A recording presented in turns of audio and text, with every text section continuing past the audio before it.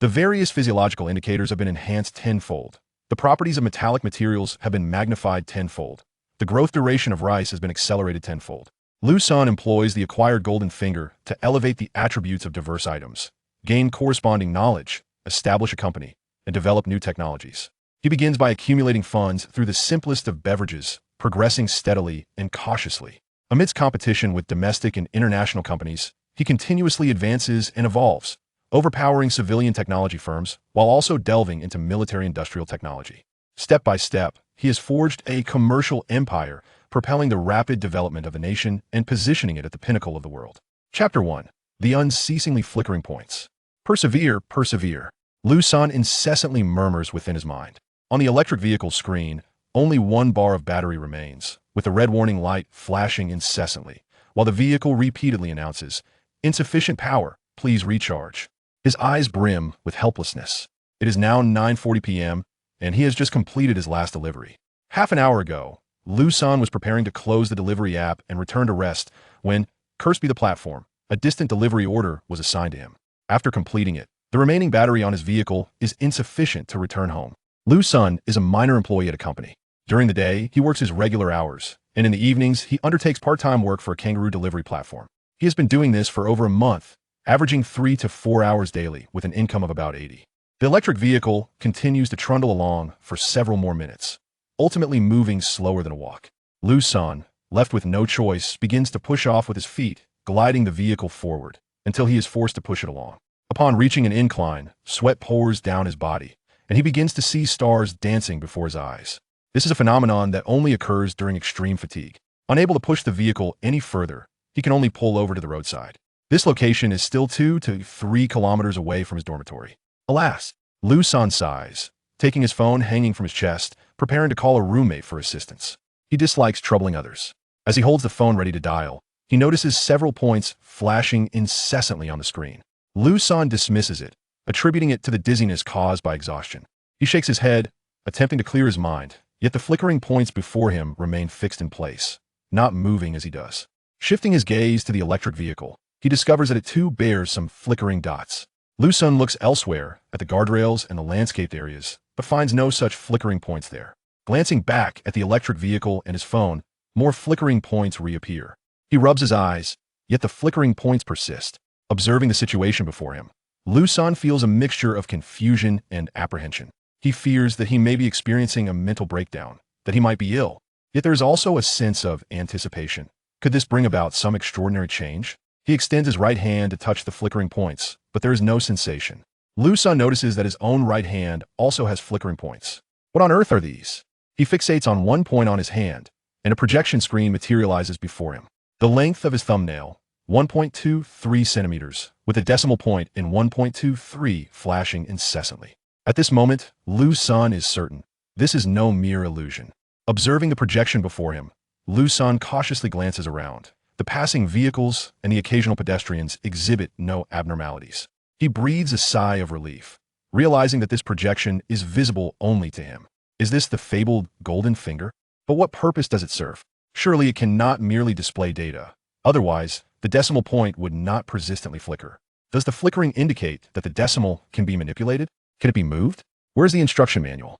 Just as he contemplates shifting the decimal of his nail data, he suddenly hesitates. This is a part of his own body. Should there be an issue, it could lead to dire consequences. Testing must be approached with caution. He certainly does not wish to become the first person to perish after acquiring a golden finger. Liu Sen directs his gaze to the electric vehicle, concentrating his thoughts on the flickering dot, and a luminous screen promptly appears. DD electric vehicle. Range, 60.00 kilometers, remaining 0.5 kilometers. Maximum speed, 50.00 kilometers/hour.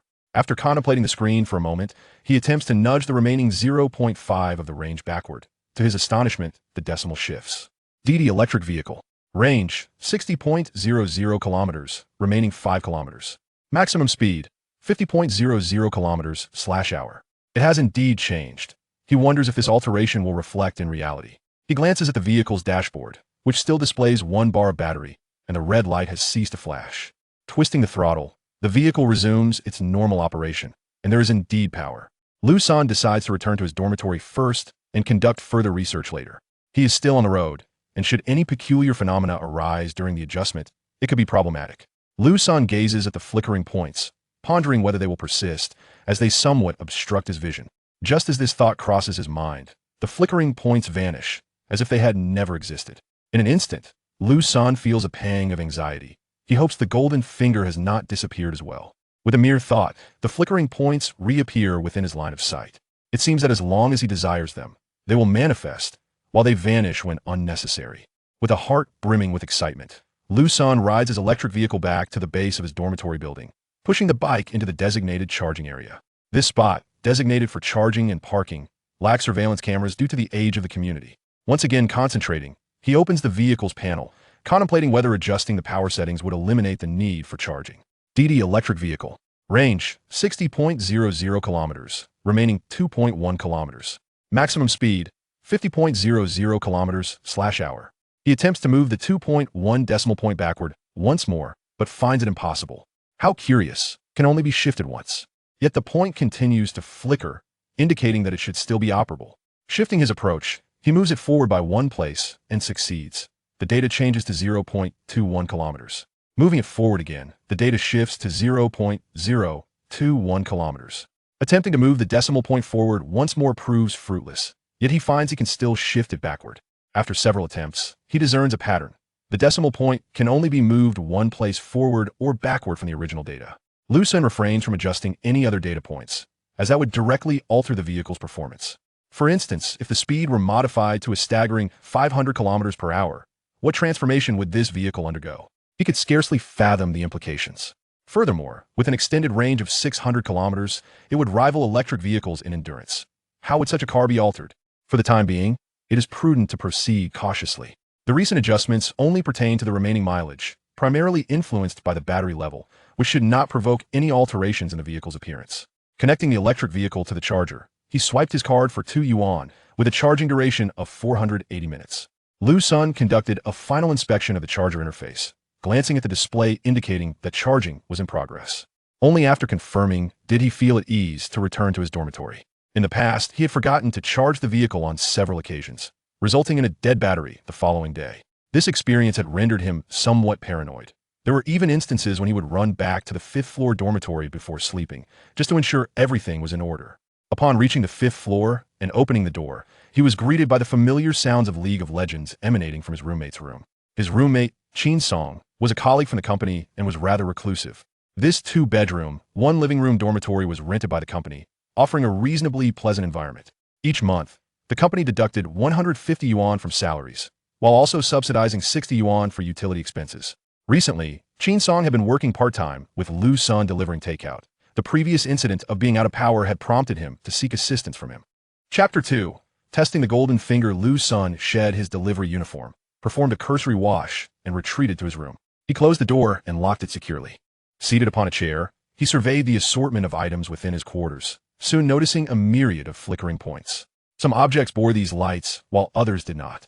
The bed was devoid of them, the blanket glimmered, the wardrobe lacked them, the desk lamp shone brightly, the cup sparkled, the milk container twinkled, the table remained dull. Yet the chair radiated with light. As he pondered the significance of these luminous dots, Liu Sen deduced that all items adorned with such points belonged to him. To further substantiate his hypothesis, he opened the bedroom door and ventured out. Upon entering the kitchen, he observed 2 pots atop the gas stove. Only one bore a flickering point, affirming it as his possession. Amongst the dishes, those he had acquired shone with light, while those purchased by Qin Song remained dull. He retrieved several pairs of his chopsticks and returned to his room, once again securing the door. With a mere thought, he examined the flickering point on one of the chopsticks, unveiling its properties. Ordinary chopsticks. Material, common bamboo. Length, 2,200 centimeters. By shifting the decimal point to the left, the chopsticks instantly transformed, shrinking to a mere 22 centimeters thinner than a needle. A subsequent adjustment restored them to their original dimensions, while another manipulation turned them into an elongated bamboo stick of 2,200 centimeters. This was exceedingly thin. It would be even more advantageous if he could also adjust the thickness or diameter. At that moment, he noticed an additional line of attributes on the panel. Ordinary chopsticks. Material, common bamboo. Length, 2,200 centimeters. Diameter, 330 millimeters. A further adjustment to the diameter resulted in a size of 33 millimeters, rendering the chopsticks a more conventional size. Concurrently, their weight changed as well. Liu Sen surmised that this was a subconscious expectation, hence the simultaneous alteration in weight. He felt an exhilarating thrill at the prospect of his extraordinary ability. Such transformations bordered on the miraculous, as if conjuring something from nothing. He was nearly overwhelmed with excitement. And had it not been for the presence of his colleague next door, he might have burst into laughter. If he were to acquire some gold, he could amplify its size and weight tenfold. Liu Sen remained uncertain whether these alterations were permanent or temporary. Contemplating this, he reduced the chopsticks to 22 centimeters in length and needle-like thinness, placing them on the table to observe their state by morning. Although the outcome was yet unknown, he instinctively believed this change would be lasting. His gaze fell upon a 1 yuan coin on the bedside table, which also bore a flickering point. What transformations would occur if he altered this? He nudged the shimmering point of the coin, and it morphed into a 10-cent coin, dated 2003. The appearance had completely changed. The 10-cent coin was no longer in circulation. Liu Sen examined the transformed coin, confident that it was indeed real currency. Another adjustment turned the coin into a 10-yuan bill, issued in 2019. Gazing at the note before him, he marveled once more at the power of his golden finger. The very essence of the currency had shifted, likely influenced by his perceptions, for in his mind, 10 yuan had always been represented by paper bills, having never encountered a 10 yuan coin. Restoring the decimal point returned the money to its original form as a 1 yuan coin. With this newfound ability, acquiring wealth appeared incredibly facile. There was no need to fuss over trifles. Liu Sen resolved to spend the next few days contemplating the optimal utilization of this remarkable power. Stepping into the kitchen, he retrieved a bottle of mineral water. Mineral water, spécification, 100 litres. Upon returning to his room, he instantly magnified the water tenfold, transforming 1L into 10L, with the bottle expanding accordingly. Observing the large 10-liter container, Liu Sen muttered a curse, pig brain. It was far too cumbersome for convenient consumption. He reduced its size again and unscrewed the cap, pouring a small amount into a cup, which barely filled the bottom. He then adjusted the volume of water in the cup to enlarge it tenfold and began to drink. On a summer day, icy water was most refreshing. This would significantly reduce his consumption, effectively decreasing it by 10 times. Suddenly, he pondered whether he could also adjust the temperature of the water. Instantly, a new line of information appeared in the cup.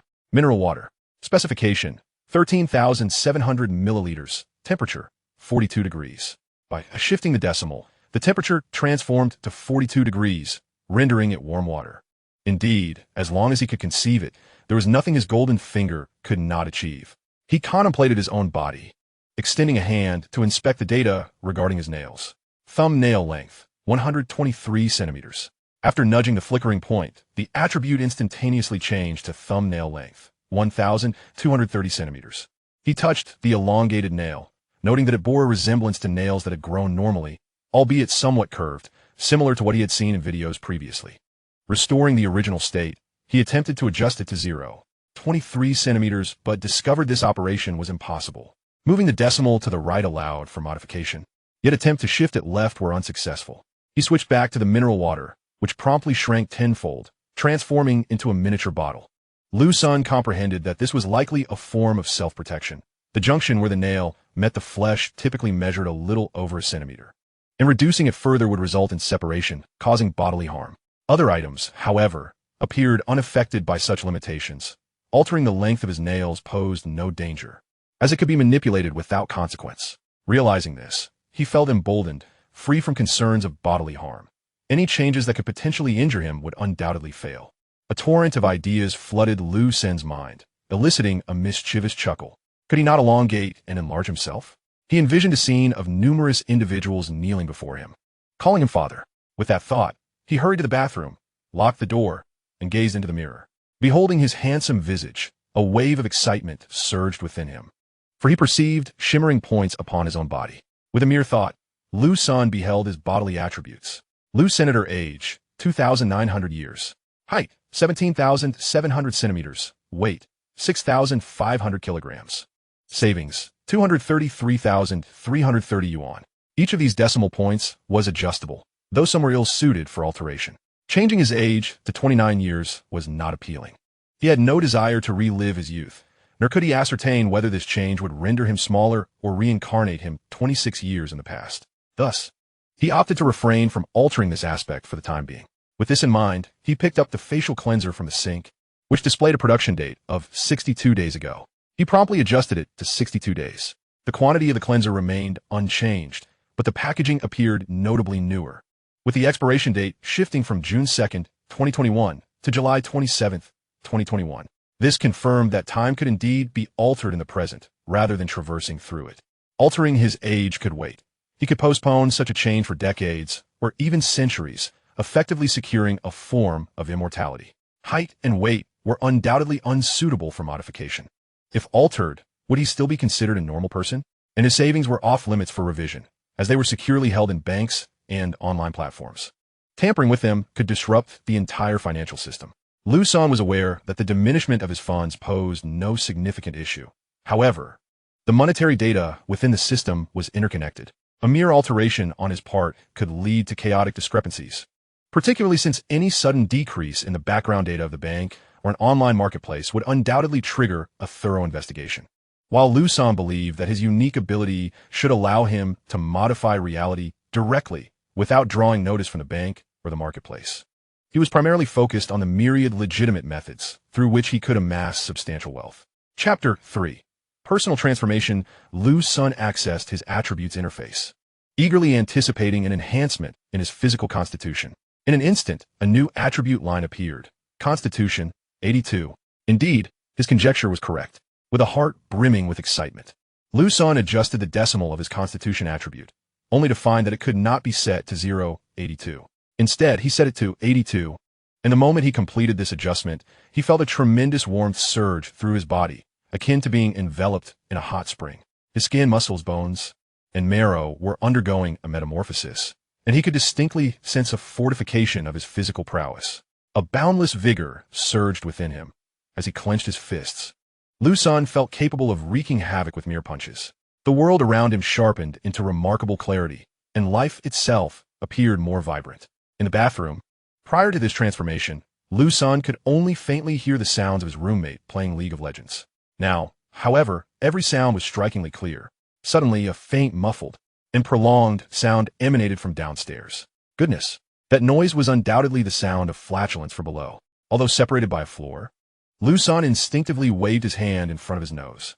Perhaps due to this gesture, he then noticed a buzzing sound nearby. Turning towards the source of the noise, he clearly observed a mosquito fluttering in the corner of the bathroom. The mosquito's delicate movements were vividly visible. Without hesitation, he raised his hand and flicked his fingers towards the mosquito. In his perception, the mosquito seemed to be suspended in time as his middle finger approached it slowly until contact was made. The instant his finger touched the mosquito, it began to be crushed, its body rupturing and blood spilling forth. One of its legs fell to the ground, while the rest of its body was sent hurtling against the glass, producing a faint sound as its form shattered into fragments. Time appeared to resume its normal flow. Damn it, Liu Sen cursed, observing the cracks that had formed on the glass where the mosquito had struck. Clearly, he needed to exercise caution in the future. Sound from his surroundings began to feel somewhat intrusive. Wishing to escape the cacophony, he simply willed the sounds to fade away, and they vanished. Momentarily puzzled by the possibility of a mere illusion, he listened again, only to find the sounds had returned. Fortunately, he realized he could subconsciously control his hearing. Otherwise, life would have been unbearable. From the recent experience, Liu Sen understood that this enhancement of his constitution was not singular, but rather a holistic improvement. Unlike characters from novels who often experienced uncontrollable transformations, he maintained full control. Sensing the boundless power within him, Liu Sen removed his clothing. His previously slender physique had transformed into one of well-defined musculature.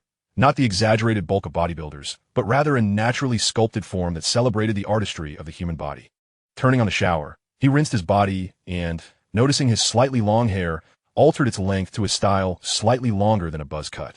After bathing, he gazed at his reflection in the mirror, admiring his flawless physique, complemented by a significantly more rugged visage that exuded vitality. He knocked on his roommate's door, calling out, "Chin Song, it's getting late. You should sleep early." "Okay, Sun Ge, I'll play for a bit longer," came the response. Returning to his room, Liu Sen decided to refrain from further experimentation with his abilities for now, choosing instead to explore them gradually in the future. With a heart full of exhilaration, he lay down on his bed, his mind racing with myriad thoughts, eventually drifting into slumber. On the winding paths of Huashan Park, a figure darted swiftly. Liu Sen attributed this newfound vitality to his enhanced constitution, as he awoke after merely 5 hours of sleep, feeling remarkably refreshed. Upon awakening, he checked the state of his chopsticks, which remained unchanged, as slender as needles.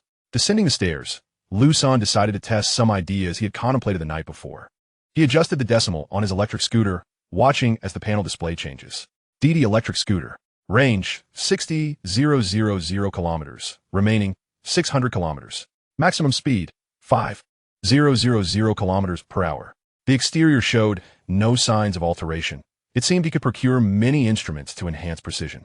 The progress of society is greatly attributed to advancements in materials, and he recognized that he could modify numerous materials in the future. However, he understood that this path was fraught with difficulty, as industry giants were focused on this aspect. He needed to build his strength first.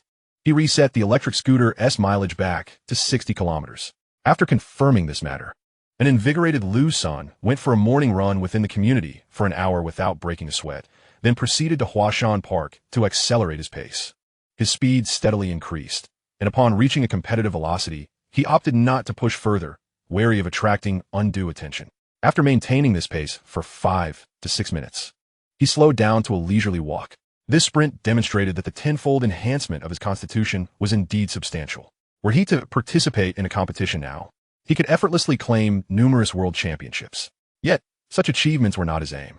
Personal breakthroughs paled in comparison to the potential of utilizing his abilities to uplift an entire nation and its people.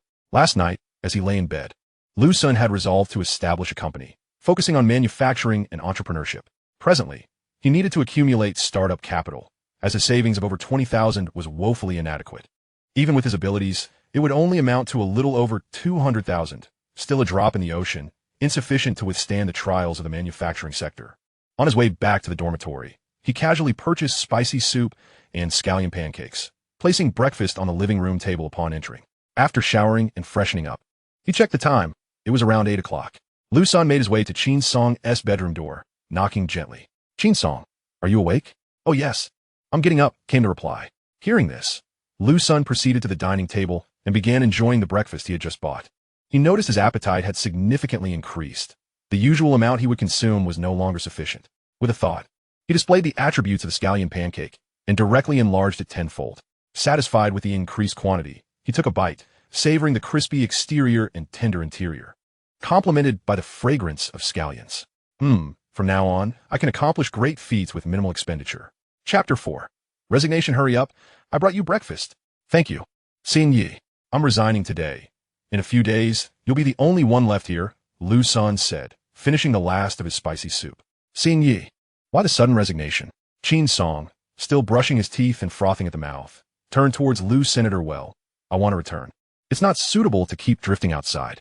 I ought to go back and forge my own path, especially since my elders are getting older. It's better to keep an eye on them. Indeed, with housing prices so exorbitant, often exceeding 20 or 30,000, it seems impossible to settle here. I estimate that I won't be able to stay long before I have to return to marry and start a family. In response to such sentiments, Liu Sen refrained from expressing his opinions. Silently, he returned to his room to begin packing his belongings. At 8:30, the two individuals descended the stairs and rode their electric bikes towards the company. Within a few minutes, they arrived at the rear entrance of the establishment. After parking and swiping their cards, they entered directly through the back door and took the elevator to the second-floor office. "Good morning, Sun Ji." Several colleagues greeted Liu Sen upon his arrival. "Morning," Liu Sen nodded in acknowledgement. No sooner had he taken his seat than he received multiple new messages. Upon glancing at them, he realized they were from the group chat on his first day. In total, there were 4 individuals in the chat, all from the company's logistics department. Liu Ying wrote, "Sun Ji, the agenda for the upcoming meeting has been drafted, the attendees have been confirmed, and the hotel has been booked with a total of 32 rooms reserved. The content and budget for the meeting have been sent to you." Ying Dan added, "Sun Ji, the reimbursements from last week have been finalized. I checked with the finance department, and the funds promised by Section Chief Zhou yesterday have been credited."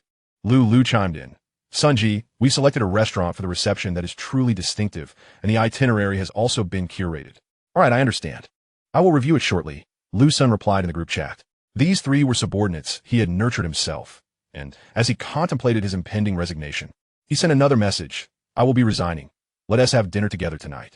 As soon as he sent the message, he was met with a chorus of "Sun Ji." from the three women. Liu Sen looked up to see all three gazing at him, eager to inquire further. He waved his hand at them, signaling that they could discuss it over dinner. Though they hesitated, the look in Liu Sen's eyes prompted them to lower their heads and return to their work. Liu Sen opened his work computer, drafted a resignation email, but merely saved it in the drafts without sending it. He began to wrap up the remaining tasks at hand, reviewed the documents reported in the group chat, confirmed their accuracy, signed them, and returned them to the women. He then organized his pending tasks into a table and printed it out, noticing that his direct supervisor had entered the office. He promptly took the printed document and approached the manager's office. "Good morning, Director Deng." Liu Sen knocked on the office door. "Liu Sen, don't just stand there. Come in and take a seat." Deng Yaluan, known for his robust management skills and strong character, gestured toward the chair across his desk. Liu Sen enjoyed a good rapport with him, often sharing drinks, singing, and relaxing together in private. "Speak up, what's the matter? You rarely come into this office without reason," Deng Yaluan teased with a smile. "Actually, I do have a matter at hand. I intend to resign today." Liu Sen replied with a smile. "Has someone lured you away? What's the offer?" "No, I simply wish to return to my hometown, to be closer to my parents. You know my age. My family has been urging me to find a partner and settle down." Going back sounds pleasant, though I find it hard to bear. I wish I could return, but I feel stuck here," Deng Yaluan lamented, sharing a common sentiment with Liu Sr. Both hailed from Jinling and had initially worked at the company's headquarters, which specialized in medical devices and reagents, with branches in various cities. Their straightforward natures had led to conflicts with superiors, resulting in their transfer to launching company. "Don't worry, I'll venture out on my own." Liu Sen expressed his confidence in achieving success. Sensing Liu Sen's determination, Deng Yaluan realized he could not dissuade him and offered his blessings. "If you need any assistance, just let me know, and I'll help you out." "Certainly, brother. If the need arises, I will reach out to you." Liu Sen was well aware of Deng Yaluan's capabilities. "Best of luck," Deng Yaluan encouraged. "All right, I will submit my resignation shortly. I've also outlined the remaining tasks. I can complete some today, but you'll need to delegate the rest to others," Liu Sen said as he pushed the document toward Deng Yaluan. After reviewing the listed items, Deng Yaluan responded, "No problem. The rest are minor tasks. Your team will surely manage." "Okay, I'll be heading out now. Let us have lunch together later," Liu Sen said as he made his way towards the exit, waving goodbye. Liu Sen sent the resignation report to Deng Yaluan for him to handle the subsequent formalities. He began to complete the tasks assigned for the day. Access the company's internal management system to print 2 copies of customer demand orders, and then retrieve the keys to the company's small delivery vehicle from the administrative department. "Qin Song, come with me. We have 2 clients to deliver reagents to today." Liu Sen and Qin Song proceeded to the first-floor procurement warehouse, donned their coats, entered the cold storage, and retrieved the reagents according to the delivery order. They packed them into a pre-cooled, refrigerated transport box, inserted an electronic thermometer, and sealed it. The 2 then loaded the boxes onto the small delivery vehicle. They drove directly to the first client, the First People's Hospital, entering through the main gate and proceeding to the back door of Building 1. Just as they parked, a uniformed security guard approached. "Hello, parking is not permitted here. If you need to park, please turn right into the underground parking lot." "Sir, we are delivering reagents to the laboratory and will be down shortly," Liu Sen said while greeting the guard and unloading the cargo with Qin Song. "Please hurry. If you take too long, the management will notice." The guard glanced around, confirming that no supervisors were present before allowing them to proceed. "Thank you, sir." Chapter 5. Signing out. Liu Sen and Qin Song pushed the reagents toward the elevator. Upon reaching the 3rd-floor laboratory, they found Deputy Director Tan. "Director Tan, the reagents have arrived." "Great." Deputy Director Tan nodded and called over a doctor who was working nearby. "Xiao Song, come sign for this delivery." Qin Song and Dr. Xiao Song proceeded to handle the handover.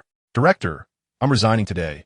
I won't be coming back," Liu Sen informed Deputy Director Tan as they chatted. "What's this? Where are you going? That's so much better." Deputy Director Tan, surprised, commented as he believed Liu Sen had been performing admirably. "Director, I'm resigning to return to my hometown to start my own venture. Entrepreneurship is quite appealing, freedom. I'm tired of being tethered to the hospital every day." "Director, you do have a sense of humor. That's a position many would envy." At that moment, Qin Song entered the office. "Senji, the handover is complete, and the temperature data has been submitted," he said, waving the paperwork in his hand. Liu Sen stood to bid farewell to the director before exiting the laboratory. As he gazed at the instruments in the lab, a thought crossed his mind. If these instruments could be modified, they might become extraordinarily powerful. If he were to acquire the means in the future, he would certainly purchase one to experiment with. If modifications were possible, It would undoubtedly trigger a seismic shift in the current medical market. This would represent a significant transformation, as the field of medical devices has long been monopolized by the West, with a majority of instruments sourced from Western countries. This industry boasts a market worth trillions. The profit margins in a hospital's laboratory can reach around 89, making it one of the most lucrative departments, alongside radiology. However, the salaries of laboratory personnel are often the lowest within the hospital, which seems unfathomable to those unfamiliar with the industry. They operate sophisticated and expensive instruments, yet receive the least remuneration. If you were to achieve breakthroughs with these instruments, the potential profits would be staggering. Regrettably, the barriers to entry in the medical field are exceedingly high, rendering it an unattainable pursuit for him at present. The competition is exceedingly fierce, with numerous medical device companies opting to directly provide their machines to hospitals at no cost, contingent upon the hospitals utilizing their reagents and accompanying consumables. Some even go so far as to assign dedicated personnel to operate these machines within the hospitals, assisting with various tasks, with salaries covered by the device companies. Naturally, there are also large hospitals that purchase equipment outright, often spending hundreds of thousands to millions on a single device. As Liu Sen departed from the hospital, he silently vowed to return, bringing along his own products. At present, however, he found himself lacking connections and relationships, rendering entry into the market nearly impossible. Those who effortlessly establish companies, acquire qualifications, and gain access to hospitals are typically relatives of retired officials. Qin Song, let us proceed to the next client. Before 11 o'clock, Liu Sen and his companion hurried back to the company. Let us head to the Shaxian Hotel, Liu Sen declared as he approached manager Deng Yaolin's office door, knocked lightly, then turned and made his way to the elevator. At that moment, Deng Yaolin caught up and entered the elevator alongside him. 2 portions of duck leg rice and 2 duck heads for the boss, Liu Sen stated, before retrieving 2 bottles of chilled Pepsi from the nearby fridge. Once seated, he and Deng Yaolin engaged in conversation. After signing the documents this afternoon, I'll head back. We'll have a farewell dinner at our usual spot. In the largest private room, Liu Sen said, taking a sip of his soda. All right, let us bid farewell to everyone, Deng Yaolin continued. Have you already secured your next opportunity for when you return? No, this time I won't work for anyone else. I'll never work for anyone else again. I intend to venture out on my own in this industry. The capital required is substantial, and unless one has solid connections, competing with others is futile. Deng Yaolin replied gravely. I plan to explore other sectors, first acquiring some knowledge, and then proceeding, he added. After their meal, the two returned to the company. Inside Deng Yaolin's office, they closed the door and commenced a spirited game of Honor of Kings. Arson, come help me. The opponents are camping me again. I'm on my way. Just watch me dominate the field. Liu Sen ritli deokeri. Before long, Liu Sen achieved a triple kill, securing a swift victory in the match. They began the next round, in which Liu Sen played as the jungler, and once again emerged victorious. Liu Sen, how are you so fierce today? Your skills have always been commendable, yet never to this level, Deng Yaolin remarked, astonished. Haha, just standard procedure, Liu Sen replied with a grin, realizing that his reflexes and awareness had significantly improved, allowing him to anticipate the opponent's movements. This enhancement stemmed from his physical conditioning, and he believed even greater surprises awaited him. After several more games, he consistently earned MVP status, racking up kills effortlessly. Today has been exhilarating. Did you take some sort of stimulant? You've gone completely berserk, Deng Yaolin exclaimed, laughing. Perhaps it's the decision to resign that has freed my mind, enabling me to perform extraordinarily. Liu Sen took a swig of his soda, noting that it had warmed considerably. All right, it's time to get back to work. I won't disturb you any longer, he said, standing to leave. I've already informed the relevant parties about your resignation. You just need to complete the paperwork this afternoon. Deng Yaolin's voice called out as Liu Sen was about to exit. Understood. Upon stepping outside, Liu Sen noticed that no one was paying attention, and surreptitiously adjusted the temperature of his soda back to a refreshing chill. Taking a hearty gulp, he relished the delight of his golden finger. In the afternoon at work, Liu Sen first retrieved the resignation checklist from HR, then proceeded to collect signatures from various departments, ultimately returning to Deng Yaolin's office to finalize the paperwork. I completed the process. Now I'll go pack my belongings. See you tonight, he said as he exited Deng Yaolin's office. Handing over the resignation checklist and employee card to HR, Liu Sen tidied his workstation, sent a message to his colleagues about the evening's farewell dinner, and exchanged greetings with Liu Ying and a few others. Departing the office, he hopped onto his electric scooter and returned to his dormitory. Chapter 6. Farewell dinner in the afternoon. while packing his belongings in the dormitory. Liu Sen received a text from the bank notifying him of his salary and his severance compensation totaling 95,746 yuan. He was taken aback. Typically, those who resign voluntarily do not receive severance. He immediately called Xiao Qi from HR. Xiao Qi, I just received a bank message regarding his severance payment. What's the situation? Is there an issue with the amount? Please hold on a moment. Xiao Qi tilted his head, holding the phone. As he checked Liu Sen's resignation file, he quickly relayed a series of numbers back to Liu Sen for confirmation. The amount is correct. This is what Manager Deng and Finance approved. If you have any questions, you can contact Manager Deng. Liu Sen realized that this must have been Deng Yaluan's doing, as he had no authority over severance payments. Such matters required approval from the headquarters and finance. He pondered how much effort Deng Yaluan must have expended, especially since he had some conflicts with certain leaders at Jinling Company. Without hesitation, Liu Sen dialed Deng Yaluan's number. Yaluan, did you arrange this severance payment? Yes. It's what you deserve. The company owes you this. They know it. And without my insistence, they wouldn't have approved it. Upon hearing this, Liu Sen's thoughts raced before he finally replied. Thank you. Cut the pleasantries. Just drink a few more glasses with me tonight. I have work to handle. So I'll hang up now. As the line went dead, Liu Sen felt a mix of emotions. This was what brotherhood meant. Bro, I'll help you soar to great heights in the future. Although his monthly salary was decent, the expenses for mortgage and living costs left him with little remaining. With the severance package, he now had about 120,000 yuan, which would facilitate his endeavors. After handling all his affairs, he glanced at the modified chopsticks from the previous night. Still quite similar to toothpicks, no real change. He decided to place the miniature chopsticks into his backpack for further observation. They could also serve as a means of self-defense, as they could be restored to their full size, transforming into a more than 3-meter-long staff. Despite his physical prowess, having tools is always advantageous. He picked up the gold ring awarded for being the best honor employee in 2019, along with a trophy.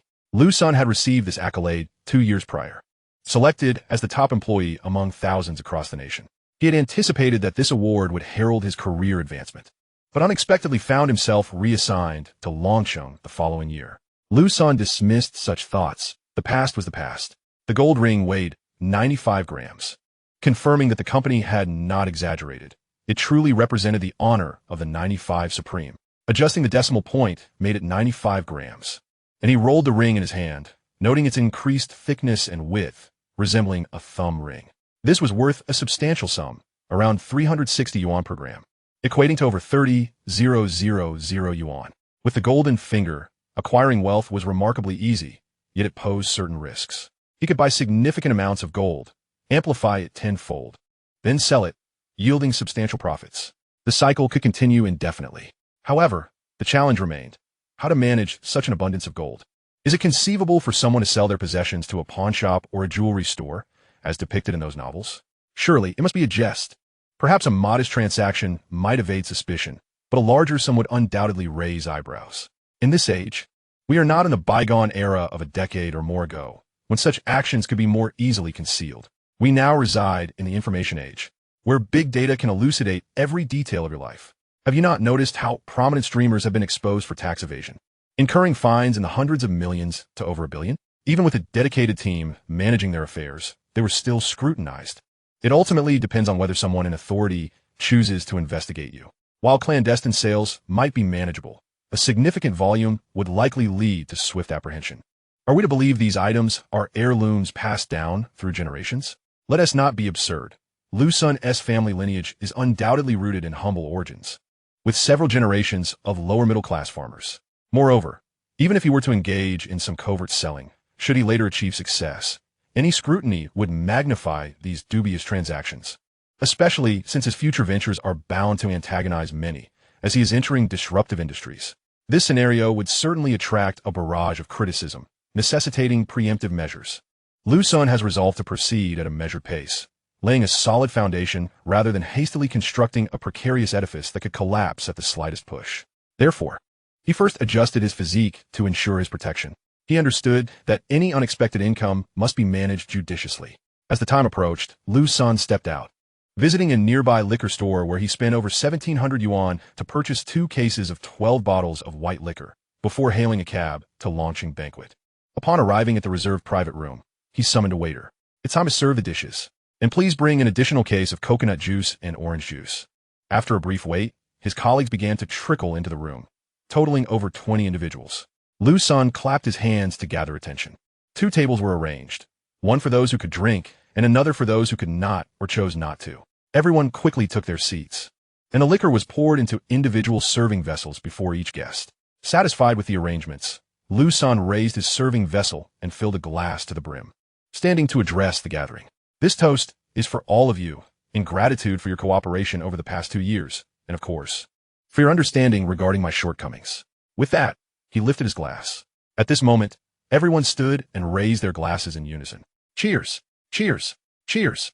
Cheers! Cheers! Following this toast, the atmosphere became lively, and the cups began to circulate. As Liu Sen took a sip, he furrowed his brow. He was not particularly fond of liquor and had a low tolerance. Frequent social engagements had led to many nights spent ill, waking up on the bathroom floor. Despite consuming a considerable amount of alcohol, he could not savor the delightful flavors others spoke of. He glanced around to find a group of men regarding him with a predatory gleam in their eyes. Meanwhile, at the other table, led by Qin Song, a group was approaching him, glasses raised and serving vessels in hand. Recognizing the intent behind their approach, Liu Sen understood they were targeting him. However, his enhanced physique had significantly bolstered his resilience. Although the liquor did not taste particularly pleasant, his capacity for consumption had undoubtedly improved. Suddenly, a thought struck him. What if he modified this liquor? Chapter 7, New Discoveries. White liquor. Weight, 8 yen. Alcohol content, 42 degrees. If I alter this quantity, will it be noticeable? It appears I can adjust the alcohol content. He contemplated and instantly changed the degree to 42. This level is comparable to beer. Regardless of its taste, the volume could be amplified tenfold. At that moment, Qin Song extended his glass, now positioned before Liu Senator Brother Sun. Thank you for your support. I raise this toast to you. With that, he downed the drink in one go. Liu Sen followed suit, and as the liquid entered his mouth, he was met with a fragrant aroma. The liquor was remarkably smooth and gentle, carrying a subtle warmth as it traveled down his throat and into his stomach, warming him from within. At that moment, a sense of warmth enveloped his mind, not a burning heat, but a serene sensation. Liu Sen's eyes sparkled. Although the alcohol content was lower, the flavor had undoubtedly increased tenfold. He found himself willing to indulge in such a drink daily. Moreover, he was certain that women would also enjoy this refined liquor. If he could produce such a beverage, it would surely enjoy excellent sales, especially among those like him who typically dislike alcohol. He pondered how this adjusted liquor could be brewed. As he contemplated, a surge of information flooded his mind, revealing the brewing process to him. Liu Sen felt as though he had stumbled upon a treasure. This golden finger possessed such capabilities. Could it be that all modified items yield similar knowledge? If so, many of his prior concepts would become more achievable. He recalled the battery capacity he had adjusted in the morning. Could he also uncover its principles and manufacturing methods? As these thoughts crossed his mind, another wave of information rushed in. His objective had always been to accumulate some capital, modify certain materials or items, and then recruit a large team for reverse engineering. However, this endeavor was fraught with difficulty. The nation itself had developed gradually, with researchers rising from nothing under the guidance of visionary leaders to bolster the country's comprehensive strength. Reverse engineering is tedious, often lacking direction and focus, which can lead to slow progress and require significant funding for trial and error. Now, it appeared that his path would be considerably easier, prompting a smile from Liu Senator after attending to those who had come to toast him. Liu Sen raised his serving vessel to the side of his colleague, Deng Yaluan. Yaluan, this toast is for you. I apologize for the trouble I have caused today.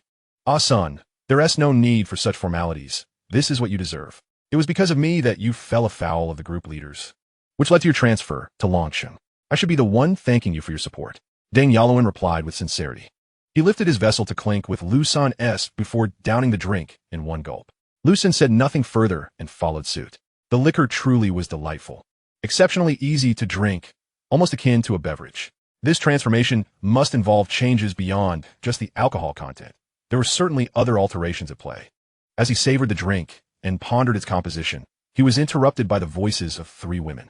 Brother Sun, we'd like to raise a toast to you, they exclaimed, lifting their glasses in unison, their eyes fixed on Liu Senator as he beheld the 3 charming and distinctive young women. Liu Sen was reminded of the past. They were all relatively young, fresh graduates.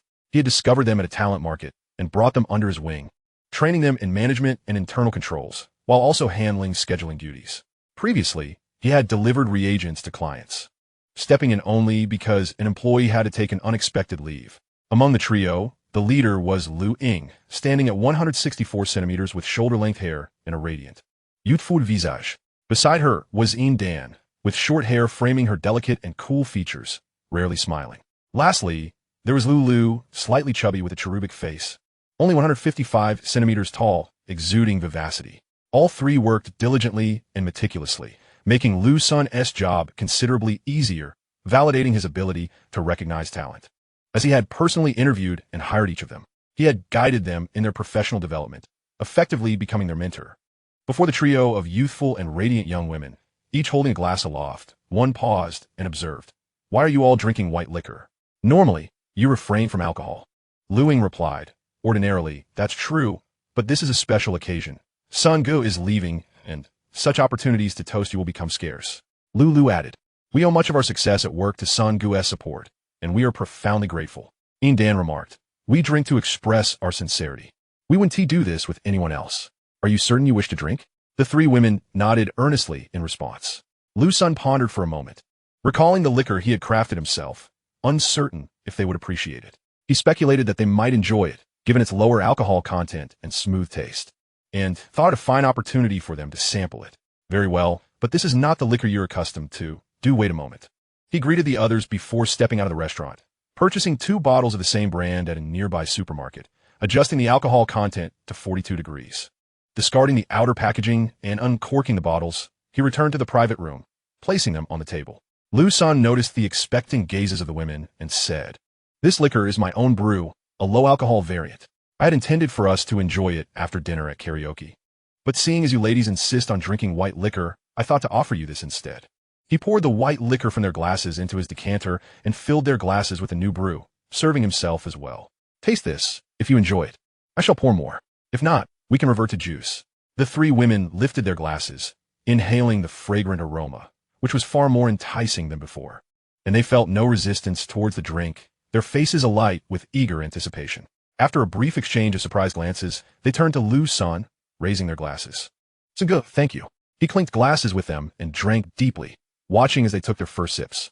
They hesitated only slightly before downing their drinks decisively, their eyes fluttering shut in delight, before opening wide in astonishment as they exchanged glances, silently confirming their enjoyment of the liquor's fragrant and smooth essence. "Xin Yi, this liquor is exquisite. I want more," Lulu eagerly implored, her eyes sparkling with desire, as if she would weep if he refused. Liu Ying and Yin Dan mirrored her longing expressions. Chapter 8. Establishing Goals. Is this liquor truly so delightful? Their expressions spoke volumes, a rarity indeed. Whenever Liu Sen ordered milk tea for them, their faces never bore such expressions. He knew they adored it, often ordering extra for him. "It's truly delicious, and it's liquor," they exclaimed, fervently nodding. Liu Sen, conceding, filled their decanters with his special brew, which had previously been empty since they had only poured liquor to toast him. The three women eagerly lifted their decanters to refill their glasses, careful not to spill a drop, their cautious demeanor eliciting a smile from Liu Senator at that moment. Deng Yaluan, intrigued, finished his drink and addressed Liu Sen. "Let me have a taste. Is it really that remarkable?" Quickly, Liu Sen poured him a glass of the special liquor, which Deng Yaluan downed in one go. "What a fine drink. Brother, why didn't you present this sooner? You're favoring the ladies over your friends." "Not at all. I intended to enjoy it at KTV," Liu Sen retorted, eager to shed the label of favoritism. "Then why did you bring it out for them?" Deng Yaluan teased, knowing Liu Sen harbored feelings for the three women and seizing the chance to playfully nudge them. "If that is how you see it, then this liquor is indeed solely for them," Liu Sen decided, no longer contesting. The three women blushed at the comment, uncertain if it was from the drink or the implication. No, pour me some more," Deng Yaluan exclaimed, snatching the decanter from Liu Sen's hands and filling his own glass. This time, he savored it slowly, relishing the flavor, but quickly finished it, eager for more. Liu Sen interrupted, "This liquor is low alcohol. There is only so much, primarily for the ladies. Must you compete with them for it?" "All right," Deng Yaluan admitted, a hint of embarrassment coloring his cheeks. The three women beamed with joy, relieved they wouldn't have to contend with a heavy drinker for the delightful liquor Liu Sen had prepared for them. They knew well that Deng Yaluan could handle his liquor incredibly well, having never seen him intoxicated in years. Liu Sen wasn't unwilling to share his special brew. He simply hadn't anticipated the situation and was unprepared. He had mentioned 2 bottles. Introducing more would complicate matters. Deng Yaluan poured himself a glass of regular liquor, clinking glasses with Liu Sen before revealing a peculiar expression. The white liquor, which had seemed pleasant moments ago, suddenly appeared less appealing. Staring at the decanter, Deng Yaluan sighed. It's indeed easier to transition from frugality to extravagance than the reverse. Fine. I'll head home and see if I can procure a few bottles to send your way, he added, instantly lifting Liu Sen's spirits. He raised his glass once more, saying, You're a good brother. This liquor of yours is truly exceptional. Those inferior concoctions can't even begin to compare. Yours is on an entirely different level. If you were to sell it, it would fetch a handsome price. This time, I'm looking into this avenue for my own entrepreneurial endeavors. I found a recipe in my ancestral home and have been experimenting with brewing. It seems promising. I've taught myself quite a bit about this craft and improved the recipe. What you're tasting now is the refined version. And this is my first taste of it. I never expected it to be this good. Liu Sen realized the potential of this liquor, especially having acquired the recipe and brewing methods. This could be a fast-moving consumer product, a potential cash flow for future ventures. 2 hours later, as most had finished their meals, some returned home early, while 11 remained, chatting as they made their way to a nearby KTV, booking a large private room. As the music began, those who wished to drink did so, while others sang. Lu Ying and her companions performed several beautiful songs, far more melodious than the howls of some of the men. The trio continued to sip the remaining bottle of Liu Sen's modified liquor, gradually reaching the bottom. It was so delicious that they treated it like a soft drink. Though it was only 42 degrees, it still contained alcohol, and soon they began to sway. They started pulling Liu Sen into their singing, though his vocal abilities left much to be desired. The autumn air was still cool, and their physical closeness made Liu Sen feel a mix of awkwardness and a racing heart. As the hour approached midnight, the atmosphere was thick with remnants of revelry, empty bottles strewn across the floor. The group, leaning on one another for support, made their way downstairs. Liu Sen took it upon himself to ensure each colleague secured a taxi home, pondering the uncertainty of when they might reunite. His thoughts drifted as he noticed only 3 girls remaining by his side: Lu Ying, Dan, and Lu, accompanied by Deng Yaluan and Qin Song. Deng Yaluan glanced at the trio and whispered to Liu Sen, These 3 harbor some feelings for you. See what you can do. I must take my leave now, as I have work tomorrow. I entrust them to your care. Arriving late to the office is of no concern. With that, he hailed a nearby taxi, pulling Qin Song along, who stood bewildered beside Liu Senator driver. Let's go, Deng commanded. Manager, we're not headed in the same direction. Why did you bring me along? Qin Song queried, confusion etched on his face. Deng Yaluan, a manager enjoying a comfortable status within the company, resided in a luxury apartment rented specifically for him. As they drove, he turned to the still-dazed Qin Song and remarked, You young ones are quite oblivious, always getting in the way. Liu Sen surveyed the 3 young women beside him. The cold air made their cheeks flush, though he couldn't discern whether it was from the wine or the brisk weather. What do you say?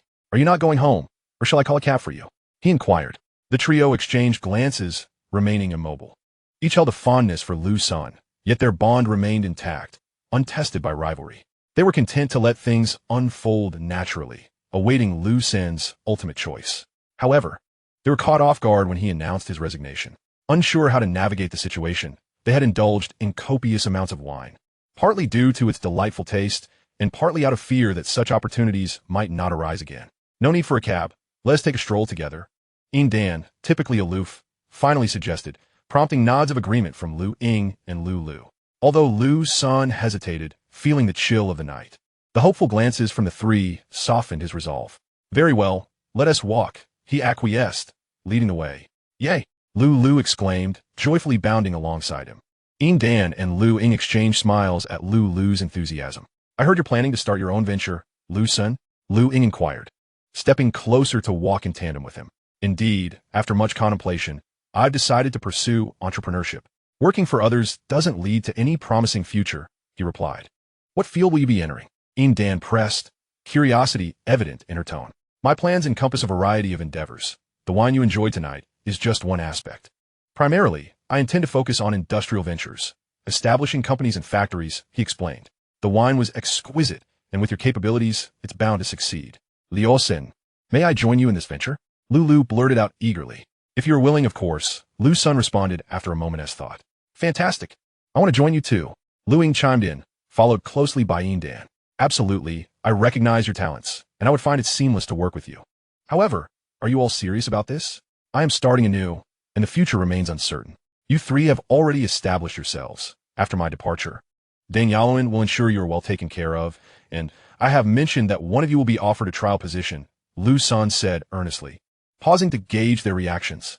I still wish to follow Liu Sen. You recruited me and have guided my professional journey. I trust you, Liu Ying asserted with sincerity. As do we, her companions echoed. Are you willing to relocate to a new city? Liu Sen asked again. Yes, that is fine. Our families aren't in this city anyway. We believe following you will provide greater opportunities, they replied in unison. All right then, let's return and prepare. Take the next couple of days to consider this thoroughly before confirming. Liu Sen encouraged, appreciating their potential. He had meticulously selected them over the past 2 years, valuing both their appearance and professional acumen. Let me escort you back. It's far too cold out here, he said, tightening his coat as they ventured onward. They arrived at their residence, which was not far from Liu Sen's dormitory, situated in another complex leased by the company. Accompanying the girls to the entrance, Liu Sen urged, You may go upstairs now. Why not join us, Liu Sen? Lu suggested. It's rather late. I think I should decline, he replied after some contemplation. Liu Sen, we Haven Tea had much to eat. We'd love to taste the noodles you make, Lu insisted, playfully tugging at his arm while signaling to Liu Ying and Dan. Indeed, we're quite hungry. They concurred, having caught Lu's cue. Very well, I shall prepare something for you, Liu Sen relented. Hooray, Lu exclaimed, releasing his arm and bounding up the stairs. Once inside, they were enveloped by a fragrance typically absent from a male roommate's quarters, possibly from laundry detergent or shampoo. Before long, surrounded by the 3 girls, Liu Sen prepared a pot of noodles, accompanied by 4 boiled eggs. It's ready. You may dig in, he announced as he placed the bowls on the table. Warm and delicious, Liu Ying remarked with satisfaction. This feels so comforting. It was freezing outside. Is there any of that delightful wine left? Lu asked, her eyes brightening at the mention. Liu Ying and Dan shared her anticipation, eagerly awaiting Liu Sen's response. Alas, that wine is gone. But I do have some of my homemade brew left, he replied. It's disappointing not to have it. Even milk tea seems less appealing now, he noted, observing their crestfallen expressions. I must take my leave now, Liu Sen announced, attempting to exit. The 3 girls promptly detained him, insisting he stay a while longer. Their behavior was markedly different from their usual demeanor, perhaps influenced by the alcohol. With no choice but to indulge them, Liu Sen joined in a game of cards, ultimately postponing his departure. The following day in the office, Deng Yaluan, holding a file he intended to archive, glanced at the empty desks and couldn't help but chuckle at the absurdity. I told you all you could arrive late today, not to skip work entirely, he thought, bemused. Around 10 in the morning, Liu Sen awoke, slightly disoriented as he surveyed his surroundings, recalling the events of the previous night. He scratched his head, realizing he had spent the night in the girls' dormitory, which surely caused some complications. Thankfully, nothing untoward had occurred. He had slept alone in a separate room. Having consumed considerable amounts of alcohol, he felt exhilarated by his recent acquisition of newfound abilities. Drinking certainly muddles one's judgment. Mixing drinks is even worse. I had beer at the KTV and later switched to spirits, he reflected. Ultimately, he had refrained from using his abilities, aware that exposure could lead to trouble. Dressed and ready to leave, he noticed the living room was empty and the doors to the adjacent rooms were firmly shut. He could distinctly hear the 3 girls breathing, indicating they were still asleep. Clearly, they had been quite exhausted from the previous night's festivities. Last night, I found myself drifting off to sleep past 3 in the morning once again. I knocked gently on Dan's door, and an immediate thud echoed from within. Ouch! That hurts! Came Dan's voice. Oh no, it's already 10 o'clock. In an instant, the voices of the 3 women burst forth. Don't rush. I've already spoken with Deng Yaluan. I'll be arriving a bit later. Take your time to tidy up. I'll step out to grab some food and return shortly. Liu Sen, without waiting for a response, exited the room. As soon as his voice faded, an eerie silence enveloped the space. Only after hearing the door close did the 3 women break into a chorus of exclamations. Oh no, what happened yesterday? How did we end up sleeping together? And why is San Go here? Liu Ying's cheeks flushed crimson. Is this considered an overnight stay? Em mortified. Lu chimed in. Dan, too, bore a face of embarrassment, her usual icy demeanor nowhere to be found. The trio had indeed let loose a bit too much after drinking the previous night. They exchanged glances and sighed in unison. After a moment of silent communication, their expressions shifted to one of resolute determination. They were astute young women. After 2 years of camaraderie, they harbored some fondness for Liu Sr. The events of the previous night, coupled with the intoxicating effects of a drink, had made it evident that Liu Sen possessed great potential and that the future was bright. Having procured breakfast outside, Liu Sen pondered several matters. He reached the door and knocked softly. It opened almost immediately. "Here, I brought some food, century egg and lean meat porridge, soy milk, and soup dumplings." He placed the breakfast on the dining table. "Thank you, Sangge." The three women, naturally beautiful and confident in their appearances, simply freshened up and seated themselves at the table to enjoy their meal. "You all drank quite a bit yesterday. Your decisions might have been made in the heat of the moment. Have any of you reconsidered?" Liu Sen asked with a serious tone. "We've made our decision. We're following Sangge. He would treat us poorly, right?" They replied in unison. "Of course not. When have I ever mistreated you?" Liu Sen diaklet, realizing he had found his own team. Now that they had resolved to embark on this entrepreneurial journey together, Liu Sen had some matters to attend to. He dialed Deng Yaluan's number. "Yaluan, I have something to discuss. Liu Ying and the others are ready to join me. Just a heads up, you might want to expedite your hiring process. Once I settle things, they might be leaving soon. You little rascal, you keep dragging me into trouble. Yesterday you said you could arrive late, and now you've whisked them all away. Just confess what happened last night." Deng Yaluan teased. "Nothing happened. I'm an innocent soul." Liu Sen immediately denied any wrongdoing. "Yeah, right. Fine. I'll take your word for it. Are they able to come to work today? If not, they shouldn't bother. That's because you're capable. I'll let them rest today and come in tomorrow." Liu Sen agreed to Deng Yaluan's suggestion. Considering how late they had all gone to bed, he hung up the phone and addressed the three women. "Enjoy your meal. I have some matters to attend to. I've already informed Yaluan that you can take the day off to rest." Chapter 10. The First Bucket of Gold. Liu Sen returned to his dormitory and promptly loaded his organized belongings into his car, setting off towards his intended destination. He seldom drove in Long City, typically only using his car when returning home once every half-month or month. His vehicle usually remained idle, while he preferred the convenience of riding an electric scooter for daily outings. Before long, he arrived at his destination, the Jadeite Gambling Stone Market in Long City. Today's goal was to acquire gambling stones to accumulate initial entrepreneurial capital. This method of funding was deemed safer than selling gold, as the contents of the stones were shrouded in mystery. What one might uncover was purely a matter of luck. After parking, he entered the bustling market, noting the unusually large crowd. This surge was due to a fresh shipment of materials that had just arrived from Rueli. Liu Sen had come across this information online 2 nights ago. Approaching the piles of rough stones, he observed the various prices marked on them. Some were sold by the piece, typically high-quality jadeite rough stones priced in the tens of thousands to hundreds of thousands. The lower-quality stones were priced between 80 and 300 yuan per kilogram. Liu Sen, though not well-versed in this area, had merely done some cursory research. His intention was not to gamble on high-quality stones. Flowing with the crowd, he purchased 2 pieces of lower-quality rough stones for 350 yuan. After the payment was made, an unexpected change occurred. Prior to the transaction, his golden finger had remained dormant, but post-payment, as anticipated, it began to flicker with tiny lights. Inspection revealed: ordinary jadeite rough stone. Net weight, 2 kilograms. Jadeite content, 0G. Ordinary jadeite rough stone. Net weight, 12 kilograms. Jadeite content, 0G. Indeed, these inferior stones were unlikely to yield any jadeite. Their low price was due to the fact that these were deemed unworthy by professional gamblers. Holding the 2 pieces, he approached a stone cutter, requesting them to be opened. The cutter prepared the stones, and a few onlookers gathered around. With a few swift cuts, a collective gasp of disappointment arose from the crowd. "It's a bust." Liu Sen remained unfazed, though he mirrored the regret shared by others. The shop owner glanced at Liu Sen and remarked, "Young man, it's quite challenging to extract jade from such poor quality stones. If you truly wish to play, it's better to invest in those of higher quality." "No need, I'm just here for the experience. Try my luck," Liu Sen quickly declined. He lacked the audacity to spend lavishly on premium stones, especially when he had no idea what was hidden within. Just then, a wave of animated chatter rippled through the crowd. Liu Sen turned to see a well-dressed, middle-aged man approaching, cradling a piece of rough stone. "Boss, I've taken a liking to this piece, but 270,000 is a bit steep. Could you lower the price a tad?" The shop owner scrutinized the man and replied, "Sir, this is a small business for me. I truly can't afford to lower the price. Moreover, just look at the quality of this stone. It's worth every penny." Ignoring the owner's remarks, the middle-aged man stated, "All right, for the sake of friendship, I'll take it for 250,000. If you can't accept that, I'll look elsewhere." "Fine, you drive a hard bargain. If you're willing to pay that, it's yours."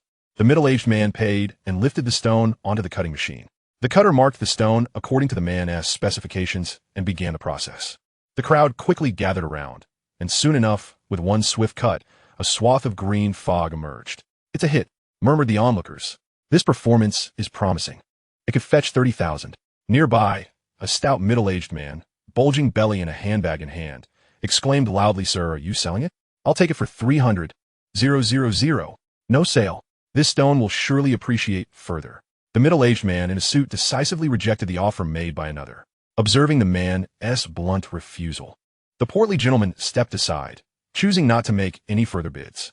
The stone was then processed, revealing that beneath the green mist lay predominantly white stone, with only a scant portion exhibiting a watery jade, and its hue was quite pale. The hopes of a profitable outcome had crumbled.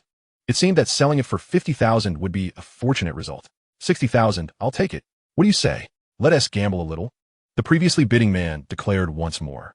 Liu Sen noticed that the middle-aged man in the suit appeared somewhat hesitant this time, uncertain if he should continue.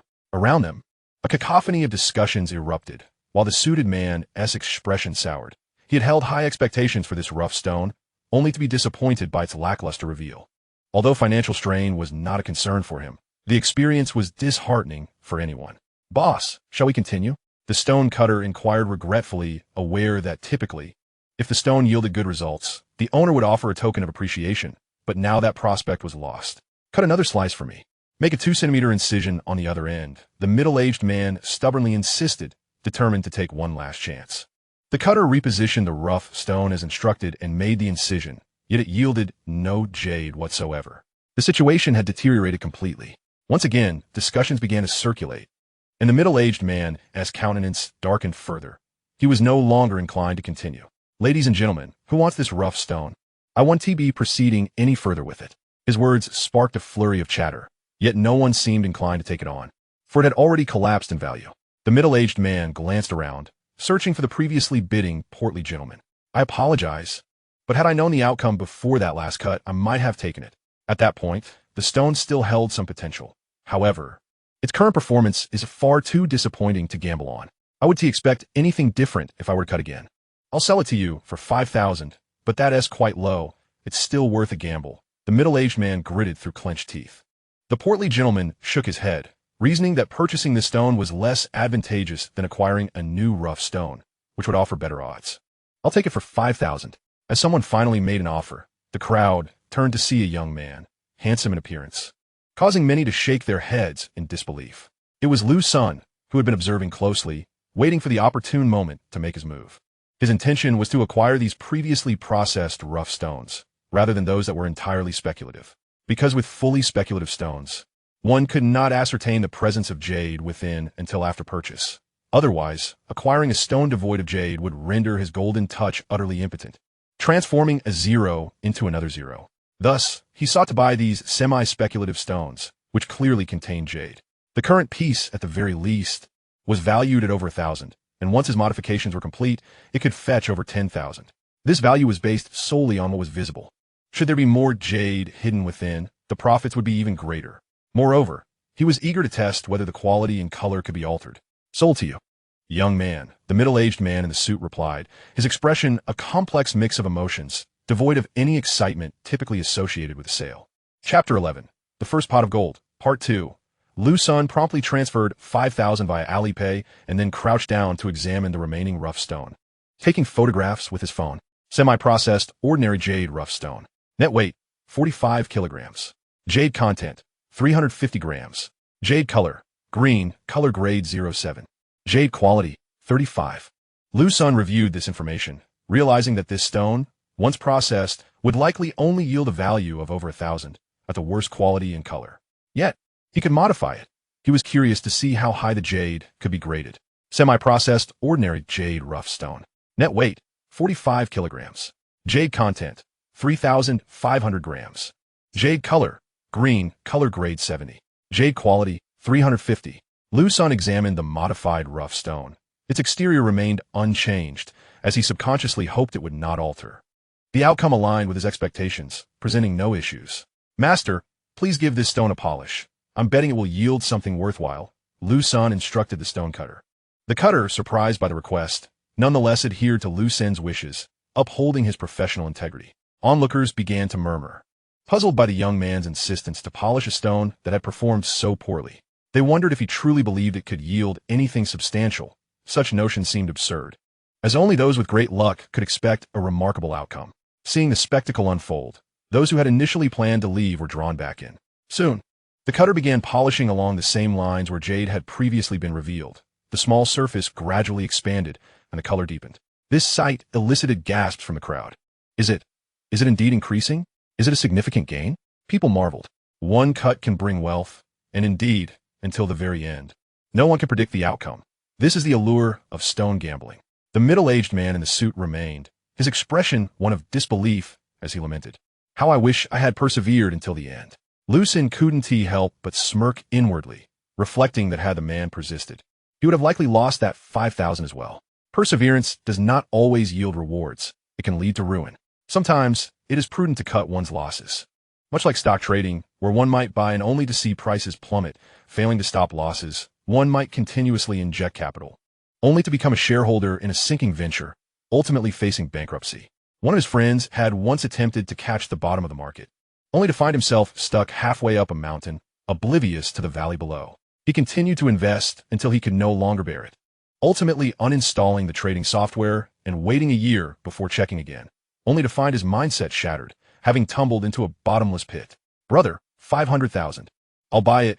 The portly gentleman offered to Liu Senator apologies, but I wish to process it entirely first. We can negotiate price afterward, Liu Sen replied. The portly gentleman fell silent, watching with a hint of regret on his face. Perhaps he regretted not taking the 5,000 earlier. Or perhaps it was due to Liu Sen's refusal to accept his offer. Liu Sen understood that this was merely the tip of the iceberg. Selling now would be out of the question. Once the jade was fully processed, he would not retain it for himself. His purpose for being there was to amass capital. Once he had sufficient funds, he might keep a small portion to craft gifts for his family. As time passed, the jade continued to grow, and the surrounding discussions intensified. Each face flushed with excitement, as if they had struck gold themselves. This young man has truly hit the jackpot. Indeed, the uncertainty remained regarding the final outcome and the quality of the stone. This rough stone was rejected by everyone. Its performance had been too dismal. This material is deceptively poor. The good qualities were hidden and had not yet manifested. Or perhaps it could be said that the previous owner simply had a streak of bad luck. The stone cutter meticulously polished, cautious not to damage the material, and finally, after completing the task, rinsed it with water. The jade rough stone burst forth in a vibrant green hue, with only a faint tint at one edge. Instantly, the crowd erupted in awe, and the number of onlookers swelled significantly, all drawn by the striking jade that had emerged. The unrefined jadeite, so substantial in size. Is it truly imperial green? The luster is remarkable. This could yield 6 or 7 pairs of bangles. Indeed, it holds considerable value. The shopkeeper promptly produced an electronic scale. Liu Sen placed the stone upon it, and the total weight registered at 3,412 grams.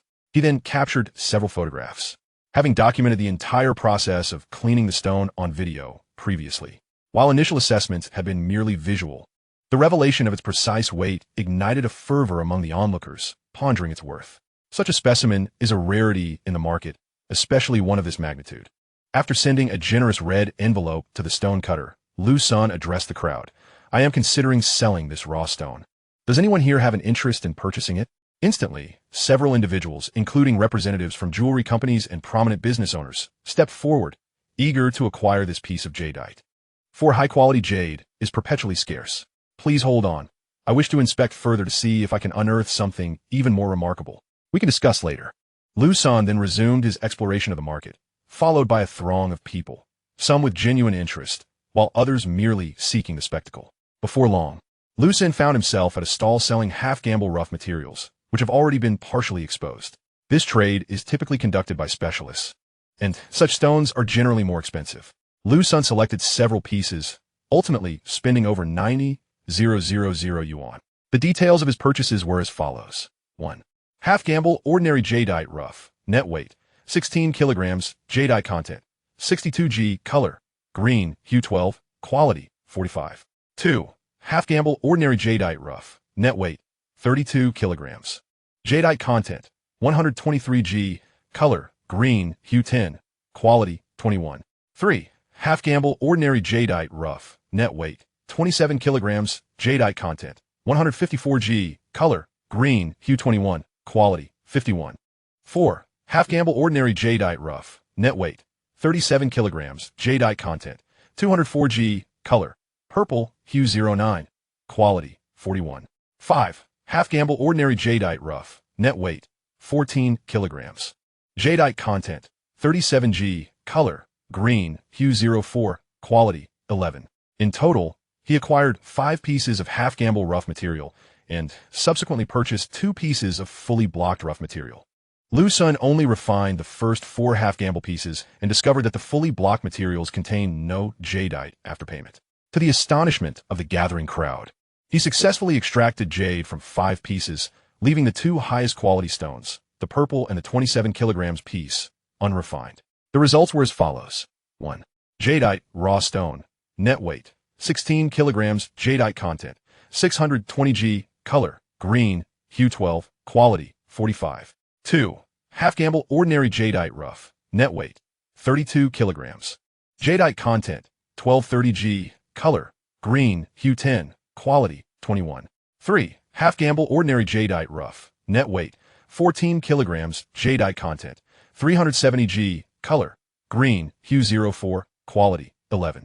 Aside from the last piece, which was rather average, the other 2 did not fall short of the previously extracted stone.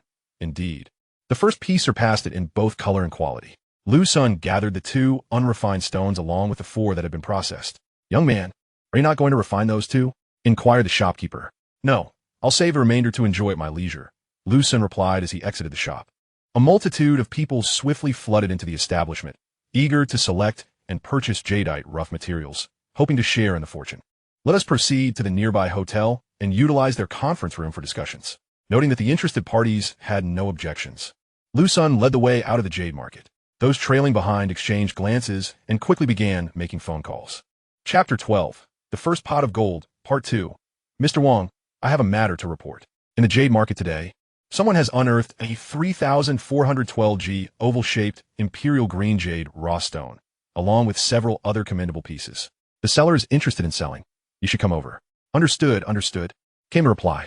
Mr. Gua, there is a substantial imperial green jade raw stone requiring your authorization. Observing their busy demeanor, Liu Sen beamed with satisfaction and retrieved his phone to make a call. Sis, I have a significant business deal on my hands, likely bringing in considerable revenue, at least several tens of millions. Please open a new account for me and arrange for professional oversight to ensure the security of the funds and avoid any legal repercussions. Brother, is that for real? You're not joking, are you? Came the incredulous response from Niu, Liu Sen's cousin, who works as the deputy manager of the credit department at a branch of a state-owned bank in their hometown of Rongqing. With such a substantial influx of funds, Liu Sen intended to look after his cousin, which would ultimately benefit his investments back home. Of course it's genuine. If you want to assist, I'll seek out a bank in Longcheng. You and T dare, or I'll tell Annie that you're bullying me, she teased. Liu Sen chuckled at her words. I'll send you the address. You can arrive in about an hour's drive. Love you lots, kisses. I'll discuss it with my supervisor, and then head over. Please drive safely. Understood, goodbye. Liu Sen transmitted the location along with a compilation of photographs and videos captured from beginning to end. He also inquired whether she knew anyone knowledgeable about jadeite to ascertain pricing, thereby gaining a clearer understanding of the market. Upon arriving at the hotel, Liu Sen arranged and rented their conference room. Once inside, the attendees introduced themselves and the enterprises they represented. Given the substantial amount at stake, they awaited the decision-maker's arrival. Liu Sen placed the jade raw stone on a velvet-covered table for everyone to admire. The participants expressed heightened interest, with some snapping photos and others recording videos as they evaluated the potential value for their respective companies. Observing the busy buyers, Liu Sen pondered for a moment before calling the 3 women, asking them to take a cab over. Their presence would not only provide assistance, but also bolster their confidence in following him. It was an excellent opportunity for them to gain experience in a scene that involved transactions worth tens of millions. Before long, the 3 women arrived at the hotel, unaware of the specifics of their purpose, only knowing they were needed. Upon entering the conference room, they were greeted by the sight of the jade, raw stone on the table, their eyes widening in awe. Brother Sun, what kind of stone is this? It's quite beautiful, remarked Liu Ying. Guess what it is? Their essay prize for the correct answer. Liu Sen teased the trio.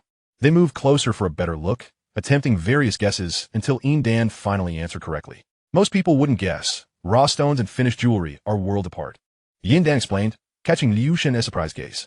The jade market is just beside this hotel, making it easier to guess. Liu Sen glanced at Dan. Having always regarded her as the most astute thinker, he was pleasantly surprised by her keen observational skills. Since you guessed correctly, I shall reward you with milk tea, and there will be more rewards to come. After speaking, he ordered their usual milk tea on a delivery app, requesting 10 cups so that when his cousin's guest arrived, they too could indulge. He also instructed them to order several pots of fine tea and a few platters of snacks from the hotel. The three women, observing the group encircling the green stones and engaged in animated conversation, began to listen intently. Through snippets of dialogue, they grasped the immense value of these exquisite stones, and a wave of exhilaration washed over them. These were not mere jade. They represented a veritable fortune. Their expressions turned fervent, faces flushed with excitement, as they had never before encountered such valuable items so close at hand. "Brother Son, is this for real?" one of them exclaimed. "Indeed," Liu Sen replied with a smile and a nod. The delightful expressions of Liu Ying and Dan were simply adorable, and Liu Sen felt compelled to capture this moment, envisioning how amusing it would be to revisit it after achieving success. He took out his phone and began to photograph the three women. Initially, Lu and her companions were caught off guard, only noticing Liu Sen's beaming smile directed at them. However, they quickly reacted, attempting to snatch the phone from him. Liu Sen, possessing physical capabilities tenfold that of an ordinary person, effortlessly tucked the phone away upon witnessing their eager expressions. Realizing the futility of their efforts with so many onlookers, the three women ceased their attempts. "Brother Son, please delete those photos," Liu Ying pleaded. "Absolutely not." Liu Sen remained unfazed. Liu Ying, at a loss for how to proceed, turned to Dan and Lu for support. The two immediately blinked their bright eyes at Liu Sen, looking pitifully at him. "Brother Son," this affectionate address sent shivers down Liu Sen's spine. Observing the trio before him, graceful and dignified, a cool beauty and a charming young lady, words such as elegance and adorable flooded his mind. After a lengthy gaze, he closed his eyes, fearing he would succumb to temptation. Over the years, they had never been this bold. Perhaps the emotions stemming from their previous night's drinking, coupled with the bittersweet pang of parting, had prompted them to reveal their feelings. The next morning, they firmly expressed their commitment to pursuing entrepreneurial ventures together, aspiring to build a promising future. "Brother Son," came the playful call from one of them. "I'm merely capturing the beauty of this moment, a truly memorable occasion," Liu Sen said, unabashed. At that moment, a delivery person arrived, announcing, "Hello, your milk tea has arrived." The timely arrival of the delivery man provided Liu Sen with a timely reprieve. "May I ask, who is Mr. Liu?" the delivery person inquired. "That would be me. Please place the tea on that side table." "Thank you," Liu Sen replied, pointing to an empty table as he stood up. "All right, let us enjoy the milk tea. Does anyone else wish to partake?" Liu Sen addressed the three women before turning to the others in the conference room. "No, we'll stick to tea," they responded. As they sipped their milk tea, several groups began arriving, those summoned to the conference room for evaluation or agreement. Liu Sen was wholly unconcerned about any ill intentions from the newcomers, bolstered by his confidence. With his enhanced physical abilities, he feared no one. Knowing that his improvements translated into exponential increases in combat effectiveness. Without firearms, he could consider himself invincible. Even with firearms, he remained relatively unconcerned, though he had to consider the safety of those around him. Moreover, in Huagua, particularly in Jiangnan province, public safety was assured. "Boss Liu, everyone is here. When shall we commence?" One of them inquired after introductions had been made. "I apologize, but we must wait a moment longer. Representatives from the bank are on their way to assist with the contract signing and transfer," Liu Sen replied. "That sounds prudent," the counterpart agreed. A quarter of an hour later, his cousin and Yu entered the conference room with three individuals, two clad in business attire and carrying several bags, and a middle-aged man in a casual suit. And Yu, radiant and dressed in a well-fitted women's suit, exuded both charm and confidence. "Brother, am I late?" she asked. "Not at all. The timing is perfect. Please have a seat. There's milk tea. Feel free to help yourselves." Liu Sen gestured toward the tea. "Nijue, wondra servith," distributed the milk tea among her colleagues. After they expressed their gratitude, the two colleagues set up their portable computers and connected to their portable printer. And Yu introduced the middle-aged gentleman. "This is Lawyer Wang." "Hello, Lawyer Wang. I appreciate your efforts," Liu Sen said, shaking the lawyer's hand. "Hello, Mr. Liu. It's no trouble at all. I must thank manager and I for her support of our law firm's business," Lawyer Wang replied. Liu Sen then introduced the three women to Niu. The negotiations were brief. Despite the considerable sum involved, the pricing remained transparent. Niu had managed to contact experts in Jinling City while en route, leading to the acquisition of 4 pieces of jade rough for a total of 12 million. The subsequent division of profits was left to their discretion. A sales contract was drafted on-site, with both parties signing and completing the transfer. Chapter 13, Returning Home. Both parties exchanged satisfied smiles. Liu Sen had secured entrepreneurial funding, while his cousin, along with Liu Ying, Yin Dan, and Liu Lu, rejoiced at the fortune Liu Sen had amassed. The other party, with these premium raw stones, would transform them into signature pieces for their jewelry store, potentially earning tens of millions, if not over 100 million, in profit. Upon exiting the hotel, they observed the security vehicles of the buyers parked outside. For security personnel approached, 2 patrolling the area while the others carefully transferred the jade rough from the buyers' phones into a safe before securing the vehicle and locking the doors. The remaining 2 continued their watchful patrol. As the jade was loaded, one of the security staff addressed Liu Sen, Mr. Liu. Should you ever uncover exquisite jade in the future, please be sure to contact us. We will offer you a fair price. Certainly. No problem, Liu Sen replied, though he knew he would likely refrain from selling in the future. The other party departed, delighted with their security vehicle, while Liu Sen reflected on their contrasting attitudes towards jade. The ease with which he had acquired these stones felt surreal. Brother, this is simply astounding, a remarkable milestone. Niu exclaimed, her excitement palpable. By the way, what is Lawyer Wang's fee? I'll transfer it to him. Liu Sen inquired about the lawyer accompanying them. No need for you to pay. I've already settled it. He is a regular collaborator with our bank, an old acquaintance, Niu replied, rolling her eyes. That is one thing. Besides, I'm not short on funds. Since he didn't disclose it, I'll 1T ask, and I'll just transfer you 100,000. Liu Sen promptly pulled out his phone to send money to his sister. Wait, just 1,000? Why are you calculating these things with me? I should be thanking you. My performance is no longer a concern. I'll be meeting with the bank president today, and he has promised full support. By the way, what are your plans moving forward? I plan to return to entrepreneurship. I will need this money later, and may even have to take out a loan. Loans are even better. That's my area of expertise, and my performance hinges on you. Niu replied joyfully. Brother, when will you return? Sipping her milk tea. I've already resigned and plan to head back today. I just came to join the excitement after seeing the news about the new materials arriving. Liu Sen casually beat. You have incredible luck. And what about these young ladies? Niu gestured towards the 3 girls enjoying their milk tea, winking at Liu Sr. They're colleagues from my company.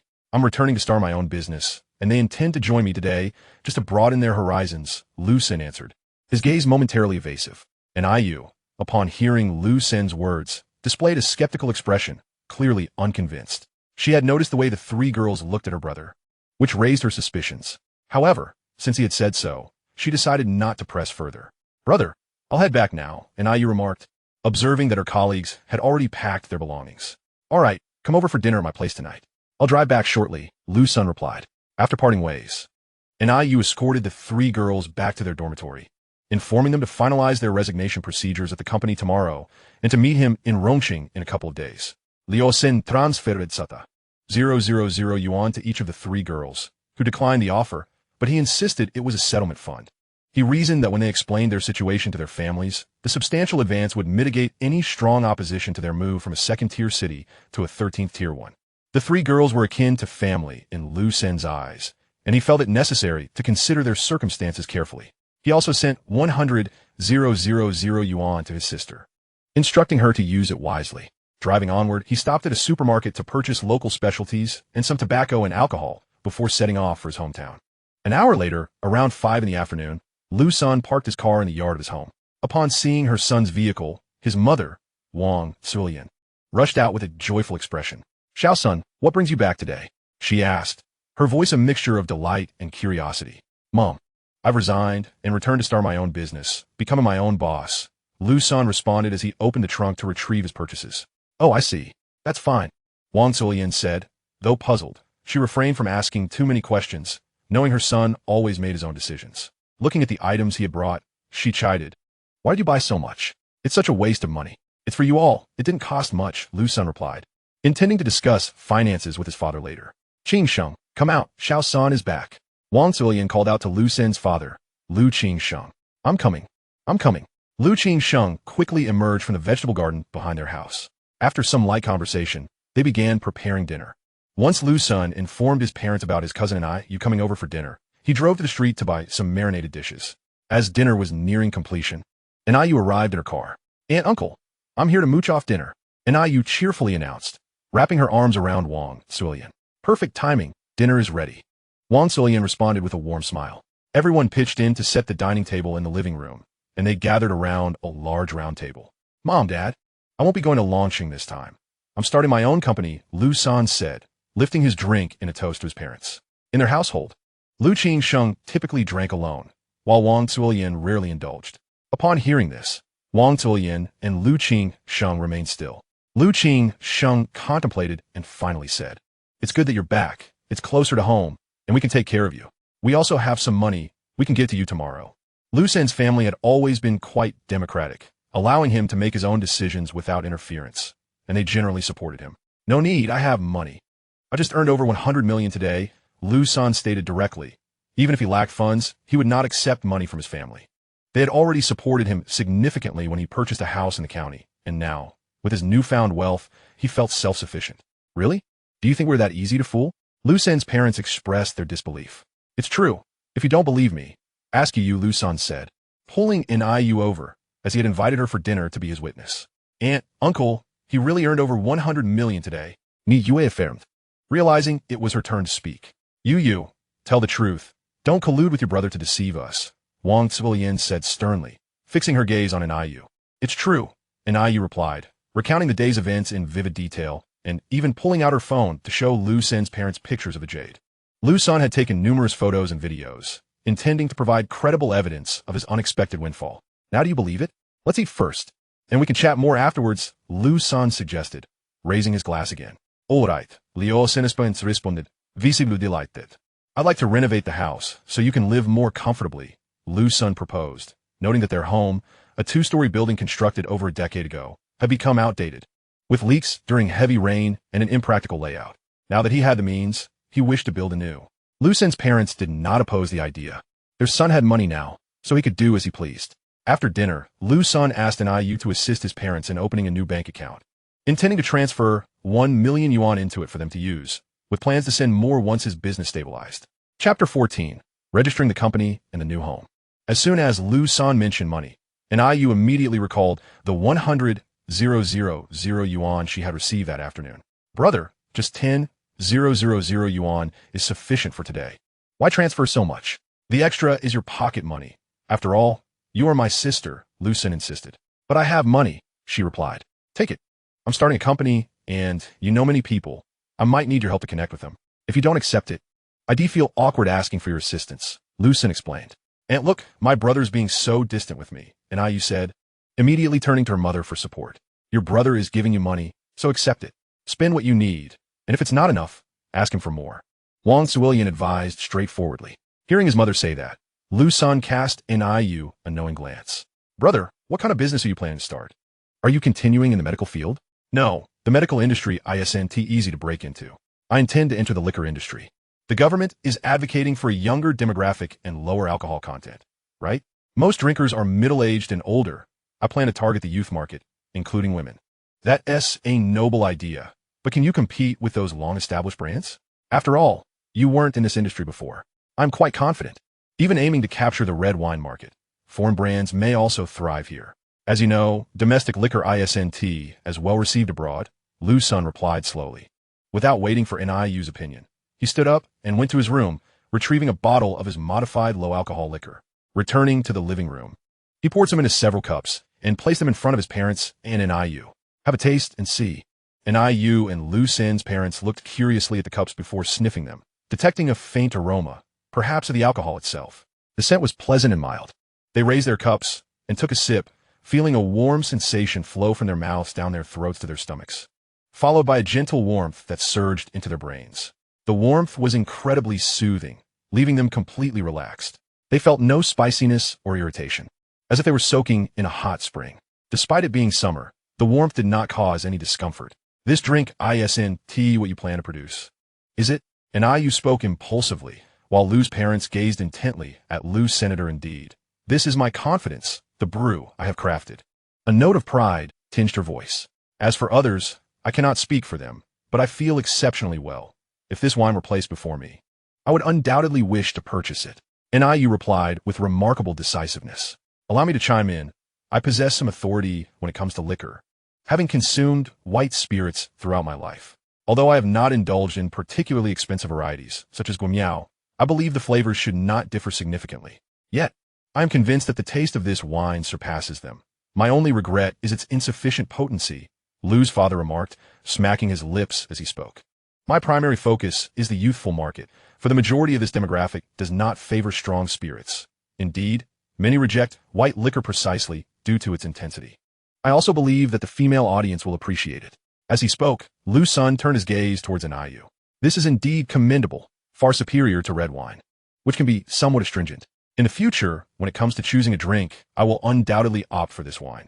Niu, who frequently attends drinking gatherings due to her work, had tasted many wines, yet none had astonished her quite like this one, placing it firmly at the forefront. Hence, this wine undoubtedly holds promise.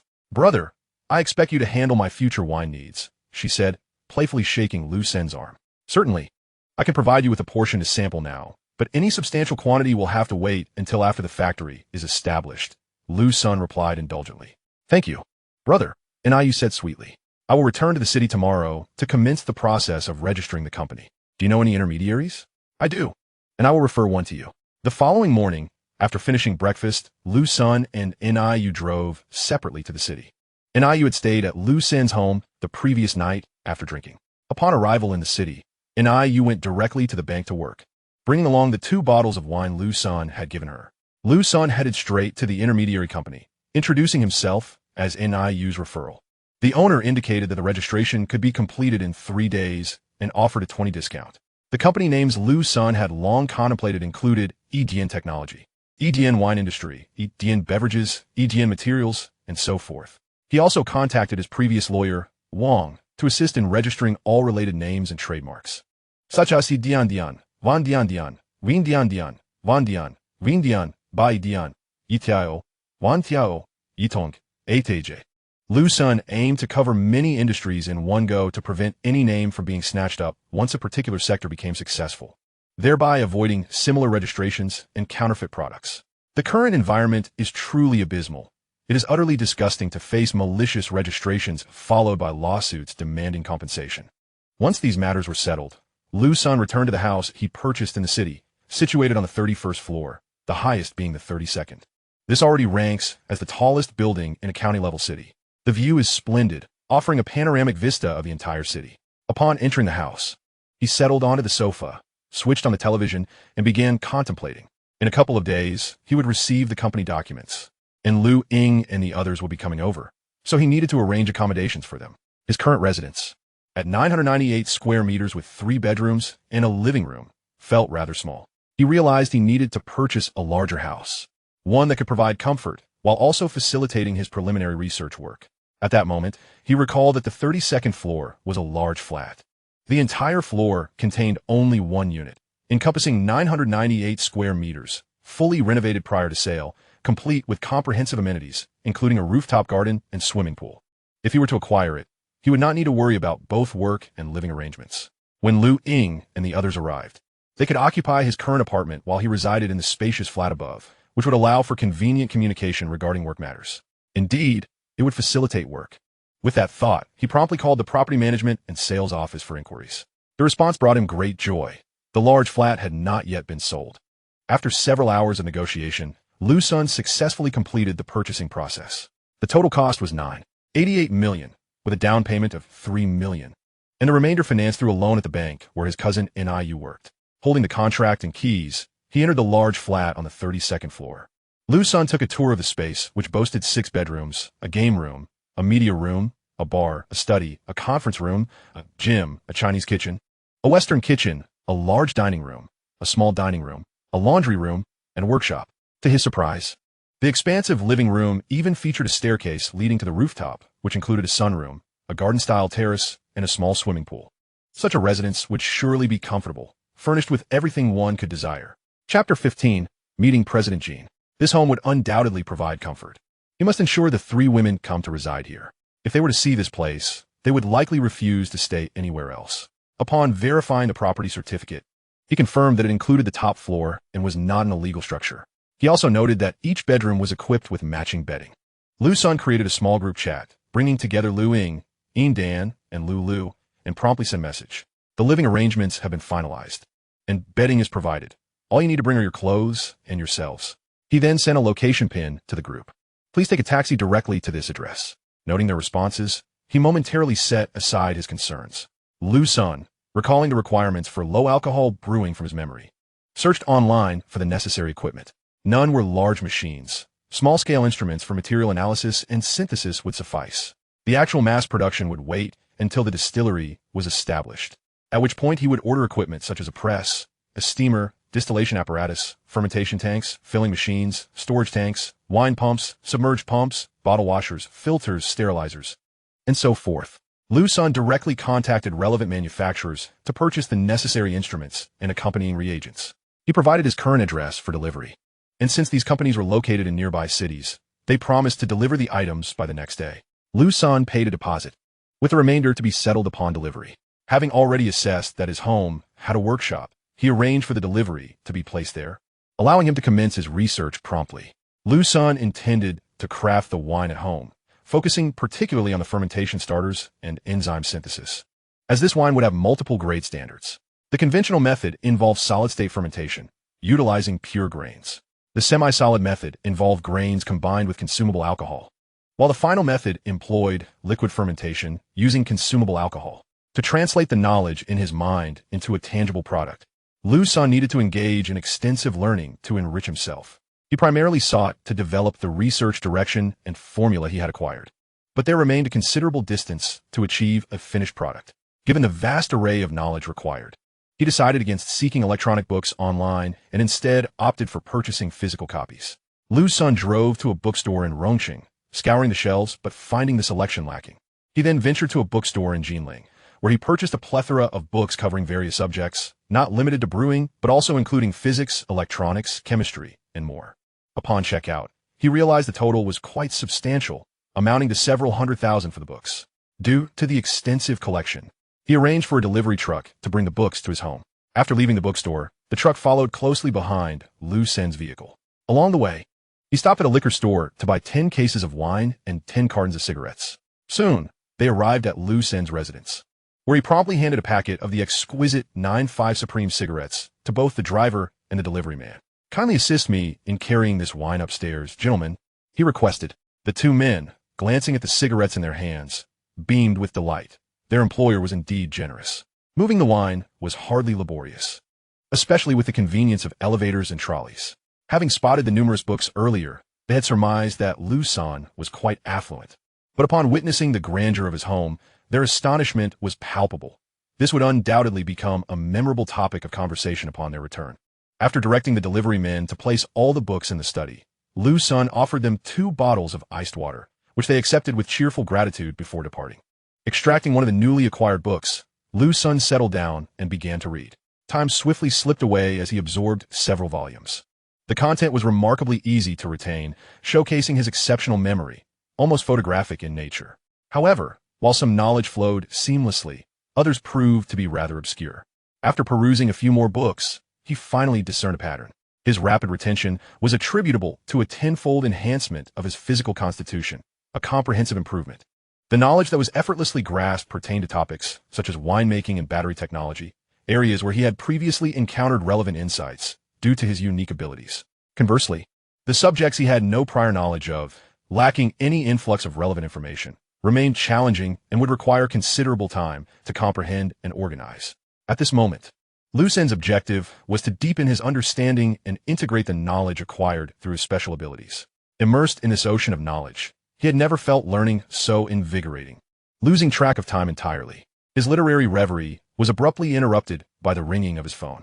Glancing at the screen, he saw it was a call from NIU. "Brother, where are you?" she inquired. "Oh, I'm at home, reading," Liu Sen replied, still engrossed in his book. "Come to Hongfa Hotel for dinner soon. Our bank manager will be there. I'd like you to meet him." Are we dining at the hotel this noon?" "Isn't that a bit sudden?" Liu Sen responded. "Noon? It's nearly 5 p.m. You haven't had lunch yet, have you?" NIU's voice was filled with surprise. "It's already 5 p.m.? Liu Sen checked the time. He had lost track and realized he had just 10 minutes before 5. He had been so absorbed in reading that he had forgotten the hour. It's Hongfa Hotel, right?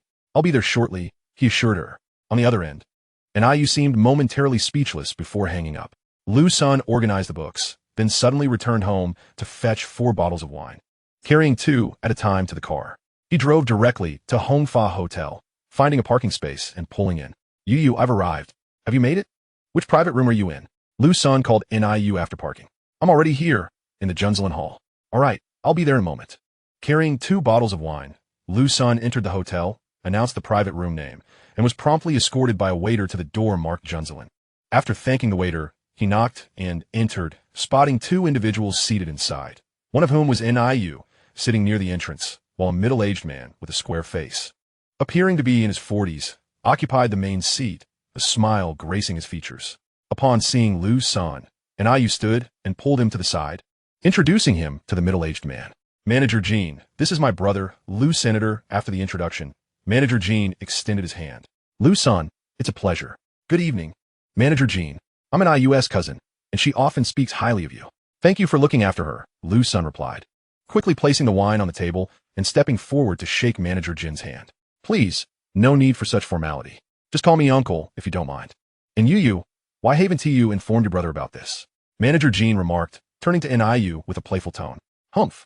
It's because he rarely calls me to check on my life and work, Yu retorted, shooting Liu Sen a glance, feeling a bit embarrassed by Yu's comment. Liu Sen rubbed his nose.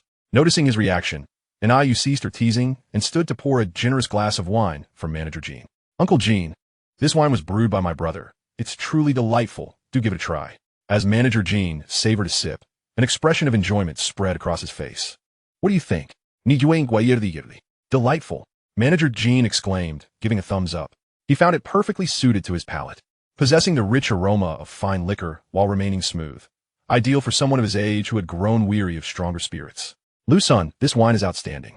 I hear you're back to start a company to produce it? Manager Jean inquired. Yes, Uncle Jean, Liu Sen affirmed. Brother, you must look after him now that he is back to start his business, Yu urged. Of course. With such remarkable wine, success is inevitable. Manager Jean replied without hesitation. Given the quality of the wine, he was convinced Liu Sen would thrive. Helping him now, before his rise, would be no trouble at all, especially considering his close ties to Liu Sen's uncle. With over 100 million in startup capital, there would be no obstacles in the initial stages. Thank you, Uncle Jean. In this warm atmosphere, complemented by fine wine, the gathering was filled with merriment. Chapter 16. The arrival of 3 women after dinner. They descended to the ground floor, where Yu called for a designated driver from Manager Jean. Uncle, I have 2 more bottles for you to take home, Liu Sen said, retrieving the remaining bottles from his car. There isn't much left now, but once the winery is operational, as long as you don't mind, there will be plenty. Then I want to be polite. Do come visit me when you have the time. Once the designated driver arrived, they escorted Manager Jean home. You little rascal, why didn't you tell me sooner? Liu Sen playfully ruffled Yu's hair. That's because you rarely keep in touch, she replied, playfully twisting Liu Sen's voice. Her typically sharp demeanor softened, revealing a charmingly cute side. Easy there, Liu Sen winced slightly, though his enhanced physique felt no pain. He still played along to let Yu vent her frustrations. Come on, stay at my place, Liu Sen suggested, patting her shoulder. He ushered Yu into his car, instructing the other designated driver to follow them. Once inside, Yu immediately exclaimed, Brother, it's my first time here. Give me a tour. Hearing her request, Liu Sen gladly showed her around the house. The more she explored, the more astonished she became, exclaiming over the various fully equipped rooms. Her excitement peaked upon discovering the pool on the rooftop. Brother, when I arranged the loan for this house, I only knew it was large. I never imagined it would be like this. This place is truly magnificent. You must reserve a room for me. As I occasionally wish to stay for a couple of days, consider a mini vacation. No problem at all. Upon hearing Yu's request, Liu Sen was entirely unfazed and readily agreed. By the way, when will those 3 individuals we met last time arrive? Yu winked at Liu Sr. They should be coming tomorrow. I will arrange for them to stay on the 31st floor, which will facilitate our work discussions. Liu Sen shot her a disapproving glance upon hearing this. I had completely forgotten that you have a place on the 31st floor. Wouldn't it be more convenient to stay there? Yu remarked with a mischievous grin. I can't be bothered with you right now. I'm off to take a shower. With that, she ignored him and returned to her bedroom. Liu Sen quickly finished his shower, donned his swim trunks, and ventured into the bar to fetch a bottle of wine and 2 glasses before ascending to the rooftop. Reclining in a lounge chair, he gazed at the night sky, feeling an overwhelming sense of tranquility. The small city of Rongqing was remarkably quiet at night. As a hilly locale, the air was exceptionally fresh. The inky night sky was adorned with twinkling stars, and the moon shone brightly overhead. After sipping some wine and closing his eyes for a moment, he picked up his phone to snap a photo and posted it on his social media, captioning it, "A serene night, the moonlight enchanting. Cheers to everyone." Previously, he had merely observed others' posts. Now, he too would partake, inviting envy from his peers. Tossing his phone aside, Liu Sen rose and stepped a few paces toward the pool, leaping gracefully into the water. "Hey, don't you have a women's swimsuit?" An IU appeared on the rooftop, spotting Liu Sen swimming. "I'm a man. Why would I prepare a women's swimsuit? I'm not a weirdo." Liu Sen replied without a second thought. "A typical straight man. I can't fathom how those 3 girls are interested in you." And IU said, utterly speechless. "If you're not prepared, what will those girls do when they arrive? Swimming together could easily deepen your bonds." And IU chose not to elaborate further and settled into a lounge chair, pouring herself a glass of wine. "This wine is delightful. If only it had a fruity flavor. It would be even better," and IU murmured. Liu Sen, having keen hearing, caught every word. "There will be fruity options available, along with other flavors. We'll take it step by step. By the way, brother, why haven't you moved to Jinling to expand your business? Everything there is far superior to here, and the market prospects are much brighter." Liu Sen replied, "I am involved in the manufacturing sector, which necessitates establishing factories and acquiring ample land, as well as hiring numerous employees. Furthermore, my hometown is here.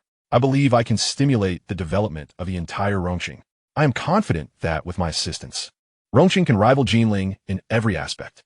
Given the proximity of Rongqing to Jinling, our products will find an eager market. After all, they're an urban cluster now, and Jinling will not reject our offerings. Moreover, the subway will be completed this year, enhancing transportation convenience." Standing at the edge of the rooftop, Liu Sen gazed into the distance. "The most crucial point is, as long as I am here, this place can rise." As he spoke, his eyes sparkled with fervor, and under the moonlight, he exuded an aura of sanctity and confidence. Observing her brother radiating an inexplicable charisma, and IU felt an unshakable trust well up within her. Yet she still managed to retort, "You win. Your vision is broader than mine. I've chosen the innermost room. Do you have any spare clothes?" And IU inquired once more. Liu Sen approached a chair, dried himself with a bathrobe, and said, "I'll fetch you a set of pajamas. They're brand new. I bought 2 sets, and I haven't used them yet. You can change into them first thing tomorrow morning." Shortly after, an IU received the pajamas, showered, and then lay on the rooftop, feeling the breeze, gazing at the stars, and sipping her wine. The two exchanged amusing anecdotes from their childhood, laughter occasionally echoing across the rooftop. The following morning, Liu Sen awoke to find the refrigerator empty. There was no food in the house, and breakfast appeared to be a lost cause. Checking his phone, he noted the time was already past 9. He glanced at his messages and saw one from Lu Ying, stating that the 3 of them had set off. Upon checking the timestamp, he realized it had been sent around 7 that morning. Over an hour had passed, and they would likely be arriving shortly. There was also a message from his sister, an IU, informing him of her departure early in the morning. Realizing the girls would arrive soon, Liu Sen dismissed the idea of heading out for breakfast. After freshening up and dressing, his phone chimed again. "Brother Sun, we just arrived. We're at the entrance of the community. Please wait for me. I'll be down shortly," Liu Sen quickly replied, grabbing his keys and heading out the door. At the community entrance, he saw that Lu Ying and her companions had brought a considerable amount of luggage, 7 or 8 large suitcases, requiring 2 vehicles for transport. "I saw your post on social media last night. It was fantastic. I wonder where you took that photo," Lulu remarked. "Indeed. I asked about it on social media yesterday, but received no response," Lu Ying lamented. "You know Brother Sun doesn't frequent social media. He probably posted it on a whim last night," Dan speculated. By the time Liu Sen arrived at the entrance, he was greeted by 3 vibrant young women, Lu Ying in a white off-shoulder dress swaying in the breeze, Dan in a verdant short-sleeved blouse paired with a white pleated skirt, and Lu clad in a JK uniform. Each possessed a unique beauty, causing Liu Sen's heart to race, prompting him to quicken his pace to assist with their luggage. Noticing the abundance of suitcases, he immediately called for security to lend a hand. Upon ascending to the apartment, Liu Sen handed a pack of cigarettes to the security guard as a token of gratitude. "This will be your workplace for the foreseeable future. I reside here as well." "Wow, such a spacious house. Are we staying here too?" Lulu exclaimed. "Yes. You'll be residing on the 31st floor. However, if you prefer to stay upstairs, that is also an option. Oh, the three chimed in unison. You can utilize all the amenities available on this floor. Liu Sen guided them through the various rooms, their astonishment growing with each discovery. When they finally reached the rooftop and pool, their excitement erupted into cheers. Chapter 17, Work Arrangements. Brother Sen, was the photo you posted last night taken here? Liu Ying quickly connected the dots upon seeing the rooftop. Indeed, he confirmed. The three girls immediately began discussing the house's features and the use of the pool, even debating the types of swimsuits to wear, including bikinis. Dan, feeling somewhat bashful, expressed concern about being seen. Liu Ying, however, confidently pointed out, Brother Sen's place is the tallest building around, and the other rooftops are inaccessible. No one will be able to see anything that transpires here. Observing their animated discussion, Liu Sen interjected, we still need to acquire many essentials for daily living, including the clothing you mentioned. We should go shopping soon. By the way, I haven't eaten breakfast. Have you all had anything? We haven't had breakfast either. Let us eat together, the three replied. As it turned out, the girls had rushed over early to arrive on time. Liu Sen took them directly to a shopping mall, where they first enjoyed breakfast before shopping for household necessities. After a leisurely stroll through the supermarket, they procured an assortment of meats, vegetables, spices, and fruits. The items were first loaded into the car before they ventured back inside the store. Liu Ying and her companions made a beeline for the clothing section, leaving Liu Sen feeling a tad tormented, not from fatigue, but from incessant garment selections and animated discussions as they frequently tugged him along to offer his opinions. The trio of women, each possessing exceptional beauty and physique, could pull off any outfit with grace. Liu Sen found himself overwhelmed by the rapid transitions between their distinctive styles, at times unable to choose, leading him to simply gesture for them to take everything, much to the delight of the attendants. After amassing a considerable collection of clothing, the ladies entered a lingerie store.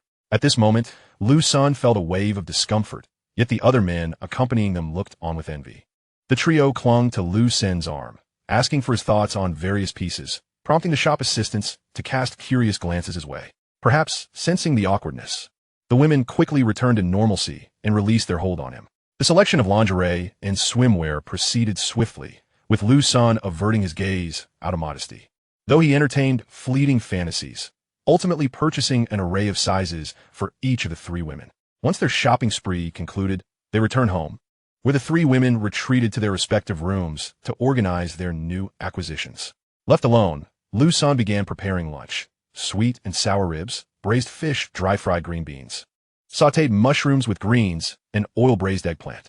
While cooking, a sudden inspiration struck him as he gazed at the chicken essence he was using, prompting him to adjust its attributes. Before modification, chicken essence. Deliciousness, 09. After modification, chicken essence. Deliciousness, 9. He added the improved chicken essence to the dishes he was preparing, and soon, the meal was completed and served in the small dining area. Brother Sen, this rib is absolutely delicious. I can't stop eating, Lulu exclaimed, continually stuffing her mouth with ribs and other dishes. Liu Ying and Dan appeared equally enchanted. Their lunch was a joyous affair. The three women, who typically maintained a light diet to preserve their figures, surprisingly polished off every last morsel. Liu Sen's culinary skills could only be deemed adequate. Yet today's flavors were undeniably elevated, undoubtedly due to the enhanced chicken essence. His unique ability was a wellspring of potential, with the keys to wealth firmly grasped in his hands, as even a trickle could yield a fortune. The prime application of this talent lay in the food industry, particularly hot pot, where a well-crafted broth could eliminate the need for skilled chefs. As he pondered the formula, a flood of information surged into his mind. Wait a moment, Liu Sen realized. He need not memorize the recipe.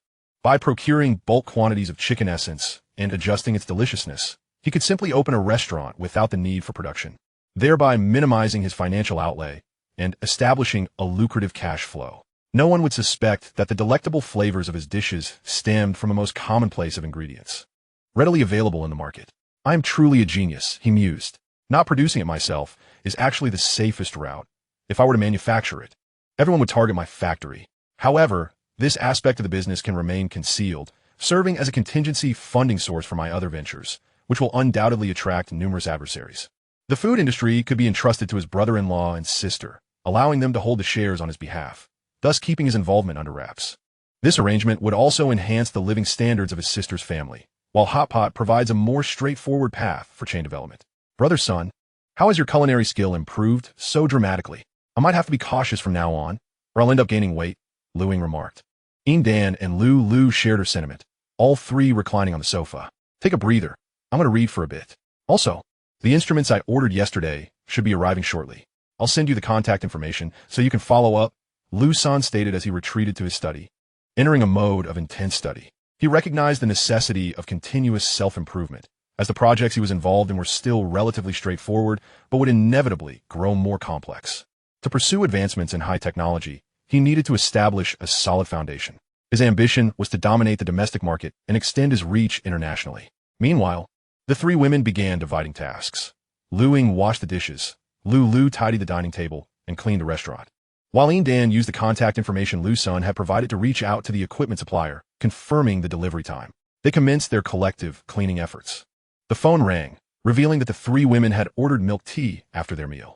The delivery person had arrived at the elevator but was unable to ascend.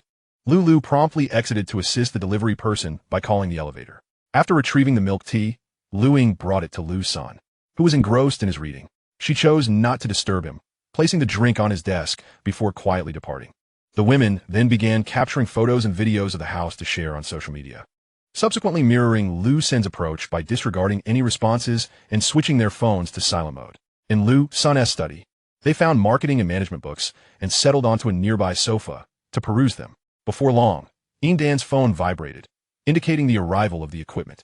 Brother Sun, the instruments have been delivered, she announced as she approached him. All right, let us go, Liu Sen replied, leading the three women to the elevator to wait for the delivery. The equipment was soon set up in the workspace, fully installed. He was now determined to focus on researching the brewing process and the specific yeast and enzymes required for production. There were numerous tasks he needed to delegate to Liu and her companions. Liu Sen provided the phone numbers of Lawyer Wang and the real estate agent to the three women, instructing them to follow up on the registration of the company and trademark. Additionally, he tasked them with finding a suitable factory location or acquiring an existing winery and designing the bottles to appeal to younger consumers. The water source for brewing also needed careful selection, as it significantly influenced the flavor profile of the produced beverages. Furthermore, the name of the brand had to be distinct. EGN would serve as the name of the enterprise, not the product. Lastly, he emphasized the importance of applying for various permits, especially the industrial production license. Liu Dan, and Lu took out their notebooks with utmost seriousness, meticulously recording Liu Sen's directives. After confirming the details, they divided the tasks among themselves and set to work. Chapter 18. Initial research. Liu Sen began to familiarize himself with the instruments, embarking on the preliminary stages of production. Despite having acquired the recipe and research direction, the process proved far from straightforward. After numerous attempts, he struggled to synthesize the requisite yeast and enzymes. Although he followed the knowledge in his mind, the results fell short of expectations, merely enhancing the flavor marginally. The gap was too vast. A mere incremental improvement in taste offered no competitive edge. However, this endeavor was not without its rewards. His expertise now rivaled that of the top professionals in the field. Yet, the yeast and enzymes he produced based on the mental prompts were still leagues away from fulfilling the standards in his mind. At this pace, he estimated it would take at least a decade of research and experimentation, even if he were to recruit a large team under his leadership. A reduction of 2 to 3 years was still insufficient. Spending such an extended period to finalize a single project, especially one as seemingly accessible as brewing, was not feasible, particularly with numerous plans and projects ahead, some of which would be even more challenging. Even with a cadre of specialized researchers guided by Liu Sen's directional input, the financial and temporal investments required would be considerable. Certainly, there are both advantages and disadvantages. However, the products he has developed are exceedingly difficult to replicate, endowing him with a significant competitive edge. By the time competitors invest substantial resources into their own development, Liu Sen can effortlessly modify his creations once more, propelling himself ahead by tenfold, leaving his adversaries in utter despair.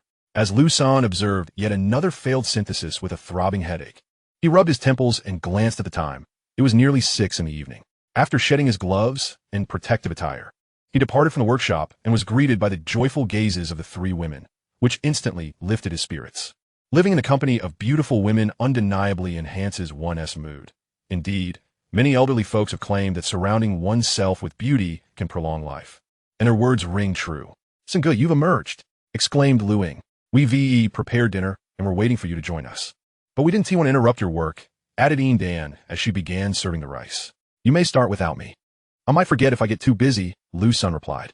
We're not hungry. We'll wait for you. It is our duty to take good care of Sangu's daily needs. Liu interjected, though her stomach audibly grumbled mid-sentence, causing her cheeks to flush. Perhaps influenced by Liu's rumbling belly, Liu and Dan soon found their own stomachs echoing in agreement. Laughter erupted amongst them, and they ceased their chatter, settling down to enjoy their meal. The food was delectable, though it paled in comparison to Liu Sen's culinary skills. Nonetheless, it surpassed the fare one would find in a restaurant. After finishing their meal, they collectively tidied up the dishes, and within a mere 10 minutes, the task was complete. The four of them lounged on the sofa in the living room, watching television and relaxing. The delightful meal finally prompted the three women to voice their curiosity.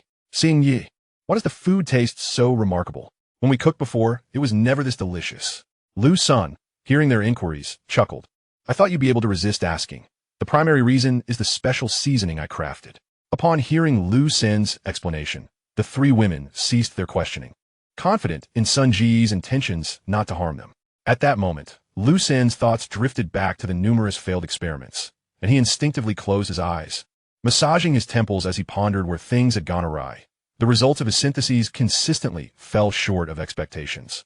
While reminiscing about all the steps involved, he suddenly felt two soft, slightly cool hands pressing against his temples.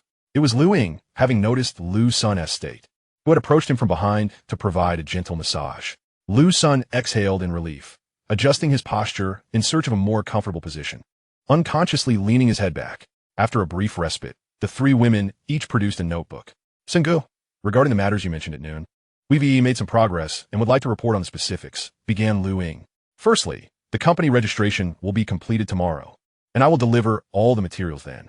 As for the brewery location, we've explored a few options. One is close to the city center, situated in an industrial park with a favorable geographical position, near a highway entrance and a direct expressway to Jinling. The only drawback is its distance from the water source, and the land price is relatively high compared to our second option. The second option is in Maoshan, a tourist area with a pleasant environment and high-quality spring water. We're unsure how this water might affect the flavor of the liquor. There is also a highway entrance nearby, along with provincial roads, and the land price is considerably lower. However, recruitment could be challenging since it is a rural area. Regarding the bottle design, after our discussion, we came to a consensus. Our liquor should cater to both lower-end and high-end markets. The low-end bottle can be simple and flat, while the high-end version could be spherical, featuring the brand name embedded within, complemented by a base. We will need to engage a design firm for this. As for production, we found that the local glass manufacturers aren't suitable. They primarily produce ordinary glassware and likely cannot manufacture liquor bottles. If we consider acquisition, we would need to invest in a new production line. For the product name, we suggest Qingfeng and Mingwei, which resonate well with the youth market. Such names evoke a sense of elegance and freshness, perfectly aligning with lower alcohol beverages. Liu Sen listened intently to their deliberations, pleased with the outcomes, as they closely aligned with his vision. After a moment of contemplation, he declared, let us choose the Maoshan location for the brewery. It will benefit our marketing efforts. Nowadays, many products utilize various gimmicks for promotion, such as century-old cellars or royal recipes. Opting for Maoshan, a nationally renowned site and one of the top 10 blessed lands, along with its association with the Zhengyi sect and the statue of Laozi, provides us ample material for promotion, enriching our brand as cultural significance. Moreover, the spring water can be touted as blessed land water, which conveys health and fortune. As for recruitment challenges in rural areas, those do not concern me. If the compensation is adequate, who would refuse?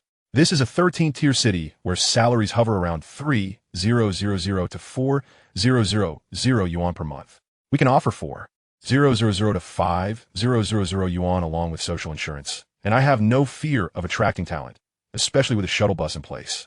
Furthermore, the names Qingfeng and Mingyue are exceptionally fitting, aligning perfectly with Taoist themes. Please contact Lawyer Wang to register these two brand names for trademark protection.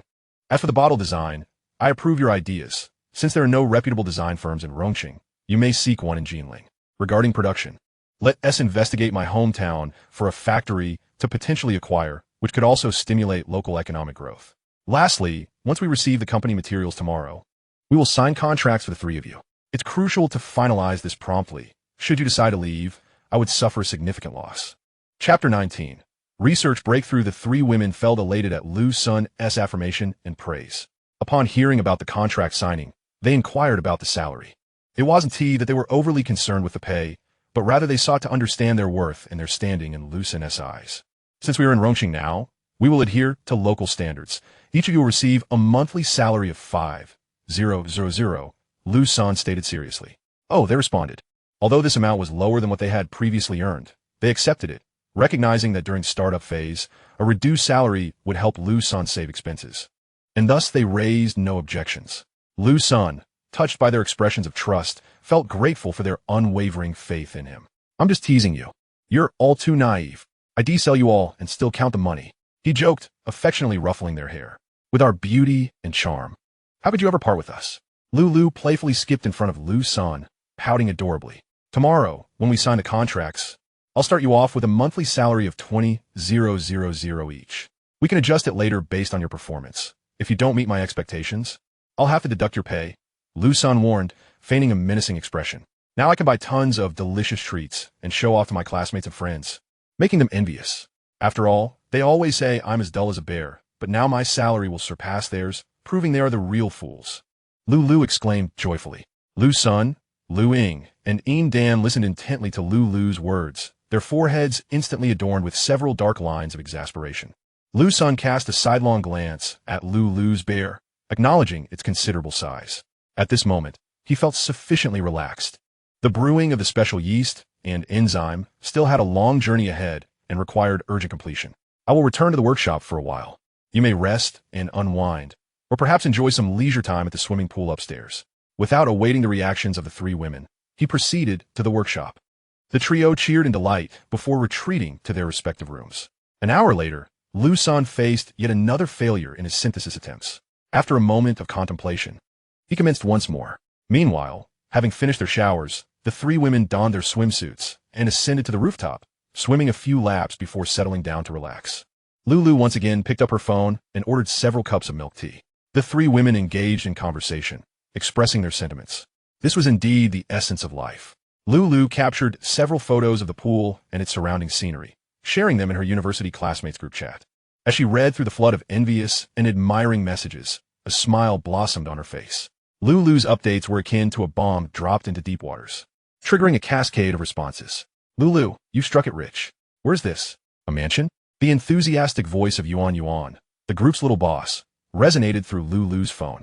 Weren't you supposed to be in a small city? Is this where you are now? Chimed Wishan, the second member. Is this your current residence? Inquired Deng Yunxiang, the third member. Among the four girls in university, Lulu was the youngest, often regarded as the cheerful spirit who received considerable care from the others. Lulu replied, This is my boss's house, and I currently reside here. My monthly salary is 20,000. I can buy plenty of snacks. Would you like me to get some for you? The three in the chat erupted in astonishment and envy, proclaiming that Lulu had aligned herself with the right boss and urging her to bring them along when possible. Lulu agreed, viewing the three as elder sisters, each of whom was capable and had secured positions in various companies post-graduation.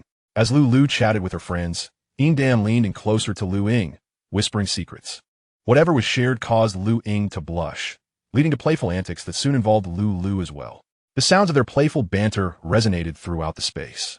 Yet again, Liu Sen faced failure, sighing at the thought of how many more times he would endure this. Despite possessing a golden finger, guidance, and tangible goals, he felt weary from the repeated setbacks. He pondered the struggles of those researchers who, shrouded in darkness, could not see the path ahead. Previously, Liu Sen had envied such individuals, as their knowledge seemed distant to him. Now, however, he found himself closer to their ranks and held even greater admiration for their perseverance. Investing substantial sums into research was no easy feat for companies, as it often led down a path of no return. Out of 100 routes taken, only one might yield success, and many would falter just shy of that final hurdle. In a nation so impoverished and lagging, the determination and resolve to catch up were monumental. Having navigated the waters with the help of a lighthouse nation, they now had to rely solely on their own capabilities. Reflecting on these thoughts, Liu Sen's resolve solidified. He was determined to harness his abilities effectively. If the nation had managed to achieve peace with rudimentary tools and machinery, how much easier it would be with advanced computers and equipment. If only their predecessors had not endured so much hardship. This realization sparked an idea within Liu Sen indeed. I can utilize more advanced machinery. If it doesn't exist in the market, I can modify it myself with my golden finger. Immediately, he adjusted the workshop's machines, enhancing their efficiency and precision tenfold. Once again, he embarked on the synthesis, and within a little over an hour, the special yeast and enzyme were successfully created. Testing revealed significant improvements. While not achieving a tenfold increase, it reached 3 times the previous effectiveness. Liu Sen was confident that with further experimentation, even better outcomes could be achieved. The current threefold enhancement was already commendable, allowing for market release, with prospect for continuous iterations leading to premium products or limited edition offerings. Gazing at the liquid in the test tube, Liu Sen felt an overwhelming sense of accomplishment. He realized that previous reliance on experience alone had hindered his progress. Had he applied his intellect earlier, he could have completed this much sooner. He decided to name the yeast number 1 and the enzyme type A. With these innovations, he initiated the brewing process, producing a barrel weighing 50 kilograms, ready for tasting the following day. Utilizing these novel yeast and enzyme formulations made brewing remarkably different from conventional methods, simpler and swifter. Yeast number 1 and type A enzyme accelerated the breakdown of grains, hastening fermentation to yield a wholly new product that enhanced flavor and aroma, maintaining the alcohol content at 42 degrees. This method rendered the quality of raw materials less critical, with a grain-to-alcohol yield ratio of approximately 1:15, significantly reducing production costs compared to other spirits, where the ratios were considerably higher. Liu Sen's production costs were merely 1/5 of those for other beverages, and the production process was much more manageable. He anticipated that the taste would surpass average 100 yuan wines by a factor of 2 and could mature to 3 times the quality over time. Having accomplished all this, Liu Sen felt a wave of relaxation wash over him. He rinsed off in the workshop before returning to his room to change. Grabbing a bottle of wine and a glass, he ascended to the rooftop, where he found the 3 women lounging in their swimsuits, engaged in conversation. In the dim light, with the moon casting its glow upon them, Liu Sen felt his heart race. Steeling himself, he approached and took a seat. "Shall we toast? Let us celebrate the completion of the first phase of our experiment," he proposed, shaking the wine bottle in his hand. "Really, Seigneur? Then let us drink together to celebrate," they replied eagerly. Pouring 4 glasses, they clinked them together. "Cheers!" They raised their glasses and downed their drinks, moving from the lounge chairs to a nearby glass round table to sit. "The first phase of the experiment is complete. Tomorrow we shall taste it. If all goes well, we can proceed to industrial production," Liu Sen announced with palpable joy. "Then we should expedite our factory site selection," Yindan suggested. "Yes. Once we obtain our business license tomorrow and transfer the funds to the company account, we will head to Maoshan for an inspection," Liu Sen added, taking another sip as he introduced the 3 women to the product of their recent experiment, a low-end wine intended for the general populace, with further research planned for premium wines. He also noted that their previous trademark ideas were somewhat insufficient, proposing several additional names: Qingfeng, Mingyue, Yilu, Bingshuang, Taiqing, Shanqing, and Yuqing. These names would align with the cultural essence of Taoism from Maoshan, with the latter few earmarked for high-end wine, while the former 2 could represent other series. Liu Sen's insights during the synthesis led him to this new decision. Understood, the 3 women responded obediently. "Things have been rather busy lately. I apologize for the delay in the gifts I promised you. I currently lack the time to prepare them," Liu Sen informed them. "No problem. But you must tell us what the gifts are," they urged, excitement sparkling in their eyes at the mention of presents. "It's a secret," he replied playfully. Once again, he clinked glasses with the 3 women and took a sip of wine. "All right, it's getting late. I'm off to bed," Liu Sen said, and without further ado, he descended the stairs with a hurried gait, his posture slightly unsteady. The 3 women exchanged amused glances at his demeanor before retreating to their rooms for the night. The following morning, Liu Sen rose early, completed a brief wash-up, and headed straight to his workspace. Before long, he emerged carrying a barrel and made his way to the wine room. He placed the barrel on the bar, noticing that the 3 women were keenly observing him, clearly eager to learn about the new brew. He gestured for Liu Ying to bring some glasses. Upon opening the barrel spout, a clear liquid began to flow into the cups. Liu Sen held up his glass to the light for inspection. There were still some impurities present, as it had not undergone any processing and was crafted with rudimentary tools. Given the short time since last night, it would improve with more aging. Despite this minor flaw, the liquid appeared remarkably crystalline and exuded a rich, inviting aroma. Although it paled in comparison to the tenfold enhanced spirits, it surpassed many commercially available options. He brought the glass to his lips, took a sip, and felt the smoothness envelop his palate. He then consumed the entire glass in one go, swallowing it down with satisfaction. A smile spread across his face, and the three women, having witnessed his reaction, understood that there were no issues. They each poured themselves a glass and took generous sips. "How does it taste?" Liu Sen inquired, as this low-alcohol beverage was particularly aimed at the female market.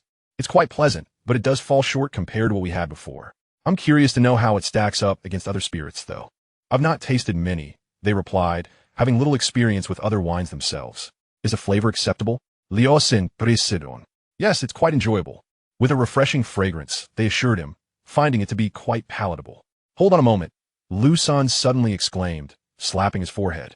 Without further ado, he retrieved a popular high-proof spirit from the Jiangnan market and poured 3 small glasses for the women to sample. They promptly raised their glasses and took a sip. "Puffed. Ah, that is fiery," Lu exclaimed, spitting it out, her delicate face scrunching up in distaste as her petite tongue flicked out repeatedly.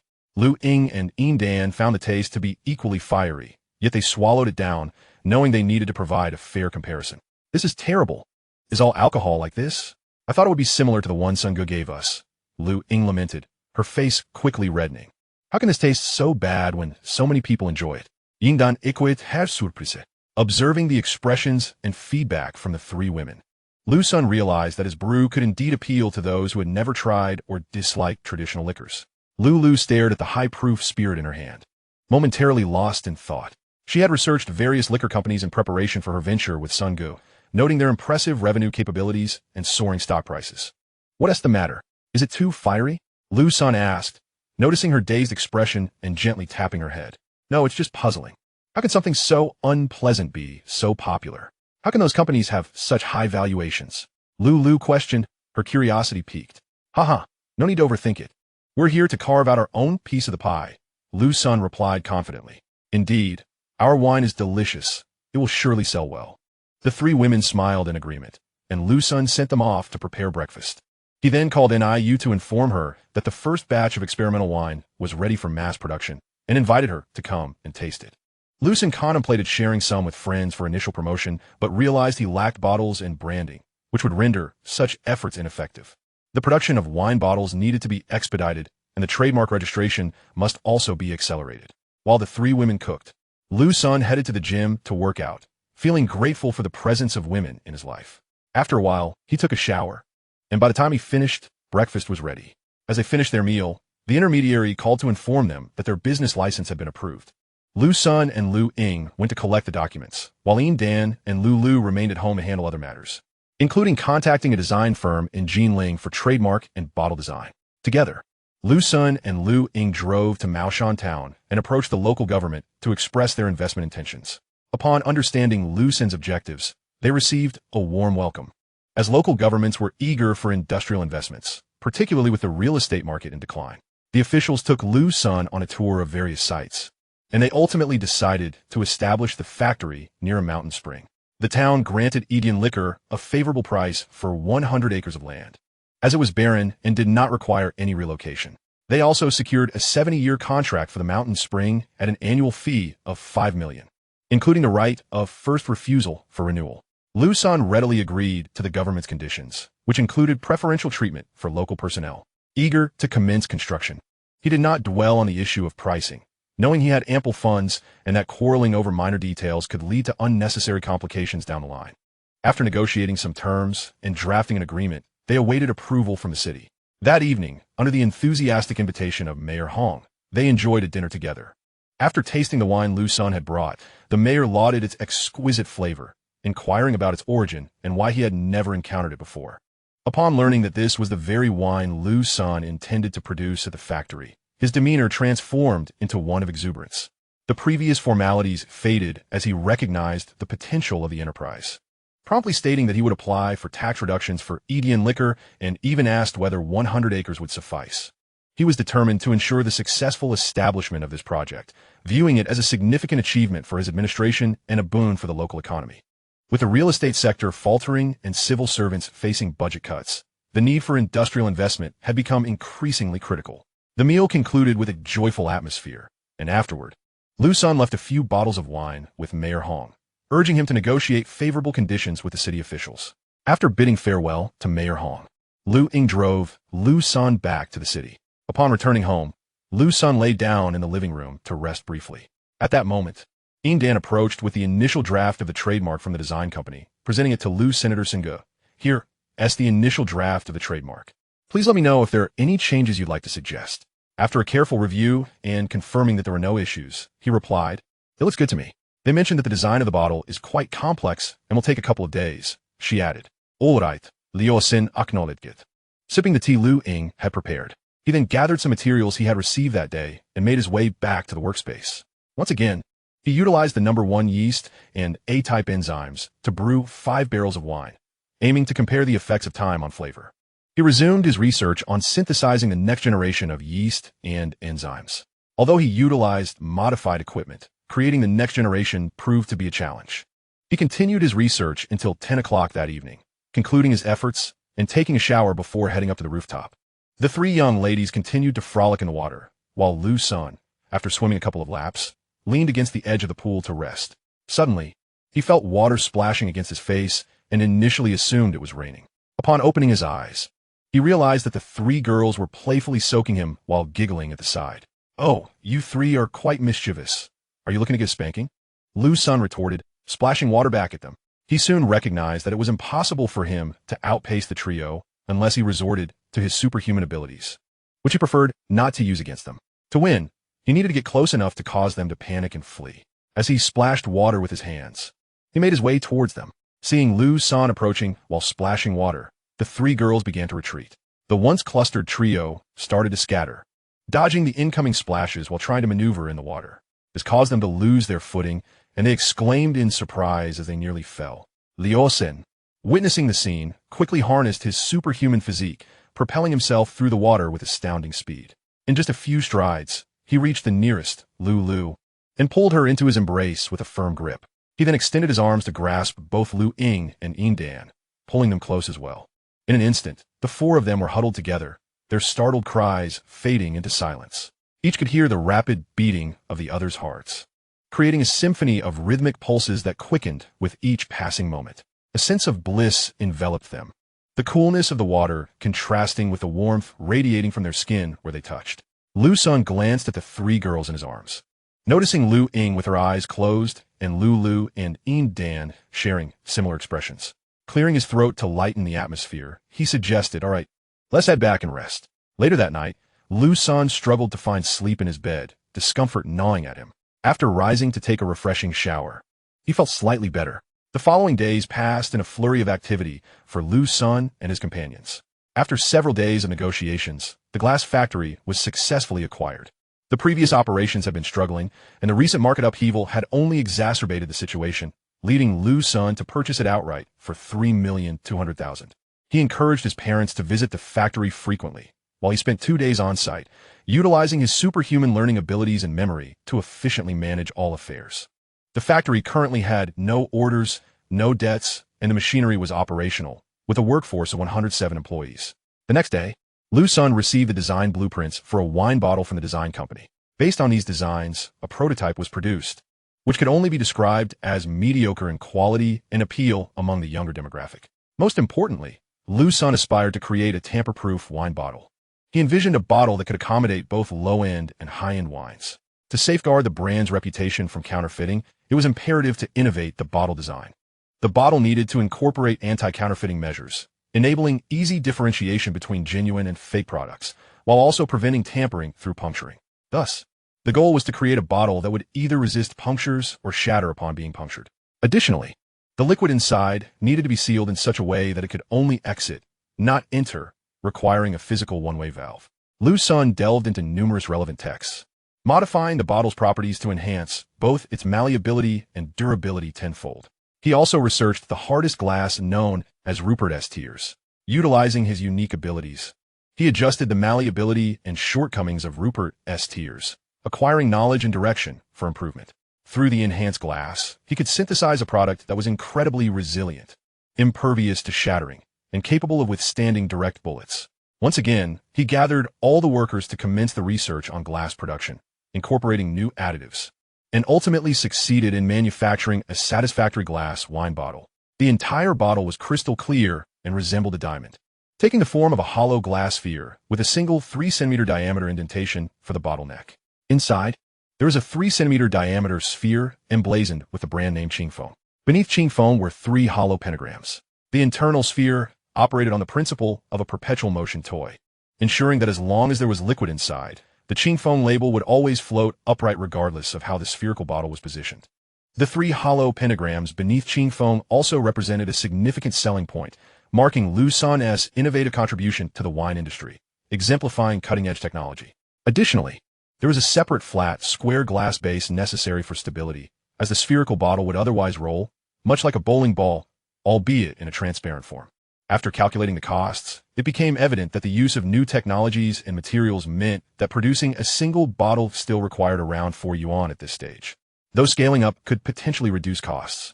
After dedicating over 10 days to the Bottle's creation, Liu Sen, having immersed himself in research day and night, finally tested the production line and directly manufactured 100 empty bottles. He then loaded them onto a vehicle and departed the glass factory with Liu Ying and Yin Dan. Upon returning home, Liu Sen finally felt a sense of relaxation. The initial phase of research was complete, and he could now proceed methodically, awaiting the completion of the winery's construction. In Chapter 22, the shock of President Jin, after several days of proactive engagement from the leadership in Maoshan Town, the necessary approvals were finally secured, and contracts were signed. The construction company was entrusted to begin erecting the factory, which was projected to take a month. The construction requirements included enclosing the mountain spring, laying pipelines, building the factory, and constructing a 5-story office building. Originally, this would have taken 3 months, but under Liu Sen's financial prowess, the timeline was reduced to 1 month. Liu Sen ordered the necessary equipment from manufacturers related to production. Once everything was set, Liu Sen discovered he was running low on funds. The seemingly substantial sum of over 100 million had rapidly diminished under the demands of starting a company and establishing a manufacturing firm. Faced with the necessity of securing a loan for ongoing expenses such as employee wages, raw materials, and marketing, Liu Sen found himself in a difficult position. Over the course of the next 2 weeks, he brewed several batches of wine, comparing the flavors and discovering that the longer the wine aged, the better its taste. Within just a week of production, the wine was already twice as flavorful as standard varieties, and this batch was expected to reach its peak taste in 3 years, potentially achieving 3 times the flavor profile of conventional wines. The flavor improved at an approximate rate of doubling every year. Utilizing the 100 bottles he had brought back, Liu Sen employed rudimentary equipment for filling and sealing. The overall appearance of the wine was stunning, with a transparent, spherical logo floating gracefully within the liquid, producing a delightful chime as it gently tapped against the bottle's walls. Thanks to the special glass material, there was no concern about shattering upon impact. Liu Sen enlisted the help of Liu Ying and the other 2 girls to package the bottles in pre-order boxes. These wines were intended for tasting and promotional purposes, necessitating suitable packaging to avoid giving the impression of being subpar or reminiscent of a small workshop. Liu Sen instructed Liu Ying and the others to organize all the relevant materials before heading to the bank to visit an IU in her office. "Brother, what brings you here?" "You haven't tea visited in so many days," she said, rising to pour him a cup of tea. "I didn't tea won't be a bother, especially with the myriad of tasks involved in starting a company and building a factory. I'm here to secure a loan. My funds have run dry." Liu Sen replied as he took a seat. The money has been spent so quickly, and IU was somewhat taken aback. After all, it was an investment of over 100 million. Purchasing land, constructing factories, securing spring water, acquiring instruments, and taking over a glass factory. Liu Sen enumerated the expenses. "Wasn't this a bit excessive? Alas, I too hope that our first product can achieve perfection. Otherwise, we could save quite a sum. However, it's no problem now, as we are fundamentally prepared.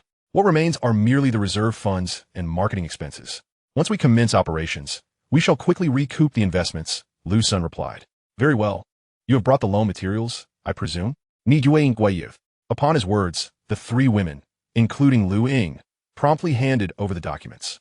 After reviewing the materials, which were comprehensive and satisfactory, he declared, "Brother, I can directly approve a sum of 30 million for you. If that proves insufficient, I shall need to consult President Jin." "That should suffice. Is President Jin available?" "I've brought him a few bottles of wine. My wine is now ready for sale." Liu Sen pointed toward the bottles carried by Yin Dan and Lu. "President Jin is indeed in. Brother, please hold on. I will call to check if he has time," and IU swiftly picked up the phone and dialed. "Uncle Jin, my brother has arrived and wishes to pay you a visit." The call ended shortly. "Brother, Uncle Jin is free. I'll take you up, NIU said. All right. Liu Sen rose, instructing the three women to wait in NIU's office. He took the bottles from Dan and Lulu, following NIU out. Before long, they entered President Jean's office, where they found Jean Ziming brewing tea. Upon seeing NIU and Liu Sen enter, Jean Ziming gestured for them to take a seat and place tea before them. Last time we parted, I suggested you come by, yet you didn't tea, Jean Ziming remarked. I've been preoccupied with company matters, particularly the assembly line. Since I've just produced a batch of wine, I thought it the perfect occasion to visit you. Uncle Jean, Liu Sen explained, indicating the wine he had brought. You do seem exceptionally busy, and this packaging is significantly improved compared to before. I had taken those 2 bottles of yours to show off, but since they were merely clear bottles with no labels, I was met with ridicule, Jean Ziming expressed, a hint of indignation in his voice. However, after tasting it, those same individuals sought to forge connections with me, eager to learn about the wine's origins. When I told them it was brewed by my nephew, they outright refused to believe me. Huh, I shall introduce you to them next time, Liu Sen chuckled, patting Jean Ziming on the back. Uncle Jean, please take a look at this new packaging and share your thoughts. He handed a bottle over. Jean Ziming examined the wine box, noting that the overall exterior conveyed a sense of robustness, being both short and stout with a refreshing color. A fitting name, tenfold, which was quite elegant. He then opened the box and was astonished to find the wine bottle in a rare spherical shape, perfectly balanced on its base, with small spheres inscribed with the characters for tenfold floating on the liquid surface. The entire design was exquisitely refined. This bottle is remarkably distinctive and beautiful, Jean Ziming exclaimed. However, isn't this spherical design rather impractical for pouring? He inquired. This design necessitates the use of both hands for pouring, which presents a more dignified manner of serving. It also serves to educate the younger generation about wine culture, as many young people tend to pour with one hand, which can be perceived as disrespectful or careless. My design mitigates such situations, as it is quite challenging to grasp the bottle with one hand. Both hands are required. Liu Sen elucidative. Yet, would such a spherical bottle not be prone to breaking? Jean Ziming pressed further. Upon hearing this, Liu Sen did not respond directly. Instead, he picked up a bottle of tenfold wine from the side, opened another, and clinked the 2 bottles together, gripping one in each hand. Hey, Jean Ziming gasped, instinctively leaning back. A loud crash resonated as Liu Sen continued to collide the bottles, increasing the force with each impact, producing a delightful tinkling sound from the small spheres within. Liu Sen had not intended to demonstrate in such a manner, but circumstances dictated otherwise. The tile floor would undoubtedly shatter the bottles if dropped. Jean Ziming was astounded, realizing how remarkably durable the bottle was. Liu Sen finally ceased the demonstration, placing the bottles back on their stands. How did you achieve this? Jean Ziming inquired. This is a new type of glass that I developed. It is practically indestructible in everyday use, Liu Sen proudly stated. Impressive, Jean Ziming remarked, once again inspecting the bottle closely, discovering no signs of damage whatsoever. Not even a scratch. Liu Sen further explained that while this batch had a slightly inferior taste compared to the previous one, it was still far superior to what was available on the market. Once the distillery was fully operational, they would produce an even better product. Chapter 23. Return from the loan office. In President Jean's office, Liu Sen, Jean Ziming, and NIU enjoyed tea while discussing Liu Sen's wine, the construction of the distillery, the glass factory, and the loan matters. Son, there are no issues regarding the loan. Your documentation is complete, and funds will be dispersed shortly, Jean Ziming assured Liu Senator through their earlier conversation. He discerned that the tenfold wine would likely not be ready for mass production for another month. Understanding that Liu Sen currently lacked a stable sales channel, Jean Ziming mused. Son, I have a group of friends who can assist you in selling a batch of wine. In a couple of days, I'll arrange a dinner to introduce you to them. I'll call you with the details. Liu Sen was profoundly touched. President Jean Ziming had held his position for many years, and his extensive network would undoubtedly be beneficial. Uncle Jean, that would be truly wonderful. If the first batch of wine can penetrate the market, I am confident that word of mouth will spread, subsequently boosting sales. After expressing his gratitude to President Jean, Liu Sen and NIU departed the office, engaging in a brief conversation on their way out before parting with Liu Ying and the other 2 women as they exited the bank. They drove to a courier service, sending a box of 6 bottles of tenfold wine to Deng Yaluan, who was still in Longqing. After completing the shipping label, Liu Sen snapped a photo of it and sent it to Deng Yaluan. Yaluan, the first batch of wine has been released and is on its way to you. Do give it a taste and help spread the word, Liu Sen said as he dialed Deng Yaluan's South number on the drive home. Finally, you sent me wine? I've been reminiscing about it ever since I had it last time, Deng Yaluan replied, his voice brimming with excitement. Yaluan, savor it well. My company will be producing this wine moving forward, and I firmly believe it will achieve great success soon. You might consider coming to assist me. You could start as the sales manager. Though it's a shift in industries, I have complete faith in your capabilities. Rest assured, my commitments remain unchanged. I'll handle the necessary formalities on my end, Deng Yaluan chuckled. I've been eagerly awaiting your arrival. My distillery is nearly ready. We'll commence production in about a month. If you know any promising sales talents, feel free to bring them along. Liu Sen asked Deng Yaluan to inform him before he returned, so he could arrange accommodations for everyone. After concluding the call, Liu Sen reflected on how much Deng Yaluan enjoyed wine, often collecting various types, and how his extensive social circle comprised many capable individuals. Liu Sen summoned Deng Yaluan with the hope that he would experience greater development, particularly in light of the stagnant position he faced in his previous company due to having offended a superior. After Yaluan came on board and achieved notable success as the sales department manager, he was promoted to the role of vice president of the wine company. With the affairs in the city largely settled, Liu Sen, seated in the car, contemplated and instructed Dan, who was driving, to follow the navigation link he would send her. As Dan activated the navigation system and prepared to drive, the other two women in the car glanced at the screen and inquired about the destination. This is my parents' home, Liu Sen casually remarked. Suddenly, the vehicle, having to set off, came to a screeching halt. The occupants lurched forward, but fortunately, they were all buckled in. The safety belts pressed against the three women, accentuating their figures. What's going on? Is there something ahead? Liu Sen asked, puzzled. Nothing, just what you mentioned earlier. Where are we headed now? Dan halted the vehicle and turned around to question Liu Sen, while the other two women fixed their gazes upon him. To my parents' house, Liu Sen replied, feigning innocence. We're visiting your home for the first time. We must bring something, Liu insisted. What do we need to buy for my family? Liu Sen grunted, still unyielding. No, we must buy something. Dan Jia, drive us to the supermarket. Liu interjected decisively. Yes, let us make a stop at the supermarket first. Liu concurred immediately. Without seeking Liu Sen's opinion, Dan drove straight to the largest supermarket in Rongqing. Upon arriving, the three women began discussing what to purchase. What are your parents like? One asked. My parents really don't need anything, Liu Sen replied, noting their lack of effective suggestions and feeling increasingly ignored by the trio. After a while, their shopping carts were filled with various items, supplements, milk, and medicinal wines.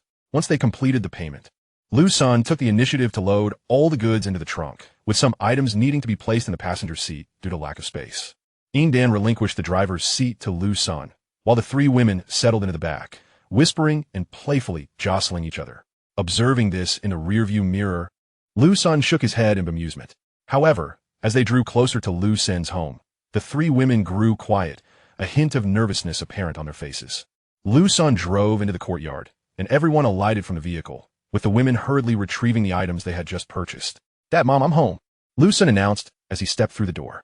Little son, you're back, Wang Zulian exclaimed, her gaze falling upon the three girls trailing behind him. She thought to herself, ah, little son has finally come to his senses. Despite my efforts to encourage him to find a girlfriend, he never did. We arranged countless blind dates, but none caught his fancy. Now I see why. His standards are impossibly high, considering these three are all breathtakingly beautiful, like celestial maidens. Yet, she was puzzled by the presence of three girls. Which of them could be his girlfriend? Regardless, they were all lovely.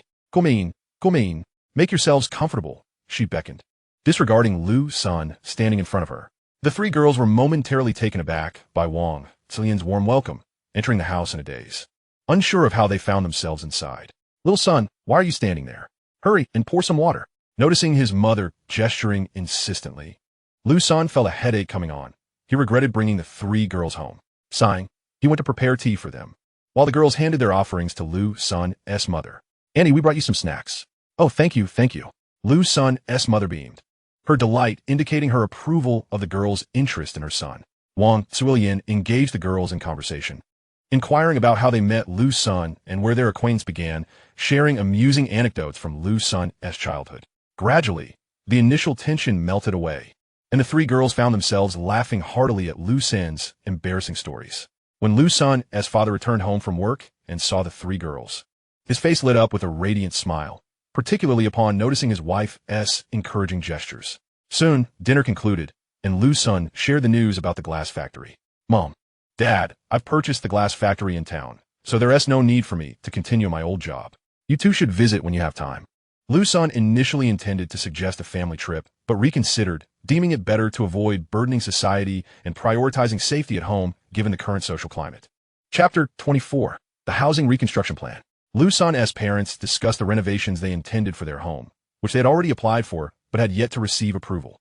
The government offices indicated that such requests were challenging to process, particularly for older homes, and constructing a 3-story building was out of the question. Liu Sen pondered the policy changes and decided to call Mayor Hong to inquire further, aware that although he wasn't the mayor of their town, the issues were similar. Upon consulting, Liu Sen learned that modifications were permissible only if due to natural damage, and while 3 stories were not allowed, a basement could be constructed, effectively making it a 3-story structure. The mayor also mentioned he had a good rapport with Liu Sen's local mayor and could facilitate the process. However, Liu Sen declined, preferring not to easily expend such favors. After relaying this information to his parents, they were at a loss for what to do. At that moment, Wang Zulian spoke up. 2 months ago, a typhoon swept through and damaged several tiles on our roof. Does that count? Liu Sen was taken aback, having not previously heard of this incident. This summer had indeed seen several typhoons, which were somewhat rare for their area, especially those with destructive capabilities. It's not a significant issue. Our damage was minimal. The neighbor, Aunt Li, had her entire balcony blown away, and Kai San's house in the village suffered a collapse. Liu Sen's mother gestured as she spoke. Is there any government compensation for this? Liu Sen inquired. Yes, we received 900 yuan in compensation, she replied, expressing gratitude towards the government. That should qualify as natural damage. I'll send a message to inquire, Liu Sen stated, quickly reaching out to Mayor Hong, who promptly responded. Yes, it could be classified as such, especially since there is a record of the government as previous compensation. Grateful for the mayor's assistance, Liu Sen felt optimistic about the approval process and considered reaching out for additional support. Yeah, do you know any leaders from my family as Tianxiao Town? He asked. Yes, we have a loan with your bank, so I know the mayor through that connection. Oh, I need to rebuild my house and need to navigate the necessary procedures. But it's a bit slow. I do appreciate your help in making some introductions. I'll visit tomorrow, Liu Sen conveyed directly. No problem. I'll give Mayor Ma a call. I have a meeting at the bank tomorrow, so I'll want to be able to accompany you. And IU apologetically replied. That is fine. I can manage on my own. Just give him a heads up, Liu Sen assured her. After concluding the call, the family continued discussing various topics until it grew late. Liu Sen initially intended to return home, but his mother insisted they stay overnight. Ultimately, they decided to stay, and fortunately, the house had ample rooms. Liu Sen occupied one, while the other 2 were designated for the 3 ladies. However, instead of separating, the 3 women chose to share a room, squeezing together for the night. The current number of rooms in the house was indeed limited, but once the reconstruction was completed, it would undoubtedly meet their needs. Before going to bed, Liu Sen received a message from an IU, confirming that she had already contacted Mayor Ma and provided his phone number for Liu Sen to call in the morning upon his arrival. The following day, upon awakening, Liu Sen was greeted by a picturesque view outside his window, which filled him with a sense of tranquility. The environment at home was quite pleasant, with a lake in front and mountains not far away, though the mountains were relatively modest in height, merely a few dozen meters. Liu Sen noticed the house was empty and was uncertain of the whereabouts of others. Just as he contemplated making a call to inquire, he heard the voices of the 3 ladies emanating from the courtyard. Liu Ying and the 3 women, accompanied by his mother, Wang Zulian, entered the yard, chatting amiably, suggesting a harmonious relationship among them. Brother Sun, you're up. We brought you duck blood vermicelli, Liu Ying exclaimed, shaking a bag in her hand. Liu Sen, who occasionally returned home, often indulged in duck blood vermicelli for breakfast, evidently a suggestion from his mother and the ladies. Enjoying the dish, Liu Sen turned to Liu Ying and said, let's pay a visit to Mayor Ma later. I'd like you all to accompany me so that you can get acquainted. Since Mayor Ma was the mayor of his hometown, they would likely have frequent interactions in the future. Moreover, given that Mayor Ma would undoubtedly be busy, it would be prudent for the 3 ladies to establish a rapport with him early on. They soon arrived at the government office, where Liu Sen called Mayor Ma, who was waiting for him in his office. Hello, Mayor Ma. This is Liu Sen. He introduced himself. Hello. Manager and I has mentioned you. Yours, brother. Mayor Ma replied. Indeed, Mayor Ma. A few days ago, I acquired the local glass factory, which has now been renamed Yijian Glass. I hope to rely on your support in the future, Liu Sen continued. So it was you, Mr. Liu, who acquired it. I've been quite busy lately and had intended to visit, Mayor Ma responded, his demeanor noticeably warmer. You're always welcome to visit and guide our factory. Liu Sen replied promptly, recognizing the importance of maintaining a good relationship with the local authority. As the scale of the distillery grows, the glass factory would certainly require significant expansion. Furthermore, the factory would not solely produce glass bottles. These bottles would be made from special materials that other enterprises would find challenging to recycle, necessitating their return to Liu Sen's factory for repurposing due to its unique catalysts. Our town needs more individuals like you to foster development, Liu Sen remarked, expressing his desire to contribute to the growth of his hometown. I have a small favor to ask as well. My family home suffered some damage during a recent typhoon. The government had offered compensation at the time, and upon my return, I noticed the old house's condition raised safety concerns.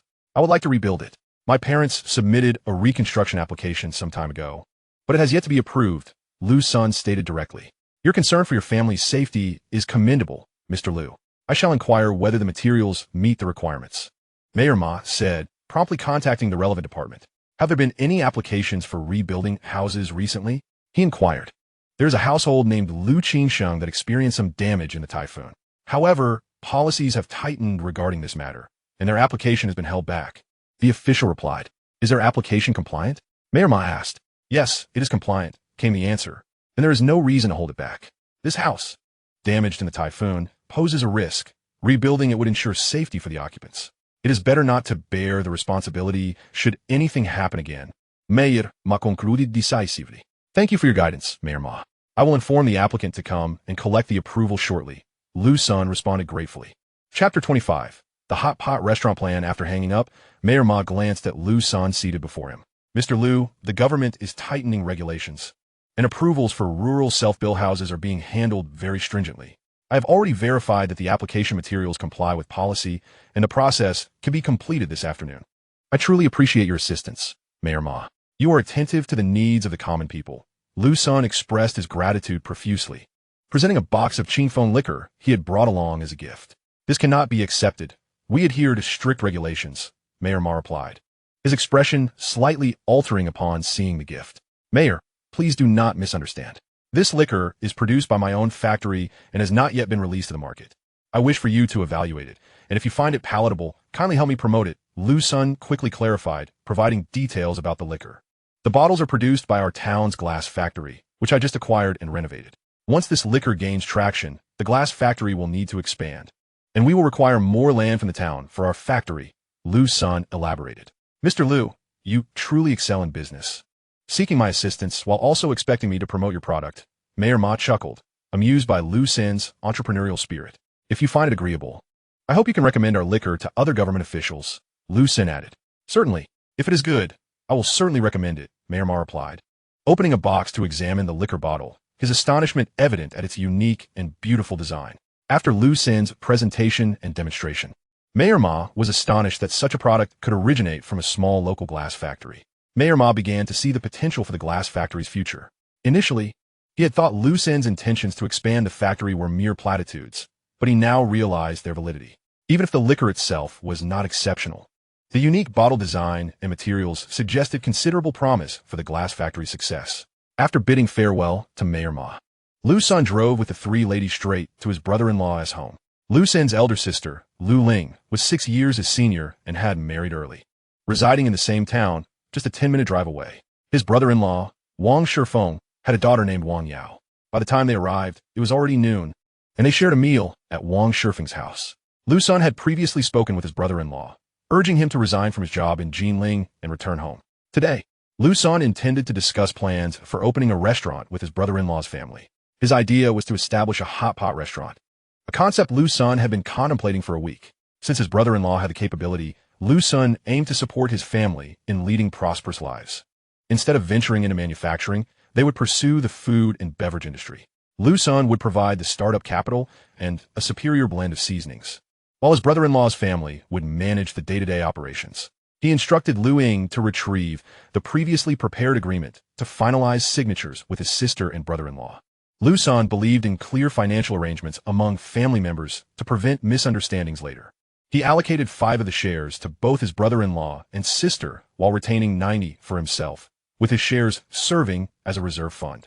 Liu Sen advised them that if anyone inquired about the hot pot venture, they should represent it as wholly owned by them. After enjoying the unbranded chicken essence that Liu Sen had brought, Wang Shifeng's family felt a heavy weight lifted from their hearts. Wang Yao, typically a picky eater, devoured a considerable amount today, her little mouth hardly pausing. Following the meal, they discussed plans for the restaurant's opening, settling on the name Shiweiju. The inaugural establishment will be situated in Jinling, for a dining venture necessitates a presence in major urban centers with substantial foot traffic, thus facilitating swifter growth and expedited capital recuperation, paving the way for future branch openings. The decision against opening in Rongqing stems from its modest size. It is preferable to first cultivate a thriving enterprise in Jinling before considering expansion back to Rongqing. Additionally, there exists an unwavering confidence in the seasonings presented by Liu Sr. Wang Yao, on the other hand, has been brought by Liu Sen to attend school in the urban district of Rongqing, residing with Liu Sen for a period. Especially as Liu Sen's most demanding phase has concluded. Once her brother-in-law has firmly established himself in Jinling, he plans to welcome Wang Yao to continue her education there. An awkward incident unfolded when the 10-year-old Wang Yao, upon encountering the three women, pondered for a considerable time before finally voicing her query regarding which of them would be her future aunt. Unsure of how to address them, her question elicited curious expressions from her brother-in-law and sister. Meanwhile, Liu Dan, and Lu fixed their gaze upon Liu Sen, causing him to feel a prickling unease. Ultimately, Liu Sen advised Wang Yao to refer to them simply as aunties. That evening, Liu Sen returned home with the three women, who found themselves preoccupied with Wang Yao's question, making it difficult for them to fall asleep. The following morning, Liu Sen received a call from President Jin. All Sen, my friend is hosting a gathering tonight. Do come along and bring more of tenfold wine. Uncle Jin understood. I will be there punctually. Thank you. Liu Sen recognized that this invitation from Uncle Jin was an opportunity to connect with a broader network and simultaneously promote tenfold wine. He was elated, as this could very well be the first avenue for the wine's market entry. That evening, Liu Sen ventured alone to the location mentioned by President Jin, a rather exclusive farmhouse. Upon arrival, he learned that the venue is accessible only to acquaintances, predominantly attended by individuals of notable backgrounds, designed for leisurely exchanges. The staff was instructed to transport the wine into the private room, and soon, guests began to arrive, including the top officials from Rongqing's government. Several bank presidents from the Rongqing financial system, as well as personnel from Jinling's financial sector. The caliber of this gathering was indeed remarkable, allowing Liu Sen to forge numerous connections and acquire contact information. This was not solely due to the wine.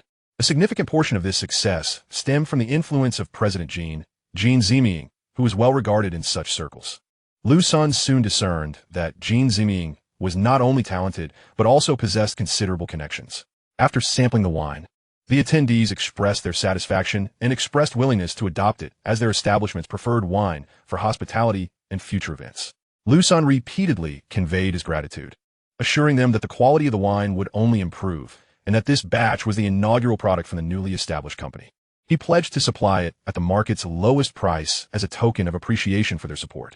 Liu Sen further informed them that the wine had a short fermentation period.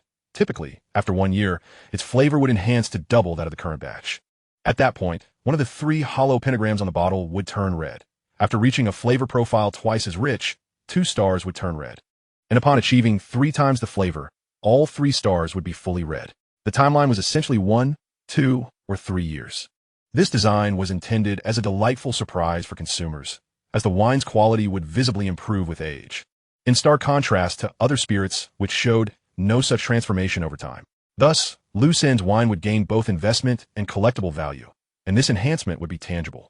The attendees, seasoned in such matters, were genuinely impressed by this innovative concept. Excellent flavor, appealing packaging, and substantial investment value. Chapter 26. Milk tea. The seasoned guests became increasingly enthusiastic towards Liu Sen, not merely out of respect for Jin Ziming, but due to their recognition of Liu Sen's value and potential for growth. Liu Sen then revealed the initial pricing of the wine, set at 168 yuan per bottle. This price significantly undercuts that of comparable wines, and for each star increase in flavor, the price is expected to rise by approximately 50 yuan, representing the premium for collectors in the secondary market. Investing in this wine could yield annual returns of 20 to 30, contingent upon market acceptance. Observing the favorable attitudes of those present, Liu Sen felt confident in the wine's impending success. He exchanged contact information with the attendees, who expressed eagerness to be notified the moment the first batch was officially launched. Liu Sen promptly assured them of his commitment and distributed the remaining bottles he had brought along.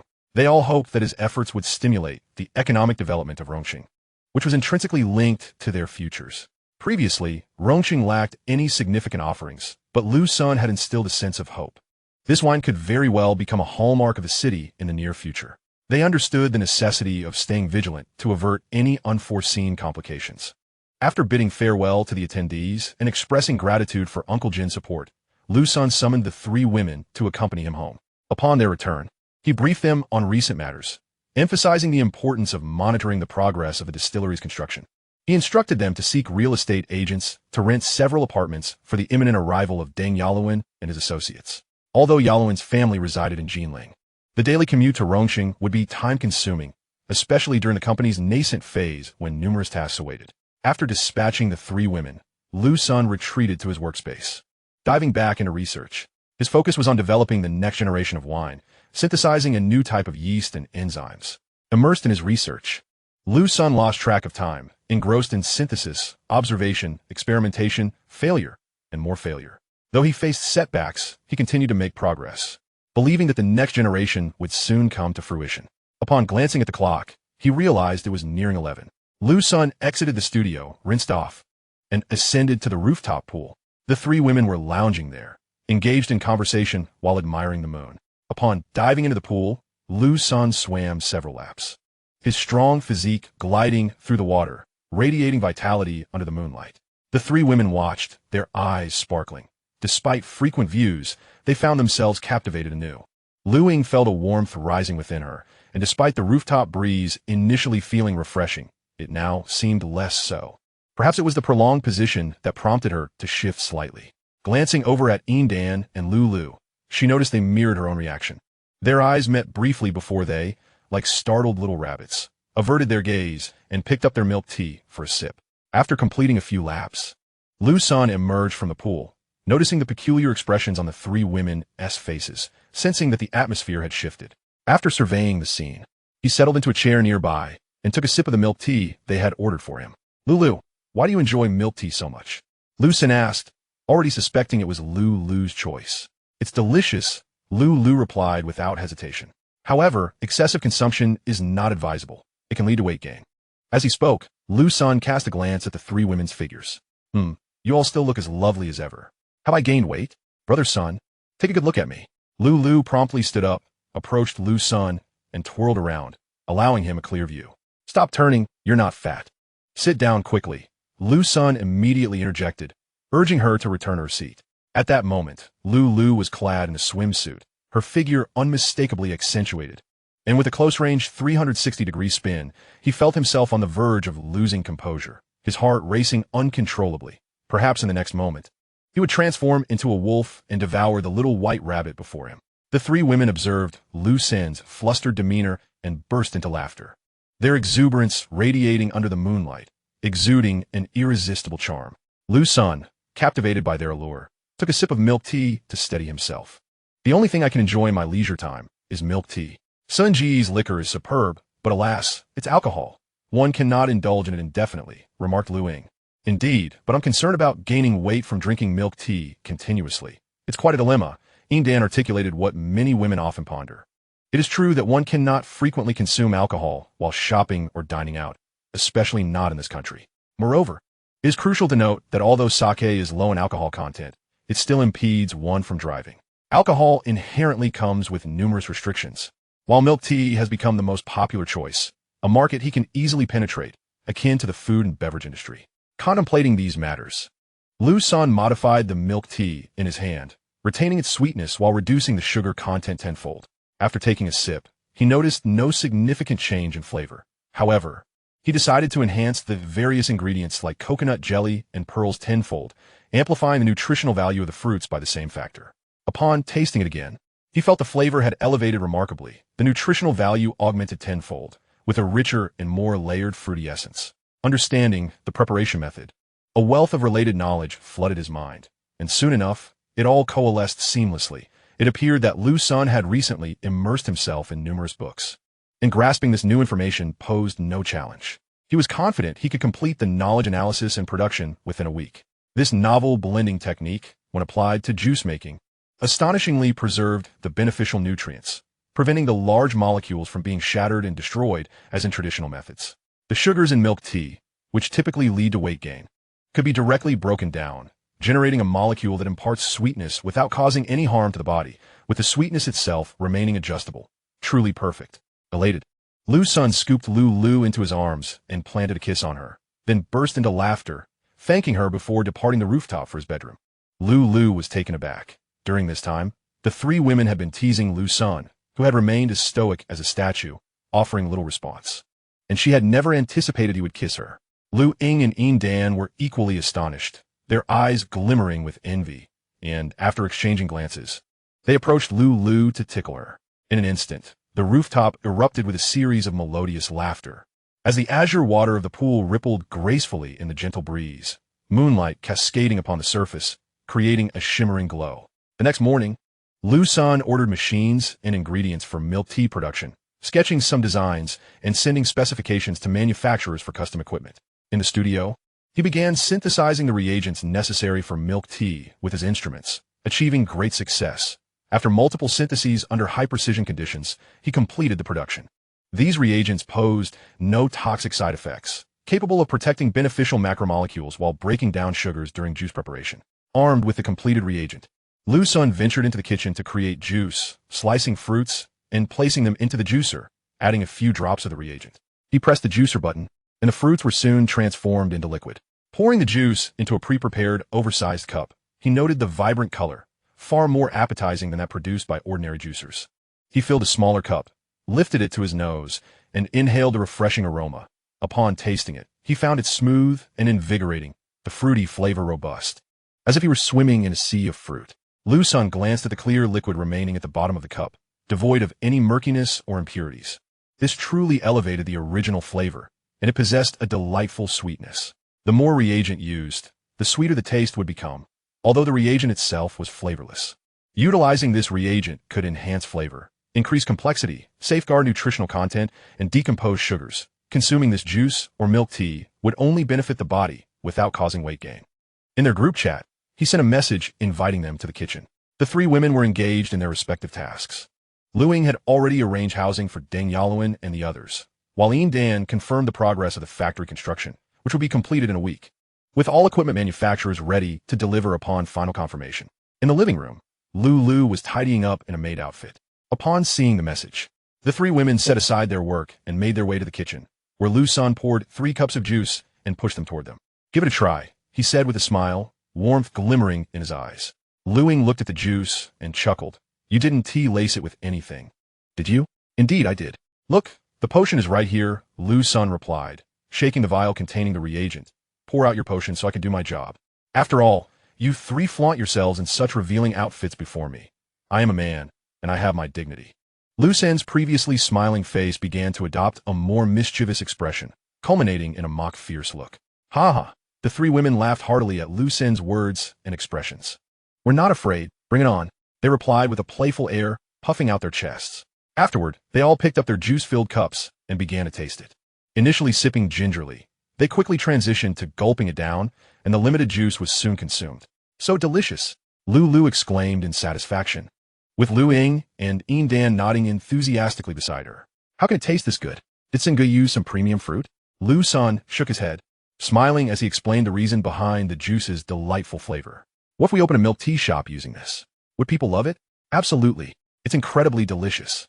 Far better than any brand of milk tea I've ever had," they responded. Hearing their reactions, Liu Sen proceeded to share his new invention, revealing that the cost of the reagent was virtually negligible. He elaborated on the principles and functions of the reagent, further astonishing the three women. As it turned out, not only was the flavor unbeatable, but it was also nutritious and genuinely sugar-free, allowing for guilt-free consumption without the fear of weight gain. After much discussion, they decided to name the reagent Nutritional Guardian. "I plan to open a milk tea shop as a chain using this Nutritional Guardian technology. Who among you would like to be the brand manager? I will offer a 5 stake. Liu Sen laid out his plan, posing the question without wanting to impose a decision upon them. Knowing this milk tea venture could potentially reach a $1 trillion scale and wishing to avoid any perception of favoritism. The three women deliberated briefly and swiftly reached a conclusion, selecting Lu to be the manager of the milk tea shop. The outcome aligned with Liu Sen's thoughts. but he refrained from expressing approval, allowing them to discuss it amongst themselves. Soon, they began brainstorming names for the milk tea shop, ultimately deciding on Liu Sen milk tea. The name itself exudes a vibrant green essence, symbolizing environmental consciousness and nourishment. Having signed a shareholding agreement with Lu, he entrusted her with the process of establishing the company and provided her with a generous startup capital of 1 million.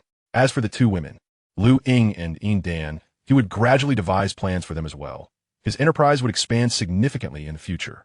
Lu, with her fondness for milk tea, was perfectly suited for this venture.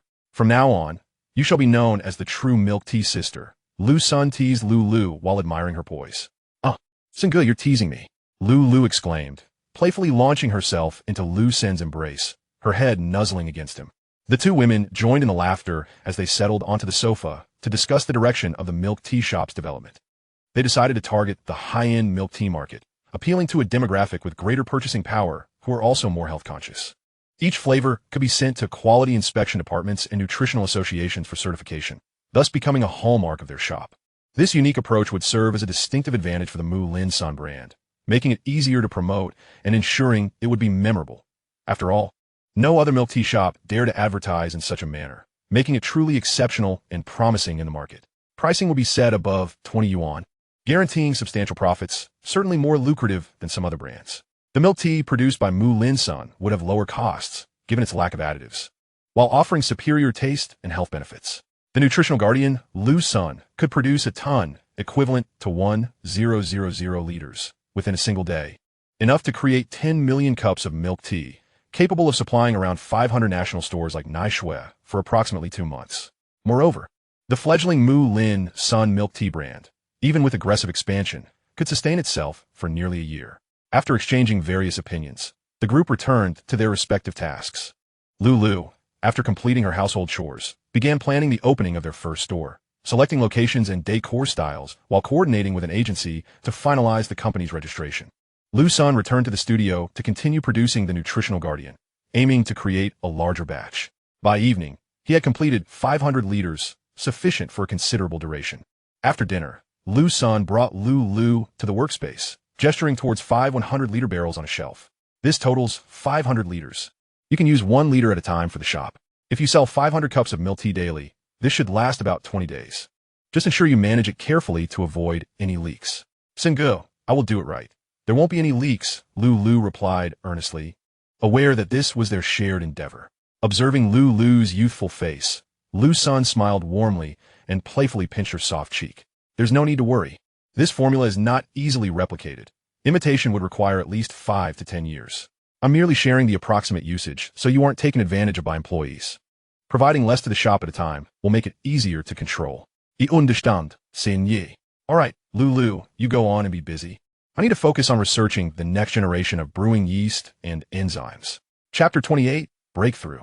Watching Lu's retreating figure, Liu Sen felt a twinge of sentimentality, pondering the inevitable expansion of his enterprises and whether they would drift further apart.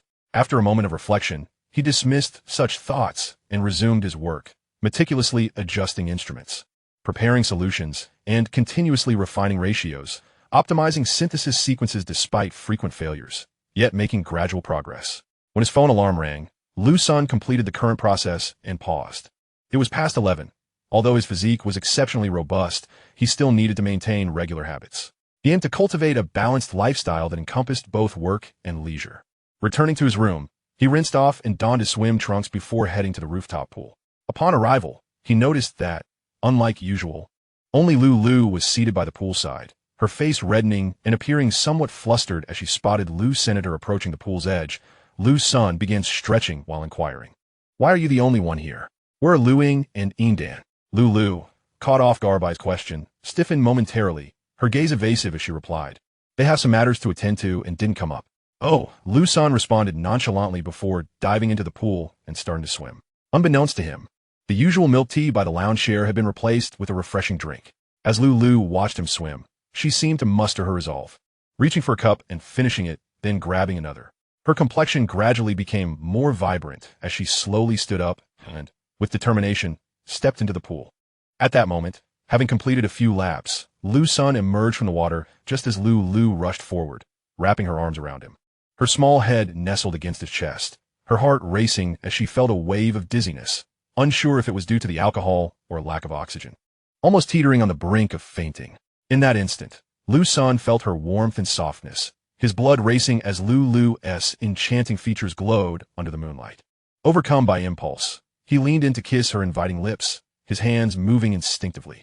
The following morning, Liu Sen awoke to find Lulu beside him, her brow slightly furrowed. Gently stroking her forehead, he leaned down to place a soft kiss, which smoothed her frown and coaxed a faint smile onto her face. Not wanting to disturb her rest, Liu Sen quietly rose, donned his clothes, and exited to an unoccupied room to wash up. In the dining area, since Lulu was still resting, only Liu Sen, Liu Ying, and Yin Dan occupied the table. Liu Ying served Liu Sen a bowl of porridge and offered him several dishes. Noticing the breakfast spread before him, Liu Sen was puzzled. It was unusually lavish compared to their typical fare, featuring abalone porridge and fresh oysters. "What is going on?" he asked, glancing at Liu Ying, who remained silent. Her head down as she stirred her porridge, her shoulders trembling slightly. Turning to Yin Dan, he found her equally unresponsive, her cheeks flushed, unable to extract any information. Liu Sen began to savor the delicious breakfast, praising Liu Ying's culinary skills as he ate. After finishing, he prepared to return to his room to check if Lulu had awakened. Before he could step inside, he heard the laughter of the two women behind him, momentarily taken aback as he shook his head in amusement. Upon entering the room, he found Lulu already awake. Upon seeing him, she shyly pulled the covers closer to shield herself. "Lulu, you're awake. Liu Ying and the others have prepared breakfast and are eating now," Liu Sen said as he approached her, embracing her and planting a kiss on her forehead. "Ah, they've all gotten up for breakfast? It's your fault. We went to bed so late last night, like a pair of oxen." Lulu playfully chastised him. Lulu hastily arose from her slumber. It was abruptly met with a searing pain that caused her to falter and fall into Liu Sen's embrace. The previous night had been interminable, culminating in a series of measures, under Liu Sen's guidance, to quell his ire. Unbeknownst to her, this was the result of Liu Sen's deliberate restraint. Eventually, she came to understand that had she been alone, the outcome would have likely been disastrous. Limping slightly, she occasionally inhaled sharply as she made her way to the dining area with Liu Sen's support. Once she was comfortably settled, Liu Sen retreated to his studio to continue his research. Instantly, Liu Ying and Yin Dan surrounded Lulu, inquiring about the events of the previous day with eager anticipation. As Lulu nibbled on her meal, she responded to their questions with vague and evasive answers, her cheeks flushed with embarrassment. Before long, the meal was concluded. Liu Ying and Yin Dan exchanged knowing glances, silently communicating, and then they whisked Lulu into their room. They playfully tossed her onto the bed and began to tickle her, prompting Lulu to divulge her secrets under their attentive care. As she shyly recounted her story, both Liu Ying and Yin Dan blushed, their faces radiating a vibrant allure, as if they were experiencing the events themselves. The three women embraced, exuding a quiet warmth. "Thank you, dear sisters," Lulu murmured softly. The arrangement from the previous day had been a consensus among the three. Lulu was soon to take charge of the milk tea shop, responsible for its operations. In the future, she would undoubtedly embark on business trips due to the company's market expansion, which would prevent her from being by Liu Sen's side for extended periods. The events of the previous night had afforded them precious moments alone, allowing their relationship to deepen. The bond among the three women transcended that of many others. As they were reluctant to part ways, they mutually acknowledged their shared aspirations and offered each other support. Days swiftly passed, and matters progressed steadily. The milk tea shop was currently undergoing renovations, situated in the most popular mall in Rongqing, and would soon open its doors. Staff recruitment targeted recent graduates from Rongqing University, totaling 5 individuals, with a monthly salary of 4,000 yuan, 2 days off per week, and contributions to social insurance and housing funds, along with performance bonuses at month end. Given the scarcity of good jobs in Rongqing, the salary offered by Mu Lin-san was indeed commendable, attracting capable candidates. Liu Sen's hot pot restaurant had also secured a location in Jinling and was under renovation. The construction of the winery was nearing completion, with the factory building finished. Though the office building was still in progress, and recruitment was actively underway, Deng Yaluan had assembled a sales team of over a dozen individuals, comprising talented sales professionals from his previous companies or acquaintances. Chapter 29. Recruitment. Liu Sen drove with Liu Ying and Yin Dan to the Jinling talent market. Seeking to recruit personnel, the basic employees required minimal skills, which could be sourced locally in Maoshan. Liu Sen wished to recruit online, but the newly established company lacked visibility, necessitating a visit to the talent market to test their luck. At their reserved recruitment booth, they affixed the prepared job postings, urgently hiring, factory manager, finance supervisor, IT supervisor salary, negotiable Aegean Winery Company, Ltd., Rongqing, Jiangnan Province. With all preparations complete, Liu Sen, Liu Ying, and Yin Dan took their seats, awaiting applicants. Soon, the venue filled with candidates. As groups surged past their booth, Liu Sen felt a flicker of hope, believing the positions he offered were appealing. However, it soon became apparent that something was amiss. Although individuals approached the booth, they promptly shook their heads upon seeing the job postings and walked away. Many checked their phones for information about Aegean Winery and lost interest. Some abandoned the idea due to the company's location in Rongqing, while others discovered it had only been registered for about a month, deeming it a fledgling entity in a challenging manufacturing sector with little future. Additionally, many were not genuinely seeking employment, but were instead drawn by the striking presence of Liu Ying and Yin Dan, whose beauty was undeniably captivating, amplifying their allure. After an extended wait with no applicants, the trio began to engage in idle conversation out of boredom. "Hello, do you still need an IT supervisor?" a youthful man inquired. Upon hearing the question, the three women paused, turning their attention to the young man. He appeared quite young, likely a recent graduate, dressed in simple athletic wear. "Yes, we are indeed looking for someone. Are you interested in applying?" Liu Sen asked, surprised that such a young individual would directly seek the IT supervisor position. "Yes. Here is my resume," the young man replied, visibly pleased. As he handed it over to Liu Senator, Liu Sen invited him to sit down and, after reviewing the resume, understood the young man's confidence in applying for the IT supervisor role. The young man, named Chao Lei, was a recent graduate from Jinling University, majoring in IT. During his studies, he had completed numerous projects and even applied for several minor patents. Initially uncertain why he would choose their company, Liu Sen grasped the reason upon noticing Chao Lei's hometown address. He hailed from Maoshan Town in Rongqing. Engaging in conversation, Liu Sen learned that Chao Lei harbored modest aspirations, seeking stable employment with a decent salary close to home. His parents were farmers, enduring a hard life, and their health had deteriorated in recent years, necessitating care. Although Jinling was near Rongqing, traveling from Jinling to Maoshan was inconvenient, requiring 2 to 3 hours for a visit home. Seeing a local company hiring for an IT supervisor position, Chao Lei believed he could excel, given his qualifications, and as long as the salary was comparable to Jinling, he would accept the offer. Liu Sen, impressed by Chao Lei's responses to his technical inquiries and his insights, felt a sense of satisfaction. He recognized his own expertise was not yet top tier, but he was close, and thus saw Chao Lei's potential and good character. After discussions, Liu Sen offered Chao Lei a monthly salary of 15,000 yuan, to which Chao Lei responded with delight, having not expected such a generous offer from a newly established company in his hometown. Initially, he had hoped for a salary of 10,000 yuan, and anything more would be agreeable. Liu Sen had his own objectives, recruiting skilled individuals to cultivate. If Chao Lei could assist in recruiting additional talent, it would be advantageous. After all, his ambitions were grand, aiming to develop a pool of talent. Those less capable would be placed in smaller companies as IT personnel, while the more proficient would be transitioned into future research institutions, dedicated to exploring new technologies as guided by Liu Sen's insights. On site, Liu Sen issued an employment notification to Chao Lei and exchanged contact information. "Chao Lei, you can introduce some of your peers as long as I have no issues during the interview. They can all join the company, and the remuneration will not be low. Boss, my classmates wish to remain in Jinling for their careers, and they particularly aspire to join companies that align with their professional expertise." Upon hearing Liu Sen's words, Chao Lei felt somewhat conflicted. He accepted the position at Aegean Liquor due to its proximity to home, allowing him to care for his elderly family members. And he could foresee that his future work would predominantly involve website management, server maintenance, or perhaps the decoration of e-commerce platforms. Such tasks would certainly not entice his classmates. Liu Sen, upon listening to Chao Lei, decided to momentarily relent. Even if he were to share his grand ambitions and plans with Chao Lei, the latter would likely remain skeptical, so he could only wait for a better opportunity. Nevertheless, Liu Sen urged Chao Lei to at least inquire among his friends, believing that like-minded individuals tend to gather, and Chao Lei's acquaintances ought to possess commendable skills. After a moment's hesitation, Chao Lei acquiesced to Liu Sen's request. Chao Lei returned home to pack his belongings, intending to vacate his rental in Jinling and head back home. Liu Sen had just informed him that the company was still undergoing renovations, allowing him to work from home to initially develop the company's website.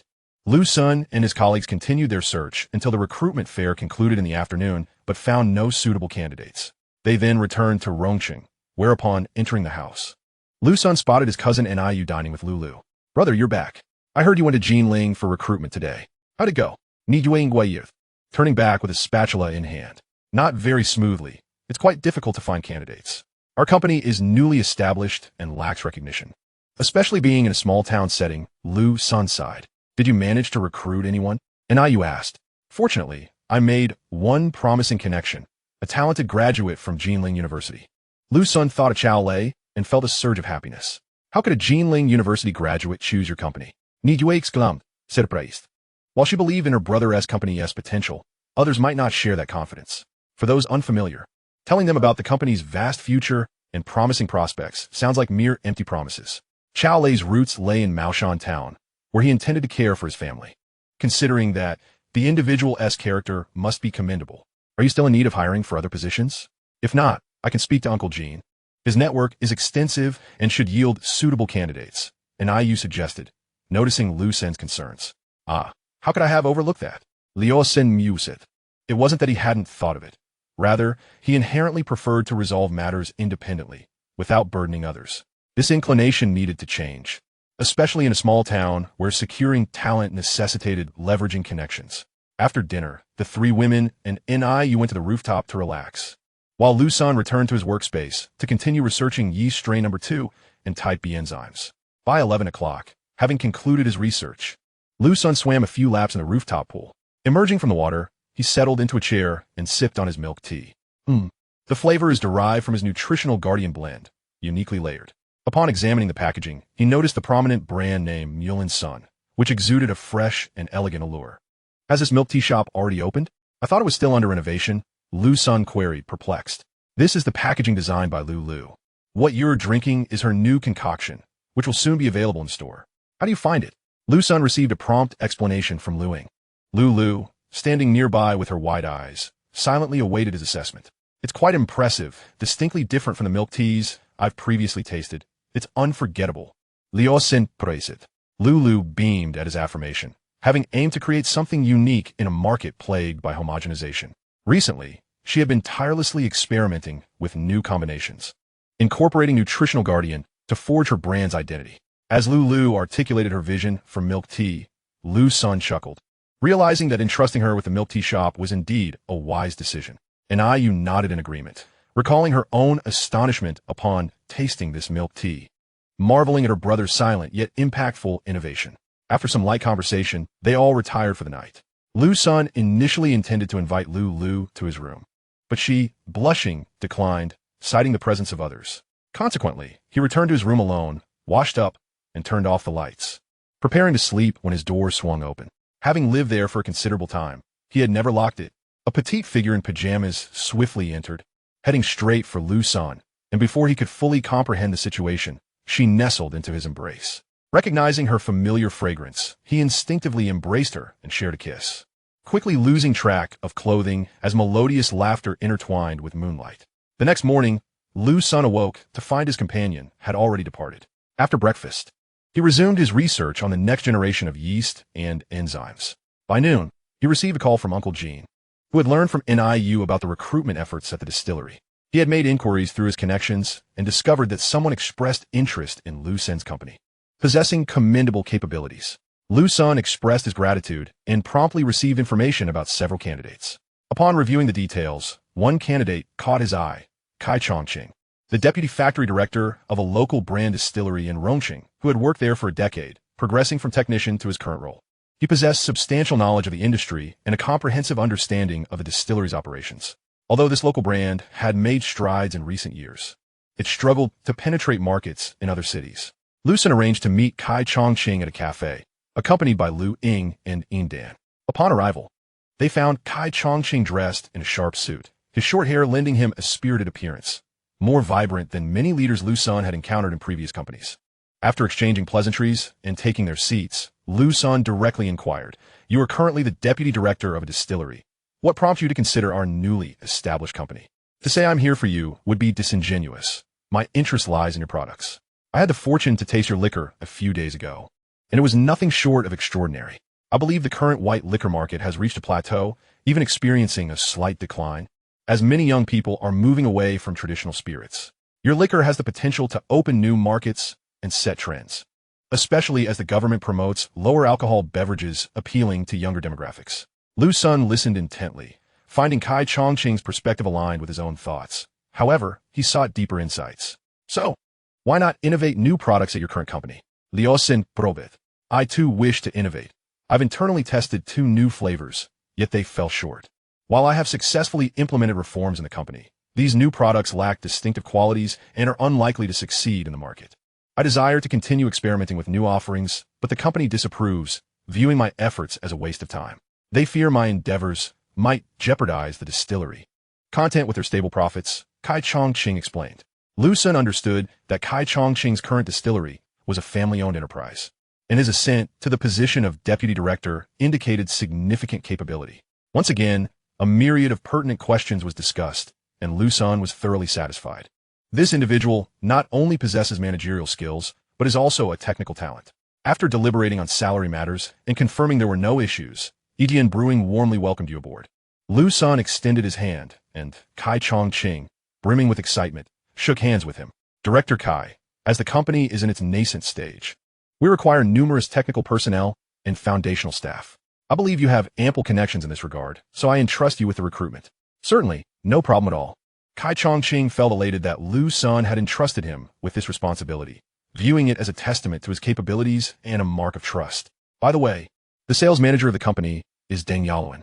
I will provide you with his contact information, so you can reach out directly for any sales-related matters.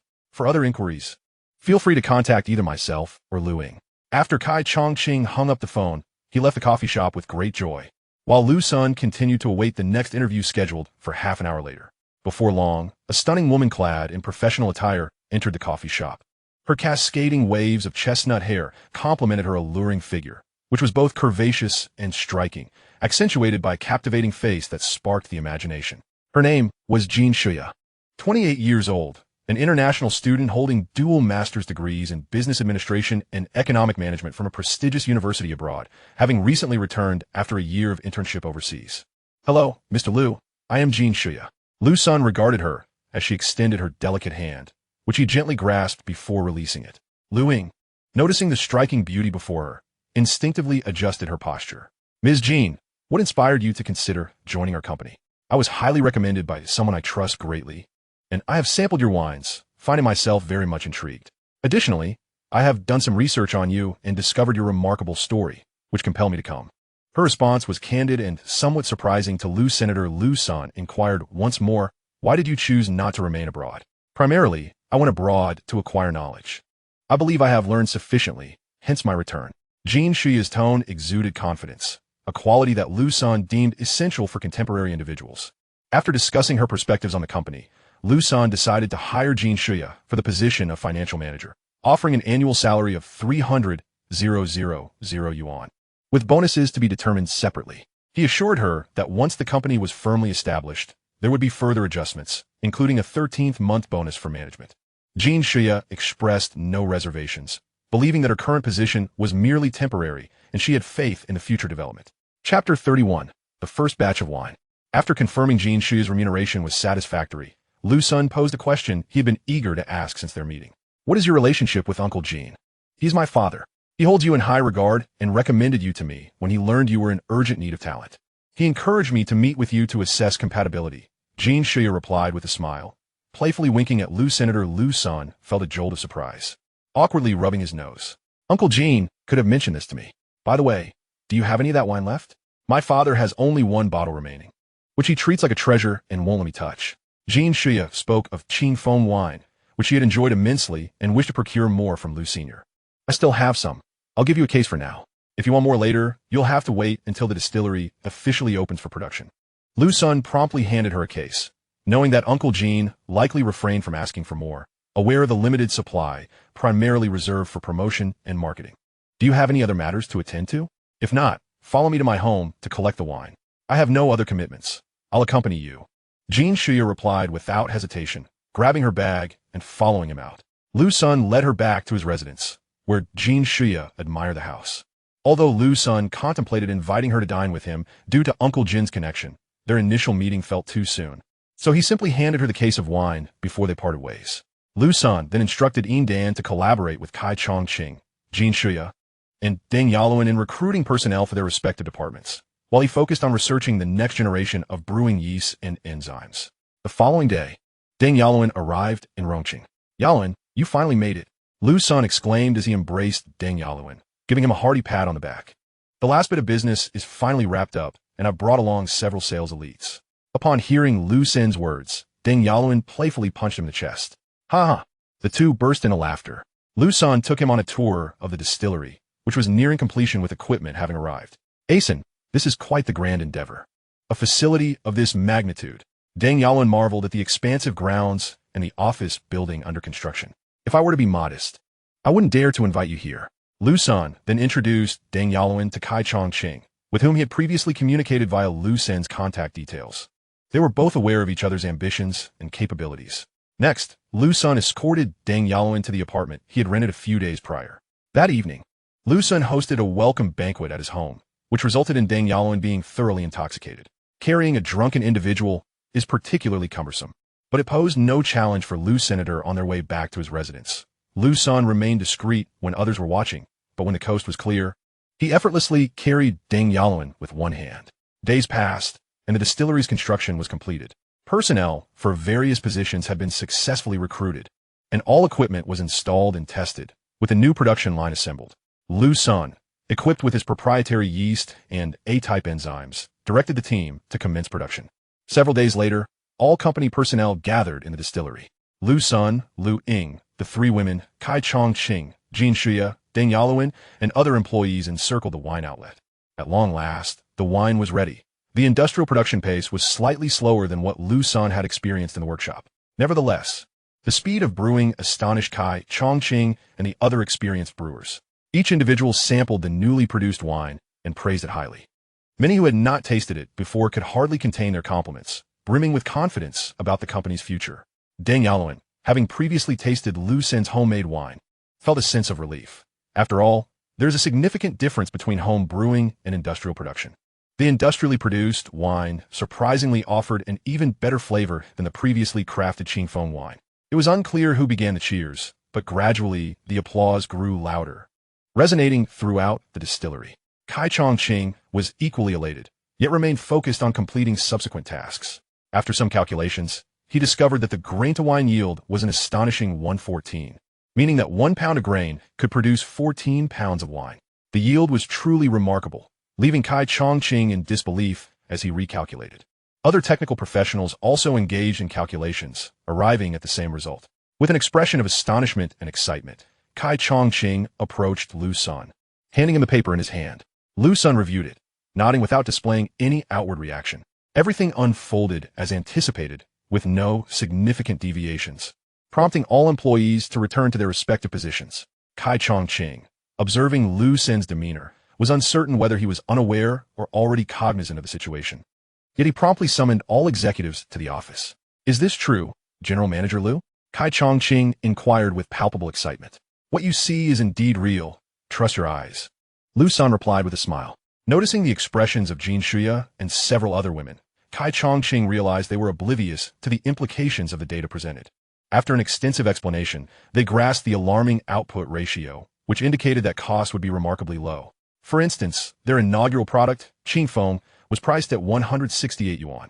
The bottle cost 4 yuan, the packaging approximately 5 yuan, and the production costs, including labor, amounted to around 2 yuan. The promotional and transportation costs were merely about 10 yuan.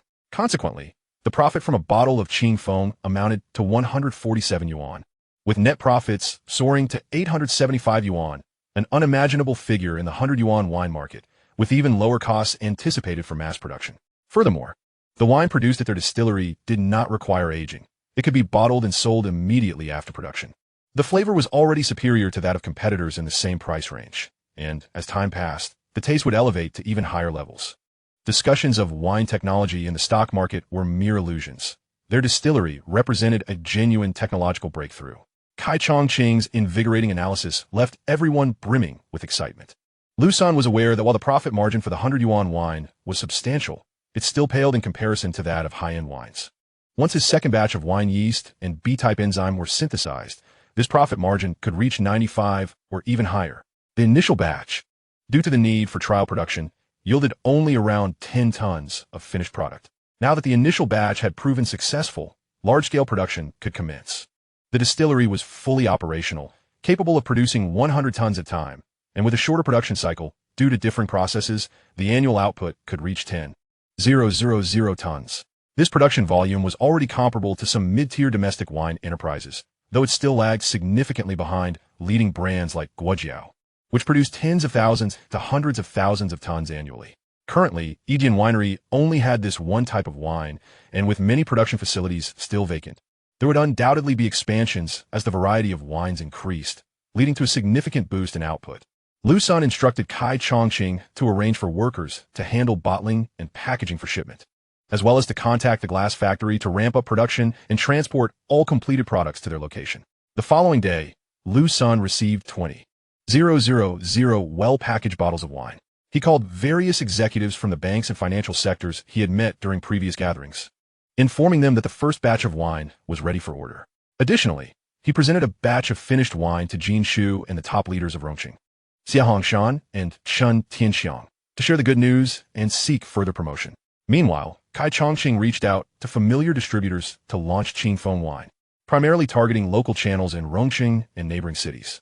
Deng Yaluan had long awaited the company's product and, upon receiving it, quickly led a team of sales personnel to various cities in the southern Jiangnan province. In Chapter 32, promoting tenfold wine, Deng Yaluan leveraged their previous connections to gather a group of wine enthusiasts for a tasting dinner. At the Jinling Qingshan Hotel, Deng Yaluan engaged in conversation with his dining companions, treating the tenfold wine as a prized possession. He opened the packaging and poured a glass for everyone. "Brother Sheng, come and try this wine I've discovered by chance. It captivated me instantly," he said, patting the middle-aged man sitting next to him. "Huh, let's all give it a taste.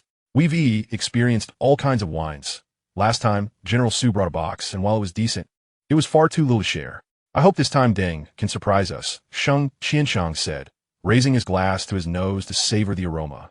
Intrigued by its richness, the others followed suit, taking a sip and discovering its smoothness. A warm sensation flowed from their mouths to their stomachs, enveloping their bodies in a comforting warmth, a feeling akin to a gentle breeze on their faces. "This is excellent wine," they exclaimed in unison after finishing their glasses. Instantly, their gazes fixated on the bottle, eager to discern the brand.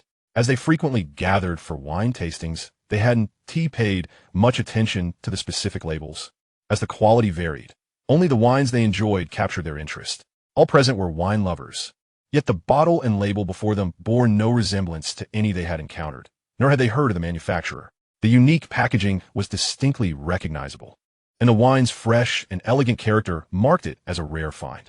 "Brother Deng, where is this wine produced?" Sheng Qiansheng inquired after a careful evaluation. "This wine is crafted by my brother. It's the first batch from our newly established distillery," Deng Yaluan disclosed candidly.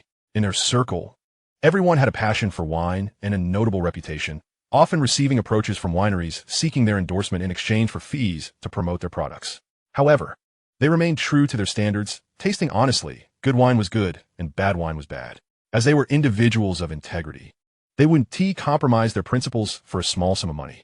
Thus, when Deng Yaluan began his introduction, they initially paid little heed. However, curiosity piqued as they gathered around to closely inspect the bottle and packaging, only to discover that this wine was produced right in their backyard, in Rongqing. They were further intrigued, initially believing it to be a new product from a large manufacturer, only to find it was local. Upon noticing the alcohol content at 42 degrees, they were astonished. Typically, low-alcohol wines lacked robust aromas, yet tenfold was an exception, boasting a fragrance comparable to high-alcohol wines while being easier to drink, smooth, and delightful. Without examining the label, one could hardly discern it was a low-alcohol wine. Conversations flourished regarding the wine's various merits and drawbacks, ultimately concluding that the advantages far outweighed the disadvantages, with the only shortcoming being that those seeking inebriation might find it less effective. Soon, the gathering concluded, with each person departing with a box of wine, comprising both CEOs and company executives. Meanwhile, Chao Lei had successfully developed the company's homepage, detailing its corporate profile, including introductions to Taoism, lousy, and spring water, while clarifying that all wines produced by Edian Winery were crafted using ancient methods combined with modern technology. An online shopping portal had also been established, with the homepage currently featuring only one product, Qingfeng wine. Clicking on Qingfeng wine led to a comprehensive introduction. Qingfeng wine is produced in Maoshan, historically known as the famed Jinhua Mountain. It is the first of the 72 blessed lands in Taoism and the 8th of the 10 celestial caverns, renowned as a sacred site of Taoism. The origins of Maoshan Taoism trace back to ancient times, with Emperor Ku Gao Xin's disciple practicing in Juqiu Mountain nearly 5,000 years ago. Guo Siqiao from the state of Yin also cultivated Taoism at Yuqian Temple, later being honored as the true man of Tai Baoguang.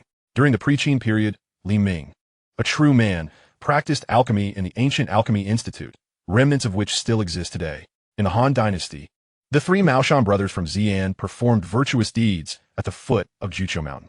In the Eastern Jin Dynasty, Guhong of Maoshan cultivated at Baopu Peak, authoring Bio Puzi, a significant work on the philosophical and alchemical aspects of Taoism. Guhong is recognized as the consummate theorist of Taoism since the Han and Wei dynasties, and his legacy is known as the Dan Ding School. Mao Mao serves as the birthplace of the Taoist Shanqing School and is a sanctuary where various Taoist sects, including Shanqing, Jingyi, and Xuanjin, coexist and flourish. Our company employs a formula distilled from ancient alchemical practices, enhanced by modern high-tech brewing techniques, utilizing pristine spring water that has been preserved since ancient Taoist times on Mao Mao. This harmonious blend of scientific methods and traditional practices culminates in the creation of our exquisite spirit, Qingfeng Jiao. One sip evokes the gentle caress of a refreshing breeze, smooth and lingering on the palate. The name, inspired by the youthful Taoist, signifies the origins of our technology and our journey of growth. Qingfeng Jiao is priced at 168 yuan. Note, this is true white liquor technology. Our company has surprises in store, as technology is omnipresent. The promotional strategy for our website is entirely in accordance with Liu Sen's initial vision, to tell a compelling story. In today's world, people gravitate towards narratives. Every popular show follows a formula, and since audiences enjoy them, Liu Sen is here to share our tale. This introduction and pricing will not hinder the potential for future products to be priced higher. A story fosters growth. This is merely the beginning. Now we have the youthful Qingfeng, and later we shall unveil Taiqing, Shangqing, and Yuqing, corresponding to distinguished figures, undoubtedly at a different price tier. The first batch of 10 tons of liquor, totaling 20,000 bottles, was sold out the very next day. Upon receiving Liu Sen's call, individuals from various banking and financial institutions swiftly placed their orders. To express gratitude for their support, Liu Sen offered a 20% discount, although he informed them that this promotion would only last for a month, after which it would revert to a 10% discount. Most of the batch ordered by the banking system will be distributed as benefits to internal staff, with some being gifted to their clients. The first batch of Edian liquor, valued at approximately 280,000 yuan, was utilized for promotional activities, while the remaining sales revenue amounted to around 2.6 million yuan. This initial batch serves as a prelude, promising to bestow fame and reputation upon Edian liquor, paving the way for a significant breakthrough in the future. After 2 days, the distillery's machinery was fully operational, producing 100 tons of the second batch of Qingfeng Jiao. Distributors from several nearby cities collected a portion, with the remainder listed on the company's online store. In Liu Sen's office at Edian Liquor, Dan reviewed the company's sales data and noted the reliance on conventional promotional methods. She promptly addressed Liu Sen, "Brother Sun, what we currently lack is notoriety. Otherwise, our online sales will stagnate. Our target market is the youth, so we should collaborate with popular influencers to promote our Qingfeng Jiao." Indeed, their approach was overly conservative. The current era demands a different strategy. Presently, they were primarily relying on local channels and recommendations from nearby acquaintances. To penetrate the national market, a shift in promotional tactics was imperative. "You are truly remarkable," exclaimed Liu Sen, embracing Dan and planting a kiss on her cheek. The once composed and poised career woman suddenly blushed, appearing almost demure and charming. Chapter 33, Xiangzi's Frenzy. Hello everyone, I am Xiangzi. Today we will be reviewing a type of white liquor provided by our sponsor, and I will conduct a thorough evaluation. As you all know, I speak candidly. With that, he proceeded to unbox the product. Xiangzi bent down to retrieve a case of liquor from beneath the table. The box was noticeably shorter than standard liquor boxes, approximately 2/3 the height. "Behold this liquor box," he remarked, "The packaging is quite ordinary. The front features a backdrop of verdant mountains, with what appears to be a structure resembling a Taoist temple, and emblazoned with the character Xingfeng. This must be the name of the liquor."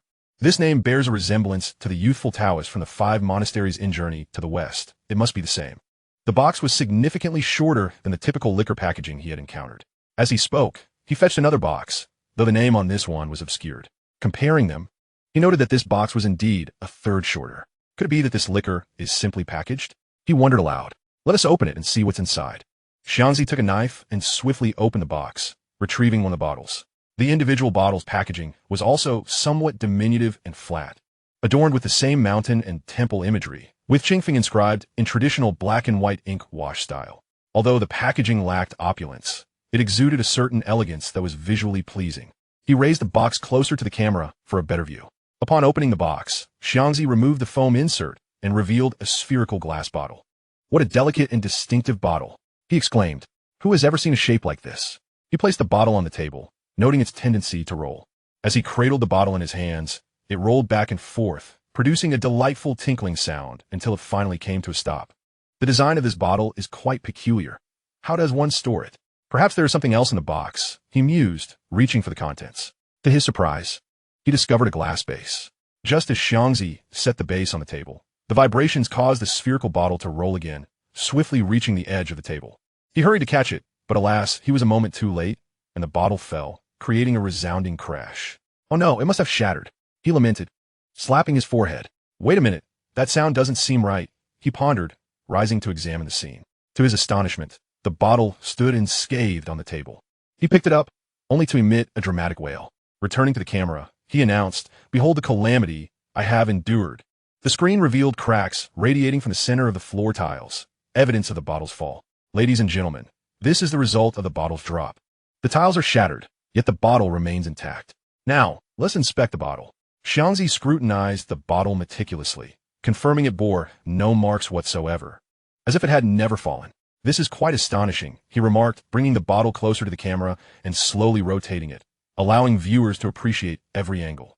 "This may or may not be a coincidence, but fortunately, we have a whole box.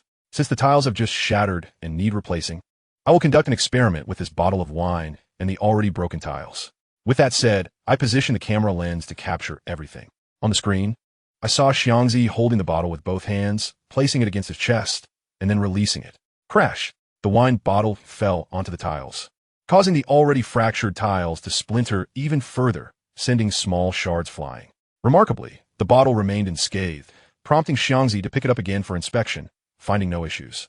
He raised the bottle higher, preparing for another test, once, twice, thrice. Ultimately, he stood on the table, raising the bottle high enough to touch the ceiling. With a resounding smash, the spherical bottle struck the ground, again without damage, while the tiles below had become utterly unrecognizable, even creating dents in the underlying concrete. All of this was meticulously recorded by the camera. Xiangzi picked up the bottle once more for examination, finding it flawless, and he leaned closer to the lens, slowly rotating it, revealing no blemishes. Astonishingly, this bottle was entirely intact. Is this truly glass? Skeptical, Xiangzi entered a frenzy mode, no longer merely dropping it. He began to throw it violently. Due to the erratic throwing, the landing spots varied, shattering the surrounding tiles instead. Xiangzi appeared oblivious, continuously throwing the bottle without consequence. Eventually, in a fit of excitement, he ceased the throws and began to pound the bottle forcefully against the ground. The thudding resonated as he perspired profusely, panting heavily. Meanwhile, the camera continued to operate, its light steadily recording the scene. This relentless activity persisted for about 10 minutes until a knock at the door interrupted him. Xiangzi approached and opened the door to find several people standing outside, one of whom was dressed in a security uniform. A middle-aged woman among them exclaimed, "What on earth are you doing? Are you demolishing or renovating? The noise is unbearable. Who are you?" "I'm a resident from downstairs. With all this racket, how am I supposed to rest? I'm not doing anything out of the ordinary. I'm just recording a video. Feel free to come in and see for yourselves," Xiangzi replied, still unaware of the gravity of the situation, as he ushered them into the working room. Upon entering, the stunned expressions on their faces mirrored Xiangzi's shock at the sight of shattered tiles strewn across the floor. Nearly every tile was in ruins. The others appeared equally astonished. "Are you putting on a show for the demolition?" the middle-aged woman remarked with a peculiar gaze. "No, I was merely testing a bottle of wine. I seem to have lost my mind a bit, Xiangzi admitted, finally regaining his composure, covering his face with his hands.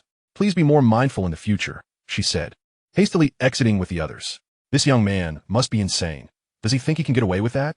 The silent security officer finally chimed in. I want to be staying here. I'm heading to my son's house for a couple of days, the middle-aged woman added.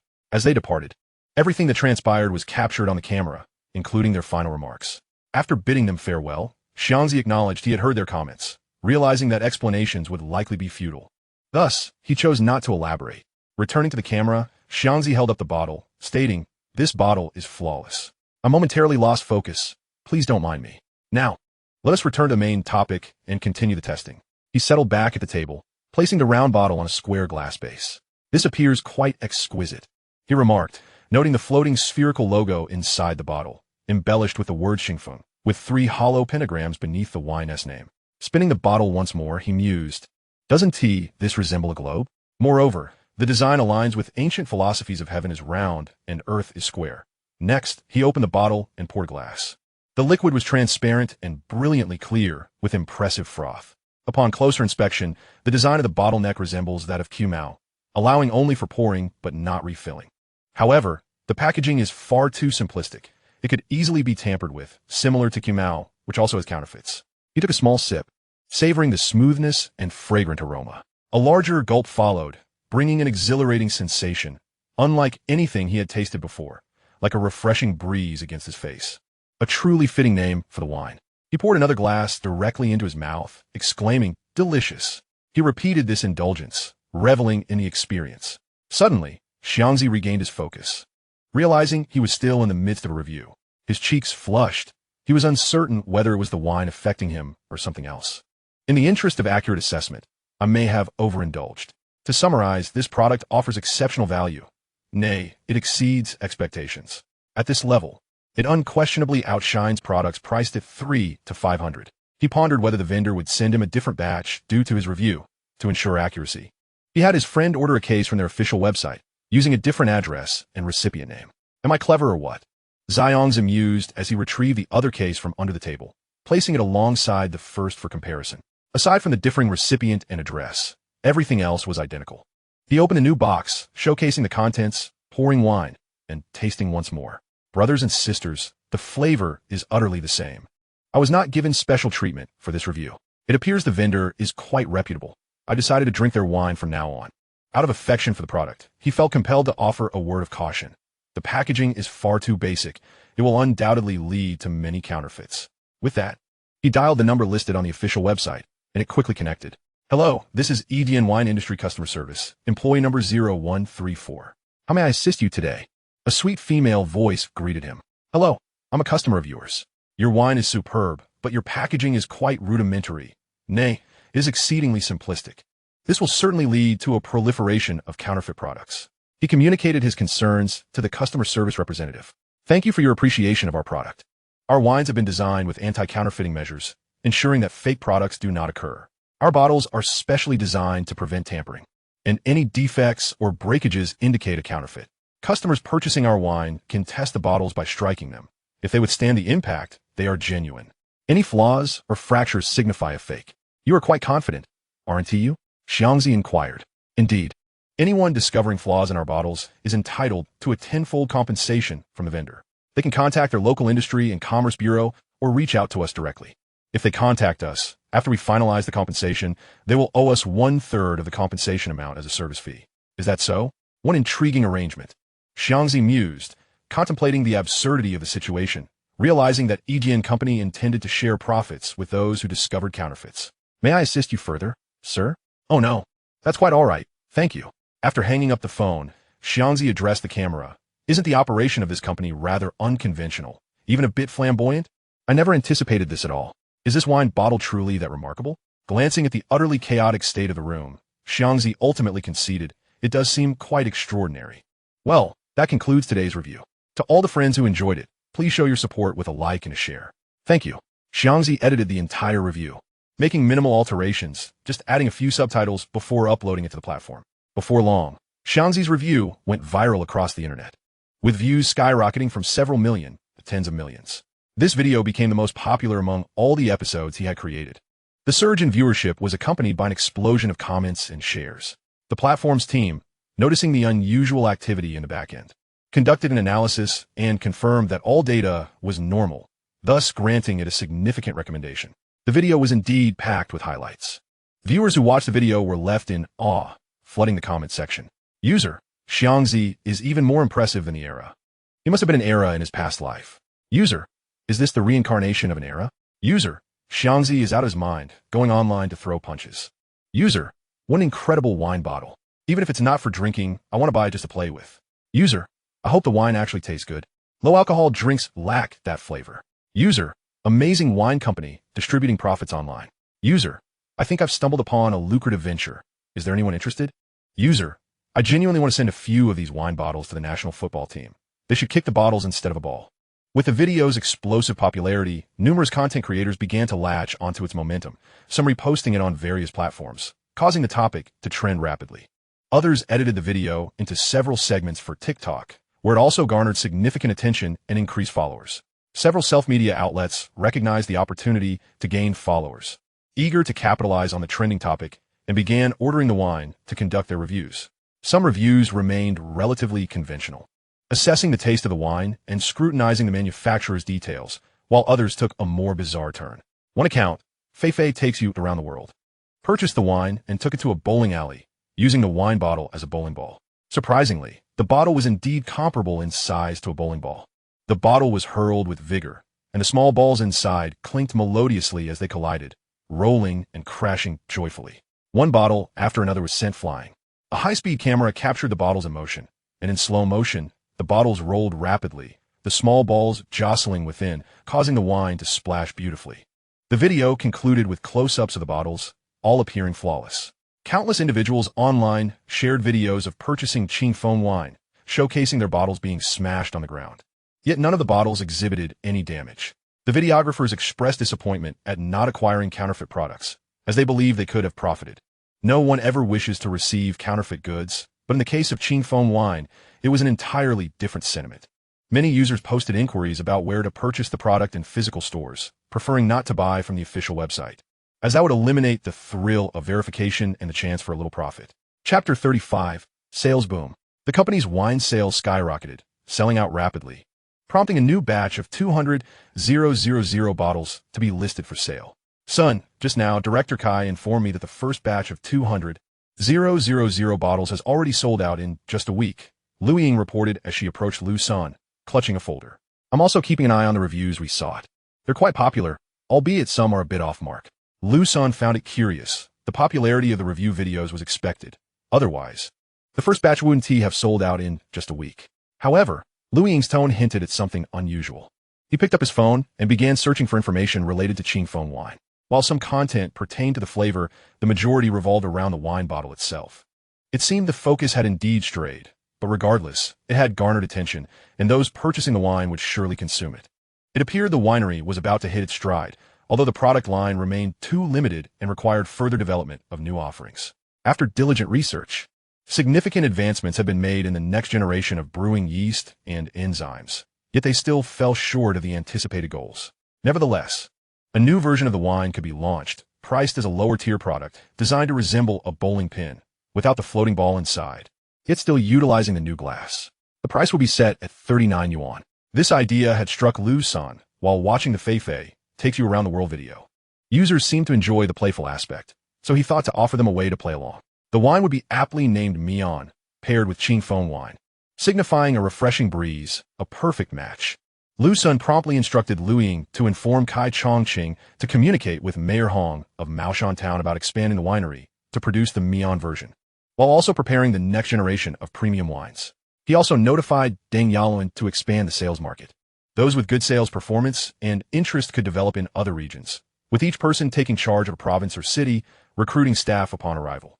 He asked Deng Yaluan to draft a detailed plan for submission to Yindan, who would conduct preliminary statistics before reporting back to Liu Sen for signature.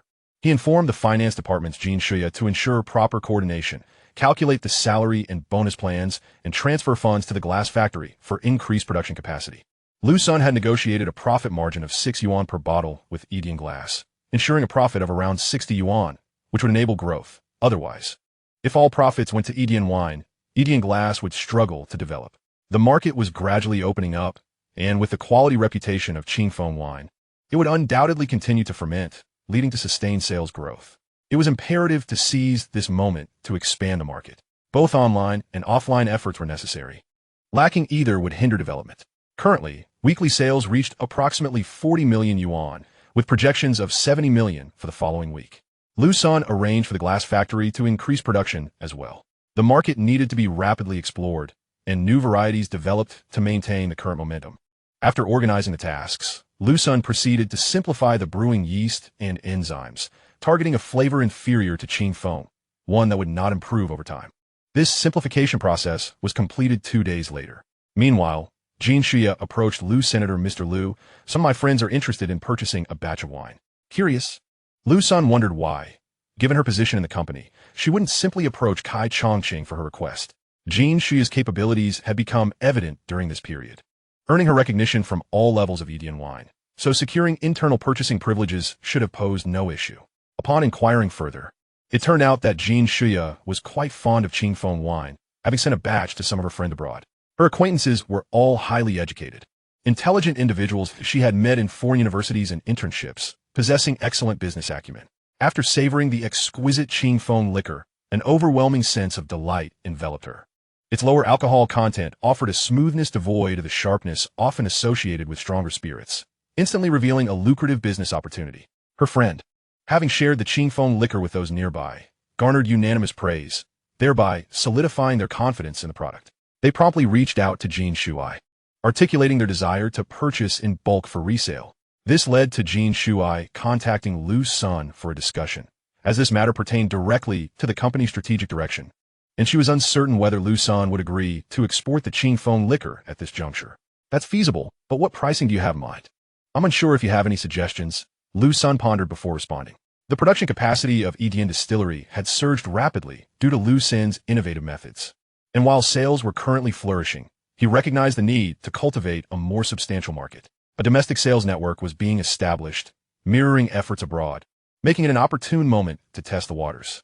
I too am uncertain about the ideal pricing, Jin Shuai admitted, as her knowledge of foreign markets was limited, compounded by her own abstinence from alcohol. Perhaps you could propose a price of 29. We will handle domestic transportation, customs clearance, and the overseas shipping costs will be their responsibility. Let us see if they accept, Liu Sen suggested, keen to explore the potential for higher profits in dollars. However, it was crucial to clarify that this price represented his export rate, leaving their selling price at their discretion. Jin Shuai nodded in agreement and departed. Upon returning home that evening, Jin Shuai languidly reclined on her sofa, her long legs curled comfortably, as she dialed her classmate in the Beacon country. Jenny, regarding the Qingfeng liquor export issue you inquired about, I've spoken with my boss. He has approved the export, but the price is set at 29, which includes domestic transport. However, you will be responsible for overseas shipping. As for the selling price in the Beacon country, we have no stipulations. What do you think? Is that so? Please hold for a moment.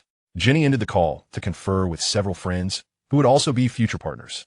After their discussion, they confirmed that the price was acceptable. Jin Shuai did not wait long to receive Jenny's response. The price is fine, but the initial order will be modest as we need to gauge market acceptance. We will place an order for 1,000 cases, totaling 6,000 bottles, and will opt for air freight due to the limited quantity. Time swiftly passed, and a few days later, Jenny and the Beacon country received the 6,000 bottles, commencing their exploratory venture. The outcome aligned closely with their initial research. If not exceeding expectations, within a week, all stock was sold out. They set the price at 49, yielding substantial profits, with the group collectively earning nearly 80,000 in that short span. Each member, originally elites acquainted with high-ranking officials from various major companies, found themselves enamored with the uniquely flavored liquor from the Summer Kingdom, particularly resonating with its Taoist storytelling. As Qingfeng liquor gained traction, it became increasingly sought after, with many expressing willingness to pay a premium for availability, resulting in numerous orders submitted. The distinctive bottles also captivated attention, leading to a flurry of videos on international platforms, including a rumor about an individual whose life was saved by a bottle during a shooting incident. Jenny and her associates tallied the demand, discovering it exceeded 10,000 bottles. Realizing their initial estimates had been overly conservative, they promptly contacted Jin Shuai to place an additional order for 100,000 bottles via sea freight, given the lengthy shipping times. They also submitted an order for 10,000 bottles for air transport. If the air shipment sold out before the sea freight arrived, they planned to continue dispatching additional shipments by air until the sea cargo reached its destination. Chapter 36. Thoughts on purchasing a vehicle. The overseas orders were promptly reported to Liu Sen, who, upon reviewing the data, sought out Jin Shuai. Shuai, you've truly secured a significant client for our company. I too did not anticipate such a favorable outcome. However, with such a valuable client, how do you intend to express your gratitude? Jin Shuai inquired from behind her desk. Gazing at Liu Sen naturally, I must bestow upon you a substantial bonus. The company will also award you a commission based on the sales manager's standards, Liu Sen replied. Hearing this, Jin Shuai felt a surge of excitement, realizing this would amount to a considerable sum, certainly in the millions. She had not expected to earn such a hefty amount merely a month into her tenure. Despite her usual composed demeanor, she couldn't help but smile at the prospect. Edian Distillery offered high sales commissions, particularly for newly acquired clients, with generous bonuses for initial orders, which would normalize in subsequent transactions. By the way, I have yet to treat you to a meal. Let's South dine at my place tonight, after work, Liu Sen proposed. Very well, Jin Shuai happily agreed, buoyed not only by the good news, but also by her fondness for Liu Sen's well-equipped home with its rooftop terrace, having only briefly visited previously. As work concluded, Liu Sen, along with Liu Ying and Yin Dan, drove Jin Shuai back to the city. Jin Shuai was behind the wheel of a BMW, while Liu Sen's trio rode in his vehicle, with Liu Ying driving, Yin Dan in the passenger seat, and Liu Sen in the rear. They encountered some sluggish large trucks, and Liu Ying attempted to overtake them. However, the vehicle's acceleration was insufficient, resulting in several near misses. Observing this situation, Liu Sen mused that his vehicle, valued at over 100,000, was indeed due for replacement, especially considering Jin Shuai's car was significantly superior. As the company expanded rapidly, it became evident that acquiring vehicles for staff transportation and client reception was essential. Before long, they arrived at Liu Sen's residence. Exiting the elevator, Liu Ying presented Jin Shuai with a pair of fresh slippers, and once everyone had changed, they entered the house. Upon stepping inside, they were greeted by a delightful aroma. Spotting Liu busily preparing in the kitchen. Oh, you're back. I still have a few dishes to finish, so you'll need to wait a bit. Liu called without turning around. Liu Ying and Yin Dan set down their belongings and ventured into the kitchen to assist with the meal. Initially, Jin Shuai intended to help as well, but the others insisted she remain out of the kitchen, asserting, "It's our first dinner together. How can we have our guest cooking?" Meanwhile, Liu Sen engaged Jin Shuai in conversation in the living room, discussing the current state and prospects of the company. Everyone felt at ease, as the future appeared bright with robust sales and exclusive brewing technology. I plan to purchase a new vehicle, and we should also acquire a few company cars. Do you have any opinions on this matter? Liu Sen articulated his thoughts from the journey, seeking the input of the three women in the kitchen and Jin Shuai. As a major boss, you could opt for a Rolls-Royce or a Bentley, Jin Shuai suggested first. The three women echoed similar sentiments, all leaning towards foreign brands. However, Liu Sen preferred domestically produced options. Currently, he drove a joint venture vehicle, having chosen it for its reliability and fuel efficiency due to economic considerations at the time. Having acquired wealth, I still aspire to purchase domestically produced vehicles to lend my support. On one hand, this serves as a personal example. When future employees consider purchasing cars, they will have a reference point. After all, once the company flourishes, the number of employees will undoubtedly be substantial, certainly not less than several hundred thousand. Moreover, my unique abilities allow me to modify vehicles and acquire boundless knowledge. Even if he does not enter this market, he could still engage in technical licensing. At present, I can only articulate my intent to support domestic products. Liu Sen expressed his preference. The few women paused for a moment, contemplating the merits of purchasing domestic. It exudes positivity and can foster a favorable impression when liaising with the government. But which domestic brand to choose? There are BYD, Chang'an, Wuling, Geely, and Hongqi. Jin Shuai listed the available domestic options. Ultimately, they settled on Hongqi. It truly stands out among the rest. After further deliberation, the decision was made to purchase Hongqi, as it represents the pinnacle of high-end vehicles. When the conversation shifted to the company's business vehicles, the group struggled to identify a suitable domestic option. They ultimately resolved to acquire both domestic and international vehicles, depending on the nature of the client interactions. They decided to visit Jinling in a couple of days. Over the weekend, to procure the car. The women also suggested a shopping excursion afterward, noting that they had not had the chance to explore the area since their arrival a month ago. Liu Sen considered this and consented, recognizing that the three women had been diligently attending to both work and his personal needs. With the company now on a stable trajectory, he could finally afford to relax after a period of intense busyness. It would also provide an opportunity to visit his sister and brother-in-law in Jinling and check on the operations of the restaurant, which he hadn't seen in about a month. Recently, when the hot pot restaurant opened, his sister Lu Ling had hoped he would attend, but he had been too preoccupied and wished to keep his connection with the restaurant discreet. Many behind-the-scenes individuals had been unmasked due to the opening ceremony. Dinner is served, Lu announced, placing the final dish on the table. We can eat now. I could smell the delightful aroma as soon as I stepped in. I've been eager to try this, Jin Shuya exclaimed, rising immediately. She appeared far more approachable than her usual serious demeanor at work. After taking her first bite, she became unable to stop, repeatedly exclaiming, "Delicious, truly delicious," as she continued to indulge. The three women were not surprised by her enthusiasm. They had been just as animated at the outset. Soon after finishing the meal, Jin Shuya, only then realizing her fullness, remarked, "This is too good. I've eaten so much, I'm bound to gain weight, and I want to lose some." She patted her stomach as she spoke. Liu Sen, noticing her words and gestures, took a moment to assess her. Clad in a fitted white blouse and a black skirt, her long legs ensconced in black stockings, she appeared impossibly slender. Women, he thought, are forever convinced they are overweight. After a brief respite, the women began clearing the table, and Jin Shuya lent a hand. Meanwhile, Lu commenced preparing fruit tea, while Liu Sen retreated to change into comfortable home attire. Upon returning, he addressed Jin Shuya.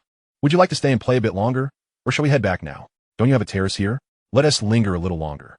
"Would that be unwelcome? How could a stunning beauty like you ever be unwelcome?" Liu Sen chuckled in response. "Inger, please take Shuya to change into comfortable clothing." "Sure," Liu Ying replied as she continued tidying up. Liu Sen had an array of home clothing prepared for guests, ensuring their comfort during visits. Before long, everyone had finished tidying up, changed into home attire, and gathered on the terrace with the fruit tea that Lu had prepared. "Let us all try this and see how the fruit tea tastes," Lu said, her eyes sparkling with anticipation. "Is there a new product?" Ingdan asked, not overly surprised, before taking a sip. Lately, Lu had been engrossed in the operations of the Mu Lin Sun milk tea shop, tirelessly developing new products and frequently seeking their feedback. Her previous fondness for milk tea had translated into her own successful creations, showcasing her natural talent. With each new flavor proving delightful, these would become signature offerings of Mu Lin Sun, entirely original and not mere imitations of other shops, far beyond simply adding nutritional enhancers. While the taste of milk tea did not astonish most, Jin Shuya had a different experience. She had never tasted Mu Lin Sun's milk tea before, having only heard that Lu had opened her own shop, mistakenly believing it to be similar to others. This tasting revealed a distinctly unique flavor. Jin Shuya was astonished, pondering why everything from Liu Sen's establishment seemed so exceptional, far superior to anything currently available in the market. She surmised that these must be closely guarded trade secrets.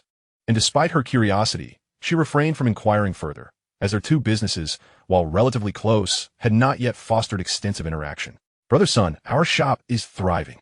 Although we've only been open for a little over 10 days, we have already attracted a loyal customer base, with daily orders averaging 1 or 2 cups. Given this success, I am considering opening a second Mu Lin Sun milk tea shop," Lu shared after gauging their reactions. "I see no issue with that. A prosperous business warrants expansion. Have you identified a location for the new shop?" Liu Sen included. "I've already pinpointed a few locations, having surveyed 5 or 6, and finally settled on 2, with contract signed," Lu elaborated. "Considering that Rongqing is a small city with limited consumer capacity, and our positioning targets high-end clients, 3 shops here should suffice. 3 should be adequate. After gaining experience here, we can expand outward.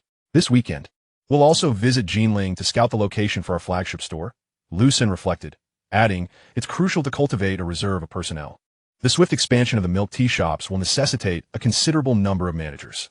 As the women engaged in conversation, Liu Sen leaned back in his chair, gazing at the night sky and enjoying the tranquil atmosphere. His decision not to swim tonight was primarily due to Jin Shuya's presence. The laughter of the women filled the air, and occasionally they would glance in Liu Sen's direction, prompting him to deduce they were discussing him. His physique was tenfold that of an average person. He could easily overhear their conversation, yet he preferred not to. After all, some matters should retain an element of privacy and mystery.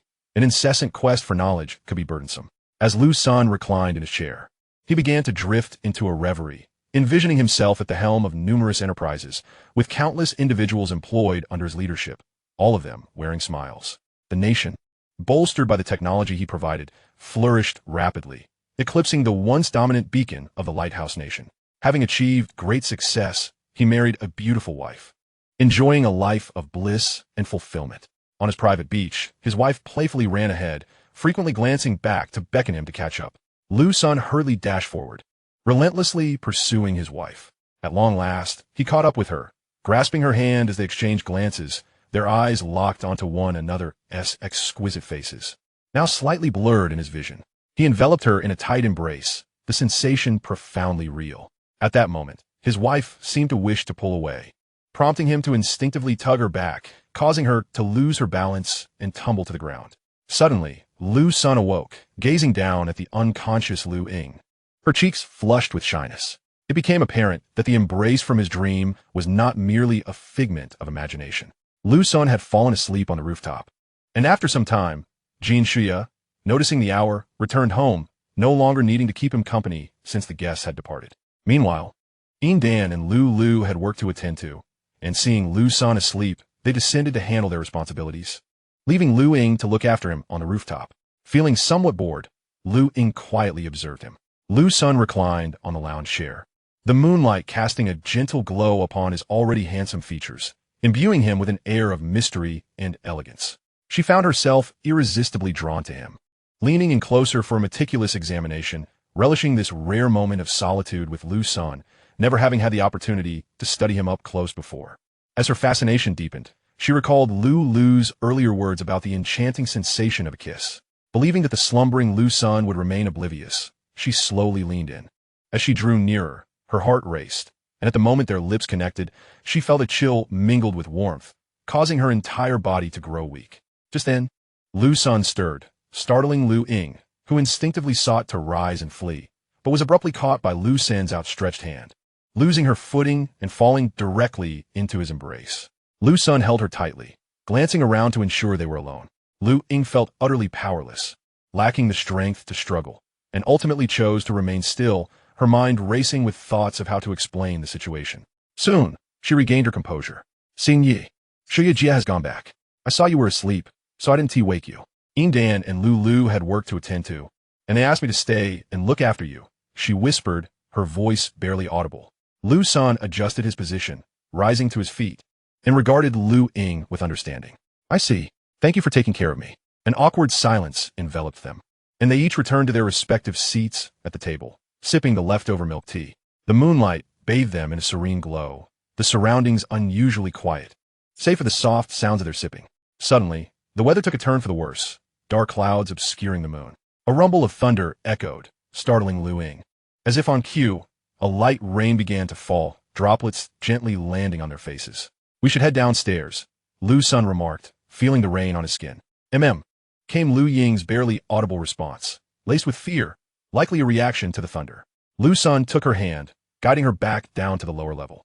Outside, the wind and rain intensified, the thunder rumbling continuously, and raindrops splashed upon the surface of the pool, creating rippling circles. Chapter 38. New ideas the following morning. Liu Sen awoke early, engaging in a workout at the gym before preparing breakfast. Liu Ying appeared flushed as she joined him for the meal. After they finished, Yin Dan and Lu departed for work, and before leaving, Yin Dan offered Liu Ying a knowing smile and a glance. Liu Ying, already shy and blushing, became even more radiant as they were left alone in the house. Ying, we want to be going to the company today. I'll be conducting research at home, so you should rest well. If you feel tired, you can sleep a bit longer, Liu Sen said. Understood, Senge, Liu replied, rising to retreat to her room. However, as she moved, a wave of pain surged through her, causing her to pause. Liu Sen, noticing her distress, hurried over and lifted her into his arms, carrying her to her bed. Rest well, he said, placing a gentle kiss on her forehead before leaving the room. After pouring her a glass of water, he entered his workspace. The first generation of liquor had nearly reached its sales potential, and it was imperative to develop the next generation promptly as the end of the year approached, a peak time for liquor consumption in Huaxia. During the new year, gifts exchanged among friends and family, as well as company holiday bonuses, would spark a demand that could easily surpass tenfold the usual volume. Given that gatherings during the festive season involved copious amounts of alcohol, with no day during the holiday devoid of drinking. Moreover, the demand for premium liquor would elevate significantly during the holidays. Thus, it was essential to expedite the research and production of the next generation, ensuring adequate reserves and promotions to meet potential sales. As a high-end liquor brand, Liu Sen planned to introduce a new bottle design without altering its form. However, he intended to change the details. The bottle would no longer be made of clear glass, but would instead feature colored glass. The entire bottle would be a transparent red to evoke a sense of festivity. It would resemble a piece of red jade glass, with a slightly deeper, opaque red ball at its center, displaying the name of the liquor elegantly inscribed above. Below the name, a row of 5 golden hollow stars would signify that this liquor would improve in taste over 5 years, with each passing year filling 1 star until they transformed into solid gold. Liu Sen directly communicated the bottle specifications to the Edian Glass R&D department, as the modifications were not particularly complex. He also discussed the matter with Dan, urging her to keep a close watch. Originally, Liu Sen had intended for his parents to oversee the factory, but recognizing their inability to manage it and the need for their attention on the house reconstruction, he decided against it. Thus, he entrusted the factory to Dan, instructing her to report any issues directly to him. Over time, the factory had been managed exceptionally well, and the distillery thrived due to soaring demand. In the laboratory, Liu Sen deftly operated the instruments, synthesizing the next generation of enzymes, albeit without success thus far. Yet, he sensed that success was not far off and adjusted the ratios again, patiently continuing his attempts. As noon approached, Liu Sen exited the laboratory, having dedicated himself entirely to research, which had proven exhausting. The foundation of Edian Company remained relatively fragile, lacking significant recognition, and he acknowledged that once they gained a reputation, he would need to hire additional researchers. At that point, he could simply outline the research direction, allowing his team to handle the rest. Even if they encountered bottlenecks, he could assist, significantly expediting the process compared to relying solely on his own efforts. Raising a company's profile is notoriously challenging, particularly in traditional industries. Unlike internet-based enterprises where visibility can be achieved more readily due to the ease of online dissemination. Suddenly, Liu Sen recalled that although his company had a website, traffic was minimal. It seemed essential to leverage other internet platforms to enhance the company's visibility, facilitating easier announcements in the future. Entering the kitchen, he found Liu Ying busy at work, clad in a loose white t-shirt and shorts, her long legs on full display. The atmosphere was filled with warmth and comfort. Approaching her from behind, Liu Sen gently wrapped his arms around her, resting his head against her, inhaling the fragrant aroma emanating from her, feeling a profound sense of tranquility and contentment. "Sengu, please don't tease me. I still need to cook," she chided lightly. Liu Sen, glancing back at the obstructive Liu Ying while she prepared dinner, playfully chided, "It's nothing, just a hug." After taking a deep breath, Liu Sen released his embrace and reclined on the sofa in the living room, quietly observing Liu Ying. In that moment, he felt fortunate to have crossed paths with them. Their presence was a blessing, and to possess their affection was an even greater fortune. He was resolute in his determination to hold on to this happiness fiercely. He was not the type to relinquish someone he cherished under the pretext of for your own good. With his current capabilities, he intended to claim what he desired, ensuring that no one could wrest it from his grasp. "Dinner is ready." Liu Ying's voice interrupted Liu Sen's reverie. During the meal, Liu Sen addressed Liu Ying. Our company's official accounts on various websites have yet to be registered. Although we are primarily engaged in industrial ventures, establishing an online presence is essential. Please take care of this later. It will provide us with a platform to voice our opinions and, given the current trends, should attract considerable attention." "Understood. Should I also discuss this with Dan and Lulu? They probably haven't open accounts on Doshou and Zhaolang either. Then you all can collaborate on this. You might as well invite them over to brainstorm." Before long, both women returned, and the group began discussing how to set up the accounts. At that moment, Liu Sen noticed a crack on Lulu's phone screen, which she was still operating. "How did your screen get damaged?" he inquired. "Earlier today, while working on the new store renovations, it accidentally fell and shattered. It's still functional for now, but I'll replace it when I have the time." Lulu replied, "Once you've set up the accounts, we should all go get your phone replaced. After all, we're all bosses now, and we ought to have decent phones." "All right, but with all the running around we do, it's easy for a phone to take a fall." I dread the thought of a newly purchased phone getting smashed. The cost of replacing a shattered curved screen can be exorbitantly high, Liu lamented. If only the screen were unbreakable. Upon hearing this, a spark of inspiration ignited in Liu Sen's mind, though he chose to keep it to himself for the time being. In the afternoon, at the Pedal Experience store, Liu Sen accompanied the three women to a phone shop, where they purchased the latest models as well as new laptops. He opted against the Fruit brand, believing that domestically produced devices would provide him with a greater sense of security, and he also yearned to conduct a novel experiment. They didn't linger in the shopping mall of Rongqing, but return home. For the following day, they were to travel to Jinling, where the shopping experience would certainly be more enticing than that of the smaller city. Many harbor misconceptions, believing that small cities have lower living costs than larger ones. This, however, is far from the truth. Rongqing, despite being a small city, hosts numerous establishments with prices that exceed those in Jinling, a provincial capital. The cost of living is excessively high. Many chain restaurants in this small city charge several yuan more for the same dishes or snacks than their counterparts in Jinling or Longqing. Job opportunities in small cities are scarce. Holidays are few. Overtime is plentiful with little to no extra pay, and the base salary for social insurance contributions is also lower. In some cases, jobs lack any form of social insurance entirely, culminating in monthly earnings that often amount to a mere 2,000 yuan, all while living costs remain steep. This situation drives many to abandon small cities in search of better prospects in larger urban centers, where aside from housing prices, everything else tends to be superior.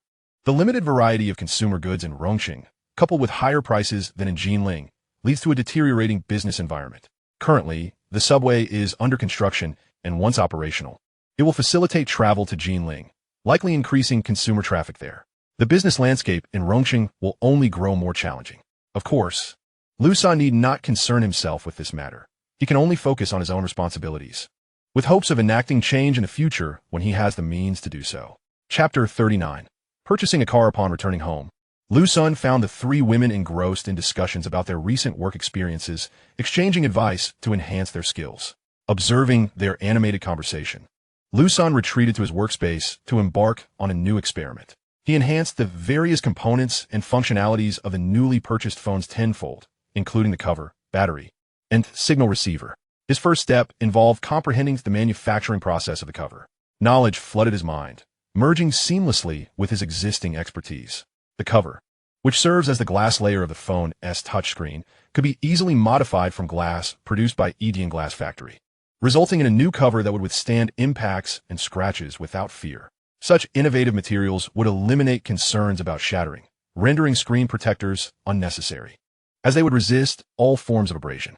The back cover could also utilize this new material, allowing the phone to be truly resilient against drops. Thanks to the high toughness and durability of the new material, the back cover could be designed to be thin, enhancing signal reception and making the phone lighter. With this level of resilience, cases and tempered glass protectors would become obsolete, thus improving the overall tactile experience. The aesthetic appeal of such phones would undoubtedly be remarkable, constituting a significant selling point. Liu Sen envisioned collaborating with the Pedal company, leveraging this glass technology to provide relevant components, thereby enhancing the company's reputation while simultaneously elevating his own. Edian company lacked public recognition, and other technologies could not yet be unveiled, such as battery innovations. Given his lack of experience in this field, it would be imprudent to present them prematurely. In time, he could gradually cultivate his image as an ingenious late-blooming scientist and later introduce advanced technologies without considerable backlash. Through this straightforward yet interconnected glass technology, he could hitch a ride on Pedal's momentum, especially as they too face challenges. He yearned to offer assistance as fellow citizens of Huaxia. With newfound recognition, he could commence large-scale recruitment of research personnel, potentially even enticing experienced individuals from Pedal, many of whom had fallen behind due to age. For Liu Sen, these individuals could prove invaluable, guiding fresh graduates in research endeavors according to Liu Sen's directives, thus yielding swift results. He meticulously organized the technical documentation related to the new materials, preparing to visit the glass factory next week to negotiate a collaboration for manufacturing the necessary phone components. The glass factory, too, needed to diversify its business. It could not solely depend on Edian wine industry. Liu Sen's enterprises all possessed immense potential, poised to evolve into billion-dollar entities or even trillion-dollar ones in the future. The current focus must be on continuously enhancing the company's visibility, as Liu Sen had significant plans ahead. Before long, the following day arrived. After waiting for Jin Shuya, Liu Sen and the three women set out for the automotive park in Jinling, first visiting the Hongqi dealership. After exploring several options, they decided against the previously desired L5 and instead purchased the new HS9 model. They acquired one 4-seater and one 6-seater vehicle. Liu Sen would personally drive both, the 4-seater for fewer passengers and the 6-seater when more were present. Though the electric vehicle's range was indeed lacking, he felt no concern. He intended to modify it with his golden finger technique, ensuring a driving range of at least 500 to 6,000 kilometers, thus alleviating its shortcomings. With an appealing design, ample space, and an attractive interior, it would certainly meet their needs. Additionally, he procured 3 H9 vehicles for the three women as their official business transportation, allowing them the autonomy to choose other vehicles for personal use if they preferred. Liu Sen once again made a purchase from Edian Wine Industry Company, acquiring 3 H9 vehicles and one 7-seater HS9. As for the business vehicle, he left the decision to Kai Chongqing, who would handle the procurement himself. This time, Liu Sen personally attended the car purchase, primarily for his own use and that of his three companions. Furthermore, he intended to enhance the vehicles with his unique modifications, significantly boosting their safety. He planned to increase their strength and resilience tenfold, ensuring the glass would also possess heightened durability. Should the upgraded glass fail to meet ballistic standards, he would employ the company's latest glass technology to fabricate replacements. As his business continued to flourish, Liu Sen felt confident in his own safety. However, he recognized that his family and companions could not be by his side at all times, necessitating the recruitment of additional security personnel.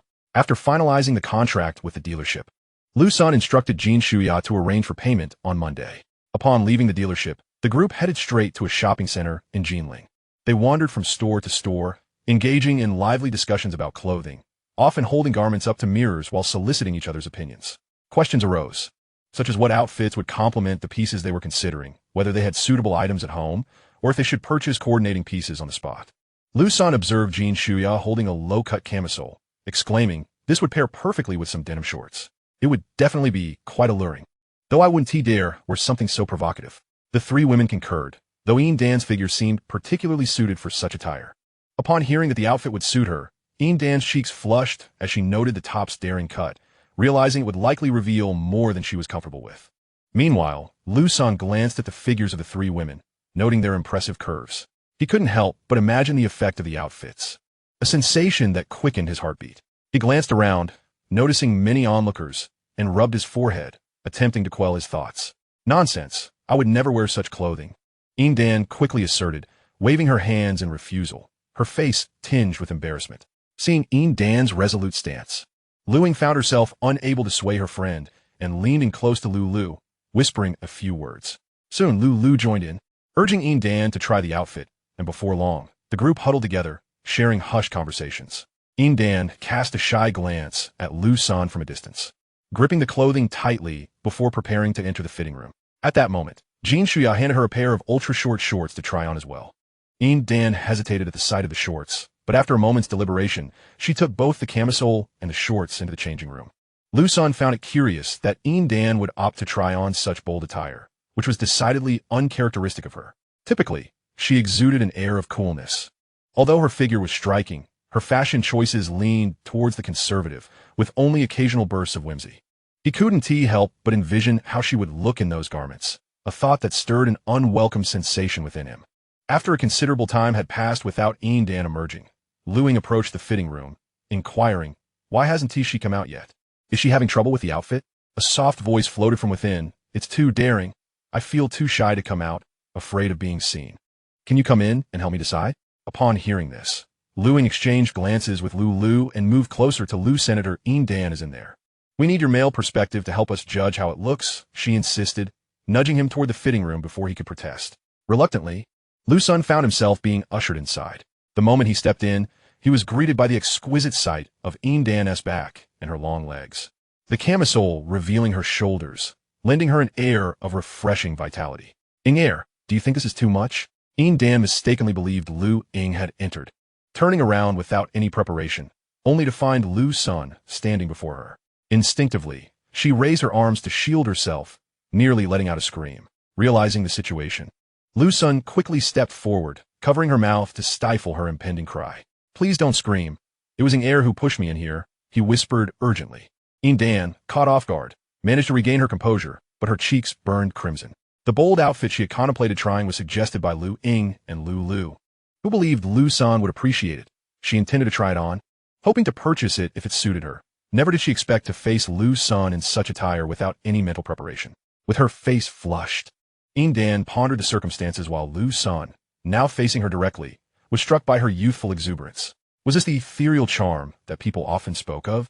Xin Yi, you need to leave, she urged, blushing fiercely and attempting to push him away. All right, I'll step outside, but I must express my opinion. It looks stunning, Liu Sen remarked as he turned to exit, fulfilling the task set by Liu Ying and the others. A barely audible response reached his ears as he stepped out of the fitting room, where he found the women still browsing through clothes, their eyes darting toward him. Liu Sen composed himself and approached them, stating, "The outfit is quite nice." "Oh, really?" they responded, their tone tinged with disappointment. Having anticipated more time for Dan to emerge, but it had only been a matter of seconds. Ignoring their unspoken thoughts, Liu Sen inquired, "Have you found anything you like?" "Still looking," they replied, now focused on their selections. Moments later, Dan emerged from the fitting room, now dressed in her own clothes. She avoided making eye contact with Liu Sen and walked straight to her friends, engaging in discussions about other garments.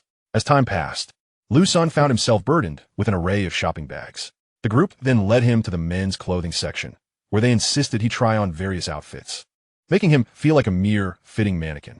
After a considerable duration, he had acquired numerous items, including suits, casual wear, and shoes.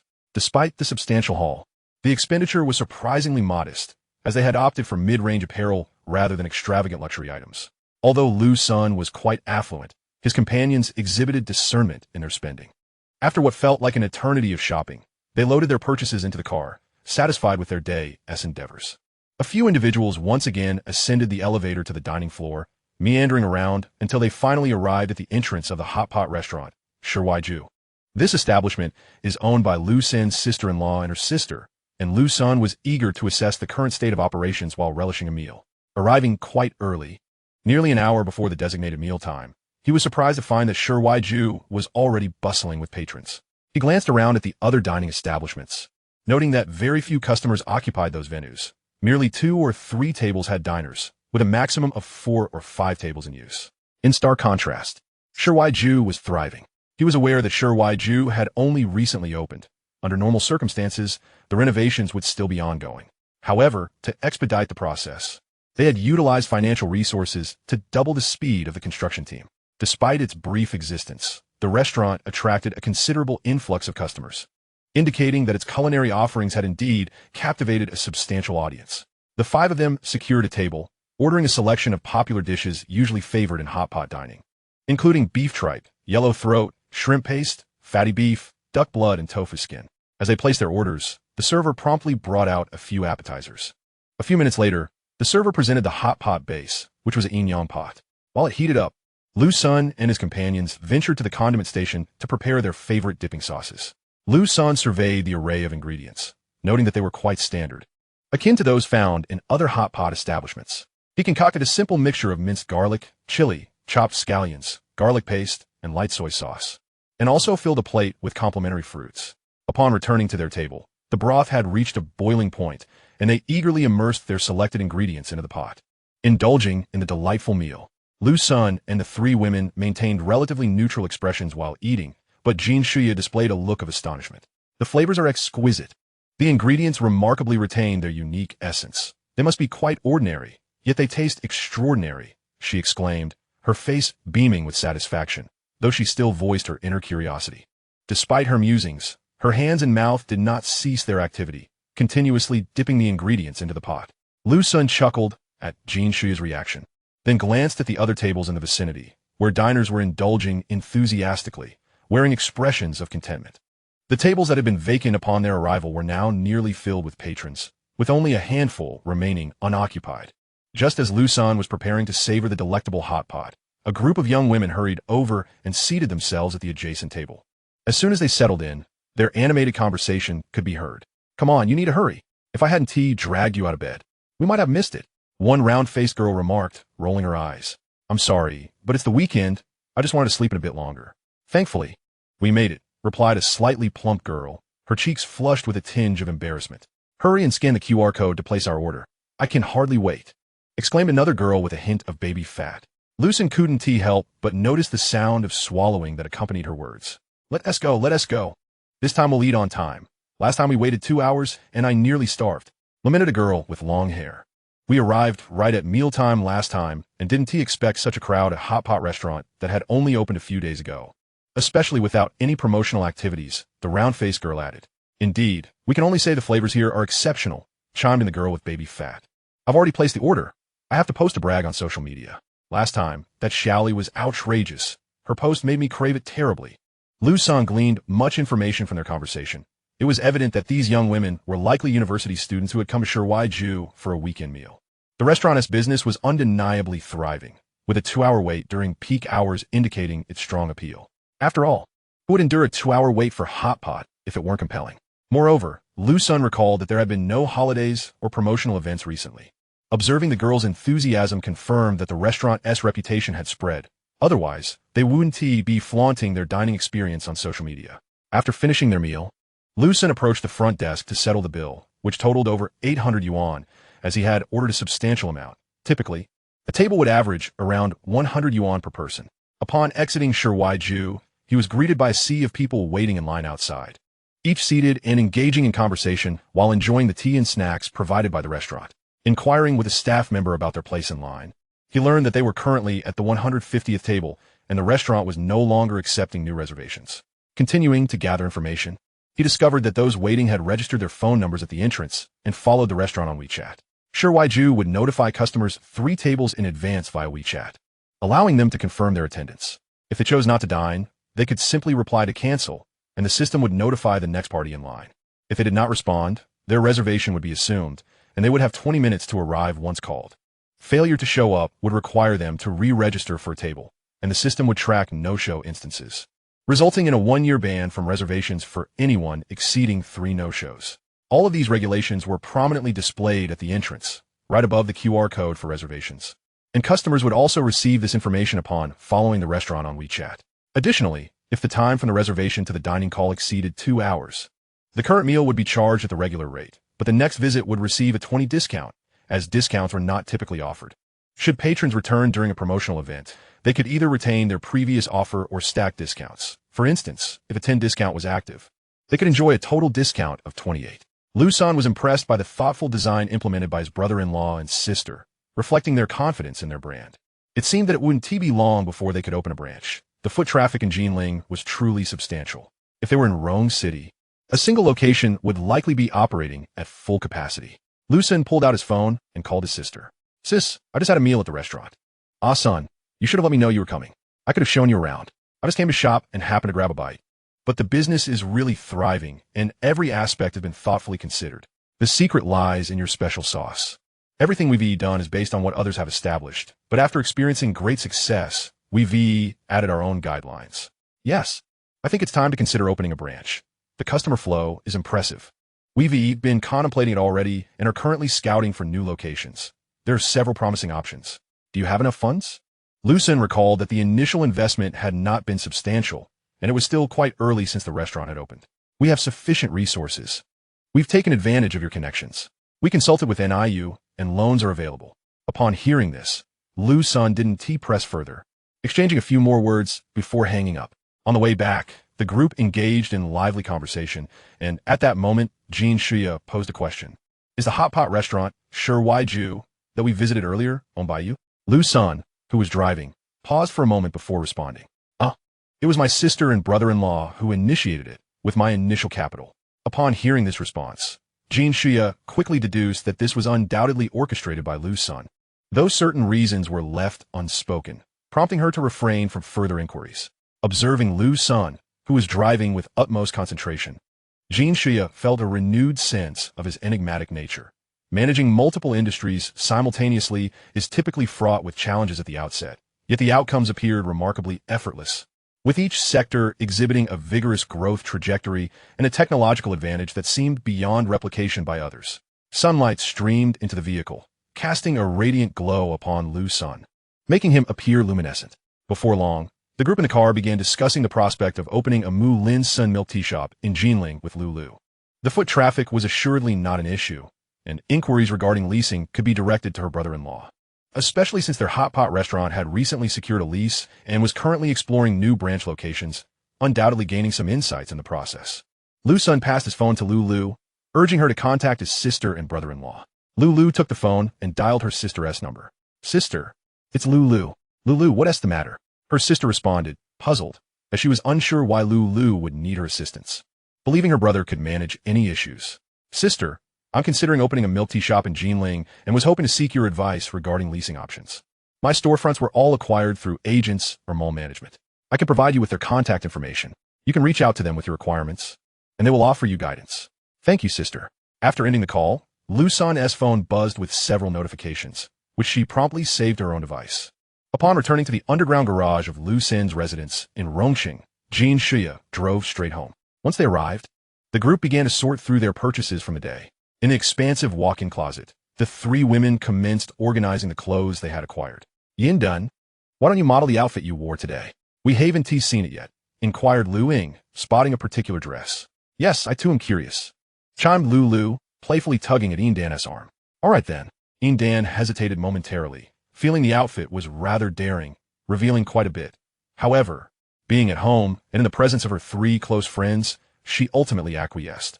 Soon, she had changed and stood before the mirror, twirling around.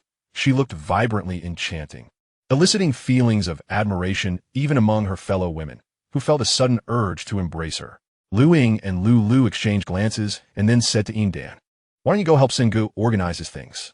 He bought a lot of clothes today." Without waiting for Yin Dan's consent, they playfully nudged her out of the closet and into Liu Sen's room. At that moment, Liu Sen was busy arranging the clothes and shoes he had procured, and he noticed Yin Dan entering the room. Chapter 42. Astonishing data.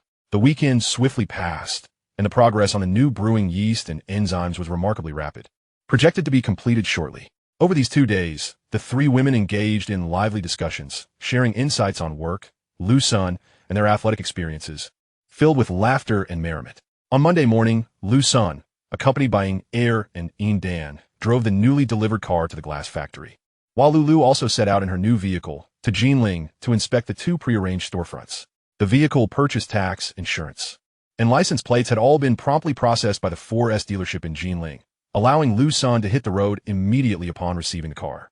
After acquiring the vehicle, Liu Sen utilized his golden finger technique to enhance the new cars for everyone, ensuring a robust guarantee of safety.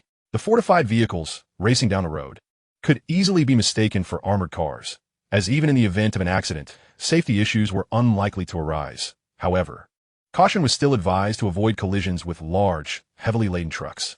The Hongqi HS-9 rolled into the glass factory, and Liu Sen entered the research department to commence a new study, intent on transforming the technical data he had synthesized over the past 2 days into tangible products. Before diving into research, he took a moment to review the production of the red glass he had previously requested. Under the guidance of his supervisor, he examined the samples, which were impressively crafted, exuding a grandiose aura reminiscent of vibrant flames. The second phase of the factory expansion had also been completed, and the new red wine bottles would be produced within the new facility. Over the next few days, Liu Sen devoted himself entirely to the glass factory, returning home late each night. 3 days later, the month finally concluded, and everyone eagerly awaited the sales data for the month. In the temporary meeting room of EDN Wine Industry, Factory Director Kai Chongqing, Sales Manager Deng Yaluan, Financial Manager Jin Shuya, Human Resources Manager Yin Dan, General Manager Assistant Lu Ying, and IT Department Manager Chao Lei took turns reporting on the previous month's work, their smiles growing increasingly radiant with each update. In the first month, a total of 710 tons of Qingfeng liquor were produced, of which 110 tons have been sold. Domestic sales accounted for 30 tons, while international sales reached 80 tons.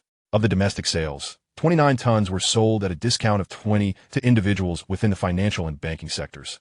380 tons were offered at 15 off to distributors, and the remainder, totaling 621 tons, was sold at the original price via the official website.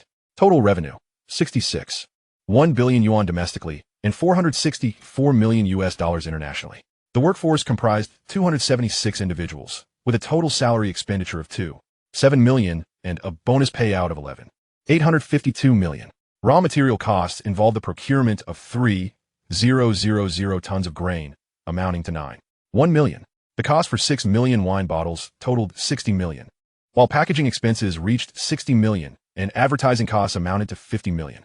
Vehicle and office expenses accounted for 3.4 million, and investments in new production lines and factory expansions totaled 50 million. Total expenditures, 246.152 billion. The profit was slightly less than Liu Sen had initially anticipated, likely due to the discounts offered in the early stages and the substantial advertising expenses incurred, as establishing brand recognition was essential during the company's nascent phase. A considerable sum remained, necessitating the swift completion of the factory expansion, as new product varieties would undoubtedly emerge, and future sales would require more facilities and machinery. Liu Sen scrutinized all the data before setting aside the documents in his hands. The previous month had concluded. It was now time for the team to discuss the sales and production plans for the upcoming month. Through this month's experience, the sales capabilities developed had seen significant enhancement, and the prior sales expansion plans were underway, with many individuals ready to embark on initiatives to establish a nationwide sales network in the coming days. Deng Yaoluan updated the team on the progress of the sales team's expansion, adding, "Currently, online sales are performing exceptionally well, accounting for approximately 80% of our sales data. Thus, we need to continue bolstering our online advertising efforts. The new production line has been ordered, and the factory will be completed in half a month," Kai Chongqing reported. The new office building has been constructed and is currently undergoing renovations, set to be officially operational by the 1st of next month. Liu Ying provided an update on the office building's progress. Liu Sen nodded in acknowledgement. The office building, a 5-story structure, had been under construction since the company's inception and was finally nearing completion after 2 months. Currently, the company's office is merely a modest space partitioned within the factory, a rather austere setting, including the meeting room.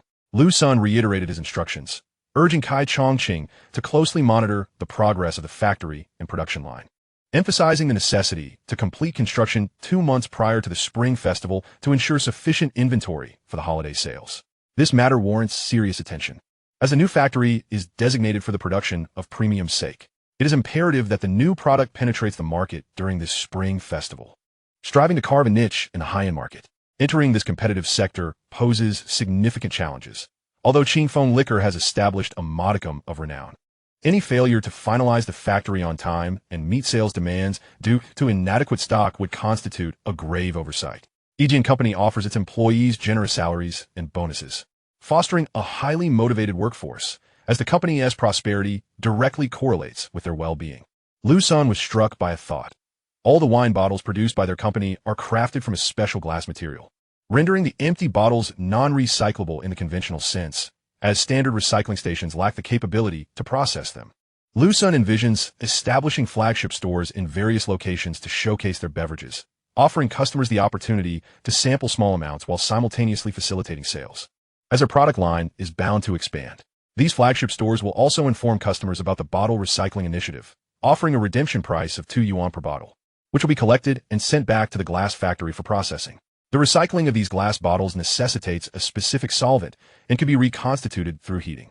After the meeting, Liu Sen immersed himself once more in the glass factory, continuing his research on new glass formulations.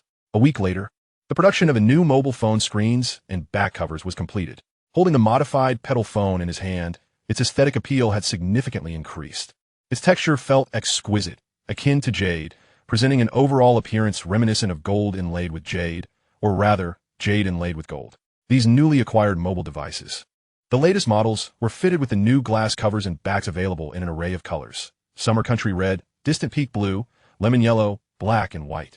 Each offered in both transparent and opaque varieties, alongside a completely colorless option that resembled glass in its clarity. These glasses possess numerous properties. They leave no fingerprints or grease on their surface. The phones are remarkably durable, though while the exterior is resilient to drops, extreme jolts may still damage the internal components, such as the motherboard or camera, if dropped from a significant height. For instance, dropping a phone from the 5th floor to the 1st may not visibly damage the exterior. Yet there exists a possibility of internal damage. The phones feel incredibly smooth in hand. They do not become excessively cold in winter nor overly warm in summer, maintaining a consistent temperature. Furthermore, with the switch to glass casings, the devices are lighter, resulting in improved signal reception and remarkably smooth call quality and internet connectivity. Having organized the relevant materials, Liu Sen reached out to lawyer Wang for assistance in applying for a patent. He also instructed Dan to communicate with the local government about establishing another factory dedicated to the newly researched glass to be directly affiliated with technology. The production of this glass requires immersion in a special solution and must be processed within 1 minute, as exceeding this time frame would render it impossible to reshape.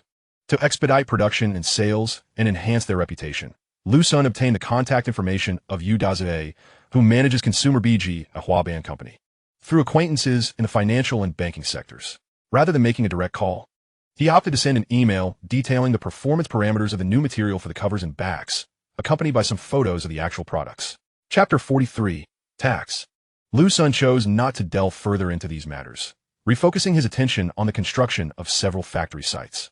Liquor Industries engaged in discussions with the government and secured an additional 500 acres of land, bringing their total to 600 acres. While this area is substantial, it still pales in comparison to renowned liquor enterprises. For instance, the Yanghe Distillery occupies a staggering 15,000 acres, over 20 times the size of Liu Sen's Distillery. However, Liu Sen did not pursue blind expansion. He deemed sufficient space with room for potential new projects. Distillery employs Liu Sen's newly developed brewing technology, which has less stringent space requirements since the liquor produced does not necessitate cellaring, resulting in minimal stockpiling and rapid turnover. Typically, they can produce liquor twice a week, and sales are brisk, with most products quickly sold, alleviating any financial pressure. By optimizing the utilization of the 600 acres, the annual production capacity could reach 100,000 tons. It is estimated that around 3,000 workers will need to be hired, a testament to the advantages brought forth by technology, as this is tenfold fewer than traditional brewing methods require. As the month concludes, tax obligations limb. Upon preliminary calculations, it appears they owe approximately 14.5 billion. And this does not account for corporate income tax, which would add another 2.5 billion. Thus, with a revenue of 700 million after taxes, they would retain about 1.7 billion, a commendable outcome considering the multitude of taxes to be paid, including value-added tax, consumption tax, based on sales, urban maintenance and construction tax, educational fees, stamp duty, local educational fees, and corporate income tax. Liu Sen anticipates that revenue will continue to rise, particularly with the expansion of the factory and diversification of their product line, potentially multiplying their output several times over. Even without factoring in growth, based on current machinery and production levels, they could be liable for approximately 25 billion in taxes annually. This rough estimate reveals that the taxes paid by Liquor Industries alone could equate to nearly half of Rongqing's fiscal revenue from the previous year, an astonishing thought. Fortunately, they have yet to remit these taxes, and currently, only the company's senior management is privy to this information. While they are aware of the revenue figures, they likely have not considered the tax implications in comparison to Rongqing, a 13th-tier city, unlike a major metropolis like Jinling, which reported a total GDP of around 67 billion in 2020. Consequently, Yijian has undoubtedly emerged as Rongqing's largest enterprise, contributing a GDP that the city could hardly fathom. This assessment is based solely on current equipment and output. Once the new factory and production lines are completed, along with the establishment of additional businesses and projects, the GDP generated by a single company could rival that of the entire city. While Liu Sen recognizes that their liquor will undoubtedly sell well, he had never contemplated such a magnitude. Liu Sen summoned Jin Shuya to discuss tax matters in their makeshift office. She offered numerous tax avoidance strategies, such as establishing new sales companies, engaging in related party transactions, or registering offshore companies for tax benefits. These suggestions were indeed clever. However, Liu Sen, after careful consideration, outright rejected them. He asserted that he was not in need of such tactics. His future business profits would be substantial. His abilities enable him to contribute more in taxes, improving the prosperity of his hometown, city, and country, which would ultimately yield a greater sense of accomplishment. After all, for him, reducing taxes merely translates to a few billion or tens of billions, amounts that are negligible in his view. Furthermore, this is merely the initial phase. As new enterprises are established, the income generated will be abundant, allowing for increased production and the opportunity to significantly enhance employee benefits, ensuring that all staff can live fulfilling lives. As October draws to a close, one can defer the payment of all taxes until January, coinciding perfectly with the end of the quarter. Moreover, there exists a pressing need to acquire numerous assets for the expansion of the factory before year-end. These funds will substantially bolster development as he aspires to establish a personal laboratory. The current home setup is far too rudimentary, merely sufficient for basic research, while the research facilities within the winery predominantly focus on alcoholic products. A comprehensive laboratory must be established, which will undoubtedly require a significant financial investment. Furthermore, this laboratory will operate independently, with all resultant technologies licensed to various companies for a fee. Liu Sen intends to seek counsel regarding this matter, specifically from Jin Shuyuan's father, known as Uncle Jin. The recent gathering has made it evident that Uncle Jin is quite an adept individual, making him a viable source of advice. Establishing a personal laboratory entails extensive approvals. Without them, acquiring numerous instruments and chemicals would be impossible. Gazing at Jin Shuyuan, Liu Sen directly inquired, "Shuyuan, has Uncle Jin been on any business trips lately? He has been home for dinner in the evenings, hasn't he?" Hearing Liu Sen's question about her father, Shuyuan felt a twinge of confusion. It was the first time he had directly inquired about her father through her. Were it anyone else, she would have likely dismissed it. But Liu Sen was different. He was not only her superior but also a friend, and he already shared a cordial relationship with her father. "Oh, then perhaps I shall accompany you to your home later," Liu Sen remarked after confirming that Uncle Jin would indeed be home for dinner. Shuyuan felt her cheeks flush at his words. Although her relationship with Liu Sen had been amicable recently, with his impressive work ethic and personal charm, she couldn't help but wonder if his sudden desire to return home with her implied something more. However, they were not yet at the stage of meeting parents, being merely ordinary friends. Instantly, her mind conjured images of three extraordinary individuals, all of whom were equally remarkable in their own right. She pondered how Liu Sen had managed to surround himself with such exceptional company, especially since she had learned that these three had developed mutual affections before Liu Sen's rise to prominence, having shared over 2 years of camaraderie. Moreover, through her interactions, she harbored no disdain for these three. On the contrary, they exuded charm. During her time abroad, she had encountered many wealthy, second-generation students who indulged in extravagant lifestyles, which she found utterly disdainful, keeping her distance from them. Ultimately, she had associated only with individuals of commendable character and capability. Much like the friends involved in the recent collaboration with the Lighthouse Nation, individuals who possessed both ability and integrity, which enabled swift market penetration. Observing Shuyuan's momentary daze after hearing his words, Liu Sen felt a hint of curiosity. Throughout their interactions, Shuyuan had consistently embodied elegance and poise, coupled with formidable professional skills and an amiable demeanor that made engagement with her particularly pleasant. "Shuyuan, Shuyuan," he softly called a few times before she regained her composure, awkwardly clearing her throat. "Are we going now?" Shuyuan blurted once she gathered her thoughts. "We'll head over after work. I've been meaning to visit Uncle Jin. I've just never found the time. Now that the monthly data has been released, it's the perfect opportunity to consult him about a few matters," Liu Sen replied, casting a curious glance at Shuyuan. Chapter 44. Discussing matters of the Jin family, Shuyuan collected her thoughts and said, "Let me call my dad and inform him." She exited Liu Sen's office and sat in her own, reflecting on her earlier lapse in composure. Such behavior was entirely uncharacteristic of her. After calming her nerves, she dialed her father's number. The call connected swiftly, and she was greeted with laughter. "Shuyuan, what is the occasion for your call?" "Father, Liu Sen wishes to come home with me tonight to visit you and seek your counsel on a few matters." "That is perfectly fine. Did he mention what he wants to discuss?" "He didn't specify, but it likely pertains to the astonishing monthly operational data we've just released. You can inquire further with Liu Sen when he arrives. I'd rather not divulge details myself." Despite being her father, Shuyuan refrained from revealing any information prematurely. "That little cotton-padded jacket of yours isn't very warm," Jin Ziming jested. Jin Ziming was aware of the booming sales of Edian Winery, in which he had played a significant role by recommending numerous clients. He anticipated that the month's sales figures would be impressive, though he was curious about the specifics.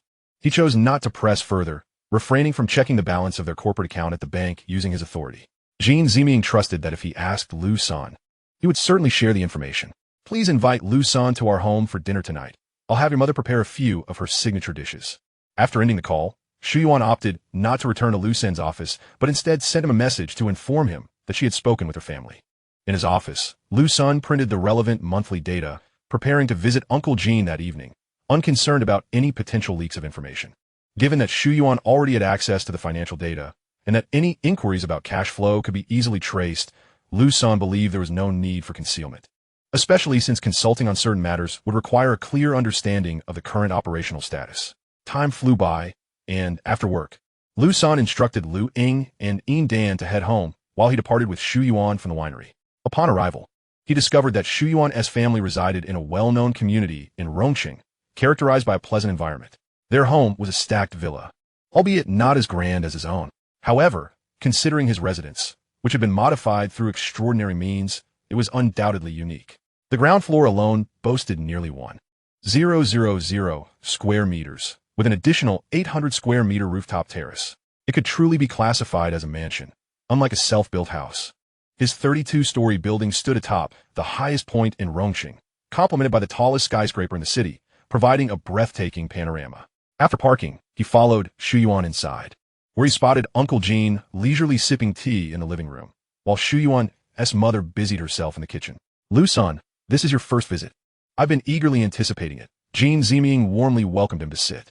Uncle Jean, I've been quite occupied lately, with the company beginning to yield results. I thought it was the perfect time to bring the latest data for your review, Liu Sen replied. Uncle Jean had been a significant benefactor, aiding him with recruitment, loans, sales channels, and networking. Liu Sen set down a box of sake, his small batch experimental sake.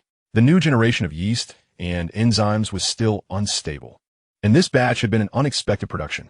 Despite encountering repeated failures in reproduction, he estimated that within a week, they would be able to replicate the process, as soon as the new factory and production line were completed. Meanwhile, Xu Yuan entered the kitchen to assist her mother. I've heard your business is thriving. It must keep you quite busy, Uncle Jean remarked. Indeed, it's going well, and I owe much of that to your introductions to numerous clients, Liu Sen replied. Liu Sen expressed his heartfelt gratitude, acknowledging that their wine initially lacked recognition. The first batch was entirely purchased by a select group of high-end clients, which significantly contributed to subsequent sales and helped spread their reputation. This was also a testament to the exceptional quality of their wine.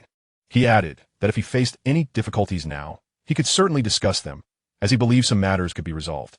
Jean Ziming inquired further, as he regarded Liu Sen as an invaluable talent, capable and strikingly handsome. This was why he had encouraged his daughter to work with Liu Sen. Otherwise, given his connections and her capabilities, entering a Fortune 500 company in a mid-level position would have been effortless. He hoped for her development and wished for her to spend time with Liu Sen, curious if a spark might ignite between them, which would be splendid. He understood that matters of the heart cannot be forced, and his father would undoubtedly disapprove. He himself had opted not to rely on family connections. Instead, he enlisted in the military and, upon returning, achieved the position of bank president through his own merit. Liu Sen candidly expressed his intention to consult about certain issues, believing Jean Ziming could offer valuable insights. Go ahead, I'm all ears, Jean Ziming replied without surprise, readily agreeing. Just as Liu Sen was about to voice his concerns, a voice interrupted him, causing him to swallow back his words. Come, dinner is ready, came the voice of Jean Shu's mother from the dining area. Well, let us dine first, Jean Ziming said to Liu Sen with a smile before rising to head to the kitchen. Liu Sen followed him into the dining room, where he saw a woman slightly older than Jean Shuya. Although she was dressed in casual home attire and wore an apron without makeup, she exuded elegance and maturity, appearing to be in her early 30s. Standing beside Jean Shuya, one might easily mistake them for sisters. With a warm smile, she nodded at Liu Sen and said, Ah Sen, welcome. Please, make yourself at home. Auntie, I shall not hold back then. You truly look youthful. One could easily mistake you for Shuya's sister. Liu Sen rit prompt. You are quite the charmer, Auntie said, her smile widening. Now I understand why Shuya is so beautiful, Liu Sen added. And both Jean Ziming and Jean Shuya observed their conversation with delight. Let us enjoy some wine. This one is from your company, Jean Ziming said as he set the glasses and retrieved a bottle of Qing Foam from the wine cabinet. Since the launch of Qing Foam wine, it had been his drink of choice at home. Wait, Uncle Jean, let us drink the one I brought today, Liu Sen interjected, moving to the living room to fetch the box of sake he had previously brought and began to unpack it. Jean Ziming, puzzled by Liu Sen's actions, asked, Aren't they all the same? They're all Qing Foam wine from your company. Why do we need to drink the one you brought? He had noticed the box upon Liu Sen's arrival, but thought little of it, assuming it was just more of the same wine. Uncle Jean, take a closer look. Liu Sen encouraged him. Upon hearing this, Jean Ziming scrutinized the packaging more closely and indeed noticed the difference. The box displayed a faint silhouette of a mountain with a temple on it, similar to Qing Foam wine, but distinctively labeled as Shanqing. Is this a new product you've launched? Jean Ziming asked, uncertain. considering the winery had only been established for a little over a month, and Qingfeng was already quite popular. Yes, this is a new creation I developed just in the last couple of days. It was brewed yesterday, Liu Sen confirmed. Jin Shuya, intrigued, watched closely. Although she was aware of the recent expansion of their factory for new products, she was surprised to see this one already produced. Liu Sen opened the box to reveal a paper case, designed similarly to Qingfeng but in soft red hues, with a gradient mountain motif and a bright red temple. As he unveiled the bottle, its red, transparent, spherical form was strikingly beautiful, resembling a flame, far more elegant than Qingfeng wine. "Come, Uncle Jean, give it a taste. Allow me to pour you a full glass," Liu Sen said, filling Jean Ziming's glass. As the bottle opened, a rich aroma wafted out, far more intense than Qingfeng. Jean Ziming raised the glass to his lips, and upon tasting, his eyes lit up. He savored the wine and drained his glass, relishing the moment with closed eyes. "What an exquisite wine!" Jean Ziming exclaimed, previously impressed with Qingfeng, but now completely captivated by Shanqing. The earlier Qingfeng was distinctive, already remarkable within its price range. But this new wine was even more robust and velvety, offering a gradual transition from warmth to a soothing coolness that was not icy, but rather a comforting sensation, alleviating worries and enveloping him in warmth and tranquility. It exuded a refined, gentle aura, quite unlike Qingfeng, which seemed more suited for youth. Shanqing, however, was undoubtedly designed for those with rich life experiences, though younger individuals would also enjoy it immensely. "Ah Son, you are truly a genius. How did you craft such a remarkable wine?" Jean Ziming lavished praise without reservation. "Uncle Jean, your approval means the world to me. It indicates the success of my creation. You are the first person, apart from myself, to taste this wine," Liu Sen said joyfully. "Ah Son, pour a glass for your aunt and Shuya as well. Let us hear their opinions," Jean Ziming suggested. "Certainly," Liu Sen replied, rising to serve Auntie and Shuya before refilling Jean Ziming's glass. Both Jean Annie and Jean Shuya took small sips, then finished their glasses in one go. "This is delightful. It lifts my spirits," Auntie remarked. "Indeed, the flavor is beyond words. It is exceptional," Jean Shuya added. Hearing their praises, Liu Sen felt a surge of joy and filled their glasses again, pouring one for himself as well. "To you, Uncle Jean and Auntie," Liu Sen declared, downing his drink in one gulp. "This Shanqing wine is something I brewed at home recently. It hasn't yet gone into mass production at the factory, but it will soon. I estimate that once the construction is completed in a month or so, we will be able to produce it in large quantities. As the festive season approaches, more families are opting for high-end wines, and this one is crafted to celebrate the new year, targeting the premium market." The red design of the bottle also embodies festivity. Enhancing its luxurious appeal, Liu Sen elaborated on the wine and its market positioning. Jean Ziming nodded in agreement, acknowledging the excellent positioning of this wine and its unique flavor, which would surely leave a lasting impression on anyone who tasted it. "However, I have yet to determine the pricing. I wonder if you could offer some advice on that." Liu Sen inquired. "This exquisite wine undoubtedly belongs to the upper echelon of fine spirits, with a pricing strategy that aligns seamlessly with renowned brands like Guamiao. Its flavor profile surpasses that of Guamiao. However, the lack of widespread recognition for your distillery may deter many potential patrons from taking the plunge. Having recently inaugurated your establishment, although Qingfeng wine has enjoyed commendable sales, public awareness remains fleeting and has yet to solidify in the collective consciousness. Moreover, given that it is categorized as a mid-range wine, introducing a premium pricing model may not easily resonate with the masses. This particular wine, once tasted, captivates the palate, necessitating a strategic entry point. A price point of 688 yuan, with a special introductory offer of 688 yuan per bottle until after the Lunar New Year, could serve as an effective strategy. With Qingfeng wine leading the way, such a price is likely to be well received. Once consumers experience its quality, demand is bound to surge, thereby enhancing your brand's reputation and allowing for subsequent price adjustments without issue. After all, anyone who has savored Qingfeng wine will undoubtedly regard this price as an exceptional value, making the eventual return to the original price seamless. Furthermore, you might consider launching a promotional slogan this year, expressing gratitude for the warm reception of your newly established Edian distillery, which has witnessed impressive performance. This could be framed as a gesture of appreciation, introducing your high-end wine in celebration of the Spring Festival with special pricing. Liu Sen, upon hearing the suggestion, experienced a moment of enlightenment, feeling he had gained invaluable insights. Reflecting on Edian Distillery's performance this month, he anticipated even more explosive growth in the months to come. Once January's taxes are settled, The substantial tax revenue could easily become a focal point, especially if strategically publicized alongside the introduction of the new wine to reward loyal customers with discounts. Uncle Jean, your proposal is simply splendid. Let us raise our glasses once more, Liu Sen proclaimed, lifting his glass again. The atmosphere was delightful as everyone engaged in casual conversation while enjoying their meal. In the study, Jean Ziming and Liu Sen sat comfortably on the sofa, while Jean Shuya brewed a pot of tea before excusing herself. Asen, has Shuya been any trouble for you during this time? Jean inquired. Not at all, uncle. Shuya is an invaluable asset to me, managing the company's finances and allowing me to focus on research, Liu Sen replied. Her abilities are commendable, though she could benefit from further honing her skills. Uncle Jean, here's some of our company's data from this month. After you review it, I would like to share my thoughts, Liu Sen said, retrieving the freshly printed operational data from his briefcase and handing it to Jean Ziming. Jean hesitated momentarily, aware that this was confidential information, but considering his relationship with Liu Sen, he recognized it as a testament to the trust placed in him. As he perused the documents, Jin's expression transformed with astonishment, prompting him to scrutinize the pages more closely. Minutes later, he exhaled deeply, adjusted his posture, and after a brief pause, spoke up. This data is indeed authentic. Liu Sen nodded affirmatively, confirming the information. This is astonishing. You've only been established for a month. Jean exclaimed, marveling at the figures. Chapter 46, Confirming the Marketing Plan. Although Jean Ziming recognized the potential of Liu Sen's venture and had gathered insights from Liu Sen's connections regarding impressive sales and positive reputation, he was still taken aback by the magnitude of the results, far exceeding his expectations. Initially, he had anticipated monthly sales of around 10 to 20 million yuan, which would have positioned the company favorably within Rongqing. However, the actual figures were several times greater, effectively reaching the pinnacle of local enterprises. No, it was not merely a ceiling. It was on the verge of contributing significantly to the GDP of Rongqing.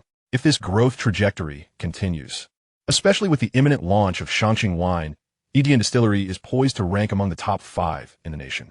Such achievements typically require decades, if not centuries, of toil from other wineries. Should this news become public, it would undoubtedly provoke existential reflections among them. Your confidentiality measures are commendable. Remarkably, no one has noticed your substantial growth, Jean remarked. Uncle, this will soon be revealed, especially once taxes are filed, Liu Sen replied. Indeed, the tax burden is considerable, and the current lack of attention is due to the infancy of your enterprise, which has not yet attracted much scrutiny. Thus, I propose that we utilize the tax filing as an opportunity to generate some buzz.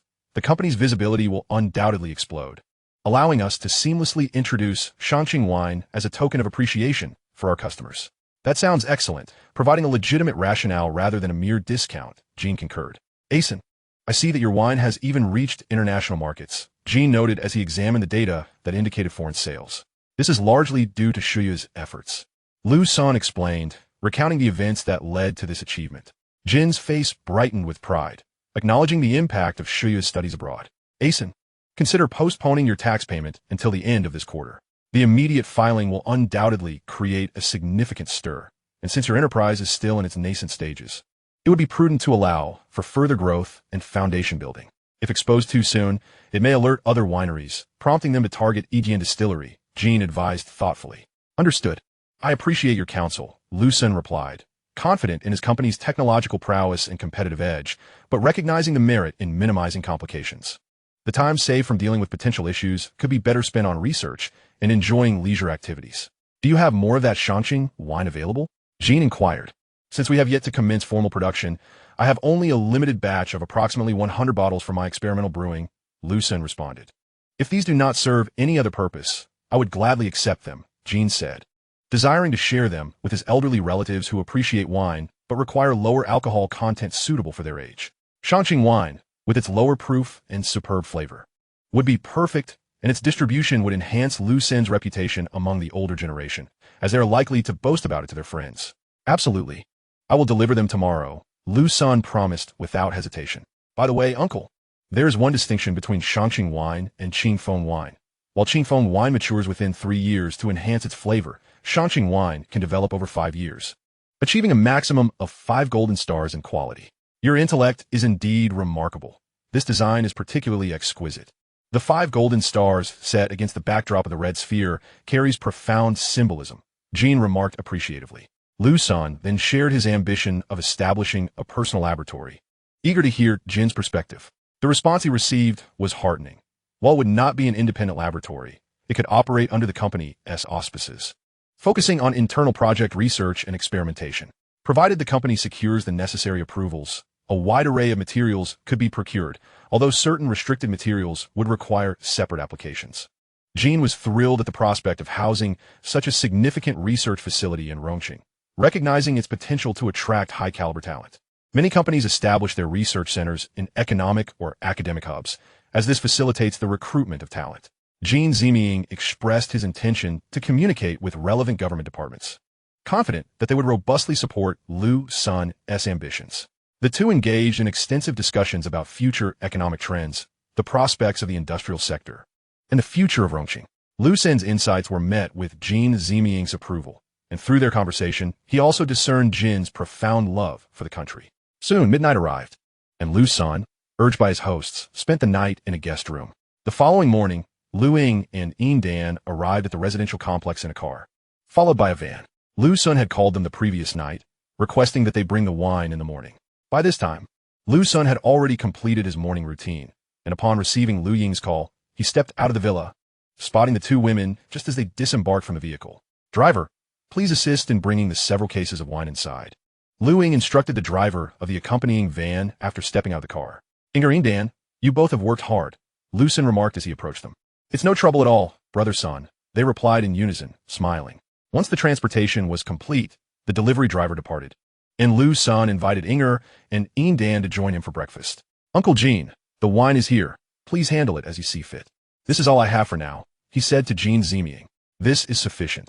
I merely wish to deliver some to my family and promote your name a bit." Jin Ziming replied with a smile, indicating that he intended to share it with his elderly father, relying on him for publicity.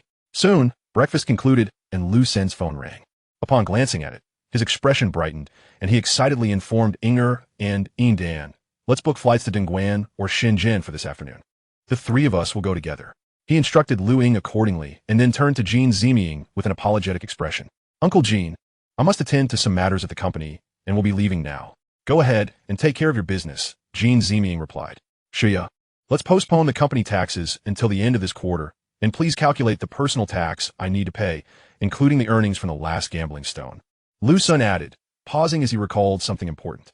"Rest assured, I will ensure everything is calculated accurately." Jin Shuya responded decisively, stating that these matters were rather simple to resolve. Liu Sen, along with Yin Dan and Liu Ying, drove back home. Upon entering, he instructed, "Please gather your clothes and personal items. We are heading to Huaban Company and will likely be there for a considerable time. After you are organized, kindly assist me as well. I have some additional tasks to attend to." Upon hearing Liu Sen's words, the two women nodded and promptly returned to their respective rooms to pack. Liu Sen proceeded to his study, printing out various documents and packing some samples into boxes. This decision stemmed from receiving a response email from Yu Dazue of Huaban Company that morning. Chapter 47. Reactions from Other Wine Enterprises. In his email, Yu Dazue expressed eagerness to see their company's new materials and technologies, but indicated that cooperation would depend on the evaluation of samples first. He also mentioned that if the materials and technologies proved authentic, their company could provide significant assistance. It seemed that Huaban Company had conducted investigations into Edian materials, aware that it was a newly registered company and perhaps anticipating potential difficulties. Liu Sen retrieved the last 2 cases of sake, placing them in the car before returning to his room. The two women were still organizing their belongings, and Liu Sen noted that women tend to take their time packing, so he did not rush them. He returned to his study to continue his research. The progress on the second generation of brewing yeast and enzymes was nearing completion. Currently, the synthesis process was somewhat unstable, with a risk of failure, but Liu Sen was determined to find the optimal solution without wasting any time. As time swiftly passed, with the last drop of reagent added, he adjusted the temperature and pressure conditions for synthesis. The reaction was rapid, and upon witnessing the successful yield of yeast, he proceeded to conduct a second test under different environmental conditions, achieving flawless results once more. Liu Sen gazed at the yeast and enzymes in the container, a smile breaking across his face. He had finally completed it. This process was replicable and could be industrially produced, although he had previously brewed some. It was not feasible for large-scale production due to high costs that would diminish profit margins. He secured the container and moved to his computer, entering all the data for yeast number 2 and type B enzymes, ensuring the information was encrypted. The studio's computer was not connected to the internet, and Liu Sen had fortified all data with encryption techniques he had diligently studied. His programming skills, enhanced by his unique abilities, rendered the data impenetrable to others. The walls and doors of the studio were specially designed to prevent unauthorized access. After leaving the studio and returning to his room, he found the two women tidying up his belongings. One was selecting clothes from the wardrobe, while the other neatly folded the chosen items into a suitcase. The scene was heartwarming, akin to a wife managing household chores.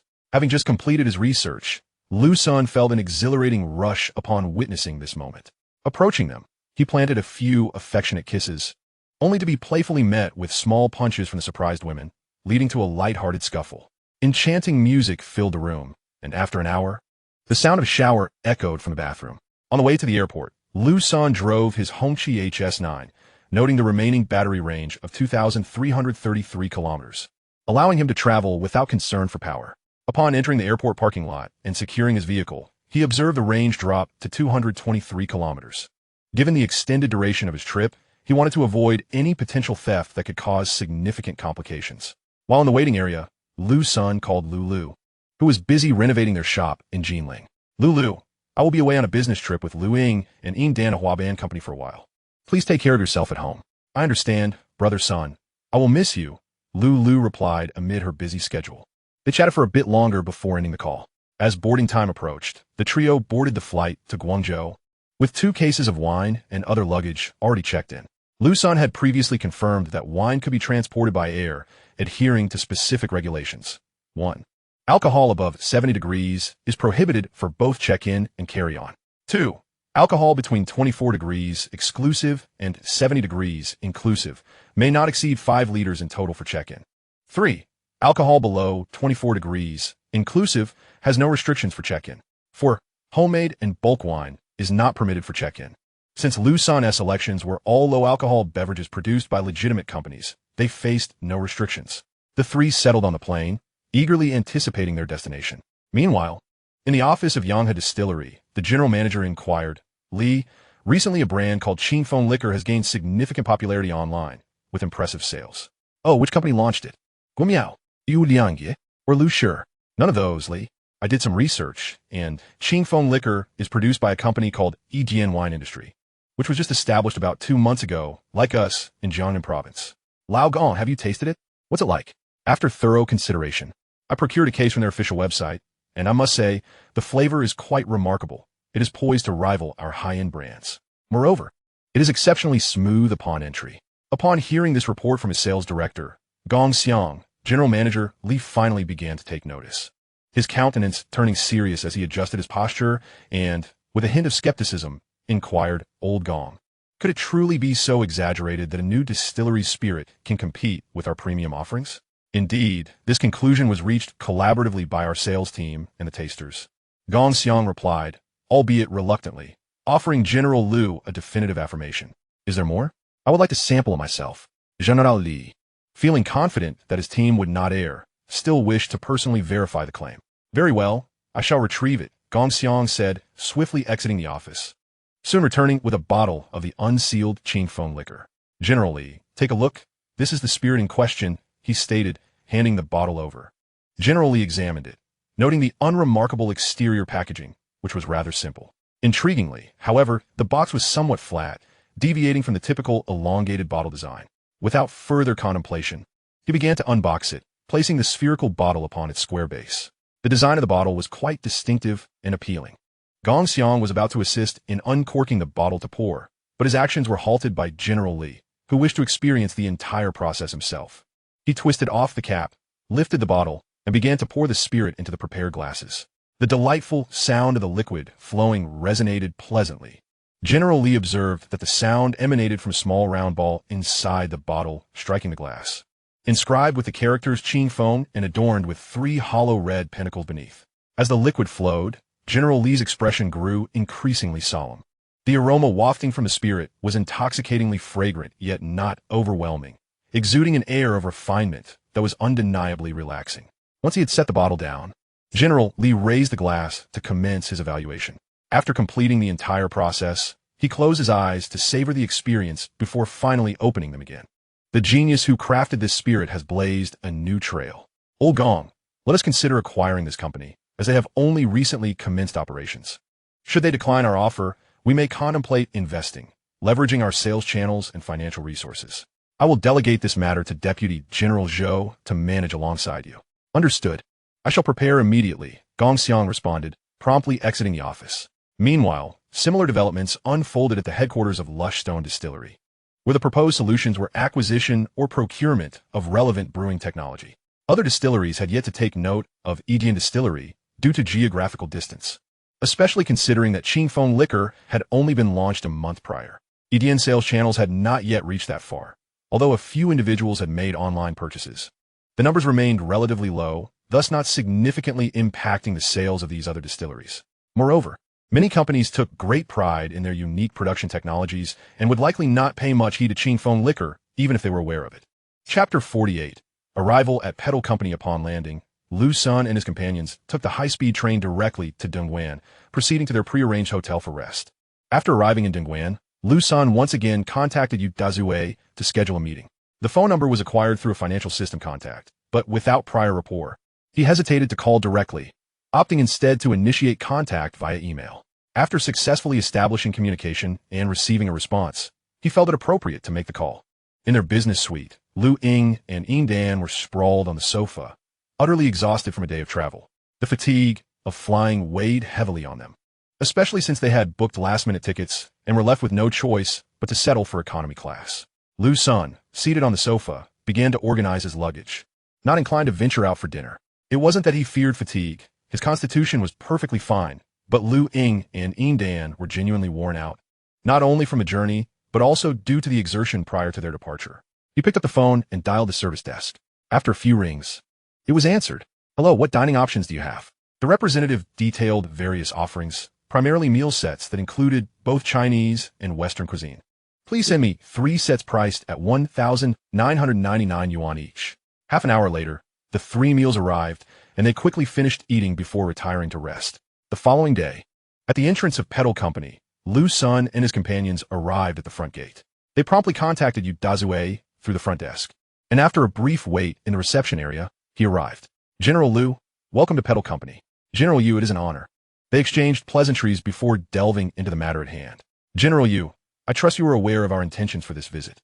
We have brought the finished products for your review," Liu Sen stated, signaling for Ying Dan to present the secured case. Upon inputting the code and opening the case, they revealed 2 neatly arranged rows of items.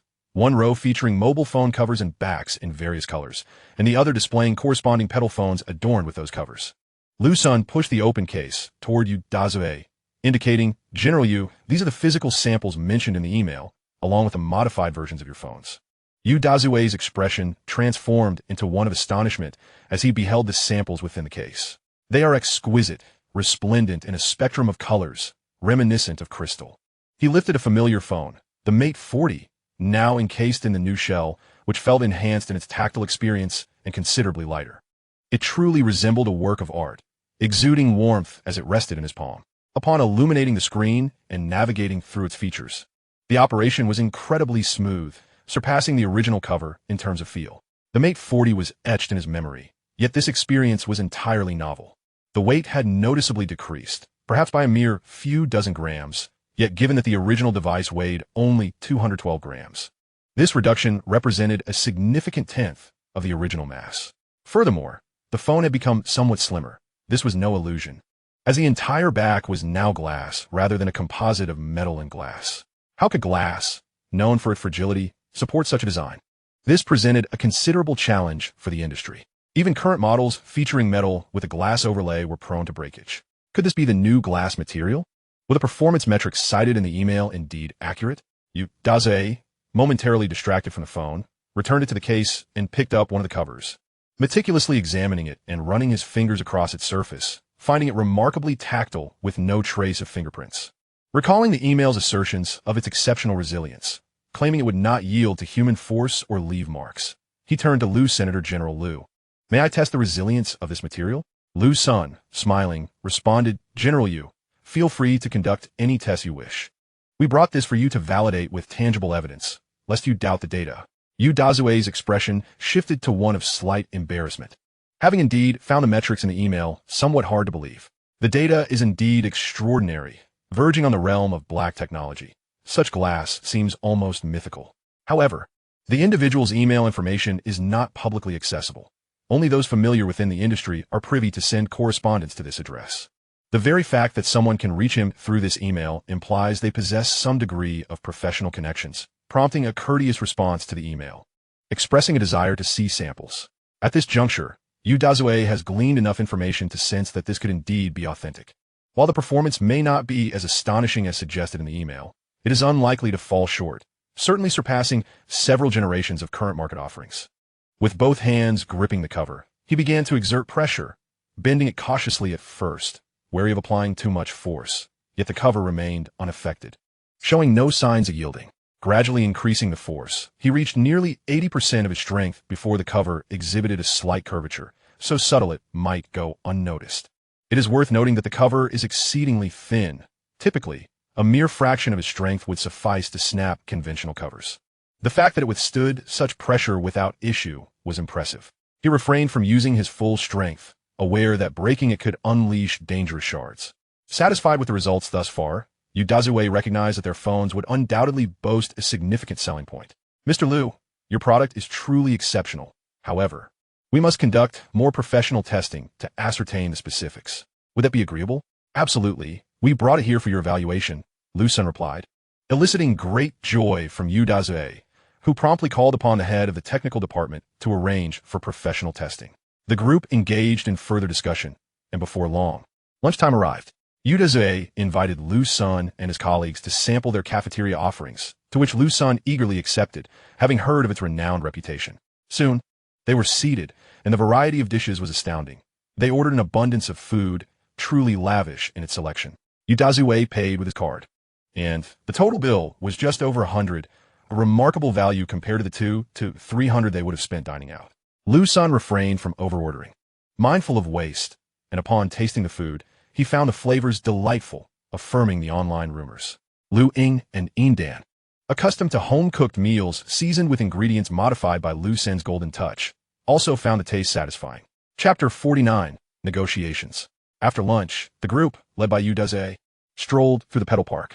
Liu Sen couldn't help but feel envious. This was the hallmark of a large corporation, complete with comprehensive facilities and functionality. Upon returning, he resolved to begin preparing for his own company's campus, having previously contemplated establishing his own research institute. This also provided an opportunity to inquire about Pedal Company, who possessed extensive experience in this realm, as he sought to enhance collaboration with them. Such a partnership would expedite his development. While he currently had a company and some funding, certain industries are not easily penetrated by mere financial means. Moreover, many of his capabilities involve modifications to existing products. Building upon Pedal's foundation would enable quicker expansion and greater recognition. He must hasten the pace, for he possesses a golden touch and numerous projects, willing to forego some profit to accelerate the advancement of his company, society, and even the nation. Relying solely on his individual efforts to navigate each industry would take an exorbitant amount of time, 10 years, 20 years, or even longer. The current international climate is exceedingly unfriendly. Although he is young and has time, he aspires for his country to advance swiftly and stand tall on the world stage. In times of incapacity, he yearned for a stable existence. Now that he possesses capability, he must cultivate his ambitions and seek a stage for his aspirations. As Liu Sen pondered these thoughts, Yu Dazue received a phone call. The excitement in the caller's voice was palpable, and Yu Dazue's face flushed as he exchanged a few words before hanging up. Mr. Liu, the tests have been completed.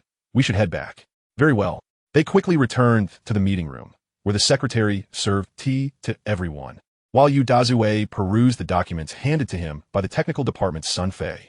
Previously, he had only caught snippets of the phone conversation, but now, upon reviewing the detailed data, he could scarcely believe his eyes. The results aligned perfectly with Liu Sen's claims and included numerous additional tests. After finishing the documents, he handed them to Liu Sen and took a large sip of tea to calm his exhilaration. Liu Sen noted the extensive range of tests conducted, each with multiple sets, many of which he had not previously explored, yielding characteristics such as lightweight, durability, clarity, fingerprint resistance, anti-glare properties, scratch resistance, and excellent weatherability. Liu Sen marveled at Pedal's professionalism. Indeed, a large company is distinguished by its capabilities. Mr. Yu, how were you able to conduct such extensive testing in such a short time? Did your team not take a break for lunch? Our test personnel quickly recognized the remarkable qualities of this new material and were eager to complete their assessments. To the point they could scarcely eat, Sun Fei remarked. Mr. Liu, I would like to understand your thoughts on potential collaboration. Yu Dazue inquired directly, eschewing any circumspect approach. He had no intention of proposing an acquisition outright. He recognized the capability of the individual before him. Mr. Yu, my intention is to acquire a company specializing in the production of this cover and back panel, to initiate direct manufacturing. However, as I am newly entering the sector, I seek your assistance in filtering potential candidates and providing a list. That is entirely feasible. However, what advantages might we gain in return? Could we secure exclusive supply rights? Naturally, we would not expect you to assist without compensation. However, exclusive supply rights are not feasible. We can offer exclusivity for 1 year, after which we must supply the broader market. Future products will also be prioritized for your supply for 1 year. Liu Sen was not inclined to agree to exclusive supply rights. He sought to establish his reputation and expand his market presence, which would yield greater profits and allow him to recruit additional talent for the next generation of products. For the market to develop healthily, collective innovation is essential. Granting exclusivity to Petal could stifle their own innovative progress. A 1-year head start would be beneficial, but continuous research and innovation would be necessary, lest that advantage dissipate after the year. Upon hearing Liu Sen's response, Yu Dazue, although disappointed at not securing exclusive rights, found the outcome satisfactory. He then posed a question, fixing his gaze intently on Liu. Senator Mr. Liu, may I inquire about your financial situation? Acquiring such a company will undoubtedly require significant investment, should you require assistance. We could provide funding. At this inquiry, Liu Sen couldn't help but smile inwardly, for he had anticipated this very question. Though his distillery had generated considerable revenue, it was still in its infancy, and those funds needed to be continuously reinvested into expanding the facilities, production lines, and sales channels. The company producing the phone covers and back panels might not seem prestigious, but it indeed required substantial capital, several hundred million, to meet Petal supply demands and subsequently cater to other mobile phone companies, which involve an annual output nearing 1 billion units. Moreover, it also has the capability to produce a wider array of products, such as tablets, wearable devices, watches, VR equipment, and various other consumer electronics. Additionally, it finds extensive applications in automotive electronics, industrial control, medical devices, and other sectors. Indeed, we could establish a new company together, with our investment in this innovative material technology accounting for 80 of the shares, while you would contribute 1 billion, securing 15 ownership of a newly formed company. The remaining 5 should be reserved for employees and management who make significant contributions. Liu Sen contemplated for a moment before stating his price directly. Mr. Liu, that seems rather steep. This is just a singular new material, and it is indeed too high. Furthermore, you have yet to mass produce it, and we are uncertain when that will be feasible. The strength of this material raises questions about its processing on an assembly line. Mr. Yu, rest assured, industrial production on an assembly line will pose no issues. In fact, we operate our own glass factory, which produces similar glass materials, albeit for wine bottles. Liu Sen replied. Mr. Liu, are you jesting? Utilizing a similar material to manufacture wine bottles seems rather extravagant, Mr. Yu remarked, feeling as if he were hearing a fantastical tale, akin to building a house with gold bricks. Mr. Yu, have you ever tasted tenfold wine? Liu Sen inquired. I have not come across that name before, Mr. Yu admitted. Despite frequently attending banquets and sampling various wines, he had never heard of this particular brand. This tenfold wine is produced by another one of my companies. I aim to create a distinctive wine bottle, and to prevent the emergence of counterfeit products, I developed this new type of glass material. After further refinement, it evolved into the material used for bottle caps and back covers. Upon hearing Liu Sen's explanation, Mr. Yu felt as if he were caught in a surreal narrative, marveling at the emergence of a material that could be deemed cutting-edge technology, all stemming from the desire to create a wine container. Chapter 50. Reaching an Agreement. How exceedingly extravagant, Mr. Yu mused internally. This revelation would surely provoke thoughts among the researchers who tirelessly strive to develop exceptional materials. Would it imply that their efforts were in vain?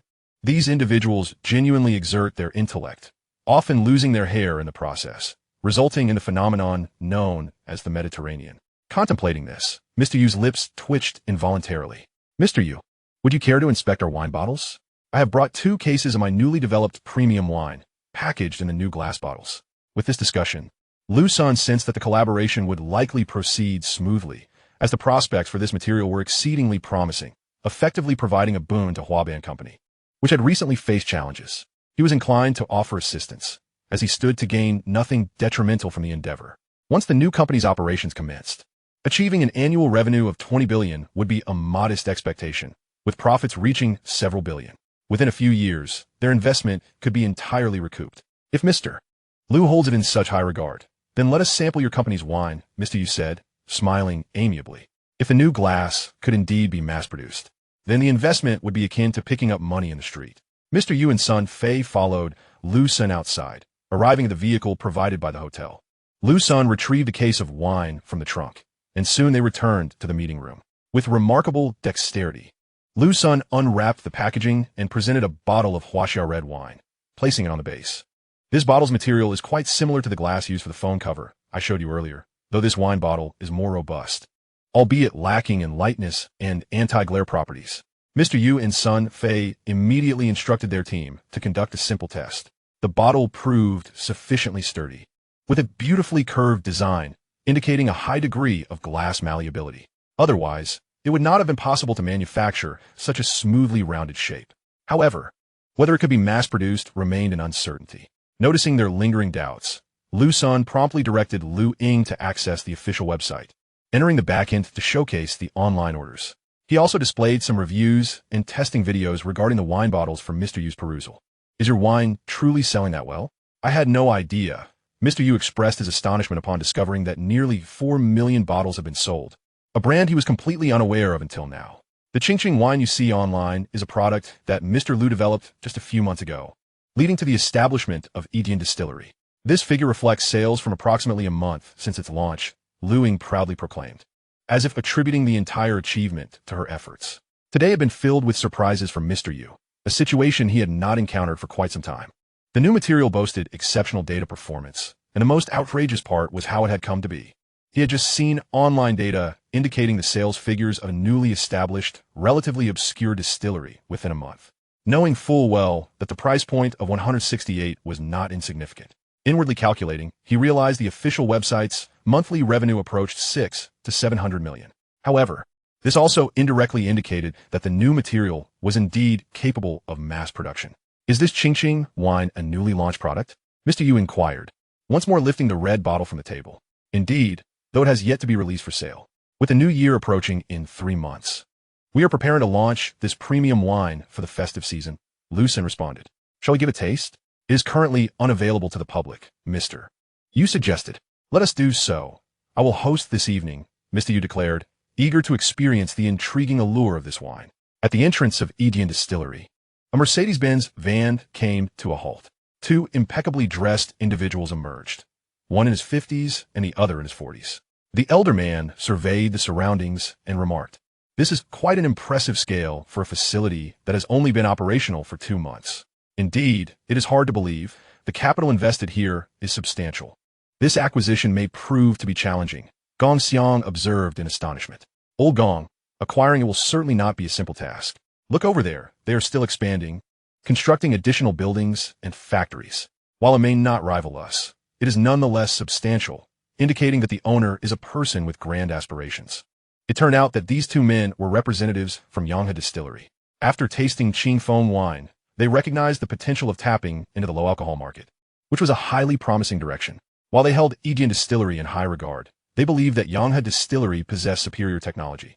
Though Qingfeng wine was commendable, they were confident they could replicate it through research and adaptation, albeit with a time investment that could span several months or even a couple of years.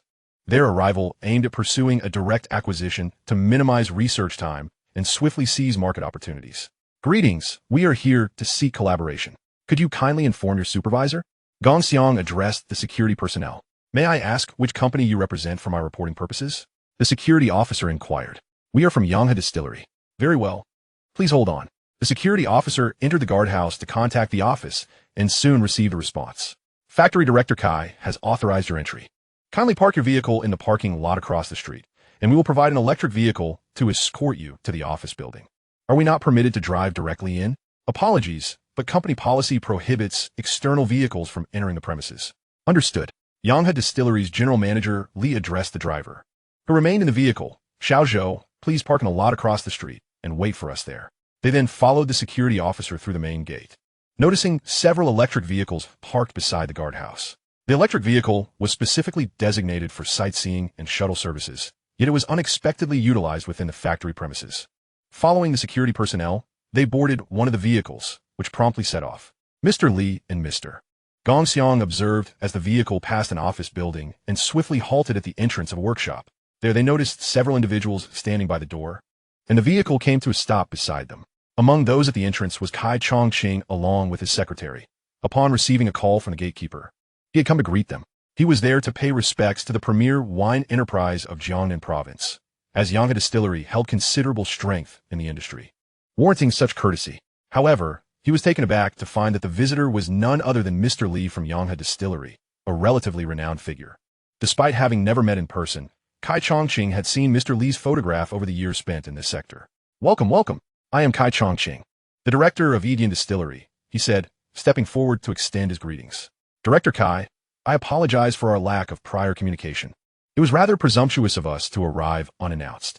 I hope it does not cause any inconvenience, Mr. Li responded, somewhat perplexed that he had recognized the man without having met him before. Not at all. Please come inside, Kai Chongqing invited, leading the representatives of Yanghe into his modest office, which had been undergoing renovations and was somewhat austere. Please pardon the simplicity of our office, as it is still under construction, Kai noted politely. Not at all. We are the ones causing you trouble. The two parties engaged in small talk before transitioning to the main agenda. Kai Chongqing was aware that their interest was piqued by the recently launched Qingqiu liquor. He had anticipated such attention, though he had expected it would take several months, if not until after the new year, for them to take notice of Edian Distillery. Director Kai, let's not beat around the bush. We are here to discuss the acquisition of your company, Mr. Li from Yanghe Distillery stated directly. I cannot make that decision. You would need to consult our general manager, who is currently away on business and just left yesterday, Kai Chongqing replied, finding this inquiry aligned with his anticipations. Ah, how unfortunate. May I inquire when he might return? Or could you perhaps relay our proposition to him? Mr. Li and Gongxiang exchanged glances as they continued. I truly do not know when he will be back, but I can certainly convey your intentions to Mr. Liu. Kai offered. I would appreciate that. We are very sincere in our approach, Mr. Li responded. Before long, the group exited the meeting room, boarded the electric vehicle, and arrived at the factory's entrance. The representatives of Yanghe Distillery departed in their vehicle, while Kai Chongqing stood at the factory gate, watching them leave before pulling out his phone to call Liu Sen, updating him on the day's events. At that moment, Liu Sen was seated in a car driven by Yu Daze, who had just picked him up to dine at a local restaurant renowned for its distinctive offerings.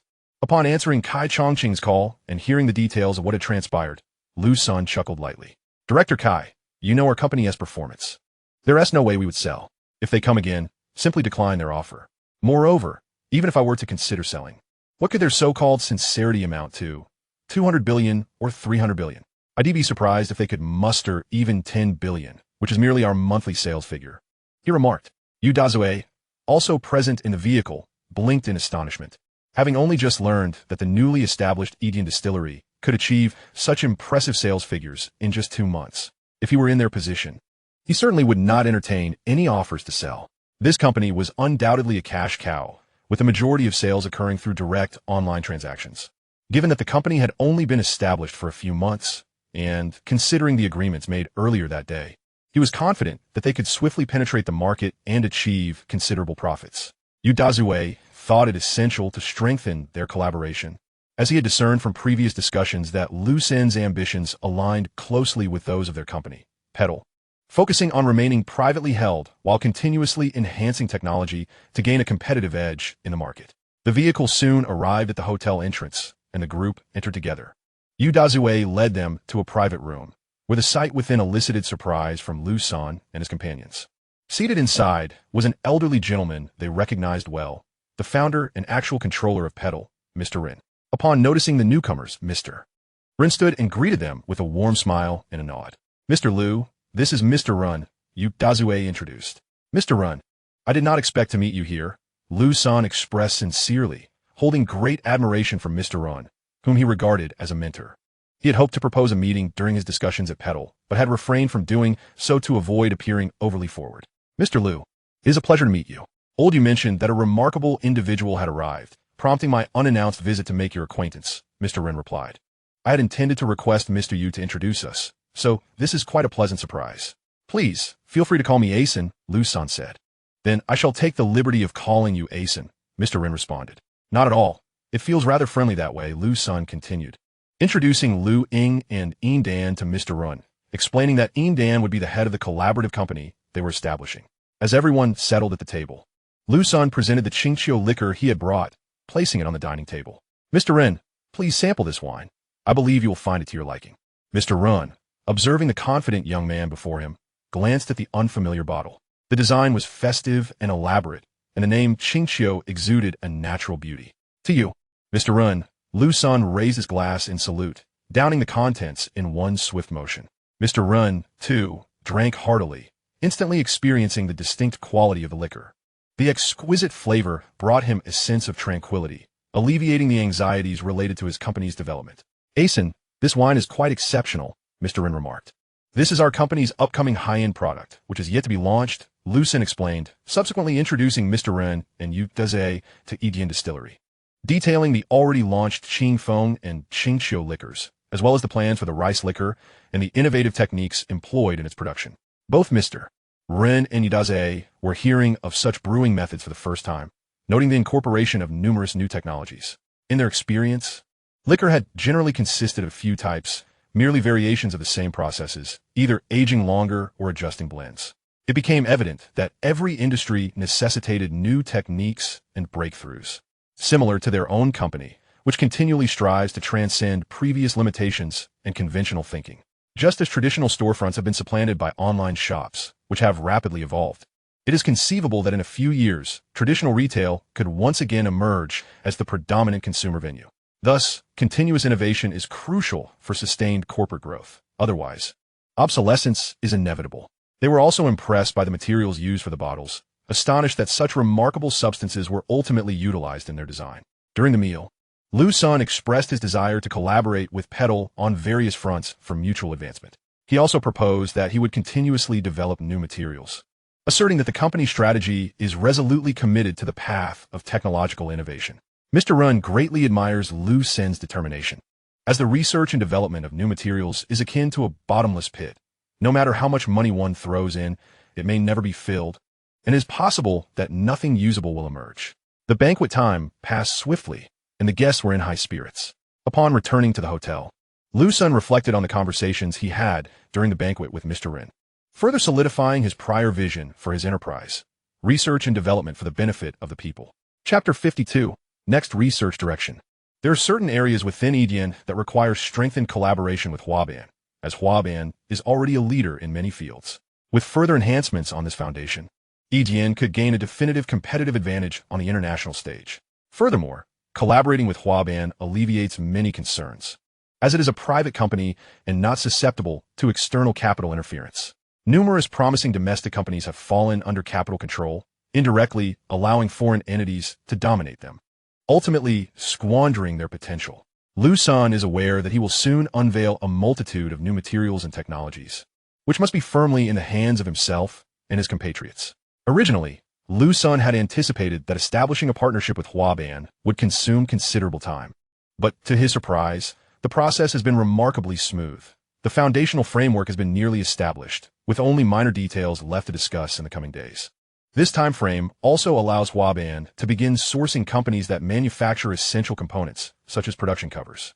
Liu Sen briefed Yin Dan on various collaboration matters, entrusting her with full authority, as this newly formed company will also be under her management, with production technology for covers and related materials authorized to be utilized by the previously established Yidian Materials Company. This time, leaving Yin Dan behind feels particularly poignant. Who knows how long it will be until they reunite?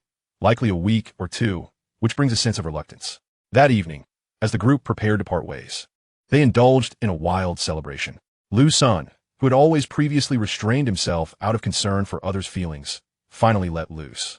Although they were in a hotel, he had no fear of hidden cameras, for in his presence, there was no place for them to conceal themselves. Upon checking in, he had scanned the room, his unique abilities ensuring that anything he legally possessed, even temporarily, was visible to him, including any cameras. The following morning, Liu Sen awoke, gently moving the delicate arms and long legs draped over him. After freshening up, he gazed at the two still lost in slumber, deciding against waking them, as it seemed they had perhaps overexerted themselves the night before. Grabbing his phone from the bedside, he stepped onto the balcony, reclining on a chair while gazing at the newly risen sun, its morning rays cascading over him. Closing his eyes to savor the tranquility, he allowed his thoughts to drift. After a while, he reached for his phone on the side table to check for news, but after pressing a few times, the screen remained dark, dead battery. He had forgotten to charge it after last night's revelry. The battery had already been modified with his unique abilities, increasing its capacity tenfold. It had been a long time since it was last charged and was now completely drained. Returning to the room, he retrieved the charger, plugging it into the socket to prepare for charging, suddenly realizing that with the battery's capacity enlarged tenfold, the charging time would also multiply.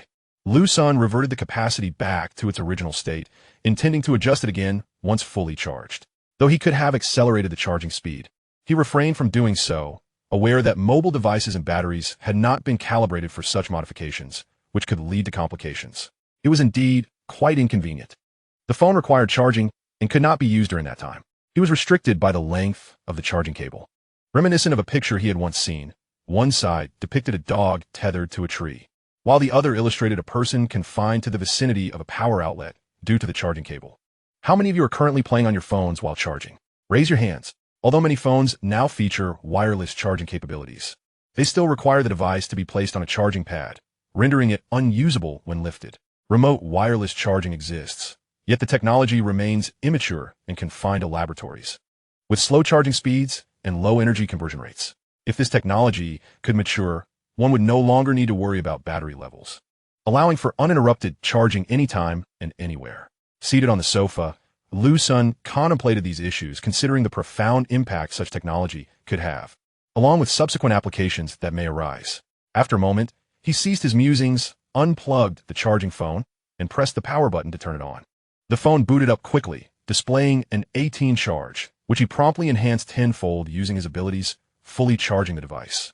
He began searching for wireless charging products available on the market, purchasing several phones from different brands that supported wireless charging. Upon further investigation, he found that remote wireless charging devices were still in the conceptual stage and not yet available for purchase.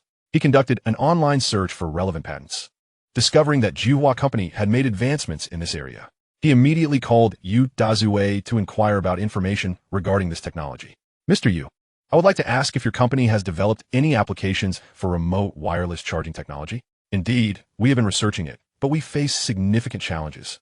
We have several testing prototypes, yet we have hit a bottleneck that is difficult to overcome. Yu Dazue candidly shared the current difficulties. He then elaborated on the technical aspects. There are numerous challenges, including the impact of phone cases, algorithm pairing issues, and energy consumption concerns. While several companies worldwide have developed experimental remote wireless charging, most face problems such as inaccurate positioning, excessive radiation, power instability, and high costs. After some consideration, Liu Sen decided he wanted to procure a prototype for testing. Mr. Yu, I would like to obtain an engineering prototype and charging equipment to evaluate the influence of new glass materials on this technology, which would also facilitate the development of the next generation of materials. Not a problem. You can come by today to collect it. I will process the donation procedure for the engineering prototype this morning. Yu Dazue did not refuse Liu Sen, recognizing him as an important collaborative partner. After hanging up, Liu Sen pondered for a moment before determining the development direction for the forthcoming period. Edian Wine Industries' operations and research have already established a solid foundation. Moving forward, systematic expansion and diversification of product types would suffice. Liu Sen merely needs to provide relevant research directions and invest capital. With ample funding, Edian Wine Industry could further its high-tech endeavors. His next research target will be wireless charging technology, so he picked up the phone and dialed Chao Lei's number, quickly connecting to him. Hello, Mr. Liu? Chao Lei's voice was imbued with respect and gratitude, as he had been working for over a month, successfully completing the company's official website and shopping platform. He is exceedingly content with his current employment. Although it diverges somewhat from the expectations he initially held regarding working for an IT enterprise, the job is relatively relaxed, offering a substantial salary and proximity to home. In this 13th-tier city, earning such a high wage is indeed commendable. Just a couple of days ago, He received his salary along with a bonus, amounting to over 20,000, which undoubtedly classifies as a lucrative income. While his classmates have remained in larger cities, his salary firmly places him within the top echelon among them. Initially, many peers expressed regret over his decision to return to his hometown and join a newly established winery, advising him to stay in Jinling for better opportunities. Chapter 53. Wireless Technology. Chao Lei, having been with the company for over a month, has adapted quite well. Hasn't he? Liu Sen is quite pleased with him. Mr. Liu, I am indeed adapting very well, and I'm sincerely grateful for this opportunity. Though separated by the phone line, Chao Lei sits upright in his chair. Adaptation is key. Your capabilities and talents are what matter, not the fact that I run a fledgling company. Mr. Liu, you jest. This small company is likely more substantial than many larger firms. Chao Lei scoffingly remarked at the term small company, being well aware of the data regarding numerous significant enterprises that have toiled for years, yet cannot compete with what Liu Sen refers to as a small enterprise.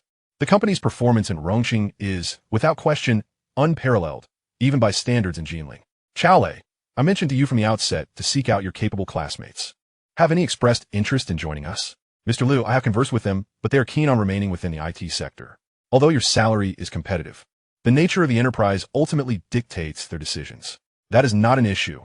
I previously registered a company dedicated to software development, with plans to expand in that area. You could convey this to them, as we are preparing for extensive recruitment. Certainly, I will discuss this with my classmates. After hanging up, Liu Sen recalled that he had registered several companies under EDN, spanning numerous industries, in preparation for the future. He was wary of the potential for others to stake claims on the EDN wine industry once it gained recognition. He had witnessed too many instances of such unfortunate events, reminiscent of incidents like Moqing's spicy soup and Ma Guang's meat sandwich. Setting down his phone, Liu Sen proceeded to the bathroom to freshen up. After a shower, he retrieved his portable electric toothbrush, only to discover that the battery was running low, the yellow light flashing incessantly. He rummaged through his suitcase for the charging base, connecting it to power. The moment he placed the toothbrush onto the base, the charging light began to flicker. A sudden thought struck him. Could this be wireless charging? Liu Sen lifted the toothbrush slightly, detaching it from the base by a centimeter, and the charging light remained illuminated. It was only when he pulled it further away that the light extinguished.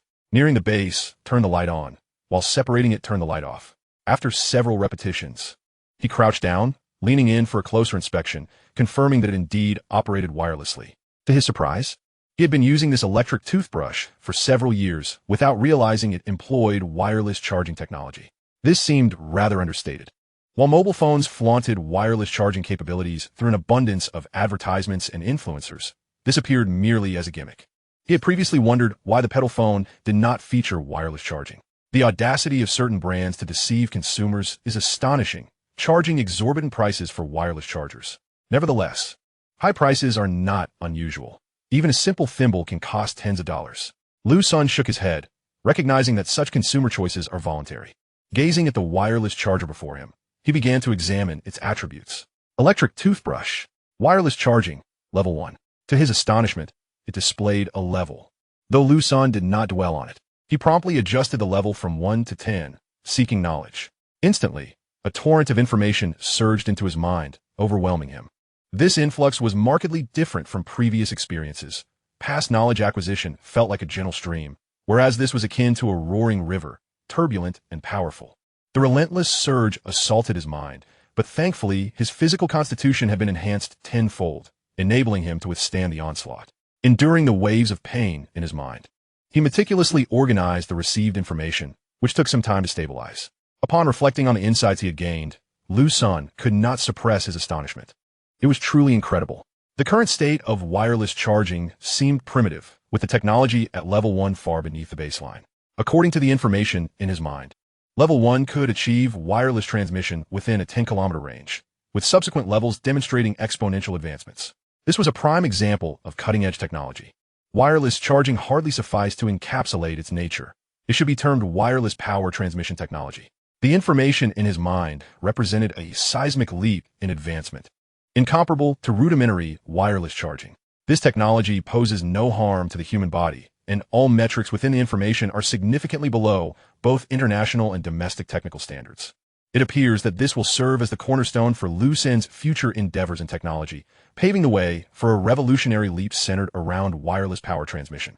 Progress must be gradual. Only level 1 can be launched at present. The subsequent levels, from 2 to 10, will presumably remain for internal use indefinitely. Furthermore, even level 1 should be subdivided into tiers such as 11, 12, 19, etc., with power transmission ranges categorized as 1 meter, 3 meters, 5 meters, 10 meters, and so forth.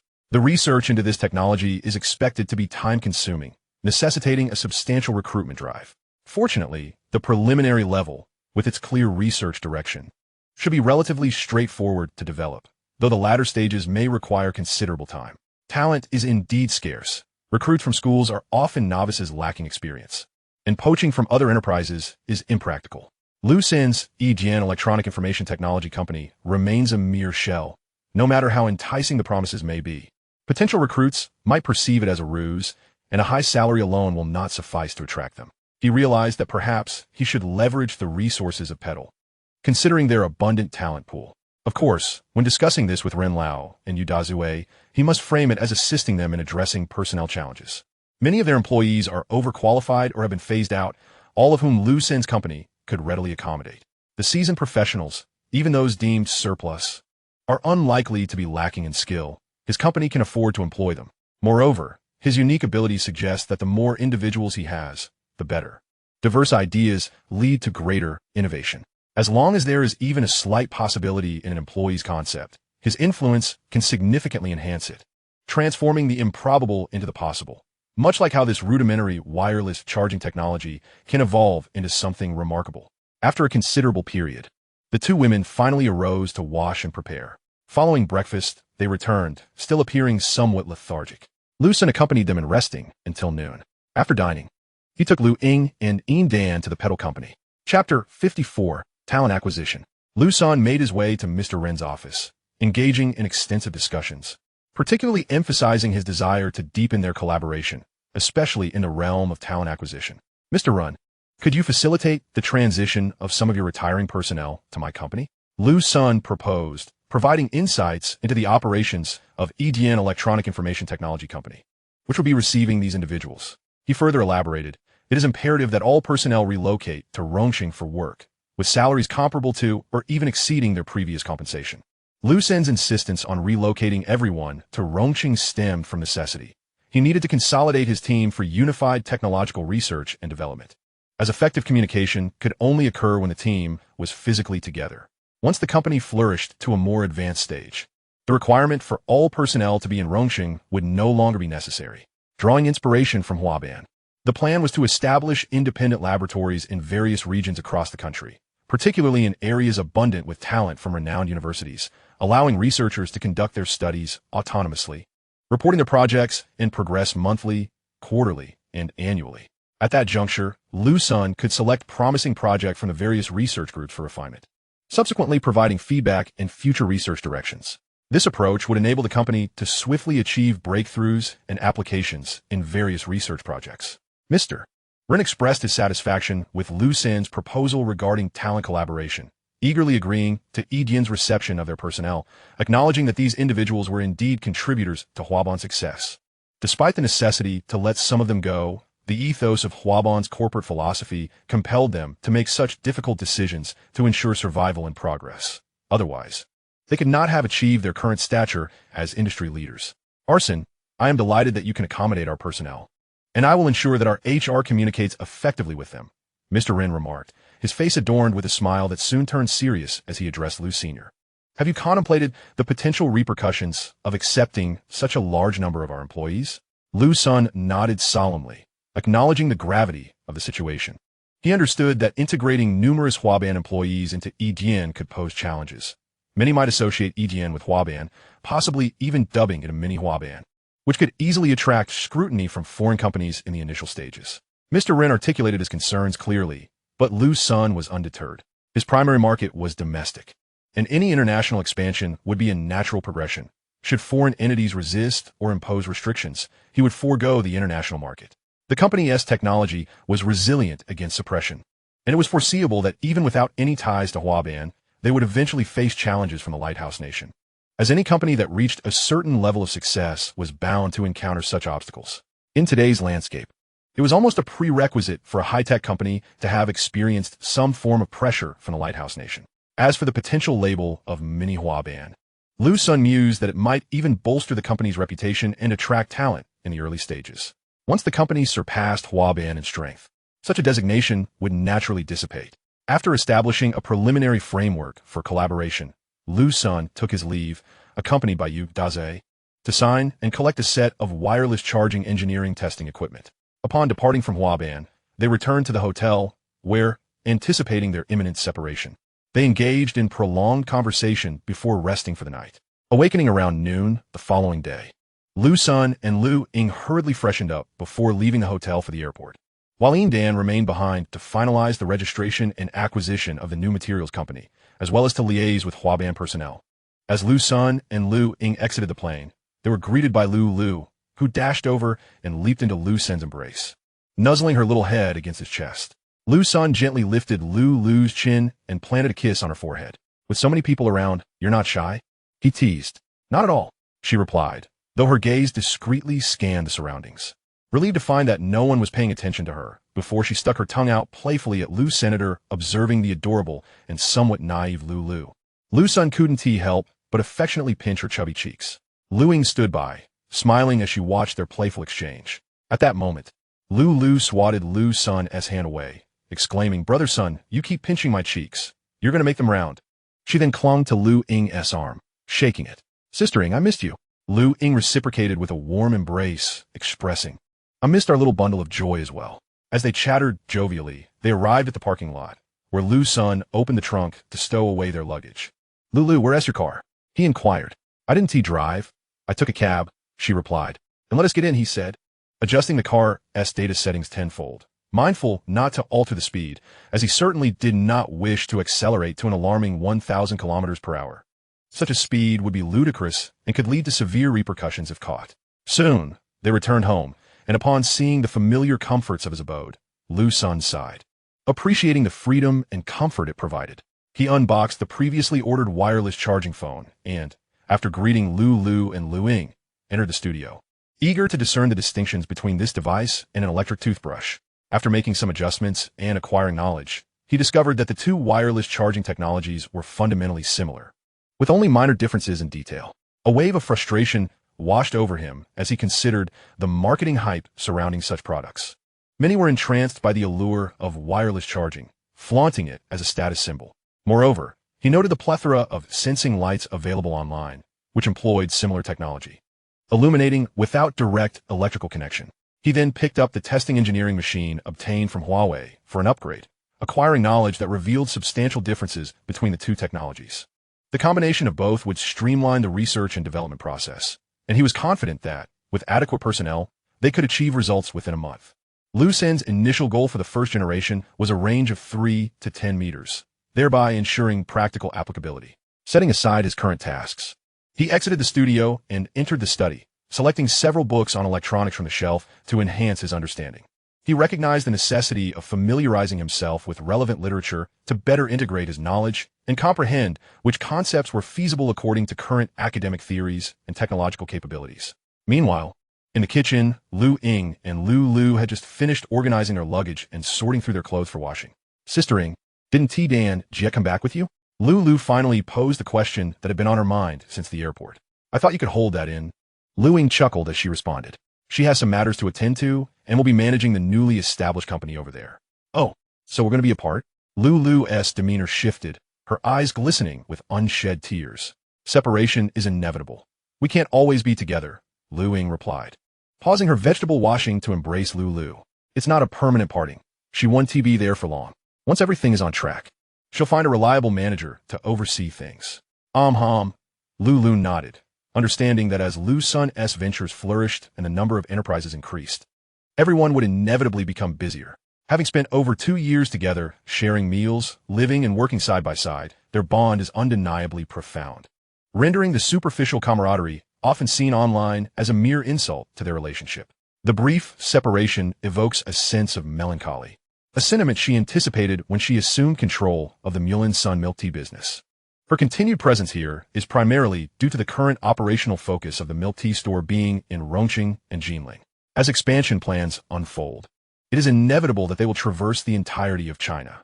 The timing for this is not too distant, as the few branches currently opened are flourishing, their quality widely praised. After the new year, they will undoubtedly commence a broader expansion into other cities, although reluctant to part ways. She is nonetheless willing to share some of the burdens with Sun Ge, aspiring to be by Sun Ji's side like Ying Jie. She is acutely aware of her own limitations. Her attentiveness does not match that of Ying Jie. Each of the three sisters possesses distinct strengths. After a while, the two gathered their spirits and focused on preparing the meal. Chapter 55, Deception and Intrigue. The night swiftly passed. Liu Sen's mind was incessantly organizing the wealth of knowledge he had accumulated, with a pile of relevant professional texts surrounding him. The collection of specialized books at home still felt inadequate, prompting him to consider acquiring a substantial number online or from abroad. It was imperative to begin assembling a personal library, as future learning endeavors would undoubtedly require a wealth of literature. The library could be integrated with his experimental research center.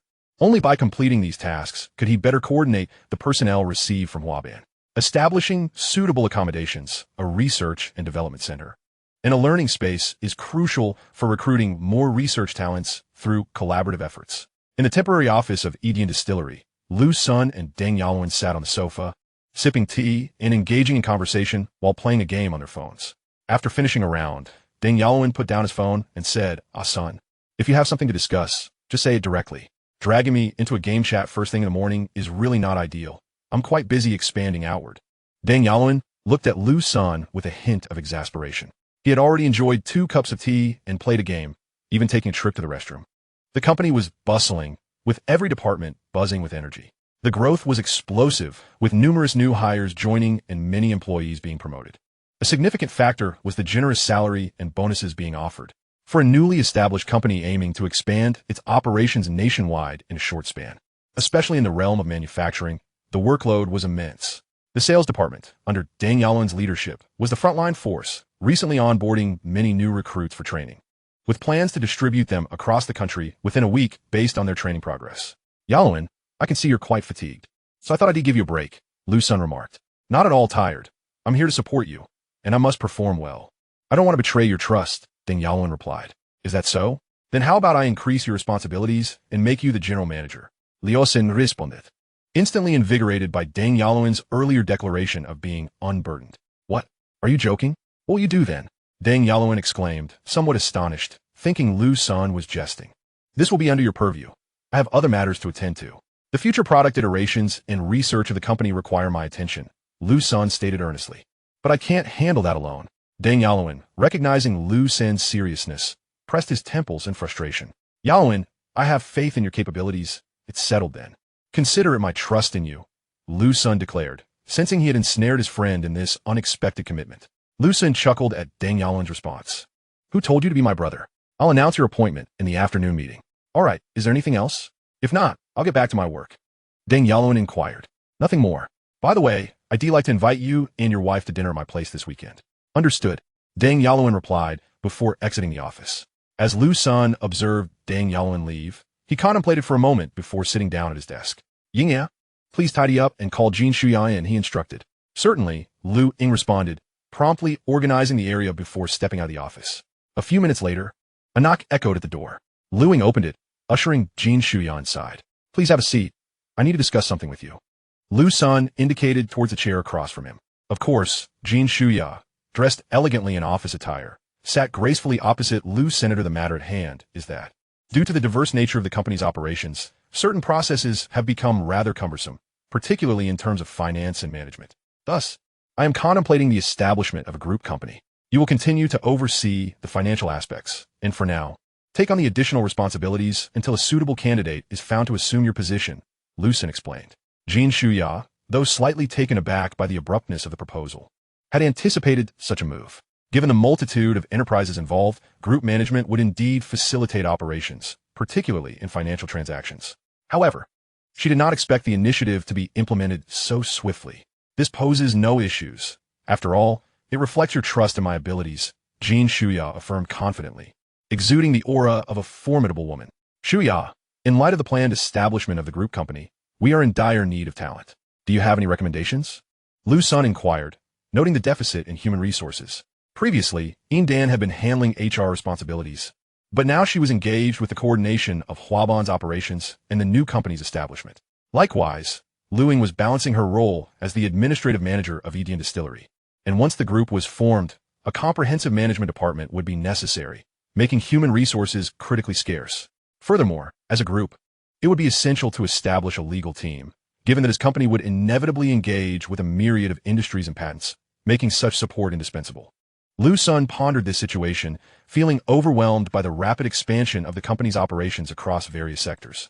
The lack of time for solidifying processes meant that many individual skills were not keeping pace with the company's growth, resulting in inadequate talent reserves.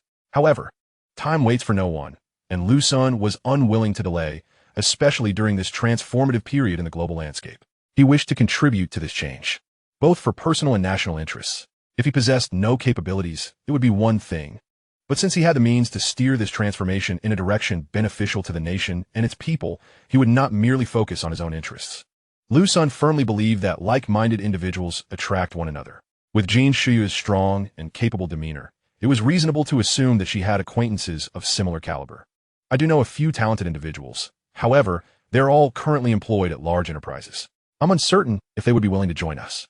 Additionally, if they all come aboard, they might occupy numerous pivotal positions, which raises concerns about potential factionalism, Jin Shuya said with a playful smile. In the workplace, alliances can often complicate decision-making and the trajectory of the company, Liu Sen responded with a smile. As long as they possess the necessary skills, I welcome them.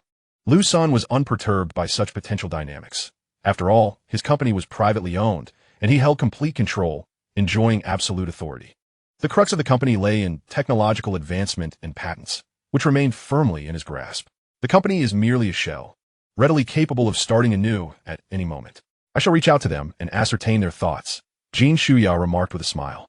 Indeed, if there is interest, we can schedule a time for a face-to-face meeting. Liu Sen decided to give it a try. Those referred by Jin Shuya would undoubtedly be well acquainted, making them reliable choices.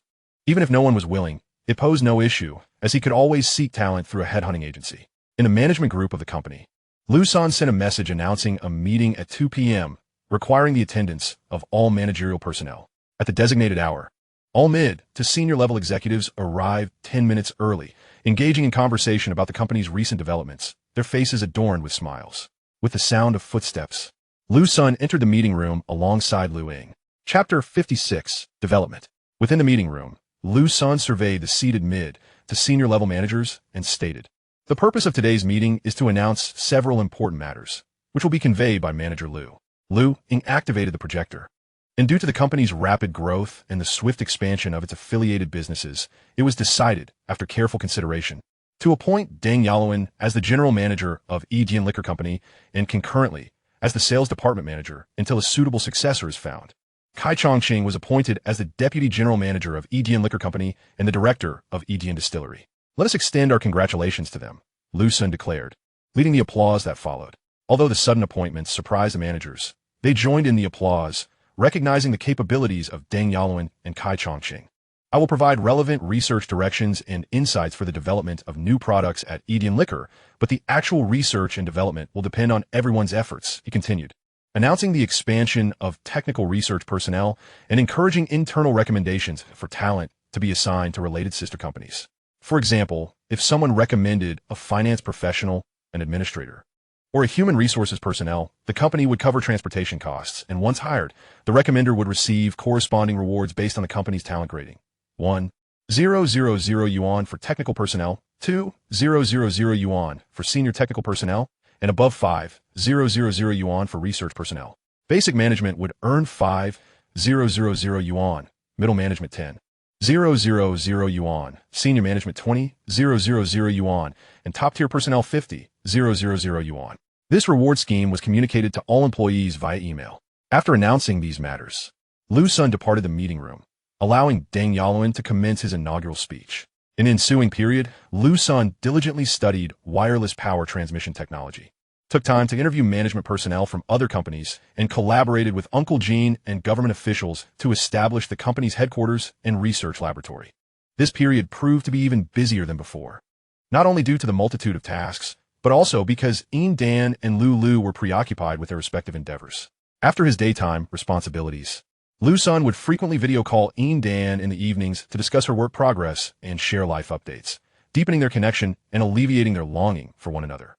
Through these conversations, he learned from Dan about several candidate companies for acquisition suggested by Huaban. After thorough investigations and site visits, they ultimately decided to acquire a company named Qingba Technology, motivated by its well-equipped facilities and substantial land area, facilitating future expansions. With Huaban's assistance, the acquisition was smoothly completed, and the company was renamed Huai Technology. Subsequently, they secured the authorization for the first and second generation technologies of special glass. Huaban also injected corresponding funds, and the production line was in the process of being adjusted and expanded. Meanwhile, Lulu's Mu Sun milk tea was steadily carving out its market, having successfully established 26 stores throughout the Jinling area. The training of personnel for Mu Sun was proceeding diligently, and soon Jinling would transform into a training hub for talent, with each store staffed by a manager and an assistant manager. In one of the Mu Sun milk tea stores in Jinling, accompanied by a pleasant sound, a group of elegantly poised ladies exited the establishment, their faces radiant with smiles. It was now 11 p.m. The milk tea shop had just completed its final order and bid farewell to the last customer. Within the shop, 5 individuals were present, and an older woman addressed a younger girl. Xiao Qiu, your training period is now complete. Please report to headquarters at 9 a.m. tomorrow. I hope you find success. Manager Qi, I understand. Thank you for your guidance during this time. I have learned so much, replied the young girl, known as Xiao Qiu, bowing respectfully to Manager Qi. Manager Qi helped Xiao Qiu up and embraced her warmly. Best of luck, she encouraged. Yes, the young girl responded, her eyes brimming with hope for the future. Such farewells were commonplace across all Mu Sun milk tea stores. The majority of the assistant managers being sent off were university students from different cities who would, upon completing their training assessments, be dispatched to open new stores in their hometowns or nearby major cities. They had been informed of this arrangement prior to joining Mu Sun and were eager to return to their roots to manage stores. The exceptional quality and taste of Mu Sun's offerings had captivated nearly every customer, transforming the business from a quiet establishment to a thriving sensation with an unparalleled reputation. These individuals had witnessed tangible hope, far more substantial and dependable than the ephemeral trends of online influencers. They were actively participating in the daily revenue that they could see with their own eyes. Mu Sun offered 2 operational models, one in which the company funded the store and the manager received a 5% profit share, and another where the manager invested all the startup capital while the company provided the technical formula, with Mu Sun retaining 30% of the revenue. Each individual could invest in a maximum of 10 stores, ensuring that Mu Sun would undoubtedly experience explosive growth nationwide in due time. To maintain the quality of the brand, the company would establish at least 1 flagship store in every city, with larger cities potentially hosting up to 45 flagship locations, such as in Zhonghai and Shanjing. Conversely, Weiju, under the leadership of the brother-in-law and sister, pursued a different path, expanding at a steadier pace compared to Mu Sun, as the costs of opening each store were relatively high. After successfully operating their first store for over a month, they opened a second location. With the first store having gained notoriety, the second was able to recoup costs more swiftly, and they immediately began renovations for a third store in Jinling. Instead of rapidly opening a 4th and 5th store in Jinling, they opted to secure rental spaces in Zhonghai and Shanjing for renovations. Their strategy was to establish a solid reputation locally, thereby accelerating the opening of additional branches. This approach allowed for simultaneous growth across multiple locations, proving to be far more efficient than saturating a single market before moving on to the next. This method would allow for quicker expansion, though they were aware of the risks of potential cash flow issues. The brother-in-law and sister were confident, however, in the flavor of Weiju's recipes, believing they could swiftly recover their investments. Following a week of discussions with the government, Liu Sen finally secured the location for the headquarters, a derelict development that included a villa area, commercial buildings, and residential units, a project recently reclaimed by Rongqing. This location is a project of a certain company, which has ceased operations for over 6 months due to a lack of capacity for further development. Situated at the soon-to-be-open subway entrance, the basic structure of the building has been completed, yet the exterior remains unfinished, and the utilities have yet to be properly established. After discussions, the project has been directly transferred to Edian Group, which has assumed all debts associated with the previous company in Rongqing. After more than half a month, Edian Group has been successfully established, and various subsidiaries have completed personnel transitions. Several friends introduced by Jin Xue have proven to be quite capable. The group's legal affairs department, following recommendations from Huaban and the financial system, has recruited a cadre of elites, even enlisting the notorious lawyer Liu Sen as legal advisor to Yijian Group. Upon acquiring the new headquarters, Liu Sen promptly allocated a substantial sum for the renovation of the building, with all glass facades made from special glass produced by Yijian. This decision was made for a singular purpose: safety. Simultaneously, the villa area and residential buildings are undergoing renovations, including the unfinished parts, which are still adequate for use.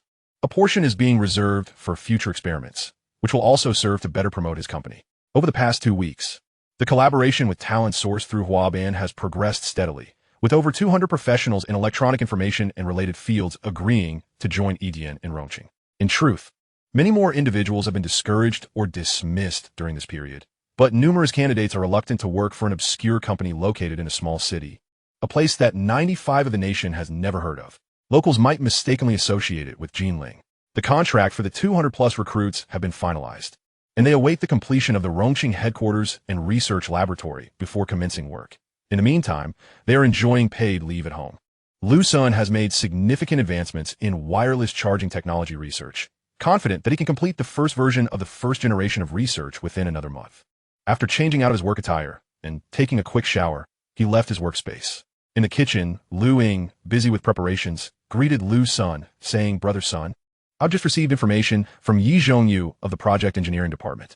The first phase of our planned headquarters has been fully completed, the laboratory equipment is installed, and all office supplies will arrive tomorrow. We should be able to commence normal operations by the day after tomorrow at the latest. Is that so? That's fantastic." "I was eagerly awaiting this news," Liu Sen replied, feeling a sense of relief. The urgency for the headquarters was palpable. Such a large company had been operating without a centralized workspace during this time. Those who could work remotely were doing so from home or hotels, while others were crammed into the brewery and glass factory, making it nearly impossible for researchers to focus on their work. Chao Lei's classmates were also cramped in his home, with 5 grown men sharing a single bed, which had reportedly collapsed under the weight. Recently, he informed Liu Sen that 2 more individuals would be joining soon, making the situation increasingly untenable. "Inger, please send out a group email tonight to inform everyone of this good news, and notify all personnel and researchers to be present for the grand opening ceremony at 10:18 a.m. the day after tomorrow. Chapter 57, Recherche arrive. Additionally, please arrange accommodations for those who need it as per our previous tally, and inform them that we will provide all necessary daily necessities. The Comprehensive Management Department will begin operations tomorrow to ensure a warm welcome for all our brothers and sisters, making them feel the warmth of our big family." In the Yijian Group work chat, an announcement was made regarding the headquarters opening at 10:18 a.m. the day after tomorrow, followed by a series of images: the headquarters building, the laboratory, the exterior of the residential area, the interiors of the rooms, and the restrooms. "Wow, is this going to be our workplace? It looks splendid, surrounded by picturesque scenery. I can hardly wait." In another setting, a man spoke to the woman nestled in his arms. "Qing, look at this. This is where I'll be working, and this will be our residence. The environment is quite nice, don't you think? It rivals Huaban."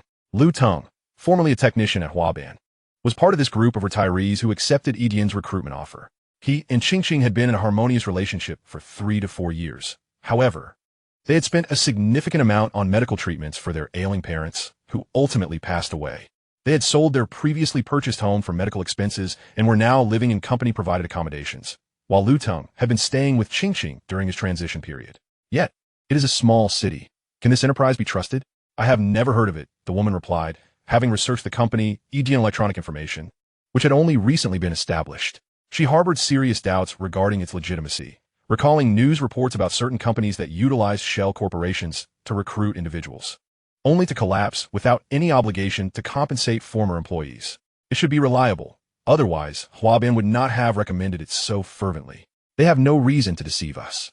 The severance package is comparable to what I received previously, and the salary at Yijian is not less than what I was earning. Moreover, the new company has allocated 2-bedroom apartments for me, allowing family members to accompany me. Qing, why don't you come along?" This matter had been discussed multiple times, and seeing the photos shared in the work chat had alleviated some of her concerns. The arrangements for accommodations had been specifically adjusted to allow for family members, and assistance in finding employment for relatives was also promised. This demonstrated the company's commitment to its employees and its humanistic approach.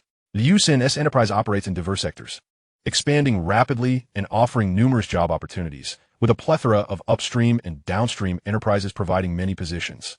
The government is eager to see more individuals settle in Rongqing, which would contribute to net population growth and stimulate economic development. Moreover, this influx comprises high-end talent, whether PhDs or master's degree holders, who are typically hard to come by in a small city. Consequently, the government is also facilitating coordination efforts. This initial wave of recruitment paves the way for smoother subsequent phases as the government expedites infrastructure development, which will also create a substantial number of jobs. Plus, it's closer to your home, making visits more convenient. Liu Tong's parents had passed away, and Qingqing's home had become his sanctuary, just as his parents' home was hers. All right then, you go ahead. I'll resign from my job here and come find you. The girl named Qingqing finally resolved to accompany Liu Tong to Rongqing, primarily driven by their emotional bond and reluctance to endure a long-distance relationship.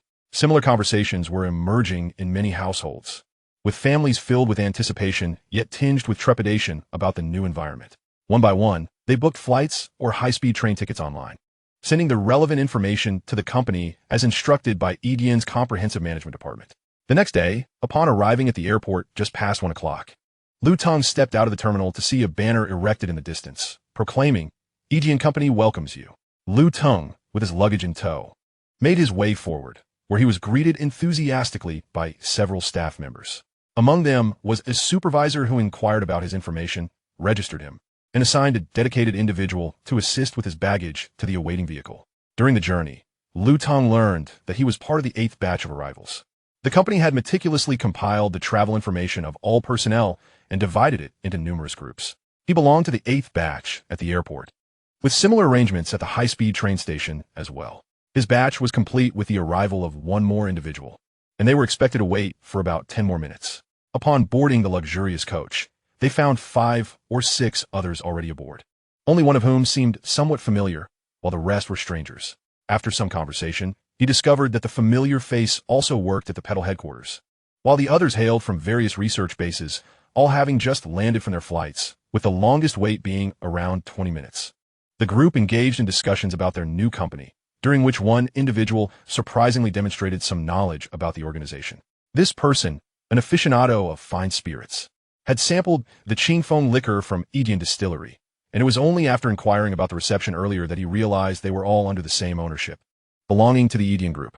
Uncertain about the boss's circumstances given the vastness of the industry, he remarked on the quality of tenfold liquor, recommending it fervently, noting its current popularity. As for the company, Liu Tong found it remarkably impressive.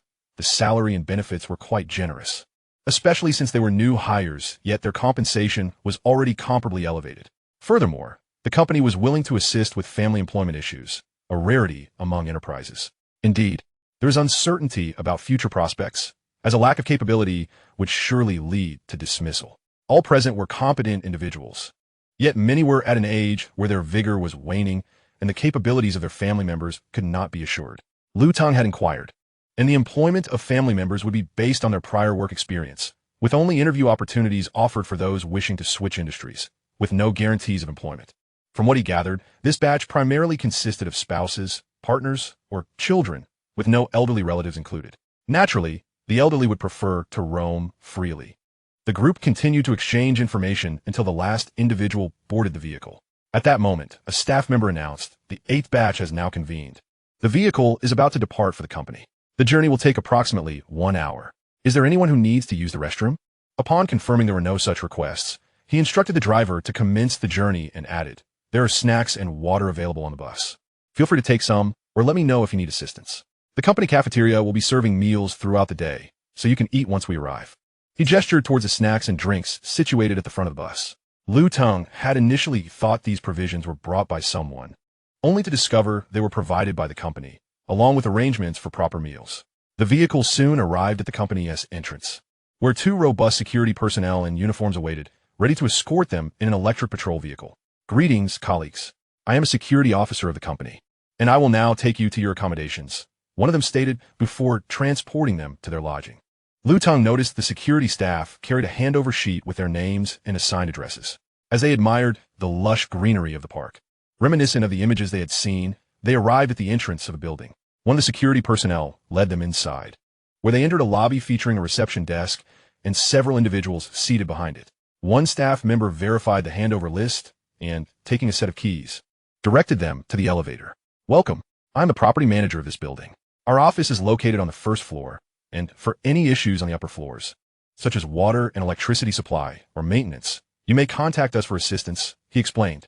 The rooms were fully furnished, equipped with appliances such as refrigerators, air conditioning units, and washing machines. Additionally, the company would subsidize utility costs by 100 yuan per month, with any excess to be borne by the tenants, given that many were individual households. And the company would not cover all expenses. Naturally, any normal wear and tear could be repaired, but damages caused by negligence would require personal replacement.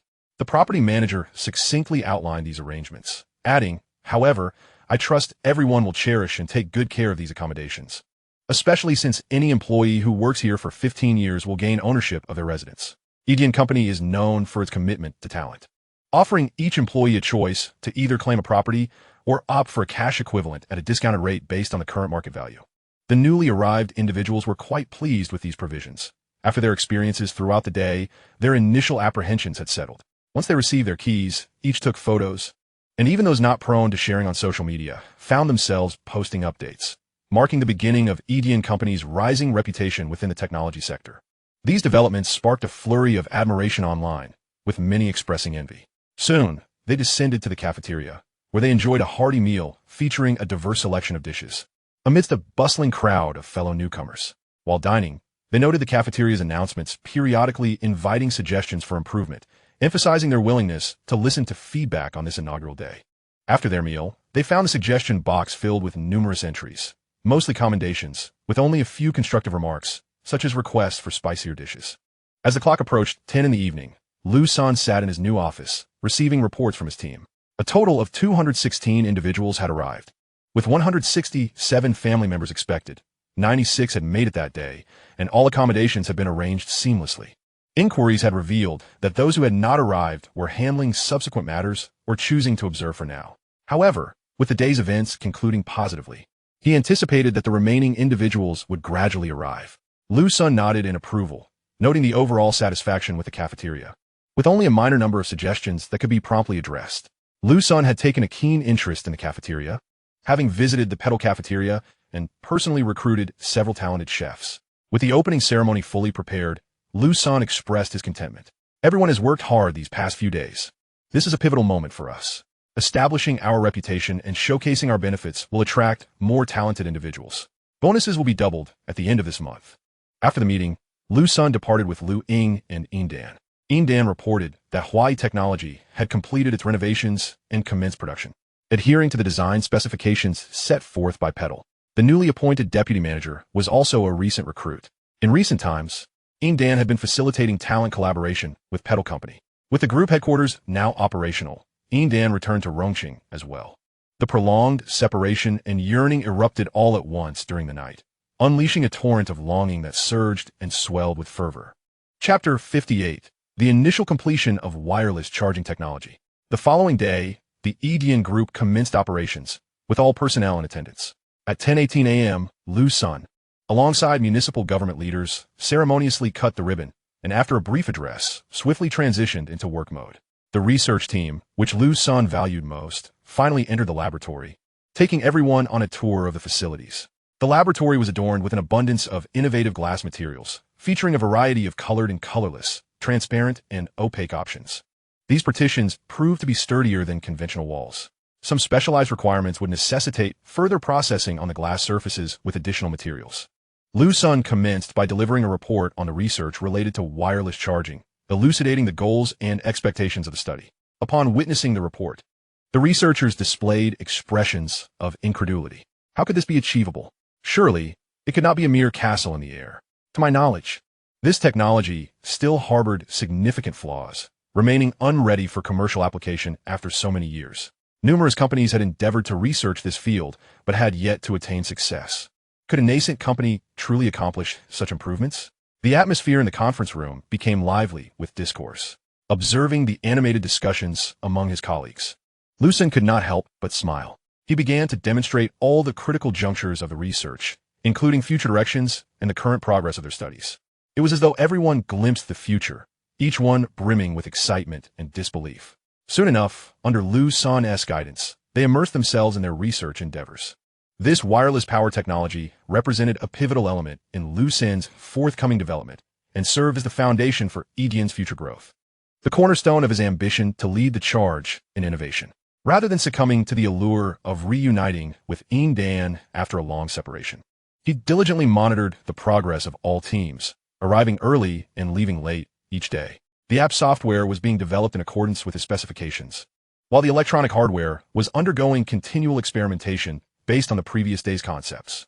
The initial trials were met with failure. The second trial, too, ended in failure.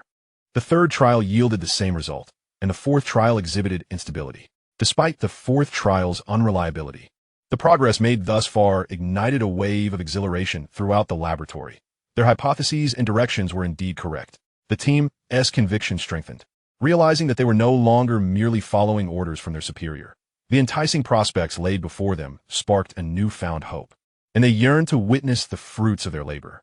Wireless charging technology was not exclusive to their company. Other firms had ventured into this territory, but had become ensnared in a quagmire of stagnation, rendering their efforts nearly devoid of practical value. What they were striving for was a breakthrough towards applicability, utilizing exceptionally affordable materials that, once perfected, could be widely implemented. With fervor and commitment, they toiled late into the night, the laboratory illuminated with a vibrant glow. The office building too radiated brightness, as they diligently monitored the use of materials within the lab to ensure timely replenishment. Through connections, they recruited a medical support team from a hospital in Jinling, safeguarding the health of all personnel against potential health crises during late-night shifts. Initially, Liu Sen opposed the idea of overtime, but the researchers vehemently disagreed. They had glimpsed hope and unleashed a surge of renewed passion for life. They rediscovered their youth and zeal. These individuals, once on the cusp of middle age and seemingly resigned to inertia, found themselves revitalized in this relatively unfamiliar environment, where the company provided various forms of care and, coupled with technological breakthroughs, sparked a thrilling enthusiasm to work overtime voluntarily. The cafeteria transformed into a 24-hour dining service to accommodate the needs of these dedicated individuals. Experiments persisted relentlessly.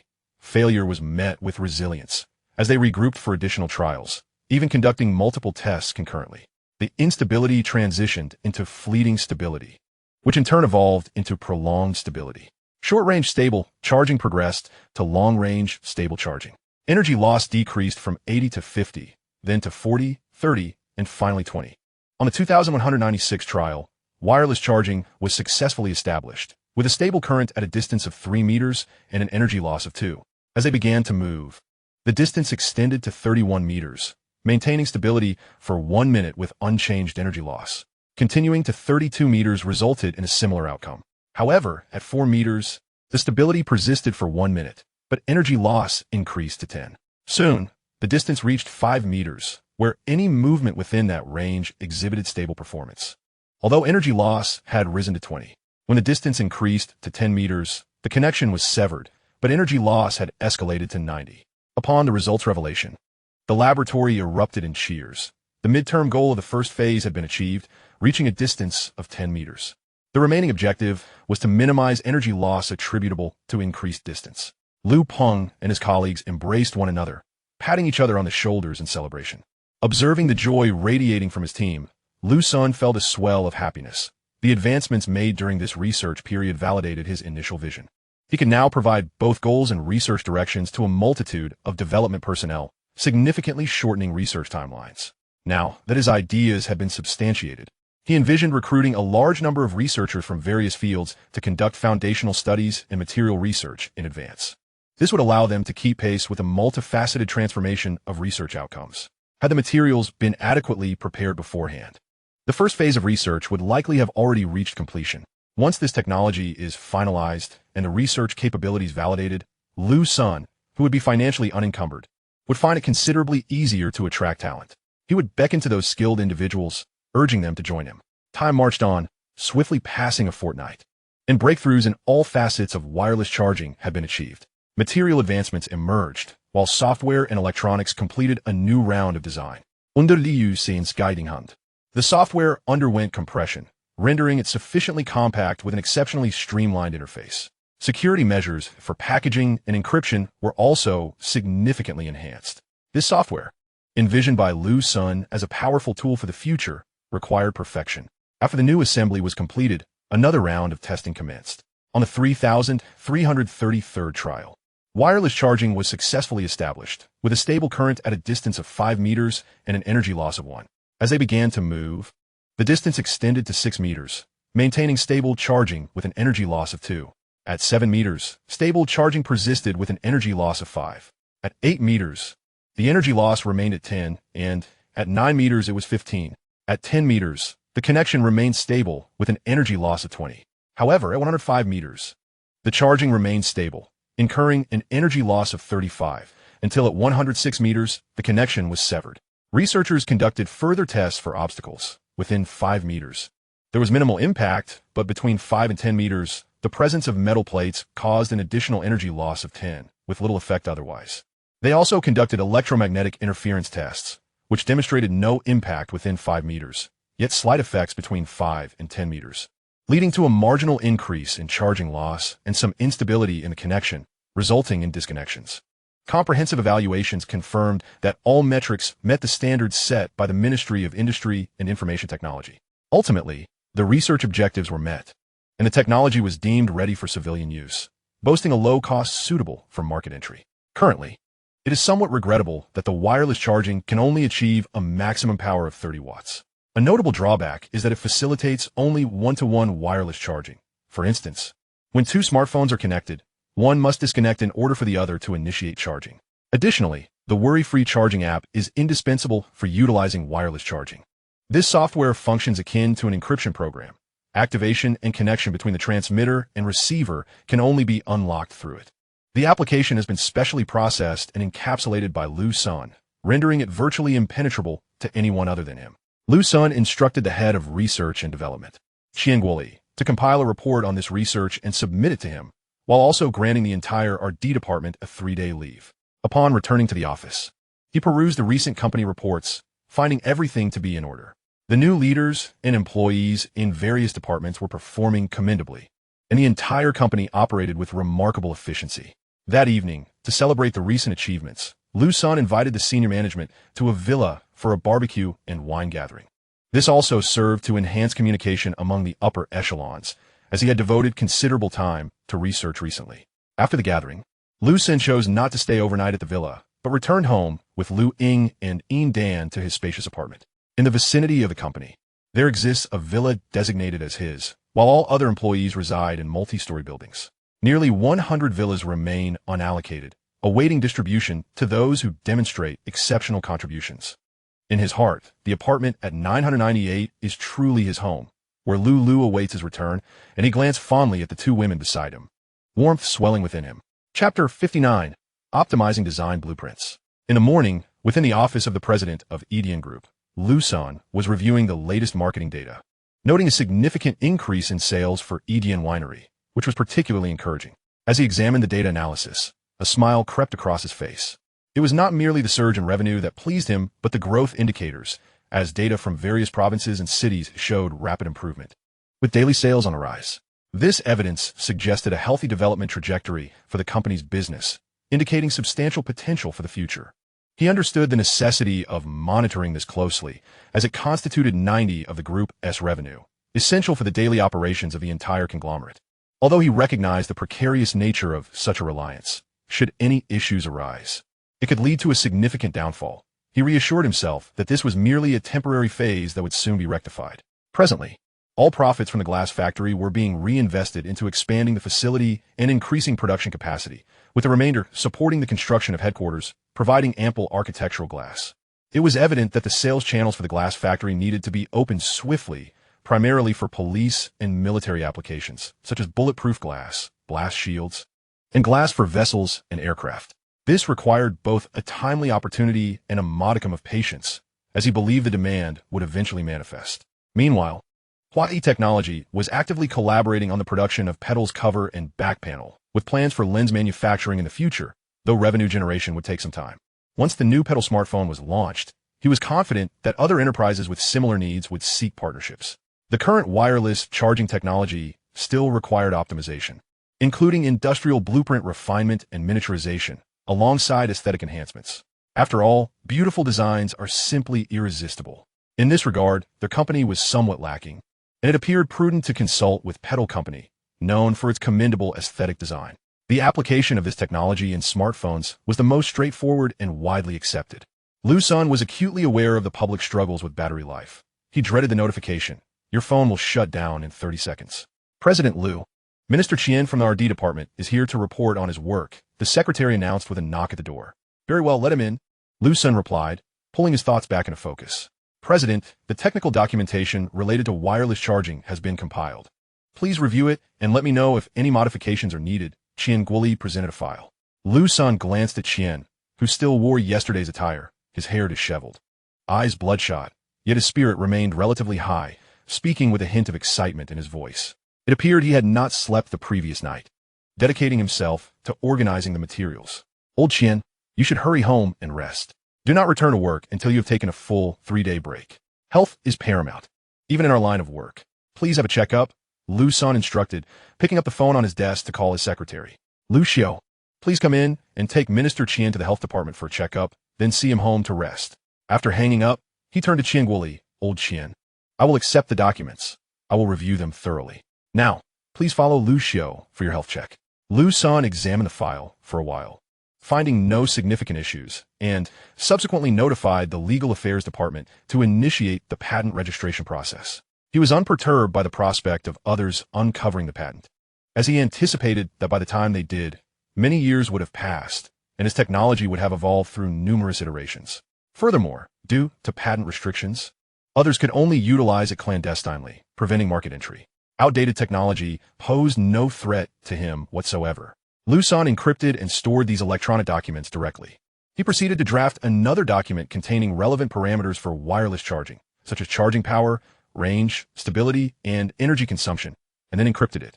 He opened his email, sending the encrypted file to Yu Dazwai, requesting assistance with aesthetic design, promising that their phone would be chosen as the inaugural model to pair with the charger. The design requirements included creating a visually appealing wireless charger embedded with a chip and a display light. Before usage, it must be plugged into a power source for pairing. If unpaired, the red indicator would blink continuously, while successful pairing would require bringing the receiver, either built in within the phone or as a standalone plug-in receiver, within 1 meter of the wireless charger. Users would log into the app to complete the pairing, at which point the light would stop blinking, red indicating no charging and green indicating active charging. Moreover, a standalone plug-in receiver was to be designed to enable wireless charging for all smartphones on the market, as long as this receiver was inserted into the charging port. It would facilitate unlimited charging. This plug-in receiver would resemble the USB port of an infrared wireless mouse, with Petal tasked with designing various mini styles that would not compromise aesthetics. Of course, this plug-in receiver would only feature a Type-C interface. Designs for the proprietary ports of certain brands would not be produced, as those charging ports served as a unique revenue stream for the company, encompassing chargers, cables, expansion accessories, and other paraphernalia. The mobile app company had completed development, and this would be sent to Petal for inclusion in their native program, with an option for download from their website. The app's features included pairing capabilities, control over charging power, options for automatic or manual connection, and settings to initiate charging when battery levels dropped below a specified threshold, e.g. 50, 20, or 10. Once fully charged, it would automatically disconnect. Additionally, the app would display the current energy conversion rate, energy loss, the number of daily charging sessions, and the amount charged each time, generating daily and monthly statistical reports. Users could log in via their mobile devices and, with authorization, access the charging information of all contacts in their WeChat or address book, complete with a ranking leaderboard. However, the feature for the last login will not be available for the time being. It will await subsequent updates. Caution is imperative. One must remain discreet and bide time until the opportune moment to unveil the meticulously crafted plan. After sending the email, Liu Sen made a call to Yu Dazwai. Mr. Yu, I have just sent you an email. Kindly take a moment to review it. He refrained from elaborating further, simply urging him to check the email while emphasizing the need for confidentiality before promptly ending the call. Noticing the time, which was around 11 o'clock, he tidied his desk, locked his computer, and exited the office. A few steps later, he arrived at Liu Ying's office and then called for Yin Dan to join him for lunch. Liu Ying currently serves as the executive assistant to the president, overseeing the Group S office, including the Comprehensive Management Department and the Human Resources Department. Dan is the director of the Operations Center, managing the operations of various subsidiaries. Jean Shuya is the director of the Financial Center, responsible for financial management and auditing. Liu Sen concurrently oversees the Research and Development Department, with various department heads reporting to him, such as Qian Guoli, the head of the Research Management Department, and Liu Teng, the head of the R&D Department, among others. As he called everyone for lunch and entered the cafeteria, he was greeted by a lively atmosphere, with a crowd gathered around a particular spot, engaged in a spirited competition. Eating spicy? You must look to us from Sichuan. Come now, look at us from Jiangxi. Behold my Guizhou, you're all just amateurs. Hunan is the real champion. A throng encircled a food service window where a chef, donned in 2 or 3 layers of masks, served each person 2 portions of dishes.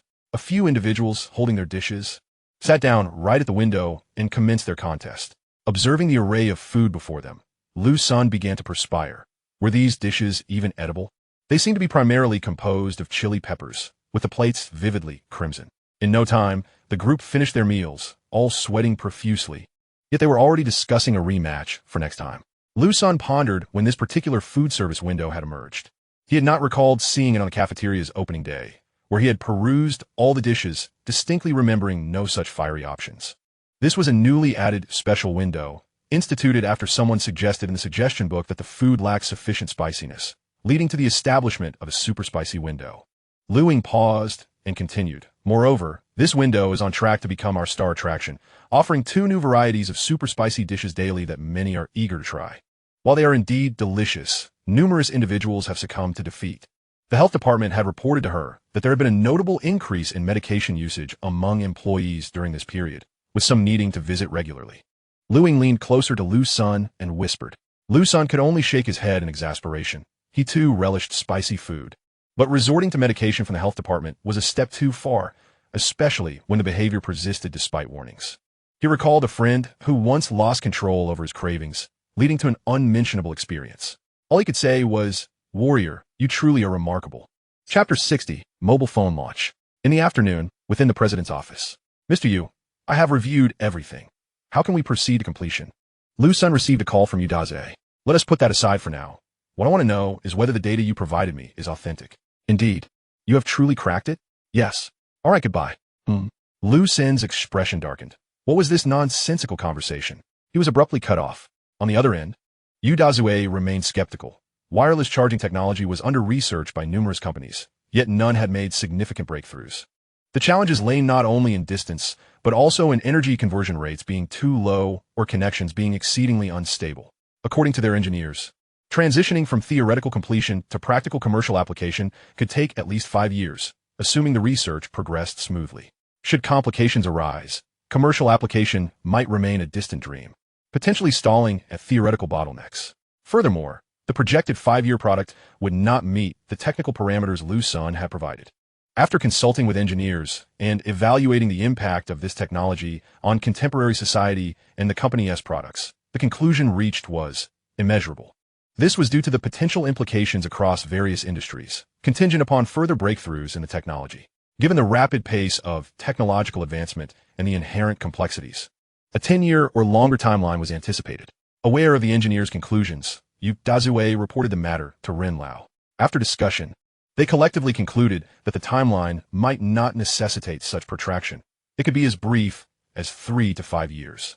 This outcome, while unexpected, fell within the realm of possibility, primarily because Liu Sen was known for his unconventional approaches, extraordinary glass materials, astonishing beverages, and now this remarkable innovation. Events surrounding Liu Sen could not be viewed through conventional lenses.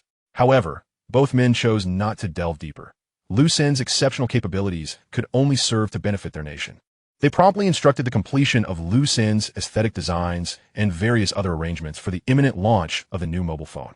They believed that the integration of wireless charging technology would wield immense appeal for all. Following their discussions, they also decided to add a power bank design, capable of both wired and wireless charging, and able to wirelessly power the mobile phone. The second generation of Bluetooth headphones would also be adapted for wireless charging, alleviating concerns about battery life. Numerous applications remained to be explored. However, Huaban refrained from extensive expansion. Regarding the 2 newly added products, they contacted Liu Sen to confirm there were no issues. For other applications, Liu Sen declined, preferring to maintain a low profile to avoid drawing attention from various industries. He understood the wisdom of cultivating strength discreetly, choosing to be patient while allowing Huaban to bear the brunt of scrutiny as they were accustomed to it. Of course, Liu Sen would ensure they received ample benefits, for it would be unethical to subject them to undue strain without recompense. After considerable reflection, he recognized that solely relying on one entity was unwise. He preferred to be fair-minded. Thus, he resolved to select a more substantial partner, one that would yield greater collective strength. As time flowed like water, 3 days passed, and all research and development personnel returned to their posts. Liu Sen once again articulated the next phase's goals and direction to each team. Following the previous success, enthusiasm surged among the teams, as their efforts could yield tangible results within a limited time frame, serving as the greatest motivation for all researchers. A few days later, Liu Sen received the design drafts and renderings prepared by Huaban, which were visually stunning.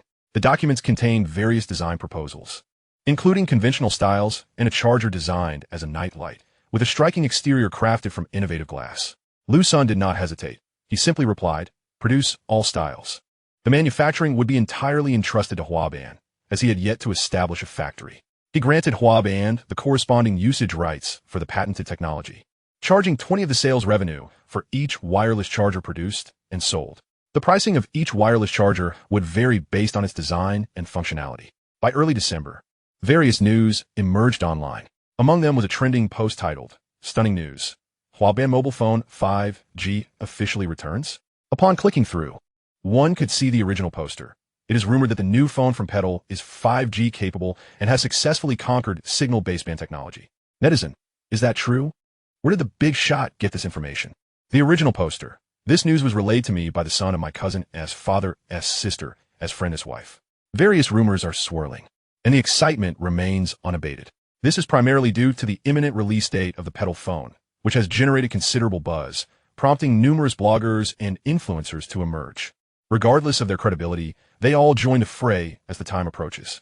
On December 14th, the Petal phone launch event commenced, with 2 to 3 million viewers eagerly awaiting in the Petal livestream.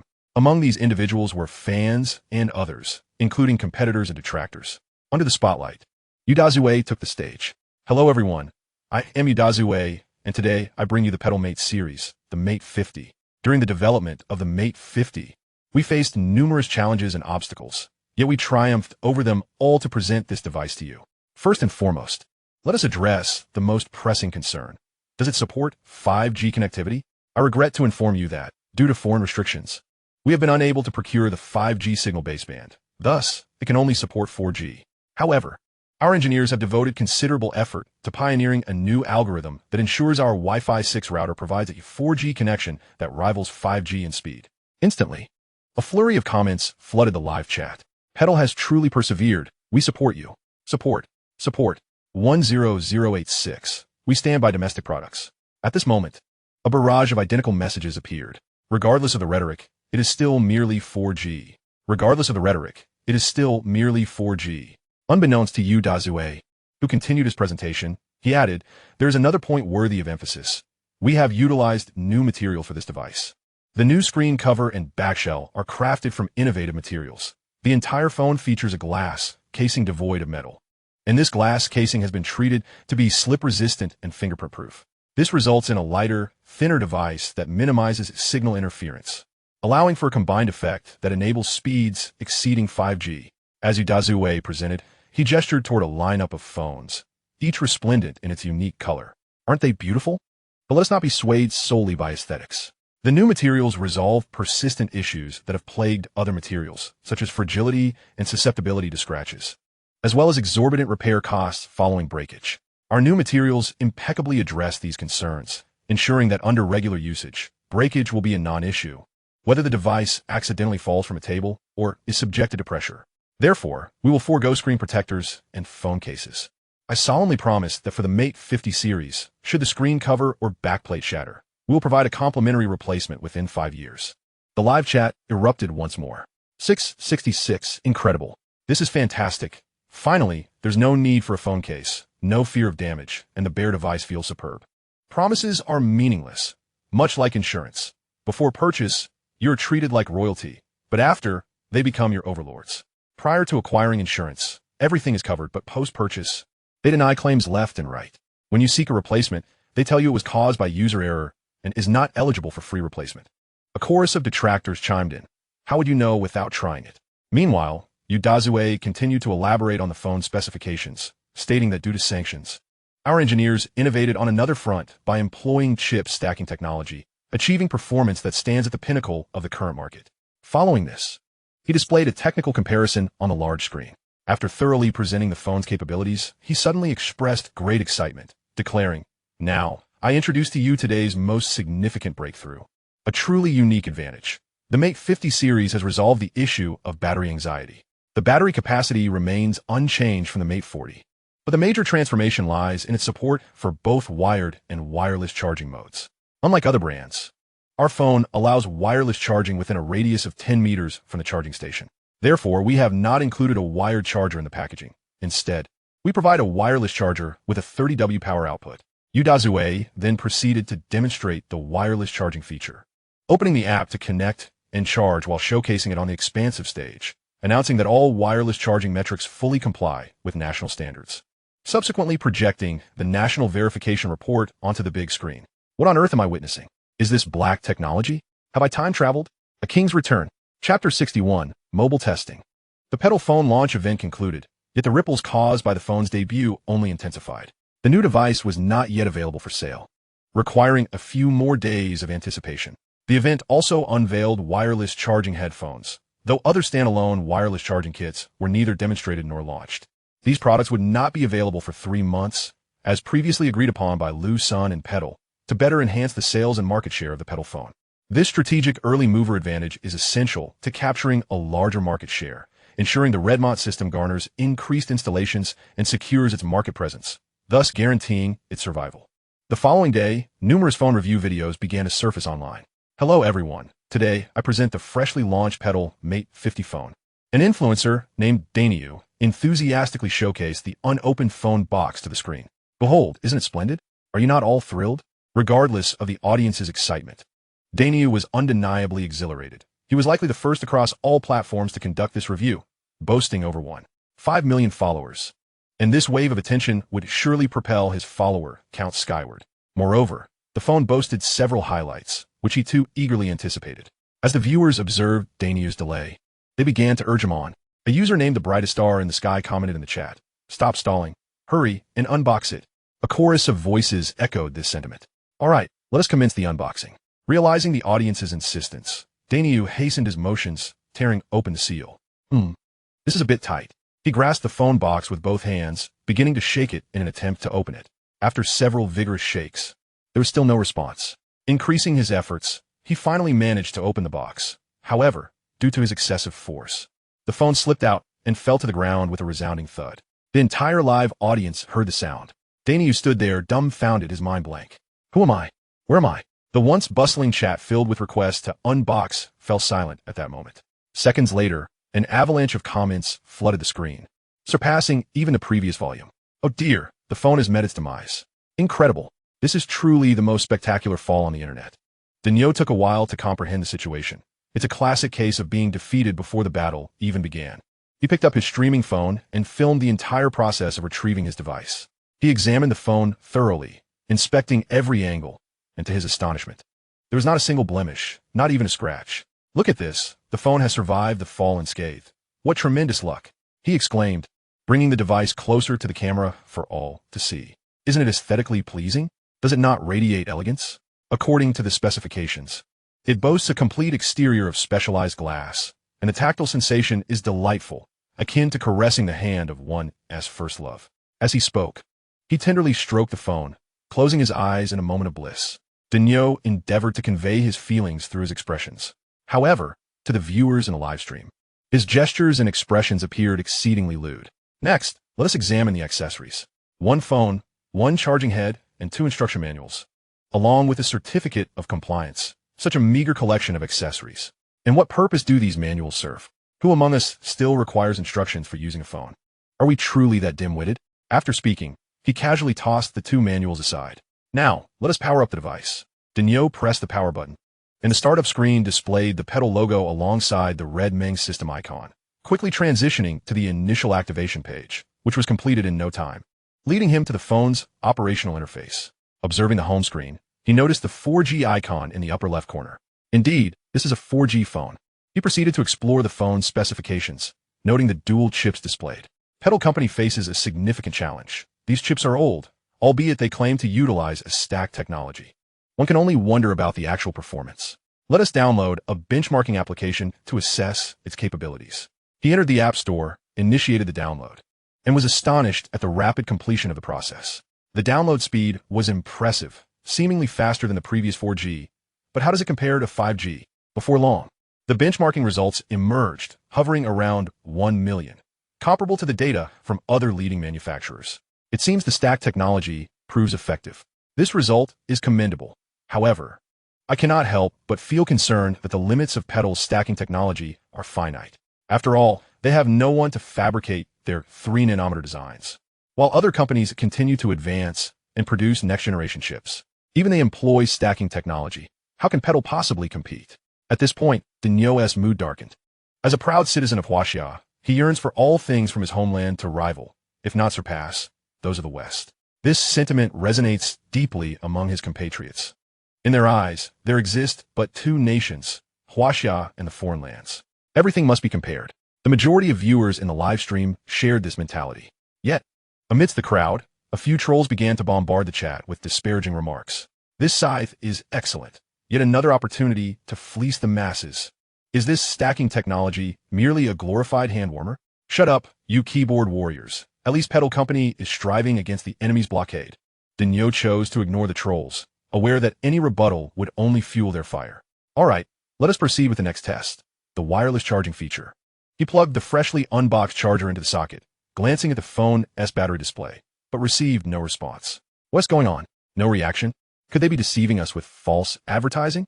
Can I sue them for misleading claims? Or am I simply holding it incorrectly? He switched the phone from his left hand to his right, still met with silence. He then positioned the phone against the charger. Yet again, no response. Let me inspect the charger. This charger appeared slightly smaller than usual and lacked a port for a charging cable. After removing it and scrutinizing it from various angles, he found nothing amiss. Could this truly be a flop? Suddenly, he recalled the two manuals. It is uncommon to find two. Perhaps one contains instructions for using the charger. He retrieved the manuals he had set aside, and indeed, one was titled Wireless Charger User Manual. Let's take a look at this manual. The viewers in the live stream erupted with laughter, their comments flooding in. Look who is suddenly keen on the manual. You said you didn't need a manual. And yet here we are. Dinyo, you truly are something else. Paying no heed to the comments, Dinyo began to diligently read the manual aloud, muttering to himself. First this, then that, and then continue like this. Dear viewers, I have grasped it. Watch my demonstration. Chapter 62. Phone Test 2. Dinyo reinserted the charger into the socket, observing the red light flickering above. He retrieved the phone, opened the worry-free charging app, and began to match it. Upon detecting the charger's wireless signal, he clicked to connect, and the system prompted him to input the charger's identification number. After swiftly entering it and confirming, a moment later, a notification indicated a successful match. At that moment, he noticed the battery icon in the upper right corner indicating that it was charging. Seeing this, Daniu speeded sword. Family, do you see this? It's charging. Are we not impressive? Are we not amazing? He bellowed with excitement. Comments flooded in. It seems to be charging, but can other phones do that too? They also have wireless charging. Other phones can only charge at a distance of up to 1 centimeter. This one seems to work at 10 centimeters. What a breakthrough. I wonder how far it can reach. Now, according to the manual, I'll adjust the charging settings. There was an automatic charging feature, which Dinyo set to connect when the battery level fell below 21, ceasing at 100. The app displayed a large circle in the center, surrounded by arcs of energy, with the words charging written above. He tapped the circle, and a prompt appeared asking if he wished to stop charging. He confirmed. The words changed to charging stopped, and the arcs vanished. Tapping once more, the arcs reappeared, and the text reverted to charging. Family, it seems this button allows for manual control of the charging. Now, let us conduct a distance test for charging. With that, Dinyo began to move around the room. 1 meter, 2 meters, 3 meters, 4 meters, 5 meters. The phone remained in a state of charging without any interruptions. He then picked up the live stream phone to document his journey. Wandering into other rooms, and even the bathroom, no issues arose. Upon reopening the app, it displayed a current charging efficiency of 95. This wireless charging is truly remarkable. It is undoubtedly cutting-edge technology. Soon, one charger may suffice for the entire home. My residence spans 98 square meters, allowing for charging in any location. And the energy efficiency never dips below 90. This is nothing short of perfection. Pedal phones are eternal. Everyone, flood the screen with 666. 666. 666. 666. Comments continue to pour in. I'm so eager to get my hands on the new phone. As Liu continued to gesture animatedly with his smartphone, he suddenly exclaimed, "It's broken." It turned out he had just noticed that the device was no longer charging, despite its instability and inherent flaws. He acknowledged that it was still quite impressive, especially given its technological advancements surpassing those of other enterprises. Although he felt a twinge of regret at the sudden halt in charging, he offered a plethora of encouraging remarks, recognizing that achieving such a feat was commendable. The live stream screen erupted with a flurry of comments, inundated with greetings directed at the host. One comment read, "Foolish host, no explanations." Another remarked, "With such intelligence, were you kicked by a donkey?" And yet another questioned, "Are you insulting our intelligence?" Stunned by the barrage of derogatory remarks aimed at him, Liu was momentarily taken aback, pondering whether a misstep had occurred. Upon rechecking, he noticed that the battery indicator in the upper left corner displayed a full charge of 100. At that moment, the device had indeed charged completely. As the app revealed, charging completed in 5 minutes and 17 seconds. The swiftness of the charge was due to the phone having booted up at 92. "Dear viewers, my apologies for playing a small prank on you," he chuckled, though he realized his audience was too astute to be fooled. "Now, let us proceed to the next test and see if this smartphone overheats under intense usage. I wonder how well the stacked chip technology performs," he declared, initiating the download of various large games while simultaneously playing and watching videos in a small window. After more than 30 minutes, Liu began his summary. "Dear viewers, the phone exhibited no lag during gaming, and frame rates remain stable. Its performance is indeed commendable. As I hold the device, it feels at a moderate temperature, showing no significant increase in warmth. Yet, as my sensations cannot be shared, let us bring out the tools." He promptly retrieved a laser thermometer, first directing it at his forehead. "Dear viewers, it reads 36. 3 degrees, which is normal. Now let us check the phone," he continued, observing it to be at 25. 2 degrees, an impressive result. Upon taking another reading, the temperature fluctuated to 25. 1 degrees. "Is there an issue with this thermometer?" he questioned, noting the inconsistency. Despite its high quality, he measured again, obtaining a reading of 25 degrees, followed by 24. 9 degrees. After checking his forehead once more, it confirmed 36. 3 degrees. Consistent with the previous reading. This indicates that the phone may be efficiently cooling itself, he surmised, continuing to monitor the temperature. The readings continued to decline. 24. 5 degrees. 24. 4 degrees. 24. 3 degrees, and so forth, gradually stabilizing at 22 degrees. After a prolonged period of monitoring, it consistently remained at 22 degrees, a temperature deemed most comfortable for human sensation. The rapid cooling was impressive. While other devices often exceeded 40 degrees under similar conditions, this phone maintained its composure. I now ponder whether it is the cooling materials or the stacking technology that excels. The glass casing indeed feels remarkable, akin to holding jade, cool and smooth to the touch. Exceedingly comfortable. Dear viewers, we have nearly completed our testing. Only one final test remains, Liu teased, glancing at the screen. "Can you guess what I am about to test?" You likely anticipated. His eyes crinkled in a mischievous smile. The chat filled with various guesses, until a user named teared down the east wall to supplement the west suggested, "You're going to dismantle it." This answer swiftly gained consensus, prompting a chorus of similar predictions. I see none of you have answered correctly. Now I shall reveal it. A durability test, not the kind involving software, but rather one of physical endurance. Initially, I had intended to conduct this test after inadvertently dropping the phone without any damage. However, as this is my sole testing unit, I hesitated to risk it until now. With that, Liu adopted a playful stance, raising the phone high. With a swift motion, he released it, and it thudded onto the ground. Upon retrieving it and inspecting for damage, he commenced the test again, repeating the drop several times without a hint of harm. Dear viewers, after numerous drops, it appears the quality is indeed exceptional. One need not fear accidental drops in daily life. The chat erupted with comments. Your surface is wooden. Try dropping it on concrete. And that height is far too low. Others chimed in. What constitutes a durability test? Show us some real force. Done you.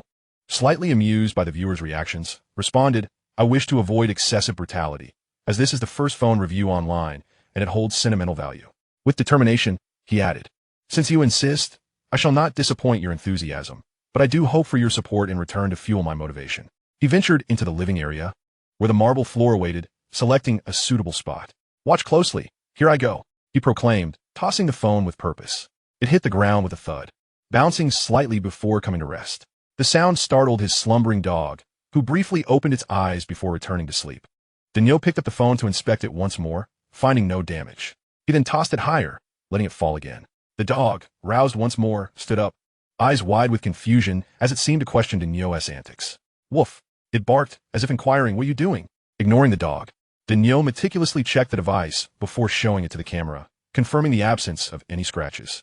He then prepared to slam the phone onto the marble floor. Though he subconsciously tempered his force, reluctant to damage the device. He was quite fond of this phone. It was not only functional, but also worthy of being a collectible. Upon inspecting it again, he was genuinely astonished to find it unscathed. Yet, a thought crossed his mind. He wanted to push the limits further. Standing tall, he unleashed a forceful strike against the ground, this time without restraint, as the phone struck the floor robustly. The latest impact produced a resounding noise, prompting the husky dog to bark aggressively at the bull once more. "Stay over there, do not disturb me, and do not wreak havoc, otherwise I shall retaliate." Upon hearing the words of the bull, the husky let out a bark and retreated to a corner, choosing to ignore the situation. This scene was clearly visible to the viewers in the live stream, who remarked on the unreliability of the husky. After picking up the phone and inspecting it thoroughly, no issues were found. The audience in the live stream was buzzing with excitement, having witnessed the phone being smashed. It was evident this time, unlike the previous occasion where it seemed to be cushioned, that it had indeed been struck forcefully. One could only marvel at the audacity. However, all the viewers, including the bull, were so focused on the phone that they failed to notice the marble floor had sustained a significant dent and a few cracks from the collision. Satisfied that the phone was intact, the bull remained silent and once again hurled it onto the floor. After striking the ground, he checked the phone again, finding no visible damage. He repeated this process, smashing it down once more, and after several attempts, he ceased checking altogether, mechanically picking it up and throwing it down again. The bull had succumbed to a state of obsession, convinced that the phone could not be broken. Meanwhile, the husky observed this spectacle, utterly bewildered. "Is he a fool? Could this be contagious? I should keep my distance," he thought, silently backing away a few paces. The viewers in the live stream, entertained by the bull's reckless behavior and the distant husky, flooded the chat with messages of approval. Yet gradually, they began to notice the floor had become a chaotic mess, littered with shattered marble. Many viewers felt an odd sense of familiarity with the unfolding scene, though they couldn't quite place it at that moment. Chapter 63, The Scoundrel. The sight of the frenzied bull brought immense joy to the viewers in the live stream. Comments flew across the screen, and donations poured in. Various humorous quips appeared, but the most frequent comments were exclamations of awe regarding the phone's resilience. Just then, a different sound echoed through the live stream, distinctively a knocking at the door. Thud, thud, thud. The crazed bull remained oblivious, but the viewers heard it loud and clear. Comments began to emerge. "I have a bad feeling about this. Here it comes, the harbinger of doom. I knew it sounded familiar. Soon, we shall witness the bull's bewildered state. I remember now. Is this a reenactment? How amusing." Perhaps the person knocking, realizing there was no response for a considerable duration, began to knock harder, the sound escalating. Thud, thud, thud morphed into a series of sharp raps, ultimately crescendoing into a cacophonous banging. This seemed to awaken the bull from his trance, as he instinctively halted his actions to answer the door. Upon opening it, he inquired, "Why are you knocking so forcefully? Is there something amiss?" The person at the door appeared momentarily taken aback. Was this family so brazen? Instead of being questioned, he found himself on the receiving end of an inquiry. "Shouldn't I be the one asking you? I'm trying to rest at home while you're causing a ruckus with your renovations." "I'm not renovating anything," the bull replied, perplexed. "Are you implying I'm deaf or blind?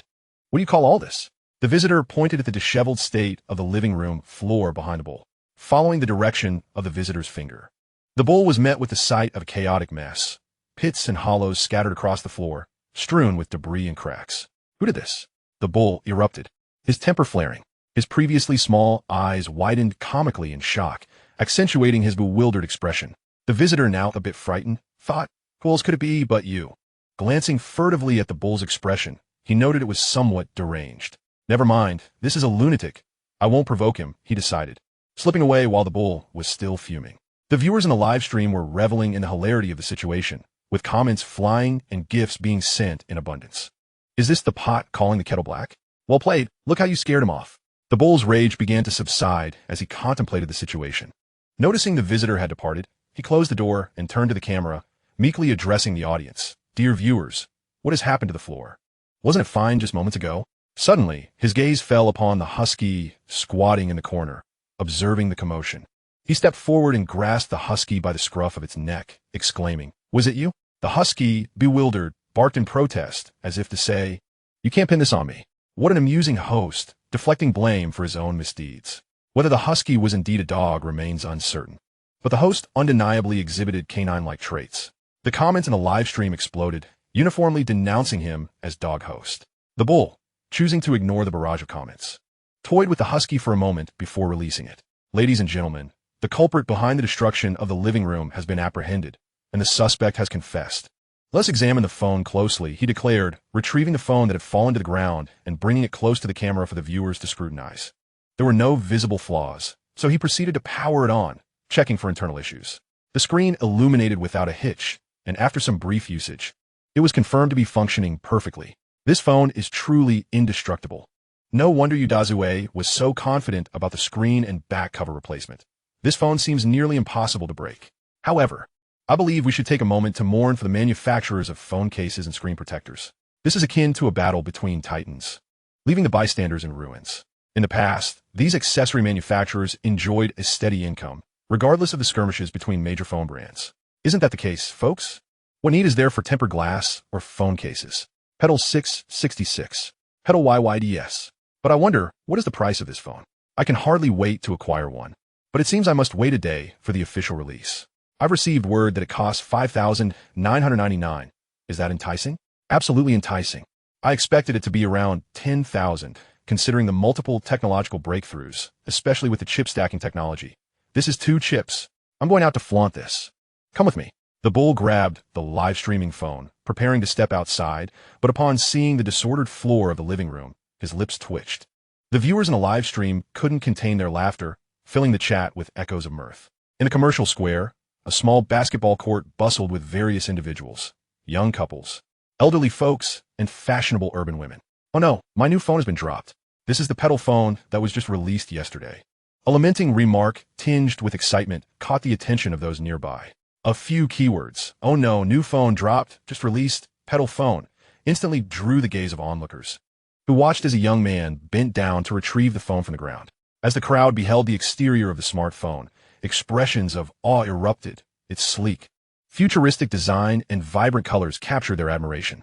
Indeed, it was the latest model unveiled at yesterday's launch event, and a sense of regret rippled through the onlookers as they contemplated the misfortune of such a splendid device meeting a fall. At that moment, the young man retrieved the phone, but perhaps lacking a firm grip, it slipped from his grasp once again. He reached out to catch it, but his efforts were in vain, and the phone rebounded from the impact. The collective heart of the spectators raced as the device danced in the air, soaring and plunging in a chaotic ballet, their gazes and emotions mirroring the phone's erratic trajectory. With a resounding thud, the smartphone finally met the ground. Oh my goodness! The crowd exclaimed in unison, a chorus of disbelief punctuated by a crude exclamation. Among them, an elderly gentleman clutched his chest in distress, prompting a nearby elderly lady to hastily produce a heart medication and offer it to him. Gradually, he began to feel somewhat steadier. The young man, however, displayed no trace of remorse. He bent down to retrieve the phone, only to let it slip once more, this time falling directly to the ground. The surrounding spectators quickly grasped a singular truth. The young man was undoubtedly acting with intent, seeking to draw attention and elicit sympathy. Things escalated further as he unabashedly declared, "Oh dear, it fell," and tossed the phone once again. "Oh, it fell again," he repeated, launching the device into the air once more. With each successive throw, he hurled it higher and farther, finally illuminating the screen and engaging in a game of glory. The crowd internally seethed, muttering curses under their breath, infuriated by his audacity. Indeed, this individual was none other than the notorious Big Cow, reveling in his flamboyance as a streaming session broadcasted the entire spectacle live. The online chat erupted with fervor. Viewers, though seasoned in the ways of the internet, had never encountered a host quite so brazen and flamboyant. Alas, the phone is indestructible, simply meant for play. Big Cow remarked while tossing the device once more. He even employed the smartphone as a basketball, making consecutive shots with ease, the device remaining unscathed. Chapter 64. The Power of the Online Community. The barrage of comments in the streaming room intensified. Big Cow, you've gone too far. What if you break the backboard? Be prepared to compensate. After picking up the phone he had just discarded, he approached the three-point line, ready to attempt another shot, the eyes of many fixed upon him. Catch the thief. Catch the thief. As Big Cow continued to flaunt himself, he heard a commotion regarding a thief. Before he could react, a shadow dashed past him. Turning his head, he spotted a man in a cap sprinting ahead, shortly followed by a security guard in uniform. Realizing the urgency of the situation, Big Cow connected the dots. The man he had just seen was the thief. If only he had reacted sooner, he might have been able to assist. But now the thief had distanced himself beyond reach. Observing the unfolding scene with regret, a sudden impulse surged within him. He pivoted, drew back, and with a swift motion, hurled his smartphone like a dart, striking the fleeing thief squarely in the back of the head. The thief collapsed to the ground, and the phone followed suit. Witnessing the hit, Big Cow dashed forward, but he was only a few paces away when the security guard leapt onto the fallen thief. The thief struggled momentarily, but soon ceased his resistance. As he turned his head to locate the object that had struck him, he spotted the smartphone lying beside him. The thief glared at the device, cursing its painful impact, mistaking it for a brick. Meanwhile, Big Cow stepped aside, observing the security guard restraining the thief. Realizing there was nothing more for him to do, he bent down to retrieve the phone.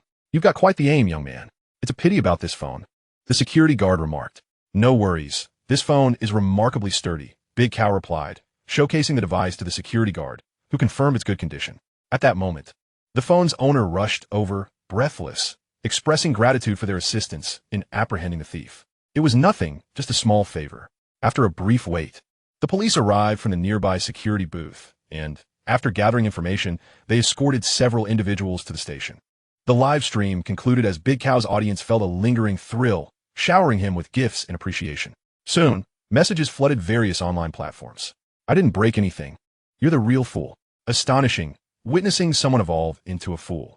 A streamer had garnered immense attention for their antics, prompting generous donations from countless netizens. In a live stream, the new pedal smartphone had become a symbol of justice, earning its place atop the weaponry rankings. Reason for ranking: versatile for offense and defense, easily portable in any situation, and capable of ambushing adversaries. The absurdity of the situation highlighted the moral decay of society, as the latest smartphone was likened to a brick. Messages proliferated online, rapidly climbing the trending charts, captivating the public with the phone's myriad advantages. Many clamored to acquire it, inundating the pedal company and various platforms with requests for rapid sales. In response, the pedal company promptly issued an announcement, shifting the launch time from 9 a.m. to midnight, a full 9 hours earlier. Upon learning of this adjustment, netizens erupted in celebration, viewing it as their victory. This announcement also ascended to the top of the trending list. Many who were previously unaware of the pedal phone's release began to gather information, and upon discovering its numerous benefits, resolved to make a purchase. Under 6,000? What a steal. Wireless charging and it won't break. My Fruit phone has wireless charging too. You're kidding, right? You and dare take that wireless charging out. It saves on tempered glass and phone cases, which typically cost hundreds with every new purchase. I've always disliked curved screens due to the difficulty of applying a protector and the high repair costs if broken. Now I have no fear. I'll go for the curved screen. I still prefer flat screens, but it seems they've listened to public demand and are offering both options now. The colors are stunning. The aesthetics are truly impressive. As midnight approached, countless netizens eagerly awaited, and within minutes, 5 million units were sold out. Those who missed out felt a pang of regret, wishing for just a second more of speed to secure their purchase. Many lamented in the comments, urging the pedal company to release another batch swiftly. Eager to possess the smartphone that boasted both style and durability, a must-have for impressing others. The online chatter continued throughout the night. The following morning, around 7 a.m., in Yueshur, Jiang Chuanhua was busy at home, having just finished breakfast and preparing to eat. The phone rang, revealing an unfamiliar number. After a moment's hesitation, he answered. Mr. Jiang, hello? This is a courier from a certain company. Your package has arrived. Are you home? Yes. Great, I'll be there shortly. After hanging up, Jiang contemplated the contents of the package. Aside from the phone he had purchased early that morning, he hadn't ordered anything else in recent days. Before he could ponder further, the doorbell rang. Hello, please sign for this. Upon a meticulous examination of the order, it indeed turned out to be a mobile phone. How swift was the delivery? I placed the order in the early hours, and mere hours later, it arrived. Was this a precaution against any potential change of heart on my part? I promptly unwrapped the device, and upon inspection, the exterior appeared flawless. Jiang Chuanhua refrained from further handling the new phone, hastily finishing his breakfast before heading to the office with his latest acquisition. Upon arrival, he became the brightest star in the company, with colleagues gathering around him, even the typically aloof office belle engaging him in conversation, her gaze filled with unspoken words. This delighted Jiang Chuanhua immensely. Following the operating manual, he connected the wireless charger and handed the phone to the office beauty. She smiled and nodded in acknowledgement, then began to explore the device. Her delicate fingers caressed the phone as though she were tenderly stroking him, leaving Jiang Chuanhua in a state of enchantment. The events unfolding within this office mirrored those occurring nationwide, and the remarkable speed of the logistics from a certain Easter delivery service trended on social media. However, shortly thereafter, a piece titled "The Man Behind You Does A" surged rapidly in popularity, climbing swiftly into the top 10, then the top 5, and eventually to the number 1 spot. Countless individuals clicked through, drawn in by the sensationalist title, only to discover that the content was indeed substantial and informative. Greetings, esteemed readers. As a novice, I am but an ordinary individual, freshly embarked on the journey of an online literature author with a penchant for fine spirits. Recently, through a friend's recommendation, I acquired tenfold liquor, which proved to be exceptionally delightful, affordably priced, and truly worth every penny. The refreshing and elegant sensation it imparts is unforgettable, and the design of the bottle is aesthetically pleasing. My eagerness to learn more about the manufacturers of tenfold liquor intensified. However, I was astonished to find that what garnered the most attention online was not the quality of the liquor, but rather the bottle itself. It seems that many have fallen into the trap of valuing the container over the contents, a phenomenon I find rather disheartening. Chapter 65. An unexpected resurgence of popularity. Rather than enjoying the liquor, they were employing the bottles as bowling balls. This saddened me, prompting me to peruse other news articles, where I stumbled upon a reviewer named Xiangzi, whose assessment of the liquor was refreshingly candid, befitting an experienced connoisseur. Yet, he engaged in a rather reckless moment, smashing bottles and wreaking havoc. At this juncture, dear readers, does this evoke any familiarity? Yes, indeed. Let us shift our focus to yesterday's viral video, featuring a man transformed into a lively host, engaged in a similar destruction of phones and bottles. Herein lies the crux. Both the mobile phones and the liquor bottles were encased in glass, a rather peculiar coincidence, suggesting a simultaneous emergence of high-quality glass materials that incite frenzy. As a budding author, one must possess the ability to draw connections. Thus, I began investigating certain hypotheses, ultimately arriving at a startling conclusion. The manufacturers of this glass are, astonishingly, all under the purview of the same enchanting female entrepreneur.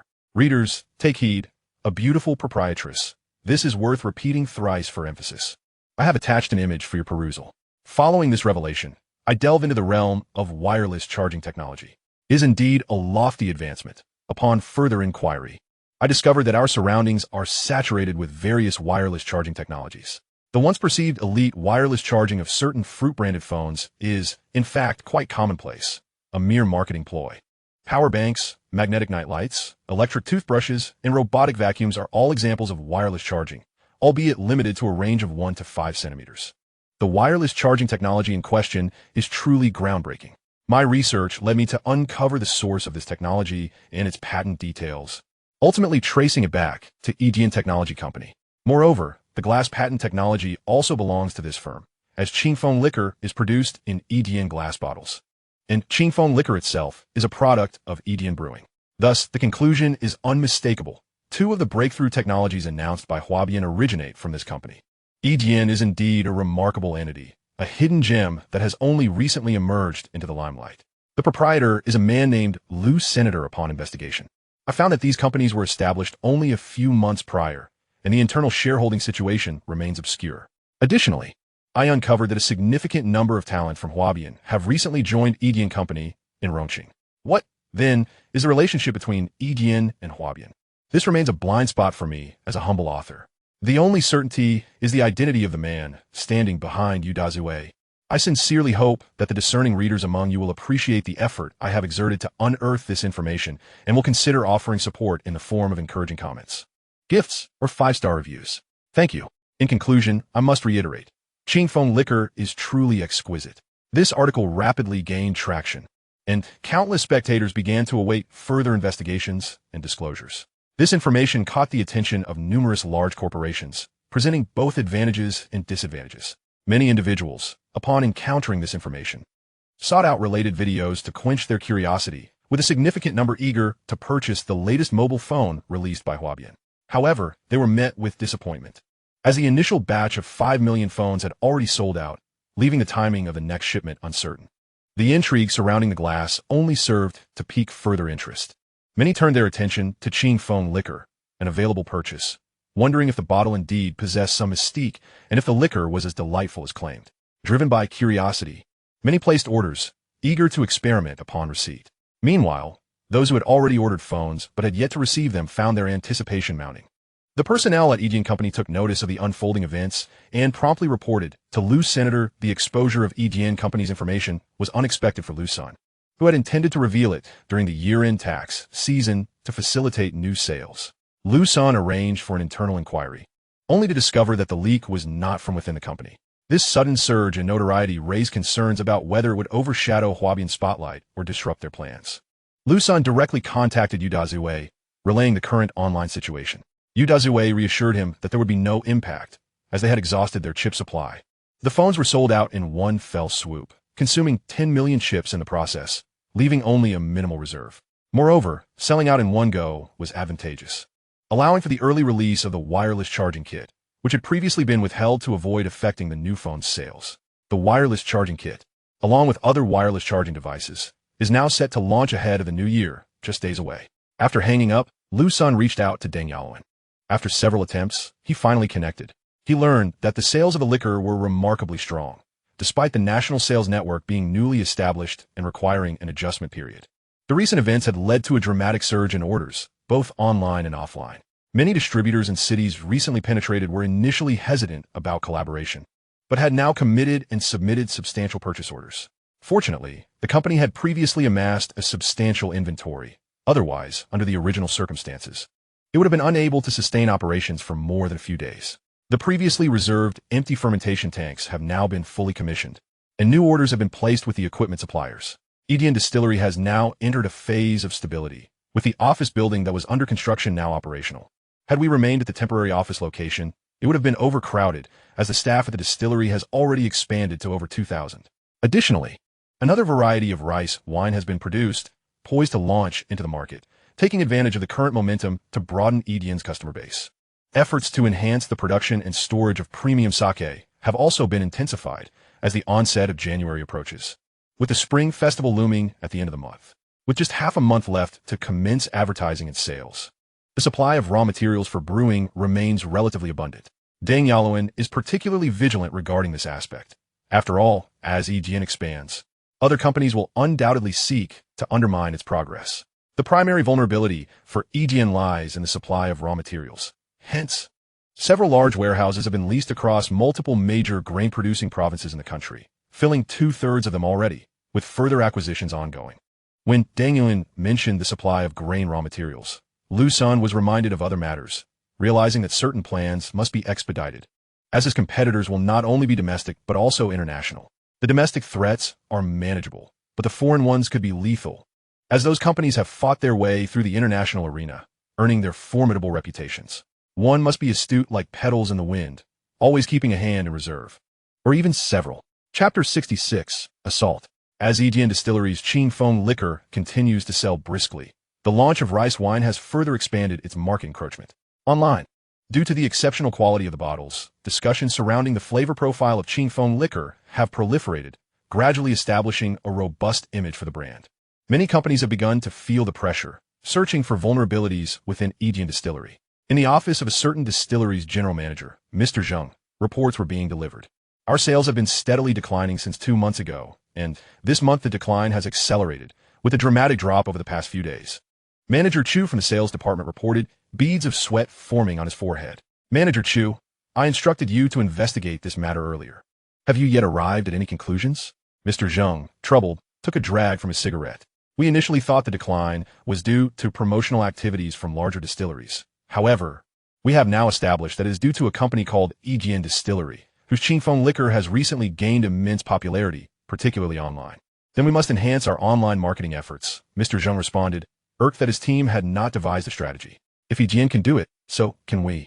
That might not be feasible. Their liquor possesses a distinctly recognizable taste, and their bottles are unique. Moreover, they recently collaborated with Pedal Company, which has propelled their popularity. Mr. Zheng pondered for a moment. Online discourse can be managed easily. Seek out some influential figures to dig up dirt on them and initiate a smear campaign. Upon receiving the directive, Manager Chu returned to his office and began preparations, soon summoning several trusted members of the sales department to conduct online searches for any disparaging information about Yijian Distillery. Manager Chu, we've thoroughly searched, but the results are consistent. There's no dirt to be found. After an exhaustive inquiry, Xiao Wu reported that there were virtually no negative aspects to uncover, leaving everyone at a loss. With no leads online, Manager Chu decided to dispatch Xiao Wu for an undercover visit to Yijian Distillery to investigate any potential irregularities. Similar discussions were taking place within other companies. Consequently, numerous unfamiliar faces began to appear near Yijian Distillery, frequently loitering in the vicinity. On the road outside the factory, an increasing number of seemingly broken-down vehicles appeared, alongside individuals requesting to use the restroom or borrow water. While no disparaging information about Yijian's tenfold liquor surfaced online, numerous attacks against Pedal Company emerged, with various critical comments proliferating beneath evaluation videos and related news articles. First Pedal, then Tian. 4G phones priced at 6,000. Pedal is merely exploiting consumers. They only appeal to national sentiment to deceive buyers. What makes it domestic? It's merely an assembled product. The chips aren't even produced in-house. Yet they still manufacture 4G phones with a mere shell change. Such comments were relentless and appallingly blatant, remaining pinned to the top of discussions. During this time, several major phone manufacturers reached out to Yijian Technology to discuss potential collaborations. One company, Lenovo, directly called, offering to purchase the company for $10 billion, which Liu Sen promptly declined. With the recent sales figures of Pedal phones hitting 5 million, Yijian would earn a staggering $16.8 billion in revenue share. Future sales of wireless charging kits globally would easily surpass targets, with 1 billion units sold presenting no challenge, leading to a total net income of $33.6 billion. For those companies genuinely interested in collaboration, Liu Sen clarified that Pedal held exclusive rights for 6 months, after which partnerships could be established freely. He also hinted that they need not worry about their phone sales, as wireless charging kits would soon be available, compatible with their devices, and that Pedal's latest phone model would no longer be in circulation, alleviating market competition concerns. However, Liu Sen did not disclose to the representative from Fruit Phone that his wireless charging kits would not support their proprietary charging ports. Following such discussions, many companies felt reassured. Shortly thereafter, the barrage of negative commentary online waned considerably. Within days, Yijian Distillery received numerous requests from fellow distilleries to visit and learn from their practices. After deliberating with Kai Chongqing, Deng Yaluan concluded that the core secrets of the company were unlikely to be replicated by others. Thus, they could permit visits. This would also serve as a valuable promotional opportunity, enhancing the company's reputation as a sought-after destination for industry peers. Upon receiving reports from the distillery, Liu Sen readily agreed. Confident in the high-tech nature of his business and its sanitary standards, as the liquor industry had become increasingly automated. A few days later, a group of over a dozen distilleries arrived for a tour. Deng Yaluan and Kai Chongqing warmly welcomed them, assigning dedicated personnel to document the entire visit. They toured the office building, followed by the fermentation workshop, distillation area, bottling section, and more. As the visitors observed, many exhibited disdainful expressions. Yijian Distillery's equipment, while impressive, paled in comparison to the advanced machinery of their own operations. The most striking feature was the fully automated production line and pristine workshops, which left some participants in awe. Yet still, they felt it lacked the sophistication of their own facilities. Deng Yaluan and Kai Chongqing guided everyone to the tasting area, allowing them to sample the finished product. Upon tasting, the visitors were visibly taken aback. Is this the final product? No further processing required. They require a maturation period of 3 to 5 years to develop a certain flavor profile, whereas they achieve it in merely 3 days. How can such a disparity be reconciled? The difference is as vast as the sky and the earth, leaving them utterly perplexed at how a nascent winery could ascend so rapidly. Initially, they speculated that Yijian's liquor might be produced through blending, a process they believed they could replicate through experimentation. Yet, the intricacies of Edien's production methods eluded their comprehension, leaving them feeling as though they had gleaned nothing at all from their observations. As for their visit for learning purposes, it seemed fruitless. They had learned nothing of substance. Additionally, the cost comparison was insurmountable, as time is an exceedingly precious commodity. 3 days versus 3 years. How could one possibly measure up? Was this brewing, or merely a form of cheating? The expressions of the attendees shifted from casual ease to deepening gravity. Some, in their astonishment, contemplated returning to their technical departments to explore whether they could emulate Edien's processes to create a new spirit. Others noted various discrepancies, realizing these elements could be publicized online to influence the narrative. These individuals were typically those who, unable to uncover any scandalous material, had resorted to joining the tour group. Naturally, Deng Yaluan and Kai Chongqing refrained from introducing them to the Qingjiu factory, as it had yet to be launched and required confidentiality. A day swiftly passed, and they convened for a meal at the largest hotel in the scenic area before dispersing. 2 days later, several discussions emerged online regarding Baijiu. Can a spirit devoid of cultural depth and temporal maturation truly exist? Liquor produced via purely mechanized assembly lines lacks the refinement to grace the heights of sophistication. These questions sparked widespread debate among netizens. Some argued that our nation's rich alcoholic heritage should not be discarded, but rather thoroughly explored and restored to its original flavors. Others contended that many prominent distilleries possess legacies spanning decades or even centuries, which lends a depth to their spirits. There were also mentions of the current beer classifications, brewed beer versus industrial beer, with the latter being deemed subpar. Subsequently, someone continued the conversation, asserting that Baijiu faces similar challenges. Blended spirits are unacceptable, and those lacking prolonged maturation should not exist. Such assembly line-produced spirits cannot be rightfully labeled as liquor.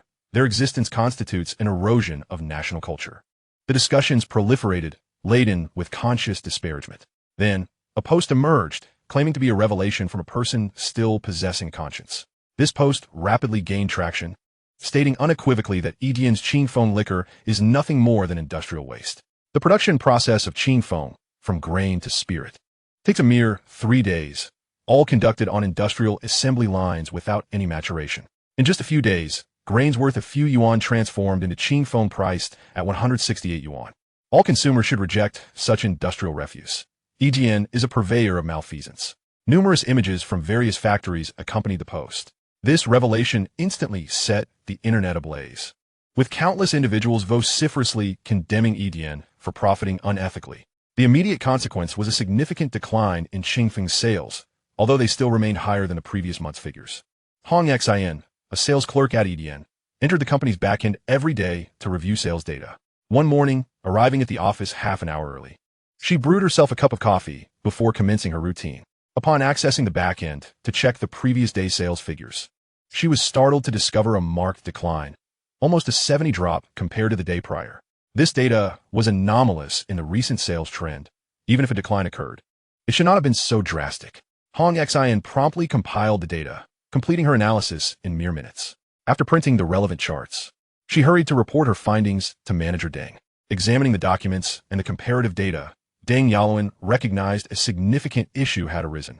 While a decline in sales was expected, such a rapid and extensive drop was abnormal. He immediately instructed all personnel to investigate the situation, particularly the public relations department, to prepare appropriate responses and notify the nationwide sales team to ascertain the cause through distributors and channels. Information soon returned indicating that the production process of Qingfeng had been disclosed online, and certain individuals had deliberately misrepresented it, inciting a negative narrative that branded the company's liquor as industrial refuse. Distributors and channel partners reported accumulating stock of Qingfeng and numerous customers seeking to return their purchases. After hearing the report, Deng Yaluan pondered for an extended period, concluding that this was undoubtedly an orchestrated attack from rival liquor companies. He realized it was essential to communicate with Liu Sen to determine a course of action, given that he was the architect of the spirit and understood the technical processes intimately, making it easier to identify a breakthrough. While Liu Sen was diligently expanding his knowledge, he received a phone call. "Brother Yaluan, what can I do for you?" "Asen, we've encountered an issue with Qingfeng. It's been misrepresented online and attacked by malicious individuals, leading to a decline in reputation and rapidly falling sales data." "All right, just a moment." Liu Sen booted up his computer and began searching for relevant topics. Upon entering Qingfeng liquor, a plethora of negative news articles emerged, overshadowing previous positive reviews and intriguing stories. He was met with descriptions of industrial refuse, unscrupulous merchants, and a lack of substance. It's clear that this is retaliation from companies whose interests have been threatened by Edian. These are minor issues. The quality of our liquor remains intact, but the narrative is currently being distorted, overshadowing its quality and taste. I've seen the news. How do you plan to address this? First and foremost, we must clarify our product, explaining the underlying principles. As a technology company, we need to establish our image so that when we launch innovative products in the future, consumers will not harbor unfounded suspicions. Additionally, we must impose penalties on those spreading rumors and inciting discord, collecting evidence to pursue legal action against them. After all, our group has the formidable Liu Sen, who should make an appearance to deter future misguided intentions. However, we need your input on the specific brewing principles, particularly since our liquor is produced and bottled within 3 days. Liu Sen found no objections to this strategy and proposed an additional suggestion to establish a live streaming department within the company to elucidate our products. This way, any inquiries could be addressed directly, preventing the narrative from escalating elsewhere. This department would showcase our production facilities, which, given our standards of hygiene and professionalism, would undoubtedly attract a significant audience, as other distilleries cannot compare to our processes. Moreover, this department should monitor online dynamics regularly, addressing any negative trends or incidents promptly to prevent escalation. The live stream could also stimulate sales of our products. Deng Yaluan swiftly orchestrated the necessary arrangements and forwarded the publicly disclosable production principles sent by Liu Sen to the public relations department. He designated a specific team to refine the content before disseminating it across major platforms. The clarifying statement assured that the contents of this declaration contained no false records, misleading statements, or significant omissions, and that they would bear individual and joint responsibility for the truthfulness, accuracy, and completeness of the information provided. Today, the company noted the emergence of rumors regarding our products across several platforms, alongside a misrepresentation of concepts that did not align with the reality. The clarification of the actual circumstances is as follows. The production of tenfold liquor indeed employs an assembly line process to ensure consistent taste. However, the essential brewing procedures remain intact. The 3-day turnaround for liquor production is solely attributable to our status as a high-tech enterprise, which has achieved technological breakthroughs in brewing processes. Our company has developed innovative yeast and enzymes that can condense the fermentation period, typically spanning several years or even a decade, down to just 3 days. This is a remarkable advancement in technology. As society and technology evolve, our company has steadfastly adhered to this philosophy in its operations. Liquor is an extension of culture. The company is situated in Maoshan, a renowned Taoist holy site with a history of nearly 5,000 years. Our liquor is crafted using formulas distilled from ancient Maoshan alchemical practices, combined with modern high-tech brewing methods, preserving the essence of Taoist culture, which embodies tranquility and effortless action. Thus, is aptly named tenfold liquor. In light of the proliferation of unverified misinformation across various platforms, our company will pursue legal accountability for the relevant parties. This serves as an official clarification. Edian Liquor Industry. Date.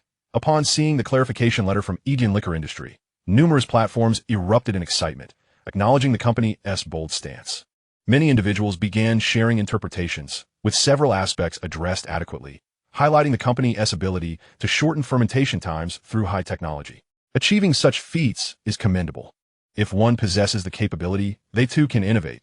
This is the true essence of liquor technology. The comparison with others, who rely on foot fermentation, blending, or aging in old cellars, pales in comparison. In terms of history, our formula is rooted in millennia, bolstered by modern techniques. Culturally, we also boast a legacy of thousands of years, steeped in Taoist tradition. Why should so many feel envious? A modest price transforms into 168 due to our technological prowess and superior taste. If one is capable, they should also pursue similar innovations. Other distilleries converting mere coins into hundreds or even thousands are far less reputable. The same applies to semiconductor wafers. A handful of sand transforms into wafers, priced at hundreds of thousands.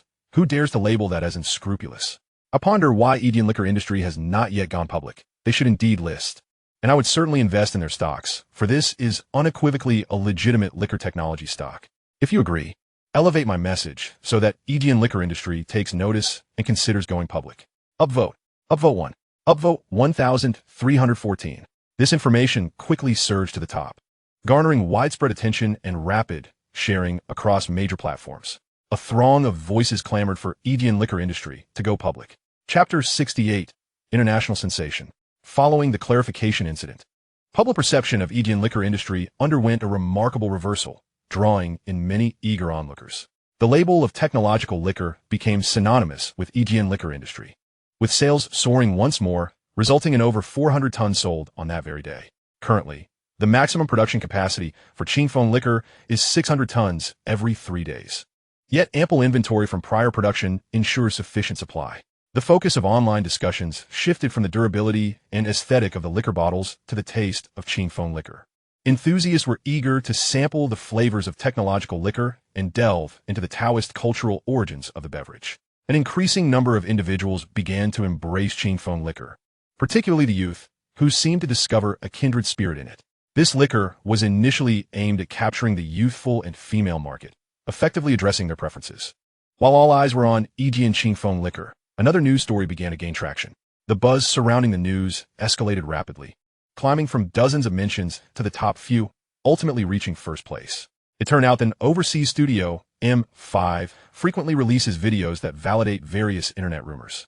Many of these rumors had been substantiated, such as whether lying down can protect one from a grenade, or if a bullet can curve when fired with a flick of the wrist. Numerous domestic individuals have been sharing their videos, garnering substantial followings. The current episode of M5 Studio sought to test the claim. Can tenfold liquor withstand a bullet? Hello, everyone. I am Adam, and this is Jamie. The duo introduced themselves. In this episode, we will verify whether a liquor bottle can stop a bullet. The origin of this rumor stems from a story about a man who, while carrying a bottle of liquor home, encountered someone wielding a weapon on the street. As a bullet was fired towards him, he instinctively shielded himself with a liquor bottle, which miraculously saved his life. The bottle remained intact, with only the outer packaging damaged and a slight dent in the bottle itself. The shaken individual later consumed the liquor. Now, let's take a look at this liquor. Behold, this is tenfold liquor, hailing from China, a product of the Taoist Holy Land. Priced at 58. The salesperson claims it is extremely popular and also recommended another variant without packaging for 68. According to the salesperson, the distinguishing feature of the 68 tenfold liquor is a red 5-pointed star within a glass orb, which significantly enhances the flavor compared to the uncolored variant.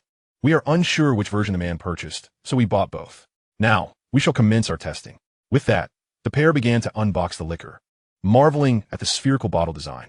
Upon comparison, they noted that one of the two bottles contained a red 5-pointed star, while the other featured hollow stars.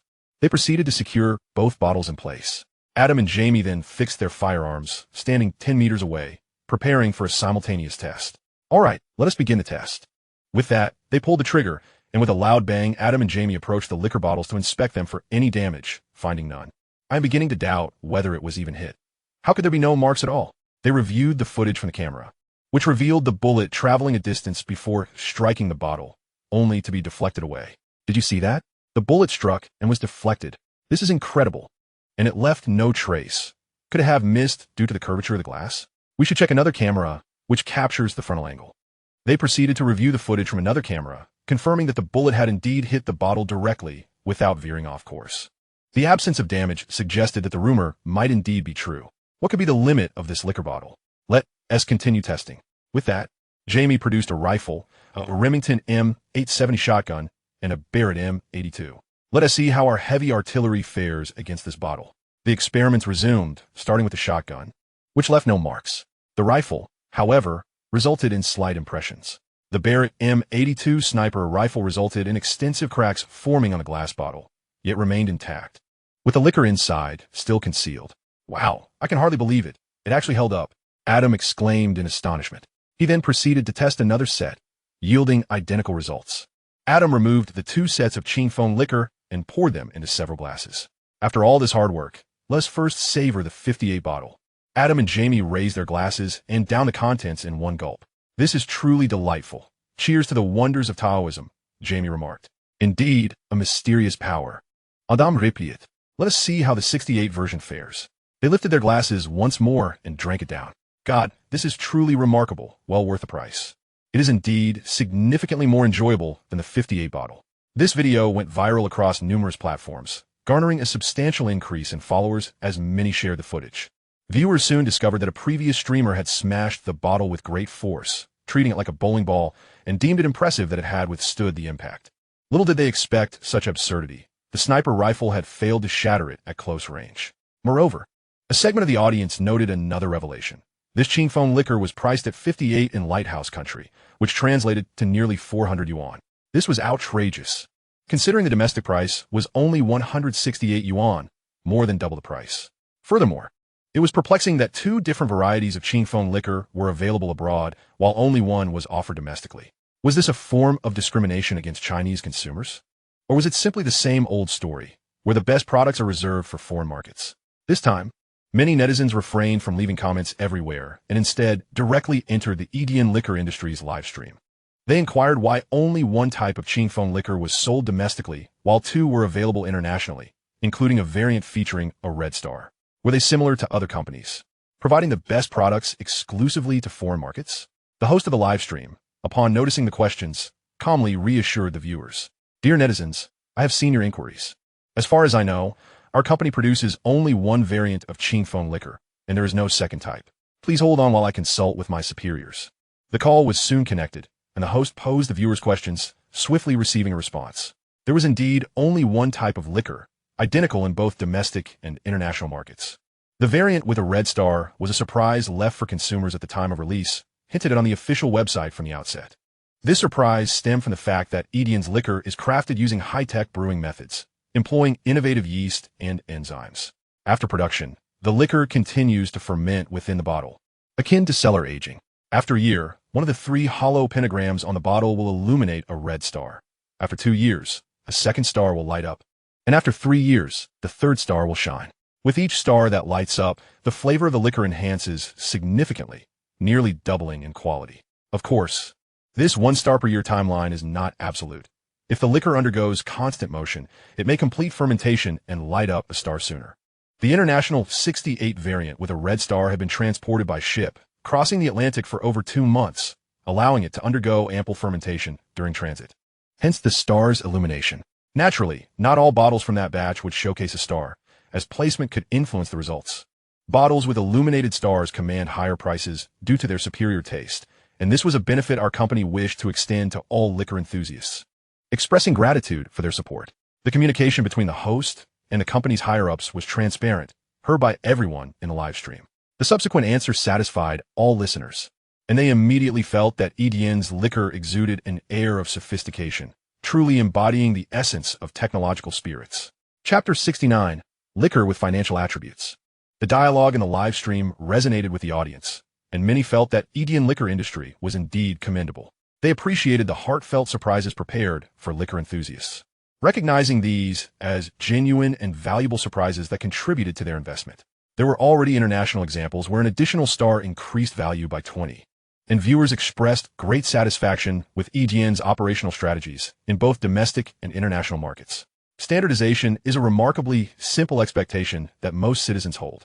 Yet, despite the simplicity of this matter, numerous enterprises, both large and small, have cultivated the mindset of prioritizing superior products for foreign markets. Furthermore, the bottles were exceptionally well crafted, and previous videos assured viewers of the authenticity of the liquor.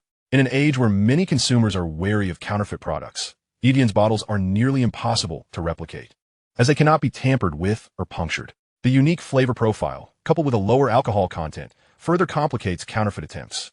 Many collectors and distributors have begun to stockpile Qingfeng liquor, viewing it as a worthwhile investment, as each year a star is gained, increasing its value by 20. This offers a return far superior to stock investments, mutual funds, or bank interest rates. Those who have grasped this concept began purchasing in droves, realizing that they could both enjoy the liquor and see an appreciation in value. This investment proved more reliable than that of Guimiao. Qingfeng liquor was genuinely a product of technological advancement. Countless netizens began calling for Edian liquor industry to go public, eager to reap the benefits. Purchasing Edian liquor was akin to investing. This was comparable to spot trading in the financial market. Amidst this unfolding narrative, another video surged to popularity. The first ascending star Qingfeng liquor had emerged domestically.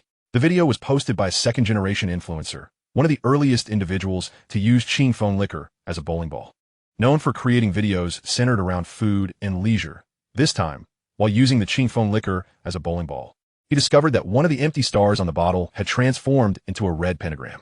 Initially, the second-generation influencer thought there was a defect with the liquor, but a bystander, who had seen related information the day before, excitedly informed him of the significance of the red star. The second-generation influencer was overjoyed and promptly checked all the tenfold liquor bottles that had been used as bowling balls. Out of dozens, only 2 had successfully ascended.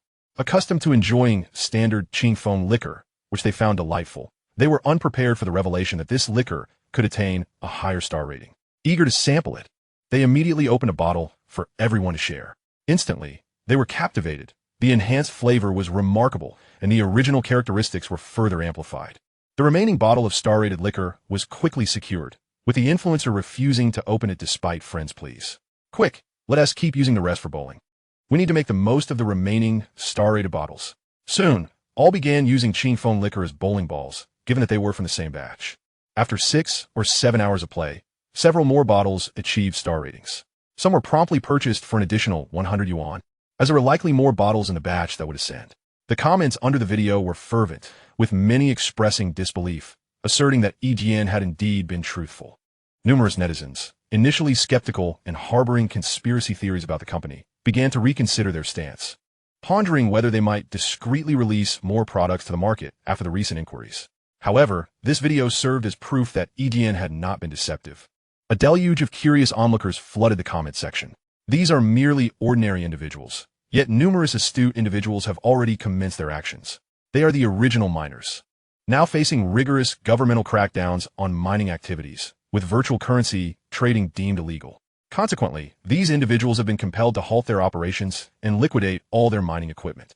Now, this collective has recognized a new opportunity. They have begun procuring a significant quantity of tenfold liquor to expedite their efforts artificially. By ordering an abundance of machines equipped with swinging functions and arranging numerous spaces to accommodate the tenfold liquor, while connecting the machines to power for round-the-clock operation. Can they not elevate the star rating in a short period? If they can sell these in batches, the profits would be substantial. Assuming they can achieve a star upgrade in 2 months, that would amount to 6 upgrades in a year, with each upgrade yielding at least a 20% profit.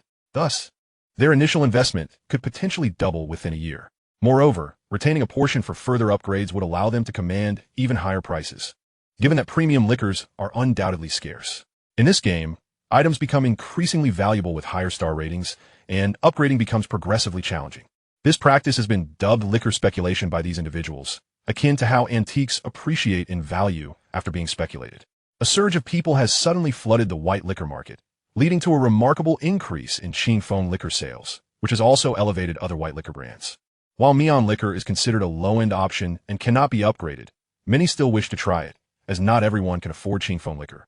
Thus, they have opted for the newly launched Mian liquor priced at 58 yuan.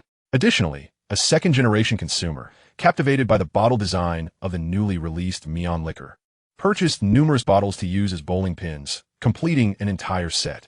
For various reasons, the sales of tenfold liquor have skyrocketed, recently surpassing daily sales of 400 tons. Initially thought to taper off within 2 days. This morning, Liu Sen received sales data submitted by Deng Yaluan, revealing an astonishing daily sale of approximately 1,000 tons. Upon calculation, if this sales trend continues for another week, they would be sold out, especially since the company is relatively new and production increases are gradual, with previous stock depleting. Observing this data, Liu Sen promptly contacted Kai Chongqing regarding the inventory of the upcoming Shangqing liquor. Given the current explosive popularity of tenfold liquor, the high-end Shangqing liquor, designated for the upcoming Spring Festival, is expected to be well received. He quickly received a reply indicating that the current inventory of Shangqing liquor stands at around 500 tons. Based on previous sales growth and the fact that it is a premium product, a sales figure of 3,000 to 4,000 tons would be quite commendable. With a month remaining until the new year, and considering future production, it should suffice. However, he did not anticipate the market sentiment would exceed expectations. Director Kai, this quantity is nearly sufficient. High-end liquor must be controlled to maintain its exclusivity. Once sold out, we should see sales, limiting the high-end liquor to a fixed annual quantity. Liu Sen pondered extensively before reaching this conclusion. Time swiftly passed, and the new year was on the horizon. Various departments were busy compiling all data for the year.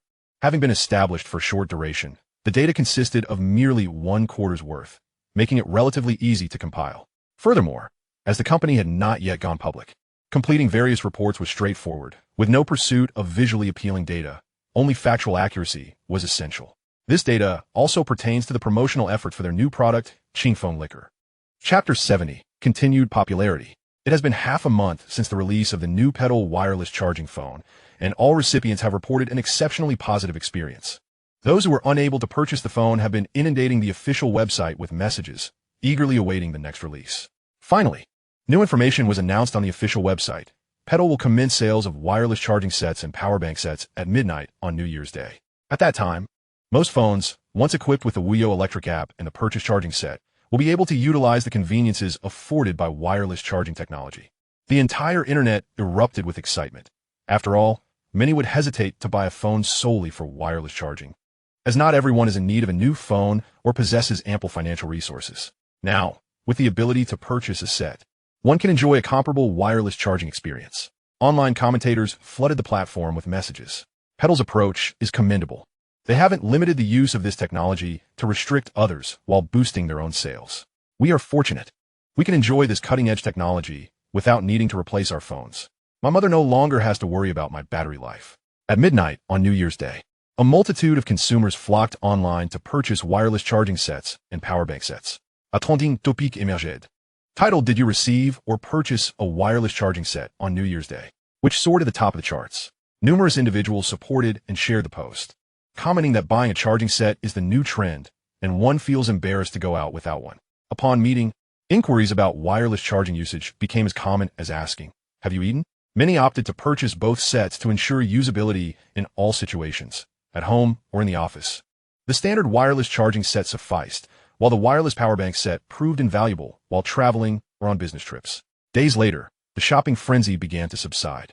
However, another explosive piece of news was leaked by the media, instantly capturing the #1 spot in trending topics. According to insiders, EDN Group paid $2.1 billion in taxes this year, despite having only been established for a single quarter. If calculated for an entire year, the tax contributions could exceed $10 billion. In contrast, the entire city of Rongqing had a total annual fiscal revenue of approximately $8.9 billion the previous year. It can be said that EDN Group alone has matched the entire tax revenue of Rongqing, with its contribution to GDP being extraordinarily high. Just over 3 months since its inception, EDN Group has already employed around 150,000 individuals, indirectly benefiting countless households, given that the total population of Rongqing is merely 690,000. Online, people were left in disbelief. Impossible. This is absolutely inconceivable. Founded for just over a quarter, how could they possibly pay such a substantial tax amount? To my knowledge, only a handful of private enterprises nationwide can achieve an annual tax contribution of $10 billion. Pedal's revenue stands at $93 billion, Alibaba at $53 billion, Guomao at $30 billion, and Tencent at $20 billion.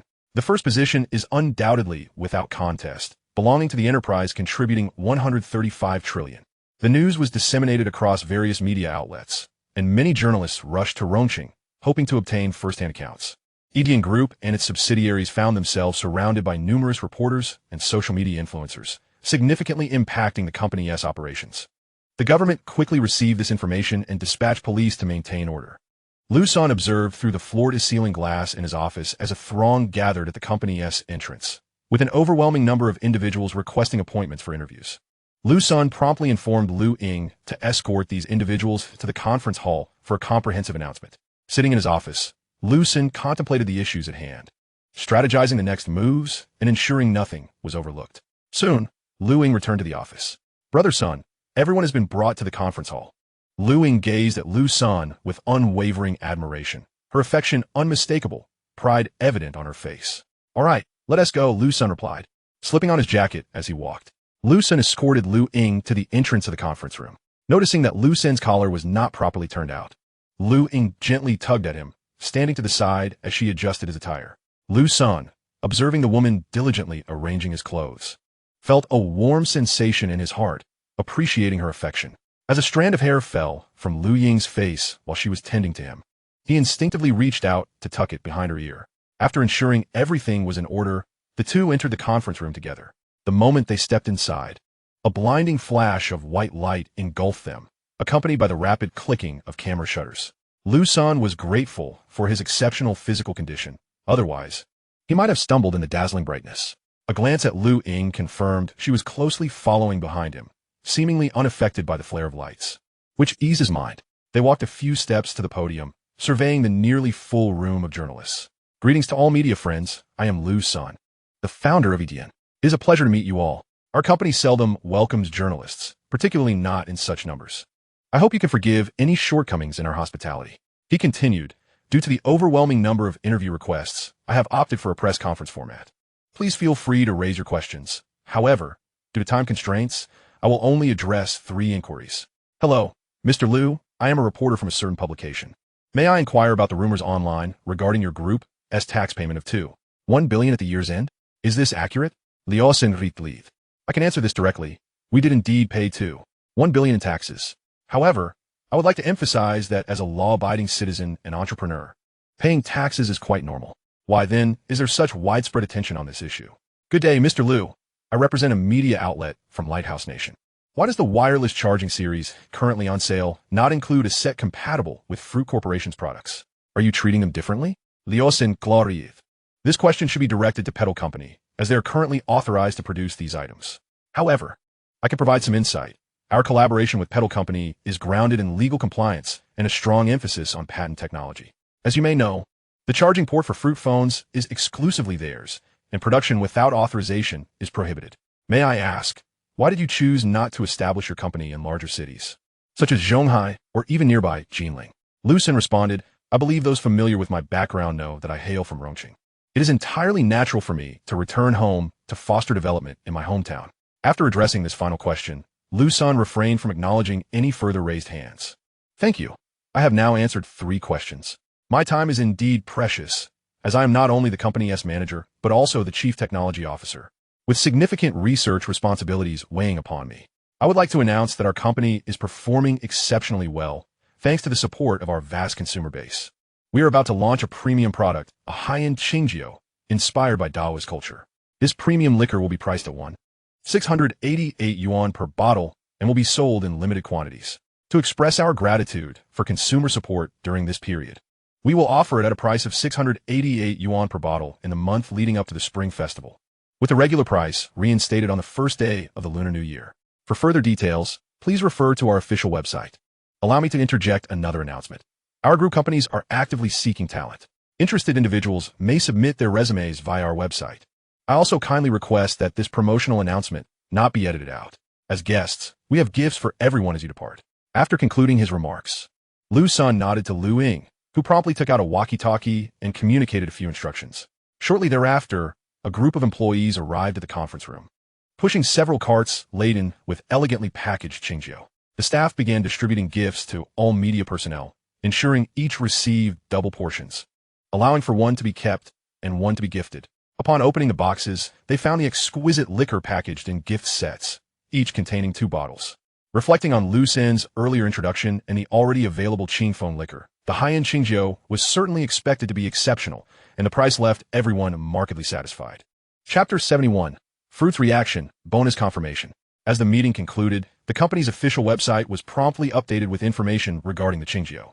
They awaited the journalists to upload the interview videos and news online. Meanwhile, other smartphone manufacturers were busy analyzing the wireless charging sets, yet their efforts yielded little success, as they could not comprehend the complexities involved. It was as if they were operating in an entirely different dimension. Reverse engineering held no promise for future gains, and any breakthroughs would require vast amounts of funding, by which time EDN might have already introduced its 2nd or 3rd generation of products. Their reverse-engineered results, due to patent restrictions, would be commercially unviable. In Lighthouse Nation, CEO Kyuk was exceptionally incensed after receiving updates from a reporter in Huaxiao regarding the lack of compatibility between EDN's products and Fruit's offerings. He immediately summoned all senior executives for a meeting. Glaring at his subordinates in the office, he remarked, "This is the result you reported earlier? Clearly, they were dismissive of your inquiries, you fool." Turning to another head of the technical department, he demanded, "What is the outcome? The technology is advanced. We cannot decipher it." The technical lead replied, "We have always prided ourselves on being at the forefront of technology and innovation, yet this time we have suffered a significant embarrassment." Kyuk, adjusting his tie, paced the office in agitation. Damn Petal and damn Edian. After much effort to suppress Petal, the market in Huaxia had begun to thrive. And now this issue arises. That unkillable cockroach has crawled back up. Let us discuss how we can boost our sales. Our phones aren't moving anymore. The office buzzed with speculation until one individual, with a furtive glance, raised his hand. Boss, we could abandon the lightning connector and switch to a Type-C interface. What did you say? Do I lack pride? Do you realize how much profit we would forfeit? Kyuk's expression twisted in fury, veins bulging. If we don't make the switch, our mobile business will suffer even greater losses. The hesitant speaker continued, but if we don't adapt, the consequences could be dire. After a lengthy deliberation, Kyuk concluded, it seems I must pay a visit to the White House. He dismissed everyone from the office, remaining to contemplate for a while longer before picking up the phone to make a call. After hanging up, he left the company, heading towards an affluent residential area. Shortly thereafter, he joined the owner of a villa in that district to proceed to the White House. Back in the homeland, time flew. The videos from the recent interview had been uploaded to various platforms. The rumors circulating online were confirmed, and many people across cities envied Rongqing for its promising company. Recognizing that having such an enterprise would greatly facilitate job hunting, numerous individuals from Rongqing working in Jinling expressed that it was their first time hearing of Edian and that they would submit their resumes, hoping to return to work should they meet the criteria. Many netizens commented that while the company's future appeared bright, the distance deterred them from applying. Additionally, regarding the wireless charging set from Fruit, users praised Liu Sen's response, which effectively countered the foreign corporation's momentum. However, numerous netizens have voiced their hopes for the production and sale of wireless charging kits compatible with Fruit-themed devices, as we aim to showcase the inclusivity of our great nation. Most of these voices belong to users of Fruit-branded smartphones, since the messages displayed on the website were sent from such devices. Nevertheless, ingenious netizens devised a workaround and even shared images demonstrating how a connector could be used between the Fruit phone and the wireless charging port, albeit with an aesthetically displeasing result. At this juncture, a merchant released information about a newly designed phone case that directly connects to the interface, featuring an elegant design that resembles a graceful curved chin or a diminutive tail. Instantly, a multitude of individuals flooded the comment section to place their reservations. As for the information regarding Shanqing liquor, it garnered little commentary, as those interested promptly visited the official website for further details. The demand surged, given that this liquor is premium and limited in quantity. Many, upon reviewing the introduction, realized that the new year was approaching, making this liquor an ideal gift that also carried investment potential. Qingfeng liquor can appreciate by 1 star, reaching a 2030 valuation, while Shanqing liquor has the capacity to ascend 5 stars, with an exceptional base flavor that promises even greater appreciation upon elevation. Moreover, a promotional price was available before the Spring Festival, reducing the cost by 1,000 yuan per bottle, which would revert to the original price on the first day of a new year, thus making the purchase of a bottle a direct profit of 1,000 yuan. While some individuals shared the aforementioned sentiments, others remained skeptical, deeming it merely a marketing gimmick, as many liquors are often priced exorbitantly only to be discounted regularly. This practice is not exclusive to alcoholic beverages. Clothing stores are rife with items tagged at tens of thousands of yuan, perpetually on sale at a fraction of the price. Numerous supermarkets and small retailers advertise clearance sales due to expiring leases, perpetually declaring final 3 days for an entire year, only to relocate and repeat the cycle when the public catches on. Many netizens have posted that the limited availability of Edian products is implausible, arguing that production is straightforward and prices are likely to decrease with time. Consequently, a significant number of people hesitated to act. During this period, Edian Liquor Company was exceptionally busy, with countless trucks entering and exiting the factory. Liu Sen, accompanied by his team, visited several times to ascertain if assistance was needed.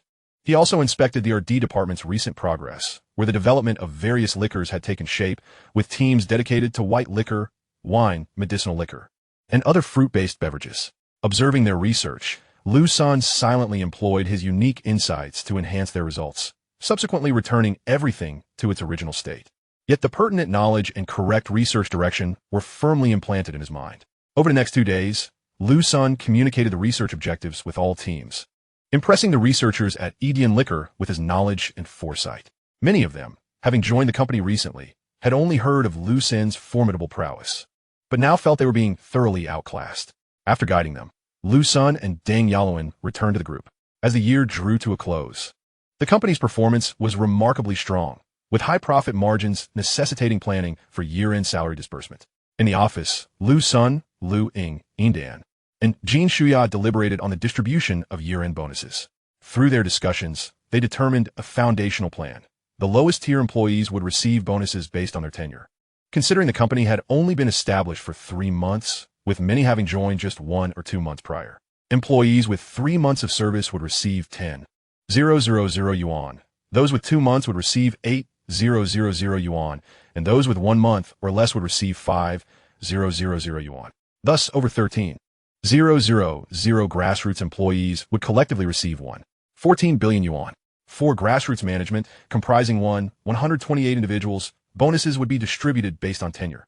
20,000 yuan for those with 3 months, 15,000 yuan for 2 months, and 10,000 yuan for 1 month, totaling 16.92 million yuan. Middle management, consisting of 218 individuals, would receive 60,000 yuan, 40,000 yuan, and 20,000 yuan based on tenure, amounting to 8.72 million yuan.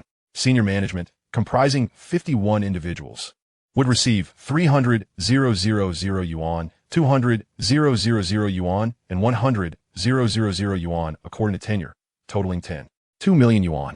Liu Ying, Yin Dan, Jin Shuya, Deng Yelun, Dai Zhongqing, and Zhang San would each receive an additional 1 million yuan bonus, while Lu would receive an extra 500,000 yuan in gratitude for her contributions during the company's inception. Chapter 72. Key Government Communication and Surprising Year-End Raffle. The discussion concluded regarding year-end bonuses, while the regular monthly bonuses would continue to be disbursed as usual. As time passed, Shangqing liquor found its way into countless households. Various evaluations of Shangqing liquor began to emerge online, all of which were exceptionally positive. The previous reviewer of Qingfeng liquor, Xiangzi, was among the first to evaluate Shangqing liquor, providing a highly favorable review. Everyone who has tasted Shangqing liquor has expressed remarkable approval, stating that this liquor has achieved a new pinnacle for Chinese white spirits, undoubtedly placing it among the elite. Distributors from the Lighthouse country also placed a direct order for 100 tons from Edian Company. The shipment would be completed in 2 batches, with 10 tons airlifted to quickly meet market demand and establish a reputation for high-end liquor. Another batch would be transported by sea, a method favored for its cost-effectiveness and the likelihood of the liquor appreciating in value during transit. Even before the goods arrived, the investment in these products appreciated by approximately 20, an unparalleled opportunity. Meanwhile, Liu Sen received notification from government official Qin Tianxiang, indicating that they would soon visit Edian for an inspection. The tone was particularly cordial, as they sought to foster a positive relationship with the enterprise, which had risen unexpectedly in prominence. Initially, due to President Jin's connections, they planned to extend certain considerations, provided no regulations were breached. To their astonishment, Edian had achieved such significant growth in a matter of months, prompting numerous higher-ups to inquire about Edian's developments, including those from municipal and provincial levels. This attention greatly enhanced the reputation of the Rongqing government, elevating the city's profile nationally, with Edian Company emerging as not just a practical enterprise, but also a prominent name online, bringing recognition to Rongqing. This bodes well for future investment and development, as many large corporations have expressed interest in establishing factories in Rongqing. Signs of a revival in real estate have also emerged, with property prices beginning to rise. Acknowledging that this surge is largely attributable to Edian, the government recognized the necessity of maintaining a harmonious relationship and considering their needs, as any planning conflicts could adversely affect Edian's growth. Thus, this inspection was ostensibly for oversight, but was, in fact, a dialogue to solidify future urban development plans, as all parties shared the common goal of enhancing their hometown, Rongqing, through mutual cooperation. A few days later, under Liu Sen's leadership, he welcomed the leaders of Rongqing.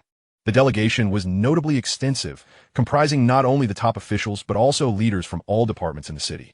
Such a substantial gathering aimed to facilitate effective communication.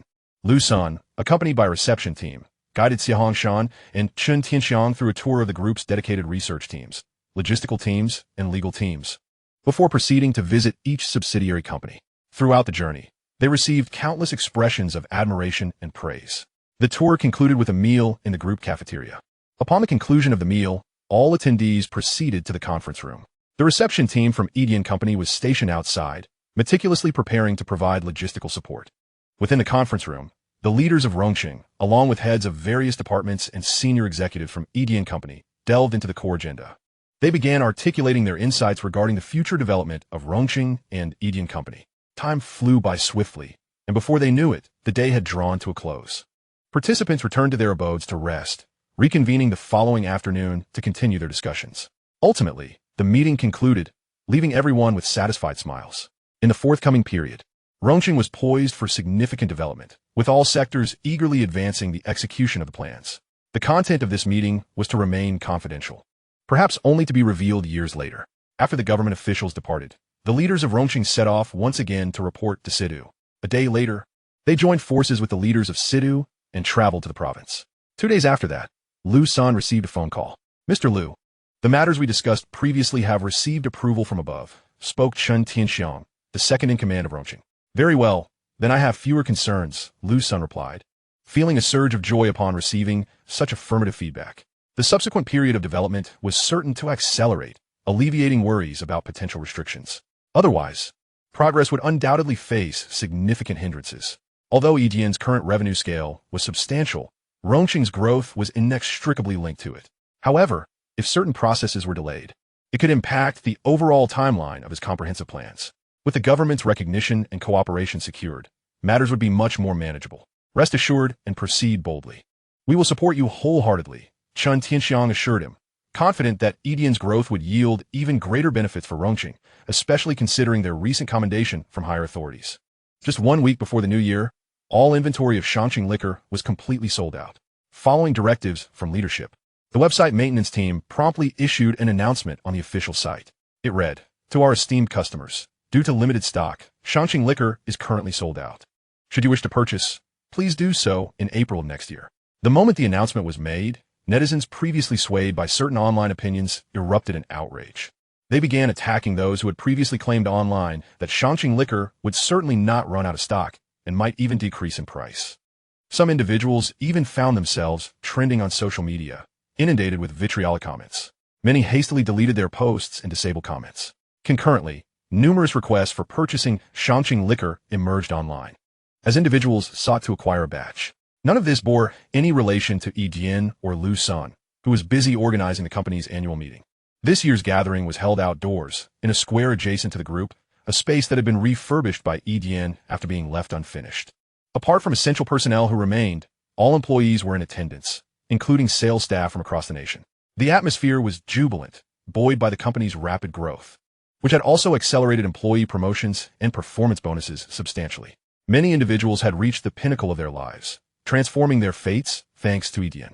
Employees who lacked vehicles acquired cars, those without homes purchased houses, and those without girlfriends found partners, while some who were unmarried found spouses. Those who already had cars upgraded, and those with homes sought larger residences, as well as changing partners for various reasons. Joking aside, the latter two were not true, but the former regarding vehicles and homes certainly was. Everyone attending the annual meeting was elated, their faces beaming with joy, and many had heard whispers of a particularly generous year-end bonus. The meeting commenced with reports from the general managers of various subsidiaries and the group's directors, outlining their work and plans for the upcoming year. Many entry-level employees were still unfamiliar with the situations and developments of other subsidiaries. This process also allowed all employees to gain insights into the company's projects, future developments, and goals, thereby enhancing their sense of honor and mission. In simpler terms, it provided them with substance to boast about when conversing with family and friends during the upcoming New Year celebrations.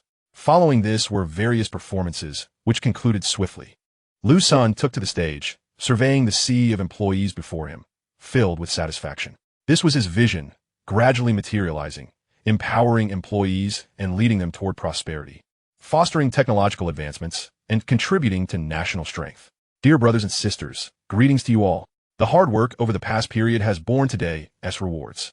Edian Company is flourishing thanks to everyone's efforts. No amount of words can surpass the impact of material rewards. Thus, I'm excited to announce several matters today. Firstly, regarding the year-end bonus. Although the company was founded only 2 to 3 months ago and many talents have just joined our family, there will indeed be a year-end bonus.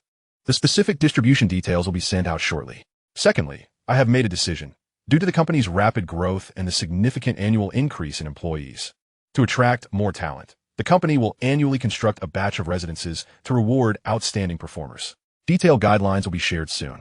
Thirdly, let us proceed to the lottery for this annual meeting. Please direct your attention to the big screen. Upon seeing the announcement on the screen, the crowd erupted in excitement. The lottery rewards were incredibly enticing. Grand prize, 1 winner, 1 million. First prize, 3 winners, 500,000. Second prize, 20 winners, 100,000. Third prize, 200 winners, 10,000. Fourth prize, 1,000 winners, 5,000. Lucky prize, 5,000 winners, 1,000. Participation prize, all non-winning participants, a 500 yuan Liu Sen gift card. I believe everyone has seen this. Are you surprised and delighted? Liu Sen Domit. Surprised. The crowd roared in unison, expending all their energy and exuberance. The surprise was indeed substantial, not only due to the high year-end bonuses, but also the astonishing nature of the annual meeting lottery. The cheers echoed harmoniously, indicating widespread satisfaction. Liu Sen felt elated upon hearing the jubilant responses, witnessing the gleam of desire in their eyes, and he couldn't help but smile. Once, his company's annual meeting had merely handed each individual a 2 yuan lottery ticket, masquerading it as an opportunity to win 5 million, a truly disheartening experience. Now, let us commence the lottery, Liu Sen continued with enthusiasm. This time, the lottery rules differ for what you have previously encountered. Upon entering, each of you received a ticket, divided into 2 halves, one half to keep, and the other to be personally deposited into this transparent lottery box, which has remained untouched from the beginning. The current lottery procedure will start with the lucky prize and proceed forward, with each winning individual invited to draw the next prize until the grand prize is selected. The remainder will be participation prizes. As Liu Sen stood on stage, observing the expressions of the audience, he declared, "Let the winds arise." With that command, an adjacent staff member activated the power, and the tickets within the lottery box began to dance in the gusts of wind, creating a chaotic swirl of numbers. All eyes in the audience were fixated on the transparent box, each heart fluttering in rhythm with the tickets swirling inside. Up and down they danced, for this very night could potentially alter their fates forever. Now, let's welcome our prizes. A group of young ladies clad in Liu Sen uniforms, under the guidance of Lulu, gracefully ascended the stage, taking their seats on one side and retrieving card after card from the box they carried. Shortly thereafter, a cash transport vehicle parked nearby opened, revealing NIU accompanied by several staff members and security personnel who carefully carried large boxes onto the stage. The staff had already arranged tables adorned with several counting machines. Upon opening the boxes, they revealed an abundance of cash, which was swiftly organized on the tables. The sight of towering stacks of 100 yuan notes sent the crowd into a frenzy, far more vivid than previous data had suggested, as everyone's hearts raced in anticipation. These were the prizes to be awarded on-site. Here lay the participation prize, a prepaid card valued at 500 yuan, and there were other prizes totaling an impressive 5 million yuan in cash. After a minute, Liu Sen continued, "Let us commence the lottery. I shall take the first step to break the ice." A large screen behind Liu displayed the unfolding events, allowing everyone to witness clearly. Stepping forward, Liu reached into the lottery box through the dark retractable net, his hand sifting through the fluttering tickets until he grasped one and pulled it out. He held the ticket up to the camera, 10086. "Congratulations to ticket number 10086. Please come to the stage to claim your prize." The host, elegantly attired in a qipao, announced the number loudly, inviting the winner to the stage. "Yeah, I won," exclaimed a small girl, her cherubic face lighting up with excitement upon hearing her number called. She joyfully bounced around, sharing her good fortune with those nearby. However, as she noticed the peculiar expressions of those around her, a realization dawned upon her, and her smile faltered, her cheeks flushing. This was not a grand prize. Her win merely meant that the larger rewards were slipping further from her grasp. In that moment, she felt a pang of social embarrassment and stood frozen. The host, noticing her hesitance to approach, extended another invitation to come up and claim her prize. A girl beside her promptly tugged at her arm, snapping her back to reality, and she hurried to the stage. "Hello, congratulations on your win. You are the first recipient, and this prize was drawn by Mr. Liu himself." The host remarked warmly to the little girl.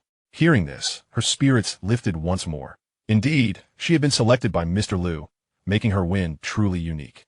"Thank you," she replied promptly. Guided by the host, she approached the lottery box to draw the next lucky winner.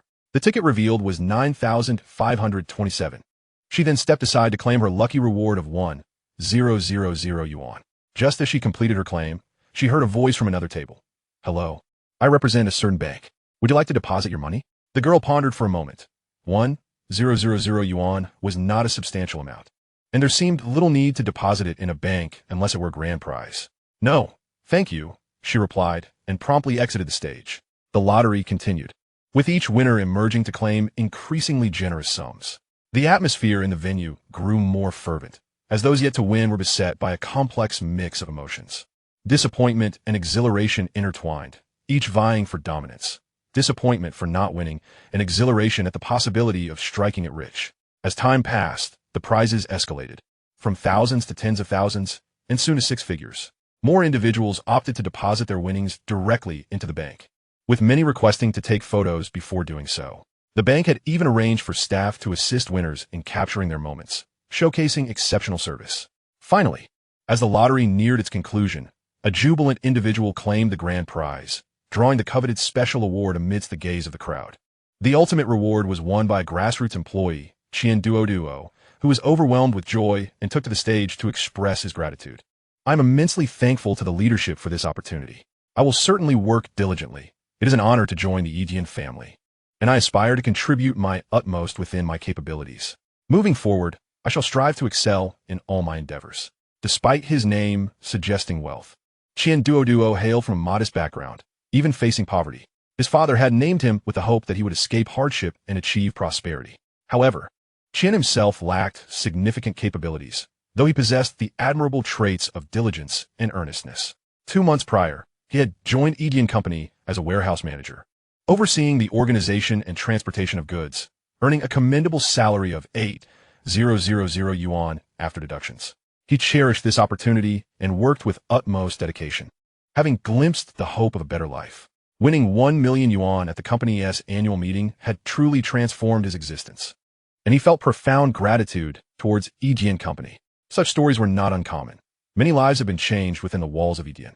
The annual meeting was a joyous affair, yet the online community buzzed with envy. Given that Edian had invited various media outlets to the event, many began to reach out to their superiors, eager to broadcast the annual meeting live, anticipating it would attract a significant audience due to its many highlights. The Edian annual meeting surged to the top of trending topics. Countless viewers nationwide watched with envy as the company's year-end bonus distribution rules circulated online, prompting many to express their desire to partake. Netizens lamented their own experiences, toiling for a year without ever seeing a year-end bonus, while some noted that their own annual prizes amounted to merely a single smartphone. In stark contrast, Edian, where even those employed for just a month could expect an average salary exceeding 10,000 yuan, if not more. The company's pay stubs had also been leaked online, revealing that even entry-level positions commanded salaries of over 10,000 yuan, inciting widespread envy. The subsequent lottery at the annual meeting was explosive, with cash prizes distributed liberally. Participation prizes were also commendable, as many netizens noted Liu Sen's rising fame, with outlets springing up in major cities, becoming a trendy choice among professional women. The prepaid cards offered were of high quality, suitable for personal use or as gifts. Countless netizens declared this to be the epitome of a proper annual meeting lottery, with prizes starting at a minimum of 500 yuan. Many lamented that their own companies had never hosted such an event, while others noted that, although they had annual meetings, the grand prize was merely a smartphone. Numerous individuals commented on Edian's transparent and fair lottery process, contrasting it with their own company's secretive operations, where grand prizes were often predetermined. An increasing number of people began to take notice of Edian's recently announced recruitment policies and benefits, preparing to apply after the new year. With such attractive offers, why not leverage one's talents? A year at this company could equate to 2 or 3 years elsewhere, or even more. Edian's reputation soared, becoming well-known across various industries. Liu Sen, too, gained recognition, perceived as a high-end brand essential for affluent individuals, known to help maintain physique and provide vital nutrients for healthier skin. After the annual meeting, there remains but a week until the Lunar New Year. Various companies have begun to grant their employees leave, though certain essential personnel are still required to work overtime. However, the company has promised generous compensation for those who do so during the holiday, offering not only an additional month's salary, but also equivalent paid leave following the festivities. With the holiday upon him, Liu Sen tended to a few matters before setting out with the 3 ladies to purchase a multitude of items, eventually returning to his hometown. The family home had recently been renovated, with all decorations completed. As Liu Sen drove into the courtyard, he admired the exterior. Indeed, the house had been beautifully restored. "Mom and Dad, I'm home," he called out. His parents, busy in the kitchen, had anticipated his return and prepared a lavish dinner by shopping for fresh ingredients early that morning. Wang Zuoyin and Lu Qingsheng had initially believed that with their son returning to Rongqing for work, they would see him frequently and share many meals together. However, to their dismay, their time together had become even scarcer than before. They bore no grievances, understanding that their son was engrossed in his career and earning a substantial income. The couple often received money transfers from Liu Sen, which they had initially scrutinized and inquired about, but had since grown accustomed to, no longer concerning themselves with their bank balance. They were well aware that their funds would last a lifetime, if not longer. With no burdens of their own, and knowing their son had been away for months, they were relieved to have him back for the new year, allowing for a significant reunion. "Just having you back is enough," Wang Zuoyin exclaimed upon noticing the three ladies following Liu Senator. She greeted them warmly, inviting them to sit and offering to brew tea. "Auntie, there's no need for you to fuss. We can manage ourselves," Liu Ying promptly replied, taking the initiative to pour water for tea. Meanwhile, Lulu and Yin Dan scanned the room for tasks they could assist with. Observing their discomfort in the exchange, Liu Sen quickly interjected, "Mom, I'll take them upstairs to check out their rooms." His mother readily agreed, encouraging Liu Sen to show them around and to let her know if there were any complaints. The new home boasted 2 floors, with Liu Sen's parents residing on the first floor to avoid climbing stairs. The 4 soon ascended and swiftly selected their rooms, noting the changes they desired, yet hesitated to voice these aspirations to Liu Sen's mother, intending to purchase their own furnishings to implement their vision. For the next 2 to 3 days, Liu Sen and the ladies busied themselves arranging their rooms, and finally, their efforts were complete. During this time, Liu Sen's mother sought a private conversation with him, cautioning him against mistreating the 3 girls, threatening to intervene should he do so. She also distributed some treasured heirlooms to the ladies, instructing them to inform her if Liu Sen was unkind. The 3 girls shyly accepted the heirlooms, their worries alleviated as they feared the elderly would disapprove of them. The following morning, the 3 ladies joyfully set off in their own car to celebrate the new year with their families. Chapter 74. The Grand Procurement Clinging to Golden Thighs.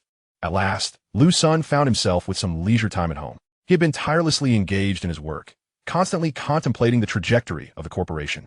With the new year upon him, he could finally set aside his work and enjoy a well-deserved respite. The house had recently been completed, having been thoroughly cleaned by professional cleaners before their move-in, thus sparing them the chore of pre-holiday cleaning.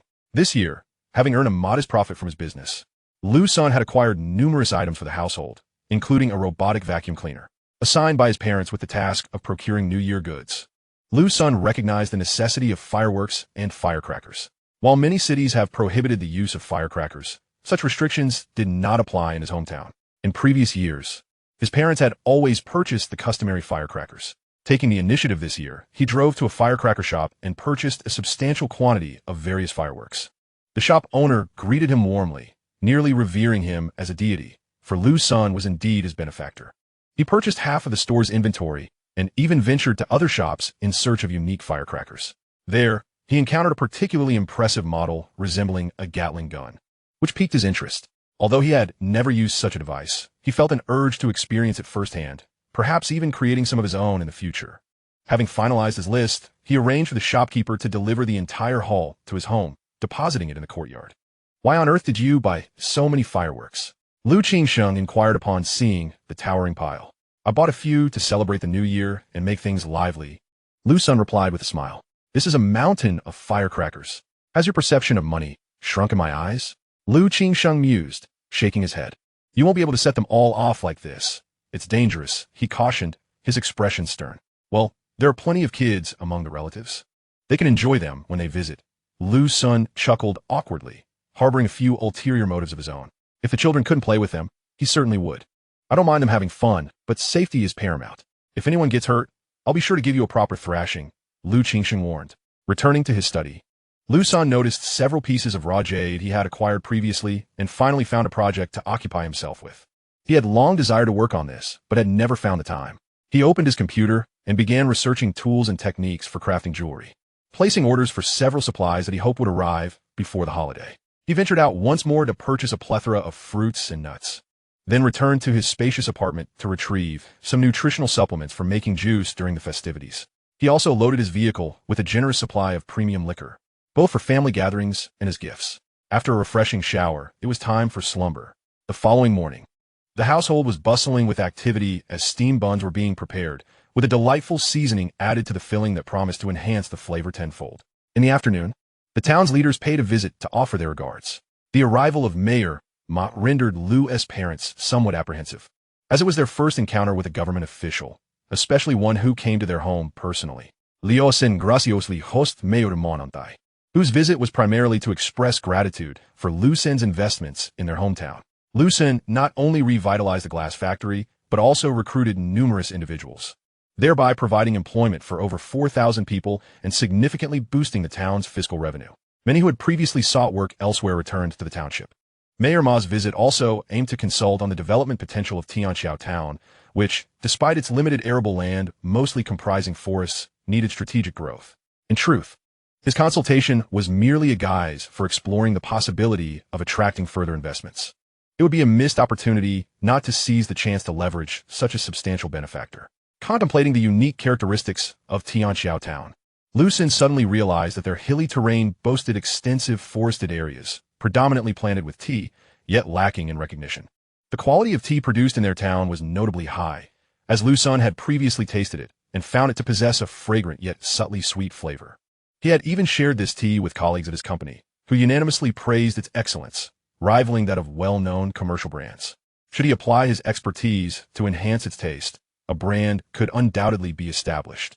Mayor Ma, here is my proposition. We have an abundance of tea mountains, yet they lack prominence. I suggest establishing a company that will acquire the tea plantations from the original farmers or owners, providing them with upfront compensation. I will then create a unified local brand. Furthermore, I will implement scientific management of the tea trees, employing the original farmers at competitive wages, formalizing contracts, and providing insurance. Throughout the year, they will have consistent work, and a portion of the profits will be allocated back to the village for development and elder care. Mayor Ma was profoundly enthusiastic upon hearing this, having approached the meeting with a tentative mindset. With such a significant figure in their midst, it would indeed be a waste not to embrace the opportunity. Liu Sen's suggestion was astoundingly beneficial. If successful, it could potentially resolve the majority of employment and income issues for the townspeople, alleviating concerns regarding retirement as well. Although the tea harvest and production were seasonal, formal employment contracts would ensure that workers were not left without income during off-seasons. Mayor Ma was confident that, given Liu Sen's previous business successes, this tea project would also flourish. After establishing some preliminary collaboration terms and a general direction, Mayor Ma departed from Liu Sen's residence, leaving with smiles on their faces. On the way back, he called for a meeting with all government personnel. A few minutes later, their vehicle entered the government compound, where Mayor Ma shared the initial collaboration intentions reached with Liu Sen with the secretary, who was equally delighted. They proceeded into the meeting room. The agenda was straightforward: to compile a comprehensive list of all tea mountains and their respective contractors, after which the government would negotiate to reclaim all leasing rights, offering adequate compensation. This initiative was of utmost importance for Tianqiao Town in the forthcoming period, and it was imperative to execute it effectively. Chapter 75, Crafting Jewelry. The following morning, which was New Year's Eve, the items Liu Sen had purchased online a few days prior arrived at his home. There was quite an assortment, including machinery, tools, books, and some finished jade carvings. Liu Sen promptly transported the books to the study on the upper floor. His father, upon seeing the titles, focused on carving design, sculpture composition, aesthetics, and more, questioned, "Asen, what purpose do you have for acquiring so many books of this nature?" Liu Sen replied, "Knowledge is never excessive. I plan to study during my free time over the next few days." After organizing the books, he moved the stone cutting, polishing, and carving tools to the backyard. Following lunch, Liu Sen returned to the study, took out a finished jade carving, and dramatically elevated its aesthetic appeal and craftsmanship tenfold. He then absorbed the relevant knowledge swiftly, diving into the carving books to integrate the information into his mind. As he perused the literature, the entire process of his initial carving plans became increasingly lucid. Noticing it was already past 2 in the afternoon, Liu Sen descended the stairs to find his mother had prepared the couplet and the character for fortune on the table. He began pasting the couplets and the character from the backyard to the front, completing the task swiftly. At that moment, he entered the kitchen to assist in meal preparation. "Mom, Dad, please take a break. I'll handle the remaining dishes." Most of the cooking was already finished, leaving only a few stir-fried dishes to prepare. Clad in an apron, Liu Sen began cooking, with the vegetables prepped by his parents, requiring only his culinary skills. One after another, the dishes were completed and arranged neatly on the dining table, with chopsticks and bowls set. Stepping outside, he ignited several firecrackers and a small string of firecrackers that erupted with a resounding bang. Amidst the crackling sounds, Liu Sen re-entered the house, commencing the family reunion dinner.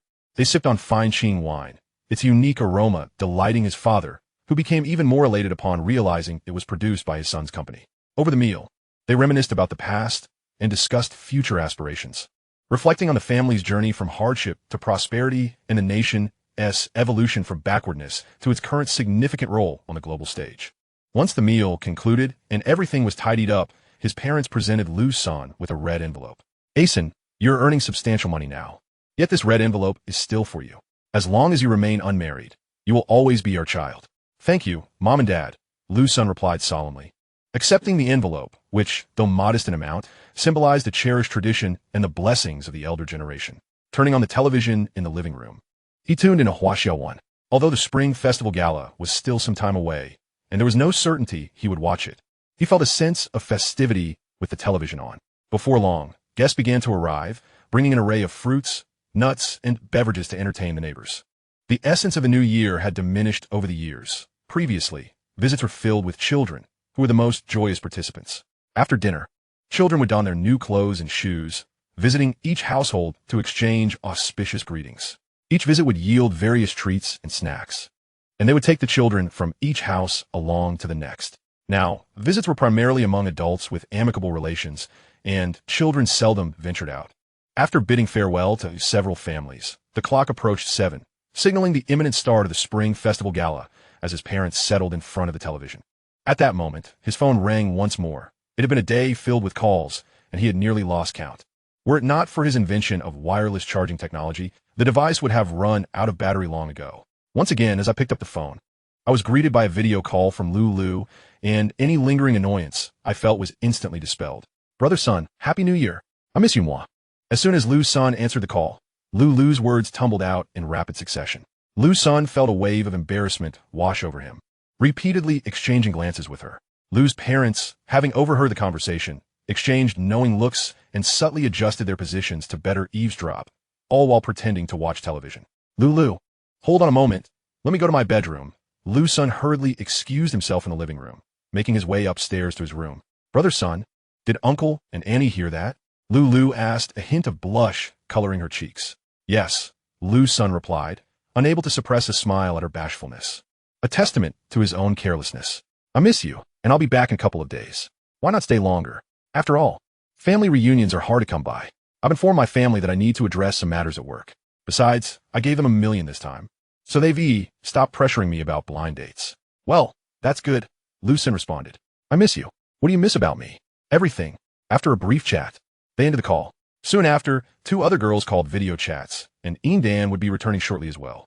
However, Liu Ying would remain home for several more days until the holiday concluded, as her parents wished to take her to visit relatives, eager to flaunt their daughter's success as a high-ranking executive with a substantial salary.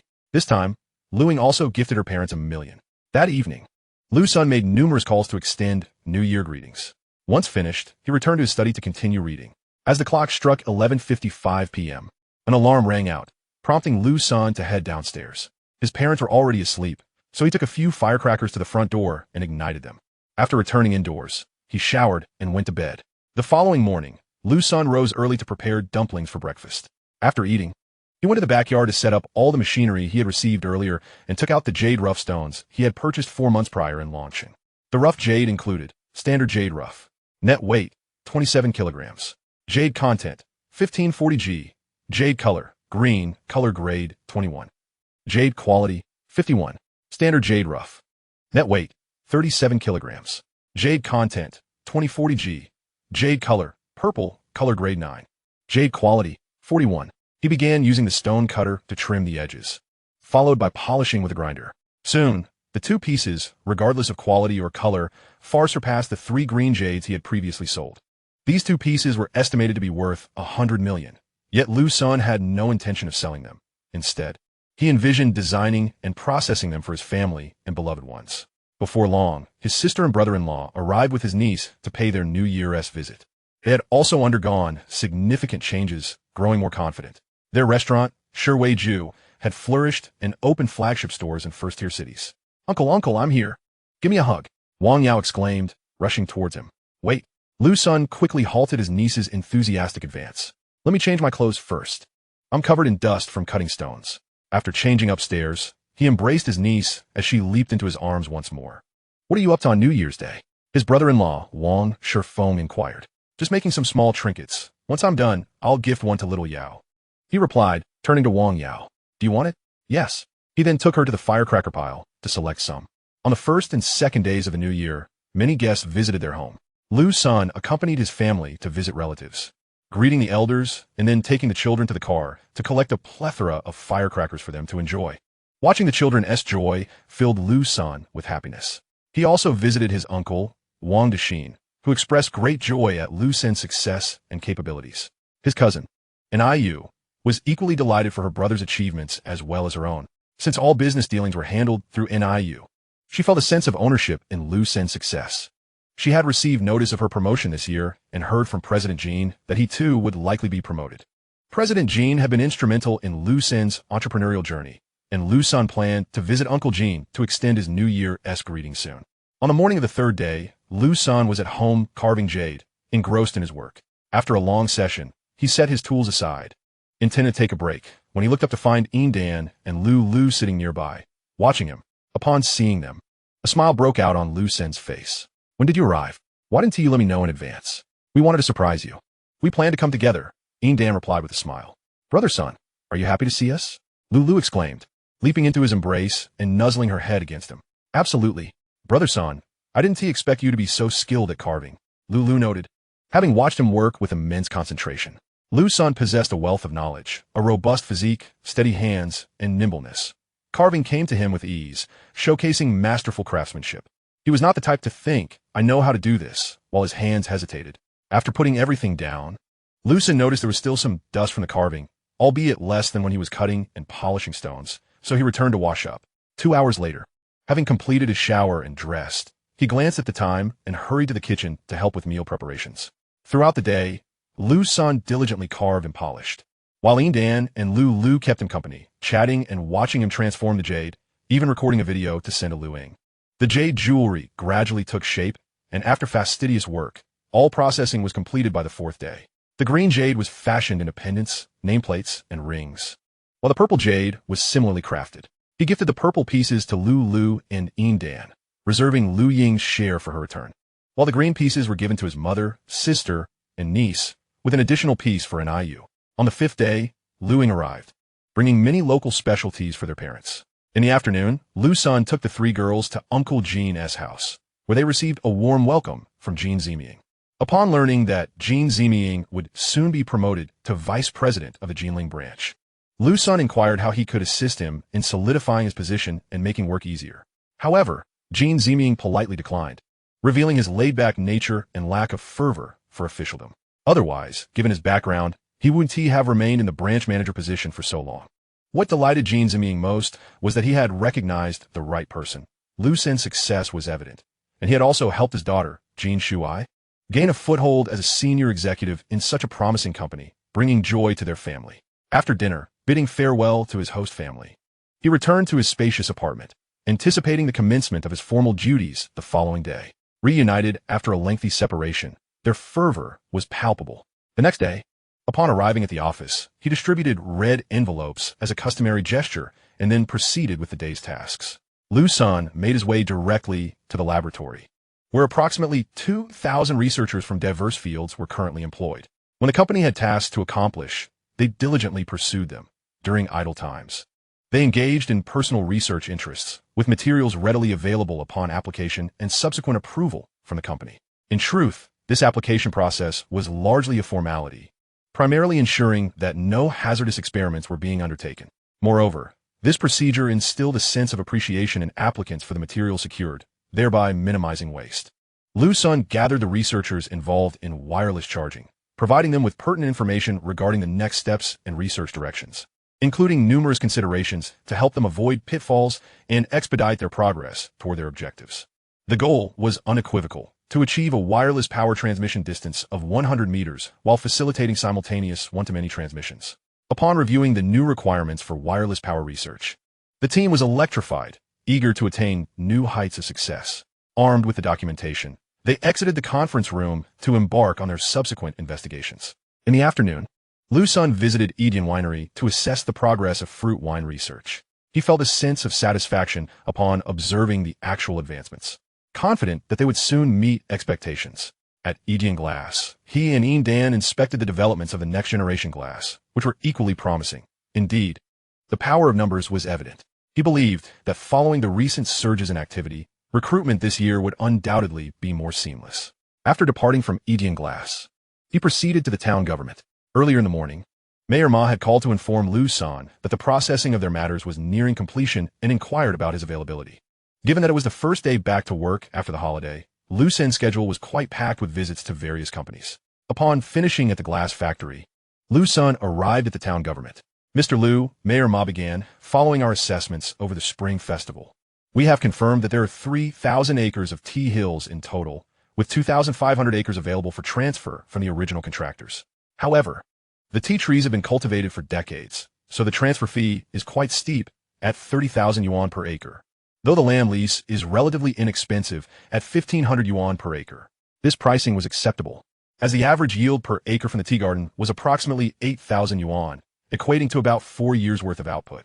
Liu Sen pondered for a moment, recalling that the national compensation standard for requisitioning was roughly 310 times the market rate, making the price reasonable. I agree, he stated, but what about the remaining 500 acres? Mayor Ma, slightly embarrassed, admitted, the contractor in question has heard of your interest and seems to believe that your branding will benefit him, thinking that his tea garden and produce will appreciate in value alongside yours, hence his reluctance to transfer. Liu Sen mused to himself that his advantages were not so easily acquired, hoping the contractor would not be left lamenting his decision later. Unlike others, he would not take advantage of the contractor's weakness. Rather, he would market tea under the same brand, and when the distinction became apparent, the contractor might find himself at a disadvantage. Mayor Ma, when can we sign the agreement? Liu Sen inquired. We can proceed now. They are awaiting your confirmation. After all, the asking price is 4 times the yield, equivalent to 10 years' worth of profit. Since we discussed this, they have been here every day since the first day of the new year. Liu Sen found himself bemused, wondering if he had agreed too readily. Shortly thereafter, the 3 parties finalized the transfer contract, followed by a subsequent agreement with the government. Chapter 77, a modest breakthrough made in PRC. At Edian Group's Human Resources Department, personnel were constantly coming and going. This situation had persisted for several days, with dozens, if not hundreds, of individuals arriving daily to apply for positions.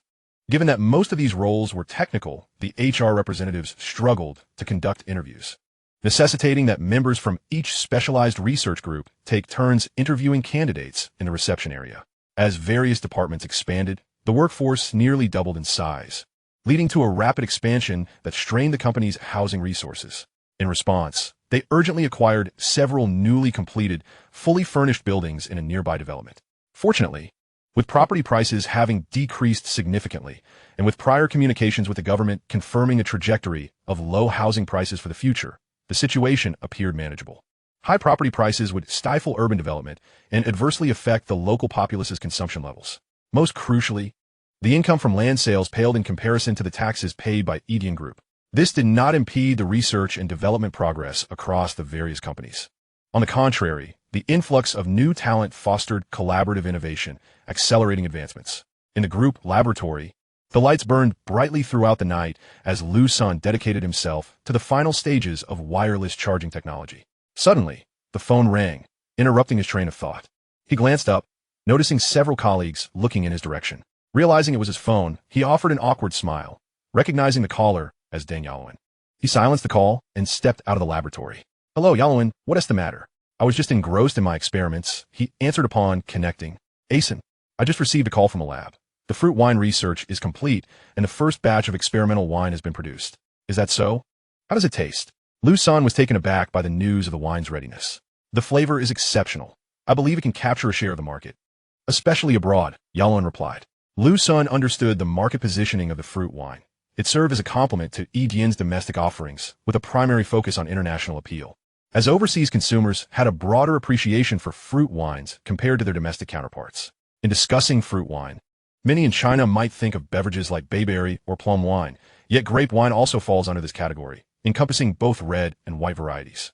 Once we have conducted multiple tests confirming the flavor is satisfactory, we should reach out to our distributors in the Lighthouse country. They have substantial connections, and I believe we can quickly establish a sales channel. As for the domestic market, we can simply proceed with standard sales. The bottle design from your last session was quite good and can be utilized directly. We previously agreed on the name Liu for the wine. After concluding the call, he returned to the laboratory to resume his research. Half a month passed in the blink of an eye. The wireless charging technology had undergone numerous iterations of testing, with materials refined significantly. The most recent trial, the 19-231st, yielded a distance of 10 meters with stable current for 1 minute and no energy loss. As the testing continued, they moved to 20 meters, achieving stability for 1 minute without energy depletion. Progressing further to 30 meters, they maintained stability for 1 minute with no energy loss. Continuing to 50 meters, they sustained stability for 1 minute without any energy depletion. Advancing to 80 meters, they again achieved stability for 1 minute without energy loss. Continue to move for 100 meters, maintaining stability for 1 minute without energy loss. Proceed for another 105 meters, sustaining stability for 1 minute with an energy expenditure of 5. Move on to 110 meters, where the connection becomes unstable, incurring an energy loss of 30. Commence testing for increased current power.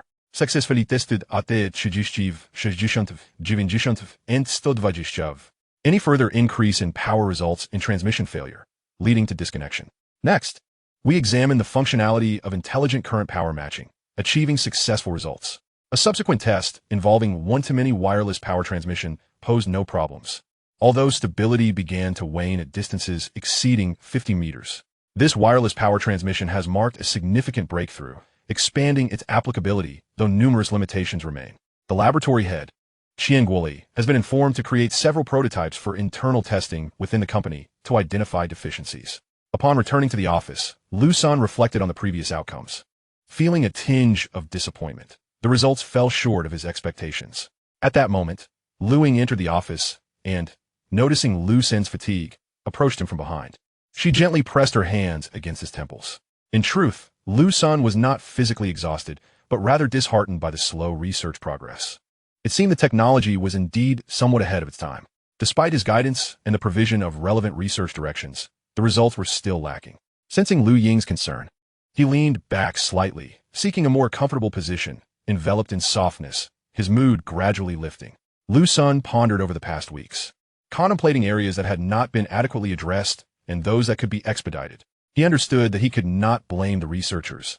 They had worked diligently, often burning the midnight oil. Many times, they toiled until the early hours, and upon discovering this, he urged them to rest. Additionally, his own overwhelming responsibilities had prevented him from focusing on research as he had initially, resulting in a slower pace. The group's affairs demanded his attention, as did those of the subsidiaries. It was evident that to hasten the research and development process, he needed to seek assistance. While the number of research aides was steadily increasing, true experts remained scarce, and managing group matters consumed considerable time. In the upcoming period, he must prioritize this aspect and recognize that he need not pressure himself excessively. He had his own life to attend to. Feeling the gentle massage of her fingers and the softness against his head, he found a moment of relaxation. He was acutely aware that his interactions with the 3 women had diminished recently, and he had somewhat neglected them, though they had said nothing, silently contributing their efforts. Reaching back, he embraced Liu Ying, inhaling the delicate fragrance emanating from her, closing his eyes to savor the tranquility of the moment. After a long while, Liu Sen opened his eyes and released the charming figure of an heir before him. The domestic fruit wine launch had not stirred significant waves. Too many urban sophisticates preferred foreign fruit wines, deeming domestic offerings inferior. In the Lighthouse Nation, Jenny, a cooperative distributor of Edian wine, hosted a wine event, inviting many executives and personalities from the entertainment industry. All the wines served at the event were from Edian Company. Following this banquet, Yilu wine experienced a resurgence in popularity, with numerous individuals placing orders with Jenny. She had not anticipated such ease in establishing connections, as this wine was not particularly inexpensive, retailing at $280 per bottle. Their acquisition cost was 180.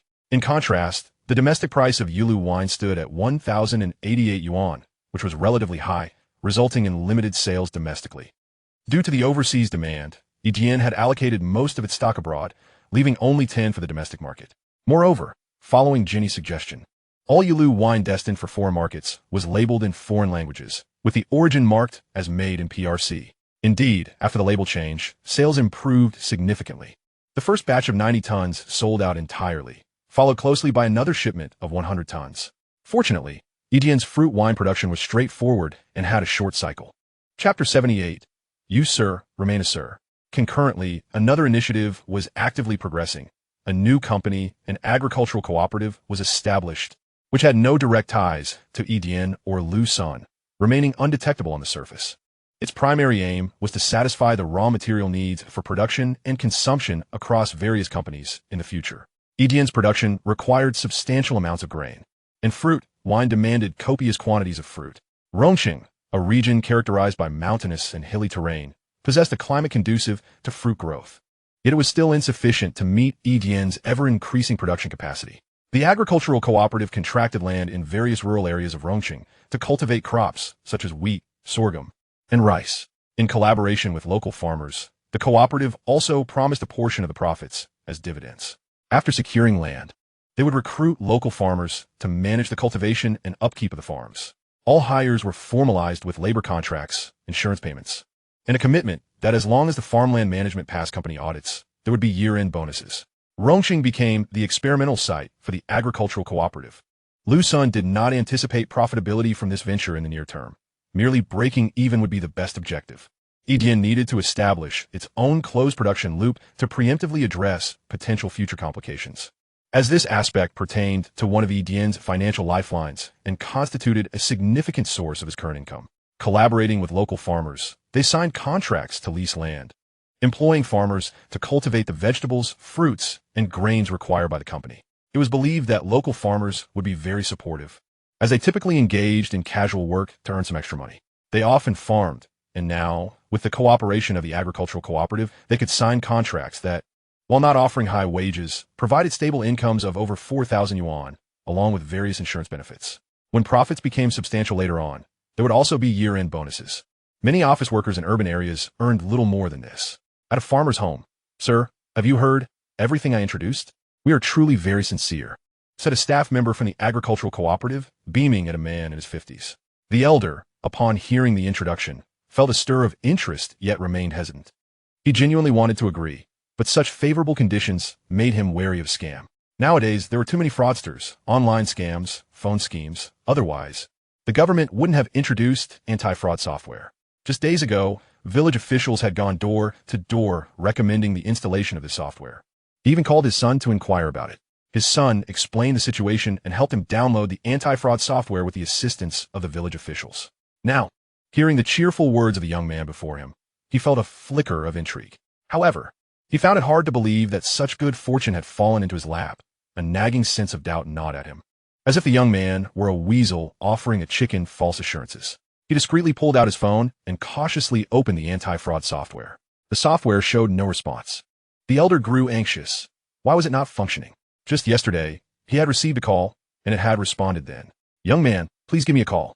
He finally devised a plan. "What is this operation?" The young man, with a beaming smile, was momentarily taken aback by the request.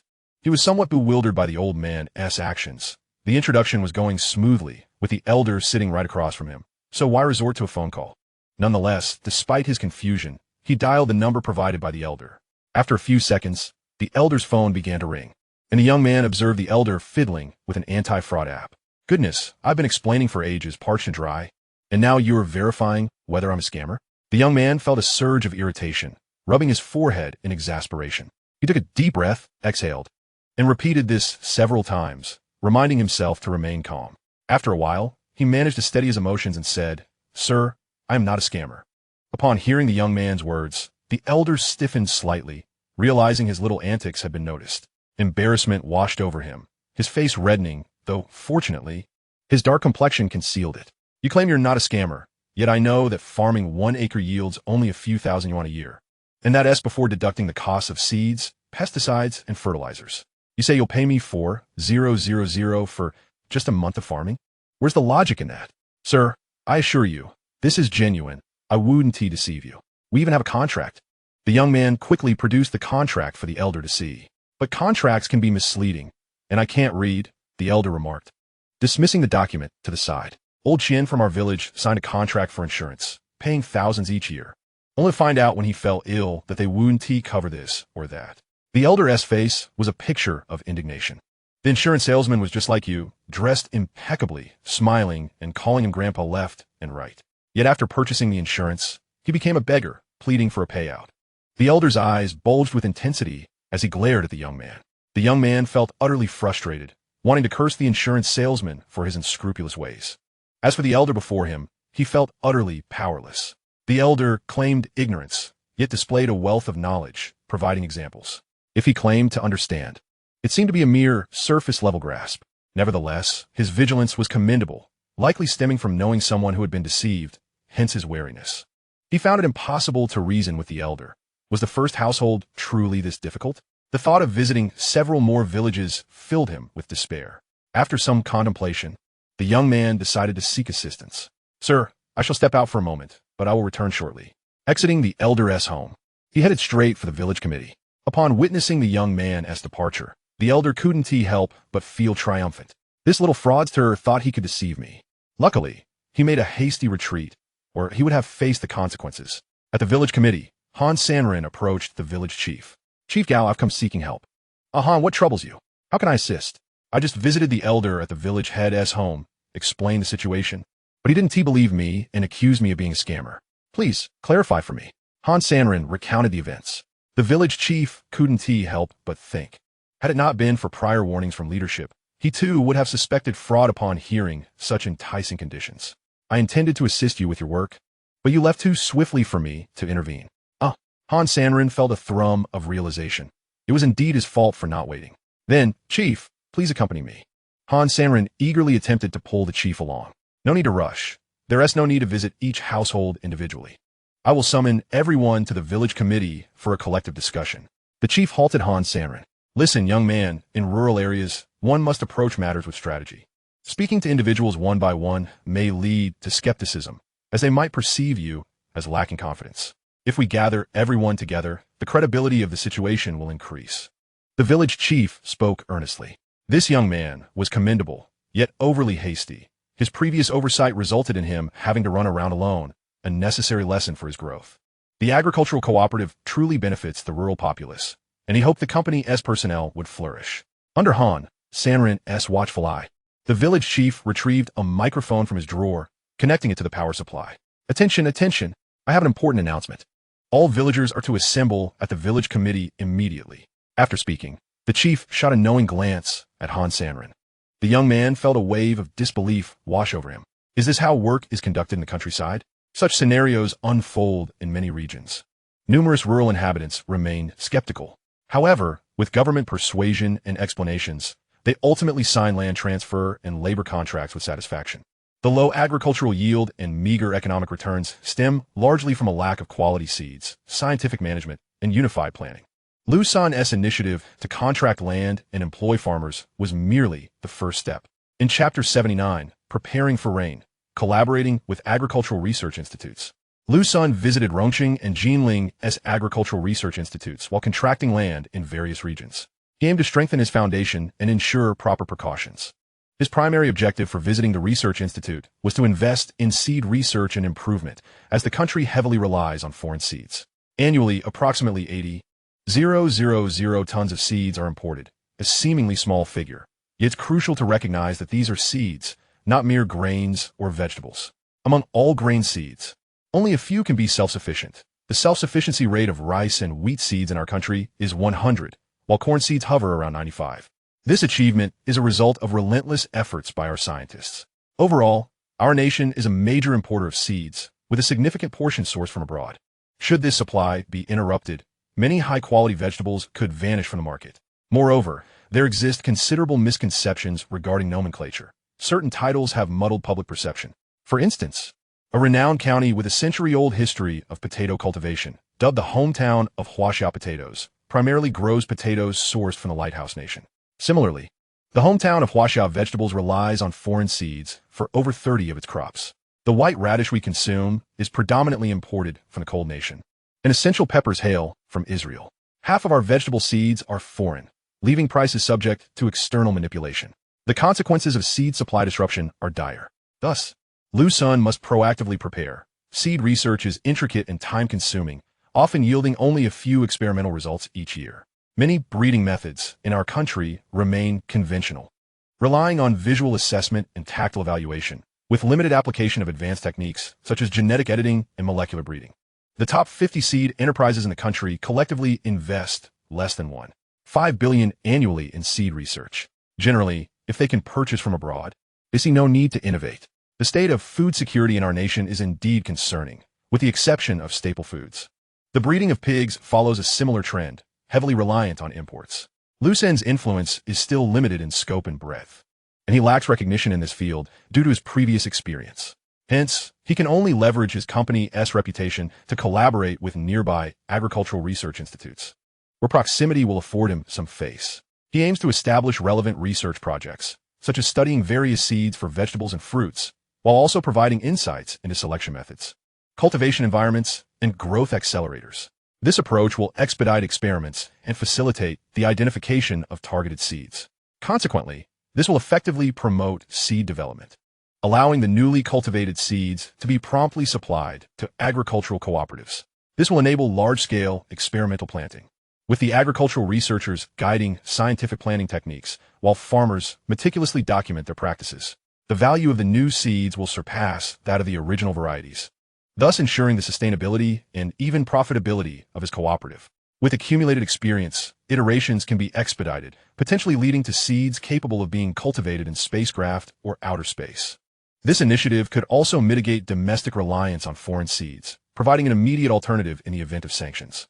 The 3 agricultural research institutes will focus on different aspects of study, and a significant number of personnel will later be dispatched to the Seed Breeding Center in Rongqing for research, which will feature cutting-edge international seed breeding facilities. Liu Sen plans to directly sign targeted breeding agreements with agricultural schools in 3 cities, training specialized personnel so that graduates can seamlessly transition into relevant positions. Breakthrough technologies will also be taught at these agricultural schools. This dialogue with government officials during the Spring Festival represents a grand strategic layout, one that government personnel are keen to witness. The agricultural schools will gain the latest knowledge through collaboration with agricultural cooperatives, enhancing their unique professional advantages. The agricultural school in Rongqing has transitioned from vocational college to a bachelor's degree institution, perfectly addressing the need to elevate its reputation. Agricultural collaboration remains a focal point of the discussions, while other initiatives progress diligently. Upon the signing of cooperation agreements, Liu Sen provided the first batch of seeds to the 3 agricultural research institutes, accompanied by documentation outlining their characteristics, albeit much of it was speculative, reflecting his own research findings. He also shared insights from previous studies on Qingfeng liquor, including the enzymes and yeast used, marking another discovery in this domain. Liu Sen engaged in a knowledge exchange with the researchers, convincing them of the credibility of his offerings. After all, it is entirely understandable for someone who can swiftly digest a relevant book and generate innovative insights to embark on other ventures. Of course, the seeds provided are not those that Liu Sen has miraculously enhanced tenfold. Rather, they're the first-generation seeds developed through rigorous research, showing improvements in yield, taste, and growth cycles. Once the seeds were obtained, they were promptly put into trials, and with the aid of the growth accelerator, they matured swiftly, yielding data consistent with Liu Sen's projections, after which further cultivation commenced. Liu Sen explained that the growth accelerator was an accidental creation, lacking replicability. In truth, this knowledge resides within his mind, but current technology precludes its production, necessitating the provision of rapid breeding solutions. The primary goal is to race against time to cultivate seeds that lead the market. Once such seeds are available, normal breeding speeds can resume. He also reserved some of the growth accelerator for their own research, hoping to yield fruitful outcomes. Absent extraordinary circumstances, he will refrain from employing his golden finger to produce this substance again. If it appears a second time, it would suggest replicability, but existing technology and equipment are wholly inadequate for synthesis. Forcing synthesis would jeopardize all personnel involved. The knowledge he has acquired cannot be replicated with current capabilities. Otherwise, he would surely escalate research efforts, as this represents a formidable asset. Soon, as the growth accelerator neared depletion, the first batch of over 10 varieties of seeds finally met the initial phase requirements. The seeds underwent replication, a challenging endeavor, particularly when aiming for natural cultivation without side effects. While genetic modification may be completed swiftly, this is reserved for domestic use, ensuring utmost safety and absence of adverse effects. The seeds quickly achieved the desired standards, and the distributed seeds underwent sterilization. The farmers, having signed contracts earlier, finally received the seeds to commence planting. They had been busy preparing fields and constructing greenhouses, but lacked anything to sow, fearing their efforts might go to waste. Staff from the agricultural research institutes and the cooperatives visited each village to guide farmers in planting.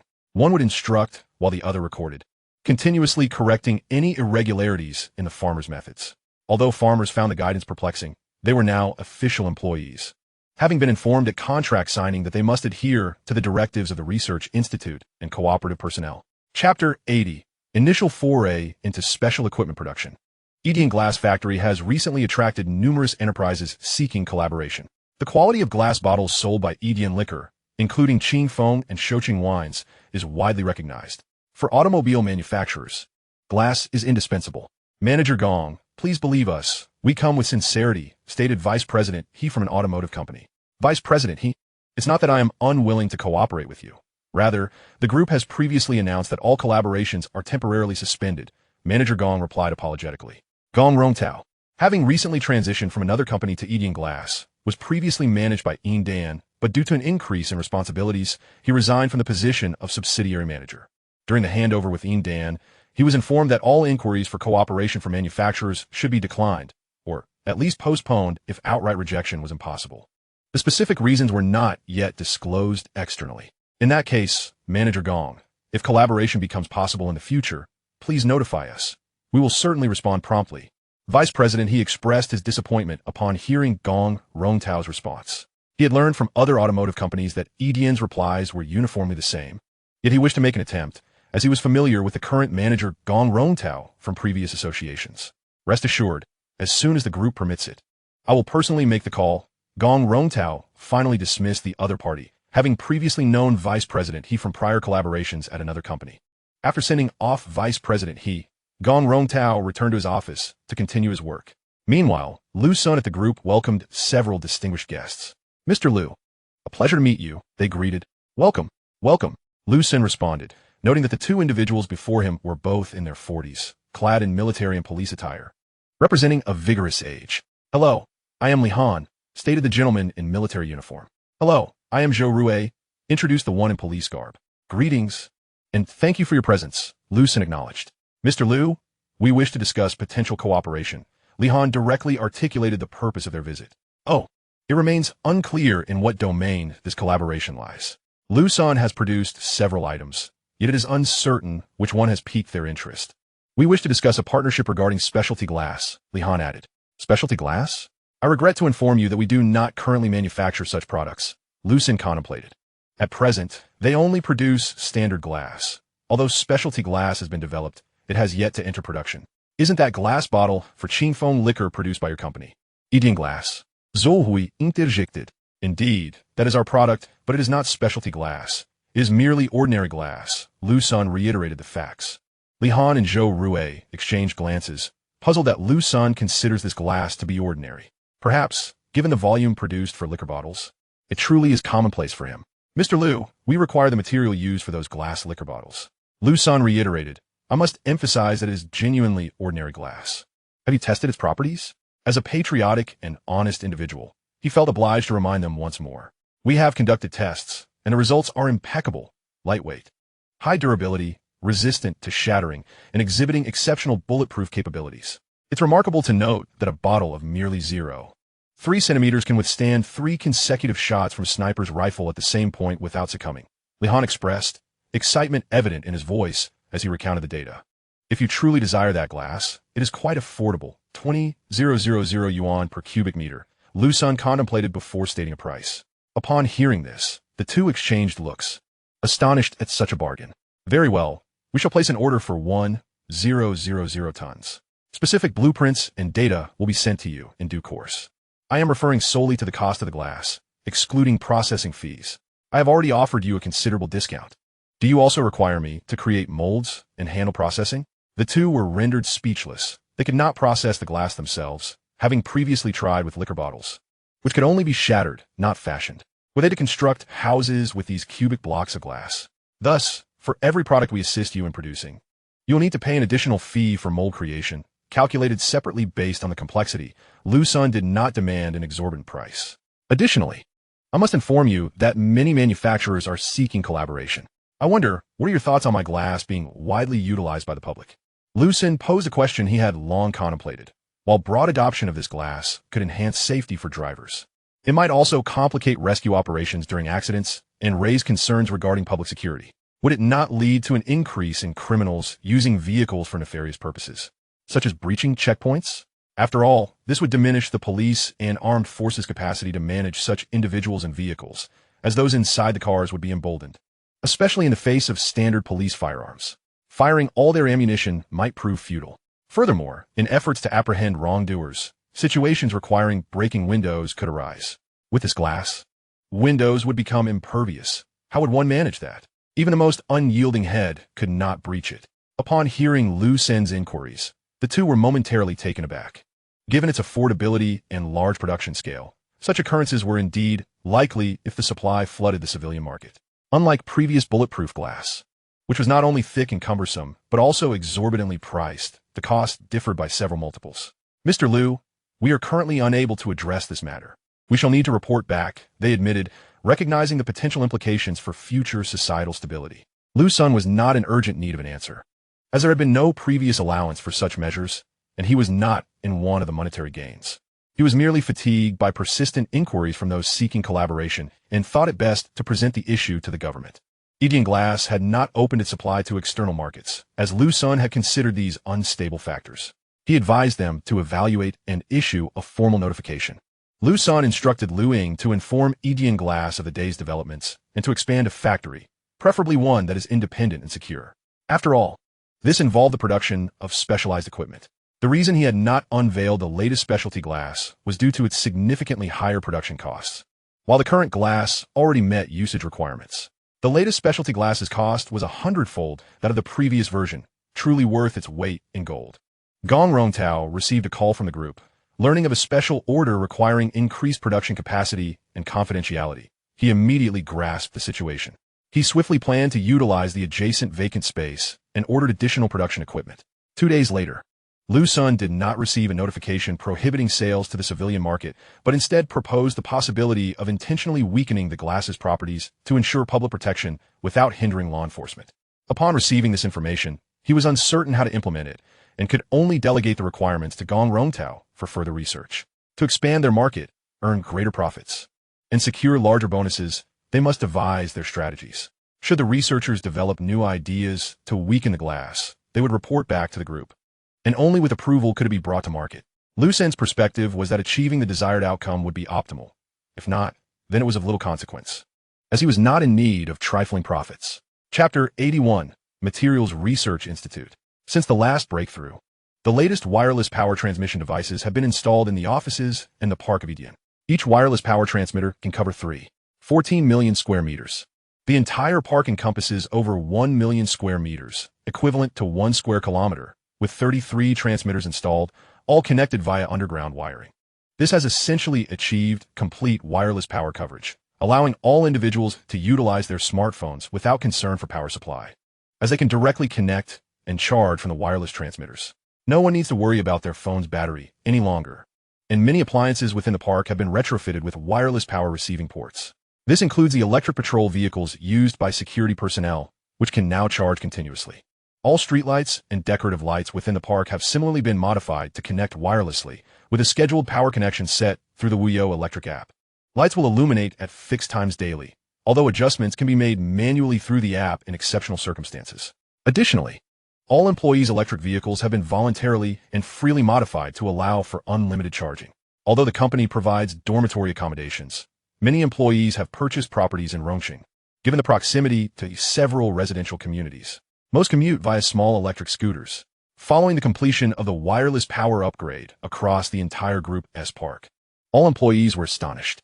Originally intended solely for charging phones, the upgrade now enables many appliances to function normally with wireless power, such as refrigerators. However, high-power appliances like air conditioners, induction cookers, and rice cookers remain inoperable. Since the launch of the first wireless charging smartphone, only a few months have passed, and the rapid development of this technology has left countless individuals in awe. Simultaneously, being an employee of Edian fills them with a sense of pride. During the internal testing within the group, numerous issues were uncovered, particularly concerning the necessity of utilizing and laying underground cables. This situation diverges significantly from Liu Sen's original vision. The power output remains insufficient to cover all electrical appliances. To supply high-power devices, the existing circuit system must be entirely retained. These challenges have been meticulously summarized by the researchers. As an ordinary individual, I find the current advancements notably satisfactory. Numerous appliances no longer require charging, and electric vehicles can be charged without the need for wires. The hazardous practice of dragging charging cables down from the 5th or 6th floors, as well as the need to maneuver electric bikes into elevators for charging, can now be entirely eliminated. Many devices can be used anywhere without concern for available outlets. They can even be utilized in bed. Future renovations could eschew the need for numerous power outlets and sockets. Additionally, worries about aging wires leading to potential fire hazards would be alleviated, resulting in significant savings on wiring and installation costs. All lighting can operate wirelessly, and devices that require charging can do so automatically, eliminating any concern of forgetfulness. Moreover, the current technology allows for multiple devices, including phones, to be used simultaneously, a significant upgrade from the previous one-to-one charging limitation, where disconnecting a charging device was necessary to power another. However, the wireless power transmission has yet to meet Liu Sen's expectations, primarily due to the gradual breakthroughs in material science. Reflecting on the summarized issues, Liu Sen fell into contemplation, realizing the urgent need to establish a dedicated materials research institute. Relying solely on the existing materials research team proved too slow. Expansion was imperative. He promptly contacted Chen Tianxiang from the Rongqing government. "Leader, I have an urgent matter that requires your assistance," Liu Sen stated directly once the call connected. "Liu, feel free to express your concerns. You know our previous strategies necessitate close collaboration," Chen Tianxiang replied without pretense. "I made some technological breakthroughs, but progress has been hindered by material research. I wish to establish a materials research institute and acquire a small metal smelting factory." "Understood. I will see if there are suitable options and get in touch," Chen Tianxiang responded before ending the call. He then summoned his secretary to search for appropriate enterprises. But after considerable time, they found nothing suitable. Sighing, he acknowledged the limitations inherent in Rongqing's foundational resources. Leaving his office, he proceeded directly to Xie Hongshan's office. "Old Chen, what brings you here?" Xie Hongshan inquired upon seeing him. "Alas, Liu Sen has posed yet another conundrum. I sought your counsel," Chen replied, taking a seat on the sofa while asking the secretary to brew tea for him. After the secretary departed, he recounted Liu Sen's predicament. Both men fell silent, and after sharing a couple of cigarettes, Xie Hongshan remarked, "Old Chen, it seems our aspirations to keep all the benefits for ourselves are unattainable. We must learn to be content. After all, we cannot expect to gain everything at once." He paused before continuing, "Moreover, this is for the nation's development. Relinquishing some of our ambitions to our larger counterparts is not unreasonable. Allow me to inquire about potential partners in the vinegar capital in Jinling, given the geographical advantages," Chen suggested. Soon after, they began reaching out to both regions for suitable options. A day later, while Liu Sen was deep in research, he received a call from Chen Tianxiang. "Leader, have you found a suitable candidate?" "Indeed, 2 options, one from the vinegar capital and the other from Jinling. I will send you the details for your review." Liu Sen opened his email, examined the 2 companies, and ultimately selected the one from Jinling, as its overall strength was superior. He aimed to expedite the research process and thus prioritized choosing the best option, especially since this company was in close proximity to Rongqing, facilitating communication. He informed Chen Tianxiang of his choice and scheduled a time to finalize the acquisition. In the afternoon, Liu Sen, accompanied by Chen Tianxiang, visited the materials research company. This establishment also possessed a small smelting factory, where Liu Sen unexpectedly encountered a prominent figure, Luo Jinxian, the top government official from Jinling. Chen Tianxiang introduced Luo, and Liu Sen greeted him politely, albeit puzzled as to why such a high-ranking individual would be present for a company acquisition. "Liu, it's a pleasure to finally meet you," Luo Jinxian greeted warmly. I look forward to more interactions.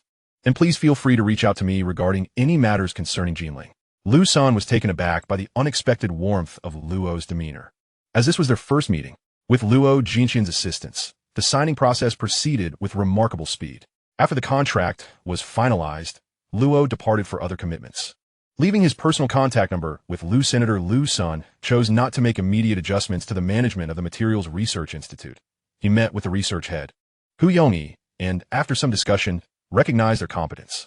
Liu Sen promptly organized future research plans and provided Hu Yongyi with the contact details of the materials research team from the Rongqing laboratory. Initially skeptical about the acquisition, Hu Yongyi had anticipated interference from an outsider, only to discover that Liu Sen was a technical expert far more knowledgeable than himself. Liu Sen instructed the management team to fully support the research department with logistical needs. As Liu Sen and Chen Tianxiang returned to Rongqing, Chen explained why Luo Jinqian had exhibited such goodwill. The future development plan Liu Sen had proposed to Rongqing was highly feasible and likely to stimulate regional and national growth. Consequently, Rongqing had escalated the proposal up the administrative hierarchy, reaching the provincial level. Luo Jinqian, as a provincial leader, had been present during the discussions and was notably supportive of the development of Dian Company. Chapter 82. Significant Material Breakthrough, 10 kilometers. On their way back, Liu Sen expressed his gratitude to Chen Tianxiang for his support of the company. Although the acquisition could have been completed without him, the time saved in gathering information and selecting suitable candidates would have extended the process by at least a month. During this time, the next generation of technology could nearly be developed. Chen Tianxiang's assistance was undoubtedly reflective of Dian Group's growing influence and its positive impact on the nation and society. Upon returning to the group, Liu Sen instructed Jin Shuya to allocate an additional 100 million yuan to the Dian Materials account, ensuring ample funding for their endeavors. The integration of the materials team with the materials company significantly accelerated experimental developments and breakthroughs, with the presence of a small metallurgical facility expediting product testing. Recruitment for personnel at the materials company was also underway. Lin O, a master's graduate with 2 years of experience as a researcher, harbored a profound passion for materials and was continuously seeking to expand his knowledge. His company boasted an exceptional product that had garnered market recognition, generating nearly 100 million yuan in profits solely from this offering. Lin O joined the enterprise with aspirations to showcase his capabilities and develop innovative products. Yet, while his dreams were abundant, the stark reality proved to be quite challenging. Upon entering the company, Lin O discovered a reality starkly different from his expectations. This materials company, renowned a decade ago, exhibited a remarkably meager investment in research and development, allocating less than 5 million annually, a sum so trivial that it rendered the R&D department little more than a mere facade. This perplexed him. How could such a seemingly glamorous enterprise be sustained solely by its past achievements? Through conversations with veteran employees, he learned that the current products were merely a byproduct of a serendipitous creation by a former employee a decade prior, who had since been systematically marginalized by the company. Desiring to leave this confining environment, which felt akin to a prison, Lin O found the compensation appealing, but realized it was merely a means to showcase their high-caliber qualifications. Eventually, he spotted a recruitment announcement from the Materials Research Institute, which promised generous remuneration. Today, he approached the interview with a mixture of trepidation and hope, only to find the process surprisingly seamless. The questions posed during the interview aligned perfectly with his area of expertise. Even those he found challenging were rooted in the industry's specialized knowledge. In contrast, his current workplace had posed inquiries that strayed far from his professional domain, focusing instead on managerial dilemmas and situational responses. Upon returning to his original company, Lin O promptly submitted his resignation. The R&D department, being nothing more than an empty shell devoid of research tasks, offered no resistance to his departure. He was not alone in his sentiments. Many others shared his fervor and ambition, all drawn to the recently acquired Materials Research Institute. They embarked on a new chapter in their lives, quickly discovering that this new company was indeed what they yearned for, a place to apply their knowledge and skills. Under Liu Sen's guidance, the research on materials improvement continued unabated, with a growing influx of newcomers accelerating the pace of innovation. Many contributed their own ideas, some of which proved ineffective, while others expedited the research process. In the course of his investigations, Lin O identified a novel extraction agent that significantly enhanced the performance and stability of a new metal alloy.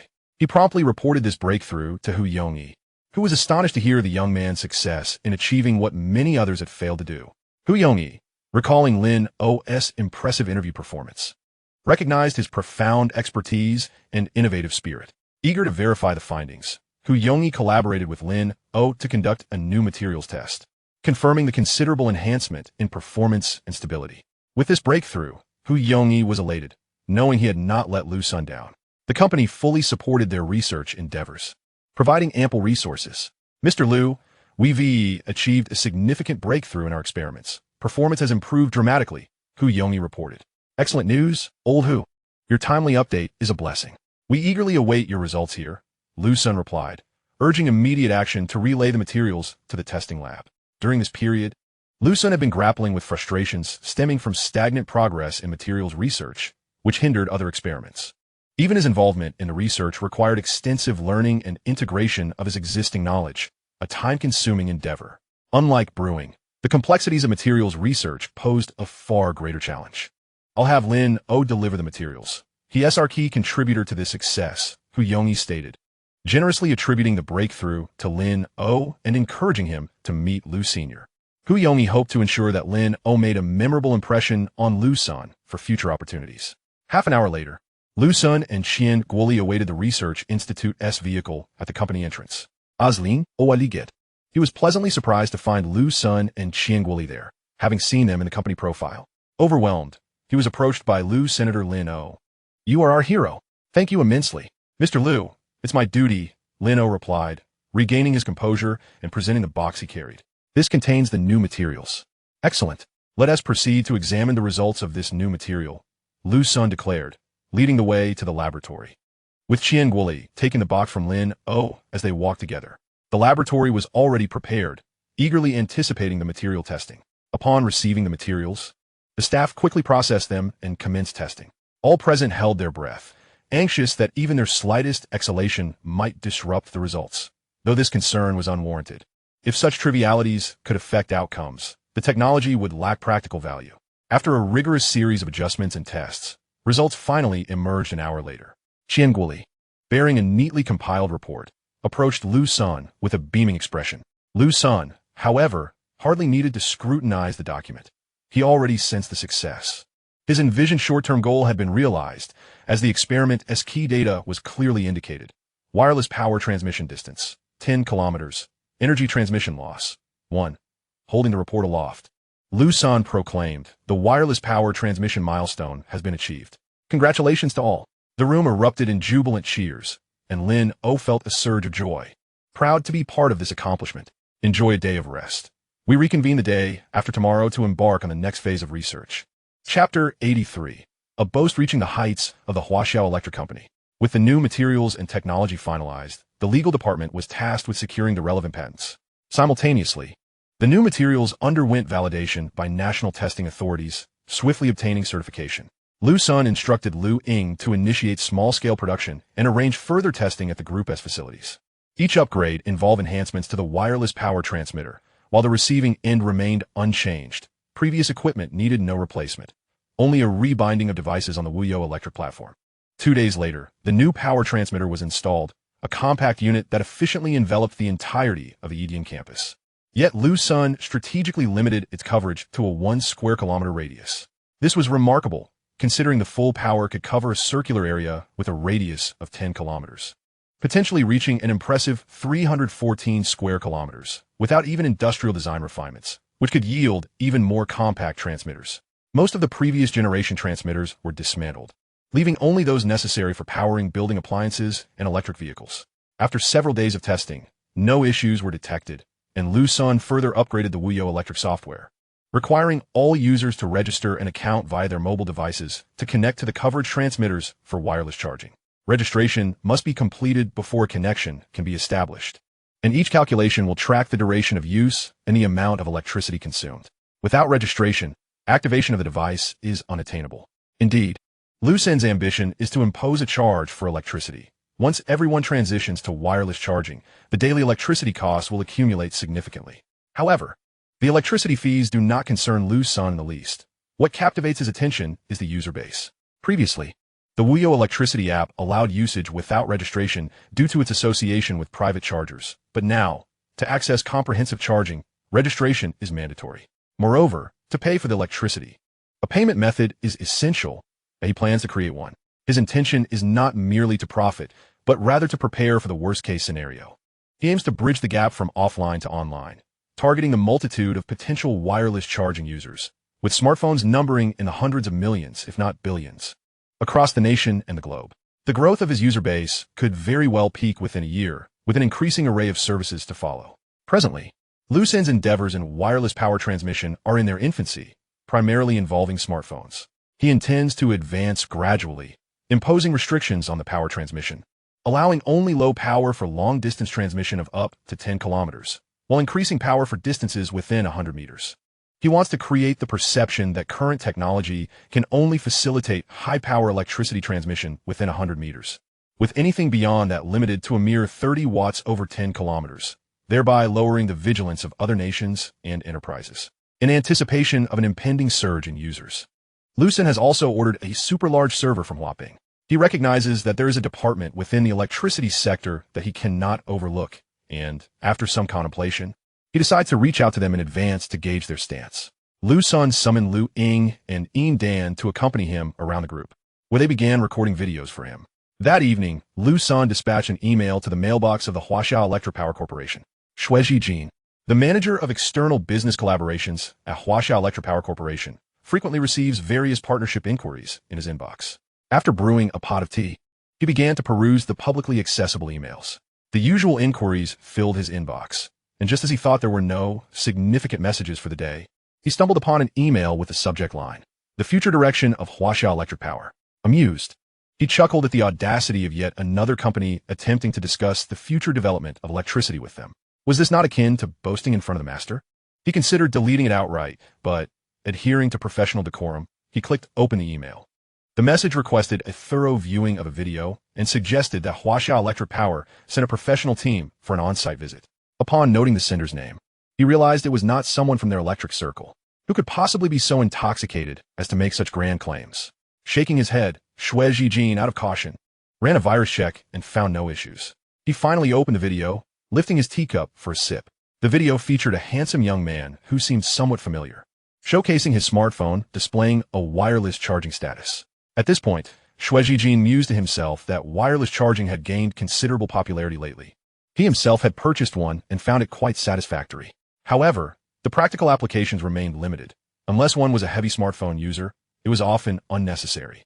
Their electricity company had previously convened meetings on this very topic, concluding that unless a technological breakthrough occurred, it would remain a trivial pursuit. They had even established that current wireless charging was already a significant advancement, a feat that might take other companies 5 to 10 years to achieve. To attempt another breakthrough would likely necessitate 50 years. Consequently, their company had allocated a small team to investigate the wireless charging project. As he continued watching the video, the young man casually wandered around, his phone perpetually indicating a wireless charging status. Shuizhi Jin paid little heed, presuming it was merely a case of someone using a power bank to create that impression. Then, the young man approached an electric vehicle, removing its battery. Yet the vehicle remained operational, running for a brief distance before it lost power and rolled back several meters before functioning again. He then showcased light fixtures that operated without any visible power connections. Initially, Shuizhi Jin suspected these were mere illusions or edited visuals. However, when he spotted the Edian Group sign, recognition dawned upon him. This was the company known for inventing wireless charging technology. Suddenly, he realized who this man was and questioned the authenticity of the demonstrations presented. The credibility of the video's content surged to an unprecedented level. Stunned, he abruptly rose, his thigh colliding with the desk, causing an intense pain that forced him to lean over the table. It took a considerable amount of time for him to recover. Regarding the email, he promptly reported to the upper management that night. Upon viewing the video, the executives recognized its significance and swiftly convened a meeting for the following day to discuss the matter.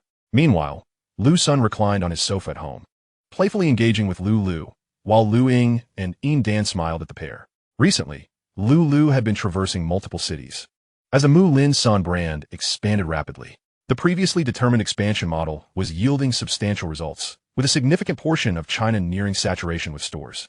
Unbeknownst to him, the number of outlets had surged to around 200, with direct-operated stores comprising 70% of that total, the remainder being investments from store managers. The pace of expansion was astonishing, At this rate, by the end of the year, they could reach approximately 1,000 to 1,500 stores.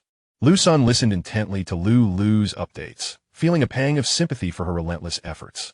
His initial decision to entrust Liu Sen to her was rooted in his recognition of her passion, believing she could nurture it gradually due to its evident quality and taste advantages. However, the rapid development was undoubtedly a testament to Lu's hard work. Embracing her tenderly, he remarked on her well-being, questioning why she was striving so hard when financial security was not an issue. Liu Sen brushed aside his tousled hair, expressing his concern. "I fear I can't keep up with your pace."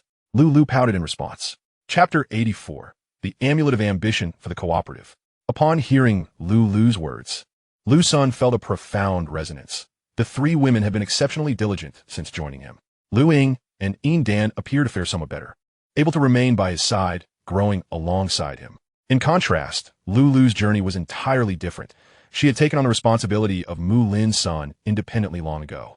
While Liu Sen did not place immense importance on Liu Sen, viewing it merely as a casual notion, for Lu, it represented everything he had entrusted to her. She felt compelled to manage Liu Sen diligently, continuously enriching herself with knowledge to ensure she could effectively oversee the venture. Witnessing the meteoric rise of Yidian Group instilled a fear of inadequacy within her, driving a wedge between herself and Liu Senator. The psychological burden transformed her mindset, prompting her to abandon her initial desire for gradual growth. She promptly summoned several of her sisters from her university dormitory to assist her. After a brief period of acclimatization, the four sisters embarked on extensive development. The eldest, Yuan, took charge of exploring the milk tea market, meticulously verifying the number and locations of stores in every city. The second sister, Guoshan, assembled a dedicated renovation team specifically to refurbish the stores across various cities. This not only significantly reduced costs, but also ensured that the renovation crew was intimately familiar with the intricate details of the Liu Sen outlets, as similar brands of milk tea shops shared commonalities. Consequently, the time required for renovations was more than doubled due to the crew's expertise. The third sister, Deng Yunxiang, was responsible for all recruitment and training, with a primary focus on contemporary university students. Nowadays, many university students are eager to participate in promising projects and entrepreneurial ventures. With everyone undergoing unified training, concerns regarding staffing shortages for the store openings were alleviated. As a result, the number of outlets surged to over 200 within approximately 6 months. A truly astonishing efficiency. Meanwhile, Lu diligently utilized her expertise to continuously develop new products, often seeking insights from Liu Sen whenever challenges arose. Liu Sen, reflecting on Lu's considerable pressure, felt fortunate to have capable sisters by her side. Lu, you truly have worked hard. In the future, please communicate any issues directly with me. Do not keep everything bottled up and refrain from bearing such burdens. Our relationship will remain unchanged by these matters, he comforted. Holding her close, Liu Sen regretted not having recognized her stress sooner, having devoted most of his energy to Yidian Company.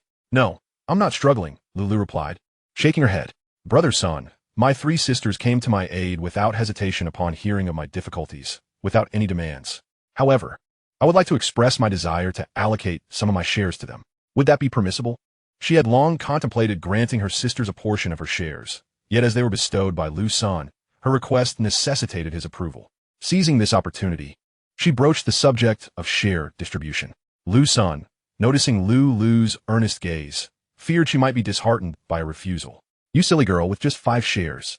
How could that suffice?" He affectionately ruffled her hair.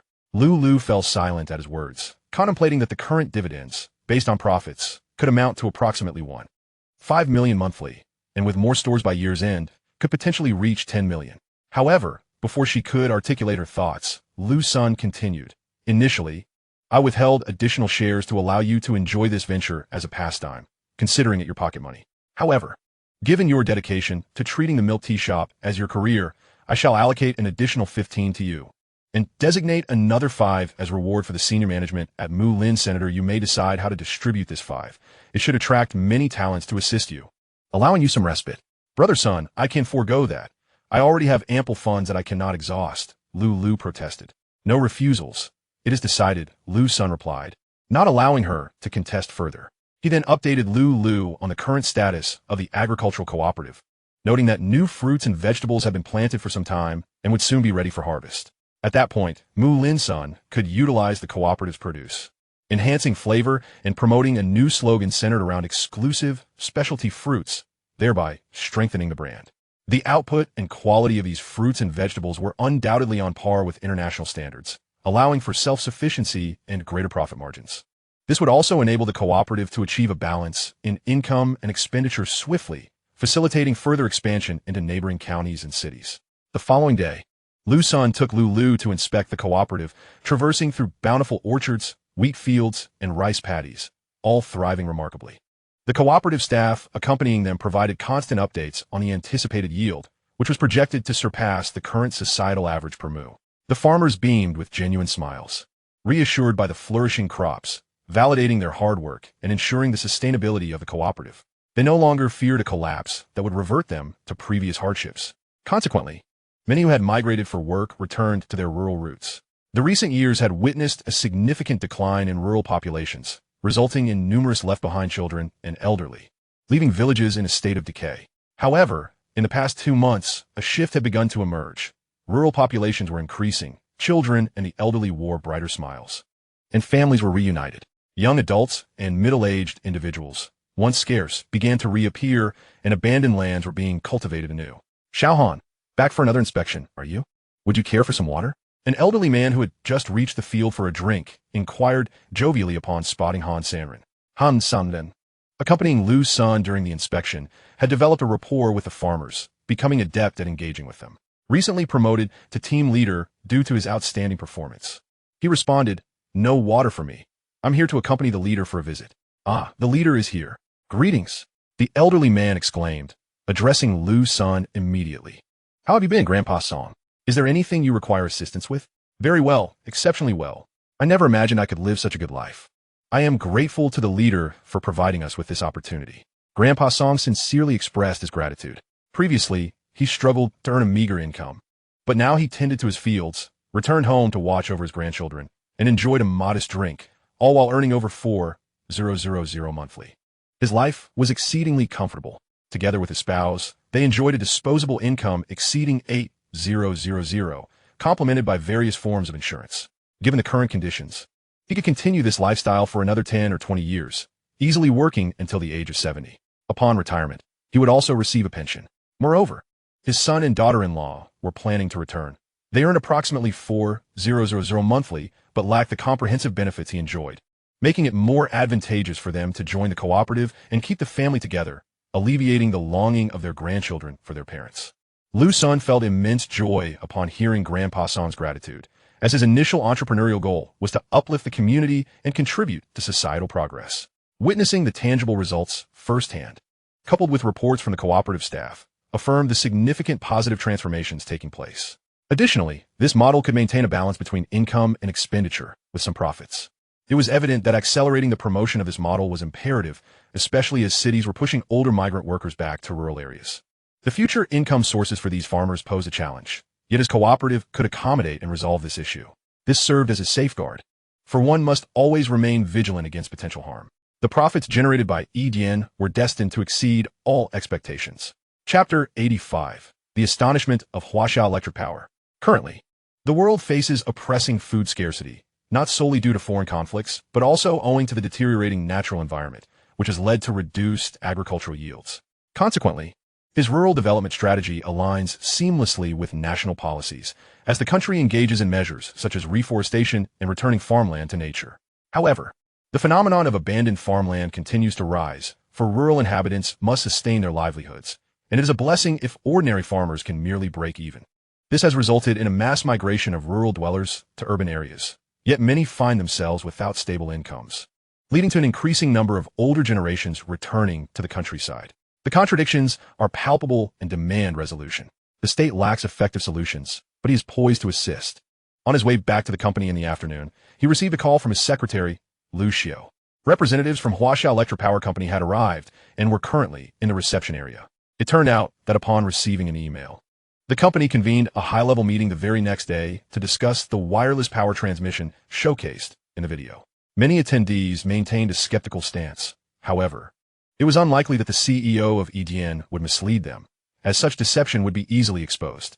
The email invited them to visit EDN Company, which further underscored Edian's confidence. The executives engaged in the discussion were all forward-thinking individuals, as evidenced by their decades-long effort to elevate Huaxiao Electropower to its current stature, achieving global preeminence and establishing industry standards.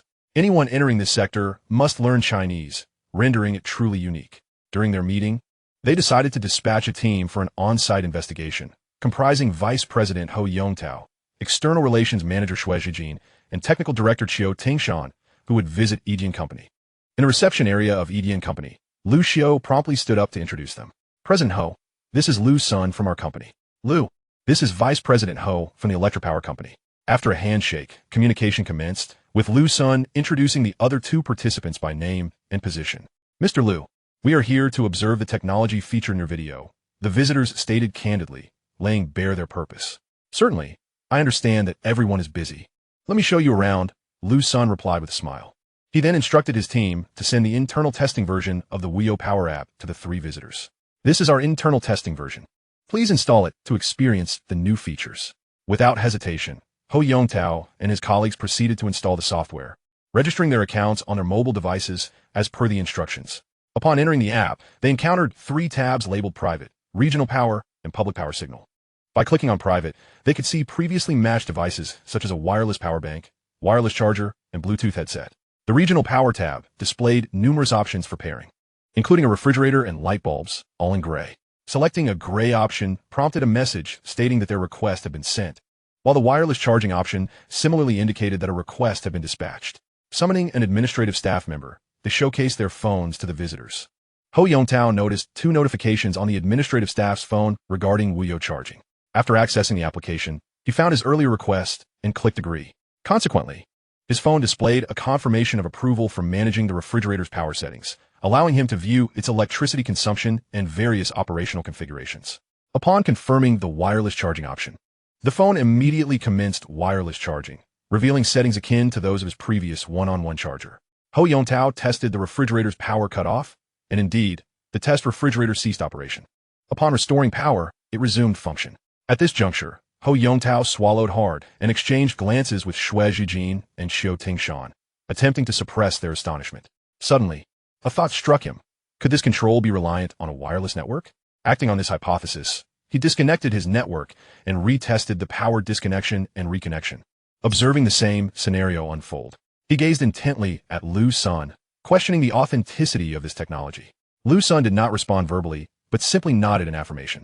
The trio conducted several additional tests, even removing their SIM cards, yet the results remained consistent. They reopened the public power tab and discovered only one option labeled Edian Wireless Power. After submitting a request, they received a text message, and upon entering the verification code, the app confirmed a successful connection.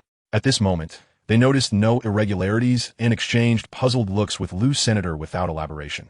Liu Sen guided them on a tour of the facility. As they ventured further from the building, they observed a marked difference.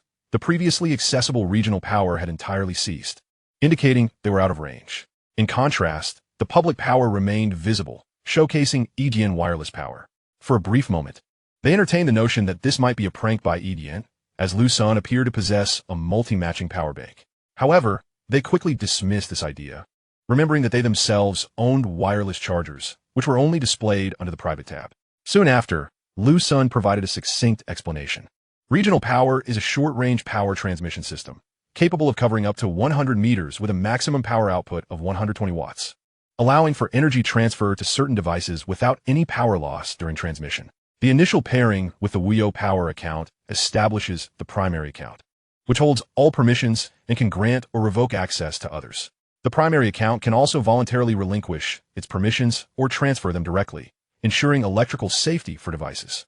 Public power, on the other hand, represents a groundbreaking technological advancement, capable of covering a range of 10 kilometers and facilitating power transmission of up to 30 watts.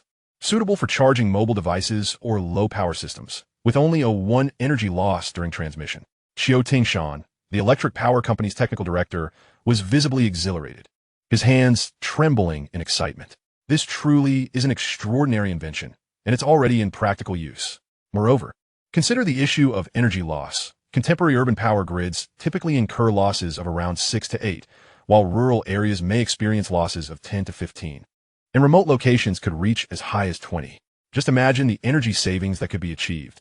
Calculating this yields a potential reduction of 80 to 100 in energy waste. It's simply unimaginable. Although Ho Yontao was equally thrilled, he managed to contain his excitement. Realizing that Liu Sen had summoned them for a specific purpose, he inquired, "Mr. Liu, you must have a particular objective for inviting us here." Liu Sen smiled at the question, stating, "President Ho, I will not beat around the bush. Our company, EDN, seeks to collaborate with you on the development of this technology to enhance the promotion of wireless power transmission. Mr. Liu, while we share an interest in electricity, we are not well-versed in the intricacies of wireless power transmission technology," Ho Yontao remarked, acknowledging his company's limitations after consulting with Technical Director Chiao Tingshan. Liu Sen then led the representatives from the electric power company into the conference room, where he elaborated on his intentions. The aspiration is to collaboratively develop a next-generation electric meter, one that facilitates wireless power transmission. This innovation would allow households and various facilities to forego the installation of cumbersome wiring, thereby enhancing electrical safety and significantly diminishing the risk of fire due to electrical faults. Likewise, Liu Sen hopes to leverage the research and development team of the power group to surmount the limitations posed by low transmission power. If they can achieve a transmission capability without power limitations over distances of 10 meters to 1,000 meters, it would enable all electrical appliances to function seamlessly, paving the way for widespread adoption. Moreover, there is a desire to integrate their worry-free electricity usage app with functionalities from the online State Grid app, allowing users to check and pay their electricity bills conveniently. Liu Sen also envisions collaboration with their regional subsidiaries to reform local power systems and establish demonstration bases in rural areas. Given the complexity and scale of urban power systems, they plan to defer implementation there until rural power transformation technologies are fully matured. The initiative will commence in rural areas, particularly starting with Rongqing. Liu Sen's plan involves the collective construction of a new type of rural community, one that boasts comprehensive coverage of a wireless charging network, utilizes wireless lighting, and is equipped with wireless surveillance and audio systems. Chapter 86. Are terrifying ambitions suppression or support? The vice president of the power company, Ho Yontao, was taken aback upon hearing Liu Sen's plans. He acknowledged Liu Sen's audacity in conceiving such ideas and, after careful consideration, recognized their feasibility. Should these plans come to fruition, they would undoubtedly revolutionize the national electricity market. The trio from the power company engaged in discussions, subsequently reaching out to senior management to relay the situation. "Mr. Liu, we find your plan quite commendable, yet it encompasses a vast scope. We have had a preliminary discussion with our higher-ups and believe that it necessitates further deliberation." Ho Yontao expressed apologetically to Liu Senator, "I understand. Especially as it pertains to energy security and public welfare," Liu Sen responded, displaying no signs of disappointment. "Thank you for your understanding, Mr. Liu. This decision is beyond our company's purview and must be reported to higher authorities," Ho Yontao added, subtly acknowledging the groundbreaking nature of the technology.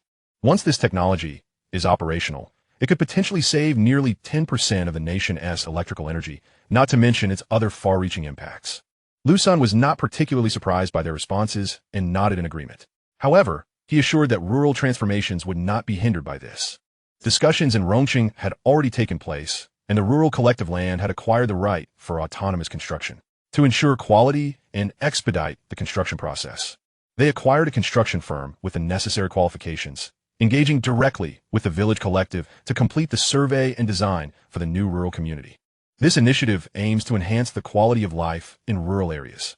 With Liu Sen's agricultural cooperative in place, there will be no mass exodus of residents from the countryside. Rather, the population may increase. Liu Sen's reforms promise better living conditions at a lower cost due to the agricultural cooperative's backing. The prices for daily necessities will remain low, and every household is set to receive new, villa-like residences. Once education and healthcare are addressed, it is believed that the birth rate in rural areas will exceed that of urban centers. Rongqing will serve as a pilot, with its rural sector being the first to implement these changes, advancing concurrently with the agricultural cooperative. A few days later, the trial of new vegetables and fruits in Rongqing's rural areas yielded a bountiful harvest. Amidst the jubilant farmers, the statistical results revealed a 35% increase in yield per acre. Personnel from various agricultural research institutes ventured into the fields to conduct inspections. The strawberries exhibited superior sweetness, enhanced flavor, larger sizes, and a growth cycle reduced by 1/3, resulting in a yield increase of 1 to 2 times per acre. Other crops, such as grapes, similarly experienced a surge in value, significantly elevating the output's worth. The quality of his fruit teas and wines will also rise due to the use of these new varieties, consequently increasing their market prices and profits. All personnel from the agricultural research institutes were elated, as the previously hypothesized outcomes had materialized, leading to a decrease in reliance on external seeds. The Rongsheng municipal government received a report that filled them with joy, signifying that this plan is sustainable and does not necessitate perpetual financial support from Udian Group. It also demonstrated that this approach, once disseminated, would be immensely beneficial for targeted poverty alleviation, fundamentally achieving the goal of poverty eradication.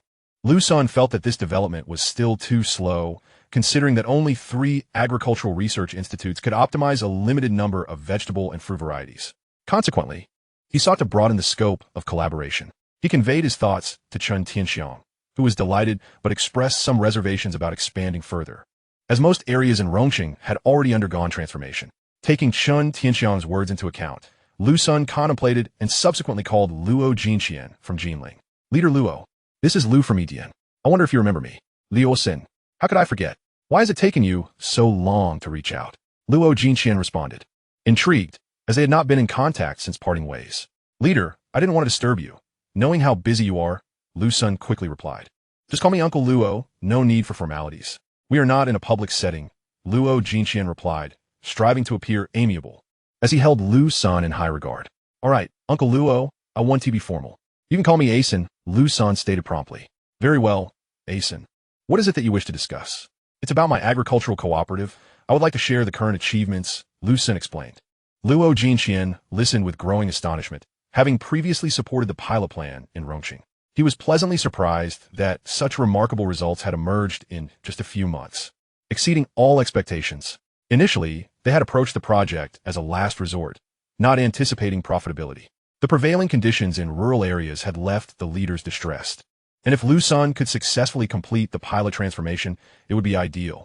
Should the transformation falter, the loss would merely affect Edian Group without causing substantial harm. Moreover, the government could offer Edian Group tax incentives to offset any losses. It was unexpected that this remarkable young man had achieved such success, heralding a new dawn for the rural populace. Asen, this is splendid news. With this success, we can promote it vigorously. How can I assist you? Currently, agricultural research institutes in Rongsheng, Kudu, and Jinling are collaborating with the agricultural cooperative. However, once I scale up, this may still be insufficient, as there are countless seeds in need of research domestically. Upon hearing this, Luo Jinqian pondered, recognizing that while Edian Group was engaged in commendable endeavors, Liu Sen's envisioned expansion might be overly ambitious. The pilot project, while manageable within a limited scope, poses considerable challenges as it expands to encompass more cities and provinces. During the initial trial of the Rongsheng plan, dissent arose primarily due to concerns regarding this aspect. Yet, due to the perceived low likelihood of success, restrictions were issued, allowing Liu Sen to proceed with the trial. The outcome was astonishing. Not only did it succeed, but it also yielded substantial profits. In Luo Jinqian's mind, further contemplation was necessary, as relying solely on his support would undoubtedly prove insufficient when the project scaled up. The number of individuals involved is already in the tens of thousands, and as the initiative grows, it could potentially affect millions of households and billions of lives. Arson, your proposal is commendable. However, the breadth of its implications is vast, and the number of people involved is considerable. Therefore, we must conduct thorough research.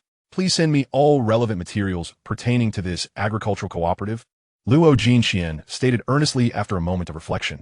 Understood, Uncle Luo, Liu Sen replied before hanging up and promptly organizing the documents to send to Luo Jinqian. After ending the call, Luo Jinqian leaned back in his chair, lit a cigarette, and took a deep drag while gazing out the window into the distance. Time slipped away until the burning ash singed his fingers, snapping him back to reality. He opened his email, printed the documents, and studied them intently before ultimately resolving to convene a special meeting. The meeting was marked by vigorous debate, featuring both proponents and opponents. I am in favor of increasing the number and scope of collaborations with agricultural research institutions. After all, it is fundamentally their work, and having others lead can be beneficial. It will save considerable funding, which can be redirected towards other infrastructure projects, stated an elder. The success of the Rongsheng pilot clearly indicates that this path is viable and thus merits our support, added another elder.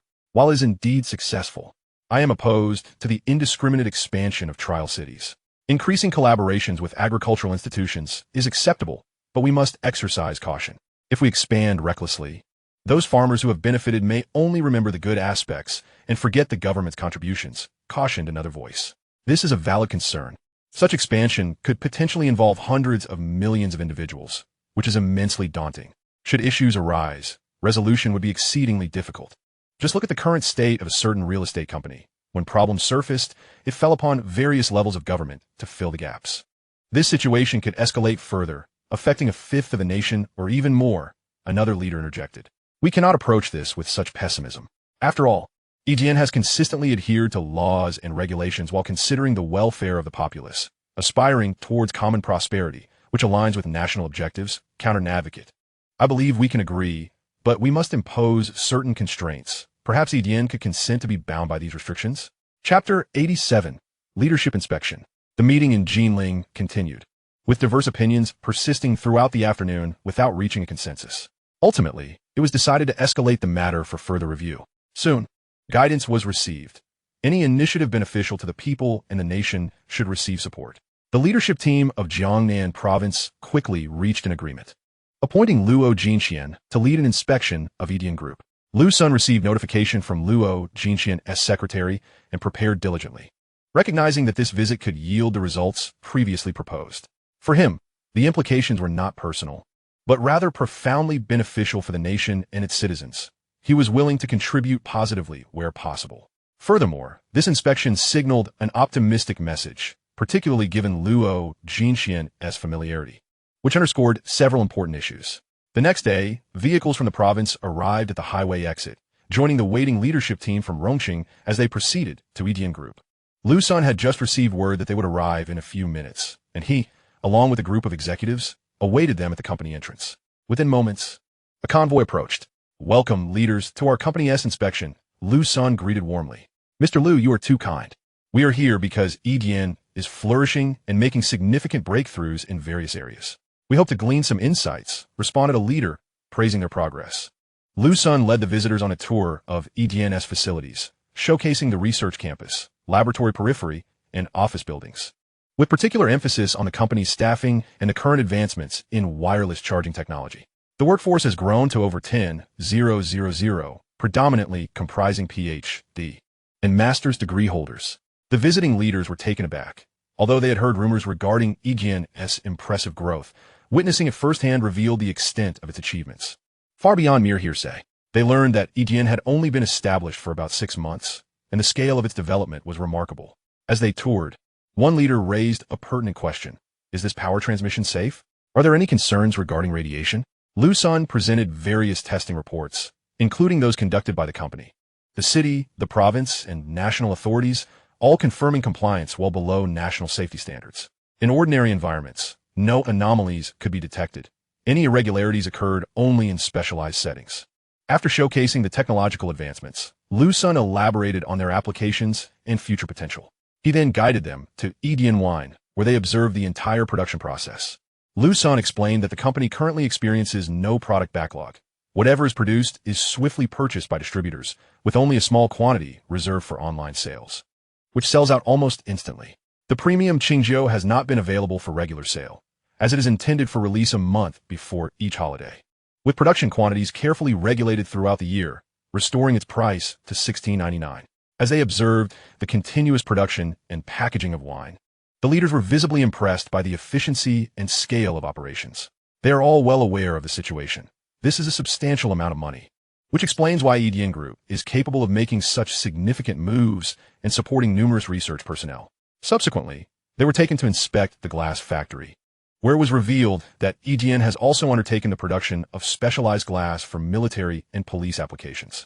Following this, they visited the current agricultural cooperative, observing the development in rural areas. Upon arriving in the countryside, a stark contrast was evident. Having frequented various rural locales, they noted that most exuded a sense of stagnation and lack of vitality. However, today's rural atmosphere felt distinctly different. Smiles adorned the faces of the people, emanating from genuine contentment with their current lives and hopeful aspirations for the future. This uplifting scene was not confined to a single village, but was consistent across the dozen or so they traversed. Moreover, the number of individuals encountered was significantly greater than in previous visits, with a notable presence of youth and able-bodied laborers, in stark contrast to the elderly and children they had previously observed. If there had been dissent regarding the expansion and promotion of agricultural cooperatives, witnessing the current scenario rendered them silent, leading to a collective realization that support was not just advisable but imperative. As articulated in the directives above, anything beneficial to the people and the nation warrants support. The government has now recognized the issues at hand, prompting an increasing number of voices advocating for rural development and farmers, alongside the introduction of policies aimed at returning farmland to cultivation and revitalizing rural areas. Achieving common prosperity for the populace is fundamentally tied to rural development.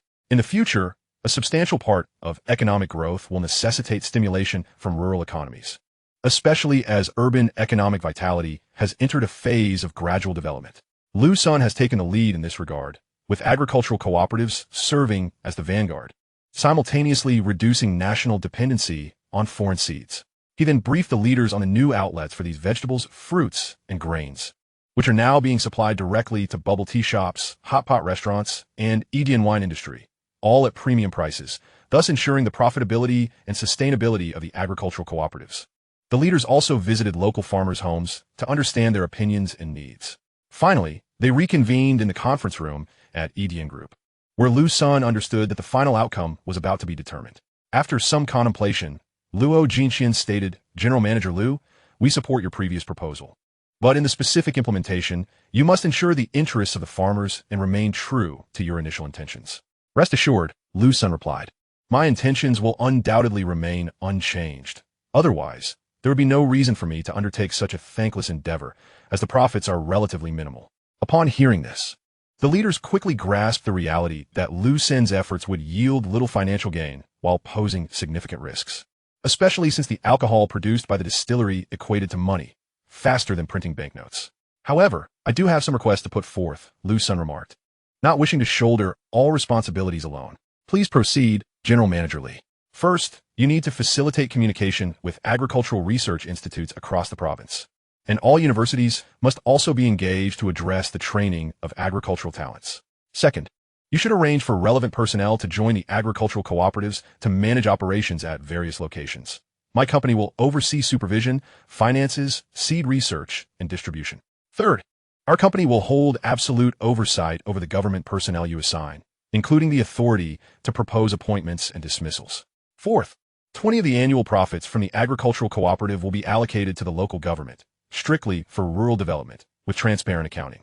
Fifth, all results from the agricultural cooperatives and related research institutes will be owned by my company free of charge, while other companies must seek our consent for use. State-owned companies may utilize them, but may not sell them abroad." The visiting leaders were unprepared for such a multitude of requests, especially those that favored them, revealing a stark contrast to the typical negotiations they encountered, which often revolve around self-serving benefits. Chapter 88. The fruit company bows down to compensate 5 billion. Days passed since the leaders' inspection, and all parties were advancing Edien's agenda. The agricultural cooperatives, accompanied by the government, collaborated with agricultural research institutes throughout Jiangnan province, and discussions were ongoing with various universities regarding relevant programs. Numerous agricultural programs at many schools experienced a renaissance, as finding employment in agriculture had previously been exceedingly challenging. The agricultural cooperatives offered a plethora of job opportunities aligned with their studies, accompanied by competitive salaries. After gaining sufficient experience, individuals could undergo assessments to transition into agricultural research institutes. Local governments were also organizing personnel to visit Rongqing for observation and learning. Jiangnan province, renowned as Bulk Jiangnan, witnessed a competitive spirit among its cities, each striving to outdo the other. Even towns were eager to showcase their progress, refusing to be left behind. Upon returning, various regions embarked on distinctive renovations, which was precisely why Liu Sen wished to relinquish management rights, while retaining control over finances and other critical aspects. Should any inefficiencies or poor management arise, a direct request for replacement would be submitted. Each locality aimed to achieve breakthroughs this year, aspiring to elevate GDP by 10 to 20 points, with many cities targeting entry into the Trillion Yuan Metropolis Club. A few more days passed, and representatives from a fruit company arrived. Their arrival was significantly delayed compared to Liu Sen's expectations. given that the first-generation wireless charger had been available for 2 to 3 months. The market had seen numerous modified charging heads, with many users adopting them. However, the Wio Electric app could not be pirated, nor had a version for Fruit devices been released. Many Fruit phone users resorted to purchasing inexpensive Android devices to control and match the wireless chargers for use with their Fruit phones. This was a strategy employed by the affluent, and several mobile repair or retail shops offered wireless charging solutions on-site, promising assistance in connecting and matching the chargers. Consequently, the impact on Fruit phones was mitigated, allowing for wireless charging, albeit with some inconvenience. Thus, the Lighthouse Nation had taken no action. Although they had previously contemplated sanctions against EDN through the White House, the current operational landscape rendered the impact on Fruit phones minimal, prompting a temporary withdrawal from pressure tactics.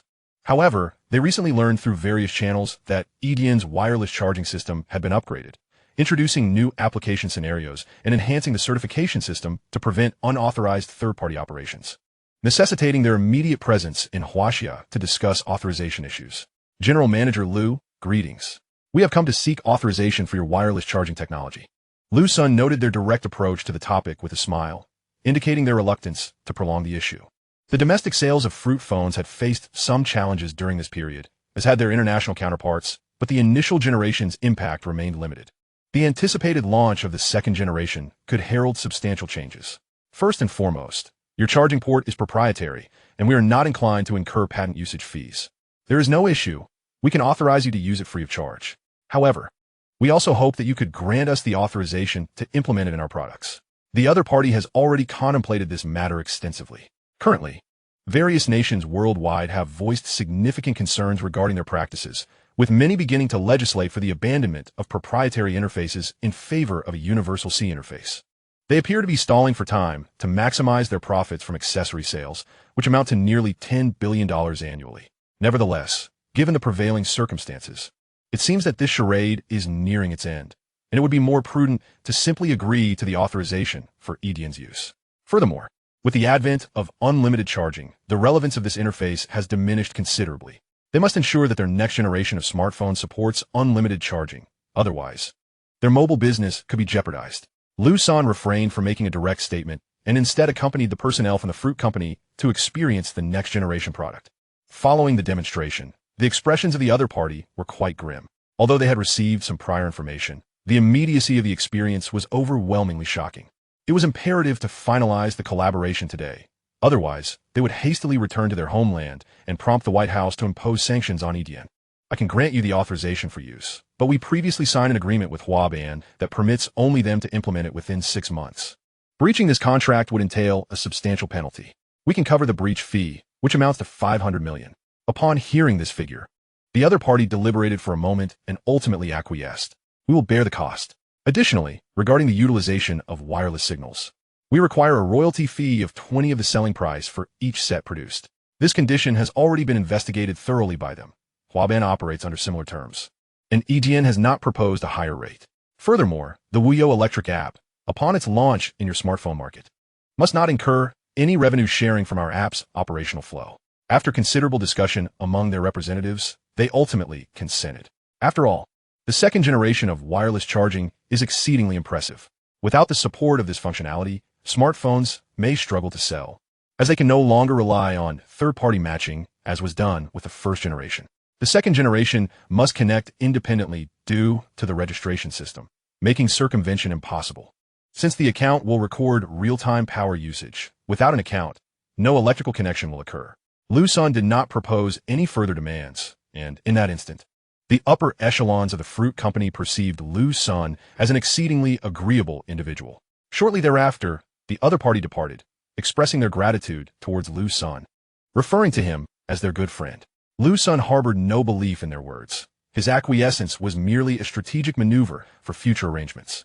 Refusing at this juncture would pose significant complications and adversely impact subsequent developments. Once the Fruit company's smartphones are equipped with wireless charging, the Wio Electric app could swiftly expand globally, paving the way for his next strategic phase. At that point, nearly every smartphone will feature the Wio Electric app, and the Fruit company could assist in deploying the second generation of wireless charging transmitters worldwide. Currently, his company lacks the necessary influence, and other nations would certainly resist such initiatives. Thus, The fruit company could serve as his vanguard in this endeavor, spearheading the charge. The envisioned era of wireless power would soon resonate across the globe. Moreover, by agreeing to collaborate now, he stands to gain substantial patent royalties, enabling him to amplify research investments in EDN and accelerate technological iterations. Liu Sen sat in his office and contacted Huabon's Yudaze, explaining the signing conditions with the fruit company, including the negotiated $500 million, which he would transfer upon receipt. In truth, this situation had been discussed with Huaban long ago, hence the immediate consent to the breach fee of $500 million. After all, Huawei smartphones currently have no inventory, making it impossible to dominate the entire market, and in 3 months, the agreement would automatically expire. Thus, it is better to secure a profit. Liu Sen expressed his desire to visit their solar power generation base in the northwest and indicated that if solar energy were to be combined with his wireless power transmission, the future would indeed be boundless. The other party showed no hesitation, confirming that a visit to the solar base would be unproblematic, though they needed to report to the company to confirm the specific timing. Chapter 89. Under Attack, Under Warning, Emergency Evasion. Through Yudazue, Liu Sen established contact with Tang Jian, the president of Huabon's digital energy division. Upon expressing his intent to visit, he received a warm welcome from the other party. In today's society, green energy is increasingly embraced by the public, given its low cost and absence of pollution. Liu Sen sought to understand Huabon's leading position in green energy, particularly their capabilities in intelligent design for distributed photovoltaic projects, as well as the digitization and intelligence of energy storage systems. Liu Sen toured the completed projects in the Northwest and identified both advantages and disadvantages of current solar energy usage. Having self-studied a wealth of related knowledge, he found the communication and exchange to be relatively smooth. After concluding the tour, Liu Sen returned to his company. His plans remained clear. The next crucial step was the application of solar energy. Recently, he purchased advanced solar cells online, which had arrived and were promptly installed on a rooftop. The installation crew departed shortly thereafter. Liu Sen utilized his golden finger to modify the attributes, drastically enhancing the solar energy conversion efficiency. The relevant knowledge was seamlessly integrated into his mind, and having previously read numerous related texts, his understanding rapidly coalesced. A pivotal factor here is the material, specifically silicon-based structures. Several novel structures emerged in his mind, leading to photovoltaic conversion rates reaching 50, 60, 70, 80, 90, and even 100%. Based on his knowledge and current processing technologies, he understood that mass production of structural materials with a conversion rate of 50% was feasible through research and modification. Liu Sen promptly traveled to the northwest region of our country, where solar resources are most abundant, to establish EDN's green energy company and signed a leasing agreement with the local government. He leased a substantial area and arranged for personnel to lease another plot on the edge of the desert to commence factory construction. At this time, the fruit company and the Lighthouse Nation held a press conference. The content of the meeting announced that they had completed a collaboration with EDN of Huaxia, whereby their smartphones would incorporate a wireless charging receiver. Furthermore, all subsequent smartphone releases would support wireless charging, and the Wuyo Electric app had already been uploaded to the fruit company's software platform. For the already released Series 11, 12, and 13 smartphones, users could visit after-sale service stores to pay $69 for modifications. They could also directly purchase the wireless charging kit from the official website for $59, while the wireless receiver was priced at $19 and the wireless charging head at $49. These prices were tailored for foreign markets, and the domestic prices in Huaxia were even more exorbitant.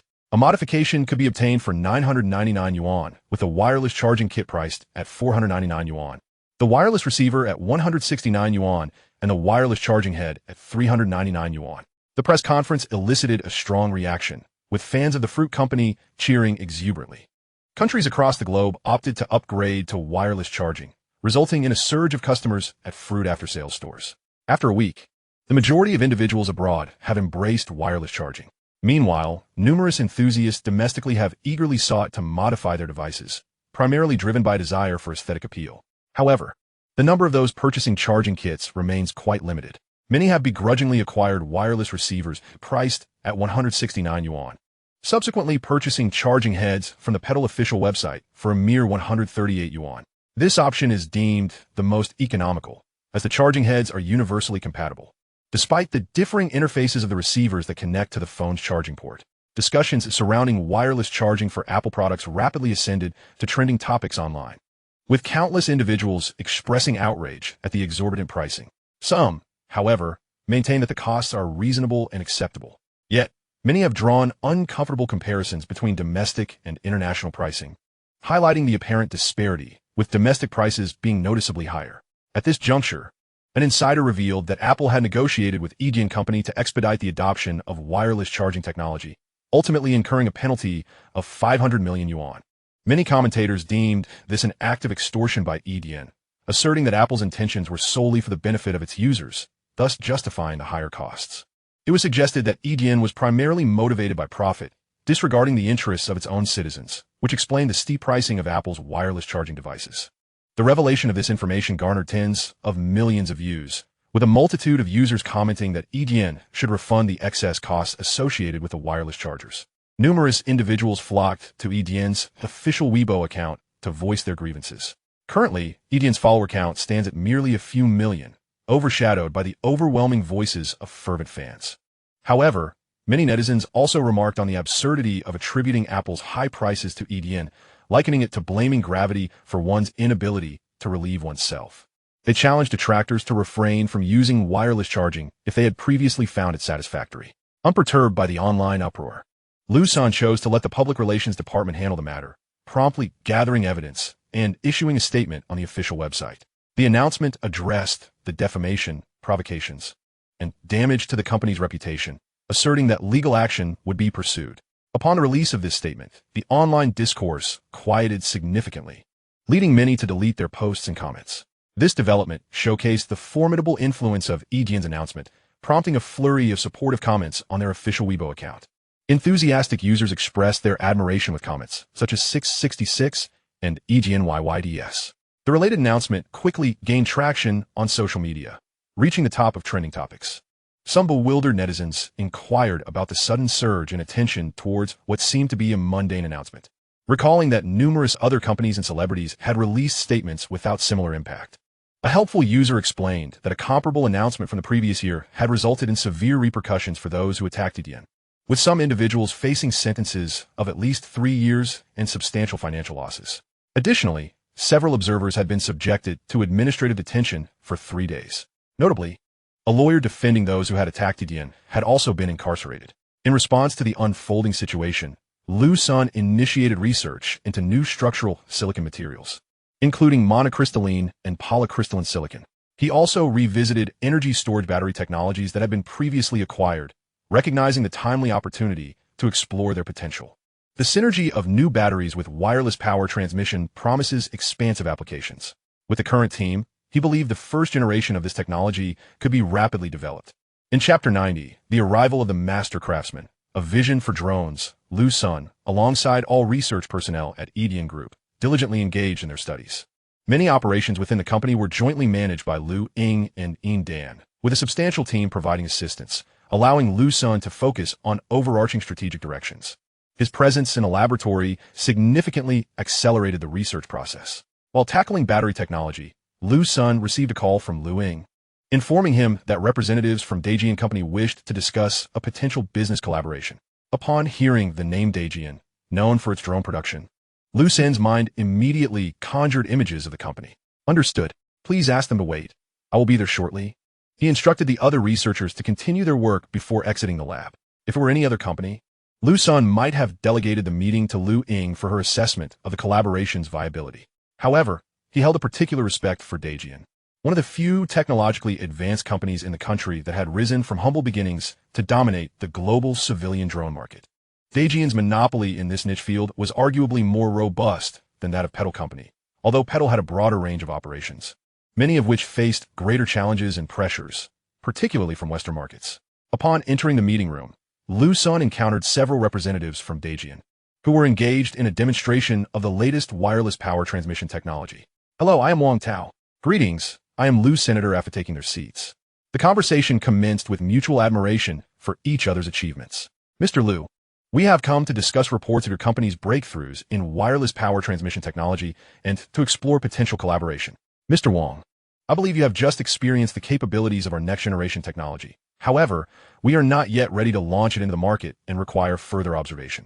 Daijian had been monitoring Edian's first-generation wireless charging technology since its release, acquiring numerous units for various applications beyond smartphones. They had modified drones to include wireless power receivers, enabling them to charge wirelessly within a 10-meter radius while maintaining the functionality of their original batteries. Should a drone exceed this range, it would rely on its battery power. But upon returning within 10 meters, it would seamlessly switch to wireless charging. If wireless power transmission could be extended further, the potential applications on drones would be revolutionary.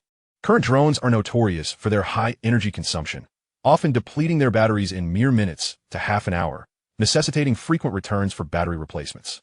Many drones have suffered crashes due to power loss mid-flight. Daijian had even experimented with reducing the size of drone batteries to lighten their weight, resulting in significantly enhanced speeds. After miniaturizing the drones, their agility has markedly increased, leading to a plethora of new applications such as reconnaissance and self-destructive attacks.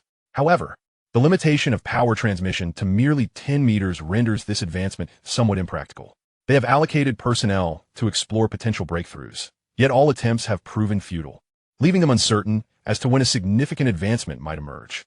There is a sense of regret, as many companies, once they attain a leading technology, cease substantial investment in further research, preferring instead to reap immediate profits and secure stable income. It is conceivable that this technology might also yield an unexpected breakthrough. Thus, they pondered the possibility of conducting their own research to achieve a breakthrough. Unfortunately, months passed with considerable financial investment, but no tangible results. And the specialized technical teams collaborating with them faced similar outcomes. Just as they were on the verge of surrender, news circulated within the industry that a significant breakthrough in wireless power technology had occurred. Consequently, CEO Wang Tao made a direct visit to the company, both to verify the news and to experience it firsthand. The sensation was remarkably impressive. When applied to drones, it represented a true breakthrough. Currently, drones have reached a bottleneck primarily due to battery capacity issues, which constrain motor power, endurance, and the integration of functional components. Mr. Liu, when you anticipate bringing this technology to market? While the current technology could indeed be introduced, which would hold numerous positive implications, there are also considerable negative repercussions that we are presently assessing. Liu Sen did not conceal the situation, candidly outlining the challenges. Indeed, the scope of wireless power transmission is vast. Should drones utilize it, controlling them would become exceedingly difficult. Moreover, the public power transmitters, if purchased for personal use, could lead to significant complications. In society today, numerous individuals have modified devices, resulting in the emergence of various small wireless charging apparatuses.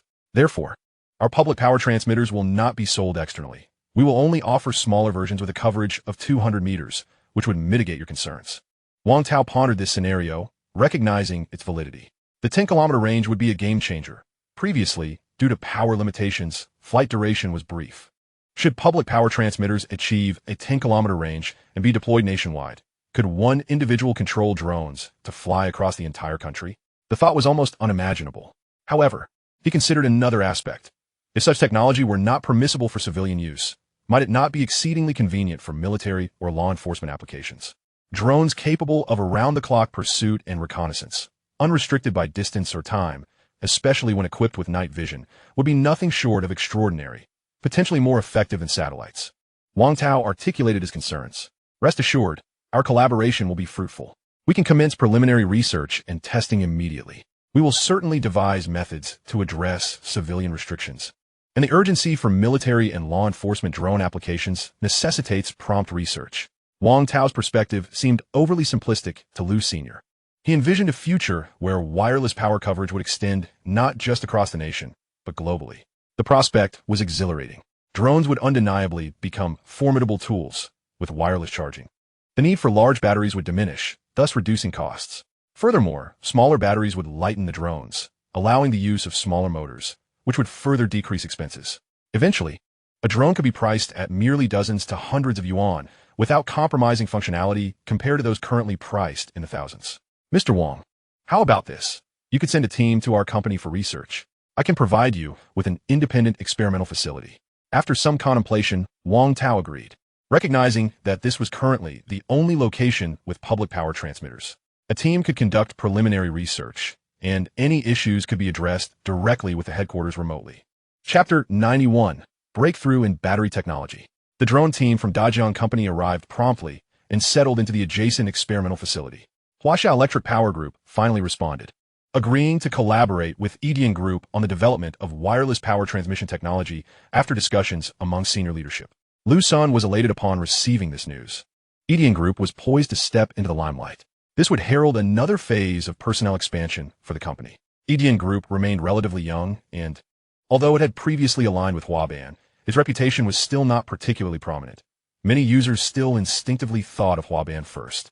Only through the release of a distinctive flagship product that everyone could utilize would EDN gain a more resounding reputation and attract more talent. The previous involvement was merely as a component. How many would remember the source of the technology behind that component? A smartphone comprises hundreds or thousands of components, and users hardly recall which company supplied which component. Moreover, EDN's external reputation was predominantly linked to its alcoholic beverages, overshadowing its identity as a technology company. When one thinks of EDN, the immediate association is with beverage production.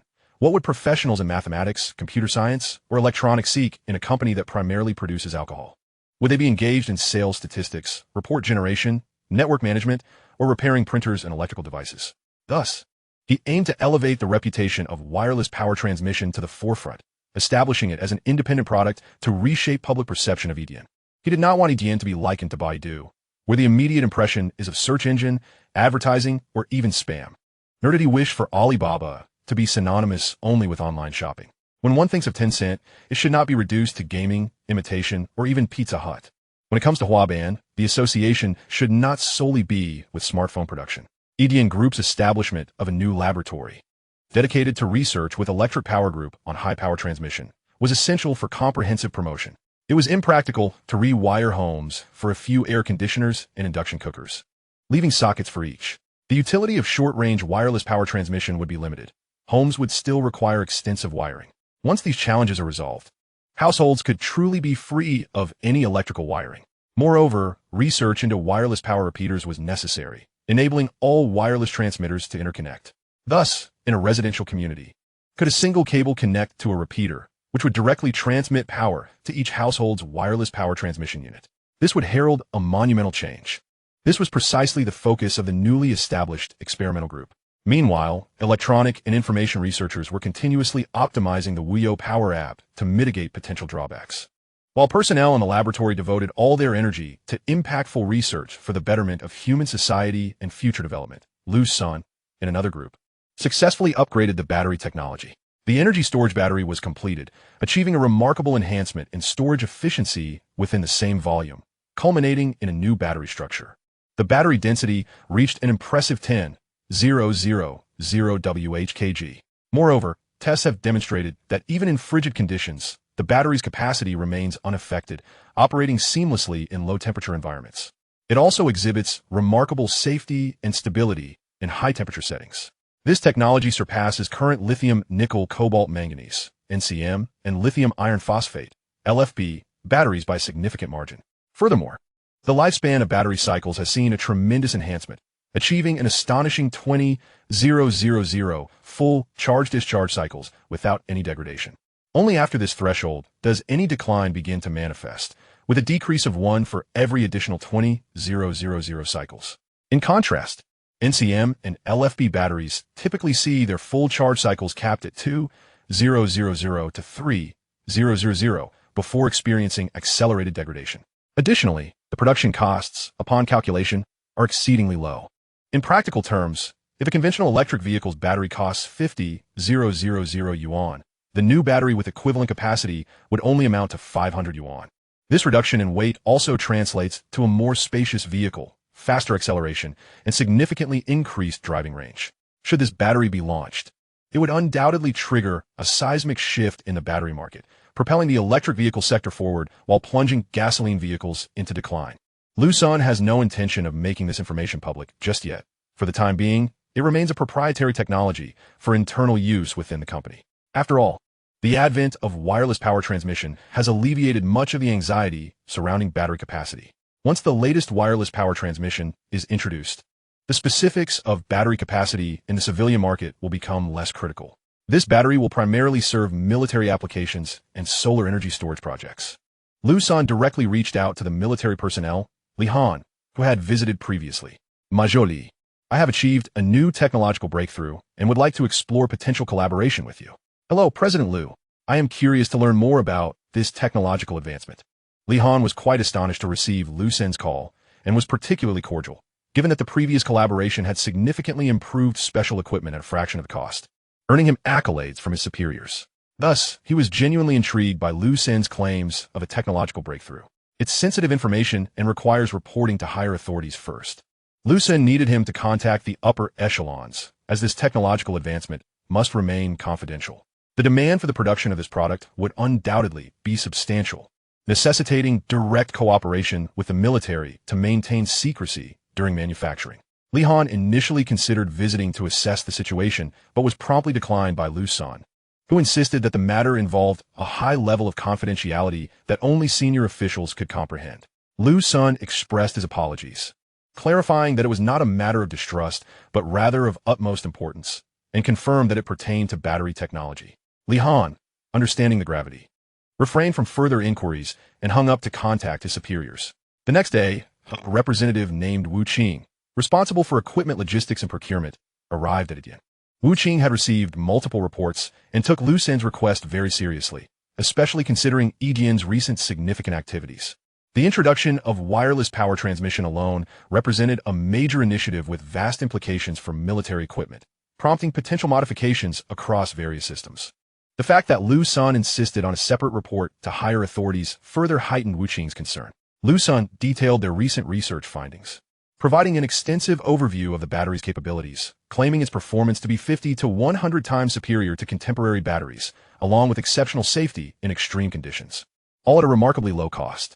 To maintain confidentiality, production would not occur at Liu Sen's facility.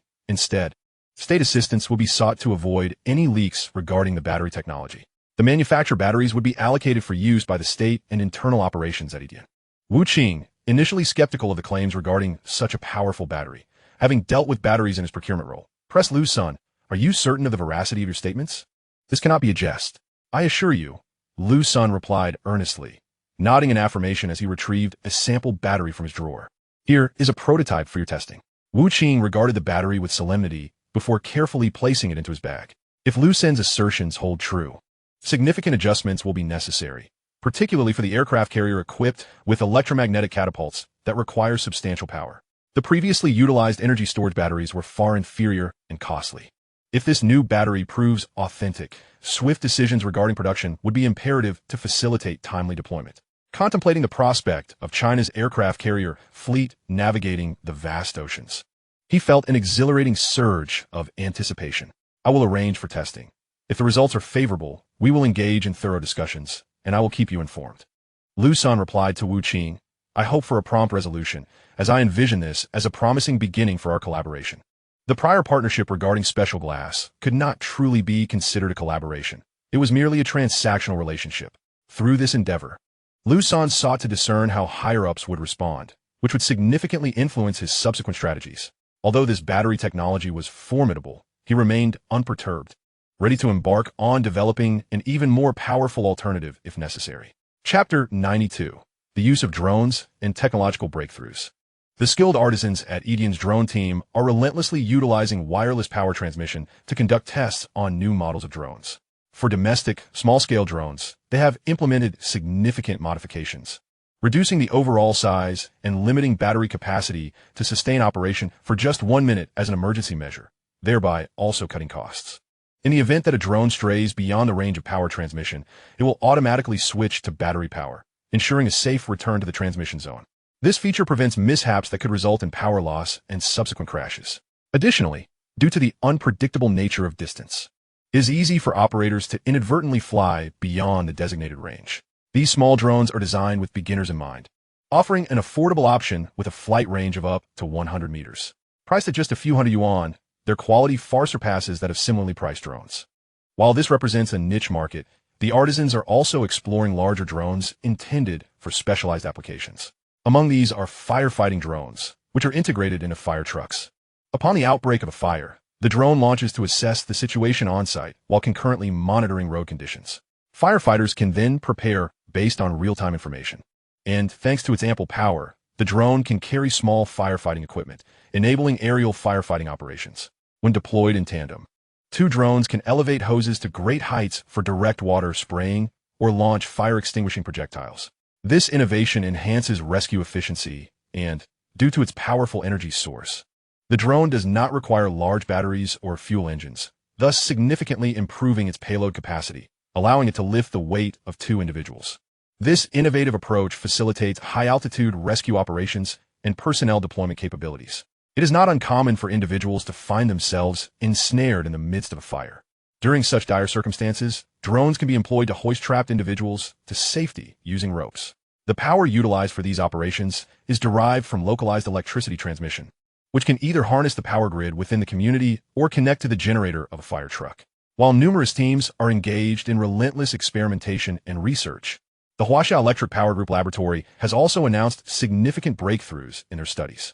Indeed, the prowess of Huaxia Electric Power's research capabilities is formidable, greatly accelerating the pace of innovation. They have successfully achieved the power limitations of regional electricity, rendering it indistinguishable from conventional power supply systems. Additionally, the development of the regional electricity meter has been completed, a task that posed minimal difficulty. It merely required the integration of the traditional digital meter with the regional electricity transmitter. The meter now incorporates a power receiver, fulfilling the role of a relay for wireless power transmission. Currently, the relay can only perform a single jump, yet it has already met Liu Sen's initial expectations. With just one central regional electricity transmitter in a community, each household requires only a wireless meter, thereby eliminating the need for wiring throughout the entire neighborhood. This advancement greatly enhances safety, resolving concerns regarding electrical safety and the deterioration of wiring over decades. Incidents of fires caused by electrical short circuits will become a relic of the past. Should any appliance malfunction, the meter will autonomously detect fluctuations in power and immediately sever the connection. However, a drawback remains. Due to the increase in power, the dimensions of the regional electricity transmitter have expanded considerably, though it remains contained within 2 to 3 cubic decimeters. While the total regional transmitter occupies approximately half a cubic meter, this size is still deemed excessive and will require further optimization and miniaturization in the future. As the May Day holiday approached, Diane's coveted Shangqing liquor was once again made available for sale online, with distributors acquiring a limited quantity. Many distributors opted to hoard their stock rather than sell it publicly, prompting Deng Yaoluan to offer a substantial amount of Shangqing liquor online. This news delighted a vast number of internet users, as they could finally purchase Shangqing liquor once more. It had been 5 months since the last sale, and the circulating supply was notably scarce. Some had been consumed by eager consumers, while others were tucked away in various households, and a portion had been acquired by investors and collectors. The market price for Shangqing liquor was set at 1,899 yuan, which had yet to experience any inflation. Those who had acquired the liquor for investment purposes had already marked up the price to approximately 100 yuan. Previous purchasers of Shangqing liquor had reaped considerable profits, having bought it at a mere 699 yuan during the last sale. Meanwhile, those who had been misled online into believing prices would not rise were filled with regret. At one point, individuals who insisted prices would remain stable were publicly ridiculed. With Dian finally restocking a new batch, many eagerly awaited the chance to snatch up the coveted tenfold liquor. In the early hours, the 1,000 tons of liquor that had just launched online were snatched up in mere minutes, with sales reaching an astonishing 339.8 billion yuan within just over an hour. This figure was merely for Shangqing liquor. Many who were poised for the sale also seized Qingfeng, Mian, and Yulu liquors, potentially bringing the total sales to around 5 billion yuan. This remarkable outcome catapulted the event to the top of trending topics, with countless individuals sharing their successful purchases of Shangqing liquor, while others lamented their inability to secure any. As the public's attention turned to Dian, Liu Sen directed the Dian Group to issue an announcement on their official website, stating that a live broadcast showcasing the company's latest technological achievements would take place at 8 p.m. 1 week later. This news quickly garnered significant attention, propelling it to the second spot on trending topics. Many celebrities who had previously purchased trending spots expressed their bewilderment over a liquor company competing for such attention. The entirety of the company was in preparations, organizing the venue for the upcoming event. Liu Sen inquired once more with Liu Ying regarding the guest invitations, confirming that they had been dispatched to a wide array of companies, including Huaban, Dami, Blue Factory, Dajiang Fruits, Gri, Meidi, ByteDance, and JD. The volume of invitations sent out for this live broadcast was extensive, encompassing a diverse range of industries and companies. The invited guests included both established partners and prominent domestic enterprises. Furthermore, the necessary broadcasting equipment was fully prepared. As time passed in anticipation, the external discourse surrounding the event grew increasingly animated. Initially, many viewers noted the information but soon lost interest. However, as time progressed, an increasing number of brands began to announce on their official websites or social media that they had received invitations and would be attending Diane's press conference. The sight of numerous companies confirming their attendance piqued public curiosity regarding the motivations behind their participation, as many of these entities had no direct business ties to Diane. Enthusiastic netizens compiled a list of industries already confirmed to attend, including mobile phones, home appliances, electric bicycles, electric vehicles, drones, Huaxia electric power, lighting, logistics, and food delivery, essentially encompassing daily necessities. Chapter 93. Diane's launch truly earned a substantial profit, as speculation among netizens reached a fever pitch. The day of the press conference arrived. The live stream room opened early, revealing a throng of media representatives present for coverage. Each seat in the venue was adorned with a cup of Liu Sen milk tea.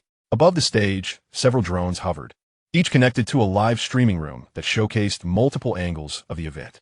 Those who had entered the live stream early analyzed that 5 of the camera angles were operated by drones. Many viewers expressed curiosity about how these drones would maintain their live feed, considering they would need to be replaced every few minutes. As everyone scrutinized the footage, one of the streams suddenly began to move, revealing a marked camera labeled 1 soaring into the air, exiting through the main entrance. It swiftly traversed a green belt and arrived at the company's entrance, where a vehicle was seen approaching. As the vehicle slowly entered the gates, viewers in the live stream recognized the passenger as Yu Dazue from Huaban Company. Just as that vehicle passed by the camera, another vehicle appeared in the distance, carrying the owner of Didi Electric Vehicles. The audience in the live stream began counting the names of the various companies, Dajiang, ByteDance, Gree, and so forth. A steady stream of vehicles continued to arrive, all carrying executives from various industries. Meanwhile, the 2 drone camera showcased Liu Sen welcoming these distinguished guests as they disembarked at the entrance of the press conference hall. The 3 live stream followed attendees as they entered the hall and captured their guided journey to their respective seats. The 4 drone cameras sent high, providing a breathtaking aerial view of Diane Company, which appeared exceedingly beautiful under the night lights. Then once again the camera ascended, gradually capturing the enchanting nightscape of the entire Rongqing, adorned with myriad lights, exuding a sense of tranquility and harmony. The 5th live broadcast room was in constant motion, filming the entire venue from various angles, while the main broadcast room remained fixed, focusing on the stage. Witnessing this uniquely styled live stream, all netizens were filled with a sense of novelty. The fervor surrounding this live broadcast was incessantly spreading, drawing an increasing number of viewers' attention. Time swiftly approached 7:55 p.m. With the assistance of Liu Ying and Yin Dan, Liu Sen adjusted his attire and ascended the stage. Standing in the center, he gazed at the sea of faces before him, his heart brimming with excitement. This was the measure of his current influence, which would only continue to grow. Good evening, everyone. I am Liu Senator First. I would like to express my gratitude for your attendance at our company's press conference.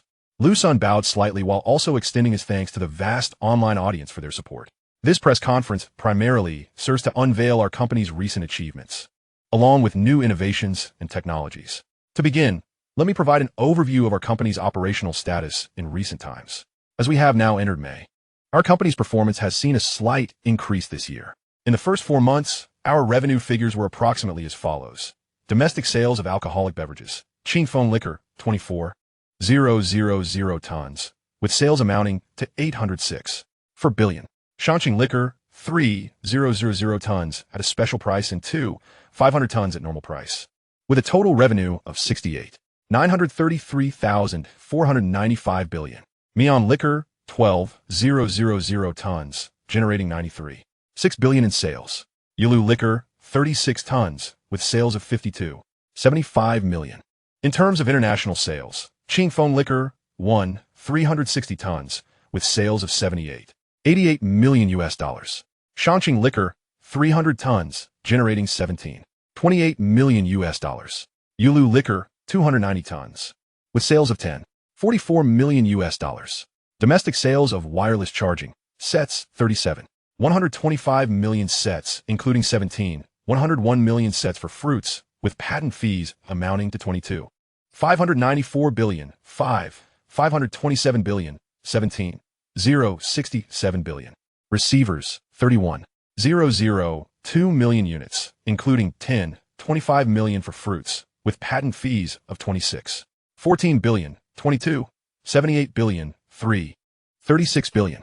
Wireless charging heads, 20.26 million units, including 10,000 for fruits, with patent fees of 43.8198 billion, 43.74 billion, 0.798 billion. International sales, fruit sets, 5.15 billion sets, with patent fees of 66 billion US dollars. Receivers, 1.12 billion units, with patent fees of 42.56 billion US dollars. Charging heads, 0.11 billion units, with patent fees of 10.78 billion US dollars. As the sales data displayed on the large screen became visible, an immediate hush fell over the audience. After a few seconds, a wave of discussions erupted. The attendees, all leaders in their respective industries and seasoned professionals, were left astounded by the staggering figures. The realization struck them. This data could easily rank within the top 50 revenue-generating companies in China for the year 2021, achieved in less than 6 months. How could one not be astonished? With around 250 billion in revenue over 4 months. The growth trajectory of Edian Group was nothing short of remarkable. Just last year, in 3 months, the revenue had barely surpassed 3 billion, leaving everyone in disbelief. This represented an increase of over 80 times, outpacing even the swiftest of currency printing. Many in the audience were aware of Edian's rapid development, yet they had not anticipated such an astronomical leap. It had surpassed the finish line of most companies present, far exceeding expectations. No one dared to underestimate Edian Group any longer, nor did they possess the standing to do so. Edian was undeniably becoming a force to be reckoned with.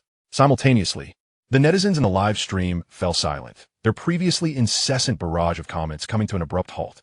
One user exclaimed, "I can't find the words to express my current feelings about Edian." Another chimed in, "It can only be summarized as incredible, conquering the world." A third remarked, "This data can't possibly be fabricated, can it?" To which another responded, "Are you serious? In such a setting, would Edian Group dare to falsify data? Is there a big shot willing to report this? Wasn't there a case where someone exposed a celebrity claiming to earn billions in a day, leading to government sanctions?" Another user noted, "The whistleblower isn't foolish. Can Edian even be compared to that celebrity?" One retorted, "How many small goals can this represent?" In the midst of this, Liu Sen observed the expressions of those present, feeling a surge of joy as Edian's reputation soared. "We are honored that Edian Company has achieved a modest milestone, and we will undoubtedly continue our efforts moving forward." Upon hearing Liu Sen's words, the entire audience erupted into enthusiastic applause. "We have long understood that investment in research and development is substantial. I invested nearly all of last year's revenue of over 30 billion into R&D, yielding significant returns. Consequently, we have increased our investments, recruiting more specialized researchers, leading to yet another breakthrough. This breakthrough," he noted, "could potentially yield substantial returns for Edian. Thus, we at Edian will steadfastly intensify our commitment to R&D." Liu Sen concluded, turning to the audience with a smile. "Our primary purpose today is to unveil several new technological breakthroughs. First, the original power transmission has evolved from one-to-one to one-to-many transmission. Second, the power transmission for short distances has upgraded from low power to unlimited power transmission. Third, we have completed the power relay transmission for power transmitters. Fourth, we have achieved breakthroughs in low power transmission over a range of 10 kilometers. Fifth, the launch of the Wuyo electric apps registration and certification system, ensuring the safety of all electrical devices and intelligent electricity control." He proceeded to explain and demonstrate each breakthrough, eliciting continuous applause from the audience as many engaged in animated discussions. Meanwhile, Edian Company had surged to the top of trending topics online. Edian Company's modest achievements, with 250 billion in revenue over 4 months. As the live broadcast continued, new internet terminology emerged. Edian's modest achievements. What the hell is a modest achievement? Is that a new unit of measurement, 250 billion, as a little bit? One user queried, "What modest achievement? That's a monumental accomplishment," another retorted. "Indeed, it seems I was born to be a mere statistic in this world. Who will dare to boast of their modest achievements in the future? Let's all be more honest," suggested another. Will Rongqing really be led into the trillion-dollar club solely by Liu Sen's efforts? Another user speculated. "Of course it will. At this rate, even without further growth, we could reach 750 billion by the end of the year. And this is just one company, Imagine the consumption from so many employees. Discussion surrounding EGN and Rongqing persisted unabated. The commentary on-site continued, with Liu Sen stating, "I believe that the trajectory of technology will undergo significant shifts, bringing many changes to our lives. Therefore, I have invited numerous industry participants today to provide better services for everyone." Now, let's welcome manager Ho Yontao from Huaxia Electric Power to the stage for an introduction. As he steps onto the platform, Manager Ho presents himself and elaborates on a collaborative project between the Electric Power Company and EGN Group. Holding a power meter of a size comparable to the one he usually uses, he explains, "Through our collective efforts and the overcoming of numerous challenges, we have finally achieved short-distance, full-power wireless electricity transmission. This power meter enables all household appliances, such as televisions, refrigerators, air conditioners, and induction cookers, to receive electricity wirelessly. In the future, home renovations will no longer be a source of concern regarding the arrangement of electrical wiring and outlets. The positioning of appliances can be adjusted freely, significantly reducing renovation costs and complexities. The risk of electrical fires due to aging circuits in homes will become a thing of the past. Charging electric vehicles will no longer pose a challenge, as there will be no need to navigate elevators or transport them upstairs. Charging can be done downstairs without the necessity of external power sockets. Furthermore, electric cars will no longer require charging stations, alleviating charging anxieties. Our regional wireless power supply will gradually become widespread, benefiting society as a whole." Manager Ho's enthusiasm captivates the audience, and Liu Sen subsequently adds, "Have you ever envisioned such a scenario? I believe it will gradually materialize. Of course, this requires the participation of all appliance manufacturers. Let us witness this future together." As Liu Sen concludes, the audience bursts into applause, finally grasping the purpose behind Liu Sen's invitation. The energy reform necessitates collective participation. They also realize that while participation is optional, those who choose to abstain are destined for obsolescence in the near future. The press conference lasted over 2 hours, brimming with substantial content. All live streaming continued uninterrupted until the conclusion, with viewers only realizing what had transpired afterward. A fixed camera captured the proceedings, while 5 drones, operating seamlessly throughout, even included one drone persistently hovering to capture aerial views of the entire venue. The ordinary drones would have run out of battery by now. Yet these operated flawlessly, indicating that the drones must be utilizing EGN's wireless power transmission technology.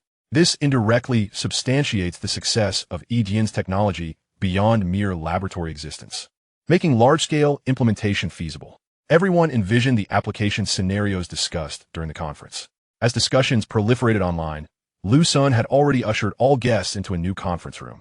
The ensuing discussions, however, were kept private from the media due to the sensitive nature of commercial secrets. Within the conference room, each attendee was a familiar face from television networks. Liu Sen surveyed the room and stated, "Ladies and gentlemen, you are all leaders in various sectors of our nation, and I trust you have surmised the purpose behind this gathering. You are my mentors and elders, and I hope we can gradually adopt wireless transmission technology, phasing out wired appliances. This shift is advantageous for all. It represents a new market, and even existing machines can undergo retrofitting." Liu Sen paused, allowing time for reflection. The attendees began to discuss the matter, eager to join, yet concerned about the patent usage fees, recalling the substantial fees associated with Huaban and Shuigua. "Mr. Liu, we are willing to participate, but how will your patent licensing fees be structured? If they are too high, we cannot bear them," spoke an executive from DD Electric Vehicles. Voicing a concern shared by many, Liu Sen smiled and replied, "Rest assured, I will not impose exorbitant fees, nor will I set fixed charge. Instead, I will adopt a licensing strategy akin to that of Huaban and Shuigua, charging 2 based on the retail price of your products." Previously, the licensing fee for Huaban and Shuigua was set at 20, primarily due to the exclusive 6-month usage fee. After 1 month, the fee will decrease to 2. A broader rollout will result in more products utilizing this technology, thereby increasing the base, ensuring annual fees will not dip below previous levels. This technology represents a global monopoly, with nearly all appliances expected to integrate his wireless power transmission technology. Moreover, many products employing his technology will see a reduction in production costs. For instance, the cost of a rice cooker's power cord and internal connections is approximately 10 yuan, with the rice cooker itself priced at 200 yuan. Thus, a 2 yuan patent fee amounts to only 4 yuan. This truly saves costs while enhancing aesthetics. For DD electric vehicles, with a total price of 3,000 yuan, the patent fee becomes just 60 yuan, roughly the price of charger. By utilizing wireless technology, there is no need for a charger, meaning the original product pricing remains unaffected. The attendees contemplated this, realizing that their costs did not significantly increase, bringing joy to some companies. However, others felt it was unfair, perceiving the fees as excessive. They argued that their products, being high-value items, would incur substantial expenses, while lower-end industries would only pay a few yuan, even mere cents. Yet they would be expected to pay tens or even hundreds. Liu Sen disregarded these concerns. Had he implemented a fixed price, many small appliances would be unable to adopt his technology. After all, numerous small gadgets are priced around 10 yuan or even lower. Charging a flat patent fee of 5 yuan would render such appliances incompatible with his technology, hindering the advancement of wireless electricity across society. Additionally, larger or higher-end products often yield significant profits, allowing for slightly higher fees without issue. Ladies and gentlemen, those in agreement with my proposal may proceed to sign contracts. Upon signing, I will present each of you with 100 wireless power receivers and 1 regional power transmitter to take home for product improvement and testing. Liu Sen had preemptively established a new factory dedicated to the production of wireless power receivers, regional power transmitters, and public power transmitters. The costs for mass production are remarkably low. The power receivers cost only 5 cents. A small regional power transmitter, 10 meters, is priced at 5 yuan. A medium-sized one, 50 meters, at 10 yuan. A large one, 100 meters, at 20 yuan. And a public power transmitter, 10 kilometers, at 200 yuan. Costs will further decrease with larger production batches, with the price of power receivers potentially doubling, while others may increase by 10 to 100 times. To prevent cross-selling, every dispatch product contains an information record. Should a product be used for purposes inconsistent with its intended factory use, the Wuyo electric app will fail to connect, rendering it unusable. Chapter 95. Preparing for the future. Observing the attendees engaged in fervent discussions, with some making calls to report relevant situations. Liu Sen chose not to rush them, but instead sat quietly, contemplating the future development of the company. After considerable discourse, some companies directly signed contracts with EDN, recognizing the benefits without drawbacks. However, other companies indicated they needed to report back to their respective boards for approval before committing to collaboration. Some firms believed they held a monopolistic position in the industry and perceived EDN's licensing fees as excessive, confident they could negotiate a reduction. President Liu, we still believe that your patent licensing fees are excessively high and should be reduced, remarked a Mediterranean executive. Lost in thought, Liu Sen was interrupted by this somewhat haughty voice. He looked up at the person before him and inquired, "Hello, may I ask who you are?" "I am Wu Hongsheng, the manager of a certain company," the Mediterranean responded. "Ah, and what do you consider to be a suitable fee?" Upon hearing the introduction, Liu Sen realized that the individual represented a lighting company with a market share of 70. The Mediterranean, sensing Liu Sen's willingness to negotiate, felt emboldened, realizing that his company held considerable weight. "I think a fee of 1,000 would be appropriate, considering our annual sales have reached 6 billion. This would effectively provide you with an additional revenue of 6 million, he stated, his tone tinged with arrogance and condescension.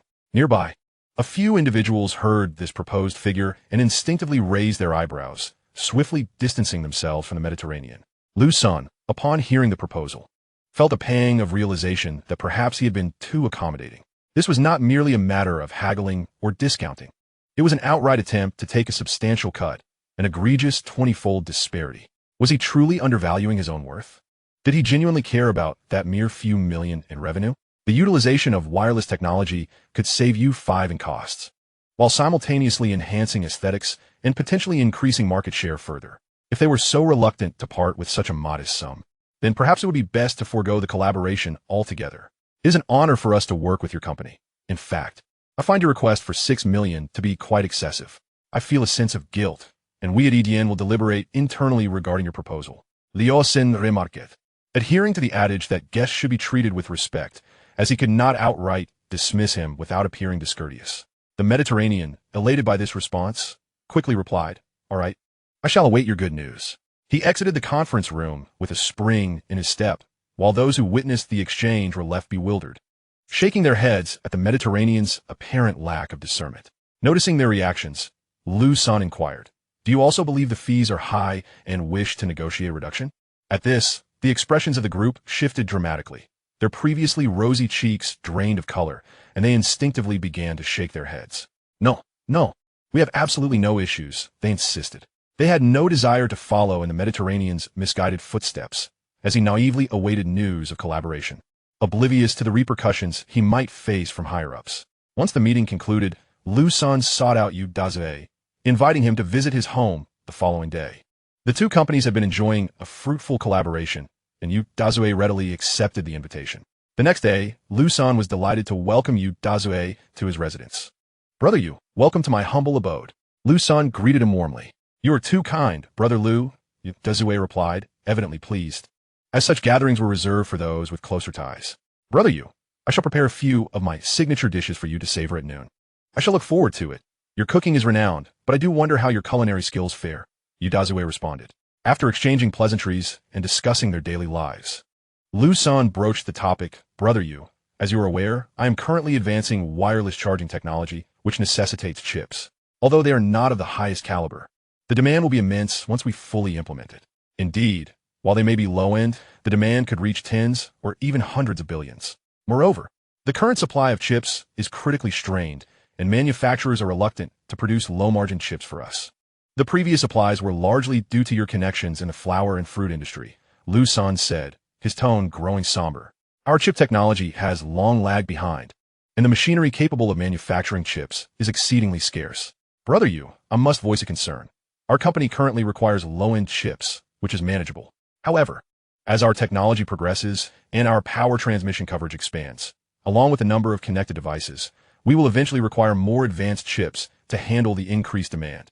Liu Sen expressed his apprehensions. Yu Dazue fell silent upon hearing Liu Sen's words. Presently, Yijian was not fearful of foreign blockades, having previously outmaneuvered competitors in the fruit sector. However, the future posed inevitable challenges. Eventually, their company would face similar predicaments as others, potentially finding themselves ensnared by foreign restrictions. They could possess exceptional design capabilities and numerous patents, yet if production was hindered, it would render their innovations futile. For instance, if they developed a wireless power transmission device capable of covering 100 or even 1,000 kilometers, the lack of advanced chips would inhibit production and sales. It mirrored the plight of the flower industry, which could design world-class chips, yet lack the means for fabrication. "Brother, I must prepare for the future. Our company will inevitably face sanctions, leading to potential predicaments. Thus, I wish to invest in the chip manufacturing industry now to lay the groundwork. I understand that you have previously engaged in this field, so..." Liu Sen did not continue, as Yu Dazue grasped his intentions. Liu Sen sought a collaborative venture to tackle these challenges together, yet the question of how such cooperation would be structured loomed large. While he welcomed Yijian's involvement, even familial bonds require clear accounting, let alone the relationship between two companies. "I will report back and ensure the higher-ups discuss this matter. However, I cannot guarantee the outcome," Yu Dazue replied. Liu Sen understood that he could, with his unique capabilities, develop the necessary technology, but the process would be prolonged. If they could collaborate with the flower company, they would undoubtedly achieve results more swiftly. Yet, Yu Dazue's reservations were evident, as Yijian was a newcomer in this high-barrier industry. Time flew by, and as noon approached, Liu Sen began to prepare the meal. Soon, he had several signature dishes ready. Yu Dazue relished the feast, continuously praising Liu Sen's culinary prowess, stating it rivaled that of a professional chef. As Yu Dazue departed, Liu Sen felt a twinge of melancholy. He truly wished to avoid squandering time, realizing that the chip endeavor would ultimately rest upon his shoulders. Chapter 96, Deepening Research. Liu Sen entered the studio and began systematically reviewing literature related to chip manufacturing. The breadth of the subject was vast, elucidating why high-end chips were so challenging to produce. An overseas company had arrogantly claimed, "I could give you the blueprints, and you still wouldn't be able to manufacture it." In the following days, Liu Sen diligently studied, discovering a plethora of chip types, including carbon-based and silicon-based varieties. Currently, silicon-based chips dominated the market due to their mature technology and affordability.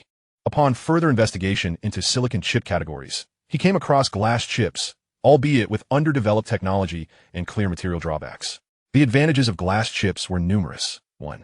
Excellent chemical properties. 2. Superior optical characteristics. 3. Ease of photolithography and etching. 4. Diverse bonding processes. However, significant disadvantages included fragility and high processing costs. After contemplating these factors, Liu Sen conceived a plan. Glass was a material he had previously experimented with extensively and understood well. The shortcomings of traditional glass are entirely absent in Yijian glass, and these deficiencies have been transformed into advantages. It is remarkably robust and, under its catalyst, exceedingly easy to process, exhibiting exceptional malleability. Furthermore, it is remarkably cost-effective, making it suitable for large-scale applications. Coupled with EDN's superior heat dissipation properties, which maintain a near-constant temperature, it ensures that the performance of chips remains unaffected by temperature fluctuations. Thus, this specialized glass material is entirely capable of being utilized in the development of innovative glass chips. Upon realizing this, a new company was promptly established, named EDN Semiconductor. An immediate investment of 50 billion yuan was made to set up a factory at the junction of Rongqing and Jinling, conveniently located just 10 kilometers from the EDN glass facility to facilitate collaboration between the two plants. A substantial sum was spent on acquiring a domestically produced 54-nanometer lithography machine, which is scheduled for delivery in 1 month, coinciding with the completion of the semiconductor factory. Additionally, a 90-nanometer lithography machine was procured and placed directly in EDN Group's laboratory. Liu Sen needed to validate his ideas and began processing the glass using the 90-nanometer lithography machine. During the processing, he discovered that the catalyst he had previously developed for the glass factory could be used as a photoresist, yielding results nearly indistinguishable from conventional photoresists. This revelation was entirely unexpected. The catalyst, initially created due to the extreme durability of the specialized glass, could effectively serve as a photoresist.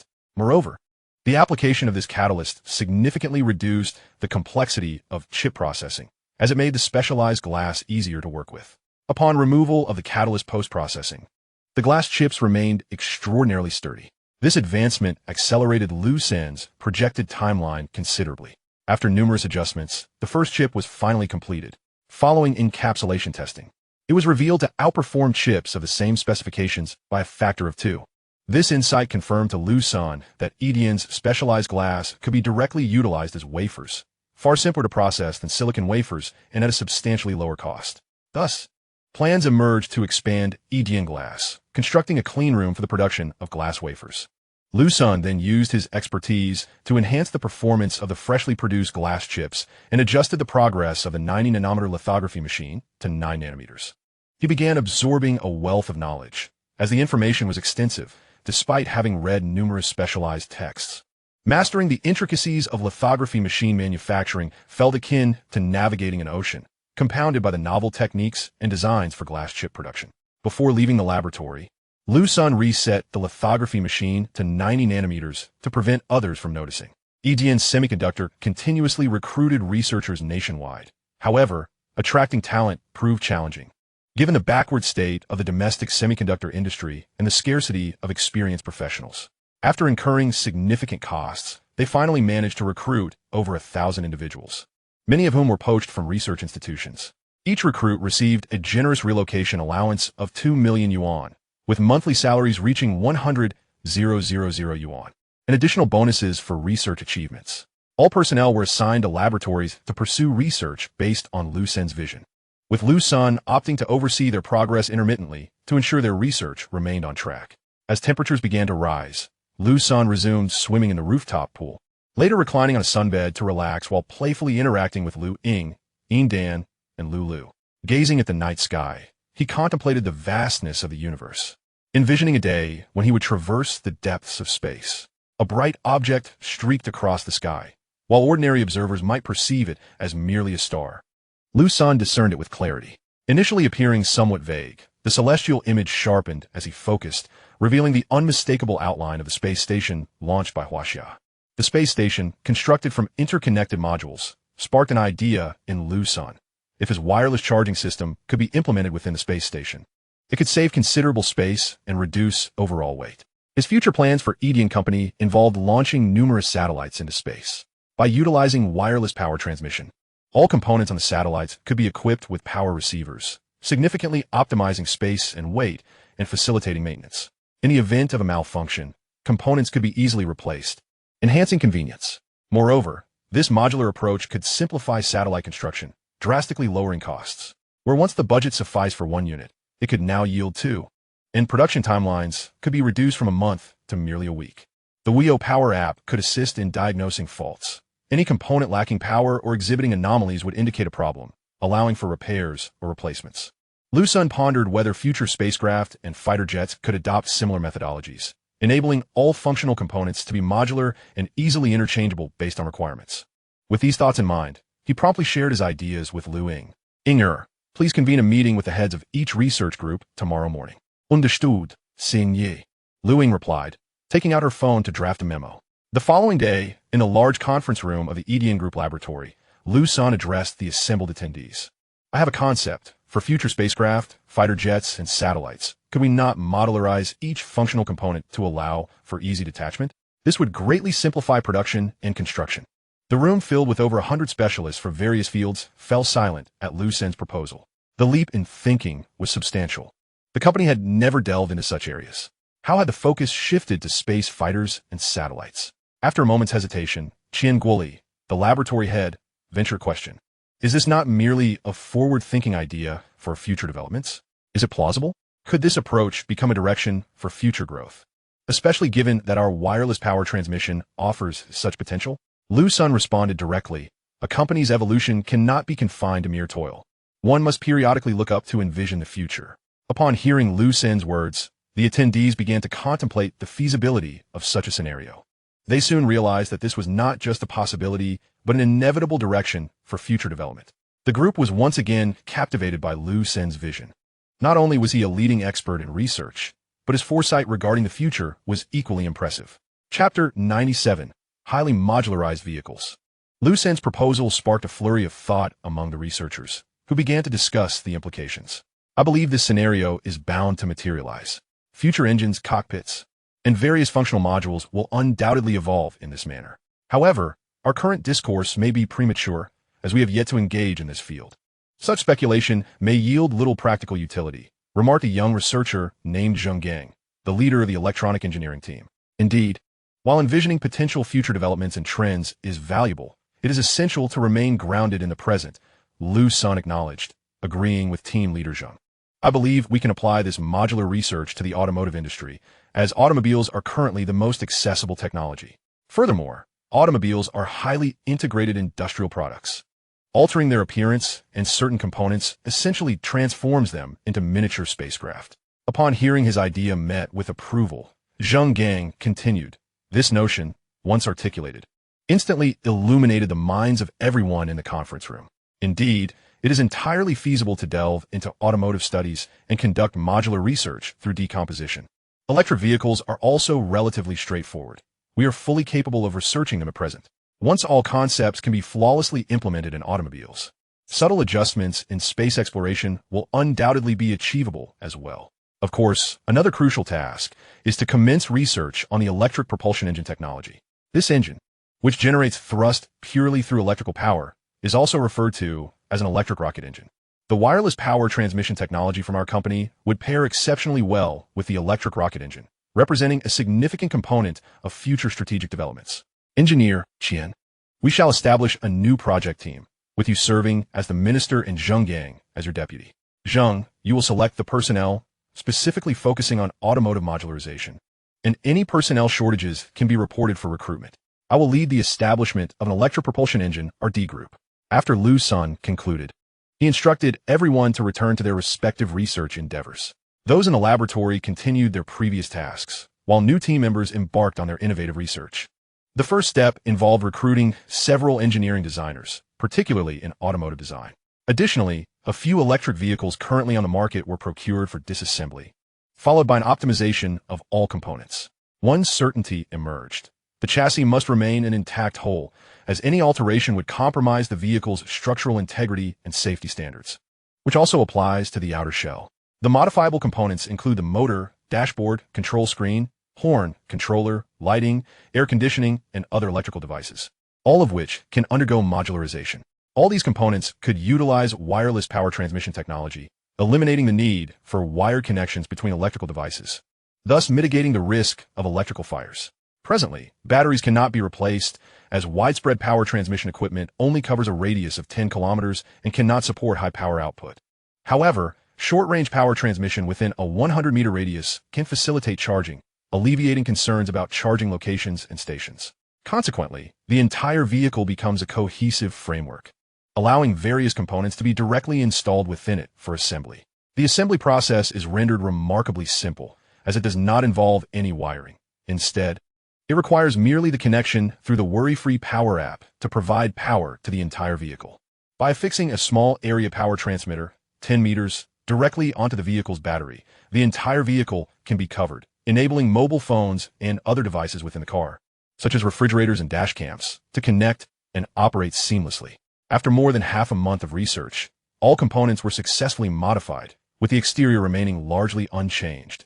Utilizing the previously acquired Baidihan and Wuling Min models, Liu Sen stood before the frames of these two vehicles, surrounded by many onlookers. As he began the installation of the components, engineer Qian issued commands, and Zheng Gang promptly began assembling the vehicles with his team members. The first task was to install the battery directly onto the chassis, followed by the installation of an area transmitter atop it. Subsequently, various components, including the dashboard, headlights, and horn, were installed. In no time, an empty shell vehicle was fully assembled, and upon powering it on, all devices functioned normally.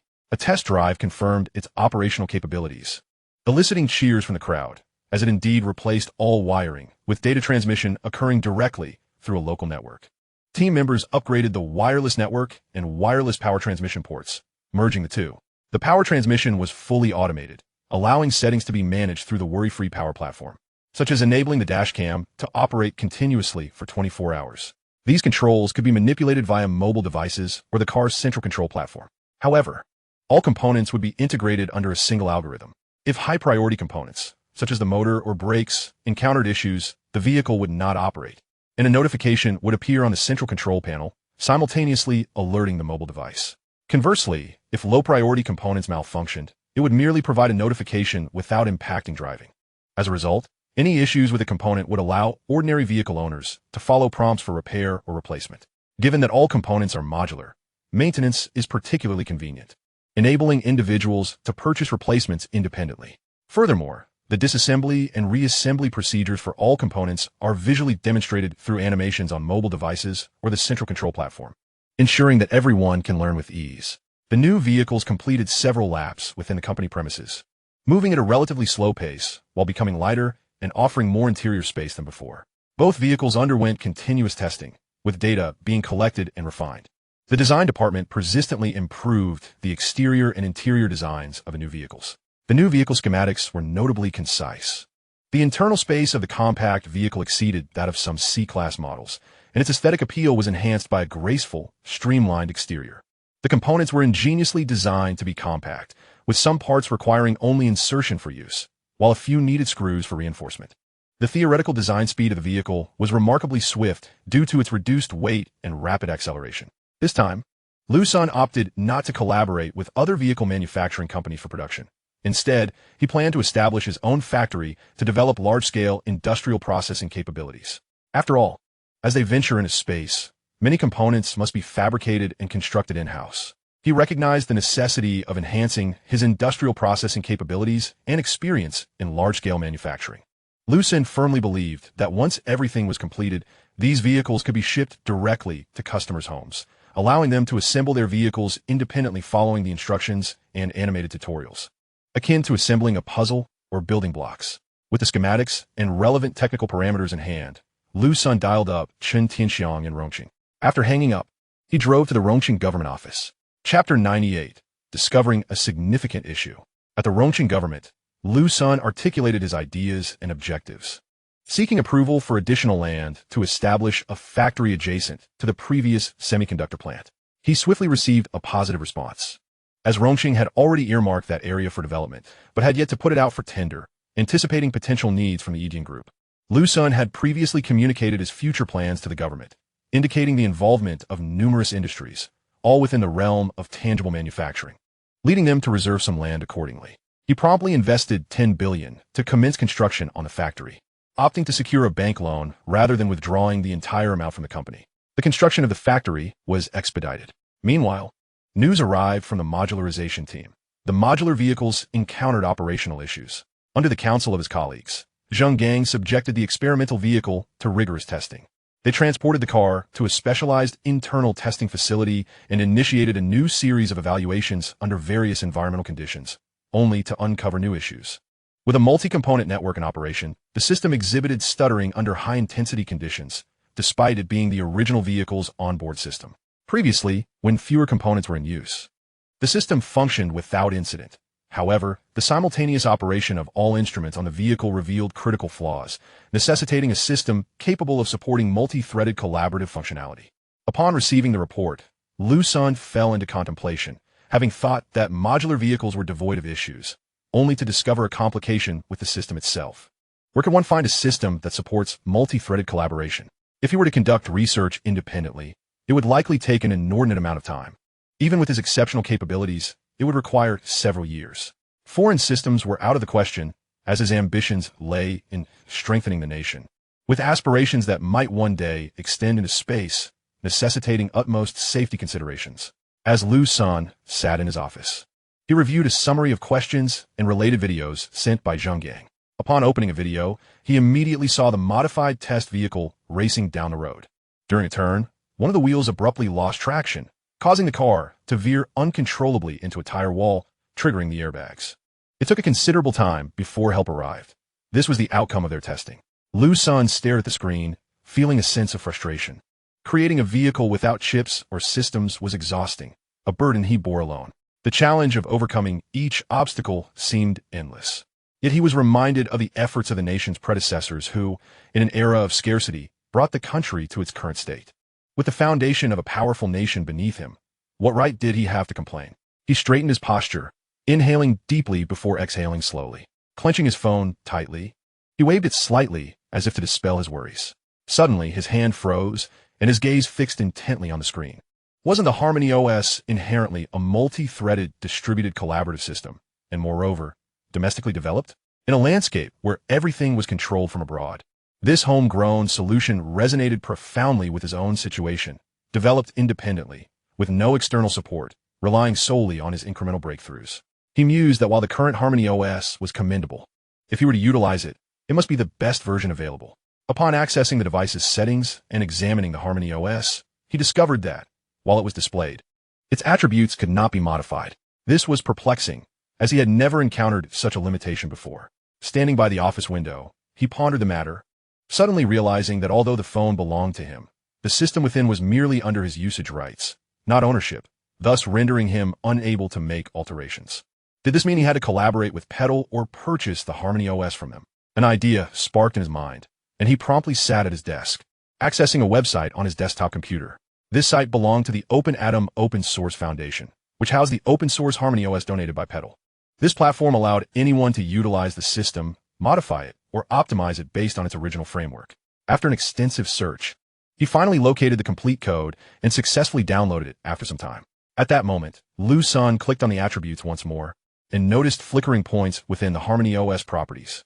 He elevated the Harmony OS attributes from 20 to 200 in a single stroke. An overwhelming surge of information flooded his mind, akin to a torrent of data cascading through his consciousness. After what seemed an eternity, he emerged from that trance, eyes closed as he meticulously organized the knowledge, corroborating it with what he had previously studied.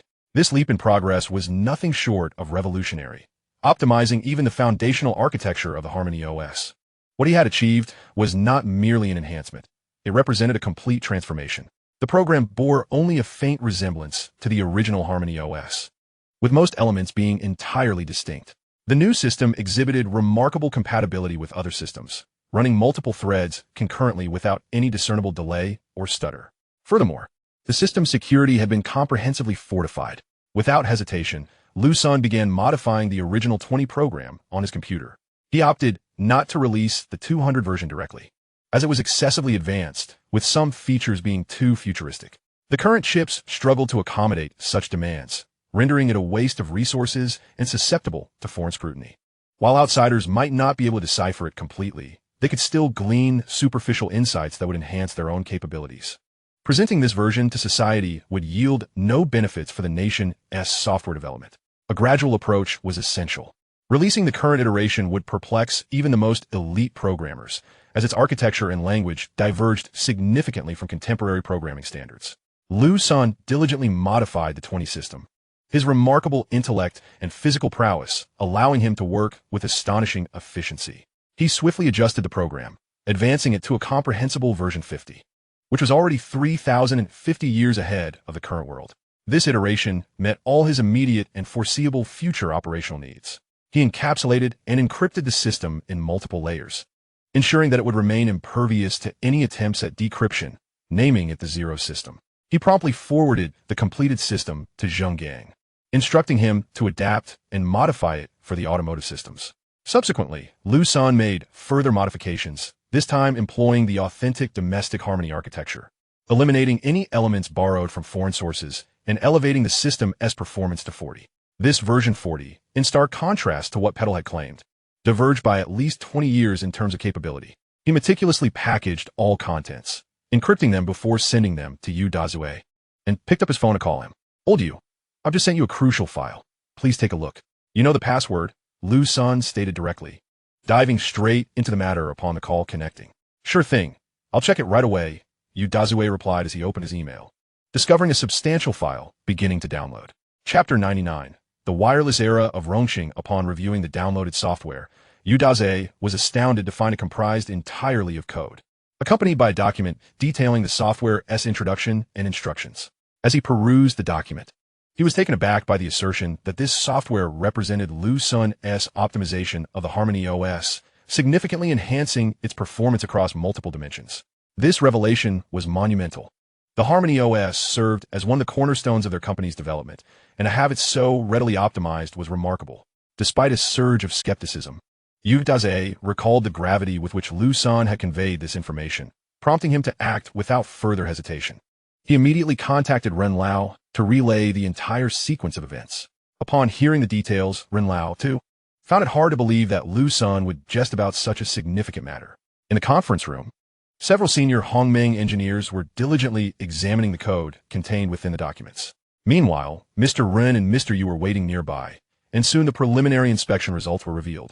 "Mr. Ren, this modification and optimization of the Hongmeng system is undoubtedly the work of a genius," remarked Li Yi, the chief architect of Hongmeng, with a tone of admiration. "Mr. Li, are you implying that this system is flawless and has indeed achieved several times the performance improvement?" Mr. Ren inquired, having discerned the implication. "It has certainly been optimized with substantial revisions made to the underlying code. We are now entirely independent from foreign influences, though performance still requires testing. Fortunately, we have an explanatory document. Otherwise, it would have taken us much longer to comprehend the principles behind the code, which has provided us with a clear direction for future optimization," replied the engineer. Upon hearing this, Mr. Ren smiled, for it was evident that the performance enhancement was likely to align with what Liu Sen had indicated. While the testing of the system by Huaban was forthcoming, Liu Sen finally received some good news. The solar energy storage base in the northwest had been completed and was ready for operation, and the glass factory established in Liku County of the Desert had also been constructed. The utilization of glass materials by EDN Group was no longer under duress, especially considering the high demand for semiconductors. Additionally, the mass-produced regional and public power transmitters were all supplied to the power company and the Huaxia power grid. The initial project was the power transformation in Rongqing, where 5 public power transmitters were installed throughout the city, providing coverage for the entire urban area. This transformation enabled every locality, including rural areas, to connect to a reliable power supply of 30 watts via the Wio Power app. This modification was relatively straightforward. The transmitters were merely a few cubic decimeters in size, and by energizing the 5 transmitters, coverage was achieved without the need for high towers or dedicated power rooms. However, for safety reasons, they were installed in the pre-existing power rooms. Within just 2 days, coverage for the entire city spanning approximately 400 kilometers was accomplished, with each transmitter covering a radius of 10 kilometers in an area of 314 square kilometers. After completing the coverage, the Rongqing Electric Power Company's official WeChat and Weibo accounts simultaneously released a message at 9 a.m. Rongqing has completed the construction of small power wireless public electricity transmission. It will commence operation after midnight today, and you may connect using the Wio Power app. The charging fees would follow the standard electricity rates with a 10 increase. Many young individuals who saw this information were intrigued and filled with pride, as Rongqing was experiencing this level of service for the first time, with cutting-edge technology being promoted in the city. Initially, this announcement was merely a local power company promotion, yet began to spread virally. An increasing number of posts and videos were shared by the residents of Rongqing, subsequently circulated across various platforms. Numerous content creators recognized this as a significant opportunity for traffic, especially given the public's keen interest in the inaugural use of wireless electricity. They flocked to Rongqing through various channels to participate in this groundbreaking event. In an instant, high-speed train and bus tickets were sold out, with many people pouring into Jinling and taking the subway to Rongqing. By noon, the influx of visitors had begun to swell, turning the once peaceful small city into a bustling hub. Among those arriving were not only content creators, but also many ordinary individuals from nearby cities eager to join the excitement. In response to this surge, all traffic police and auxiliary officers, along with volunteers, were dispatched to the streets to maintain order. Amidst the hustle and bustle, as night fell, Liu Sen rested at home, reclining on the rooftop while gazing at the starry sky, accompanied by the cheerful banter of Liu Ying, Yin Dan, and Lu Lu. "Brother Sun, look at how lively the streets are now. You never see this many people usually," Lu Lu remarked, glancing at the road outside the community. "Many of these individuals have come for the public wireless electricity, and given that our company has attracted a significant number of personnel, the total workforce has swelled to tens of thousands, including family members, resulting in an overall population increase of nearly 1/6 in Rongqing." After a brief pause, Liu Sen continued, "I wonder whether the changes I bring to this formerly tranquil city are for better or worse. Brother Sun, this transformation is undoubtedly positive. Rongqing's commerce was previously languishing, and the rural areas were sparsely populated, with limited job opportunities for local residents, mostly confined to civil service and public sector roles. Continuing down this path would be perilous, and they will surely be grateful to you." "I hope so," Liu Sen replied. Before long, the clock struck midnight, and countless individuals stayed awake, eagerly attempting to connect to the public wireless electricity signal via the Weiyo Power app. However, they encountered prompts indicating that a software update was necessary, along with phone registration. Upon completing the registration, each person discovered an account balance of 1 yuan. Curiously, many clicked to investigate, only to find that it was displayed as 1 yuan in digital renminbi, a gift from Edian Group to facilitate the recharge. Realization dawned upon them that utilizing the public electricity required payment, and as first-time registrants, Edian would cover the initial 1 yuan charge. The payment system was directly integrated with the electronic renminbi system, meaning that registering effectively opened an electronic renminbi account for all Weiyo Power users. The users were greatly satisfied, as they could directly experience the electricity without prior payment, a significant relief compared to other scenarios where fees were required up front. They began connecting to the public wireless electricity signal, and upon clicking, the connection was successfully established, allowing them to select various charging settings, such as initiating charging when their phone battery fell below a certain percentage or setting specific time slots for connecting to the public power signal. Many individuals, while at work or home, would connect their personal chargers or regional electricity sources, thus avoiding app-based charges and the additional 10 fee. The humane approach of Edian Company, free from coercive terms, was once again appreciated. A plethora of videos and commentary showcasing the use of wireless electricity surfaced across social media platforms, flooding Douyin and Weibo with content. Millions of eagerly awaiting netizens flocked to various platforms. The information regarding Rongqing's public wireless electricity rapidly surged to the forefront of trending topics. Chapter 100, Liu Sen Strategy. Countless viewers marveled at the videos showcasing individuals seamlessly connecting to charge their devices, filled with admiration and envy. The rapid advancement of technology was indeed astounding, a feat only achievable by our nation, instilling a sense of pride in all. Simultaneously, many clamored for the same privileges, demanding that their cities also embrace this innovation. Numerous individuals inundated the local power department's WeChat and Weibo accounts with requests for expedited wireless electricity infrastructure development. The officials, unaccustomed to such overwhelming attention, were caught off guard by the sudden influx of interest. The hotline set up for inquiries became inundated with calls, forcing them to urgently replace it with a new number. After compiling the citizens' demands, immediate contact was made with superiors to inquire about the city's plans regarding this matter.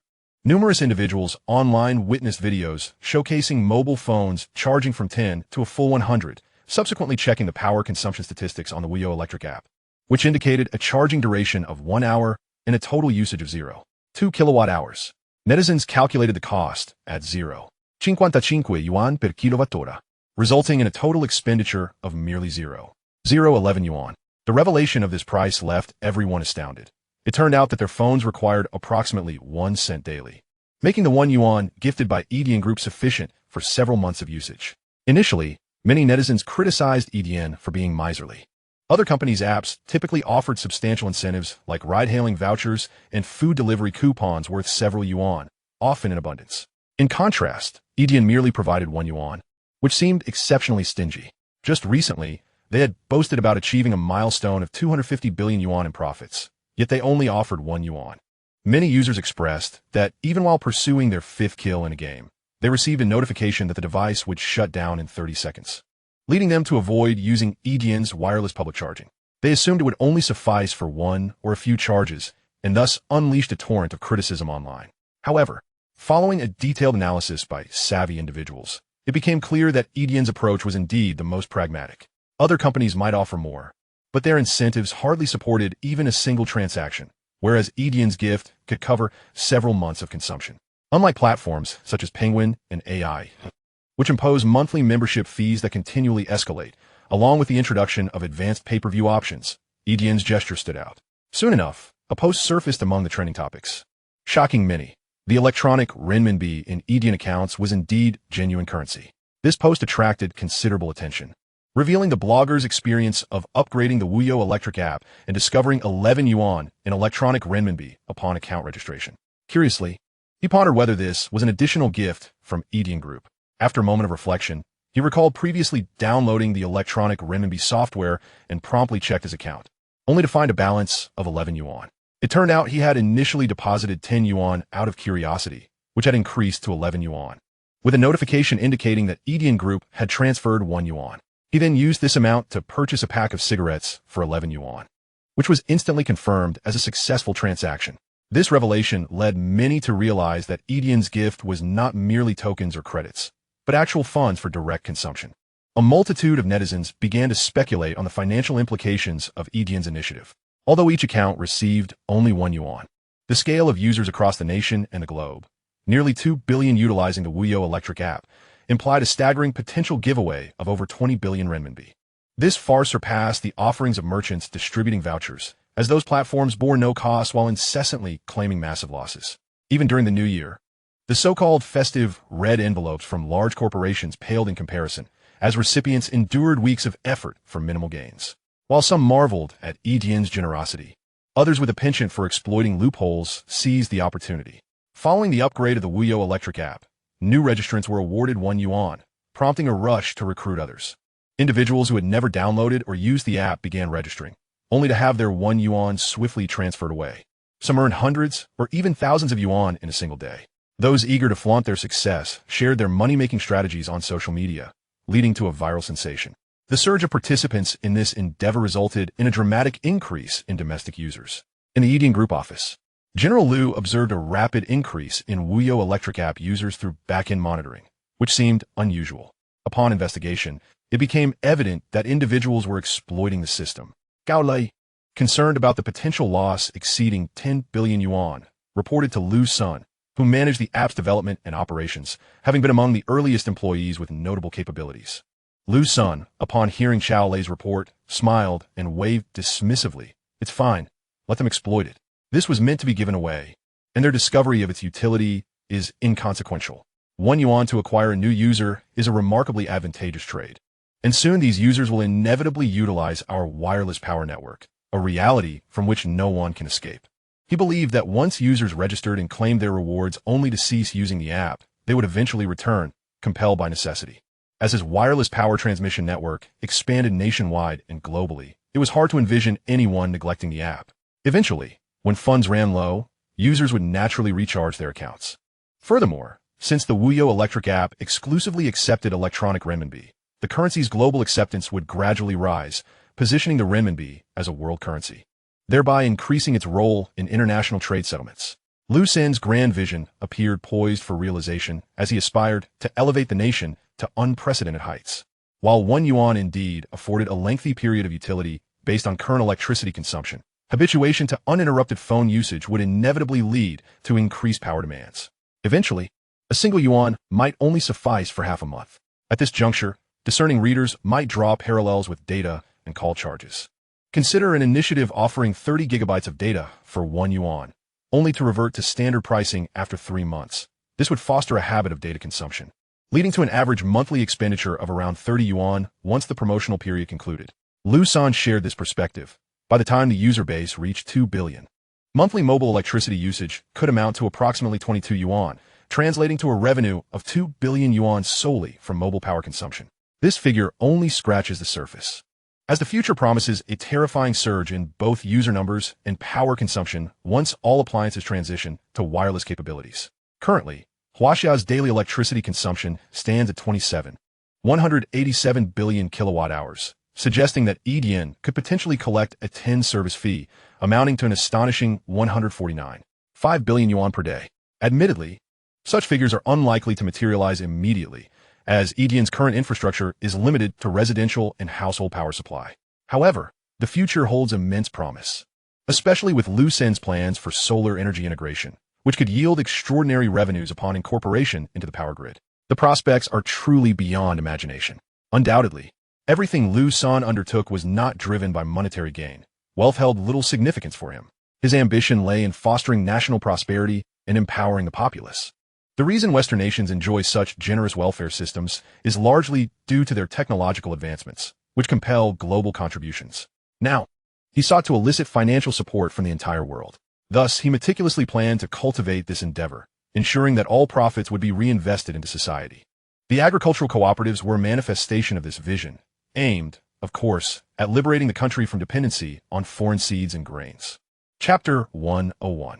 The profound transformation of Rong City. Amidst the clamor of the internet, Rong City steadily advanced towards the realm of wireless power transmission.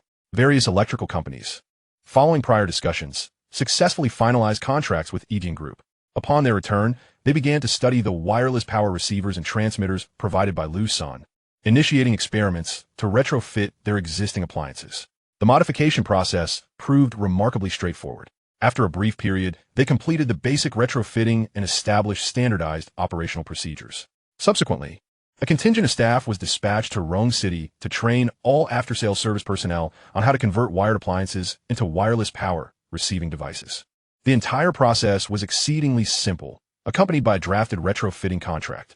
They offered complementary modifications on-site, albeit with the stipulation that they would reclaim the cut power cables. This approach significantly reduced expenses and even allowed for some profit. Meanwhile, residential complexes, commercial districts, and office buildings commenced the installation of large-scale power transmission systems. The next step involved promoting the installation of small-scale power transmitters or new electricity meters to individual households. For those complexes yet to be handed over or still under construction, the old meters were entirely abandoned in favor of new wireless power transmitters, thereby saving developers substantial cabling costs. For residential areas already in operation, property management and neighborhood committees circulated announcements, inviting residents interested in wireless power conversion to report to them. After compiling the statistics, appointments would be arranged for on-site services. To facilitate this initiative, these appliance service personnel formed 100 specialized teams in collaboration with the power company, methodically visiting households based on the statistics gathered from each community. Within the Green Home community, a bulletin board at the entrance displayed an announcement regarding the wireless power conversion, inviting residents to contact property management or the building steward. Alongside a posted retrofitting agreement, a crowd gathered around the bulletin board, engaged in discussions. I wonder if converting everything to wireless might pose safety risks, or if there will be radiation, voiced Mr. Wong, a resident of Building 12, with evident concern. Indeed, we've relied on wired systems our entire lives. It seems unnecessary to switch to wireless now, remarked another resident clad in a vibrant red outfit. I won't convert unless there's a subsidy. Then I consider it, chimed in a middle-aged woman. I'm uncertain. I'll consult my son first, Mr. Lee interjected. At that moment, a young man on an electric bike noticed the gathering and approached, exclaiming, "Free retrofitting? This is fantastic. I must record this. It's a point of pride for Rong City and undoubtedly unique on a national or global scale." As he snapped photos and filmed a video, he prepared to head to property management to sign up. "Hold on a moment, young man," the woman in red called out. "Do you understand this?" "Of course. This is cutting-edge technology, invented by our local EDN group, granting us the privilege of being among the first to utilize it," he replied, his face beaming with pride. This young man was an employee of one of EDN Group's subsidiaries. Previously, he struggled to find employment in Rong City, where job opportunities were limited to positions in service or sales. It was the rise of EDN that enabled him to secure a job aligned with his expertise, offering excellent remuneration and even leading to a romantic relationship. "I'm confident in EDN Group. My nephew works at one of their subsidiaries and is thriving with a stellar salary," the woman affirmed. expressing her support for the wireless conversion and requesting the young man to give her a ride on his bike. Such occurrences unfolded throughout Rome City, with the retrofitting process advancing swiftly, significantly propelled by EDN's growing influence. Additionally, nearly half of Rome City's population was somehow connected to EDN. In contrast to the transformation of regional power systems, the implementation of wireless power in public facilities progressed at an even more rapid pace. Initially, all city surveillance cameras were converted to wireless power. Simultaneously, traffic lights and street lamps underwent retrofitting, completed in record time. Most public facilities were transformed within a week, aside from street lamps, which took slightly longer. This transformation ushered Rome City into the era of smart technology. Monitoring the operational status of all cameras no longer required constant visual oversight. Instead, one could simply check the power connection list on the Wuyo electricity app. If all cameras showed stable connections with minimal fluctuations in power usage, they were deemed operational. Otherwise, alerts would be issued, notifying personnel via voice or text to inspect and repair as needed.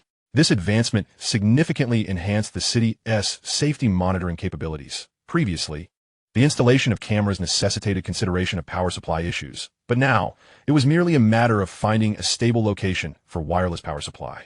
The same applied to traffic lights, which could now be controlled directly from smartphones, though such control required appropriate authorization from relevant departments like the traffic police. Even office workers could easily identify which intersections had malfunctioning traffic lights. The retrofitting of streetlights proceeded concurrently. Previously, streetlights necessitated extensive cabling, but that was no longer the case. Consequently, many previously unlit roads began to receive illumination, significantly reducing installation costs. The utilization of wireless power also facilitated the deployment of 5G networks. After all, without cables, there is no need to drag along network lines. Petal also provided technological support for all retrofitting efforts. These modifications thrust Rome City into the public eye. As the magnitude of the undertaking was not insignificant, it represented a comprehensive urban reconstruction.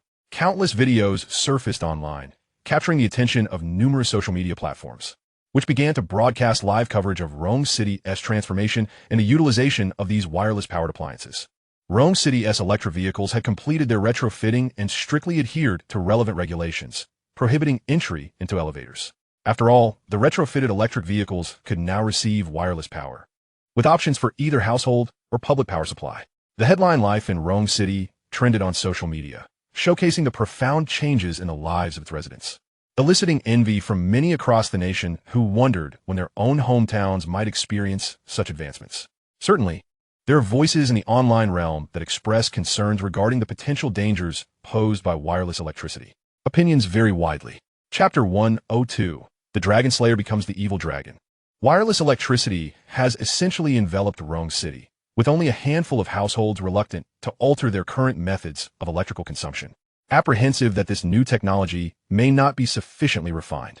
Moreover, as the populace gradually acclimatizes to its use, certain issues have come to light. Specifically, some household items are challenging to retrofit. Indeed, most of the items that can be adapted are large appliances, while smaller gadgets such as blenders and shavers remain incompatible. Liu Sen pondered this oversight, realizing that such adaptations would have to await the release of a new generation of appliances. Only then could items like blenders and shavers be compatible with wireless electricity. Fortunately, the new types of electric meters installed in residences currently support both wireless and wired connections. The transition will necessitate a gradual replacement process. Thus, Liu Sen instructed the manufacturing facility to produce sockets capable of receiving wireless electricity. This way, even if all wired connections are eventually eliminated, older, limited small appliances can continue to function with the new sockets. Consequently, the majority of issues would be alleviated. Rome City is currently undergoing testing, and national quality inspection agencies, along with various other organizations, are closely monitoring actual usage, given the implications for widespread future promotion, which requires meticulous attention from all fronts. Additionally, the fruit company has arranged for an international team to conduct various tests, aiming to gather comprehensive data. Once they ascertain that there are no issues, they aspire to promote this technology in the lighthouse country. The fruit company stands to gain a share of the profits from this promotion. Liu Sen finds himself in a predicament, for he lacks connections abroad. He has previously relied on the fruit company to promote wireless charging devices internationally. By conceding a portion of the profits, he hopes to expedite global expansion, enabling quicker market penetration. When the time comes, his next strategic plan will be implemented. For now, he needs the fruit company. Without them, entering the international market would be unfeasible. As the weather grows increasingly warm, the Modular Car Project Group brings forth encouraging news. Mr. Liu, the new system has successfully passed all extreme tests and shows no issues in usage, reported Qianguoli with the latest data. The compatibility of the various components connected by wires exhibits a response speed that is remarkably superior. This system integrates seamlessly with our wireless electricity transmission. Which design team is responsible for this system? Some of its concepts bear resemblance to Hongmeng, Liu Sen inquired. Indeed, we have drawn inspiration from certain aspects of Hongmeng, Qianguoli replied. Given the excellent compatibility, it indicates that our foresight regarding future development directions is indeed sound and feasible. Back in his office, Liu Sen instructed Liu Xiao to notify Liu Ying to report on the status of the automobile manufacturing plant. A few minutes later, Liu Ying entered the office. Liu Sen glanced up and gestured for her to take a seat on the sofa. How is the construction of the automobile manufacturing plant progressing? He asked. Without hesitation, Liu Ying replied, I have been closely monitoring the construction pace. The plant will require approximately another half-month. We are proceeding with phase construction, and the first phase is progressing swiftly. The specific timeline is detailed in this document. Very well. Please take a moment to rest while I review the information. Liu Sen responded, taking the document. Noticing Liu Ying's somewhat haggard appearance, he felt a pang of sympathy as he continued to peruse the materials. Upon finishing, he observed that Liu Ying had dozed off against the sofa. Recently, he had been pushing the company's development at an accelerated pace, launching a major project almost every month. With each new establishment, the factory constructions continued to multiply, and the projects were all monumental in scope. Each initiative, with investments in the millions, could potentially reshape industries. For other companies, securing even one such project in 5 to 10 years would be considered a significant achievement.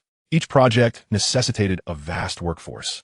And as a company that had yet to celebrate its first anniversary, their personnel reserves were woefully inadequate, resulting in individuals shouldering the workload of 3 to 5 people, making overtime a norm. Despite the exhaustion, the sense of honor derived from their achievements at Edian was unparalleled, as the company continually experienced success and advancement. Coupled with generous rewards, each employee worked diligently, hoping for the company to thrive and avoid any pitfalls, which led to a palpable tension among the staff. Liu Sen recognized that the burden of fatigue was primarily psychological. His constitution was beyond human. Thus, he had fallen into a blind spot, projecting his own experiences onto others, inadvertently pushing everyone to their limits, perilously close to the edge of a precipice. If this continued, it would not be long before the company faced a wave of injuries and illnesses. Observing Liu Ying's weary and pallid state, he finally came to a realization. He picked up the phone on his desk and called in Dan, who entered the room bearing a similar exhausted demeanor. Unable to contain himself, his eyes glistened with unshed tears. He aspired to provide a prosperous and convenient life for everyone, yet he had gradually overlooked the lives of those around him. They were not solely defined by their work, but also had families. Upon entering, Dan noticed Liu Ying asleep on the sofa. Liu Sen remained silent, his eyes reddening. Just as she was about to inquire about the situation, she heard Liu Sen's voice. I apologize for the hardships you've endured during this time. Liu Sen rose from the sofa and enveloped Dan in a warm embrace. Taken aback, Dan was momentarily bewildered, but upon hearing Liu Sen's words, she felt a wave of relief wash over her, quietly leaning into his embrace. Instantly, she felt warmth and security. The weight of numerous pressing concerns seemed to dissipate, and her heart relaxed. Leaning against Liu Sen, she slowly closed her eyes. Liu Sen gently held Dan, feeling her rhythmic breathing, which filled him with guilt. Gradually, he settled onto the sofa with her in his arms and tenderly pulled Liu Ying, who lay beside them, into his embrace. They sat there quietly, savoring the tranquility of the moment. From the inception of the company to the present, every detail flashed through his mind. He had been too hasty. He hoped to complete everything in a short span of time, propelling himself forward relentlessly. Liu Ying and Dan were running alongside him, while Liu pursued them relentlessly from behind. The employees were tirelessly rowing in unison, ceaselessly laboring on this grand vessel called Edian. When Liu Sen first established the company, he envisioned a work environment where no one had to endure overtime, where everyone could enjoy a fulfilling life. He would not have accepted so many older employees laid off from other companies otherwise. Yet these individuals, under his leadership, had become even more fervent than in their youth. This was his responsibility. Unintentionally, he had transformed into the very person he once despised. The dragon slayer had ultimately morphed into the very evil dragon he sought to vanquish. Lost in thought about the company, family, and life, Liu Sen gradually drifted into slumber. Several hours later, Liu Sen awoke, his eyes opening to find Liu Ying and Ying Dan nestled in his embrace, gazing at him with eyes brimming with affection. Liu Sen offered a faint smile, tightening his hold momentarily before releasing them. In truth, the two women had been awake for quite some time prior to his awakening. They simply did not wish to disturb him and were reluctant to leave the warmth of his embrace, quietly watching him instead. We must initiate some changes, Liu Sen said slowly. Chapter 103, Unexpected Transformations. Liu Sen gently patted the shoulders of the two women before rising to his feet. He approached the floor-to-ceiling windows of the office and took out his phone to make a call. Old Qian, the automotive modularization project is progressing slowly. There's no rush. Furthermore, I appreciate everyone's hard work during this period, so tomorrow we will grant a day off for everyone to rest. Upon hearing this message, Qian Guoli felt a twinge of confusion. This was not typical of Liu Senator bringing the phone closer to his eyes for confirmation. He noted that it indeed displayed Liu Sen's name as the caller. It was no illusion. All right, I understand. I will inform them, he replied, albeit still perplexed, as Liu Sen had established his absolute authority within the company during this time. Also, please notify all the researchers in the other teams in the laboratory that tomorrow will be a day off. Without waiting for Old Qian's response, Liu Sen ended the call. He turned to Liu Ying and said, please issue an announcement that all departments and laboratory personnel, except for those essential, will have a day off. Those who do not get a break tomorrow should be granted a day off the day after. Understood, brother Sun, Liu Ying replied promptly, immediately sending out a message for execution. After a moment's thought, Liu Sen made another call. Aaron, we'll take a day off tomorrow to chat and have a meal together. Sure, no problem, Deng Yalan replied without hesitation. Liu Sen then turned to the two women and said, please arrange your work. We'll take the day off tomorrow and go for a stroll together. The two women beamed at the prospect, thrilled at the idea of a day out, and readily agreed. Watching their joyful departure, Liu Sen smiled, realizing that his decision was indeed wise. A harmonious balance between work and life was essential. Liu Sen called Liu once more, urging her to arrange her work ahead of time to avoid any last-minute rush in the evening. Sitting back in his office chair, he reflected on the calls he had just made, noting the hint of confusion in everyone's tone. After all, such a sudden holiday seemed rather capricious.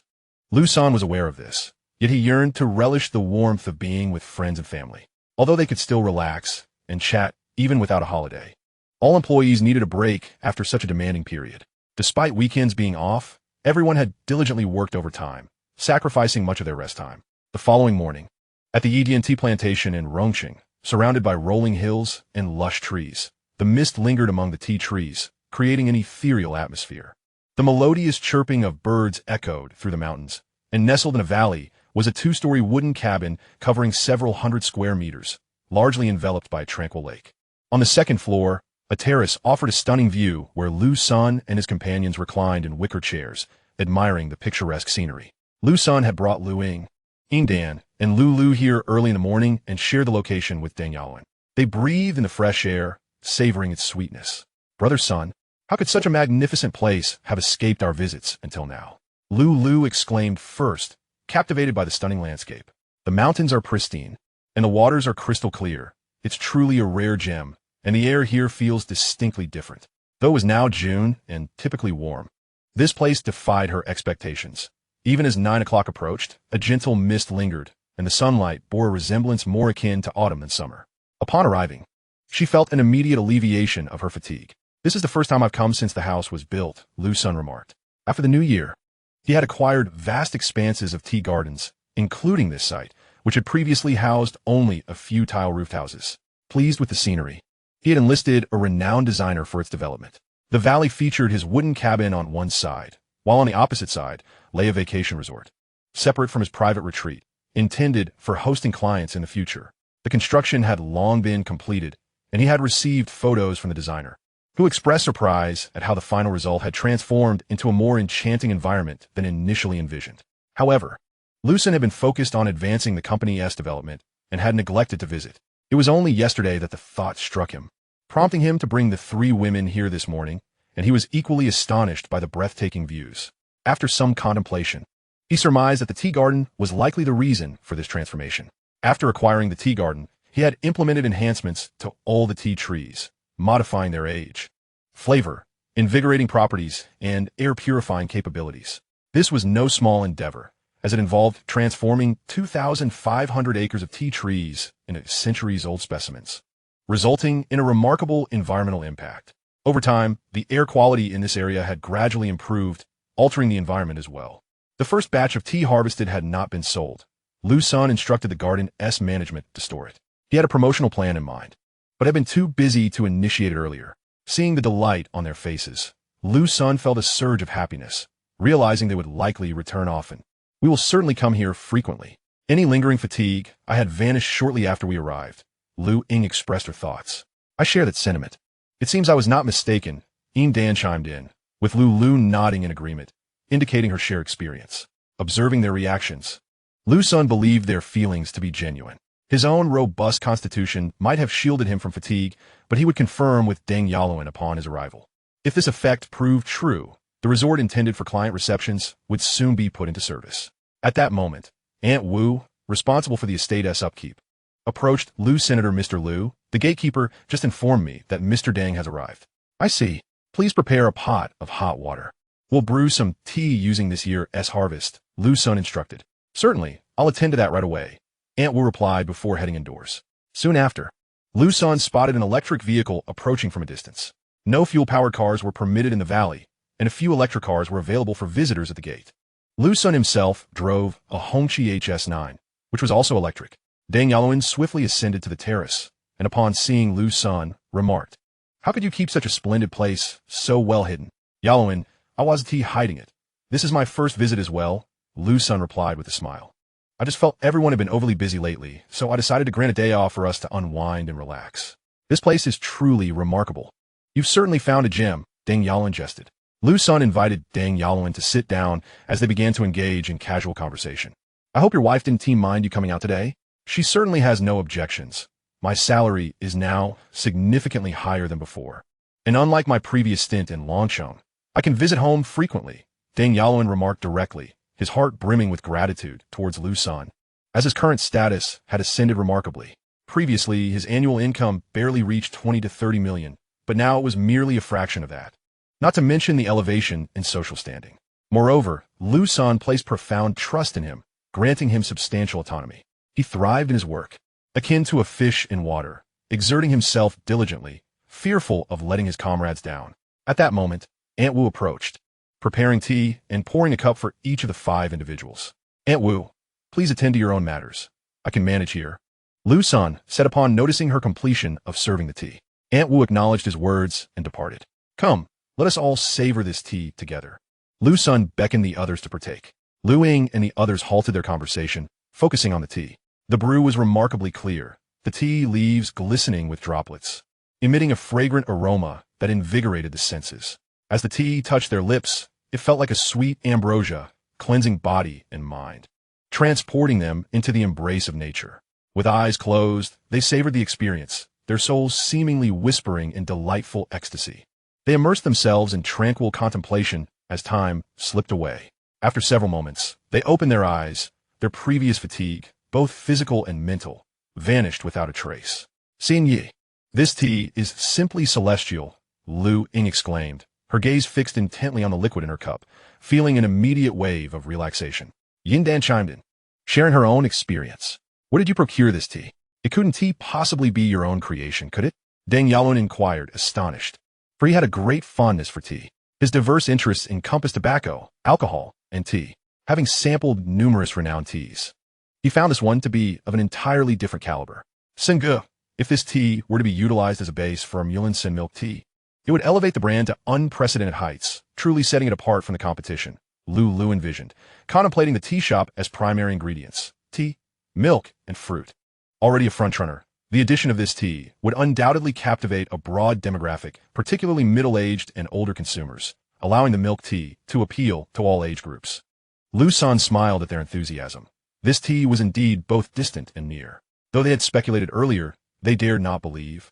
Yearning for a definitive answer from Liu Senator after all, such exquisite tea could hardly be mass-produced. Now, however, their suspicions were confirmed. The lush hills nearby were brimming with tea plants, spanning an impressive 2 500 acres. A preliminary estimate suggested an annual yield of 400 to 500 tons, possibly more. The numbers were staggering. The quality of this tea rivaled that of top-tier varieties such as Longjing and Hong Pao, if not surpassing them. Despite the latter's notoriously low production rates, often only a few pounds per year. While the quality was exceptional, the abundance of tea meant it could not fetch exorbitant prices. However, selling it for several thousand to tens of thousands per pound was certainly feasible, with some premium varieties commanding prices in the hundreds of thousands. This could potentially yield a staggering annual revenue of around 4 to 10 billion. Liu Sen was preparing to market this tea, necessitating the establishment of a brand. Having tasted this tea, we need to create a brand name for its external sales. Do you have any suggestions? Liu Sen posed his question. Upon hearing him, the group engaged in animated discussion and contemplation. Liu Ying, observing the surroundings, suggested, why not call it Yunlong tea?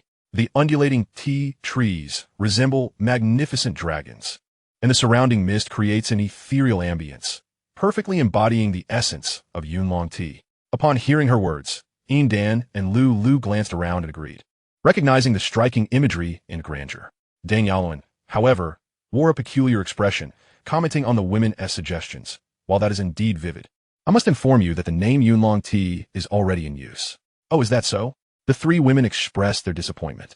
A tea enthusiast, Deng Yaoluan, explained that Yunlong tea originated from Dali in Yunnan and was protected under the National Agricultural Product Geographical Indication Registration by the Ministry of Agriculture.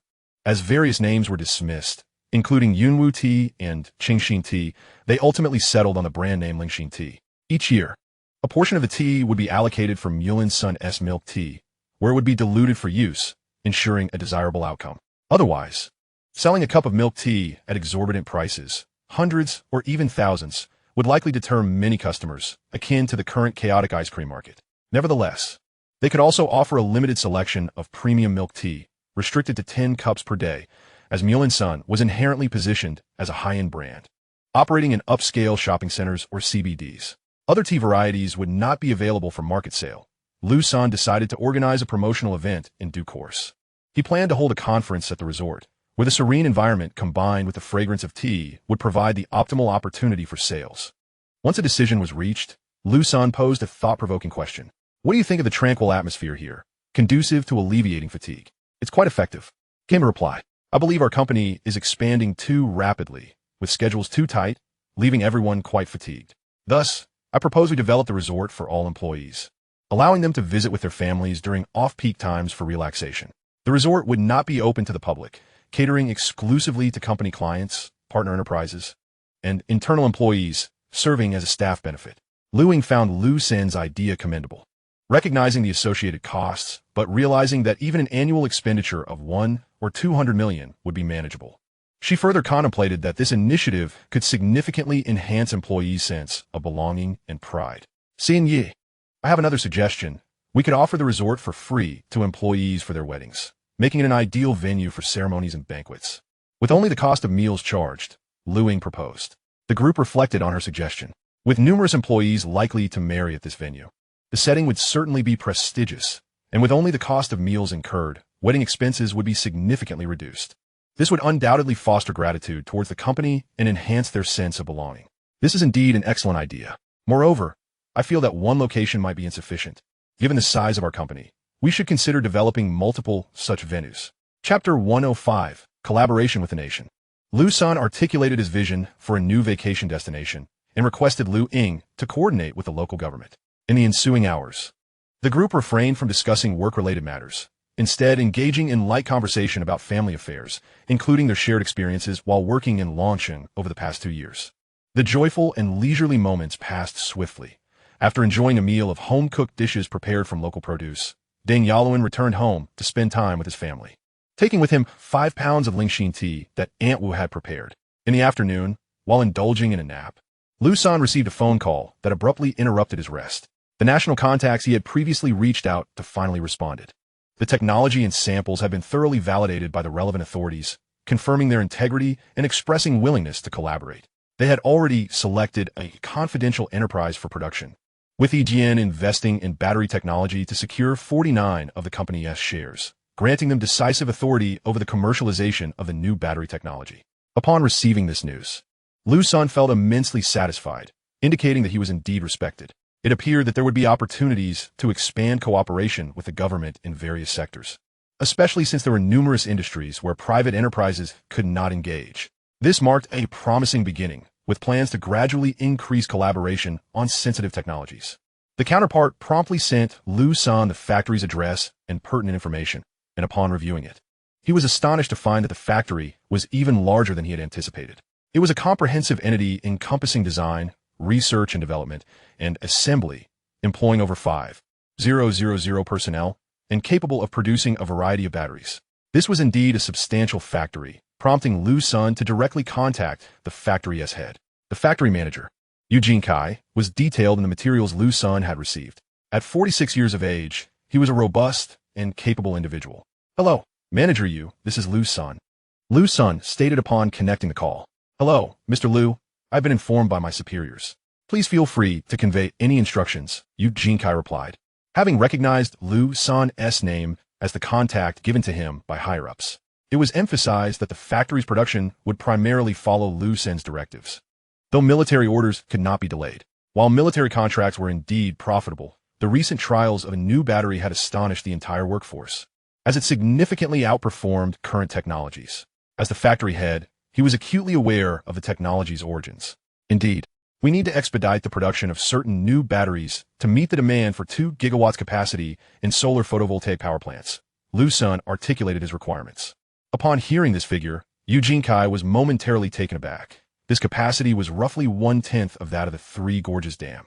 "Understood.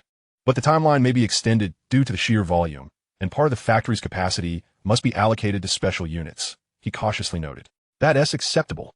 We can supply gradually, as we won't require that much immediately, and the factory's capacity will certainly need to expand in the future," Liu Sen reassured him. After confirming these details, Liu Sen informed his company about the capability to produce new solar panels and arrange their transportation to the Western solar photovoltaic power plants for assembly. Once the construction of photovoltaic energy storage was completed, it would alleviate significant power supply challenges, as his wireless power currently depended on the national grid.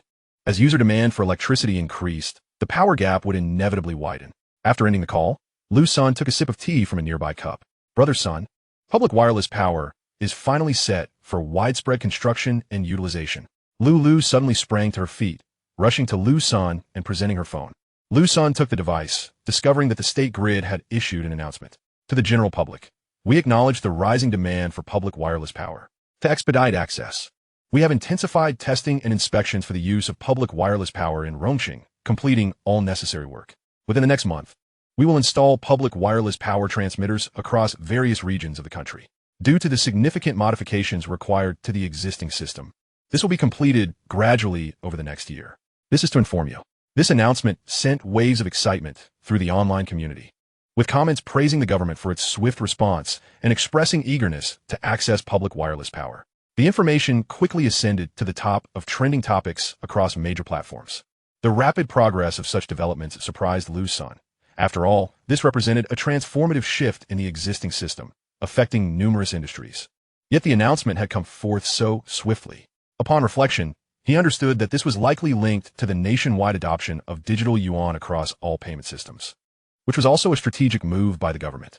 Furthermore, this would facilitate international promotion, as a nation had begun to embrace this change, prompting others to follow suit, especially developing countries where infrastructure was underdeveloped. Wireless power could greatly assist various regions, making urban development easier, particularly in rural towns. In the future, public wireless power could be implemented, ensuring coverage even in remote areas. While high-powered appliances might be impractical, ordinary devices such as lamps and televisions would function without issue. This could indeed accelerate the industrialization of several nations, given that the low cost and quick implementation of wireless power would be highly advantageous. As the day of leisure concluded, everyone had enjoyed a refreshing rest, and the following day they returned to their respective workstations with renewed diligence. Liu Sen resumed his research and reached out to headhunting firms to seek a CEO or several aides, realizing that he lacked the time to manage the company effectively. He required more time to devote to research and expedite the progress within a laboratory. Given the considerable scale of the company, which had gained national and even international acclaim, the headhunters presented numerous candidates. Liu Sen conducted numerous interviews but found most unsatisfactory, as their visions did not align with his, and their perspectives on various facets of the company were inaccurate. Many were attracted solely by the current achievements of EDN, lacking a long-term vision for the company's future. During interviews, they emphasized the need for stability in the current market and a focus on deepening technological application, but these suggestions felt superficial to Liu Sen, leading him to dismiss them outright. Ultimately, he retained only a few individuals, primarily those who excelled in internal management. Liu Sen felt that Liu Ying and Yin Dan understood his objectives well and held his trust. After several days of consideration, he instituted a rotational CEO system akin to Huawei's, appointing Liu Ying and Yin Dan to alternate in the role, each supported by their own teams. With the recently interviewed candidates integrated into their respective groups, others with capabilities could also vie for inclusion, provided they received approval from Liu Sen, Liu Ying, and Yin Dan. Chapter $100 trillion negotiations. The construction of Rome City is progressing vigorously, and the advantages of wireless power transmission are gradually becoming apparent. Various cities have dispatched municipal personnel to conduct inspections, and Xintianxiang of Rome City has recently been basking in success, particularly in front of representatives from other cities. Once a modest 13th-tier small city, it is now nationally renowned, garnering accolades from higher authorities. Previously, he had to tail behind Jinling, seeking advantages. Now, he dares to stand shoulder to shoulder with well-known county-level cities across the nation. During introductions, he no longer needs to refer to it as Jiangnan Rome City. It may now be confidently called Huaxia Rome City. Even the vinegar capital can be disregarded, and when Jinling from the 13 Taibao appears, he is unafraid to engage in a little banter. Rome City is no longer content to remain in the shadows. It has risen to prominence. Henceforth, it shall no longer be referred to as Little Rome, but rather as Brother Rome. Recently, Rome City has not only hosted personnel from other cities within the nation, but has also welcomed foreign visitors for inspections. The fruit company, already in collaboration with EDN, has reaped substantial profits, with wireless chargers contributing to revenues exceeding $100 billion. During the last EDN press conference, it was announced that the partnership with Fruit resulted in hundreds of billions in foreign revenue. Following the media's dissemination of the news, the stock of the fruit company experienced an unprecedented surge, climbing 7 on that very day and increasing the company's market value by over $200 billion, which continued to rise steadily in the subsequent period. This has ignited excitement among the citizens of the Lighthouse Nation and attracted more attention towards EDN. The reputation of EDN technology has also reached international heights, as numerous companies express a desire to collaborate with them. The shareholders of the fruit company are in favor of this partnership, initially contemplating sanctions should collaboration prove unfeasible. They were pleasantly surprised by the positive outcome of their last discussions with Liu Sen, who agreed to the collaboration, although they sacrificed some benefits. The profits gained far outweighed the costs. Their focus lies solely on profit, indifferent to national concerns. During the shareholders' meeting of the fruit company, it was asserted that maintaining a robust cooperation with EDN is essential for maximizing profits. An urgent agreement should be reached to introduce wireless public power, as internal personnel have already researched this and found it impossible to replicate or breach. While other companies may have their ambitions, our influence ensures that collaboration is viable, especially given the foundation of previous partnerships. However, we must not celebrate prematurely. The introduction of this technology will not be easily sanctioned by the government. The scale of the wireless power cooperation project is vast and complex, necessitating the recruitment of allies to persuade the government. Ultimately, a decision was made to dispatch a team to inspect wireless power applications in Huaxia Rome City. Today, Chun Tianxiang and Liu Sen accompanied a delegation primarily from the fruit company to observe the implementation of wireless power in Rome City. My God, incredible, amazing. Various expressions of astonishment poured forth from the delegation, utterly astonished by the extensive scope of wireless power usage, which seemingly permeates every industry and aspect of daily life. This marks a revolutionary transformation of traditional power transmission and usage. Everything they witnessed intensified their eagerness to establish a partnership with EDN, as they sensed the lucrative potential of dollars, indeed in abundance.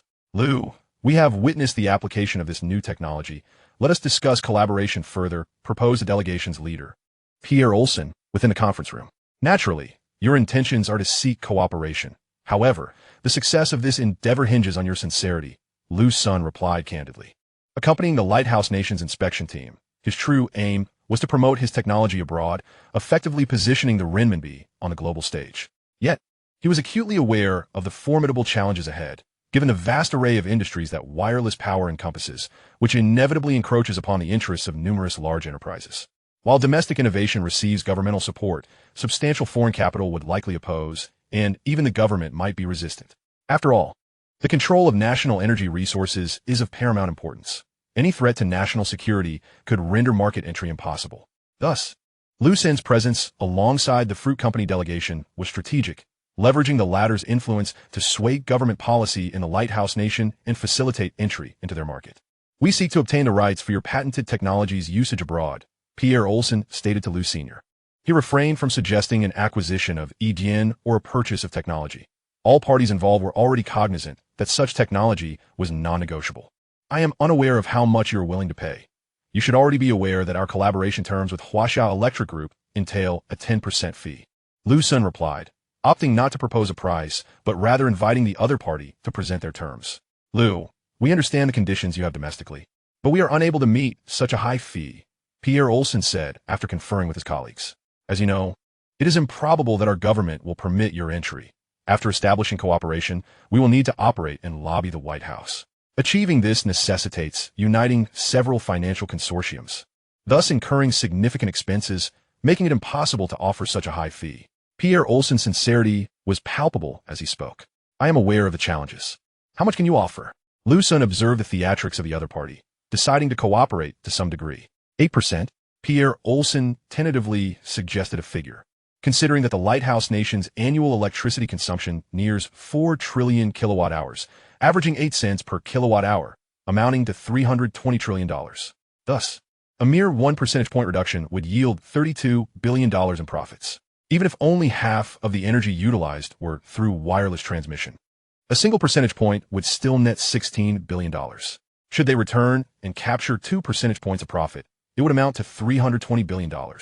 While the expenses for constructing wireless power transmission stations would be nearly negligible, a full-scale implementation could yield $640 billion.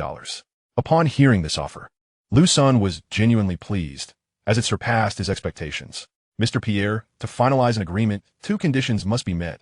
First, the settlement for the Wuyo Electric app must be conducted in renminbi. Second, all operations must be entrusted to you, with no involvement from our side. And any subsequent policy and legal risks will be borne entirely by your party." Upon hearing these 2 stipulations, the expressions of Pierre Olsen and his team shifted to one of discomfort. The second condition was acceptable to them, as they preferred to manage operations entirely, ensuring data control and facilitating lobbying efforts with the White House. However, the first condition posed a significant challenge. "Mr. Liu, the second condition is agreeable, but the first is not feasible," Pierre replied. "What if we modify it such that the recharge system accommodates both U.S. dollars and renminbi, allowing payments for electricity to be settled in either currency?" Liu Sen made a concession, knowing that he initially did not expect full agreement from them. Chapter 107. Achieving a small goal, earning a cool $1 billion.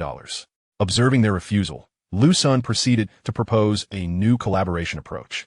"Mr. Pierre, would it be acceptable for the recharge system to utilize both your currencies, the US dollar and the Chinese yuan, with the capability to settle electricity bills in either?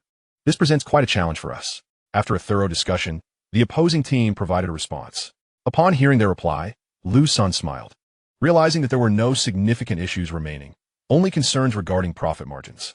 "Very well, I shall concede an additional point, but I will also grant all users a complimentary 1 yuan in their yuan accounts, while you will contribute 9 yuan.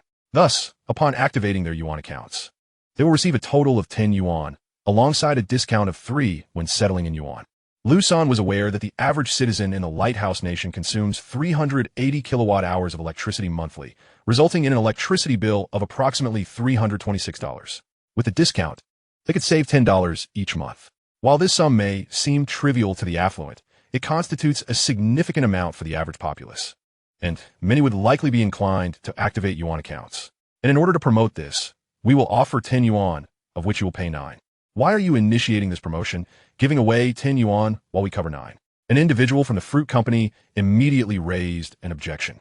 "This is to encourage more individuals to switch to our wireless power system. Moreover, my concession of 1 point represents an annual reduction of $18 billion, while your expenditure amounts to only 3 billion yuan, allowing you to profit substantially.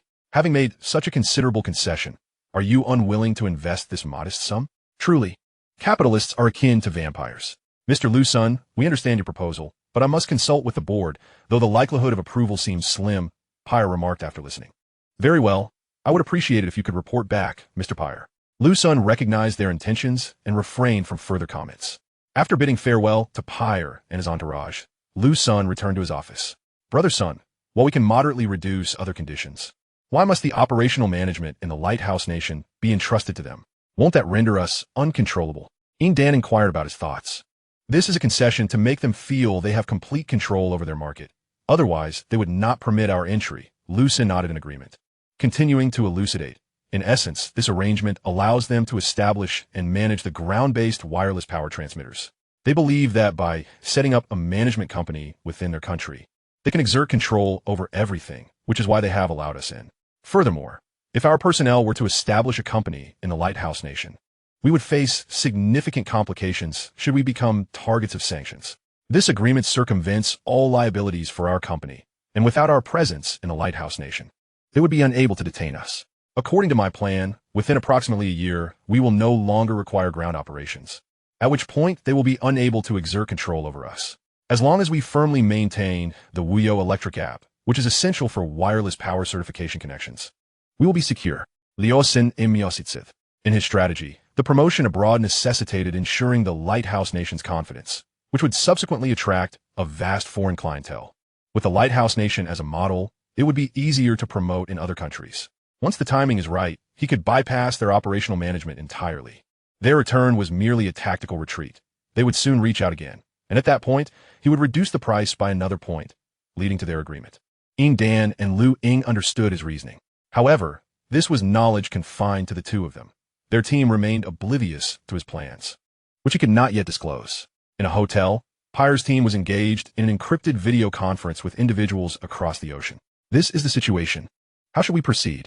Pyre reported relevant details to Cook and others. Liu Sen has grand ambitions. He is willing to relinquish substantial profits to promote the yuan. Cook remarked upon hearing this. However, it is of little consequence. After all, they retain complete control over management. If anything goes awry, they can simply shut down all wireless transmission stations, as this aspect is governed by them in the agreement, Mosaic, known as Iron Man, stated. We must communicate the current terms with the White House to ensure there are no issues before we engage with Liu Sen again and see if we can negotiate a more favorable price. Gates suggested after a moment of contemplation. His remarks elicited nods of agreement from the others, as profit remained their foremost priority. I am confident in our success. After all, isn't the current administration advocating for large-scale infrastructure projects? Our wireless power transmission is indeed a part of that initiative, beneficial for construction, and we can provide some support. Believing they will reciprocate, everyone smiled knowingly after his statement. 2 days later, while Liu Sen was still engrossed in researching the electric propulsion engine, he received word that Pyre and his team had returned to Edian. Mr. Pyre, welcome once again. I hope you bring good news, Liu Sen greeted. Mr. Liu Sen, after our discussions with headquarters, we understand your position, but as you know, your demands are quite challenging. Nevertheless, we leveraged our influence to meet with numerous lawmakers, including that one, but at a considerable cost, Pyre stated, his gaze fixed on Liu Sen, revealing their sacrifices.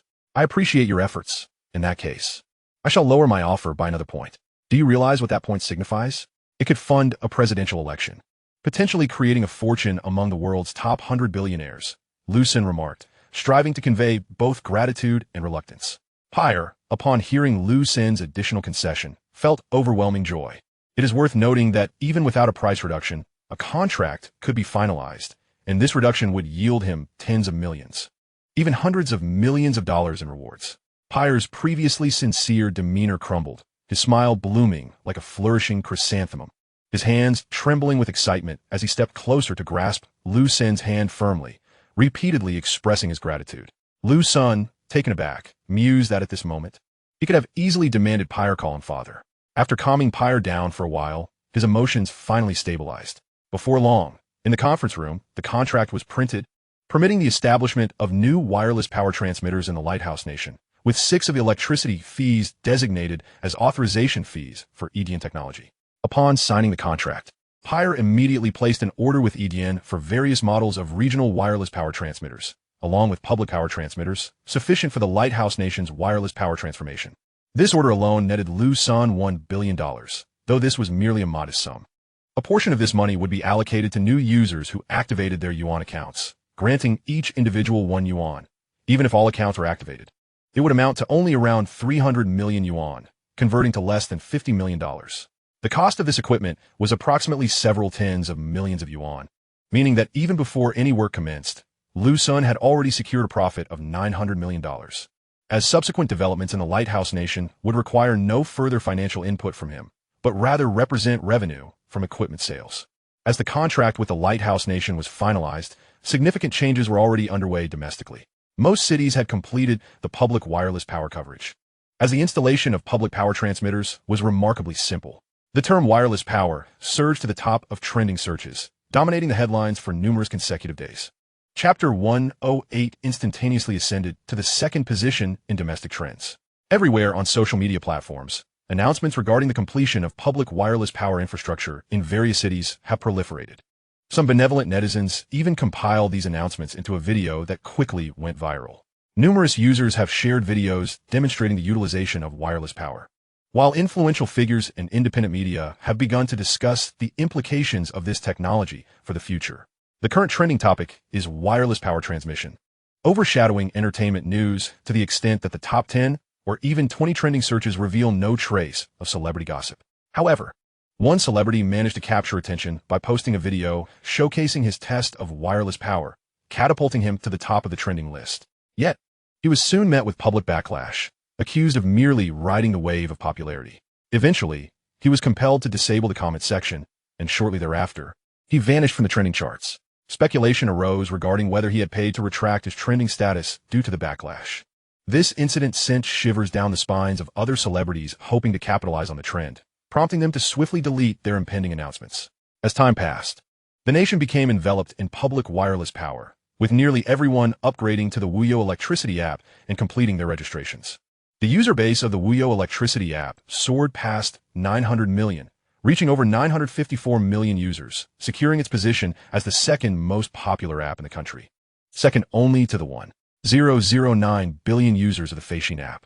The explosive growth of Wuyo Electricity users left many enterprises astounded, as they struggled to devise marketing strategies to attract clientele, while Wuyo Electricity effortlessly achieved its goals, acquiring users at a mere cost of 1 yuan. For most businesses, securing an effective user at 50 yuan would be considered a success. Thankfully, the servers previously ordered through Huaban were already operational. Otherwise, relying on their original servers would have likely resulted in a catastrophic failure. These servers were merely utilized for storing user information and validating device credentials, without providing additional services. The transaction information for the digital renminbi was merely a conduit, entirely reliant on services provided by the government. The previously sluggish rollout of the digital renminbi suddenly experienced a surge of 954 million users, achieving nationwide adoption. Subsequently, the government began discussions with major online platforms to enhance digital renminbi payment channels. That evening, on the rooftop of a spacious apartment, Liu Sen reclined on a lounge chair, savoring the night breeze and taking a moment to rest. "Sengu, today we just finalized a collaboration," Liu Ying and Yin Dan remarked as they sat nearby. You both can make the decisions," Liu Sen replied, keeping his eyes closed. At this point, the majority of the company's affairs were determined by the two of them, with only significant matters or those pertaining to the laboratory requiring Liu Sen's input. "Sengu, we believe this matter merits your attention, as it pertains to a new field," Liu Ying said. Hearing this, Liu Sen perked up, opening his eyes to focus on them. Noticing Liu Sen's readiness, Yin Dan continued. "The company seeking collaboration is a medical device manufacturer. They wish to produce heart pacemakers capable of receiving wireless power. The prospect of a heart pacemaker powered by wireless energy is indeed remarkable, alleviating concerns over battery replacements and ensuring the device can function for a lifetime without issues. Furthermore, wireless pacemakers could be designed to be smaller, inflicting less trauma on patients, while also significantly reducing costs." Liu Sen nodded in agreement, and a realization struck him. His work aligned perfectly with this industry. He had always envisioned entering the medical instrumentation field, intending to leverage his abilities to enhance precision and testing speed. It seemed the time had come to embark on this project, as he had already established his influence. Moreover, this endeavor would undoubtedly benefit both the nation and its citizens.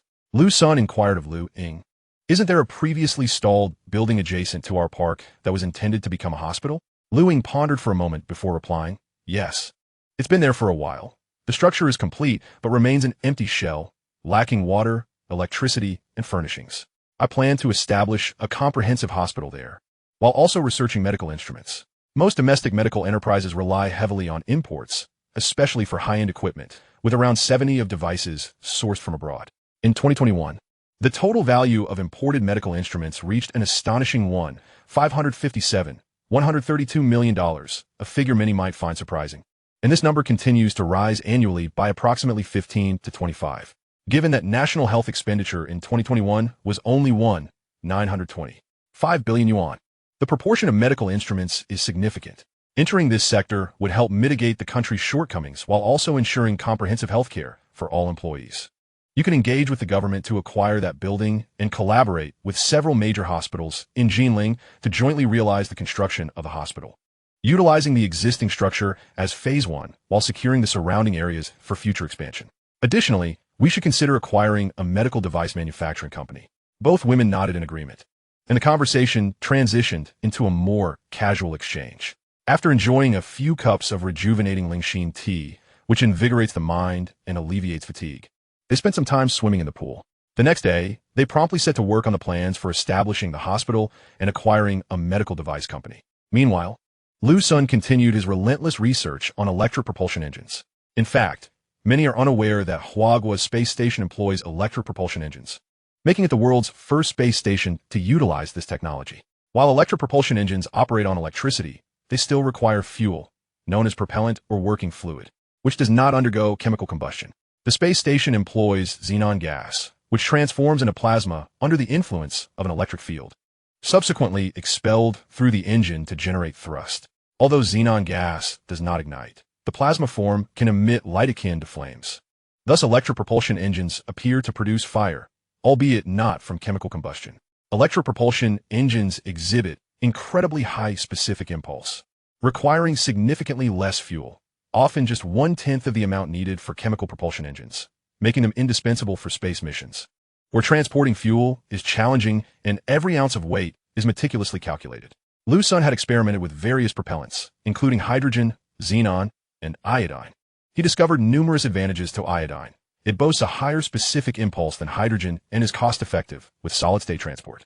However, iodine also presents several drawbacks. As a solid, it necessitates heating to convert into a gas, complicating the engine system significantly.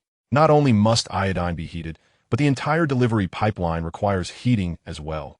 Otherwise, iodine can easily adhere to the pipes, leading to blockages due to accumulation. Furthermore, iodine is corrosive, affecting both metal and plastic, necessitating robust anti-corrosion measures for storage and transport systems. Once iodine transforms into plasma, its cations are more corrosive than those of xenon, increasing the likelihood of corrosion on the interior walls of the thruster and the electrodes. In other words, utilizing iodine as a propellant may result in a shorter engine lifespan. However, these shortcomings pose no real issue, as we have directly employed a novel type of specialized glass material for the engine's main body, which fulfills all requirements with remarkable ease of processing and at a remarkably low cost. Chapitre 109, Suspicious by Personnel. The newly developed specialized glass by the previous glass factory exhibits superior performance compared to its predecessor. It is more heat-resistant and durable. It is undoubtedly the finest material for manufacturing electric propulsion engines. Following extensive personnel testing, the electric propulsion engine has achieved a power output reaching the level of 10 newtons. This is still a conventional electric propulsion engine, merely enhanced by the substitution of materials, resulting in high thrust that meets international advanced standards. The size of the engine is a mere 10 centimeters. If employed in small satellites, it would indeed prove to be extraordinarily powerful, especially when considering that the thrust of the renowned Stellar Nation S satellite is only 0.0401 newtons. Liu Sen refrained from directly utilizing his special abilities for enhancement. Instead, he encouraged all researchers to familiarize themselves with the existing technology. Furthermore, the current engine is temporarily operational, while further iterations will require additional time. It would be even more advantageous if the laboratory researchers could upgrade themselves, as many are just beginning their designs and need to establish a solid foundation. Once Liu Sen completes the initial testing phase of his Starry Sky project, he will advance the research, enabling the laboratory personnel to grasp the concepts more swiftly. He clapped his hands to signal a break, suggesting they take a moment to relax with some tea before resuming their studies. The tea, known as Lingxin tea, possesses invigorating properties that effectively alleviate mental fatigue. Liu Sen designated this tea for internal company use, allowing each employee to take home a specified quantity each month based on their rank. Since that first tasting, all researchers have grown fond of it, leading to notable advancements in their progress and a marked improvement in morale. As he exited the laboratory and strolled along the pathways of the park toward the office building, Liu Sen suddenly felt an uncomfortable sensation, as if being watched. He paused to survey his surroundings. Apart from the flora, there appeared to be no one else present. Just as he contemplated further observation, the feeling of being scrutinized dissipated. Assuming it was merely an illusion, he continued his way to the office building. However, after taking just a few steps, the sensation returned. This time, rather than stopping, he pressed onward, aware that it was indeed possible someone was observing him. He relied on his enhanced physique, 10 times that of an ordinary person, which included heightened mental acuity and perception. Attentively scanning his environment, he soon discerned that the source of the scrutiny emanated from the right front. There stood an unfinished building, currently preserved by the government, which meant it should be devoid of any other presence. Casting a sidelong glance at the distant structure, he noted that what had been a far-off sight was now magnified, revealing several individuals atop the building, equipped with binoculars. He confirmed his suspicion of being monitored, or perhaps it was the Edian group that was under surveillance. It appeared the recent activities of the Edian group had attracted considerable attention. This was merely the beginning. As Edian's actions escalated, they might draw numerous adversaries, some of whom might take reckless risks. Maintaining a composed demeanor, Liu Sen returned to his office and made a phone call. "Liu Sen, what is the matter?" Came a deep, resonant voice, tinged with warmth, from the other end. "Old Wu, I have a few inquiries I'd like to make," Liu Sen replied thoughtfully, deciding to be forthright with Wu Qing, the head of logistics. He needed to ascertain whether these individuals were sent by the state or were merely competitors. Upon hearing Liu Sen's words, the other party paused, pondering whether the issue stemmed from Eugene Kai at the battery factory, whom he had instructed to prioritize Liu Sen's every request. Is Eugene Kai lacking diligence in his duties? Speak, I am listening. Wu Qing's tone shifted to one of seriousness. No, you misunderstood. I merely wish to inquire whether you have arranged for any personnel to protect me or the Edian company. Realizing the misunderstanding, Liu Sen quickly clarified. We have not arranged for personnel, as our collaboration is conducted in secrecy. Wu Qing replied with a sigh of relief, glad to hear that the discomfort was not caused by their own staff. It was well understood that Liu Sen's significance was paramount. At such a young age, he had already made numerous technological innovations, leading the world in various aspects, including batteries and wireless power. Edian Company was poised to continuously deliver results. They were aware of Liu Sen's commitment to research and development, which seemed to know no bounds. Indeed, it was akin to the company's name, Edian. Naturally, this stemmed from his ample resources, having earned considerable wealth. While Wu Qing contemplated this, he suddenly paused, realizing that Liu Sen's inquiry regarding security might indicate he was facing some sort of predicament. Liu Sen, have you discovered something that prompted this inquiry? Old Wu, today I unexpectedly noticed that I am being watched. I'm uncertain whether it's directed at me or the company. Liu Sen recounted his observations, including the individuals he had spotted in the unfinished building. Understand. I will dispatch personnel to address this matter and will conduct a thorough investigation. Moreover, you truly need to bolster your security measures. It is rather unusual for the CEO of a company ranked among the top 50 in the world to venture out without even a single bodyguard. Wu Qing seized the opportunity to express his concerns, recalling his previous suggestion to arrange for security personnel, which Liu Sen had declined. Now that I am aware, I will recruit security personnel following this incident, and I will require your assistance, Old Wu. Liu Sen did not refuse this time, recognizing the seriousness of the situation. He understood the need for caution. After ending the call, Liu Sen settled into his office, contemplating the construction of the company. It was imperative to recruit a substantial number of security personnel. As the company's technological advancements continued to progress, the level of confidentiality must also be elevated. The current park was still somewhat insecure, with a diverse array of personnel present. While civilian technology could be housed here without issue, more advanced innovations necessitated a change of location. As these thoughts lingered in his mind, he occasionally cast a glance at the distant, unfinished building, which, though not higher than his own structure, remained the tallest in the vicinity at 11 stories. Approximately 2 hours later, Liu Sen observed that the individuals he had spotted were apprehended. The response had been swift, and the captors were military personnel, not police. After another half hour, Liu Sen's phone rang, It was Wu Qing calling once more. Liu Sen, those individuals have just been captured. Preliminary investigations suggest they are spies providing intelligence to foreign entities. Liu Sen felt little surprise at this revelation, as he had anticipated such a possibility. If they were merely commercial competitors, they would not resort to such tactics. Old Wu, I wish to recruit a significant number of security personnel and would like to leverage your connections to find some retired military personnel, preferably from special forces. And I also require female soldiers. No problem. I will communicate effectively. For the veterans, I will reach out in advance. If they wish to join your esteemed company, I shall provide you with a list. Those who have previously retired can also be contacted to inform you. However, I must inquire about the salary and benefits. Anything too low is simply unacceptable. Wu Qing contemplated that Liu Sen could accommodate many veterans, which is rather advantageous. It is not that he is unwilling to arrange personnel for protection. Rather, it is Liu Sen's reluctance. Currently, seeking out veterans on his own is quite beneficial, as it addresses a significant issue concerning the employment of retired military personnel. He is aware that Liu Sen offers a considerably high salary to all his employees. Rest assured, I will not shortchange them. Their salaries will be no less than 10,000 after tax, with those of exceptional capability earning up to 100,000 monthly. Chapter 110, New Equipment. Liu Sen assured Wu Lao of the treatment for the veterans. Very well, I shall have Li Han liaise with you regarding this matter. Wu Qing was genuinely pleased with his salary. It is indeed quite commendable. Wu Lao, I wish to discuss another matter. Many of my research initiatives are notably advanced, and our current laboratory is quite conspicuous. Therefore, I seek to establish a separate location dedicated to researching specific technologies, which will not be made public for the time being. Liu Sen articulated his aspirations, expressing a desire to obtain military-industrial qualifications, enabling him to explore further innovations. After all, relying solely on advanced technology and economic strength is insufficient. One must also ensure the protection of national interests, which sometimes necessitates military might. While I may not personally require formidable power, its existence is imperative. Consequently, numerous studies and experiments will be conducted at the new base. Upon hearing Liu Sen's requests, Wu Lao fell into silence. He understood that Liu Sen's concerns indeed warranted resolution, as evidenced by the prior battery technology issue. Moreover, the current wireless power technology has reached a level that necessitates regulation.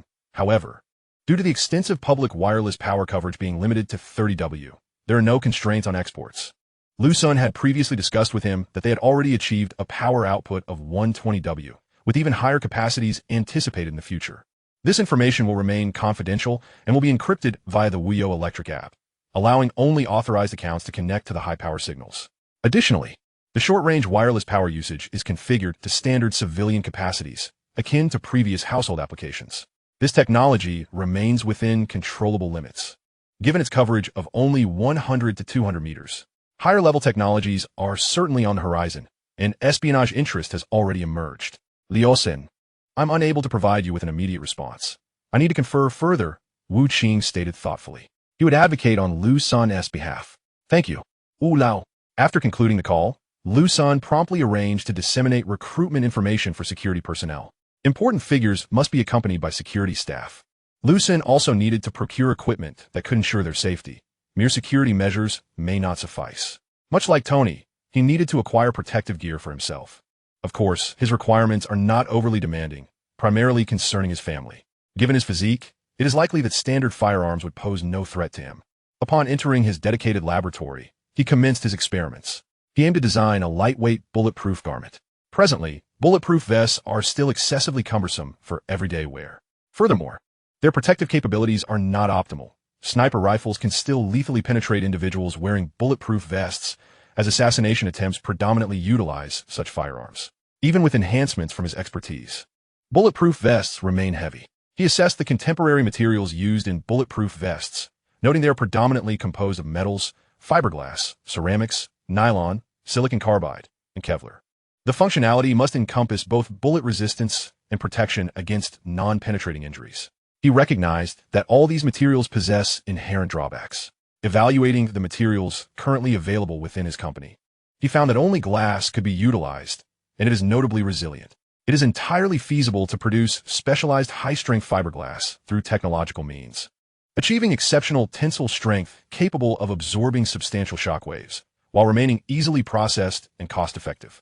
This fiber can be woven alongside standard fibers to produce garments suitable for regular wear. Such innovations would undoubtedly provide bulletproof capabilities, with performance surpassing that of existing vests by several multiples, all while maintaining a lightweight design. The high-strength fibers produced from specialized glass are not ordinary fiberglass.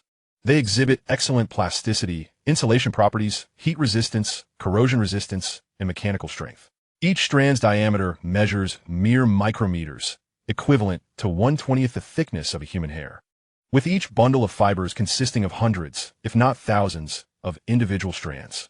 Liu Sen promptly began crafting the materials in his laboratory, simultaneously designing a unique weaving structure. By employing this distinctive structure for weaving the specialized glass fibers, the strength would increase several-fold compared to conventional designs, enhancing its cushioning capabilities. As Liu Sen diligently pursued his research, a meeting was convened at a higher level. Regarding Liu Sen's requests, everyone was informed and invited to share their perspectives. The elder seated at the head of the table began, "Let us discuss our thoughts on the matter." A circle of over a dozen individuals fell into contemplation, the atmosphere growing silent, as no one was quick to voice an opinion. The elder surveyed the room, finally resting his gaze upon Wu Qing, seated in a corner. "Old Wu, you were the first to learn of this. Please share your insights." After a moment of silence, Wu Qing spoke. "Through our numerous collaborations, it is evident that Liu Sen is deeply concerned for the nation." After a brief pause, he continued, "He is markedly different from many current businessmen. And as Diane's technologies become increasingly sensitive, I believe it is indeed necessary to establish a secure environment for him to conduct his research without worry." Furthermore, Liu Sen has indicated that he will inevitably delve into military technologies, which necessitates an absolute confidentiality. If he merely required a standard location, he could easily acquire land directly from the local government. Thus, his request carries significant weight. That is all I wish to convey. But I will add this: the stronger Dian becomes, the stronger our nation will also grow. The assembly nodded in agreement. Indeed, Dian has developed into such a vast entity, and with its focus on high technology, it has never sought tax reductions. The economic growth it stimulates is monumental, and the agricultural cooperatives are also advancing rapidly. Jiangnan province is currently conducting trials with promising feedback indicating success. This year, Jiangnan province is likely to ascend to the top rank. It is hoped that Liu Sen's involvement in military and related fields will similarly catalyze development. I have heard that Dian harbors considerable ambition. They have even begun researching electric propulsion engines, indicating aspirations for space exploration, remarked another elder, demonstrating clear recognition of Dian's potential. I propose that we agree to his request, but should we not appoint a liaison to facilitate timely communication? Certainly. It is essential that we treat geniuses with the consideration they deserve. Prompt communication will better support his research and development. We have long grappled with the issue of electronic currency, and he has directly resolved it for us, even advancing our position internationally. I am aware that he incurs a staggering annual loss of $18 billion in the Lighthouse Nation alone for this purpose, and perhaps even more. Chapter 111. Establishing a military base. If this is extended globally, the concessions become even more astounding. Another elder concurred. However, Liu Sen is willing to forego these profits for the sake of his subsequent plan. He had discussed this with us previously, and the proposal frightened even an old-timer like me. The elder seated second took over the conversation. Thus we, this group of seasoned individuals, must safeguard his requirements. Who knows? We might ascend to the pinnacle of the world in the not-so-distant future. The current international landscape is becoming increasingly intricate and murky. Dian might just be the key to breaking this deadlock. After all, Liu Sen has achieved this level of development in less than a year. Presently, many of our allied nations are eager to adopt wireless power technology, which will undoubtedly enhance our standing on the global stage. With this technology, the pace of industrialization could be accelerated by a decade. Since everyone seems content with Dian and Liu Sen, let us support his proposal wholeheartedly and implement it in one fell swoop. Lao Wu, you are to discreetly scout suitable secret locations around Rongqing and ensure that the necessary documentation is prepared and delivered to him. Additionally, select a liaison to be stationed at the secret site, ideally near a military garrison. Wu Qing nodded in acknowledgement. This indeed was quite in order. Upon returning, he would thoroughly investigate. Back in his office, Wu Qing began to sift through records pertaining to all existing and abandoned sites surrounding Rongqing. He first eliminated those with high confidentiality levels, as they would certainly not be shared with Liu Senator. The remaining options did not quite meet his expectations. Finally, He discovered an abandoned site that was exceptionally well situated and discreet, albeit it had been derelict for quite some time. He wondered whether Liu Sen would find it satisfactory. While Wu Qing was preoccupied with this matter, Liu Sen was engrossed in his research, having reached a critical juncture. Before him, machinery was transforming special glass, augmented with various materials, into strands of high-strength white glass fiber, exuding a faint luminescence, soft to the touch like spider silk, yet remarkably resilient, each fiber significantly lighter than steel. Subsequently, multiple strands were intertwined, forming what resembled a common thread. After passing through a small weaving machine, these were shaped into pre-designed fabrics. Before long, a piece of fabric was completed, and production commenced on the next.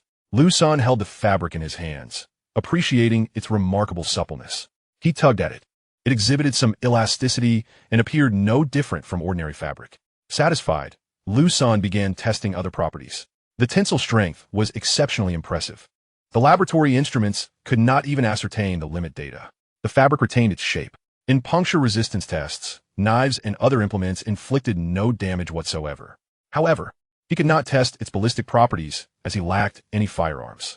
Theoretically, it could withstand any bullet, whether from a handgun, rifle, or sniper. The kinetic energy absorption test was equally flawless. The material inherently surpassed all others in energy absorption, and its unique woven structure could further cushion a substantial amount of kinetic energy.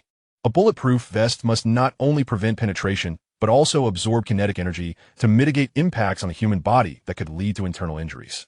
For instance, in the case of an explosion suit, proximity to an explosion can only ensure the preservation of one's body. If this were not a soft fabric, once tailored into clothing, it could be considered a second skin akin to a mech suit. Of course, this garment solely offers protective capabilities without any enhancements to strength or agility. The fabric was lightweight and breathable, allowing Liu Sen to swiftly stitch the pieces together into a fitted undergarment. Once donned, it felt incredibly comfortable, surpassing even the comfort of regular clothing. Initially cool to the touch, it quickly warmed to a pleasant temperature, akin to jade against the skin. It felt like silk underwear, but with an even more delightful sensation. After completing several pieces of clothing, including simple undergarments and leggings, Liu Sen noted the time had turned to evening. He left the laboratory directly with the garments. After dining in the cafeteria, he drove home. "Senga, you're back."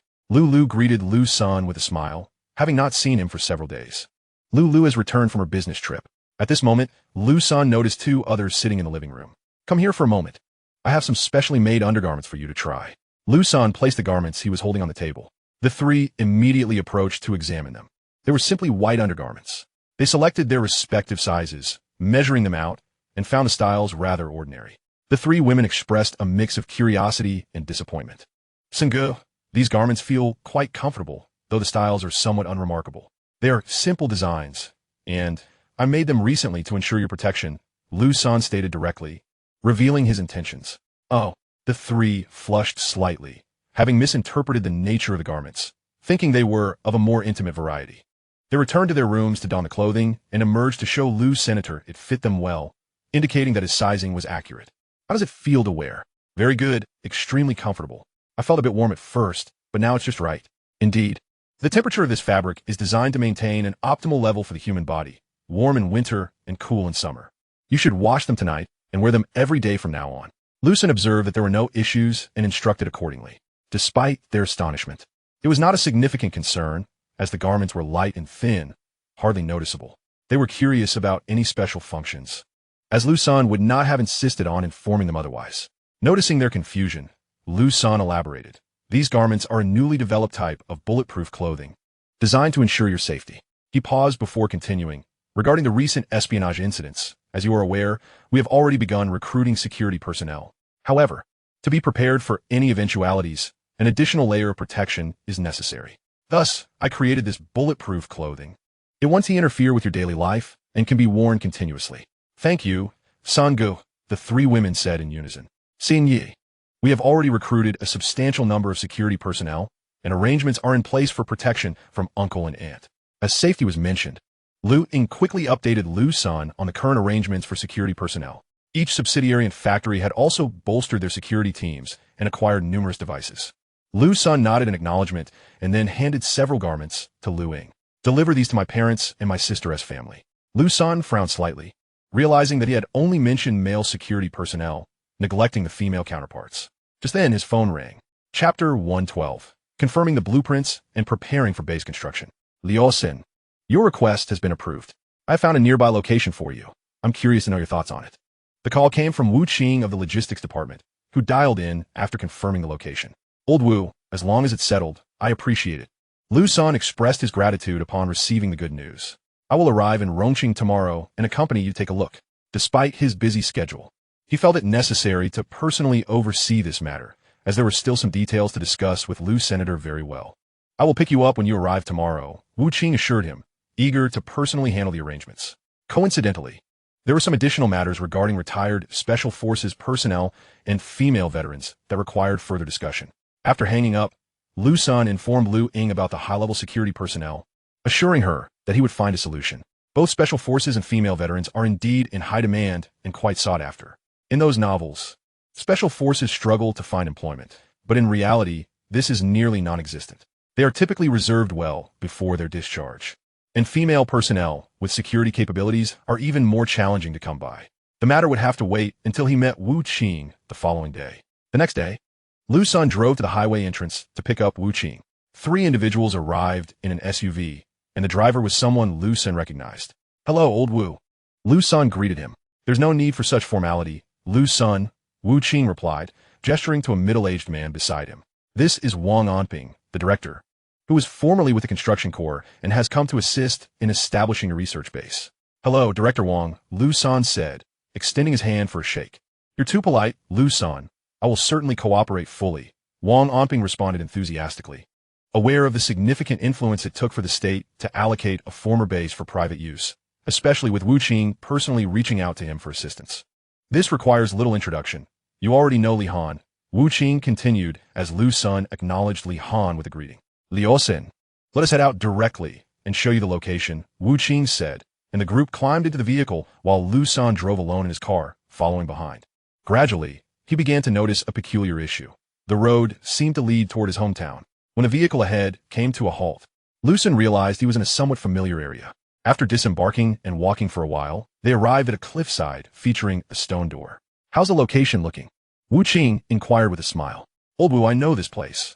I used to play here as a child, Liu Sen replied, confirming that he had indeed visited this site when he was 12, long before it was decommissioned. He and his childhood friends had ventured inside the stone door, where they encountered numerous rooms and some traps.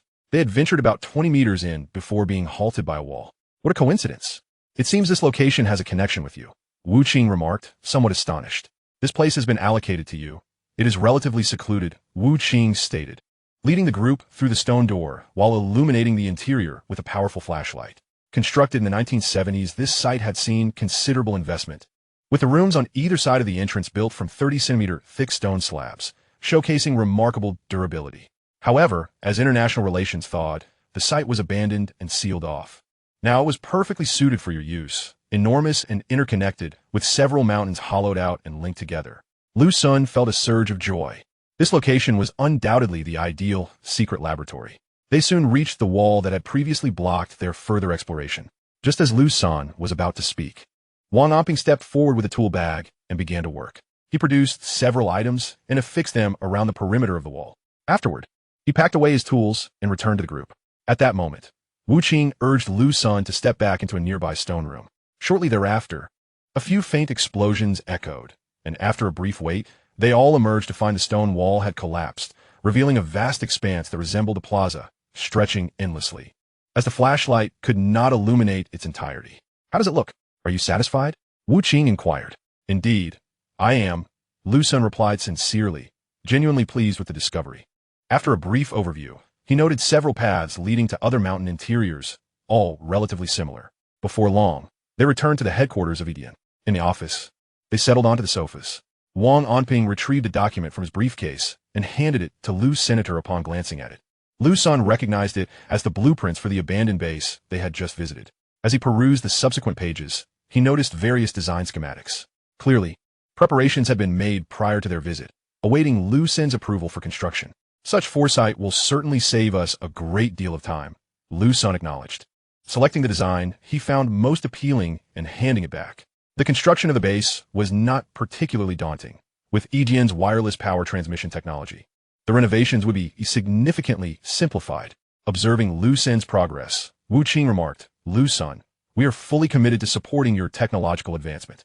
High-level research and development may involve sensitive or military-related aspects. Therefore, we have taken care of all the necessary credentials for you." He produced a document from his bag and handed it to Liu Senator for any special material requirements or other collaborative needs. You could directly contact Li Han, who is now your dedicated liaison. Li Han, ensure you cooperate well with Liu Sen, Wu Qing instructed. "Yes, sir," Li Han replied, standing at attention and responding in a clear, resonant voice. Liu Sen then understood why Li Han had been accompanying him. Having a direct contact was indeed beneficial, eliminating the need to bother Wu Qing for trivial matters.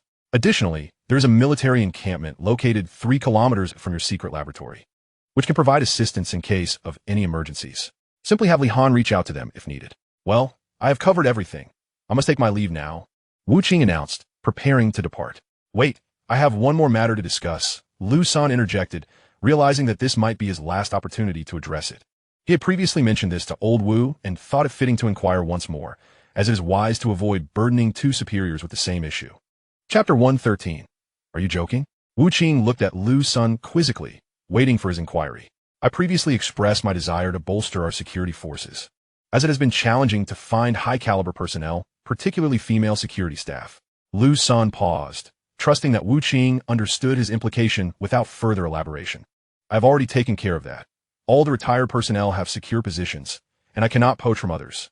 Additionally, a new batch is set to retire in half a month, and they have expressed willingness to work for you.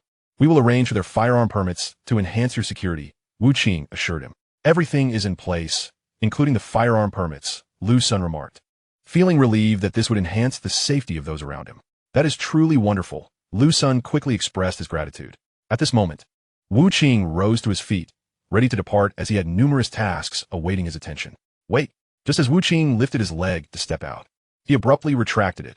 However, his upper body leaned forward uncontrollably. He stumbled, nearly losing his balance, but was promptly steadied by the quick reflexes of Li Han beside him. Once he regained his footing, he turned to glare fiercely at Liu Senator. "Is there anything else you wish to say? Could you not express it all at once? Are you intent on exhausting this old body of mine?" Liu Sen, visibly embarrassed, did not intend to prolong the matter, as he had simply forgotten some details in the midst of his numerous responsibilities. "Oh, well, I have something for you." Saying this, he handed over a piece of clothing that had been resting aside. Wu Qing accepted the garment with confusion, glancing at it before turning back to Liu Sr. "What is this clothing for?" "This is my latest innovation. See if you can discern any differences." Wu Qing examined the item closely, but it appeared to be an ordinary piece of apparel. Perhaps the fabric was of superior quality, soft to the touch, and, if mass-produced, it might sell well. "Are you planning to venture into the fashion industry? Is this some kind of memento for me? This does seem a bit off-track. A high-tech company producing clothing?" He mused. "Have we been too lenient with these young ones lately?" "No, we remain committed to high-tech research. There is no way we would enter the clothing sector," Liu Sen quickly clarified, sensing the discontent in Wu Qing's tone. "Old Wu, this is my latest development, a bulletproof vest." Upon hearing this, Wu Qing's earlier irritation flared anew. "A bulletproof vest? Are you jesting?" He flung the garment back at Liu Sen in disbelief. This clothing was thinner and softer than ordinary undergarments, yet he was being told it was a bulletproof vest.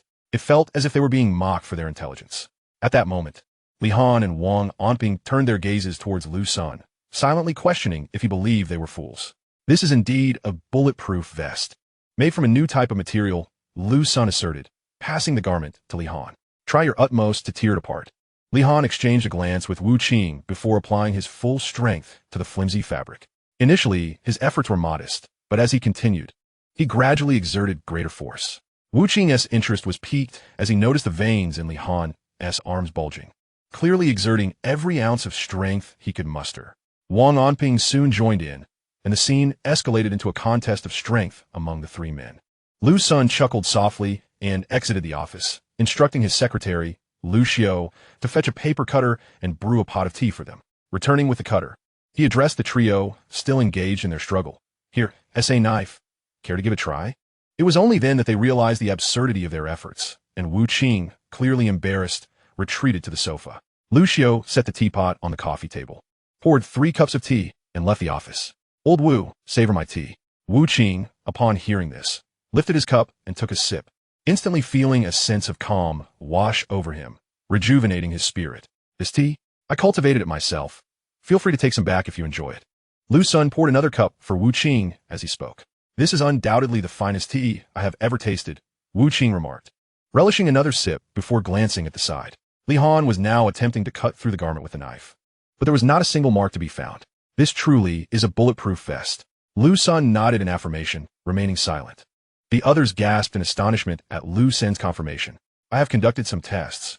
Theoretically, it should withstand any bullet, although I have yet to conduct practical tests. Wu Qing interjected. So you wish us to carry out the subsequent tests? Indeed, and any suggestions for improvements will be greatly appreciated. No problem. Wu Qing had not anticipated such a significant breakthrough during this visit. He yearned to return and organize personnel for testing immediately. Yet he restrained himself and dialed a phone number. All the while, he sipped his tea with his right hand while caressing the vest with his left, a look of sheer enjoyment on his face. Liu Sen felt a shiver run down his spine and worried that Wu Qing's left hand might suffer some abrasion. Liu Sen began detailing the bulletproof vest specifications, and the more they listened, the more astonished they became. This was undoubtedly a significant advancement over existing bulletproof gear. The current vests seemed inadequate in comparison. Finally, after half an hour, 2 vehicles arrived, their occupants dressed in civilian attire. Wu Qing introduced Liu Sen to the leader, named Bianchong, a company commander stationed just 3 kilometers from Liu Sen's new secret laboratory. After the introductions, Wu Qing departed from Edian Company, accompanied by 10 pounds of Lingxin tea and, most importantly, the new type of special bulletproof vest. This was of utmost significance, prompting Wu Qing to summon Bianchong for protection. Their choice of civilian clothing was deliberate, as a sudden influx of military uniforms at Edian would only cause unnecessary complications, especially since the company aimed to expand its reach across the globe. After bidding farewell to Wu Qing, Liu Sen could finally focus on his research. The public electric wireless transmission still fell short, as a distance of 10 kilometers was insufficient.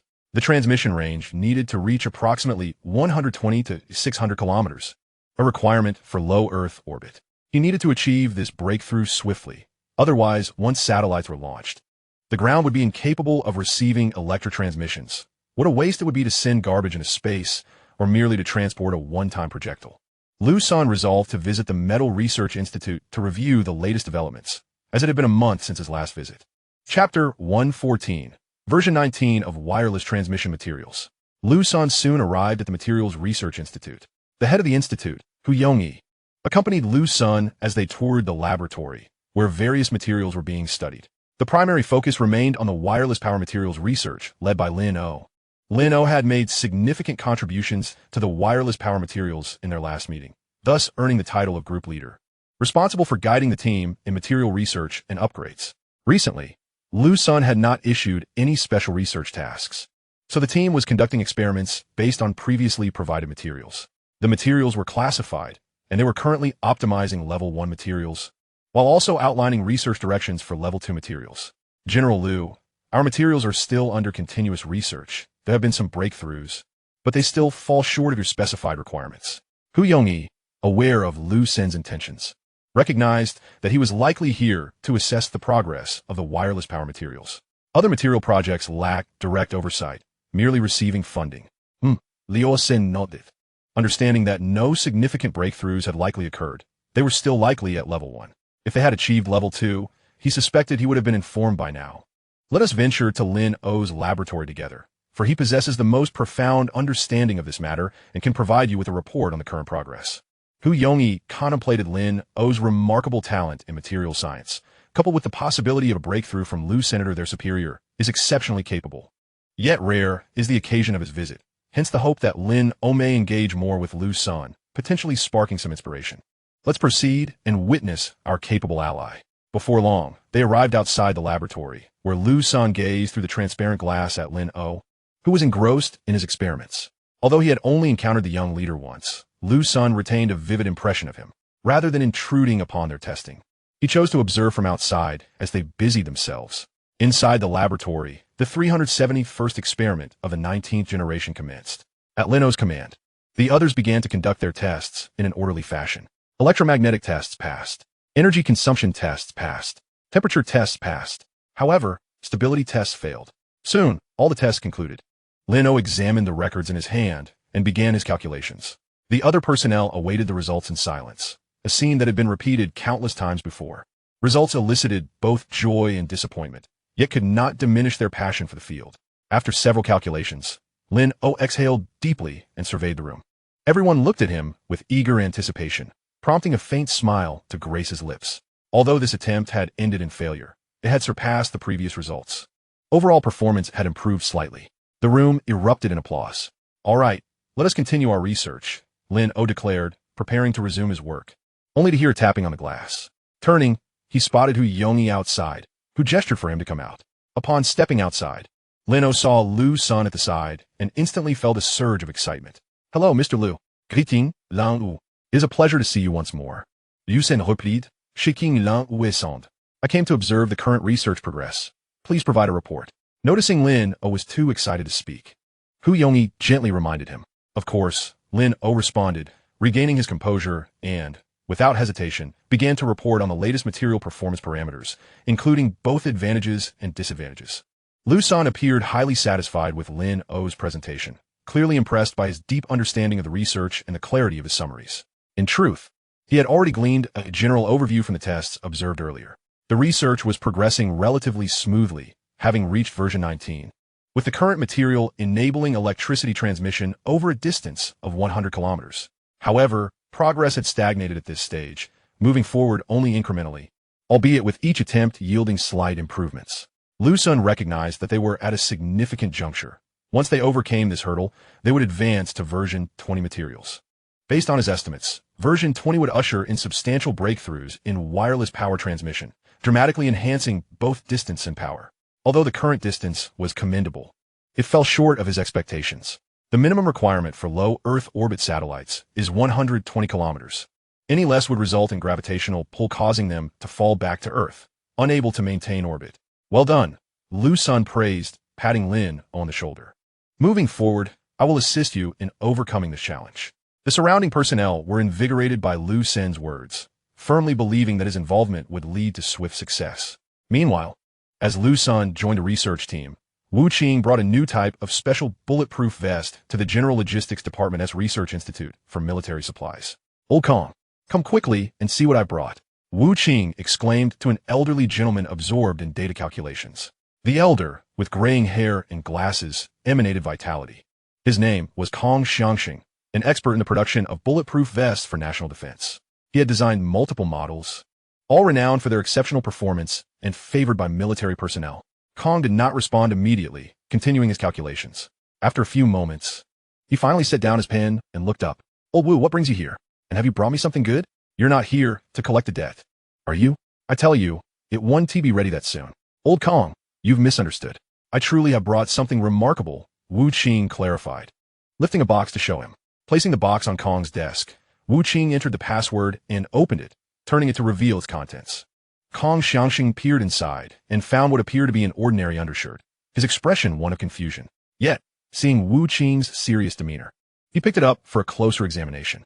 It was soft, comfortable, elastic, lightweight, and likely designed for quick drying.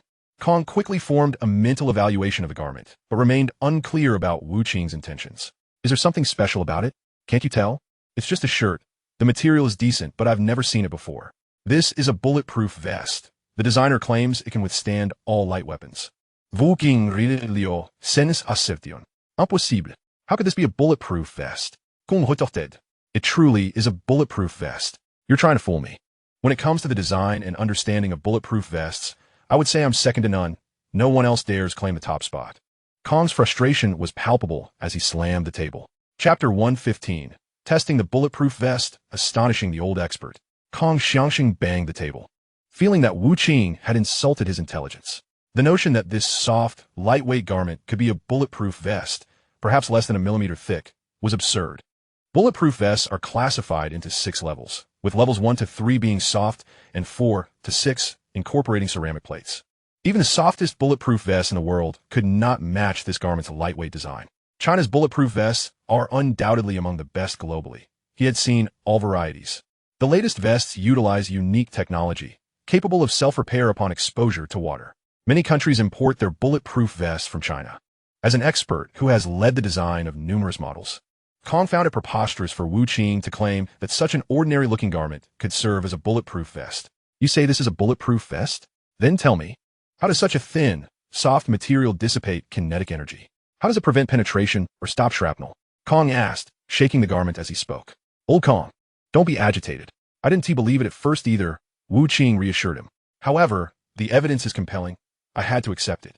I conducted a simple test on site, but the specifics require your expertise for proper evaluation. Finally, under Wu Qing's calming influence, Kong Xiangxing agreed to conduct a test. The testing personnel were swiftly arranged, prepared to conduct the assessments in accordance with the standard ballistic vest testing protocol. The tester, known as Iron Bull, was taken aback upon receiving the vest. Yet, adhering to his superior's directives, he commenced the testing as required. In our nation, ballistic protection levels are classified into 6 tiers, based on military and police standards, with military-grade vests being utilized in the armed forces. Testing began at level 1, with the dummy fitted into the remarkably lightweight ballistic vest. Iron Bull marveled at its feather-like quality as he connected all the necessary instruments and initiated the test. The first weapon employed was the Type 64 pistol, firing 7.62 by 25 mm lead core rounds at a velocity of 420 meters per second.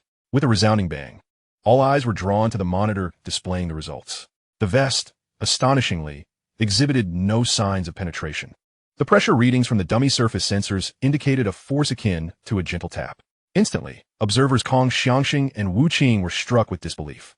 Although Liu Sen had asserted its bulletproof capability, Wu Qing had previously harbored skepticism, assuming it might only withstand cuts and stabs. After all, a failure to penetrate does not necessarily imply the wearer remains unscathed. However, the data before them seemed to defy the laws of physics. Was there an error? Someone check the instruments, Kong Xiangxing urged, harboring grave doubts about their accuracy. The testing personnel dashed forward to inspect, returning shortly with a report that all equipment was functioning normally. Kong Xiangxing, suspecting the earlier results to be an anomaly, promptly ordered a retest. The outcome was identical to the first. The shared glance between Kong Xiangxing and Wu Qing was laden with exhilaration. Their expressions conveyed that, despite the bruises they had sustained, the authenticity of the vest was paramount. It could potentially save countless lives among the military and police forces of Huaxia. Fire the remaining rounds, Kong Xiangxing commanded with fervor. Bang, bang, bang. Soon, all rounds were expended, and the witnesses observed the vest remained impeccable. They proceeded to retrieve the footage of the recent tests, adjusting the playback speed for closer scrutiny. In the slow-motion replay, the moment the bullets struck the vest, the impact point instantly hardened, followed by a slight tremor, dispersing kinetic energy outward, reminiscent of a droplet falling onto a tranquil water surface or a rapid strike upon a non-Newtonian fluid in winter. The subsequent tests progressed methodically through the levels. Level 2, Type 79 submachine gun, 7.62 by 25 mm lead core, 515 meters per second. Level 3, Type 64 pistol, 7.62 by 25 mm steel core, 420 meters per second. Level 4, Type 79 submachine gun, 7.62 by 25 mm steel core, 515 meters per second. Level 5, Type 56 automatic rifle, 7.62 by 39 mm standard round, 710 meters per second. Level 6, Type 95 automatic rifle, 7.62 by 42 mm standard round, 920 meters per second. Upon completion of all tests, the excessively lightweight ballistic vest had shown no faults, and the dummy sensor data was equally impressive.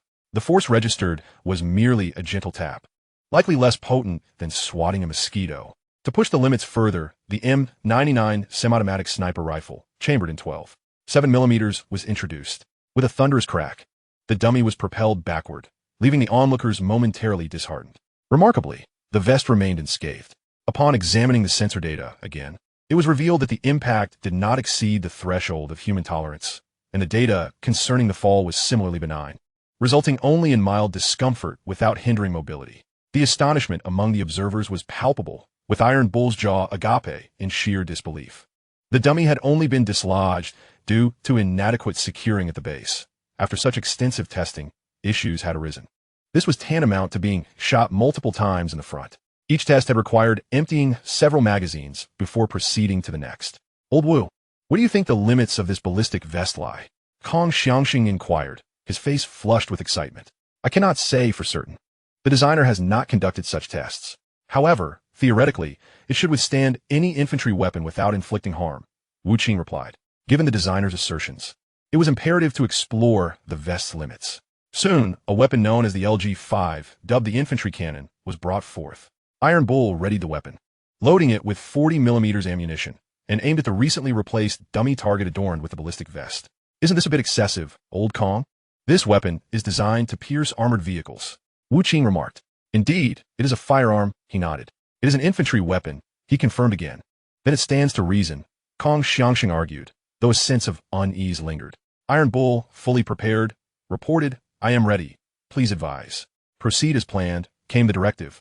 As a circle of personnel instinctively covered their ears, knowing the weapon's deafening report was imminent. With a deafening explosion, Kong Xiangxing, Wu Qing, and others witnessed the LG-5 strike the dummy with precision, resulting in a violent detonation before tranquility returned. The two quickly turned their attention to the display monitor. Miraculously, the vest remained intact, while the uncovered portions of the dummy were ravaged by the explosion's fire. The kinetic data displayed on the sensors indicated that the energy at the impact point was even lower than that recorded from the M99 sniper rifle. Moreover, the data from the area shielded by the vest reflected only minor disturbances, likely due to the explosion. At this revelation, Kong Xiangxing and Wu Qing jubilantly waved their arms in celebration, embracing each other with fervor, patting one another's backs, their eyes brimming with tears of joy. This is remarkable, truly extraordinary, they exclaimed. Such a ballistic vest is of exceptional quality and, once deployed, will undoubtedly save countless lives. As the Minister of Logistics, Wu Qing was acutely aware of the annual casualty figures, each statistic representing a precious life devoted to fulfilling their duty, safeguarding the nation and its people. Without their sacrifices, peace as we know it could not exist. In a world where harmony reigns, foreign lands are engulfed in conflict. The serenity we enjoy is but a facade, sustained by the silent burdens borne by the brave. Old Wu, where did this ballistic vest originate? It was developed by a young innovator, who has achieved numerous remarkable feats, Wu Qing reflected. Initially, he had assumed the vest would merely meet level 3 ballistic standards, never anticipating its performance would surpass all existing ballistic vests. Old Wu, the recent tests not only demonstrated its ballistic capabilities, but also its resistance to high temperatures, something other vests cannot accomplish. This ballistic vest must be rapidly mass-produced and deployed to frontline troops, significantly enhancing their combat effectiveness. Moreover, the design is still somewhat flawed, as it currently exists as a singular undergarment. Body armor is categorized into several types: ballistic vests, ballistic clothing, and full protection ballistic gear. Old Wu, why did you only bring one? Are there no others to test?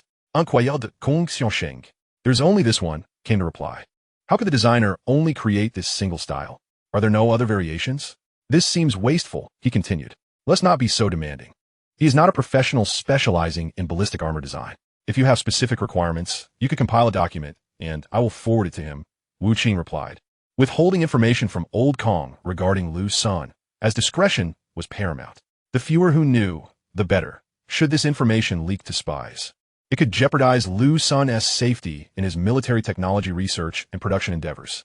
It seems Liu Sen will need to adopt a code name, and the products should be assigned a different name. The name Edian is certainly off limits. It is preferable for the information to flow through him. I will carefully design a new style to ensure better protection, Kong Xiangxing remarked, refraining from further inquiries, aware of the unwritten rules. Sometimes, having too many in the know can be counterproductive, not from a lack of trust, but due to the risk of accidental leaks during casual conversations, dreams, or even drunken ramblings. Old Wu, you could also discuss this with him. He knows his material's properties best and can envision producing various styles, Kong Xiangxing added thoughtfully. Fortunately, he was unaware that Liu Sen had crafted undergarments and safety shorts from these materials in the lab. Had he known, he would have surely exclaimed, what a waste. Both men agreed that confidentiality regarding today's events was imperative. Upon returning to the office, Kong Xiangxing began designing the new body armor, observing him engrossed in his work. Wu Qing took the ballistic vest and departed from the Logistics Equipment Research Institute, intending to report on today's findings while also taking all the recorded footage from the tests. In a small conference room, over a dozen elderly gentlemen watched the video, their expressions growing increasingly animated as the footage played, their faces flushed with excitement. Just then, someone knocked and entered, reporting irregular fluctuations in heart rate and blood pressure. Prompting a checkup, the elderly men momentarily interrupted collected themselves, sipping tea from a table. Instantly rejuvenated, they marveled at the tea in their hands. However, noticing everyone was intently focused on the video, they restrained their curiosity. Soon, the video concluded, and Wu Qing placed the ballistic vest on the conference table. This was the very garment tested in the footage. Everyone began to examine the astonishing piece of armor. A true national treasure that would greatly enhance individual combat effectiveness and reduce casualties. Liu Sen has truly surprised us. They laughed, feeling gratified by their earlier support for him. I propose we increase our backing for Liu Sen, suggested one elder. Indeed, with the base currently under construction, it would be prudent to deploy additional construction teams to expedite completion, another concurred. Yes, this would allow for quicker deployment and faster conversion of research outcomes, thereby bolstering our national strength. I believe we should produce a small batch of these garments to distribute across various units, Wu Qing interjected. Should we have Liu Sen produce some for the leaders first? That would enhance safety, he proposed, prompting a sudden silence in the conference room. We old codgers can forego it.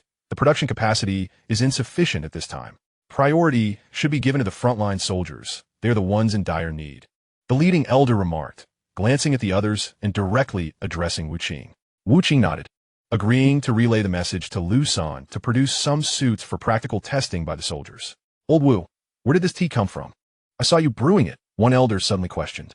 This is also a new variety cultivated by Liu Sen, known for its invigorating, calming, and health benefits, Wu Qing replied. This surpasses any tea I have ever tasted. After drinking it, I feel remarkably revitalized and mentally clearer, one elder exclaimed. Chapter 117, Sparks of Hope, Guardians. All the elders in the conference room share their thoughts. This tea could significantly enhance work efficiency, one remarked, reflecting on their limited vitality. Indeed, I previously struggled to muster energy for a day's work. With this tea, I could likely pull an all-nighter, another noted. Ultimately, they urged Wu Qing to inquire if Liu Sen had any surplus and suggested adding this tea to the government supply list, willing to pay any price for it. This tea is worth every penny. It should be made available to personnel at designated levels within the government. This could enhance the efficiency of all units, providing mental clarity and improving decision-making accuracy. After the meeting concluded, Wu Qing returned to his office and contacted Liu Sen via a secure phone he had provided during their last meeting. Liu Sen. The ballistic vest has undergone preliminary testing with excellent results, effectively withstanding M99 and LG5 rounds, he said, excitement evident in his voice. It appears the theoretical data holds true. Liu Sen nodded. We need to produce a batch for practical testing in various combat environments. When can we begin production? We can commence small-scale production soon. A couple of hundred suits should be feasible, Liu Sen considered, having already adjusted the lab machinery parameters. In 2 days, we should be able to produce that many. A couple of hundred should suffice. A small team of 5 could equip 20 to 30 special ops units, ensuring comprehensive testing in diverse conditions. I have good news. The state will increase support for your base and send additional construction teams, so completion should be swift, Wu Qing shared, making Liu Sen very happy. Once that is done, we can ramp up production, and we will need a data center within the facility as sensitive information will continue to grow. Old Wu, there's another matter. We should prioritize completing a hall at the base for immediate use, while other constructions can proceed gradually. The base encompasses 5 mountains, forming a pentagon.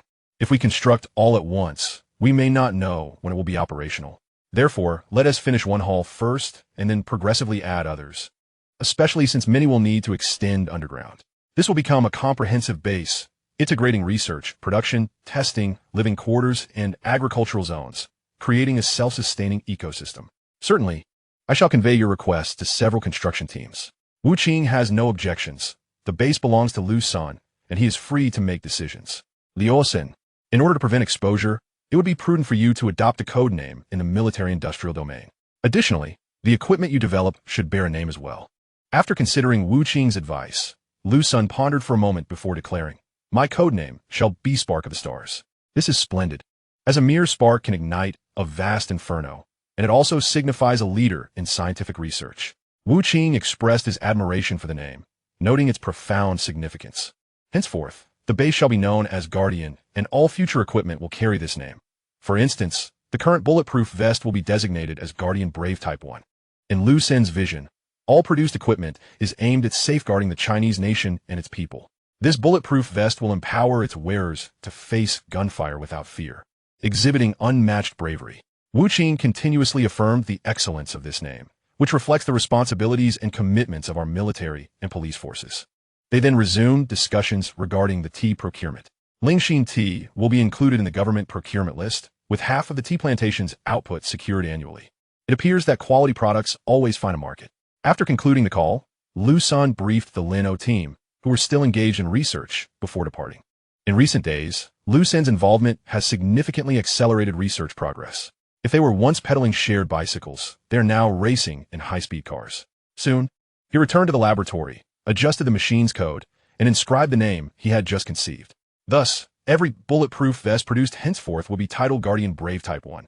The manufacturing process commenced, with machines whirring into action, spinning threads, weaving fabric, and crafting garments. The current pace, however, remained insufficient. After all, the machinery was small and not specifically designed for an assembly line. After a final check on the settings, Liu Sen exited the laboratory and proceeded to the Materials Research Institute to continue his studies. The bulletproof vests would be ready for collection the day after tomorrow. Time passed swiftly, and 2 days were spent in Liu Sen's diligent research. Upon arriving at the laboratory, he took stock of the completed bulletproof vests, confirming there were no discrepancies. The newly added Guardian name resonated with grandeur. He made a call to Li Han, who was overseeing operations at the base, instructing him to deliver 200 sets of vests to Wu Qing. Old Wu, I've just sent 200 sets with Li Han for you. Have they really been produced so quickly? It's only been 2 days, Wu Qing remarked, genuinely surprised. He had anticipated a timeline closer to a week. After hanging up, Wu Qing thought that if they arrived promptly, he could deliver them that evening, thus advancing his prior plans. He immediately contacted personnel from various military districts, instructing them to retrieve the equipment that night for swift testing of the bulletproof vest performance. As night fell, the logistics and equipment department bustled with activity. Personnel from various military districts gathered, engaged in lively conversation. Old Gene, what kind of equipment do you think we'll receive this time? A middle-aged man inquired. I have no idea. I haven't heard a whisper about it, came the reply. It's quite strange for all 5 military districts to come together for equipment distribution. Indeed, we used to nearly come to blows over prioritizing new gear. Hopefully, this time it will be a delightful surprise. Wu Qing checked the time, noting that Li Han should be arriving soon, and made his way to the equipment distribution area. Upon entering, he found a group animatedly discussing the impending equipment. Chief, what are we receiving this time? Are we distributing it now? The equipment hasn't arrived yet. Please be patient until it does, he replied. Just then, a military jeep sped into view, halting at the entrance of the equipment distribution area. All eyes turned towards it, eager to discern the nature of the equipment that Minister Wu had so shrouded in mystery. A soldier leapt from the vehicle, carrying a suitcase-sized container, striding purposefully into the distribution area. It was none other than Li Han, Liu Sen's liaison. Reporting to you, sir, as ordered, Li Han announced, standing at attention before Wu Qing. Excellent. Thank you for your hard work. Wu Qing returned the salute. Chapter 118, An Unconventional Guardian. Wu Qing directed Li Han to place the box on the table. The personnel from various military districts, awaiting their equipment, gazed quizzically at the modest container. They exchanged glances, puzzled by its size. How much equipment could possibly fit in such a small box? Even if filled with handguns, it would hold only a few dozen.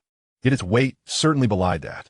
Li Han's earlier handling suggested it weighed only a few dozen pounds, similar to a bag of rice purchased from the market. How can this suffice for distribution among the 5 military districts? Was it truly necessary for us to gather at night for this? A few among them were mystified, having assumed there would be a substantial amount. Each district had sent several representatives. It was akin to summoning many to assist in lifting a mere 5 kilograms bag of rice. The absurdity of the image brought a chuckle. Finally, a middle-aged soldier named Jean could no longer contain his curiosity. Wu Bu, is this really it? Wu Qing nodded without further elaboration and instructed Li Han to open the box. Inside, they found a collection of military green garments, neatly arranged in 2 stacks. One stack resembled the military-issued green T-shirts, though they appeared somewhat form-fitting, while the other was similarly green but distinctly tighter. The initial anticipation of the military personnel transformed into confusion and ultimately disappointment. Wu Qing was also taken aback. He had expected only bulletproof vests, but to his surprise, not only had the color been adjusted to a more military-appropriate green, but there were also bulletproof pants. In today's world, no such pants existed, leading to numerous leg injuries in warfare. This revelation was indeed a pleasant surprise, prompting him to recall Liu Sen's mention of preparing 200 sets of bulletproof vests. The material was extraordinary. It could indeed be fashioned into bulletproof pants. Wu Qing examined the pants, noting they shared the same composition. And then he spotted the label on the garments. Guardian Brave, Type 1, 00001. His eyes gleamed with excitement. Well then, all the equipment is here. 200 sets in total. You may distribute them as you see fit. Noticing the silence, he glanced around to find expressions of disdain among the group. What are those looks? This is the latest scientific achievement, a new type of bulletproof suit. What? This is a bulletproof vest? After the initial exclamations of astonishment, several individuals approached to inspect the items, tugging and pulling at the fabric. Let me clarify that this batch of bulletproof suits is intended for all military districts to conduct field tests, assessing the equipment's performance across various environments.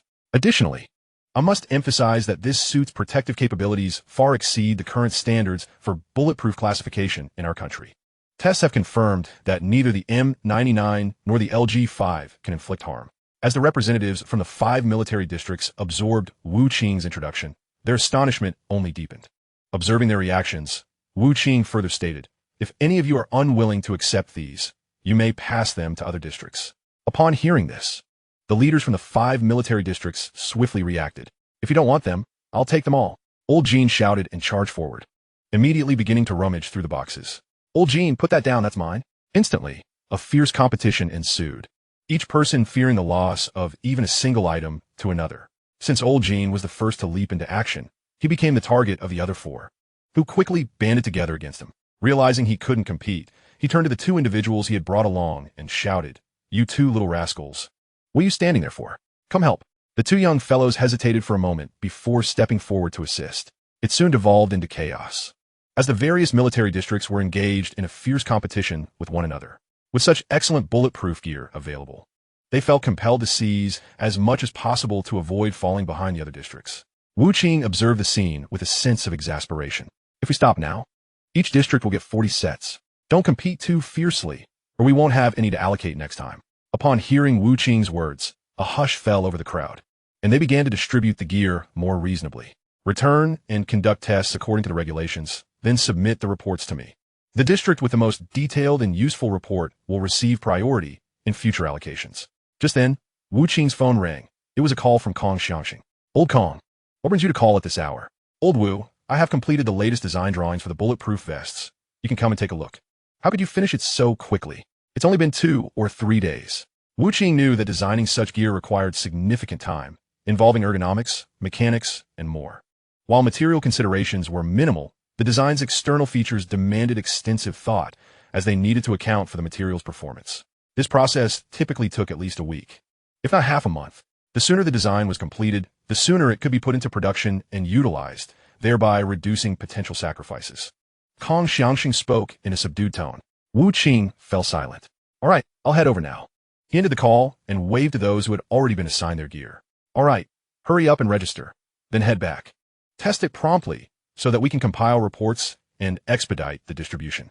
Each piece of clothing bore a corresponding number for better management and to prevent loss. A daily inventory check would allow for immediate identification of any missing items.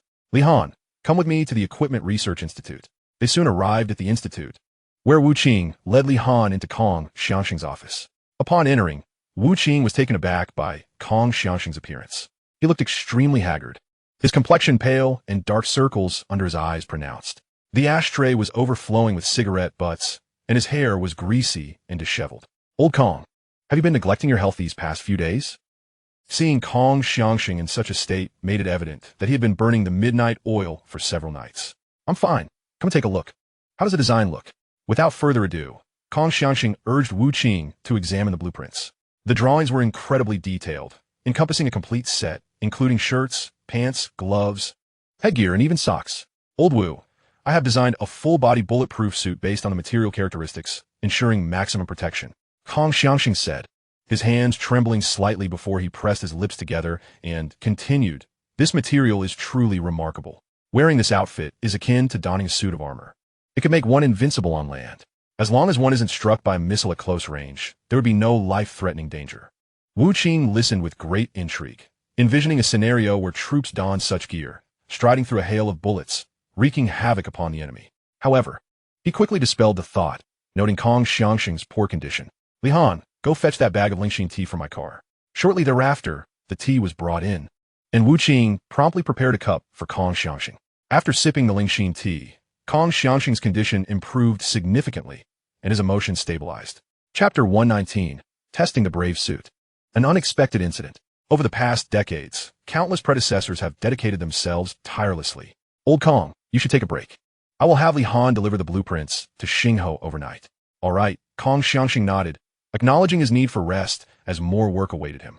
Just as he stood to leave, he suddenly paused and looked at Wu Qing.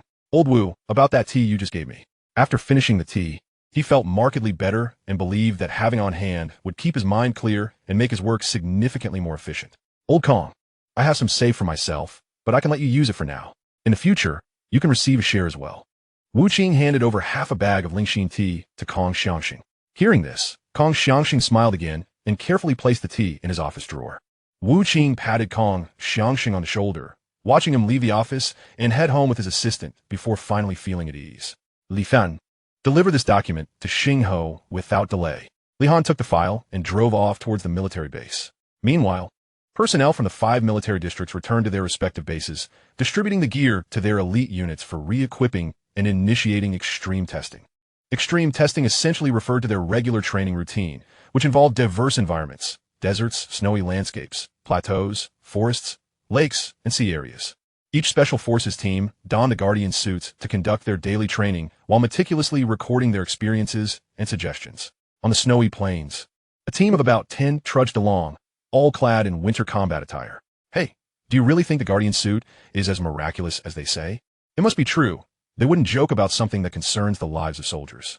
This is gear meant for frontline warriors. Boss, this suit is surprisingly comfortable, and I can definitely feel it's warmer than usual today. Indeed, not to mention its bulletproof capabilities, this suit excels in insulation and doesn't hinder movement at all.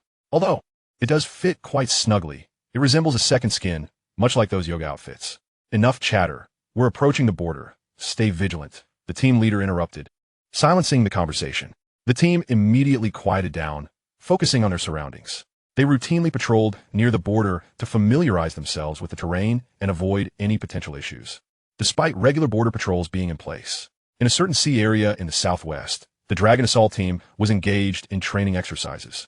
Members were practicing diving in the ocean. Among them, one soldier was in standard frogman gear, while another wore the newly issued Guardian bulletproof vest for testing. Come on, Xiao Chong, hurry up. You're falling behind. The soldier in the frogman's suit felt particularly frustrated. He used to be the fastest in the water, but was now lagging behind his comrade. He glanced ahead to see a figure in a green bodysuit. Perfectly sculpted muscles choqués a streamlined physique. Soon, those who had finished the competition returned to the shore, and everyone gathered together. Qing, your remarkable outburst this time has surprisingly led to your victory over Xiao Chong. Qing, with a playful smile and a gentle pat on his head, remarked, the effort I exerted was akin to my usual, yet I sensed a significantly reduced resistance from the seawater. All eyes turned to the attire, which was the latest equipment issued for testing. To everyone's astonishment, it served an unexpected function. They couldn't help but reach out to touch it. At that moment, they realized something extraordinary. The fabric was already dry. It was noteworthy that Qing had only just emerged from the water a minute ago. The quick-dry feature was indeed impressive. Stop staring. Everyone, remove your outer garments and jump in to test it, commanded Captain Hu Yihong of the Jiaolong team. Upon receiving the order, the others hastily shed their clothing and plunged into the sea. Meanwhile, in the Jinling military district, the Marines of old had just finished changing into their new gear and commenced their combat training. Quickly organized into teams, they began their sparring matches. The two adversaries engaged fiercely, exchanging blows with fervor.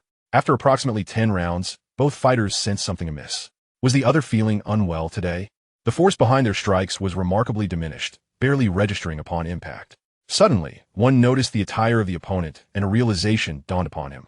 Without further hesitation, they disregarded their defenses and charged at each other, both evidently aware of the situation. Thus, they began to pummel one another without restraint, no longer evading. A punch here, a kick there, with neither party holding back. Onlookers, who were there to learn, stood in shock. This was training, not a battle against an enemy. The captain of old observed the ferocity of their blows and wondered about the depth of their grievances. Stop! What are you two doing? Yuan Lang scolded. You are comrades, not foes. Run 10 kilometers. But captain, we were merely sparring. Why the punishment? Was your training aimed at a comrade? Every strike was targeted at vital areas. But Captain, we acted as such because the opponent's punches barely hurt. Liu Sen, a stout and honest-looking soldier, interjected. Nonsense. How could it not hurt? Yuan Lanli taught it. It truly doesn't. Just ask him, Liu Sen insisted again. Yuan Lang turned to the other soldier, who nodded in agreement. It soon became clear that the bulletproof vests were the reason for their lack of pain, and it was astonishing that such thin fabric could provide ballistic protection. If it could withstand bullets, surely it could handle a few punches and kicks. In the southwest tropical rainforest, the Wolf Fong Special Forces were undergoing training. Weaving through the dense foliage, they passed a puddle and soon traversed a patch of grass. Not far from the border, a group of 5, faces painted with camouflaging hues, executed tactical maneuvers, advancing in alternation. Old Nyo, your daughter's birthday is soon. I assent it? In 3 days, Old Nyo replied, his demeanor brightening at the mention of his daughter. I prepared a gift for her, and I'll give it to you today, Lung Feng said. You're not trying to woo my daughter, are you? He laughed heartily. Just as Lung Feng was about to respond, a sudden barrage of gunfire interrupted him. The 5 comrades fell silent, an ominous realization dawning upon them. Something was amiss. Chapter 120. Encounter in combat. The gunfire they heard was not from the standard weapons of Huaxia. Everyone, remain vigilant. We have a situation ahead. Check your gear immediately, Lung Feng instructed via his earpiece. Soon all were ready. Let us maintain formation and move swiftly forward. Armed with their firearms, the 5 advanced toward the source of the gunfire, navigating through the underbrush. The gunfire intensified, interspersed with the sounds of Huaxia's weaponry. It was evident that the opposition was equipped with rifles, while their own firepower was limited to sidearms. They stealthily approached the vicinity, and the sniper quickly located a suitable vantage point. The others continued forward, soon witnessing the unfolding scene.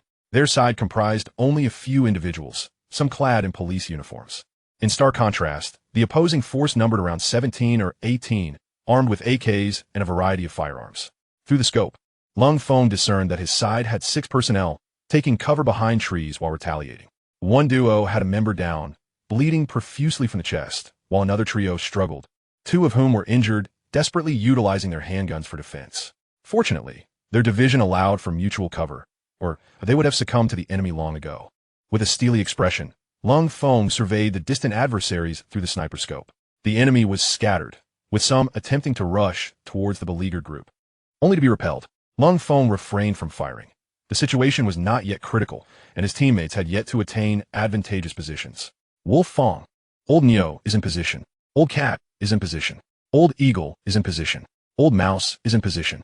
We can commence. Let these underlings taste our might. Once confirmed ready, they began to take aim at their targets, clearing out the opposition. With a series of rapid, yet controlled gunshots, several adversaries fell, blood erupting as they hit the ground.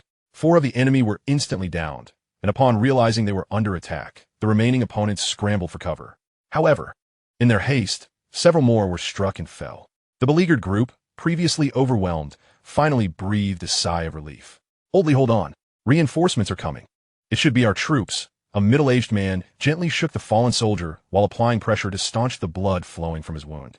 Among the remaining enemies, the leader bore a jagged scar slashing from his left eye to his chin, a menacing sight, and the scar appeared fresh, having just lost several men. The scarred man seethed with rage, his expression darkening.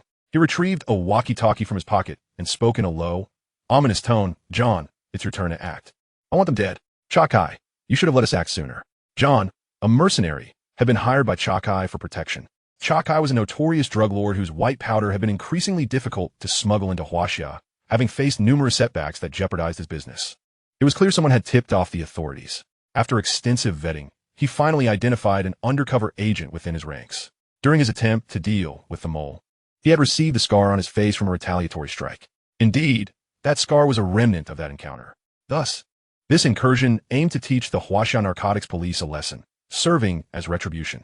He set a trap, instructing a subordinate to feign transporting the narcotics and get captured, revealing that a substantial stash was hidden within this forest, leading the anti-narcotics police into an ambush. However, crossing into Huaxia was perilous, prompting him to spend a fortune on hiring mercenaries to support this operation. Yet, it was agreed that should they refrain from engaging, only 500,000 would be paid. You will need to pay an additional 1 million to make a move. Therefore, before the arrival of the Wolf Fong special team, The victory was in hand, and the mercenaries were not allowed to take action. John heard the request for help, put down the walkie-talkie, and said to his earphones, "Guys, you can start now. $1 million are waving at us. Head, we can't wait a long time." The mercenaries pulled the trigger. They had already aimed at the target and fired a series of gunshots. The members of the Wolf Fong special team heard the gunshot, and their hearts skipped a beat in an instant. Bang!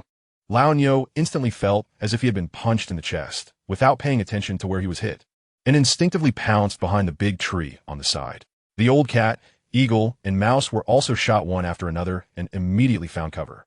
Only Cold Fong, who had not fired yet, was fine. He did not expose himself, and Cold Fong immediately broke out in a cold sweat. "Old cat, old cow, eagle, mouse. How are you doing? Don't worry about anything." When calling them, Lung Fong didn't stop and aimed directly at the place where the gun was fired. At this moment, seeing that the other party had a European and American image, I immediately knew that they were mercenaries completely different from the previous group of disorganized people. These people have been hiding all along, only taking action when the wolf's teeth are exposed. Cold Fong instantly aimed at someone and fired a gun. He must do this. He must attract their attention and prevent the four of them from being reshot. Once the gun is replenished, the chances of survival will be even more slim. Bang! The other party was shot in the chest with a big beard and fell directly to the ground. Cold Fong immediately withdrew his gun and changed its position. John heard the gunshot and saw the bearded man fall to the ground. He immediately knew there was someone else and said in his earpiece, "Titan, Titan, I've received a response." But I didn't hear any response from the headset. John knew that Titan should have already died. "Be careful to hide yourself. The other party also has a sniper. Give me this person as a reward for the Titans." Speaking of which, the mercenaries slowly began to search for the location of the cold front. Cold Fong had just withdrawn his gun and left his position when a sound came from his earpiece. It's a lot to say, but in fact, it only takes a few seconds from the other party shooting to Cold Fong shooting and leaving the position. "Cold Fong, please take care of yourself, and don't worry about me not getting hurt." The voice of the big cow came from the earpiece. Then came the voices of several other people. None of them were injured. Soon, Lung Fong concealed himself again and began to inquire. "The bulletproof vest mentioned above has superior performance. It seems that there is really no bragging. I was hit in the chest, but surprisingly nothing happened. Yes. I looked at the bullets on the ground, and what I got was a sniper rifle bullet. Damn it, we still need this bulletproof vest. Otherwise we won't be able to go back. These people are really cunning. They have been hiding without showing up. Okay, it's time for revenge. Fuck me." Chapter 121. Comprehensive Counterattack. The opposing mercenaries were all attracted by Cold Fong, and after firing a shot, they didn't pay attention to the other four. Because they believe in their marksmanship, they cannot survive with a sniper rifle hitting their chest accurately. The four of Wolf Fong slowly approached, their primary goal being to deal with this group of mercenaries. On the other hand, the drug lord on one side has been avoiding without any action, and a group of vegetable chickens dare not show their heads casually. These drug lords used to know that these mercenaries were very powerful, but now even their powerful beards have died. They were even more frightened and afraid that they would die. Cha-Chai began to consider whether to retreat. Although his goal was not fully achieved today, it was still considered half accomplished. Cold Fong carefully observed the other side, but did not notice for the time being. The other side is also quite cautious in hiding now. They were deadlocked for a few minutes. At this moment, Cold Fong heard the voice of an old cat through his earphones. "In your 10 o'clock direction, there is one." It turns out that in these few minutes, the four of them have been approaching from the side, discreetly. Due to the angle, it was quickly discovered that a direct report was given to Lung Fong. Cold Fong began to carefully observe the 10 o'clock direction and soon discovered something different. Adjust the gun, aim, and pull the trigger. Bang! The person in the 10 o'clock direction was instantly shot and fell to the ground. Cold Fong started changing positions again. John from the other side is also quite irritable at this moment. He has encountered a skilled Chinese expert, which is something that ordinary troops would never be able to do. We must force the enemy sniper out, otherwise they will definitely not be able to leave. After all, it is currently within the territory of China, and border troops will soon arrive. John looked towards the direction of the guessing party and saw that about 10 people were hiding there with their necks curled up. "Guess, damn it. Are you still watching the show? Organize someone to shoot towards the 6 o'clock direction for me, force the sniper out, and I can kill him." Seeing no response, I immediately added again. "Without killing him, it's difficult for us to escape unscathed. If you don't move, I'll have my people retreat. Just wait for death." "Okay, I know. I will cooperate with you." I guess I also realized the seriousness of the problem, and Cha-Chai directly agreed with John's opinion. Leave 2 people to watch the anti-drug police before, and let the remaining 10 or so people shoot toward the 6 o'clock direction. As a group of people strafed, the bullets got closer and closer to the cold front. Cold Phone only started moving and changing positions, which directly exposed his figure. John and the others fired directly, with several consecutive gunshots, and Cold Phone was directly hit in the leg. But because of the hero bulletproof vest, there is no problem, and several people on the other side were exposed due to gunshots. The four members of Wolf Fong instantly discovered each other's whereabouts and began to report each other's positions through their earphones. Once you have identified the target you need to kill, you immediately pull the trigger. With a few gunshots, the other party fell to the ground and couldn't get up. Lung Fong immediately checked to see if there were any other people. At this moment, when Cha-Chai saw that John and the others were all dead, he immediately lost any courage and started running away with the people. Wolf Fong people will definitely not let go of these bandits who dare to cross the border and harm the Chinese people. Start calling out names one by one, hoping to kill all the bandits crossing the border. At this moment, Lung Fong immediately ran to the location of the anti-drug police. Looking at the middle-aged police officer who fell to the ground, with a pale face and a lot of blood, he immediately took out the first aid medicine he was carrying, applied to the area of the opponent's abdomen where the bullet was shot. Several other anti-drug police officers also gathered around, with one covering their thighs and the other covering their left arm. It seems that the injuries are not very serious, and a few people crouched down nervously to look at the middle-aged police officer lying on the ground. Loudly, you must persevere. One of them saw Cold Phone doing simple wound treatment for Old Li and said, "Hello, I am Hong Xiaoming, the captain of the Southern Yunnan Anti-Drug Brigade. Can we catch the leader of the other party's investigation and not kill him? We still have something to ask him." "Okay," Cold Phone said to the earpiece. "Pay attention to the leader of the other party who is the best to catch the live one. Keep it useful." Received. After a while, the gunshots gradually ceased. Lung Fong, the enemy leader, has been caught, and this kid almost ran out of the border. Okay. Everyone else should search for those mercenaries and see if all of them have died. After Lung Fong finished giving orders, he said to Hong Xiaoming, "Cha-Chai has caught it." "Thank you." At this moment, a fully armed border defense force rushed over. Quickly after communication, everyone was once again arranged to bring back all the bandits and take them away later. The members of the Wolf Fong team returned soon. Lung Fong, the other party has all died, and we have retrieved all the weapons. After confirmation, they are the Black Wolf mercenary group. Well, contact your superiors, and we'll go back later. Lung Fong said directly. At this moment, Hong Xiaoming saw the brought back Cha-Cha and immediately rushed forward, punching the other person in the face. Cha-Cha was instantly knocked down to the ground, his face turning blue and purple, which was even more terrifying with that scar. Hong Xiaoming took 2 steps forward, grabbed the other person's collar, and sternly said, "Guess, where's Xiaoyong?" "Xiaoyong, you mean the undercover agent, right?" Cha-Cha laughed and said, "A few days ago, I directly killed him. If it weren't for him, I wouldn't have such a scar on my face. If it weren't for him, I wouldn't have been blinded by anger and come here to seek revenge. I was impulsive at the time and killed him directly. I should have dismembered him into 8 pieces." Cha guessed that Xiaoyong showed a fierce expression. "Tell me where his body is." "I won't tell you. Go ahead and dream." "You." Hong Xiaoming tightly squeezed the other person's neck, causing difficulty breathing and quickly turning their face purple. "Head, don't. The anti-drug police, who are more vigilant, will immediately come stop it. If they don't stop it, they will be killed. Hong Xiaoming will be punished at that time. Although they both wish each other could die, they have already been captured alive and cannot deal with each other anymore. The other party can only wait for legal sanctions now." Hong Xiaoming released his hand and collapsed on the ground, tears streaming down uncontrollably. "Xiaoyong, I'm sorry about you. I shouldn't have let you go undercover." At this moment, a roar came, and the sound grew louder and louder. Everyone looked up and saw a Wu Ji Shi flying over, quickly hovering above them. A soft ladder fell off the helicopter. Cold Phone saluted Hong Xiaoming and the border guards and said, "I'll leave it to you." Then he led the other 4 members of the Wolf Fong team up the soft ladder and climbed up to Wu Ji Shi. The crowd on the ground saluted the departing helicopter. Chapter 122. The first phase of construction has been completed. In the Materials Research Institute, Liu Sen is conducting research and testing with Lin O. At this moment, Liu Sen's phone started to vibrate. Liu Sen ignored it and completed the final process adjustment with Lin O. Say hello to Liu O and let them proceed with the next step of production testing. Then leave the laboratory. Glancing at the phone display, Wu Qing called back. "Liu Sen, the brave bulletproof suit has been tested almost, and a lot of data has been collected. I will send you a copy of the data shortly." Wu Qing on the other side spoke in a very happy tone and continued to say, "During this test, there happened to be some unexpected incidents. After a small-scale actual combat, the performance of the bulletproof vest was proven. The frontline troops are now waiting to change their equipment. The encounter that occurred on the southwest border has spread to a small extent internally, and there were some doubts about the performance of the hero's bulletproof vest. Now everyone is eager to equip it as soon as possible.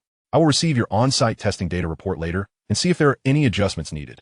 Then we will start mass production according to the design drawings. Liu Sen heard Wu Lao's words and gave the response that the other party wanted to hear. Hanging up the phone, Liu Sen changed his clothes and walked out of the laboratory. The two strong men who had been waiting at the entrance of the laboratory immediately welcomed them. Let's go do something, Liu Sen said directly to the other party. The other person nodded and said to the earpiece, "The boss is leaving." Then he followed Liu Sr. Liu Sen and the two of them left the Materials Research Institute directly. There are already 3 cars waiting at the door. The big man who spoke earlier took 2 steps forward and opened the door of the middle car. Liu Sen got into the car, and the other 2 followed suit. Guan Air, go to the Guardian Base. Liu Sen saw that everyone had already boarded the car and said, "Target Guardian Base." The big man who spoke before once again notified everyone through his earphones. A few days ago, the special veterans who had agreed with Wu Qing finally arrived. There were more than 10 in total, including 4 women, along with dozens of other troops who have retired. Liu Sen quickly arranged it, and the female security guard was directly assigned to her family and 3 daughters. Other company executives also arranged some. Liu Sen has arranged 7 people around him, and Guan Air is one of them. He is the captain of Liu Sen Security. In fact, there will be good arrangements for these people to retire, and they will basically be allocated. However, the country considers that Liu Sen really needs protection, so it is said to move these personnel. After all, arranging protection for active personnel is not very good. After all, Liu Sen is not an official. He is the owner of a company. Half an hour later, we arrived at the entrance of the Guardian Base. The current Guardian Base had undergone a major transformation, with a fence already built around the perimeter and a manor also established. It's just to cover the base and the mountains behind. After entering the estate, we quickly arrived at the front of the mountain and entered the interior of the Guardian Base through the gate. The entire base is not like a cave, but like a building with several floors. Soon Wang Anping and Li Han arrived at Li Sen's place together. "Mr. Liu, the construction of Hall 1 has been completed and all water and electricity have been connected, making it ready for use." Liu Sen nodded. It seemed that the necessary instruments needed to be filled in as soon as possible, and some research groups were also preparing to migrate over. Another 4 halls are still under construction, and the underground construction is also being carried out simultaneously. There is no underground passage connecting Hall 1. Among the other 4 halls, Hall 1 will serve as a transit station to better defend and ensure safety. Liu Sen nodded and continued speaking. When will this underground dedicated rail transportation channel be completed? Some large machines cannot enter and exit directly from here, and problems will arise if there are too many times. Excavation is already underway, and 10 shield tunneling machines have been transported. There are also announcements that Jinling will open a subway to Chengdu, which is indeed under construction. But that subway is 10 meters underground. Ours is about 100 meters underground. Liu Sen nodded. The country has indeed done a good job in confidentiality. Li Han was notified to have the troops cooperate in arranging personnel and deliver the necessary instruments directly to the base in the evening. There are still many researchers who need to conduct investigation and communication, and they must have a heart for China in order to enter here, which requires the cooperation of the state in the investigation. Li Han, I will give you a list later. These people need to investigate their backgrounds and other aspects. These people will also be the first to enter the base. Okay, I will investigate thoroughly soon. We cannot mix in some impure people here. Li Han knows the importance of this place and needs to carefully screen the incoming personnel. After looking around, Liu Sen left the base. That night, a list of personnel who needed to enter the base was drafted and sent to Li Han. He then began to examine the data reports related to the testing of the bulletproof vests. Various scenarios of usage were meticulously analyzed, design blueprints were subtly refined, and even performance specifications underwent minor adjustments. For instance, firefighters do not require extreme levels of protection. The ability to insulate against heat suffices, rendering the ballistic capabilities unnecessary. Additionally, the colors of the manufacturing materials were diversified to include black, camouflage, military green, desert tan, navy blue, and white, allowing for adaptability to any external environment. The adjustments were swiftly completed, retaining the overall framework and design style provided by the original blueprints. Liu Sen's modifications were minimal, focusing on intricate details. A complete set was simply crafted in the laboratory. Thanks to the remarkable elasticity of the materials, there were no size requirements. A universal fit sufficed. Upon inspecting the assembled attire, Liu Sen found it exceptionally form-fitting, compelling him to try it on. He stripped down to his underwear and donned the outfit. The fabric was incredibly elastic and lightweight, allowing for effortless wear. He then put on the trousers, socks, and finally the hood. Once fully attired, Liu Sen gazed into the mirror. This was undoubtedly his second skin, clinging tightly to his body, accentuating every muscle contour in a strikingly alluring manner. It felt as though he were clad in nothing at all, had it not been for the visible fabric. Yet, he couldn't shake the resemblance to Spider-Man or Ultraman. The only exposed feature was his eyes, while the rest was entirely concealed. The attire invoked a sense of embarrassment. However, he dismissed such thoughts, reassured by the knowledge that he would still wear standard military uniforms externally. Most importantly, the bulletproof functionality was paramount. Clad in this ensemble, he felt akin to being encased in a mech suit. As long as his eyes remained unscathed, he was invincible. Liu Sen mused, drawing parallels to Iron Man from Marvel. In fact, this outfit offered greater agility, albeit lacking flight capabilities and energy weapons. Chapter 123. The world is changing because of him. Liu Sen found himself questioning how Iron Man's metallic shell could withstand explosions and impacts without harming its occupant. Was there a similarity in materials? With extraordinary toughness and tensile strength that could absorb kinetic energy rapidly, the exposed eyes were indeed a vulnerability. Liu Sen contemplated the possibility of incorporating a new type of specialized glass lens, thin enough to effectively deflect bullets, while also preventing fogging. This modification would eliminate any blind spots.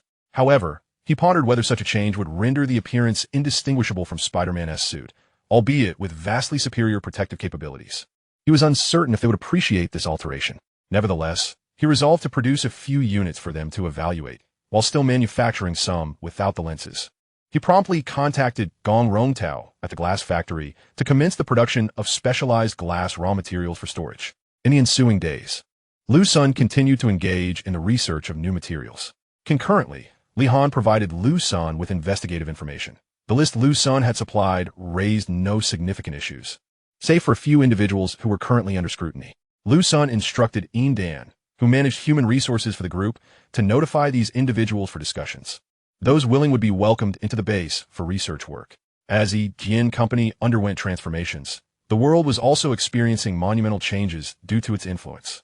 Firstly, a wireless power transmission network spanning a 10-kilometer radius was established in the Lighthouse Nation.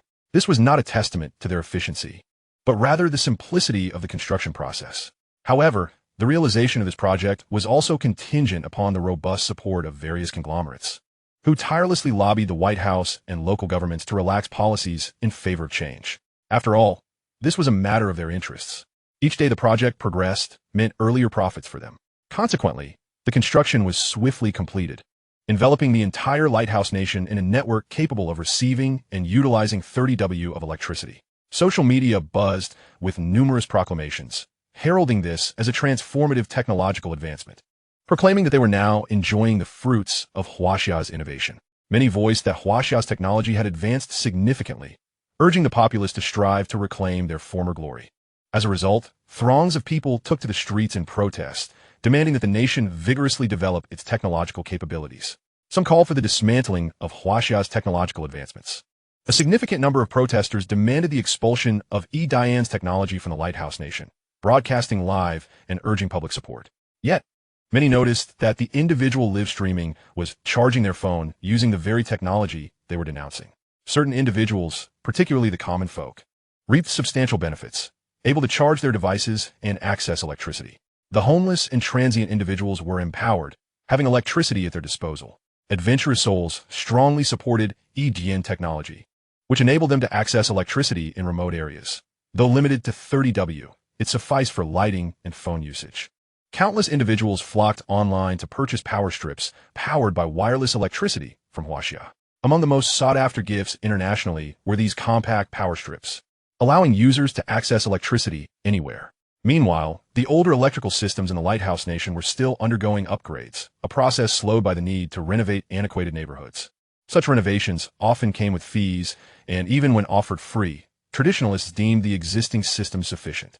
They cherished their freedom, resolutely unwilling to alter their perspectives. Of course, the activation of the Weiyo Yudian app allowed users to receive a complimentary 10 yuan, resulting in a surge of registrations. The user base of the Weiyo Yudian app skyrocketed. The Lighthouse Nation's government, witnessing this phenomenon, was reluctant to embrace change, yet found themselves compelled to act. They greenlit Yi Dian's wireless power, influenced not only by the lobbying of conglomerates, but also by the current tense international climate and energy shortages. Utilizing E-Dian's wireless power could conserve around 10 of energy resources, effectively alleviating some of the pressure. This initiative also bore significance in addressing domestic inflation. For these reasons, they found themselves with no choice but to cooperate. E-Dian's timely emergence and the management of local conglomerates played a crucial role. Otherwise, the lighthouse nation would likely have barred E-Dian's entry. They even proposed transactions in renminbi, following the lead of other nations. Fortunately, a compromise was reached with two payment options. However, payments to E-Dian had to be made in renminbi. To acquire renminbi, one would need to purchase it with US dollars, while also maintaining a portion of renminbi as foreign exchange reserves. This was the lighthouse government strategy. While ordinary citizens meticulously calculated costs, direct payments in renminbi came with discounts, thus encouraging immediate usage of renminbi. Observing these developments, other Western nations eagerly sought to adopt E-Dian's wireless power transmission technology. However, at this juncture, E-Dian refrained from offering any discounts, which displeased them, yet they acquiesced. Given the current energy crisis plaguing various nations in Europe, the innovative technology provided by E-Dian can indeed alleviate some of the burdens. European countries have swiftly commenced the construction of infrastructure, with countless individuals registering for the upgraded worry-free electricity application. The renminbi has garnered significant recognition, enjoying a warm reception globally. However, the promotion of these initiatives has not been entirely smooth. Some smaller nations have witnessed protests, claiming that wireless electricity adversely affects their health due to radiation, leading to collective actions to dismantle installations. Many newly constructed facilities have been torn down almost immediately, leaving those nations at a loss. Conversely, other countries that have completed their construction have managed to suppress inflation rates. While prices have not decreased, the trend remains promising. In stark contrast, the descending nation continues to experience soaring prices. These observations pertain solely to developed nations, while impoverished developing countries exhibit robust support for the utilization of wireless electricity. Given their fragile infrastructure, these nations traditionally struggle with low electricity generation and face significant challenges in laying down power lines. Annually, energy losses have reached 40. Yet the introduction of E-Dian's wireless power devices has dramatically reduced this figure to 10. Numerous regions previously devoid of electrical infrastructure have now gained access to electricity, illuminating their nights for the first time. Citizens jubilantly celebrate E-Dian, expressing gratitude to the Chinese company for bringing light into their lives. The newfound access to electricity has markedly improved the quality of life, enabling increased production of goods, the hiring of more workers, and the creation of additional job opportunities. The abundance of material goods has led to a decrease in prices. With stable employment, the populace possesses disposable income to spend, fostering a consumer-friendly environment. Chapter 124. The Hive Drone Platform. While significant changes unfold abroad, domestic advancements are progressing at an astonishing pace. The execution and infrastructural capabilities within the country are formidable, leading the charge in promotional efforts. The Jiangnan province has nearly realized comprehensive regional wireless electricity supply. This wave of development has catalyzed an economic uplift. Jiangnan, already a hub of manufacturing, has seen numerous enterprises benefit from reduced production costs thanks to regional power access. Consequently, the prices of market-bound products have further declined. Simultaneously, all electronic devices have entered a new era of innovation, akin to the transition from feature phones to smartphones. Many individuals are now upgrading to more advanced models. The same phenomenon is occurring with various appliances, such as vacuum robots, which previously required fixed charging locations but now operate wirelessly. Computers, whether desktops, laptops, or tablets, no longer necessitate constant charging. While some individuals may choose not to upgrade, a segment of trendsetters or affluent consumers will invariably seek superior alternatives. The discarded items will inevitably flow into the second-hand market, circulating at lower prices to those in need and potentially even reaching countries with lower income levels. This surge in demand will prompt businesses to ramp up production and hire additional workers, thereby reducing unemployment and stimulating consumption, revitalizing the Chinese economy. All developments are progressing towards a brighter future. Public safety is also set to improve, as the proliferation of wireless electricity facilitates the installation of surveillance cameras throughout urban areas. Without the complications of cable installations, connectivity is easily achieved through 5G networks, allowing for comprehensive monitoring in various locations. Cameras can be affixed to tall trees, buildings, cliffs, streetlights, and signal towers, rendering criminal activities virtually detectable. The most immediate outcome is a substantial decline in urban crime rates. coupled with an accelerated pace of solving cases and a heightened resolution rate. At this juncture, the Dejiang company has successfully completed several initial tests and finalized new designs in collaboration with Yijian to establish a platform. The Ascent drone from Dejiang has reached its final form, having passed inspections by our engineers without issue. Liu Sen reviewed the images in the documentation, noting the simplicity of the design. "What is the cost?" he inquired, understanding the necessity of stringent cost control for the platform. "The total cost is merely 99 yuan, while Dejiang charges 200 yuan, was the response. "That price is acceptable. Dejiang's fees are reasonable considering their design and production costs. The drone has eliminated the need for a large battery, now relying on a small emergency battery to prevent sudden power loss during flight." Liu Sen then inquired about the completion of the specially designed hive structure. "It has been finalized," came the reply, along with a blueprint depicting a large, complex storage unit reminiscent of parcel lockers, but significantly larger. Satisfied with the design, Liu Sen declared, "Let us proceed as planned and launch this platform." With Liu Sen's approval, Yijian commenced operations. The platform is a drone delivery system. Packages that meet size specifications can be deposited into the hive, automatically notifying recipients. Once confirmed to be home, deliveries are made directly to their residences by drones, which then return to the hive. The entire delivery process is recorded on video, allowing both senders and recipients to monitor proceedings via their mobile devices. Dejiang has begun receiving a substantial influx of orders, necessitating the production of 500,000 drones initially. Additionally, a significant number of hive units have been ordered. Many individuals are now traversing cities to liaise with government officials and secure operational permits, as drone deliveries require regulatory approval.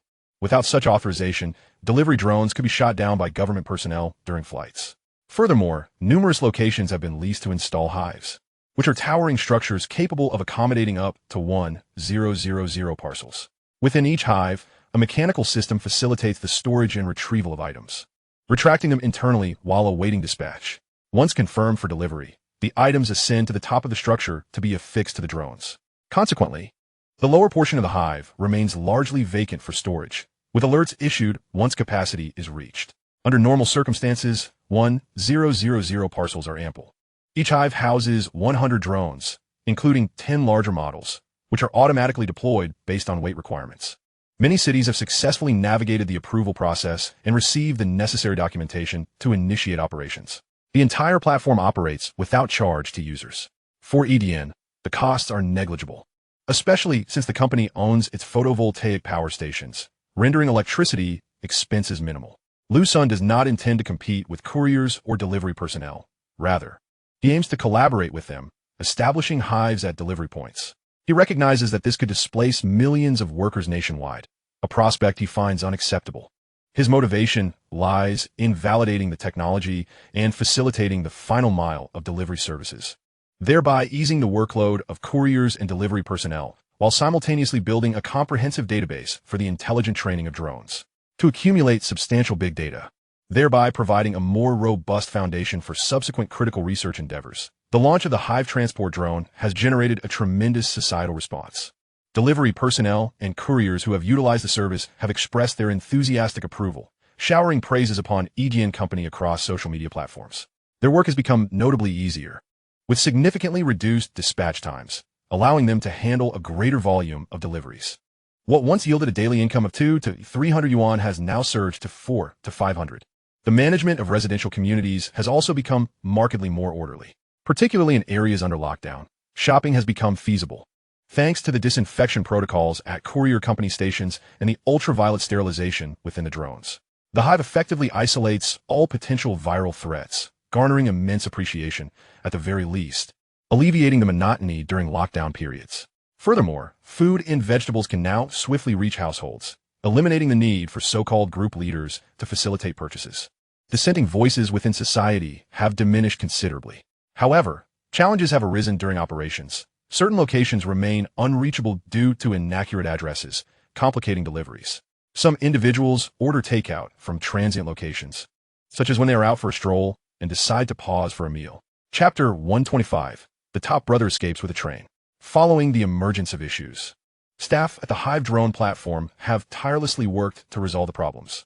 They continuously optimize algorithms and enhance the internal framework of artificial intelligence. while also strengthening visual recognition capabilities and improving the application of Beidou positioning. Efforts have begun to establish a comprehensive network of drones, mapping out three-dimensional coordinate addresses to facilitate target identification and delivery. This endeavor proves exceedingly challenging. To refine positioning accuracy, Liu Sen has decided to bolster the module's code. The upgraded drones now fly with greater efficiency and stability, adeptly avoiding obstacles. Additionally, to ensure precise deliveries and prevent disputes, a facial recognition system has been integrated into the drone platform, enabling identification during package drop-offs to avert misdeliveries. Discussions surrounding the Edian Hive drone delivery platform are proliferating online. Some individuals even wait beneath the Hive, chasing after the drones as their packages are dispatched, capturing videos that declare their inability to outrun the machines. Such phenomena are celebrated by urban dwellers, yet the true transformation is evident in rural areas. Previously, many rural residents had their online purchases delivered only to the nearest town, never experiencing the convenience of home delivery. With the advent of the Hive platform, drones now deliver directly to every household, even reaching remote mountainous regions. This has inspired numerous young individuals to consider returning to their hometowns, where the environment is pleasant and shopping presents no obstacles. However, challenges persist regarding returns or the need for courier services. This issue has gained traction over time, trending as the 8th most discussed topic. Upon noticing this, Liu Sen promptly instructed the addition of this functionality. Should individuals wish to return items or require courier services, they can now simply fill out their information in the Wio app, pay for shipping, and a drone will arrive at the designated time to collect the package in an empty box. The package will then be returned to the Hive for storage, with couriers collecting all items in one go each evening. On the Douxia live streaming platform, a renowned beauty streamer named Xiaoling, clad in a black lace camisole dress, is performing an energetic dance. The alluring streamer sways her voluptuous figure in rhythm with the music, occasionally striking enticing poses. Adorning her neck is a necklace, with the pendant resting delicately in her cleavage, occasionally revealing glimpses of her fair skin, eliciting howls of admiration from the viewers in the live chat. Comments flood in, exclaiming, "That pendant is so white. It's so large." The audience showers the streamer with gifts, the screen bursting with dazzling effects. At that moment, the screen displays a Carnival 10 notification. The dancing beauty bends toward the screen, thanking the top donor for sending her 10 Carnival gifts. This gesture inadvertently reveals even more of her porcelain skin.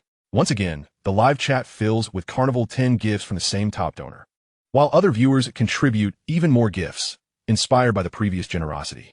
The beauty, visibly excited, expresses her gratitude once more, thanking the top donor for the 10 Carnival gifts. Standing up, she dances even more vigorously to the upbeat music. Meanwhile, a young man named Su Ning sits at his computer, captivated by the beauty's performance. He has been following the streamer for quite some time, her username being "Come in my arms." This is the same individual who recently gifted 20 Carnival items, totaling 60,000 yuan. As a wealthy heir, he has already bestowed hundreds of thousands of yuan in gifts. Observing Xiao Ling fervently dancing, he thinks she must be exhausted and decides to order her a cup of milk tea. With practiced ease, he pulls out his phone and orders a mango pomelo sago, having done so several times before, and informs her of the order. After finishing her energetic dance, Xiao Ling glances at the message and smiles slightly, acknowledging the top donor's generous contributions, which she feels compelled to reciprocate. However, she has already declined several offline meeting requests from him, opting only for video chats. As Su Ning peruses his phone, he suddenly receives a notification. "Your takeout is being delivered by Hive Drone. Would you like to view it?" Curiosity piqued. He knows of the Hive Drone's recent popularity and deduces that Xiao Ling has begun using them as well. Eager to witness the arrival of the milk tea, he clicks on the notification, revealing a first-person view of the drone soaring through the air. Soon, the drone arrives at the entrance of apartment 1305 on the 13th floor. At that moment, Su Ning sees Xiao Ling receiving the notification in the live stream. She comments briefly before stepping away from the camera. In the delivery video, he then sees the door of 1305 open, revealing a middle-aged woman dressed in a black lace camisole dress, smiling as she retrieves the milk tea before closing the door. Back in a live stream, Xiao Ling returns to chat with her viewers, expressing gratitude for the milk tea sent by the top donor. Su Ning is left in shock, staring blankly, replaying the video in disbelief. Was that the person he thought it was? Surely he must have misjudged. He scrutinizes the video again, confirming the outfit, the pendant, and her voluptuous form. But the face, whose face was that? It appeared altered, with a round visage and numerous freckles. Enraged, he tosses his phone aside and curses, realizing that the individual he had admired was not who he believed. Suning promptly voices his outrage in the live chat, exclaiming, "You deceitful woman! How dare you trick me? Just wait." Xiaoling observed the situation with a sense of bewilderment and immediately spoke in a tone imbued with innocence. "Su Ge, could it be that there has been some misunderstanding? Have I erred in any way? I sincerely apologize." The livestream audience was left in a state of confusion. The top supporter had always been the staunchest advocate for the host, and in the past, he would vehemently defend her against any criticism. It was perplexing to witness him suddenly turning against her. Soon, the top supporter was seen tearing up his sign and unfollowing her. A wave of spectators sensed that an unknown incident had unfolded. Yet, upon witnessing the host's distressed demeanor, their hearts softened, and they began to console the beautiful streamer. Xiaoling moved by her pitiable appearance. Many even commenced their first-time contributions in support. Chapter 126. The Inauguration of Guardian Base No. 1. Suning diligently captured screenshots as evidence and meticulously documented the entire sequence of events in an extensive narrative, which he promptly shared on Weibo and Douyin, investing 10,000 yuan for promotion. A multitude of individuals encountered this information, particularly on Douyin, which is designed to promote content directly to users who follow or frequently watch the streamer. The situation escalated rapidly, especially since Xiaoling's fame was considerable. Soon, images circulated widely, revealing stark contrasts that suggested two entirely different individuals. Numerous viewers who had previously gifted Xiaoling began to express their outrage in the comment section. "What a fraud, an old hag, and quite unattractive at that. My descendants are wronged," they lamented. Concern for the top supporter emerged, as many queried, "Are you all right?" This prompted a renewed discourse on the necessity of verifying a streamer's true appearance. Countless streamers trembled with trepidation, and a plethora of influential figures emerged to denounce Edian technology for its invasion of privacy. This well-publicized incident had indeed reached the forefront of public discourse. Yet caution reigned.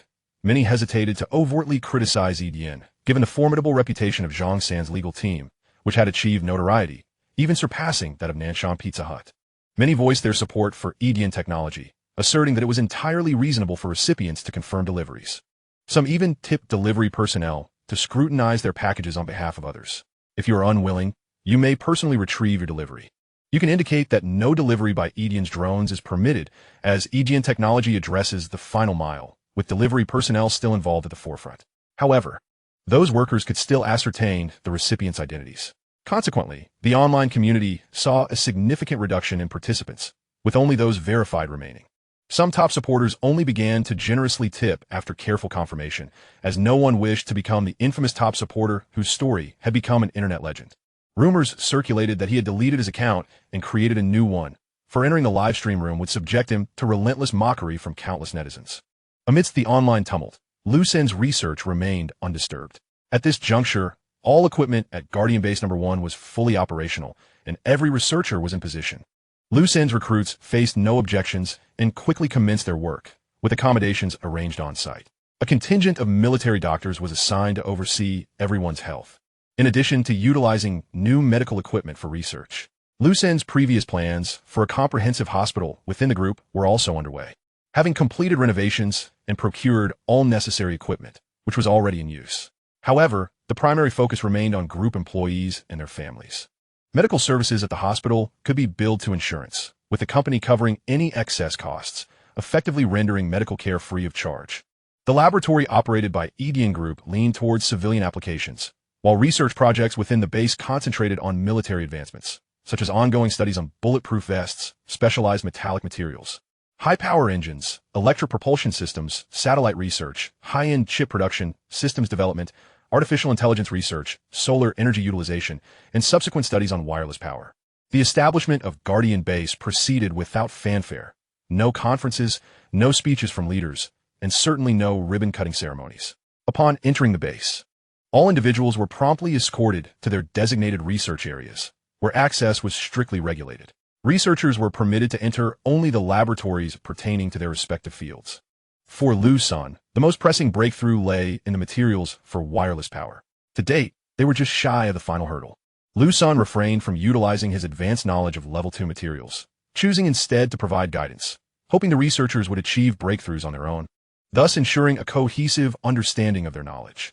Should he synthesize level 2 materials directly, it would result in a disconnect in the group's expertise, adversely affecting future advancements. Consequently, he opted not to rush the process, believing that they were merely one step away from enlightenment. Liu Sen placed his trust in Lin, confident in his exceptional talent and keen intuition. Upon entering the satellite research laboratory, Liu Sen reviewed the current progress. The satellite project was relatively straightforward, aiming to design a satellite equipped with solar panels capable of unfolding to absorb and store solar energy, subsequently transmitting electrical energy to the ground. This transmission occurred via two channels, one to recharge ground-based energy stations and another to generate a public wireless power wave, enabling all wireless power receivers on Earth to access electricity.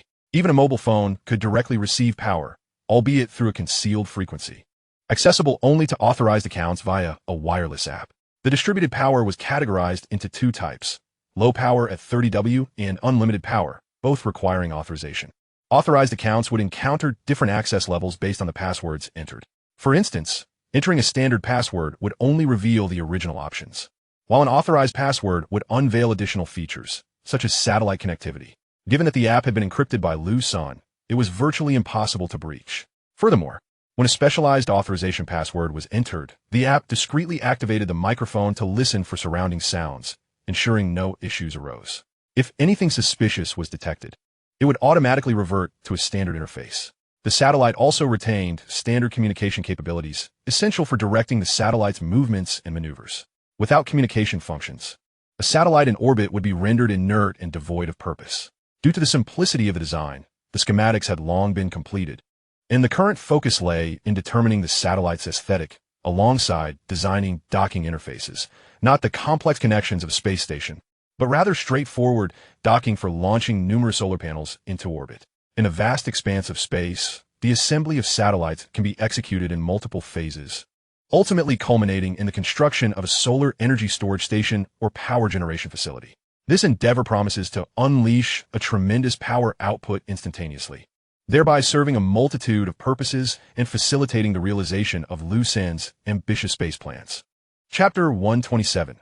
Contacting the space agency, Liu Sen meticulously examined the design blueprints of the satellite, aptly named Starry Constellation No. 1.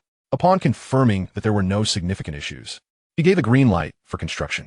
Two satellites were to be built simultaneously, one destined for space and the other intended for terrestrial modification and research. This dual approach also served as a contingency against any unforeseen mishaps during production and transportation, ensuring that the second satellite could be deployed in an emergency.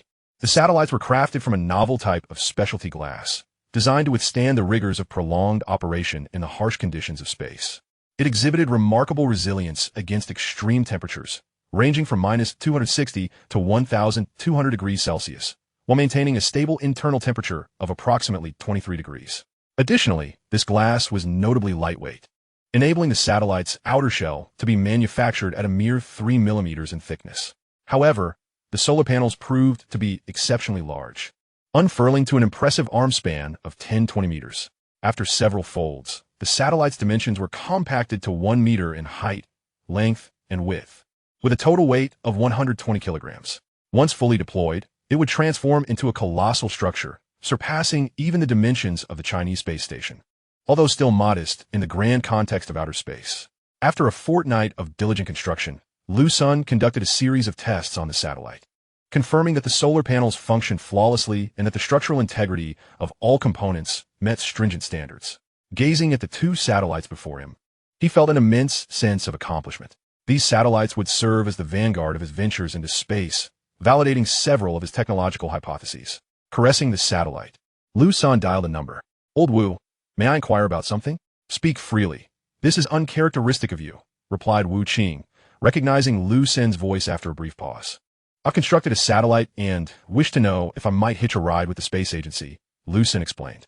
"A satellite? Hitch a ride?" Wu Qing expressed incredulity, unsure if he had misheard. Sensing Wu Qing's bewilderment, Liu Sen elaborated, "I have built a satellite that I intend to launch into space to validate certain technical conjectures, which will ultimately shape the direction of my future research." Wu Qing, now grasping Liu Sen's intentions, responded, "I understand, but this matter is beyond my purview. However, I can certainly inquire on your behalf." After hanging up, Wu Qing felt a twinge of frustration. Liu Sen seemed to continually present him with increasingly challenging tasks. Having already dealt with numerous terrestrial issues, he was now faced with celestial concerns. Nevertheless, he recognized the importance of assisting Liu Sen, given that this matter pertained to the determination of future research trajectories. Retrieving a key from his pocket, he unlocked a drawer in his desk and extracted a notebook filled with contact numbers. He quickly located the page inscribed with the name of Zhang Zhongyang, the general manager of the Aerospace Science and Technology Group. He picked up the desk phone and dialed the number, which was answered after a few rings. "Old Zhang, this is Wu Qing," he began. "Wu Minister, what brings you to call?" Zhang Zhongyang inquired, recognizing the voice of the logistics minister. "There's a satellite that requires a ride on a rocket. I'm simply inquiring which launch has available space," Wu Qing stated directly. "You're trying to cut in line. This year's launch schedule is exceedingly packed, with over 40 missions planned, including 6 major tasks. We just recently sent 3 individuals into orbit," Zhang Zhongyang replied, though he was reluctant to refuse Wu Qing, given the latter's position. "Minister, I need specific details about the satellite to determine if we can accommodate it," Zhang Zhongyang continued. "Thank you in advance. Please provide your phone number, and I will have them contact you directly," Wu Qing replied before ending the call. Moments later, Zhang Zhongyang's personal phone rang. "Hello, Manager Zhang. This is Liu Sen, the general manager of Edian Group.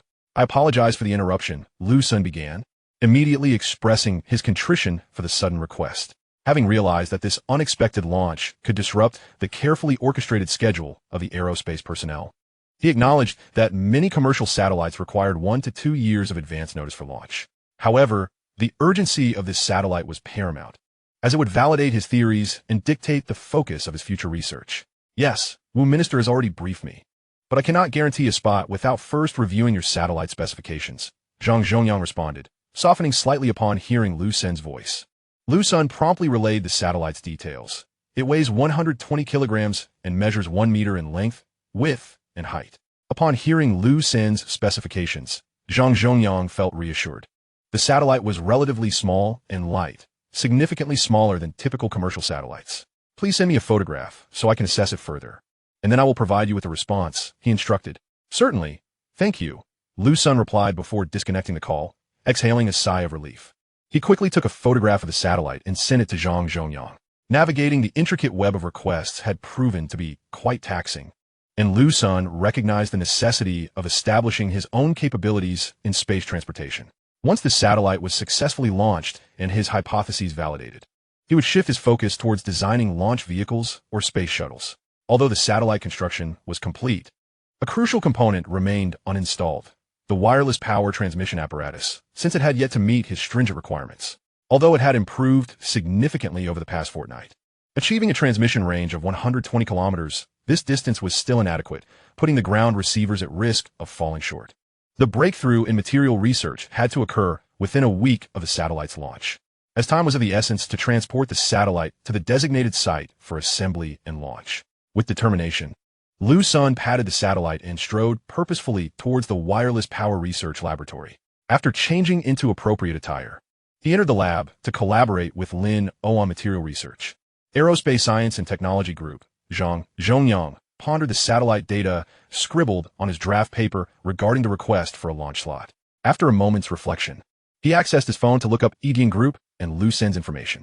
He soon found that it was indeed a company known for its diligence and commendable reputation.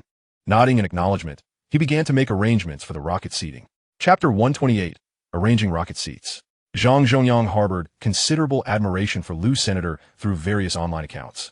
He had subtly gleaned that some of Liu's actions were advantageous to the nation.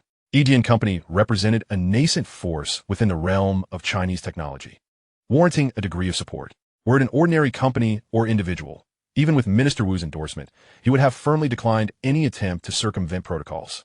He would have politely refused, for the missions of the Aerospace Science and Technology Group were of paramount importance, directly tied to national strategy. As a professional in his field, he maintained that adjustments were non-negotiable. No one could contest that. Rising, he approached a nearby filing cabinet and extracted a particular document. The cover bore the inscription, 2022 Commercial Satellite Launch Schedule. He began to peruse it, soon returning to his desk to examine the data on his computer, including images sent by Liu Sen, which displayed both the physical appearance and relevant specifications. After a while, he retrieved a stack of blank paper and began to perform calculations. quickly revealing a hint of a smile. He pressed a button on his telephone. "Xiao Zhu, please come in." Shortly, a series of knocks was heard, to which Zhang Zhongyang responded. "Come in, President Zhang," exclaimed the young man who entered, approaching the desk. "There are some adjustments necessary here. I just calculated that it should be feasible. Please take this to Chief Engineer Xie for a thorough verification to ensure nothing has been overlooked." Upon finishing his instructions, Zhang Zhongyang handed over several sheets of draft paper to Xiao Zhu. "Understood, I will deliver it immediately," Xiao Zhu replied earnestly, taking the papers and exiting the office. Meanwhile, Liu Sen had disregarded the research of Lin Ao's team and returned to his own office. He commenced further optimization of the satellite's data functionalities, making modifications and adding features. For the time being, this work could only be accomplished by him, as the existing systems have been developed by the company's engineers. He needed to conduct the final checks and optimizations. Simultaneously, the latest iteration of the bulletproof vest, designated as Guardian Type 2, had been completed and delivered to the Logistics Equipment Department by Li Han. Upon hearing of the arrival, Wu Qing and Kong Xiangxing had been eagerly awaiting. They immediately examined the newest bulletproof vests, caressing them with admiration, feeling as though they were the most exquisite garments in existence. Without exception, they were unparalleled. Possessing such vests could indeed render a soldier invincible, as evidenced by the recent battle at the Nanyan border. The detailed report of the last skirmish at Wolfang had been thoroughly reviewed by Wu Qing and Kong Xiangxing. Had it not been for the Guardian vests, the outcome might have been drastically different, potentially resulting in casualties among our personnel. All units shared similar sentiments through rigorous training assessments. They had developed a profound fondness for the Guardian vests. With the arrival of the second generation, it was believed that one individual could confidently confront an entire platoon or company. After all, donning the Guardian Type 2 vest, along with protective eyewear, rendered one nearly impervious to any light weaponry. Even artillery shells or missiles, provided they did not directly strike, would not inflict harm. This vest maintained a constant temperature around 23 degrees Celsius, ensuring comfort in both frigid snowfields and scorching deserts. Once clad in this bulletproof attire, an individual could sustain optimal combat readiness in any environment. Wu Qing promptly instructed the logistics divisions of various military regions to retrieve the Guardian Type 2 vests. At that moment, Kong Xiangxing noticed that each vest was accompanied by one or two unique hoods, featuring a glass lens over the eyes. Li Fan, who had been standing by, observed their discovery and remarked, "Director Liu specified that this was an addition he made for the troops to test. This integrated lens is far more convenient than traditional protective eyewear." Kong Xiangxing nodded, acknowledging that he had not considered that aspect. Li Fan continua. "Director Liu also asked me to bring some additional items." He then walked over and opened another large box. Wu Qing and Kong Xiangxing peered inside. Their expressions won a puzzlement. This is a new design by Director Liu, with slight adjustments to the materials. The bulletproof capability is moderate, but its fire resistance and high-temperature energy absorption are exceptional. Noticing their lingering confusion, Li Han explained, "This is designed for firefighters, providing effective protection in their line of work." Upon hearing this, their doubts dissipated. Indeed, with minor alterations, such materials would serve as outstanding firefighting gear. However, the quantity was limited. Initially, each team will be equipped with one or two for critical operations. Once production increased, a larger batch could be supplied. Soon, all the vests were distributed to frontline combat units at the 1st Special Operations Training Base. Numerous Special Forces teams were entrenched in vigorous training. During their drills, many teams cast envious glances toward the direction of the Wolfang Special Forces. Cold Peak, this Guardian vest, is remarkable. Training in the sweltering summer feels as though one is clad in air conditioning, remarked Nyo as he jogged. "This vest is superior. Look how envious they are of us." The Guardian vests were only equipped by 2 of their squads, while another was out on a mission. Lao Mao, Boisting, tugged at his vest to flaunt it before the other teams. However, the other Special Forces personnel glared at him disapprovingly. "Lao Mao, be cautious. Don't incite public outrage, or we'll all come for you," Cold Peak advised kindly. "I'm not afraid. With this vest, as long as they don't aim for my face, I'm invincible," Lao Mao chuckled, thumping his chest, completely disregarding the fiery glares from dozens of eyes. As they jogged and conversed, a military vehicle arrived at the training ground, carrying 3 individuals, 2 officers and the driver. One, a colonel, surveyed the training personnel before blowing a whistle to assemble them. Hearing the signal, everyone promptly ran over in an orderly fashion. "At attention, count off. Wolfang team, step forward." Although Cold Peak and the others were puzzled, they stepped forward. "Remove your Guardian vests and hand them in immediately." Upon hearing this command, the expressions of the Wolf Fong team soured instantly. Nonetheless, they complied, beginning to disrobe. Soon, they had shed their vests and neatly stacked them aside. The colonel waved his hand, signaling the driver to retrieve the discarded vests and stand behind him. "We will issue you new bulletproof vests." At this announcement, Cold Peak and the others felt a pang of reluctance to part with their beloved Guardian vests. However, discipline compelled them to suppress their feelings, though the most straightforward among them had no such reservations. "Report," Dinyo shouted loudly, unable to contain himself. The colonel glanced over and said, "Speak. The vests we were just using were excellent. Why must we replace them? I want the ones we just had." "Are you certain?" The colonel's lips curled into a barely perceptible smile, his gaze lingering playfully on Dinyo. "Absolutely. Such exceptional body armor. I have no desire to part with it. I am not foolish enough to let it go." "Very well, return his to him," the colonel instructed the individual standing beside him. Dinyo joyfully reclaimed his set of valiant body armor. "And what about you lot? If you wish to return, I can acquiesce." The colonel's gaze bore down on Lung Feng and his companions, revealing an inscrutable meaning. Lung Feng instantly sensed something amiss, realizing there were aspects he had overlooked. At that moment, Old Cat could no longer restrain himself and stepped forward to speak. But Lung Feng acutely perceived a hint of amusement in the other party's expression upon noticing Old Cat's movement. He swiftly intervened, grasping Old Cat to prevent him from speaking, and exchanged glances with the others. Reporting to the superior, "We accept the higher-ups' arrangements." Lung Feng led his companions back into formation, having caught a glimpse of disappointment on the other side's faces. "Since there are no issues, let us proceed with distributing the new body armor. This time, it includes all special forces." Another officer accompanying them retrieved several crates from the vehicle, emblazoned with the word Guardian in bold letters. Upon seeing the word Guardian, Lung Feng finally understood the source of his earlier unease. Soon, each individual received a set of armor. The members of Wolf Fong's squad eagerly examined their new gear, discovering it bore the emblem of Guardian Type 2, 1314. This new ensemble fit even better than the previous one and included socks, gloves, and a hood. The materials matched those of the Valiant armor they had worn before. "All right, everyone is suited up. I must take my leave now." After taking a few steps, he paused once more to declare, "In future training, wearing the Valiant armor is prohibited. Otherwise, how will you strengthen your resolve?" Noticing the Special Forces soldiers before him remained silent, he raised his voice again. "Did you hear me?" "We heard you." All the Special Forces personnel responded loudly. "Excellent, dismissed." With the colonel's command issued, he prepared to board the vehicle and depart. At that moment, Dinyo snapped back to reality, glancing at the Guardian Type 2 in the hands of his comrades, and then at his own set of Valiant armor. Instantly, he felt a pang of dissatisfaction. Seeing the colonel about to leave, he grew anxious and hurried after him, shouting, "Sir, I was wrong. Sir, I was wrong." The others erupted into laughter upon witnessing his distress. The colonel, however, did not drive away immediately. He waited in the vehicle for Dinyo to catch up. "Where did you go wrong? I should have trusted the leader, believed in his decisions." Dinyo's already dark face grew even darker, and upon seeing the colonel remained silent. He implored, "Please, let me exchange it." As he spoke, he extended the armor he held. After a moment, the colonel, observing Dinyo's expression, finally relented. "Let him make the exchange." Dinyo quickly received the new body armor, his heart swelling with joy as he exclaimed, "Thank you, sir. Train well and make good use of it," the colonel said, patting Dinyo on the shoulder before signaling the driver to depart. As Dinyo stood at attention, saluting the departing military vehicle, he joyfully caressed the Guardian Type 2 armor, nearly igniting sparks of excitement.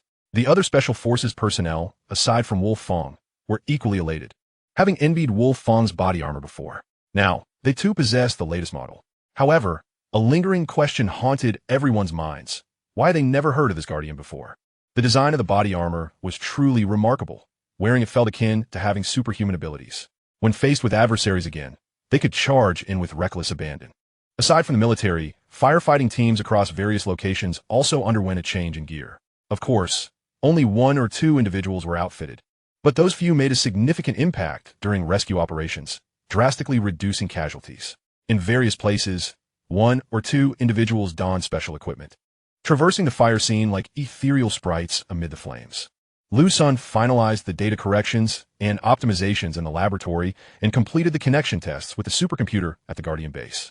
The supercomputer, procured by the state for the Guardian base, was currently barely sufficient, as the number of research projects was still limited and computational tasks were relatively few. In the future, enhancements would be necessary.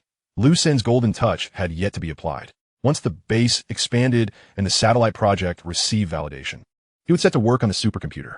Just then, Liu Sen's phone rang. He glanced at the caller ID and saw it was Zhang Zhongyang from the Aerospace Science and Technology Corporation.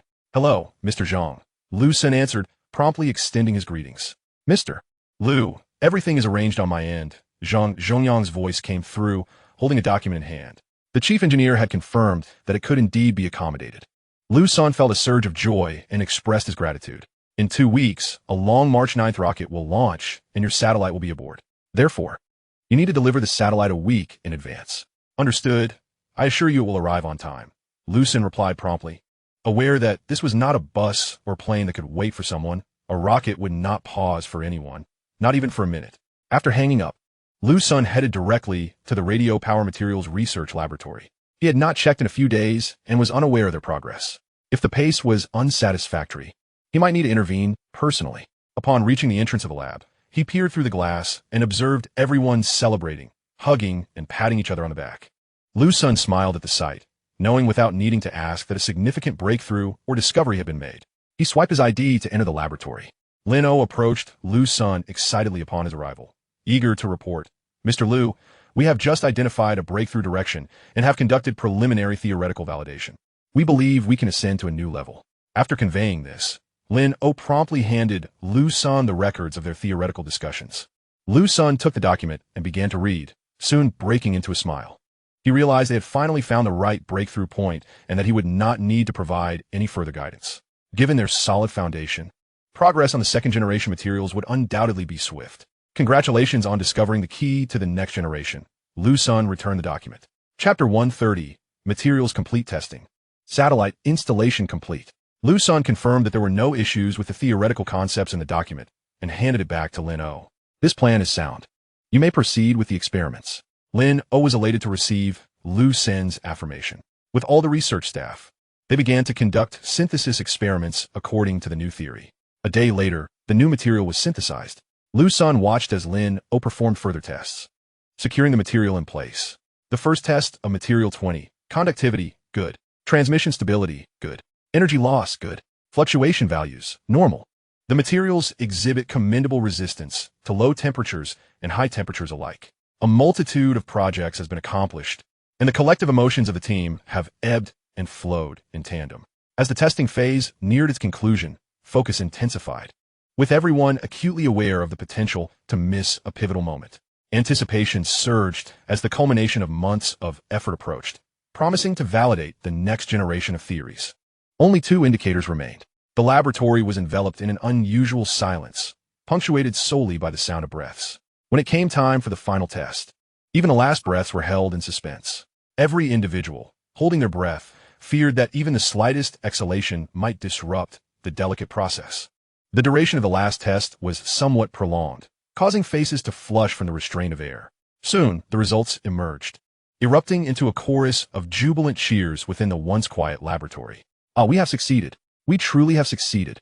They embraced one another, arms flailing in a joyous release of pent-up emotion. Liu Sen, observing their exuberance, broke into applause. Having confirmed the viability of the second-generation theory yesterday and the success of the materials today, he felt a surge of triumph. With this new material, the distance for wireless power transmission could reach 200 kilometers, a significant breakthrough. "Congratulations on your success," Liu Sen addressed the group. "Indeed, we have succeeded, though there remain several shortcomings that necessitate refinement. The transmission distance and energy consumption will likely see considerable optimization, potentially doubling the range." Liu Sen nodded, thoroughly pleased with Lin O's diligent approach to the materials. Lin O has always pursued perfection in his work. "All right, everyone, let's take a break. Enjoy some Lingxin tea and pastries." Upon hearing Liu Sen's words, the team emerged from their earlier excitement, suddenly feeling fatigued. They followed Liu Sen out of the lab and into the tea room, engaging in light-hearted conversation about the successful research of the second-generation materials, which had alleviated much of their stress. "Lin O, you have 3 days to prepare the materials for the satellite," Liu Sen remarked, sipping from a freshly poured cup of tea. "Yes, I will strive to perfect the second-generation materials as much as possible in these next 2 days," Lin O responded earnestly. Cradling his cup, time was of the essence, and the effort was commendable. "Of course, Liu Zong." After about 10 minutes, the team re-entered the laboratory, eager to optimize the new materials and streamline the manufacturing process. 3 days swiftly passed. The second-generation materials were finally solidified, with no significant breakthroughs expected in the short term. The transmission distance had reached 500 kilometers, with an energy consumption of merely 0.1. Furthermore, the ground receiver required no modifications and could seamlessly connect through the special authorization of the Wuyo Electric app, supporting normal power usage. The second-generation materials had directly enabled extensive wireless power transmission to surpass previous power limitations. The original first generation could only support a maximum of 120 W, but Liu Sen had restricted it to a mere 30 W to mitigate foreign concerns. Naturally, regional short-distance power transmission remained unrestricted. Consequently, the applications for wireless power in space would become even more diverse. Liu Sen, carrying 2 solidified pieces of material, made his way to the satellite manufacturing room. The processing was swiftly completed using instruments, and the materials were installed on the satellite. Gazing at the fully assembled satellite, he felt a surge of pride. This would be the vanguard of his journey into space. Once again, he had everyone conduct tests on the satellite's instruments, ensuring they all functioned correctly. Only after confirming this did Liu Sen direct the team to package the satellite for transport. He pulled out his phone, snapping a couple of photos before making a call. "Lihan, I need your assistance with something. Could you arrange for 2 discrete vehicles to transport 2 items to a certain rocket launch site?" "No problem, Liu Sen. How large are the items?" "Lihan respondo without hesitation. I'll send you the photos. Just find 2 vehicles." "Understood." After ending the call, Liu Sen promptly sent the packaged photos to Lihan, along with the dimensions of the packaging. That evening, he returned home for the first time in several days. Having spent his nights at the Guardian base, immersed in satellite programming, he had added numerous components over the past few days. Tonight, he allowed himself to rest, informing Liu Ying and the others that he would likely be at the rocket launch base for the next several days. After swimming a few laps in the pool on the terrace, he reclined on a chair, savoring the gentle breeze while gazing at the starry sky, feeling the vastness of the universe. Soon, he would launch something into space, and he anticipated witnessing his satellite traverse the heavens. After all, once deployed, the satellite would span an area half the size of Space Station, making it relatively easy to spot. Liu Sen's satellite would expand to 80 square meters. The core module of the space station measures approximately 181 meters in length, with a maximum diameter of about 42 meters, while the experimental module is similarly around 144 meters long and 42 meters in diameter. Of course, this does not account for the solar wings of the space station, which occupy a combined area of 134 square meters. While Liu Sen's satellite may not compare in size, he planned to launch many more satellites into space. When assembled together, they would undoubtedly surpass the space station in scale. However, no matter how large, they would not accommodate human habitation. At that moment, Liu Sen received a message. He picked up his phone to read it. "Liu Sen, the vehicles have been arranged and will arrive at the base by 8 a.m. tomorrow." It was Lihan's message. "Thank you for your hard work," Liu Sen replied, setting his phone aside. That night, in his dreams, Liu Sen transformed into a superhero, witnessing the rocket launch. He soared alongside the rocket as it ascended into space, and then it began to reshape, transforming into an enormous satellite orbiting the Earth. He took on the role of protector, dispatching any approaching satellites. Chapter 131. Satellites scheduled for rocket launch site. The following day, Liu Sen awoke, reflecting on the dream from the night before. Shaking his head, he realized he had been overthinking things lately. After completing his morning routine, he set off for the Guardian base. Shortly after arriving, Lihan called to inform him that he was en route. Liu Sen instructed his team to load the 2 satellites onto a cart and wheel them to the entrance. When the vehicles arrived, they were loaded onto 2 container trucks and secured for transport to the rocket launch base. Liu Sen traveled in his vehicle, following the convoy. The journey proceeded smoothly, without incident. Upon reaching the base, he contacted General Manager Zhang Zhongyang. "Zhang Zhong, I have arrived at the rocket launch base and am currently at the entrance." Liu Sen stated over the phone. "Access is restricted without a pass. Please hold on, Liu Zhong. I will have Xiao Zhu bring you a temporary pass." Zhang Zhong replied before hanging up. Liu Sen waited for about 10 minutes before Xiao Zhu arrived. "Liu Zhong, I'm Secretary Xiao Zhu, and I'm here to escort you inside." After Xiao Zhu greeted Liu Sen, he briefly showed the guard the access pass he had brought. The security personnel at the entrance then began inspecting Liu Sen's vehicle. Once they confirmed everything was in order, they allowed the vehicle to proceed inside. Following Xiao Zhu's car, they drove for about 10 minutes until they arrived at a building, where they finally came to a halt. No wonder they had waited so long. This place was immense. After disembarking, Liu Sen accompanied Xiao Zhu into the building, while Li Han and the others remained outside. Upon reaching the door of an office, Xiao Zhu knocked and entered. "Mr. Zhang, Mr. Liu has arrived." Hearing the voice, Zhang Zhongyang paused his work and turned to look. Upon entering, Liu Sen immediately recognized someone at work there. He had seen his photograph online. "Mr. Zhang, I am Liu Senator. I apologize for any inconvenience caused." Liu Sen bowed slightly, expressing his admiration for the man. Zhang Zhongyang was a true expert scholar, and the current advancements in aerospace technology were achieved under his leadership. "Mr. Liu, it was but a trifling matter," Zhang Zhongyang replied with a smile, waving his hand dismissively. Liu Sen felt that such modesty was unfounded. The satellites currently being launched were all scheduled in a queue. If his satellite were to follow the normal schedule, it would likely have to wait until next year or even longer. For him to be allowed to cut in line must have required considerable effort, a significant personal favor.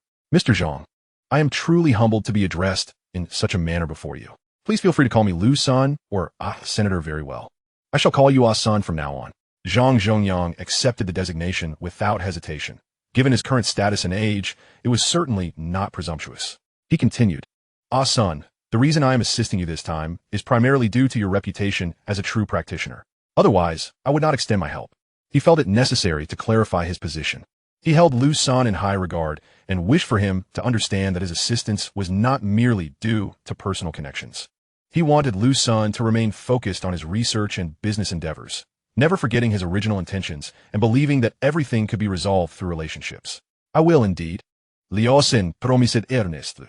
"All right then, let me show you where to unload your cargo." Noticing the atmosphere had grown a bit heavy, Zhang Zhongyang patted Liu Sen on the shoulder and led him to the unloading area. 2 large trucks entered a workshop, unloading the satellites. Soon, a chief engineer arrived to inspect the satellites Liu Sen had delivered. "Sen, this is our chief engineer, Xia Wanlin," Zhang Zhongyang introduced. "Hello, Chief Engineer Xia." Liu Sen extended his hand for a shake. "Hello." After exchanging greetings, Chief Engineer Xia began directing a team of individuals to commence the examination of Liu Sen satellites. This was standard procedure. All commercial satellites launched by them underwent meticulous inspection to prevent any issues that could affect the rocket's normal operation. There are no problems. The rocket's normal operation is paramount. Liu Sen held no grievances regarding this protocol. After all, they were the professionals, and any complications could lead to substantial losses, especially since a single rocket launch typically involved more than just a satellite. "Sen, the rocket you're launching this time is the Long March 8. Zhang Zhongyang informed Liu Sen about some relevant details. The Long March 8, officially known as the Changzheng 8, had recently completed a launch, successfully placing 22 satellites into orbit. This particular flight was notable as it was the inaugural launch of the new configuration without boosters, setting a record for the highest number of satellites launched in a single mission in China. This time, a total of 26 satellites would be aboard, including Liu Sen's, bringing the total to 27. Zhang Zhongyang continued, "We exchanged 2 from this mission with 2 from the next launch, allowing your satellite to be included. Since they're all from the same company, there are no issues there." This plan has also been confirmed by Chief Engineer Xia. As he explained, Chief Engineer Xia and his team were nearing the completion of their inspection. The efficiency of the inspection was partly due to Liu Sen providing the design schematics of the satellites. Moreover, Liu Sen's satellites were quite conventional. Aside from the radio power transmitter, most components were standard. However, during the inspection, Chief Engineer Xia did notice several aspects that were evidently superior to their own materials. Observing these, they conducted another round of checks and deliberated for quite some time. "Excuse me, you're that Chief Engineer," Xia began. Struggling to recall the name he sought to inquire about. "Liu Sen, Mr. Liu," Zhang Zhongyang promptly interjected, understanding Chief Engineer Xia's character. He knew he was someone wholly dedicated to research, with little concern for anything else. "I would like to ask, where are your solar panels produced?" Chief Engineer Xia inquired directly. "These are manufactured by my company," Liu Sen responded. "And what about the Hall thruster?" "Also produced by my company." "Then, what are the specifications?" "I noticed the materials for both are quite different." Chief Engineer Xia asked eagerly. "The solar panels can achieve a conversion rate of 50, Liu Sen replied straightforwardly, opting not to disclose the most advanced technology this time. 60% has been leading the world for decades. Even achieving such a rate may take years. The solar panels of the Huaxia space station reach only 30, while the International Space Station manages a mere 15. This means the solar conversion rate of your panels is more than 3 times that of the International Space Station and approximately 17 times that of the Huaxia Space Station. Thus, Liu Sen's satellite is equivalent to the power supply of the Tianhe core module.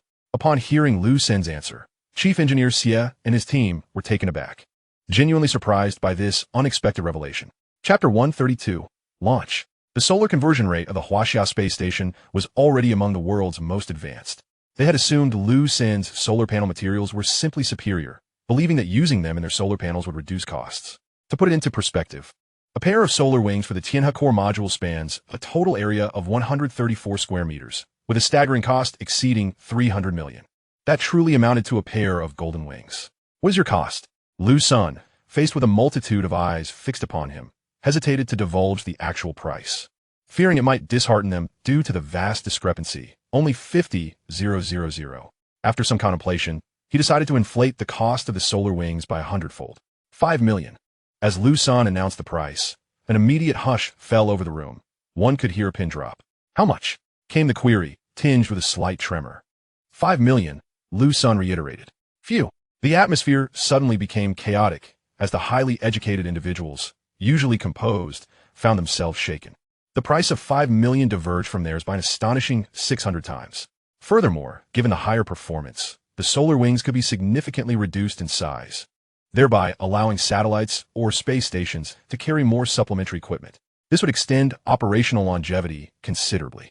The advantages were truly immense. Merely the cost difference could save the space station 10 billion. Mr. Liu, would you be able to assist us in producing the solar wings? Liu Sen nodded, indicating that it would be no problem. Zhang Zhongyang was immensely excited upon witnessing this, completely taken aback by such unexpected gains. It appeared that Liu Sen held a wealth of treasures yet to be unearthed. What he had observed was merely the tip of the iceberg, undoubtedly. There existed countless more revelations yet to be disclosed. At that moment, his thoughts drifted to Minister Wu of Logistics, who had shown considerable concern over Liu Sen's affairs. Minister Wu was typically quite strict with himself, so his involvement in the matter of Liu Sen's satellite Q jump suggested there was likely something he was unaware of. It was plausible that Liu Sen had established a certain collaboration with the military. However, adhering to the principles of discipline, he refrained from delving further into those matters. What about the thruster? Chief Engineer Xie inquired once more. They had clearly observed that the satellite utilized a Hall thruster, also known as an electric propulsion engine. The thrusters on domestic satellites were entirely different, and Liu Sen's satellite's thruster astonishingly resembled glass. As a competent researcher, one must inquire when faced with the unfamiliar. This thruster is produced by us, with a thrust reaching 10 newtons. This revelation immediately left the gathered crowd in a state of astonishment. It is worth noting that the thrust on the Huaxia space station barely reached 0.08 newtons, albeit with 4 units installed. The disparity was significant, like comparing heaven and earth. Observing the hesitant expressions on the faces of the crowd, Liu Sen surmised they were eager to study it, but felt too bashful to ask for it outright. Liu Sen directly stated, I have brought 2 satellites this time. One is a backup. After a successful launch, I will have the solar array and Hall thruster from the other one removed for your testing and research. Upon hearing Liu Sen's words, Chief Engineer Xie and his team were overjoyed and quickly expressed their gratitude. Liu Sen was rather indifferent to the thruster. It was merely the initial version, merely encased in a special glass shell. After this launch and subsequent testing, it would undergo upgrades and modifications. Zhang Zhongyang arranged for Liu Sen, along with the satellite researchers and guards, to rest. Thus, in the following days, they engaged in continuous discussions with Chief Engineer Xie about aerospace knowledge, which greatly benefited Liu Sen, who previously had little exposure to rocket-related knowledge. Through their exchanges, Chief Engineer Xie recognized that Liu Sen was not just a corporate executive, but also a profoundly knowledgeable researcher. Noticing Liu Sen's keen interest in rockets and related subjects, he recommended numerous pertinent academic texts, even compiling a reading list for Liu Sen to study in an ascending order of complexity. A few days later, the rocket was fully assembled. Liu Sen did not observe the assembly process, as it was classified information, nor did he request to watch, not wishing to be an inconvenience. As the launch approached, Liu Sen was invited to the Rocket Launch Command Center to witness the event. Accompanying him was a group of individuals, all of whom were stakeholders in this commercial satellite launch, and among them, he unexpectedly spotted a representative from Huaban. The other party also recognized him, and they sat together. Su, what a rare occasion to encounter you here, Liu Sen remarked directly. I hadn't anticipated this either, Su Ji-jun replied joyfully, genuinely surprised by the turn of events. Su Ji-jun was a board member and rotating CEO of Huaban. Liu Sen knew that Huaban had recently launched a satellite equipped with a cloud computing platform and was surprised to learn that they were already preparing for a second one. After exchanging a few casual remarks, they fell silent. As this was not their domain, they were merely visitors. Before long, the moment arrived. All eyes were glued to the large screen before them, where a towering rocket stood, accompanied by a countdown to launch. As the time drew near, Liu Sen's heart raced with anticipation. 3, 2, 1, ignition. With a resounding voice, the colossal rocket on the screen erupted in a torrent of flames, causing the image to tremble.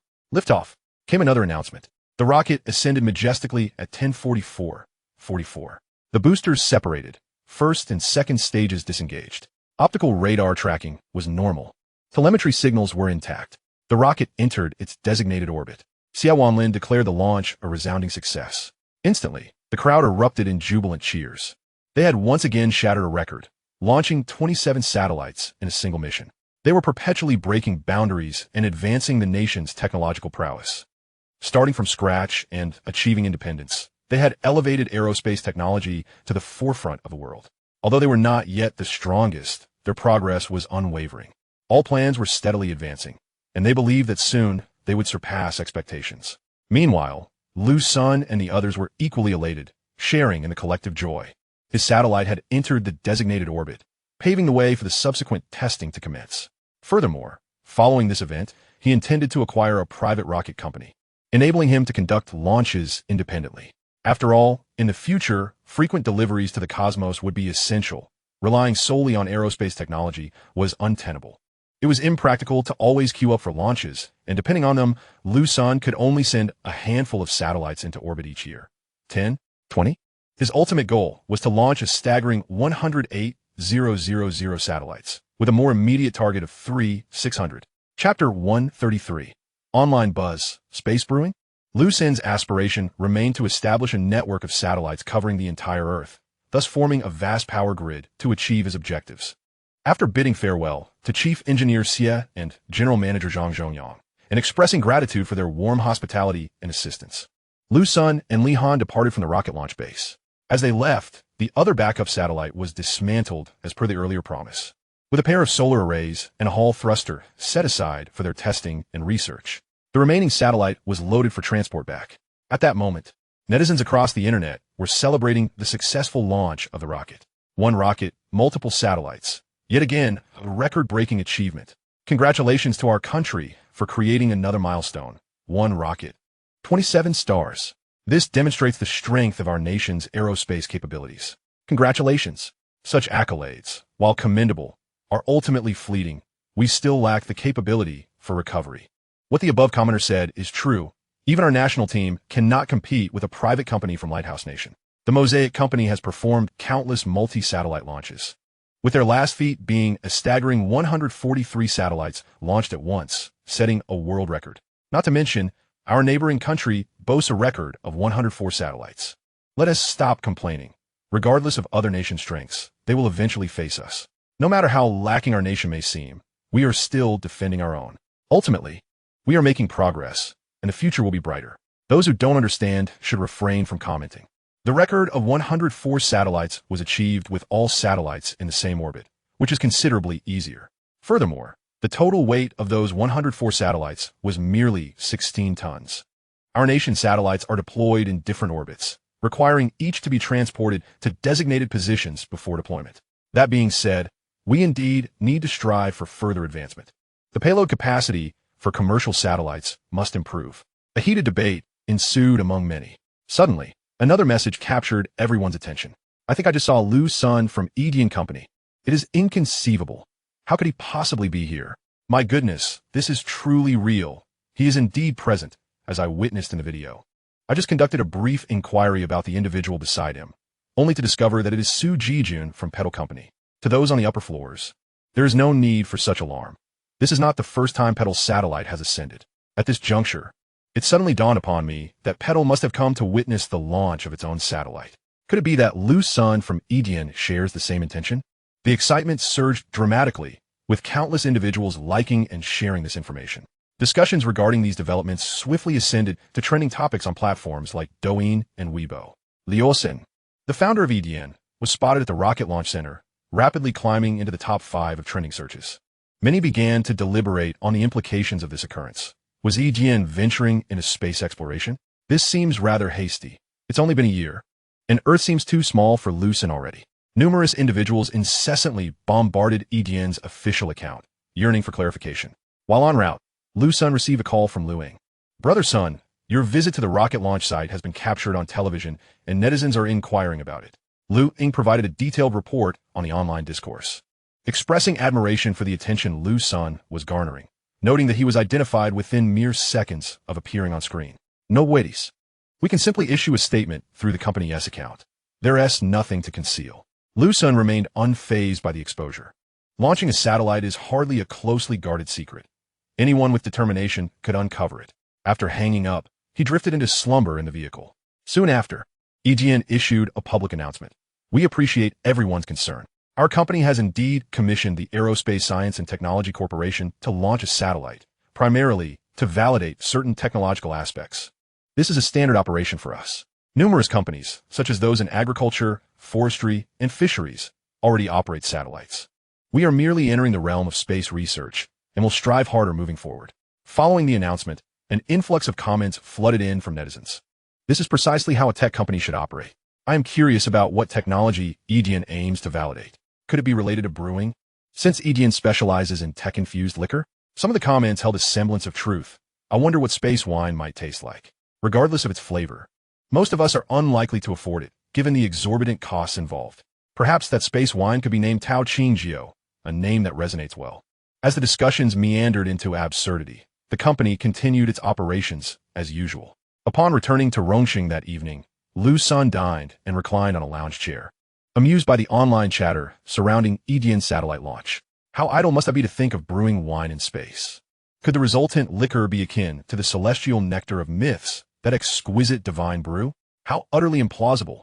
Such a ludicrous notion would require a decade of brain fog to conceive. However, the whimsical musings of netizens are not without merit. Liu Sen resolved that, should the opportunity arise, he would establish a winemaking facility in space to produce unique liquors. Now, that would be truly prestigious. Yet, such gimmicks seem typical of publicly traded companies that thrive on storytelling. Start with a captivating image, and let the rest be fabricated. Liu Sen gazed at the starry sky, where his satellite remained unseen, as it had yet to traverse above Rongqing. He anticipated tomorrow's visit to the Guardian base to observe it properly. He picked up a juice placed nearby and took a sip. Delicious. Truly, the juice developed by Liu is exceptional. Noticing the late hour, Liu Sen retreated to his bedroom. Lately, he had been rather lackadaisical. Over the past week, he had accomplished little. Although he had gleaned some knowledge at the rocket launch site, he felt it was largely a waste of time. It seemed imperative to establish his own rocket company to avoid constraints. His time was precious, and he planned to instruct his team to gather information on rocket development companies, aiming to directly acquire a suitable one. Relying solely on the Aerospace Science and Technology Corporation to reach a target of 600 satellites, or even 108,000, could take an eternity. Thus, the establishment of his own company was essential, enabling him to dominate the market. He would leave the sycophants to fawn over foreign powers. He typed out his thoughts and sent them to Liu Ying, then set the phone aside. After completing his evening routine, he retired to bed. Chapter 134, Commanding the Satellite. The following day, Liu Sen entered the Guardian base. The satellite control room, meticulously crafted by Liu Sen, served as the nexus for satellite connectivity and dynamic control. A few individuals were already present, and upon Liu Sen's arrival, they promptly rose to greet him. Liu Sen raised a hand to signal them to remain seated, indicating that there was no need for formality. He glanced at the display screens, noting that the satellite was currently positioned at an altitude of 400 kilometers, hovering above the East China Sea, with its power levels indicating a full charge. Liu Sen took out his phone and accessed the Wuyo Electric app log interface, using a special password to log in again.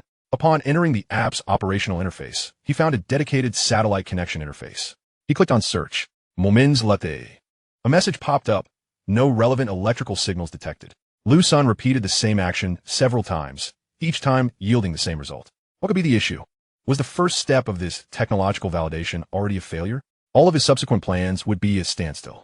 He sat down on a chair next to the control panel, resting his chin on his hand, deep in thought. The atmosphere in the control room grew tense, as the two original operators felt the pressure of their boss as silence. Liu Sen himself felt an overwhelming sense of discomfort. He had been eagerly awaiting the satellite's launch to initiate his plans and embark on grand endeavors. Prior to the launch, the research on wireless power transmission materials had successfully passed tests, demonstrating a transmission range of 500 kilometers. How could it be that at an altitude of 400 kilometers, the connection was lost? Soon, he realized the crux of the issue. It was an oversight. The displayed altitude did not equate to distance.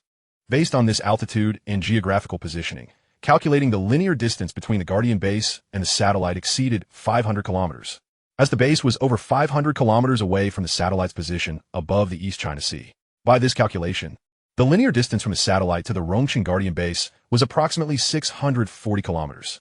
This distance exceeded the threshold by 140 kilometers, rendering the connection impossible. Fortunately, he kept this revelation to himself. Otherwise, his authority would be undermined. After all, this was merely a simple calculation involving basic trigonometry. Clearing his throat, Liu Sen instructed, "Please maneuver the satellite to hover above Rongqing." Upon hearing Liu Sen's command, the two operators exhaled in relief, finally having something to do. They began controlling the satellite to navigate toward the skies above Rongqing. As control information is transmitted here, satellites in the vast expanse of space receive the signal. Two of the four Hall thrusters spring to life, emitting a vibrant plume of red and blue ions, deftly adjusting the satellite's orientation as it propels towards Rongqing. Liu Sen observes the rapid adjustments on the display screen, a testament to the substantial thrust of the Hall thrusters he developed, boasting an impressive force of 10 newtons. After a period of time, the Hall thrusters activate once more, realigning the satellite's position and synchronizing it with Earth's rotation. At this moment, Liu Sen reopens the application to search for the satellite's power signal. Almost immediately, he detects a signal labeled Zhou Tian-1. He clicks to connect to the satellite and subsequently links it to the energy storage batteries at the base. This integration establishes a secondary power supply system for the entire base. By directly accessing the battery's status via his mobile device, he calculates that it can transmit up to 10,000 kilowatts of electricity daily. While this figure may not be substantial, it suffices to address certain exigent circumstances for the time being. Moreover, this validation opens avenues for numerous applications. Liu Sen conducts further tests, finding that his hypotheses hold true with minimal deviation. Days pass, and after confirming all parameters, Liu Sen revises his plans once more. During this interval, Liu Ying submits a dossier on privately owned aerospace companies that she has diligently researched. The document lists the top 20 companies in the country. Some are thriving while others, despite a once illustrious past, now languish in obsolescence, with years having passed without any news. Certain companies possess their own rocket propulsion systems, capable of undertaking satellite launches independently. Others, through years of trial and error, have achieved varying degrees of rocket recovery, progressing from 50 meters to now a remarkable 1,000 meters. The gradual pace of advancement stems partly from shortage of talent and a dearth of substantial capital injection. Major domestic investors typically shy away from such ventures, preferring to engage in more conventional pursuits like gaming, vegetable sales, community group buying, and pharmaceutical brokering, focusing solely on channel integration in pursuit of monopolistic control. Few are genuinely dedicated to research and development. Liu Sen sighs inwardly, realizing he lacks the bandwidth to confront these individuals, as his own responsibilities are manifold. However, he hopes they do not provoke him, for he would not hesitate to devote time to rectify any grievances. He selects a company with mature, autonomous rocket engine technology and another with proven rocket recovery capabilities. Both entities are set to enter negotiations, as acquiring either would be advantageous. Ideally, securing both would yield a tenfold enhancement, significantly increasing investment to soon establish international leadership. Liu Sen annotates the document with the company's names, Xinghe Power and Shenlan Aerospace. And after a moment's contemplation, he adds Longjin Aerospace to the list. He closes the file and summons Liu Ying. Yingya, initiate contact with these three companies for full acquisition and ascertain their willingness. Understood, Xingye. This acquisition should proceed swiftly. If none are amenable, we will explore other options. Liu Ying glances at the folder before departing the office to deploy personnel for outreach. He hopes for a smooth acquisition process with these three firms, as it will expedite their progress and save considerable time. The final aspects of wireless power have been validated via satellite, paving the way for the next phase. Liu Sen picks up the phone and dials the number of Ho Yongtao, the deputy head of Huaxia Electric Group. President Ho, I need to borrow a few personnel from your team. Director Liu, your organization is brimming with talent. Why would you need to borrow from us? Ho Yongtao, surprised by the call, is intrigued by Liu Sen's request. I aim to draft a protocol for wireless power standards and establish a wireless power association. And I lack experience in this area, hence my appeal for your assistance. Huaxia Electric is recognized as a global standard setter in ultra-high voltage, making them an ideal partner for this endeavor. Understanding Liu Sen's intentions, Ho Yongtao agrees, recognizing the mutual benefits for Huaxia. As one of the earliest participants in research, they possess extensive knowledge of technical standards, making their involvement in standard formulation quite convenient. Director Liu, I will dispatch a few personnel to your company immediately. Thank you. President Ho. After hanging up, Liu Sen promptly informs the wireless power team to arrange for 2 members to participate. He then contacts Zhang San to involve the legal department, ensuring proper legal frameworks are established. He also notifies governmental channels to prepare for the establishment of a wireless power association. Having organized these tasks, Liu Sen returns to the Guardian base, where he acknowledges that the satellite still harbors significant flaws that require optimization. Upon arriving at the warehouse where the return satellite is stored, Liu Sen enhances its performance tenfold, integrating acquired knowledge. He reverts the satellite to its operational state and calls for staff to transport it to the laboratory, where they will begin modifications under his guidance. He meticulously instructs the next generation of satellite researchers on the necessary functionalities and directions for development. They absorb Liu Sen's insights, igniting their own critical thinking processes. Once the team is set on the right path, Liu Sen departs the laboratory and heads to the 3rd conference room at Yijing Group. Inside, discussions are fervently underway regarding the formulation of wireless power standards. Based on current assessments, they anticipate completion within a month, given the vast array of industries involved. Wireless power is poised to encompass nearly every facet of human life, influencing myriad aspects of existence. Once the timeline is established, Liu Sen instructs Liu Ying and Yin Dan to draft an invitation letter to be sent to all nations and major corporations linked to electricity. Additionally, they coordinate with the Ministry of Foreign Affairs to extend diplomatic correspondence to official representatives of various countries, announcing the formation of a wireless power association. Globally, the adoption of wireless power has begun, with the primary distinction being the extent of its proliferation. Huaxia stands at the forefront, having nearly completed the foundational infrastructure for wireless power throughout society. Presently, efforts focus on gradually replacing various electrical appliances, with obsolete devices being sold to developing nations. Factories are ramping up recruitment to meet the expansive market demand, necessitating increased production capacity, both domestically and internationally. Given that domestic enterprises have a first-mover advantage, many have already completed the transformation of production lines within mere months. Now, the prowess of Huaxia as the world's factory is coming to fruition, with countless electrical devices being manufactured daily to supply the global market. In the domestic factories, the recruitment of workers has become fiercely competitive, yet the shortfall remains substantial. Ultimately, companies are compelled to enhance workers' remuneration, raise the base salary, and contribute to the 5 insurances and 1 housing fund. At the entrance of a certain talent market, individuals are squatting, brandishing signs in their hands, engaging in conversation.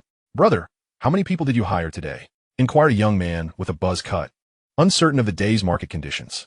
"Alas, I've only managed to recruit 3. My supervisor's target is at least 10, lamented another, voice heavy with disappointment. "Damn it, it's become exceedingly difficult to find workers. They've become quite discerning. If the conditions aren't appealing, they simply won't come," added yet another. "Who can argue with that? Just the other day, I brought a few candidates to the factory. They were all keen until they saw the living conditions, and then they outright refused to stay." He continued, "What kind of living conditions are you referring to?" "Just a 6-person dormitory, similar to a college setup." "Well, you're clearly at a disadvantage. Our factory accommodates 4 per room, complete with air conditioning and refrigerators. I've heard the management has made urgent adjustments. The competition for talent has intensified, leaving many reminiscing about the past. Indeed, it used to be effortless to recruit. A salary of 2,000 could attract a throng of applicants, with countless individuals vying for my attention. Back then, workers were the ones waiting for us. Now, we find ourselves waiting for them to seek employment. Nowadays, if your base salary is below 4,000, no one even casts a glance your way, and they demand weekends off. After deducting the 5 insurances and 1 housing fund, along with various subsidies, They take home at least 6 or 7,000, and that's without any overtime, remarked another. If one is willing to work overtime, earning 10 to 20,000 a month is entirely plausible, chimed in another. Despite their grievances about the shifting tides of fortune, they exude a palpable joy. For their own salaries have risen significantly. Workers' wages have doubled, and their companies have benefited substantially as well. To be frank, I find the situation rather irksome. Recruiting individuals now requires flattering them, choosing only the most favorable words. No longer do we have the upper hand, one remarked. Yes, we no longer hold the power, echoed the group in unison. At that moment, two young men approached from a distance, one of average appearance, somewhat simple-minded, while the other sported a face dotted with youthful acne.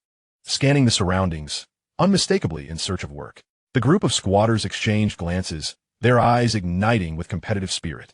They sprang to their feet and rushed forward, raising their cardboard signs high for the newcomers to see. Hey, gentlemen, looking for work? Come to us. We offer complete benefits and weekends off. This proclamation immediately captured the attention of the job seekers. The urgency among the others escalated. They could not allow their potential recruits to be snatched away. Brothers, we offer those same conditions. Our dormitories are equipped with air conditioning and refrigerators. We have Wi-Fi in our accommodations. Our company is publicly listed, which adds prestige to your resume. We meet all your requirements. Plus, our factory has a plethora of beautiful female employees. I can introduce you to them, and we even host matchmaking events on weekends, complete with movie tickets for dates. Upon hearing these enticing offers, the other recruiters momentarily paused. This is utterly unscrupulous. You're employing underhanded tactics. Clearly, these conditions were not in place yesterday. They must have been hastily added. Indeed, the two young men, upon hearing the rival offers, promptly followed the others away. The onlookers glared at the hiring representatives of the competing company, who merely smiled before driving off with the two hopefuls. This cannot stand. We must report this immediately. They pulled out their phones, beginning to relay the situation.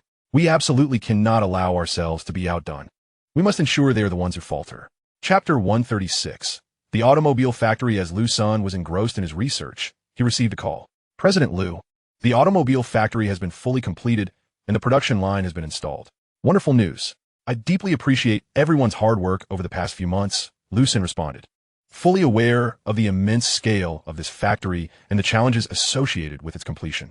This super factory, during its design phase, was projected to reach a capacity of 100,000 vehicles per month, a figure that would position it as the world's leader. The workforce required to operate it reached an astounding 80,000 individuals. The factory's components are all integrated, utilizing specially developed steel from the Materials Research Institute under the Edian Group. This new steel is lighter than contemporary alternatives, boasting superior strength and resilience. Under external forces, as long as they do not exceed the material's threshold, it will not undergo permanent deformation, but will instead return to its original shape. It behaves much like a plastic strip. Applying a slight force causes no issues, while greater force results in bending. Yet as long as the bend is not excessive, it will not fracture, returning to its initial form upon release. This innovative steel can withstand significantly greater forces, effectively enhancing energy absorption and minimizing collision damage, far surpassing the so-called energy-absorbing foams used in Japanese vehicles. Moreover, this steel can be graded, with higher strength utilized for the body and lower strength for the front and rear bumpers, thus achieving a true all-metal vehicle body. Following extensive testing, the modular vehicles have encountered no issues. The integration of various vehicle functions is seamless, and the Zero system operates flawlessly. Engineers have optimized the Zero system provided by Liu Sen, adding numerous functionalities, including enhancements to the assisted driving feature and the integration of wireless charging capabilities. The factory has also garnered government support and assistance from the Vehicle Administration, with all components duly registered. Liu Sen made his way to the automobile factory, where he was greeted by the factory manager, Chu Xingchen. President Liu, welcome for the inspection. Chu Xingchen stepped forward to greet him. Thank you for your hard work. Director Chu, Liu Sen smiled, giving Chu a reassuring pat on the back. It's my duty. The workers are the ones who truly bear the burden. Indeed, completing such a monumental project in 3 months is nothing short of miraculous. This exceeded Liu Sen's expectations, especially when considering that the Tesla Gigafactory in Shanghai took 10 months to construct. The success of this super factory is largely attributable to the support from Jiangnan province, particularly from Jinling. Luo Jinxian has made significant contributions, facilitating connections with numerous companies and visiting regularly for inspections. more frequently than Liu Sen himself, who had only come once since the project began. Liu Sen marveled at the efficiency, reaffirming the reputation of the region as a construction powerhouse. It seems to be ingrained in their very essence. At this point, Liu Sen noticed Zheng Gang behind Chu Xingchen. Zheng had overseen the final design of the modular vehicles and collaborated with Chu Xingchen to complete the production line. Liu Sen approached Zheng, shaking his hand. "Engineer Zheng, your efforts are commendable. It's no trouble. All of this is for the successful production of the vehicles, which I regard as my own children."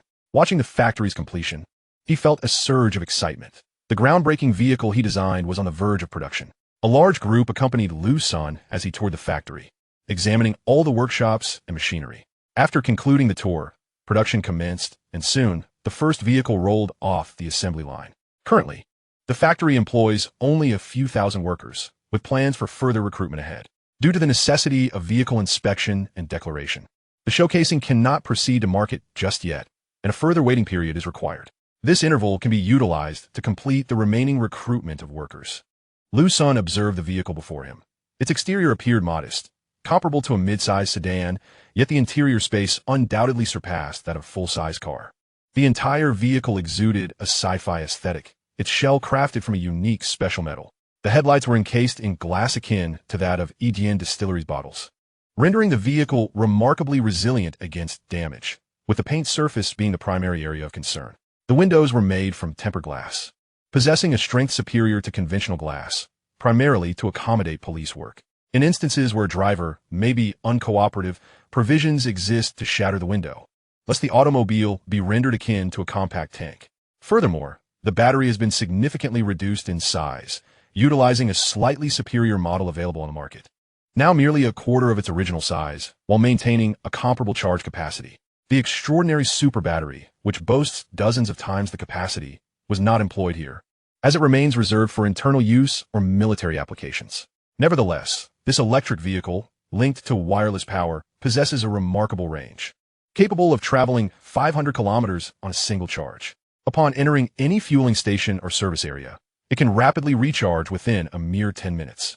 Of course, at home, it can connect to regional power for charging, achieving a full charge in approximately 5 hours. Alternatively, it may connect to the public power grid.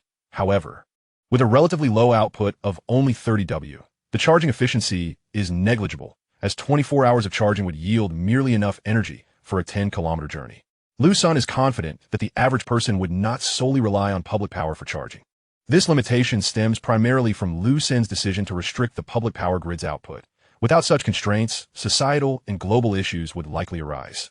However, Liu Sen himself need not concern himself with this, as he intends to connect the vehicle directly to satellite power, which imposes no restrictions on output. Thus, he can drive without fear of power shortages, provided he remains within the satellite's coverage area. Beyond a linear distance of 500 kilometers, stability diminishes, and disconnection occurs past 550 kilometers. After conducting a thorough inspection around the factory to confirm the vehicle's excellent handling, he instructed production to continue on a portion of the vehicles for delivery to the relevant departments for inspection. The testing primarily involves safety assessments, such as crash tests, and only upon receiving the test reports and entering the system catalog can the vehicles be marketed. Chu Xingchen directed the staff to package and dispatch the 10 vehicles freshly produced. Liu Sen now awaited the completion of the approval process to obtain the directory from the Ministry of Industry and Information Technology. He planned to return for the official commencement ceremony and extend an invitation to Luo Jinquan, acknowledging the considerable assistance rendered throughout the process, as it would be inconsiderate to commence production without his presence.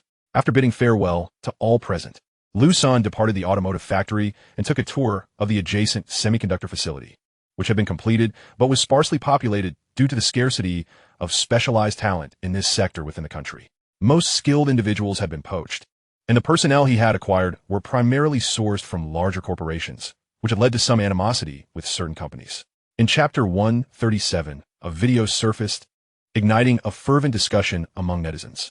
Within the semiconductor company, everyone was diligently studying the manufacturing knowledge of the 9-nanometer lithography machine left behind by Liu Sr. Considerable progress had been made in the research and development of several components, with a few still in the process of internal development.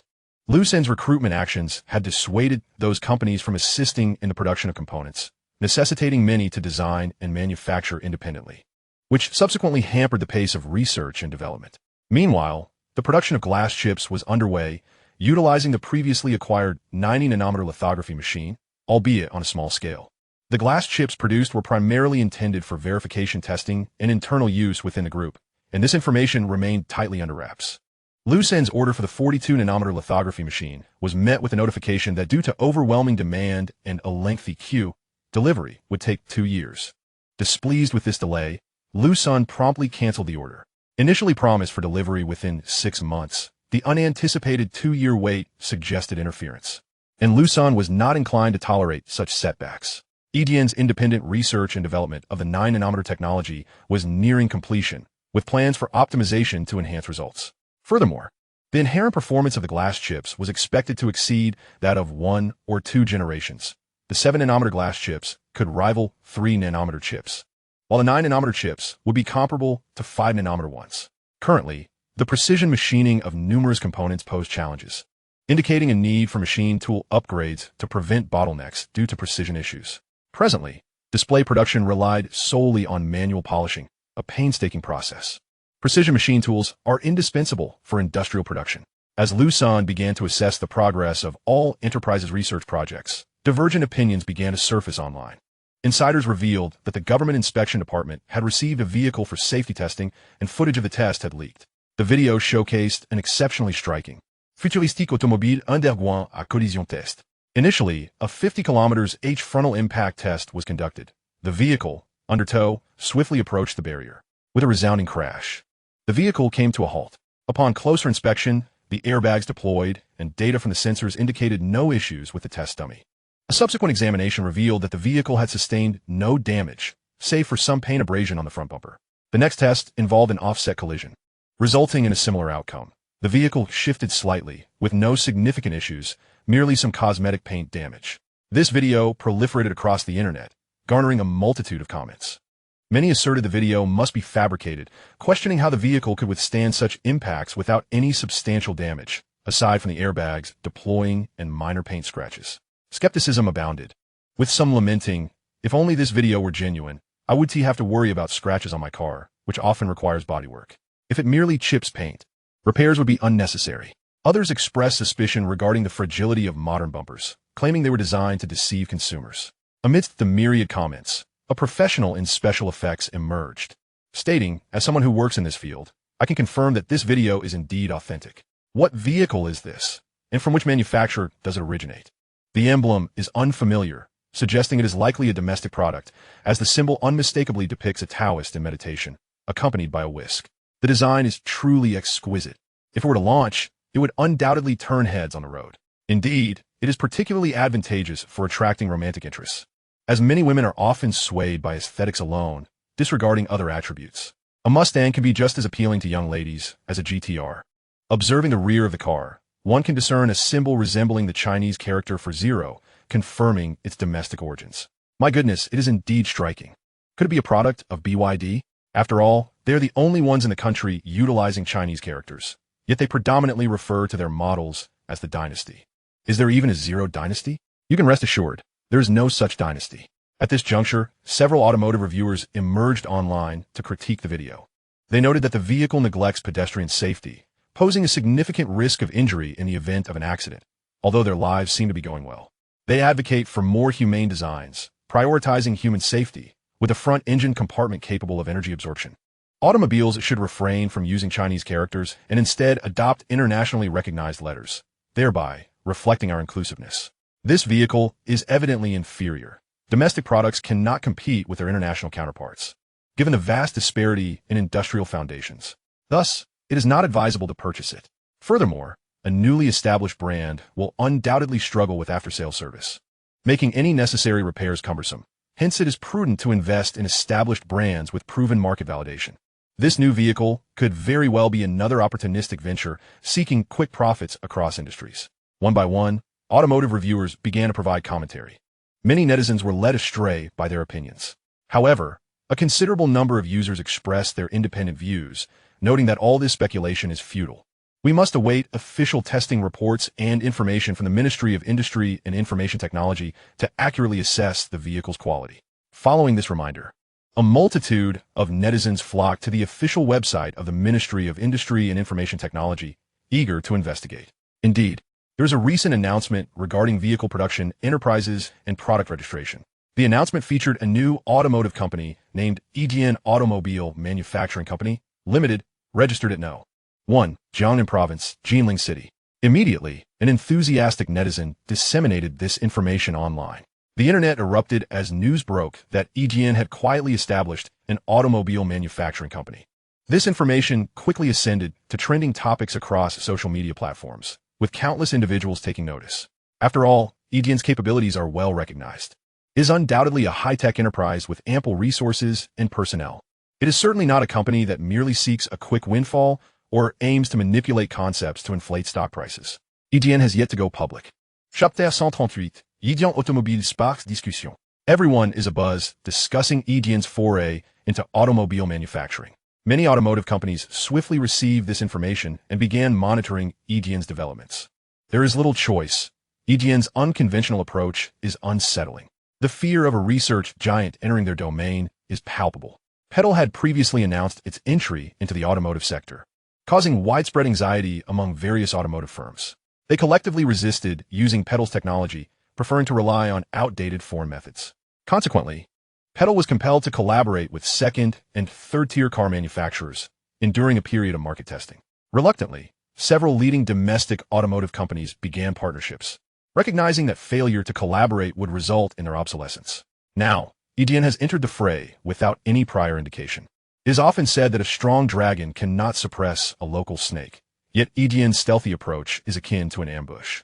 Not long after, another piece of information was unearthed from a Ministry of Industry and Information Technology. EDN Automobile Manufacturing Company, Limited has registered a sedan, brand name, Feishuan.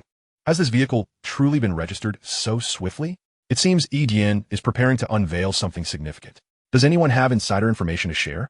Is the vehicle featured in that previous collision test video indeed EDN's Feishuan? If it is as impressive as it appears, I would certainly consider purchasing it. I too wish to buy one, although I am uncertain of the price. Anything too exorbitant is beyond my means. There's no need for further discussions here. Let us all inquire directly on EDN's official accounts. This realization snapped many back to attention, rather than engaging in idle chatter. It is far more prudent to question EDN directly. The official blog and social media accounts of EDN were suddenly inundated with inquiries from numerous netizens. Countless questions flooded the comments and live chat. Is your company producing a vehicle? Is it the one circulating online? Is the latest model gasoline or electric? What is the price? When will your car be launched? Is that collision test genuine? A barrage of inquiries overwhelmed the comment section and live stream. The presenter, noticing the deluge of questions, promptly ceased their promotional efforts. I see your inquiries. I will compile them and submit them to the company. After stating this, she gathered the questions and quickly reported them to Liu Ying. Liu Ying, upon reviewing the report, found herself both amused and exasperated. The low-profile EDN had been unexpectedly exposed by netizens. This automobile company had only recently registered and had not yet announced its existence publicly, with internal staff operating under confidentiality. However, given the circumstances, it was imperative to address the situation appropriately. Failing to release information might create a perception of insecurity regarding the vehicle's quality. Liu Ying promptly convened the company's executives, including those responsible for the automobile division, to initiate a meeting. The first order of business was to determine how to disseminate information, what details to reveal, and how to approach pricing. Initially, they had anticipated a minimum of 2 months before the vehicle's launch. They were caught off guard by the rapid developments. The pricing strategy was crucial. Should they target the high-end or low-end market? Setting a low price could tarnish EDN's brand reputation, as this would be their inaugural vehicle. It was essential to establish the brand's identity, especially given the incorporation of numerous new technologies and materials. A low price could jeopardize domestic automotive companies, particularly during a period of economic growth, potentially undermining the momentum of industrial giants.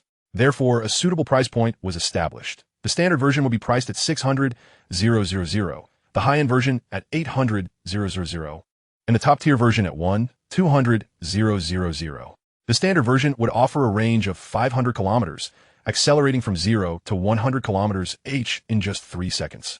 Supporting wireless charging and utilizing conventional silicon-based chips, the high-end version would employ 9-nanometer glass chips. providing a range of 600 kilometers and achieving 0 to 100 kilometers h in 2 seconds, also supporting wireless charging. The top-tier version would utilize 9nm glass chips. Feature upgraded glass windows capable of ballistic protection, offer a range of 600 kilometers, and accelerate from 0 to 100 kilometers h in 1.5 seconds, while supporting wireless charging. Once the price was established, all matters were swiftly concluded. A mere half-hour later, an announcement was released on the official website. Netizens were the first to glimpse this proclamation. EDN has indeed founded an automobile manufacturing company. A model has been finalized and submitted for testing, with sales set to commence in 1 month. Pre-orders are now being accepted. As for the concerns raised regarding after-sales support, the statement clarified, our vehicles come with a 1-year warranty. Due to our adoption of cutting-edge modular technology, all parts are designed for replacement rather than repair. Components can be purchased at local EDN stores or via our website, allowing customers to replace them independently. Alternatively, one may visit a store for assistance or arrange for a technician to come to their location for replacements. This announcement immediately ascended to trending status, prompting a deluge of comments from netizens. The price is indeed staggering, undeniably steep, soaring to the pinnacle of domestic pricing, unquestionably the highest. With a new enterprise and brand daring to set such a price, one wonders if they are overly ambitious or if consumers are simply unable to afford it. This vehicle astonishingly lacks 4S dealerships, instead being showcased and sold exclusively at EDN stores across various cities. What exactly is a EDN store? Some elucidate, please. It's akin to where one purchases Ching Phone liquor, Yuching liquor, and wireless chargers. Good grief, if I encounter an issue, can they actually repair it? To clarify, they only sell parts and do not provide repairs. Heartless. I have never witnessed such a car manufacturer, allowing customers to buy parts and replace them themselves. How refreshing. Let us not rush. The announcement mentioned new technology, specifically high modularity. I am eagerly anticipating the experience of self-repairing this vehicle. Just imagining it is exhilarating. The fact that they even offer home repair services is remarkable. Previously, I only knew of home tire repairs. Let us all await this vehicle. It is indeed intriguing and distinct from others. EDN exhibits substantial confidence in their car's quality by offering a 1-year warranty, which warrants considerable praise. However, the price remains exorbitant. Let us cease idle chatter and promptly place our pre-orders.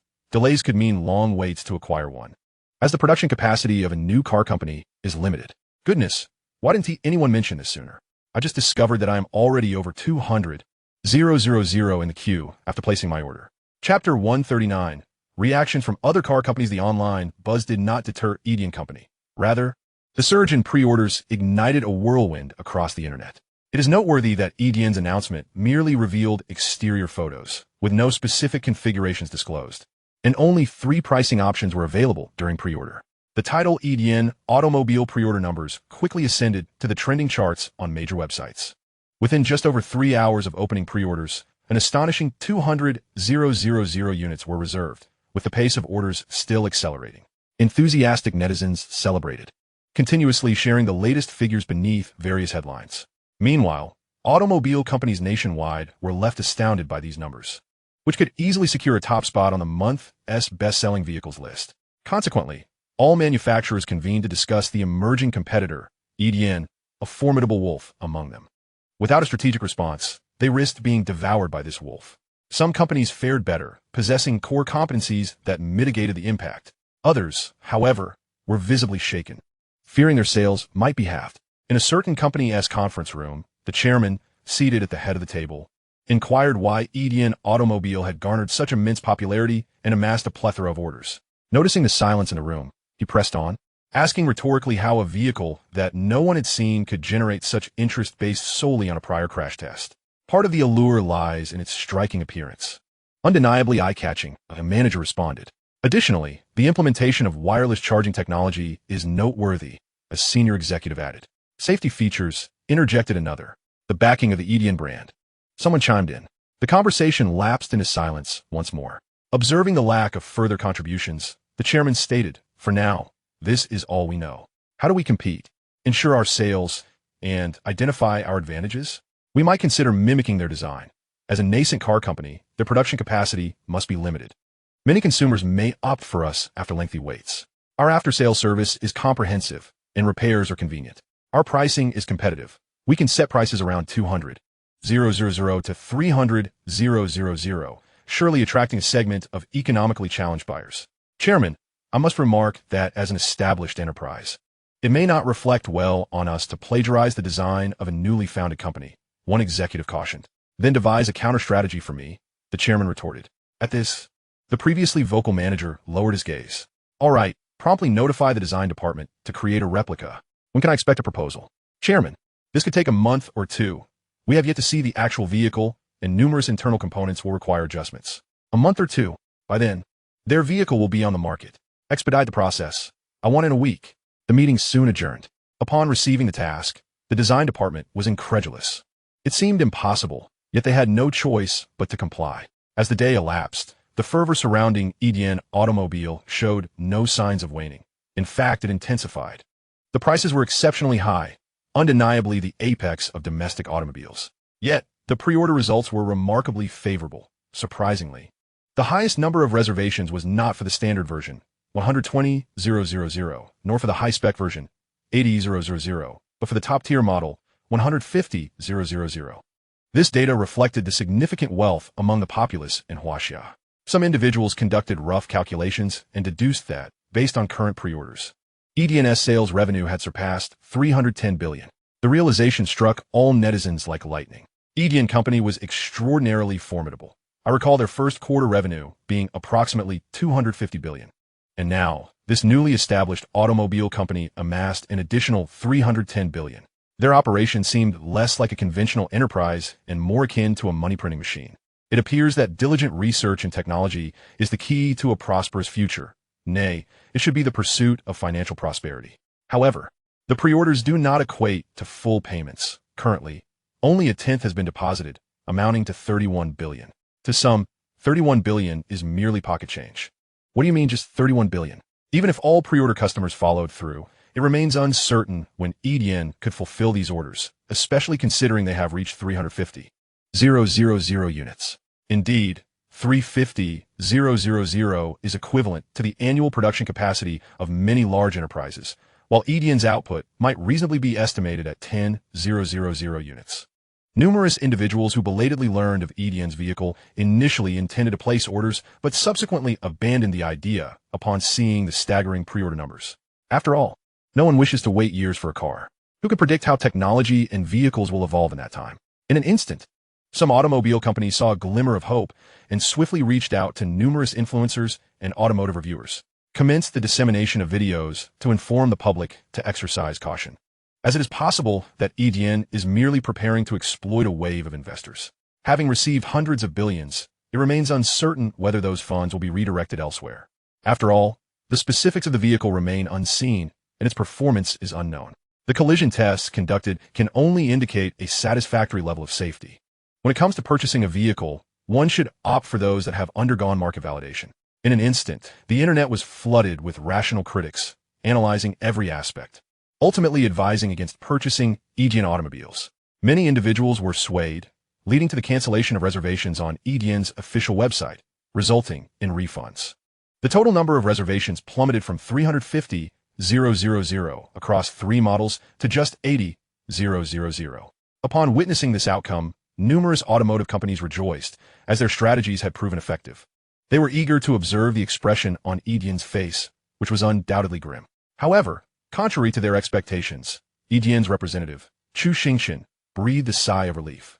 After all, there were still numerous tasks left unfinished, and an excessive number of orders could hinder their operational deployment. Presently, their monthly production capacity stood at 100,000 units. Even with overtime, they could not exceed an additional 20,000 units. Furthermore, they needed to allocate thousands of vehicles to various cities as display models while also producing essential components. The existing order of 80,000 was just right. Due to the influx of orders, EDN required inventory, thus issuing orders to numerous suppliers.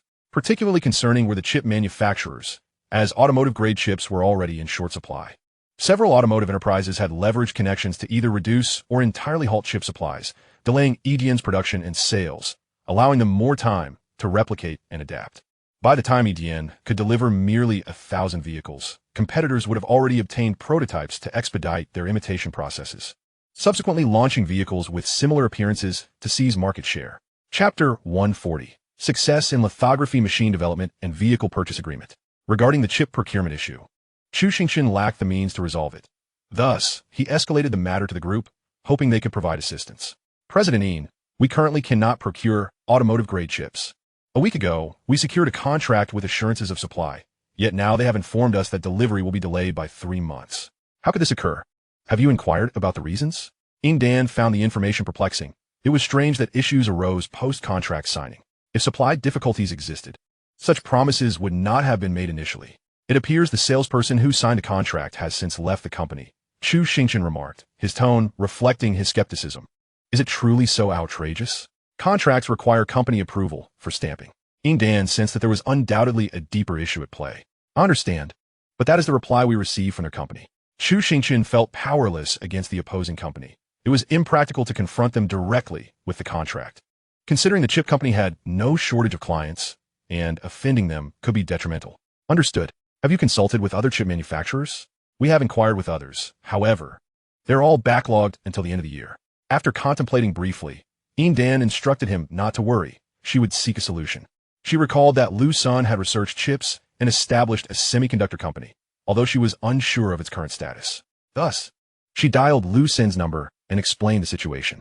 Brother Sun, all automotive-grade chip manufacturers are refusing to supply us, likely targeting us. I wonder if our semiconductor company can produce any. We're close to completion. You need not worry about this matter. If those chip companies do not wish to conduct business, we can do without them, Liu Sen decisively replied. He had been collaborating with personnel from the semiconductor company on research, gazing at the newly assembled 9-nanometer lithography machine. Liu Sen confirmed that all attributes were in order before commencing testing. The results emerged swiftly, and the assembled chips led to jubilant cheers. We have succeeded. 9 nanometers. We are finally poised to enter the first tier. An elderly man exclaimed, tears glistening in his eyes. Their journey had been arduous prior to Liu Sen's recruitment. They had dedicated decades to research. The path had been fraught with challenges. After overcoming global isolation, they had achieved the 90-nanometer lithography machine, yet ranked merely as a third-rate entity. The prospect of advancing to 9 nanometers seemed a distant dream, perhaps beyond their lifetimes. As such progress could take 10 to 20 years, and many were already in their 60s or 70s. Now, they had accomplished it, and entirely under their own intellectual property, utilizing glass wafers for chip production. Thank you, Director Liu. Your guidance has enabled us to develop a new lithography machine, bridging a significant gap in our domestic capabilities. Although they had only produced a 9-nanometer lithography machine, this achievement gave them confidence that they could upgrade to a 5-nanometer machine within a year. Do not thank me. Your efforts have been integral to this success. The team resumed testing the lithography machine. Liu Sen exited the laboratory and promptly returned a call to Yin Dan. The lithography machine has just completed testing. We can now manufacture chips independently. Splendid. Yin Dan beamed, confident that Brother Sun would deliver. Engage the legal department to assist the automotive manufacturing company in suing the chip manufacturer. Liu Sen swiftly instructed, they have made a misstep, and now they shall face the consequences. Additionally, ensure that the glass company expedites the production of glass wafers for the semiconductor company. Understood. The semiconductor company was poised to commence operations, and the new lithography machine would continue its production. The chip design team, having previously crafted designs to align with the new modular vehicle concept, could now begin manufacturing. A batch of chips was swiftly produced with a 99 pass rate and promptly delivered to the automotive manufacturing company. Chu Xingchen was elated upon receiving the chips. The most significant hurdle had been surmounted. The standard model utilized 12-nanometer chips, while the high-end and top-tier versions employed 9-nanometer chips.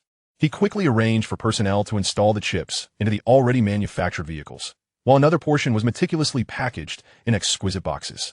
Soon, the first batch of over 1,000 vehicles was completed. EDN staff began contacting consumers according to the order of reservations on the official website. Hello, I'm a representative from EDN Automotive. May I speak with Mr. Zhang Hongshen? This is he. The vehicle has been produced. Do you still wish to proceed? If so, please remit the final payment. If not, we will refund your prior reservation fee. Really? It's already completed? It's only been a bit over half a month. The other party's tone was one of surprise. Here is an agreement for you to review before making a decision. All right, we will send the specific contents of the agreement to the email you use for the reservation. If you confirm there are no issues, you may proceed with the full payment. If you disagree, The reservation fee can be refunded. After ending the call, Zhang Hongsheng opened his email on his phone to review the agreement.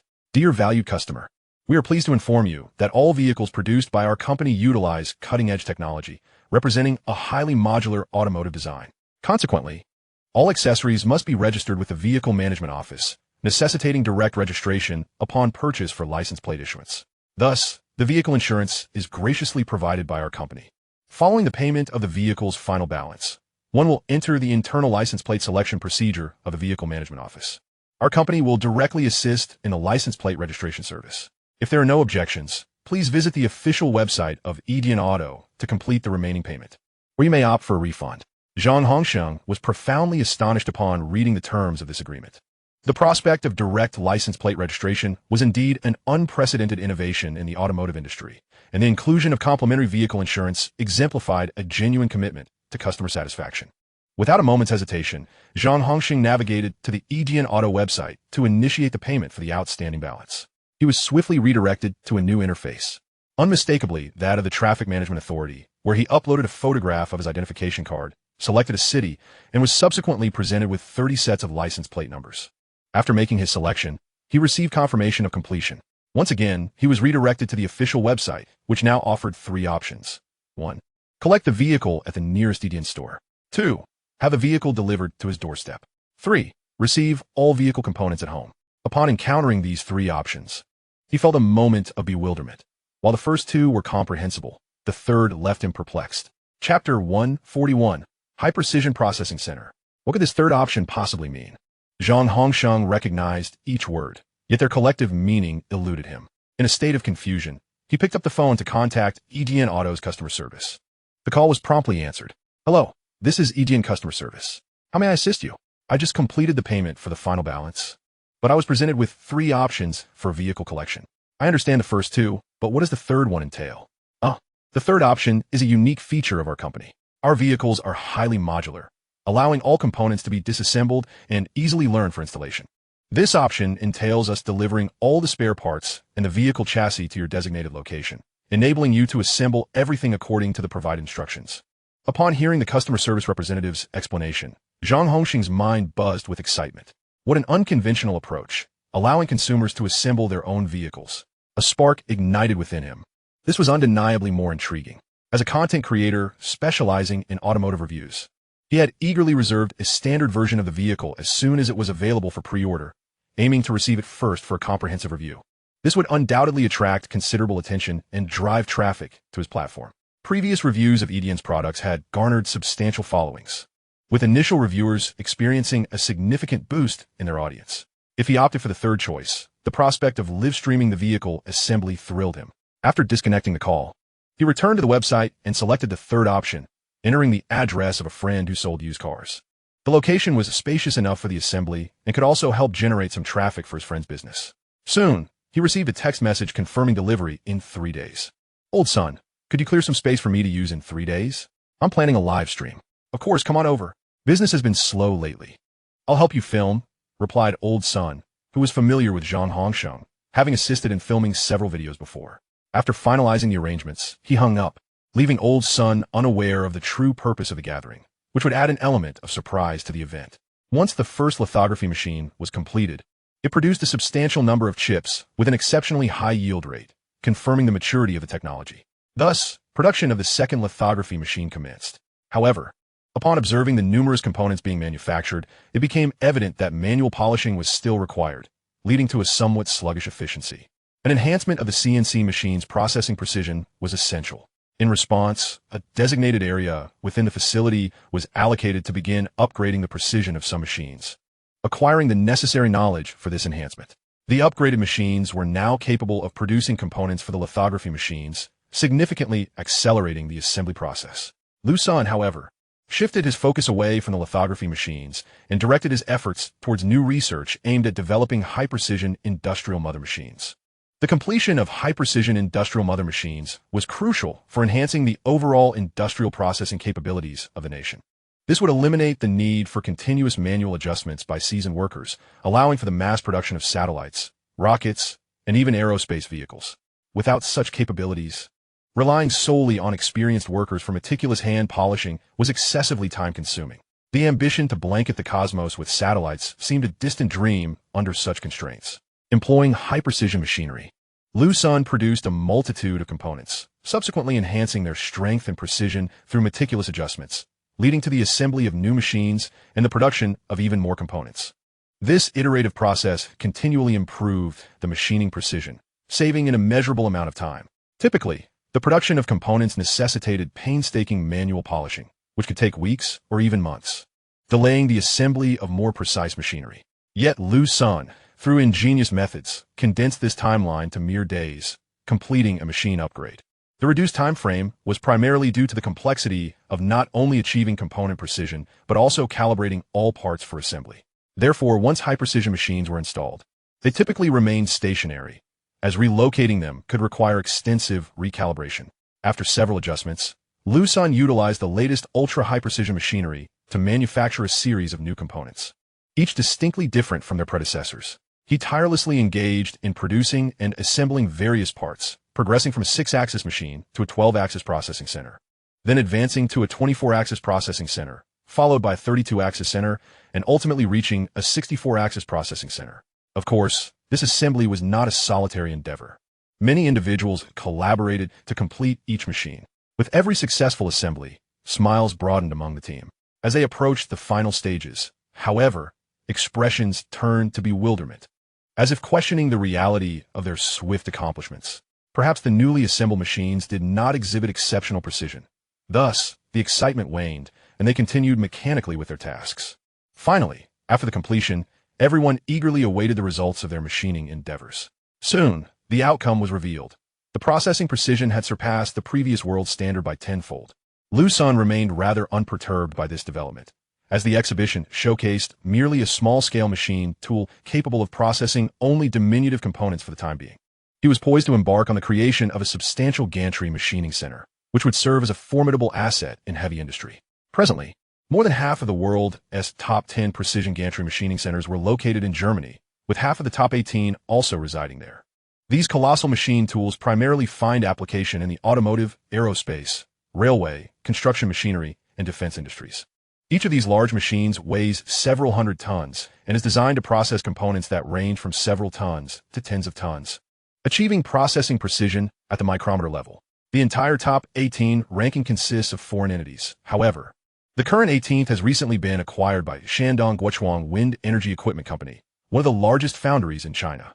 This German company specializes in manufacturing ultra-large gantry mobile boring and milling machining centers, boasting a horizontal x-axis travel of up to 60 meters, a horizontal y-axis travel of up to 18 meters, a column spacing of up to 16 meters, a processing height of up to 14 meters, and a load capacity of up to 1,000 tons. All of this requires a gradual approach. At present, Liu Sen's Guardian Base has achieved the capacity for mass production of high-precision machine tools, adequately meeting numerous processing needs. Chapter 142. Acquiring an Array of Components. Liu Sen gazed at the various types of high-precision machining centers before him, feeling a wave of emotion wash over him. This would resolve the domestic demand for small to medium-sized high-precision machine tools entirely. He instructed Li Han to report this matter up the chain, to ascertain which secret factories required these precision machines. Subsequently, production could be tailored to the demand. Liu Sen chose to shift his focus towards establishing a new satellite production line. With these machining centers at his disposal, he could seamlessly assemble a fully automated satellite production line capable of mass production. After all, in the future, these solar satellites would need to number in the tens of thousands, hundreds of thousands, or even millions, regardless of the current situation regarding the aerospace company's acquisitions. The satellites must be prepared in advance. Meanwhile, Zhang Hongsheng had arrived at Old Sun's place early in the morning. Upon entering the second-hand car dealership, he noticed that a rather large area had been cleared out. "Old Zhang, you've arrived." Old Sun greeted him warmly as soon as he spotted him. "Old Sun, I'm here. Thank you for your assistance. Come, take a look. Is this space sufficient? If not, I can shift a few more cars from the side." He gestured towards the vacant area. "It's ample. This is nearly 100 square meters," Zhang Hongsheng replied, proceeding to explain the purpose of borrowing the space. "Old Sun, I intend to use your prime location for the unboxing and evaluation of the Yijian automobile." "Yijian automobile? Did you purchase one?" Old Sun exclaimed in surprise, completely taken aback by Zhang Hongsheng's announcement. He had not anticipated that Zhang had acquired a Edian automobile. He himself had also reserved one, but had cancelled due to the influence of online public opinion. Additionally, business had been slow lately, making him hesitant to invest a substantial amount of capital for fear of jeopardizing his financial stability. I purchased the standard version. It is scheduled for delivery today at 10 a.m. I've confirmed with customer service that I will be the first owner to receive it. While others may have to wait until the afternoon, Zhang Hongsheng disclosed, his face alight with excitement. This was undoubtedly an excellent start. As the clock approached 10, amidst eager anticipation from several individuals, Zhang Hongsheng opened his live stream, aptly titled Unboxing and Review of the First Yixuan Automobile in the entire network. Barely moments after the live stream commenced, thousands of viewers flooded in, inundating the chat with inquiries about the authenticity of the Yixuan automobile. Noticing the barrage of comments, Zhang Hongsheng addressed his audience, saying, "Dear friend in the live stream, the Yixuan automobile will be arriving shortly, and I'll be live streaming the unboxing." He then pulled out a text message from another phone to display to the viewers, which confirmed that the vehicle would indeed arrive at 10 a.m. As the anticipated moment drew near, a container truck appeared in the distance, pulling up right in front of Old Sun's second-hand car dealership. Zhang Hongsheng's phone rang, and he promptly answered. "Hello, I am the delivery personnel from Edian. Your car has arrived. Is it convenient for you to sign for it?" "I'm here and I can see your vehicle," Zhang responded, waving his hand. "All right, I see you," the delivery person replied. Zhang Hongsheng then observed a young man disembarking from the truck, holding a document. He quickly approached him, with Old Sun, who was holding the live stream phone, following closely behind, capturing every moment as the viewers eagerly awaited. "Hello, shall we begin the inspection? Please unload it inside the store," Zhang requested. "Certainly," the delivery person replied, gesturing for the driver to open the truck's rear doors. A large box was then unloaded directly into the store using a mechanical arm. The box measured over 7 meters in length, 4 meters in width, and over 2 meters in height. After a quick inspection, they confirmed that the box was intact. Next came the unboxing, which began under the guidance of the delivery personnel. The box could be opened by simply lifting the lid, which then unfolded entirely, transforming into a wall. All sides of the box were connected by hinges. Upon opening, the interior of the wall was revealed, adorned with an array of components that left everyone in awe, reminiscent of a tool wall for craft enthusiasts. Each component was individually packaged, with labels and numbers affixed to every bag. At the base of the original box lay the vehicle's chassis, exterior, and battery pack. The assembled crowd was left dumbfounded by the spectacle before them. What is this? A plethora of components. While Zhang Hongsheng had been forewarned and was somewhat prepared, Old Sun could hardly contain his astonishment, exclaiming a classic curse. Meanwhile, the viewers in the live stream were equally stunned, with many clutching their phones and expressing their disbelief. The barrage of comments erupted. Is this a car purchase or merely a collection of parts? Has the host been duped? What on earth is Edian doing? Will they live up to expectations? Boycott Edian automobiles. This incident rapidly spread, attracting an increasing number of viewers to the live stream, which soon swelled to over 100,000 participants. Zhang Hongsheng, witnessing the surge in the live stream's viewership and the flood of comments, mused to himself, "I'm going to be famous. Greetings, everyone. Allow me to elucidate the 3 methods available for acquiring a vehicle from Edian. The first 2 methods are rather conventional, resulting in the direct receipt of a complete automobile. However, I opted for the third option, which, as you can see, consists entirely of individual components that require the purchaser to assemble the vehicle themselves." Upon hearing Zhang Hongsheng's explanation, the number of critics in the live stream significantly diminished. Edian's approach is truly audacious, allowing buyers to construct the car on their own. Is this truly a prudent choice? Could it lead to complications? If the assembly is flawed, might it result in an accident? While you ponder these questions, do you believe the automobile company has not considered them? As the audience engaged in lively discussion, Zhang Hongsheng began the handover process with the delivery personnel. He meticulously counted all the components and inspected the car's exterior for any scratches. Having confirmed everything was in order, he signed a handover list that detailed all the parts and their corresponding serial numbers. Zhang Hongsheng gestured to Liu Sen for a close-up to clearly display the contents of the list. Chapter 143, Live Vehicle Assembly. Hello, everyone. I have just completed the acceptance of the delivery. As you can see, the verification was quite thorough. Every part has been accounted for. However, I am utterly at a loss regarding the next steps, as I have never assembled a car before. I am merely an ordinary individual. While speaking, Zhang Hongsheng cast a glance at the wall adorned with parts, his expression one of sheer dismay. The viewers in the live stream ceased their discussions, with many expressing sympathy, while others reveled in his predicament. Host, you chose the third acquisition method yourself. The consequences of your actions must be borne by you. Host, look to your left. In the corner of that box, near the chassis, there is something unusual. Look to your left. Numerous viewers began to flood the chat with messages, having noticed a bag clearly labeled with the words instruction manual. Following their guidance, Zhang Hongsheng approached and indeed discovered a bag marked instruction manual, beneath which lay a small box. Upon opening the manual, he found installation instructions and a flowchart, along with a list of all necessary tools contained within the box below. Viewers, does this situation remind you of anything? Zhang Hongsheng paused momentarily before continuing. Is it akin to assembling toys, model cars, or robots? It feels as though we are piecing together a large toy. However, this contraption is meant for the road. A myriad of doubts and questions flooded the minds of all present. Well then, let us not dwell on uncertainties. Let us commence the assembly of the vehicle according to this manual. Step 1. Power on the vehicle's tablet, labeled as component number 1. Zhang Hongsheng, upon reading the instructions, moved to the side of the parts wall and retrieved the component labeled as number 1, removing it from its packaging to reveal a tablet. He powered it on, bringing it to life. Step 2. The tablet selects the vehicle's operating system and initiates a self-diagnostic check. Step 3. Following the self-diagnostic sequence, he began to install the component labeled number 2. Clicking on the tablet allows for viewing the animated instructions. Zhang Hongsheng located the second component, a set of batteries, and installed it directly into the vehicle's chassis as instructed. However, upon checking the tablet, he discovered that the self-diagnostic procedure indicated an installation failure, revealing a diagram that showed 2 screws had not been tightened. He promptly examined the screws and confirmed they were indeed somewhat loose. Zhang Hongsheng tightened the screws and checked the tablet again, which now indicated that the installation was complete, swiftly advancing to the next component. Zhang Hongsheng was astounded. How is this even possible? The viewers in the live stream were equally astonished by all they had witnessed. How could all components function in such a seamless manner? If each part could be installed this easily, it could genuinely assure the vehicle's performance. This was a foolproof operation, accessible to all. Speechless, the viewers could only express their amazement with 666. Once Zhang Hongsheng regained his composure, he addressed the audience. Dear viewers, my current feelings are beyond description. This is undoubtedly a groundbreaking design that sets a new trend globally. Once this technology matures, will not all electrical devices undergo transformation? We shall continue to verify whether this technology can detect every situation. Soon, they resumed the installation, meticulously following the manual and the tablet's guidance, utilizing various specialized tools. Throughout the process, they encountered several issues, such as misaligned components, improper fitting, or incorrect connections.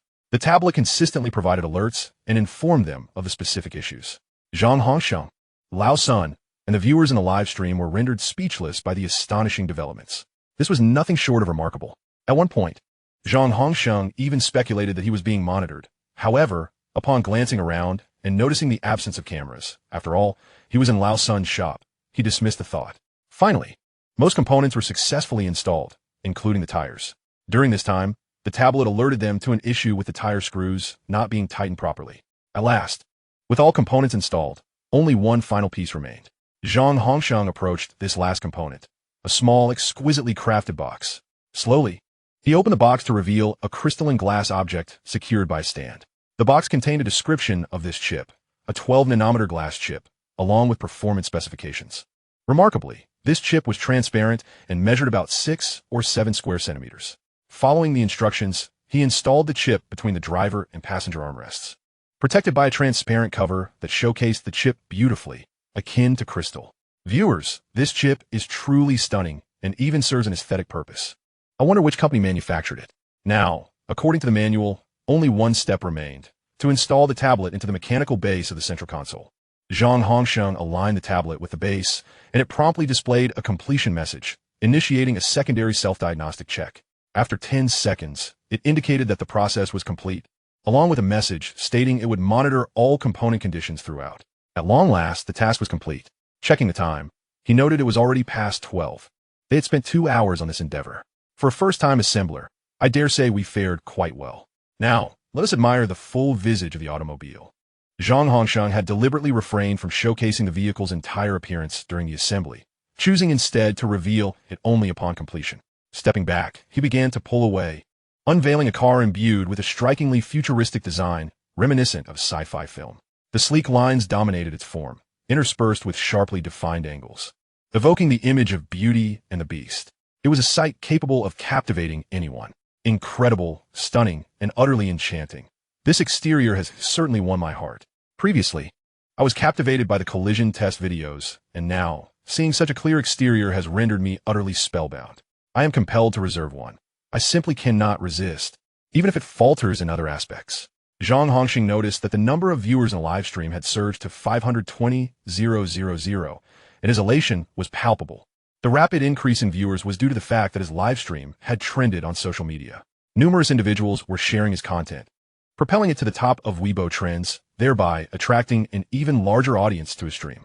Now, let us prepare to experience the vehicle's performance on the road. I am unable to contain my excitement, for this car resembles an unparalleled beauty. Chapter 144. A near miss. The live streaming phone captured the exterior of the Feishuan automobile from various angles, arousing the desire of all viewers to touch it immediately.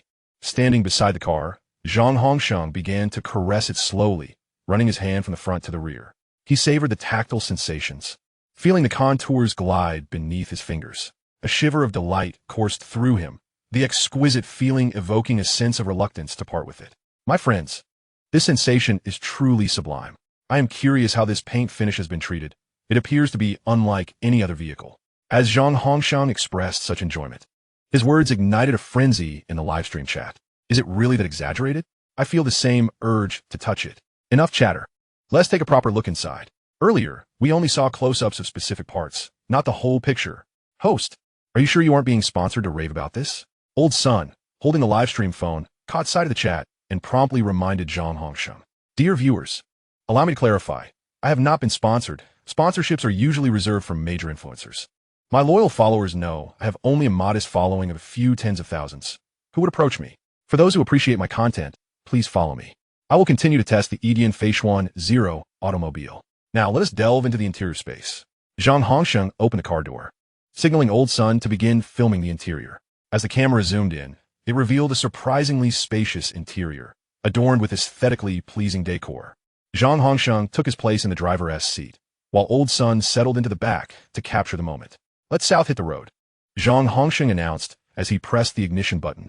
To his surprise, the car remained silent, yet all displays illuminated.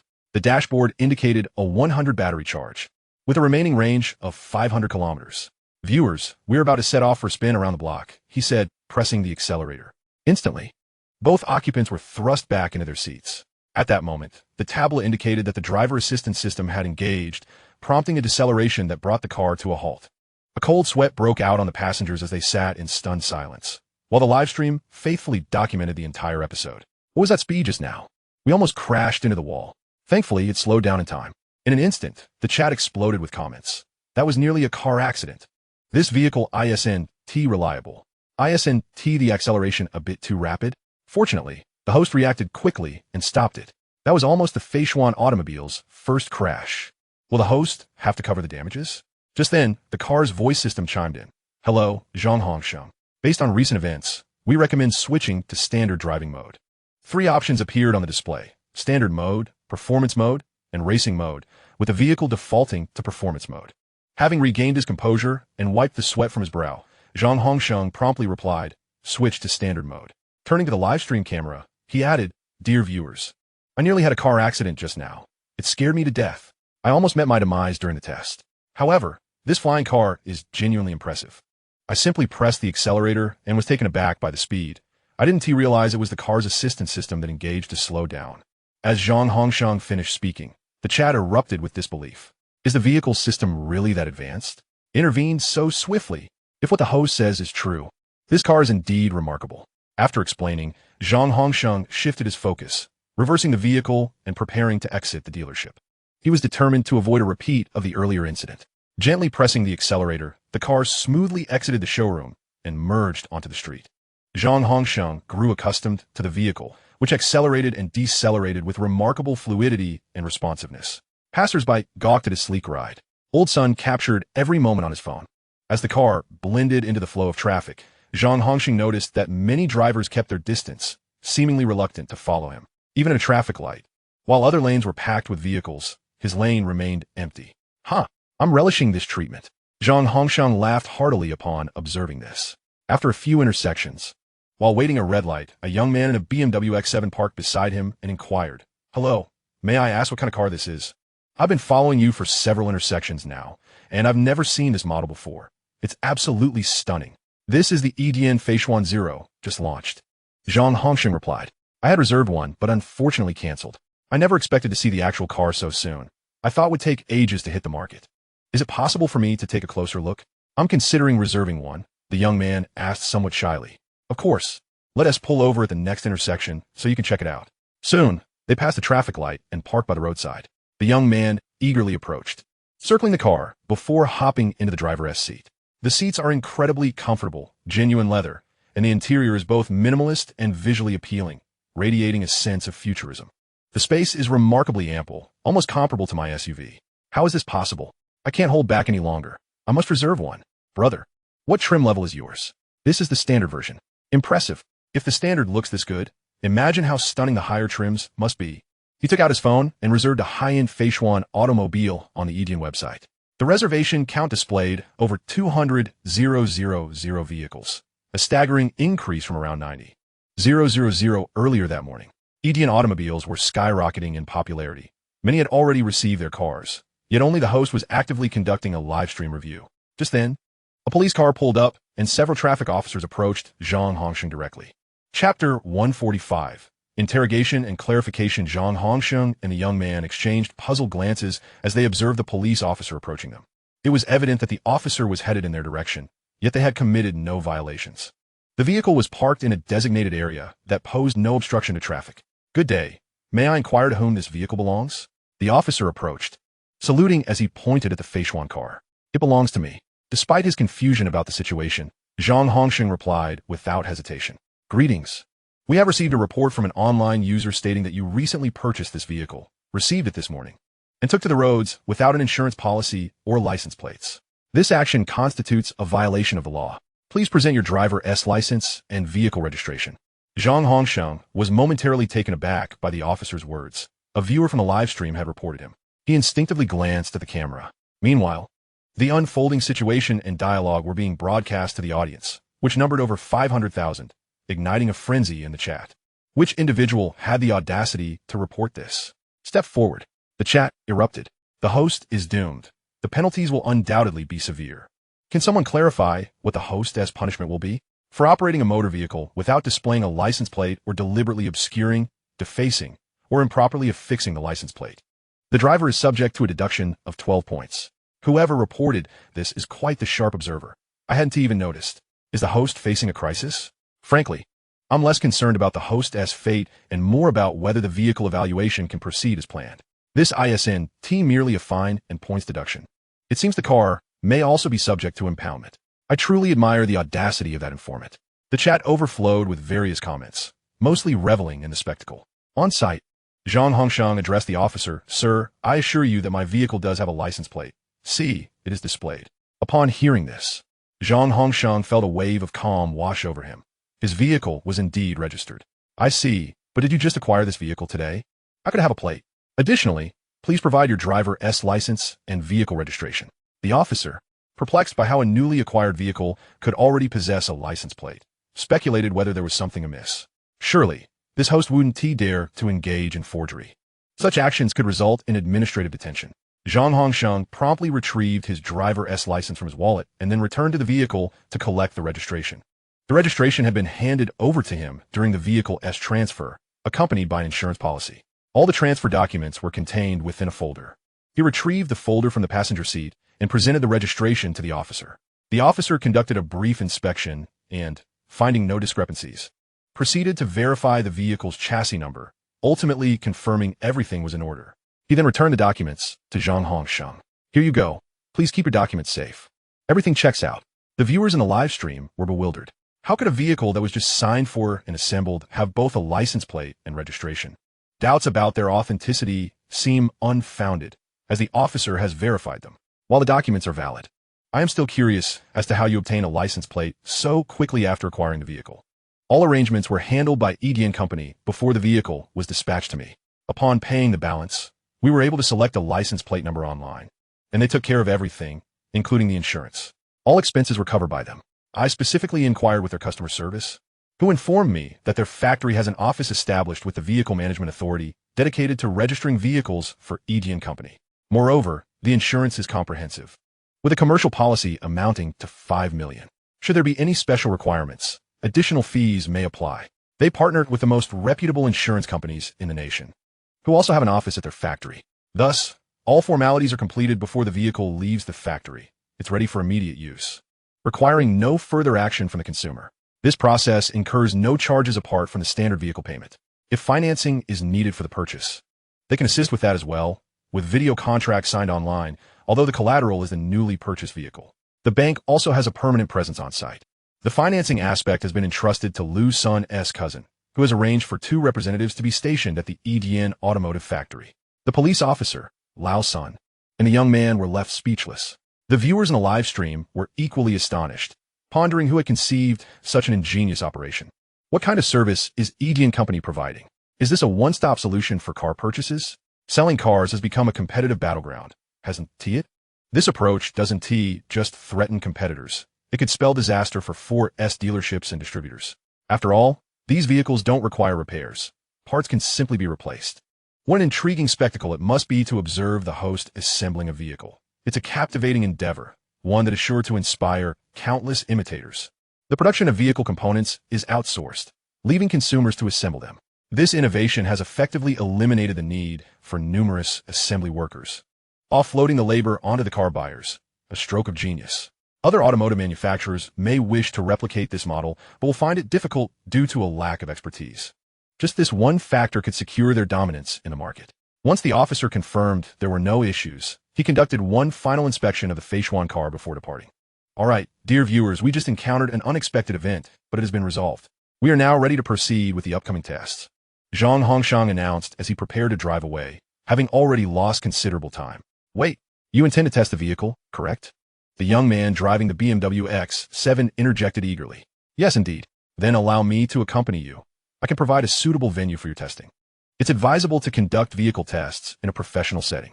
Zhang Hongsheng and Liu Sen exchanged glances and nodded in agreement. Of course, we would appreciate your assistance. Not a problem, the young man replied, clearly delighted by Zhang Hongsheng's acceptance of his offer. He extended his hand, introducing himself. I am Qian Xinjia. You may call me Xiaoza. Hello, I am Zhang Hongsheng. Feel free to call me Lao Zhang. This is Lao Sunday. After exchanging handshakes, Qian Xinjia promptly made a phone call. Brother Zhu, I have a vehicle ID like to test at your facility. It's a new model, specifically the Feishuan car, just produced by EDN. All right, we'll be there shortly. After ending the call, he turned to Zhang Hongsheng and said, let us go. It's all arranged. Chapter 146. Performance testing. Zhang Hongsheng quickly followed Qian Xinjia to an enclosed private venue, a haven for automotive enthusiasts akin to a private club. Soon, they encountered Qian Xinjia's contact. Brother Zhu, this is Zhang Hongsheng, a host currently conducting tests on the Feishuan car. Wow, what a stunning vehicle, exclaimed Zhu Weiqiang. The owner of the private club, immediately captivated by the Feishuan's sleek design and showering it with compliments. Greetings and welcome to this automotive testing venue. Allow me to guide you through the site, which is rather bustling with activity. I have already spoken to the attendees regarding your vehicle test. Thank you for your patience. Zhang Hongsheng is exceedingly grateful as well. No need for thanks. We are all quite intrigued by Feishuan automobiles and eager to witness the performance of the vehicles. The primary aspects of a vehicle's performance are fairly straightforward. Foremost is safety, which can be discerned from the impressive collision test results that have circulated, placing the vehicle among the finest across all models, transcending mere classifications. Following safety, we must consider the vehicle's kinetic energy. Thus, the inaugural test arranged within this club focuses on this aspect, assessing the acceleration to a speed of 100 km per hour on a closed circuit. Observe as we commence the 100 km per hour acceleration test. There are 3 performance modes we shall evaluate sequentially. The Feishuan automobile has arrived at the starting line. Initially set to standard mode. Ready, set, go. The vehicle surged forth instantaneously, its speed escalating with time, reaching 100 km per hour in a mere 35 seconds.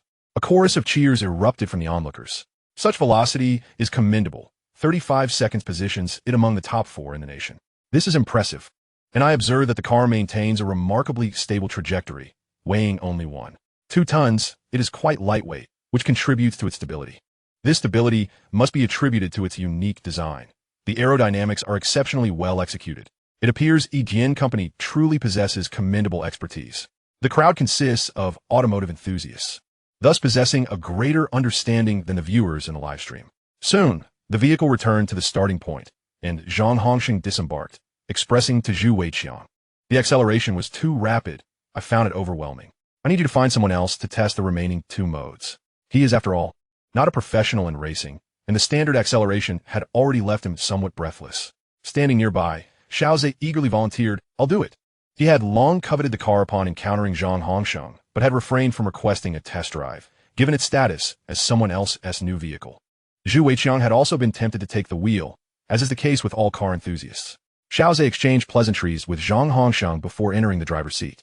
Under Zhang Hongsheng's guidance, he switched the vehicle to performance mode. As the countdown concluded, the vehicle surged forward. This time, the acceleration was astonishing, reaching 100 kilometers per hour in just 3 seconds. The audience was astounded, witnessing a reduction of 0.5 seconds, and the vehicle's motion was even more stable than before. They felt an urge to exclaim, "Did the designers at Yijian create a fighter jet?" The aerodynamics are superb. The competition mode was tested next, but the acceleration did not significantly differ. It remained nearly the same. Anticipation mounted as they prepared for the long-distance acceleration test, eager to discover the maximum speed achievable. This time, Xiaozhe stepped back, deferring to a more seasoned driver. Soon, the test commenced.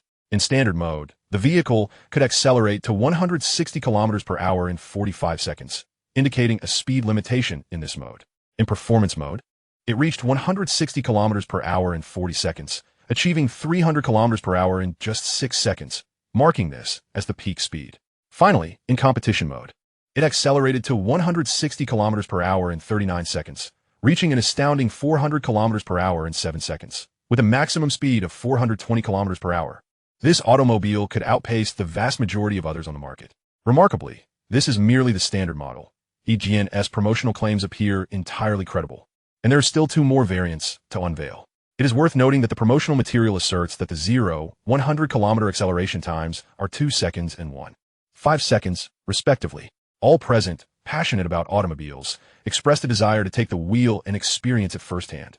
Were there no other concerns, they would undoubtedly purchase one. Strikingly stylish and powerfully capable. Who could resist such a lure? After obtaining Zhang Hongsheng's consent, many took turns testing the vehicle, reveling in the remarkably smooth driving experience. The sensation was exhilarating, particularly as they approached 400 kilometers per hour, sending adrenaline coursing through their veins. During the testing, a unique situation arose. One individual, unaccustomed to such high speeds, experienced a slight tremor, causing the vehicle to veer. However, the driving assistance system promptly intervened, ensuring a safe stop.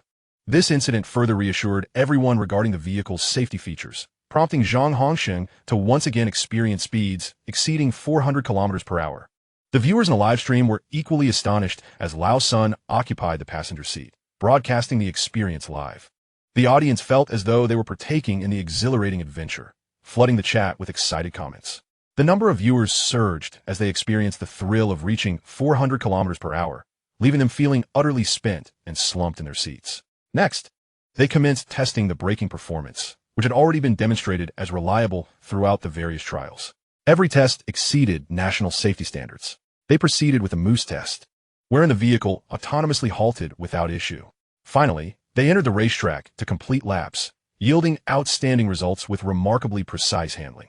As the performance test concluded, all gazed upon the Feishuan automobile as one might admire a breathtaking beauty, truly a masterpiece. One by one, attendees began placing reservations on the official website, with a select few opting for higher configurations, while the majority chose the top-tier model. This group of automotive aficionados was not lacking in financial means. Meanwhile, some viewers in the live stream also placed orders, though many lamented the vehicle's exorbitant price, deeming it beyond their budget. A magnificent car indeed, but too costly for my means, echoed the sentiments of most in the chat. Though they could not physically touch the vehicle, the host provided an excellent virtual driving and testing experience, which was quite satisfying. The chat exploded with gratitude towards the host. Many viewers, demonstrating their financial support, showered the stream with gifts, amounting to hundreds of thousands in total. The fan base surged by over 100,000. Chapter 147, Online Bus. With all performance tests completed, Zhang Hongsheng re-entered the automobile to explore its features. Thus far, He had not taken the time to examine the functionalities within the vehicle. The central touchscreen offered a personalized settings option, allowing adjustments including the activation timing of ambient lights, such as automatically illuminating when the door is opened. Notably, there was a dedicated option for ambient lighting with glass chips.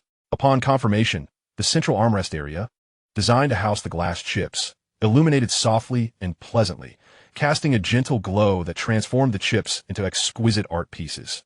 Moreover, the lighting adjusted dynamically with the vehicle's speed and turns, creating a truly mesmerizing effect. It could even be configured to project a starry sky onto the ceiling, with these stars moving and twinkling enchantingly. Upon a meticulous examination of the glass chip, one can discern the rapid flow of electrical currents traversing its interior, akin to flashes of lightning. This scene is nothing short of ethereal, leaving Zhang Hongsheng in a state of wonderment. It is truly astonishing. The viewers in the live stream are equally enraptured by this stunning spectacle. Now, let us delve into the auxiliary driving function of the EDN automobile. Zhang Hongsheng has configured the navigation route, directing the vehicle back to Liu Sen's used car dealership. He activates the auxiliary driving feature. The vehicle begins to drive autonomously, maintaining a remarkably smooth trajectory without any issues, successfully covering over 20 kilometers before arriving at Liu Sen's doorstep. Friends, after the recent test, the auxiliary driving function of the Feishuan automobile has proven to be commendable, showcasing an exceptionally smooth performance without any apparent flaws. Let us check the remaining battery life. It indicates 20 remaining, allowing for an additional 100 kilometers of travel, with a total distance of 280 kilometers covered today. However, this mileage seems inconsistent. 100 plus 280 totals 380 kilometers, which deviates by 120 kilometers from the initially displayed 500 kilometers. According to the remaining battery calculation, it is indeed expected that at 100 battery, the range should be 500 kilometers. While Zhang Hongsheng ponders this discrepancy, viewers in the live stream have begun to voice their frustrations. Garbage EGN automobile, once again misrepresenting mileage. They lament, this is a new car, yet it falls short by 120 kilometers, grossly overstating its range. Is it that all companies are equally deceptive, inflating figures while cutting corners? The battery pack must have been reduced. To diminish the battery pack and still charge such exorbitant prices is nothing short of extortion. Everyone should file complaints regarding this false advertising, deceiving consumers. It is still summer. What will happen in winter? Will the range dwindle to a mere 200 kilometers? How can those of us in the north manage daily charging? Although wireless charging is available, it cannot alleviate range anxiety for long distances. I dare not purchase this vehicle. I will seek a refund. You foolish lot. Any vehicle subjected to today's rigorous testing would consume significantly more power than usual. The Feishuan automobile has performed admirably. Bring any electric car here. And after such intense high-speed driving, it would have run out of battery long ago.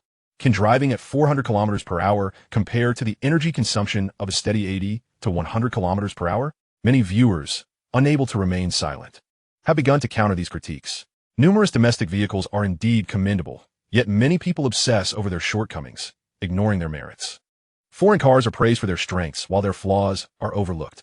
It is unclear whether this reflects a double standard or ulterior motives. The online environment has been tainted by such individuals. At this juncture, Zhang Hongsheng recalls the crucial point raised by a viewer and reiterates. Today's primary focus is performance testing. The acceleration is indeed fierce, and reaching speeds of 400 kilometers per hour results in unusually rapid battery depletion. Similar to gasoline vehicles, aggressive acceleration and high-speed driving increase fuel consumption. The most economical speed for many family cars is between 70 to 80 kilometers per hour. Exceeding this will escalate fuel usage. Many viewers who had not seen the explanatory comments have now grasped the situation and expressed their understanding. Now, let us initiate wireless charging for the vehicle. He taps the onboard tablet, selecting the worry-free power option to search for wireless power signals. Soon, he narrows down to a public power signal, along with several localized energy signals. He directly selects the power signal from Liu Sen's dealership. Liu Sen, please confirm the wireless power connection. Liu Sen retrieves his phone to verify the connection, and the vehicle's central display indicates a successful connection and charging commencement, estimating a full charge in 15 minutes. This charging speed is remarkably swift. Even conventional refueling requires about 35 minutes. If charging at a service area, one could fully charge the vehicle in the time it takes to use the restroom or smoke a cigarette. Quite efficient indeed. Zhang Hongsheng engages in conversation with the viewers in the live stream, addressing their queries. Those interested in examining the vehicle's specifics, such as the engine compartment and trunk, are also given a thorough overview. Time passes swiftly, and after 15 minutes, the Feishuan automobile is fully charged. Everyone, as the hour grows late. We shall have dinner before commencing the next phase of testing, to observe the vehicle's condition and remaining range on the open road. He then leads the livestream audience to dinner. On Weibo and Douyin, Feishuan automobile dominates the screens. Zhang Hongxing's test video has been widely edited and shared, featuring various clips, ride-sharing videos, acceleration tests, traffic police interactions, and charging sequences. His presence is ubiquitous. Although other vehicles are also showcased, none rival the excitement of Zhang Hongxing's footage. Many believe that ordinary individuals could never assemble a vehicle themselves, hence the lack of interest in the third option of receiving a vehicle. However, there's a growing anticipation for the day when numerous individuals will choose to assemble their own vehicles, as it provides a sense of accomplishment. Underneath posts and videos about vehicle assembly, the most common comments express a desire to build one's own vehicle, while also praising Yijian's exemplary service, which includes home delivery and meticulous handling of all logistical details, epitomizing the philosophy that the customer is king. Meanwhile, the chip has surged to trending status, even reaching the top spot. With discussions swirling around the 9-nanometer glass chip, many are curious about its origin, whether it is domestically produced or sourced from abroad. A plethora of inquiries flood everyone's minds, as the chip dilemma resonates deeply within the hearts of the Chinese populace. Individuals incessantly seek information regarding this glass chip. Some assert it must be foreign-made, given its impressive and cutting-edge attributes. Chapter 148, The Enigma of Yijian Automobile. The discussions surrounding the chip are fervent, and the specific data regarding it remains shrouded in mystery. Countless individuals begin to inquire on Yijian Automobile's official account, or directly call customer service. However, none receive definitive answers. Yijian Automobile's customer service merely responds that they are unaware of the chip's origin and have consulted their superiors. It is a matter of commercial confidentiality and will not be disclosed. The Yijian company believes that while they have ingeniously produced a 9-nanometer glass chip, it has not yet reached the top tier, nor surpassed it, hence there is no need for public revelation. The online community is deeply engrossed in uncovering information about the chip, maintaining the high popularity of the Feishuan automobile. The number of reservations for the Feishuan automobile continues to swell, reaching an astonishing 500,000 units. Observing this surge in reservations, Yijian Automobile's general manager, Chu Xingchen, decides to temporarily close the reservation channels. Chu Xingchen also accesses the back-end data, revealing that 80 of customers opted for the third method of receiving their vehicles, self-assembly. He promptly instructs the production manager to calculate the time required to fulfill such a substantial order. After some deliberation, the manager responds, due to nearly 400,000 customers choosing to assemble their own vehicles, we will save considerable time and labor. If we were to complete the assembly and delivery ourselves, it would involve 500,000 vehicles. Originally, we could produce 100,000 cars each month, and with full capacity, we could reach around 150,000. By working overtime for over 3 months, we could have finished the task, but now it can be accomplished in just 1 month. Upon hearing this, Chu Xingchen couldn't help but admire Liu Sen's ingenious ideas, which were undoubtedly bolstered by Liu Sen's technological advancements. This truly represents a paradigm shift akin to the advent of the assembly line. They have once again revolutionized industrial production. Chu Xingchen summoned the public relations and online departments, instructing them to issue an announcement. 500,000 vehicles would be delivered within a month.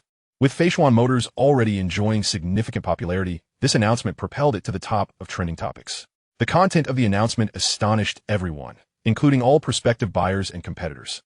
The prospect of receiving their vehicles within a month was astonishingly swift.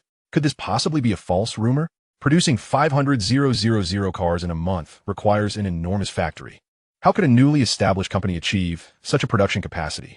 Typically, firms start with a monthly output of just a few thousand vehicles. It feels somewhat absurd whenever something is associated with Yijian. I placed my order, initially seeing my reservation ranked over 400,000, which suggested I would have to wait several months, if not longer. To my surprise, it is now possible to receive the vehicle in just 1 month. It's simply fantastic. Opinions among netizens varied widely, but the most significant reactions came from competing automakers. I want to know what's going on. How can they produce at such a rapid pace, equaling our output over 6 months in just 1 month? Moreover, their imitation of the Feishuan design is already dominating the market before we could even replicate it. Are we just inviting criticism? a group of incompetent individuals, unable to design an appealing exterior despite having so many designers at their disposal. The chairman, who had been speaking, seemed particularly agitated. It felt as if EDN was disregarding the rules of fair competition, entering the automobile manufacturing sector without announcement, and innovating automotive technology in silence. Moreover, several automakers had already joined forces to pressure EDN into discontinuing their chip supply, yet the origin of those so-called glass chips remained a mystery. It was utterly confounding. Furthermore, EDN's strategy of bypassing local dealerships and not establishing 4S stores in various locations rendered all their tactics ineffective. EDN's approach was akin to a dimensional strike, leaving them utterly defenseless. They played by their own rules, rendering traditional methods ineffective, just when they thought they had seized upon an advantage in terms of low production.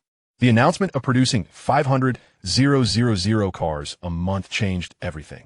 The chairman, seated in his chair, pressed his temples and then waved his hand, dismissing the others. The CEO of Desira was equally troubled. Initially, BYD posed a significant threat, and now EDN Motors had emerged as an even greater contender.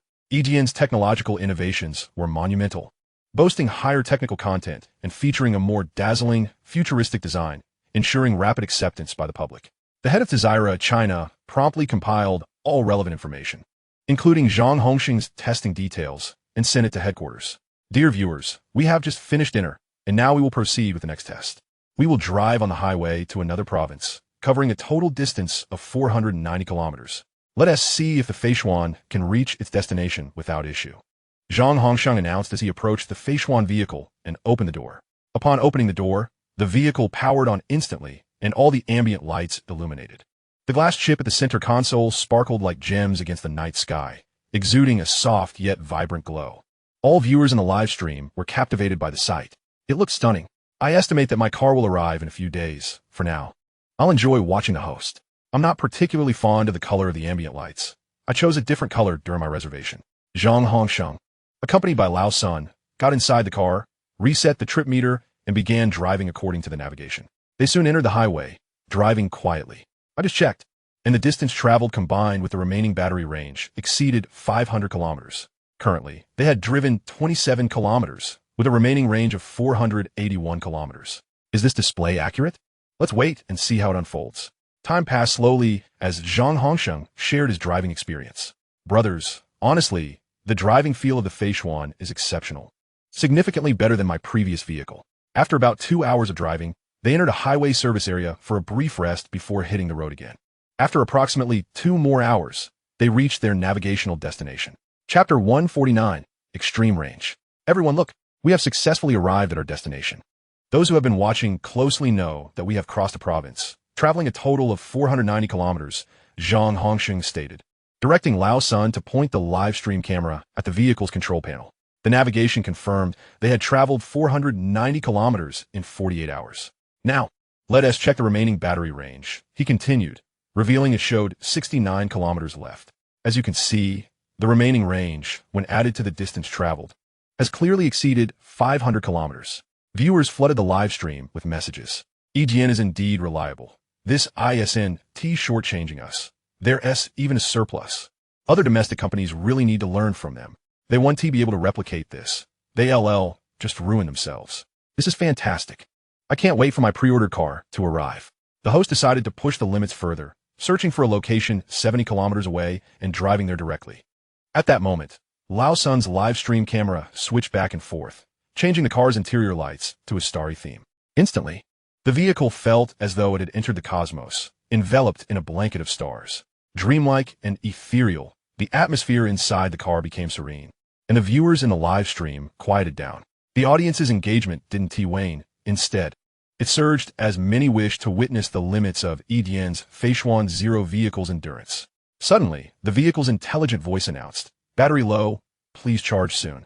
At that point, everyone noted they were just over 3 kilometers from the navigation endpoint, with a remaining battery range of 15 kilometers. The battery life indeed proved to be quite durable. Minutes later, they reached the navigation endpoint with 13 kilometers of range remaining.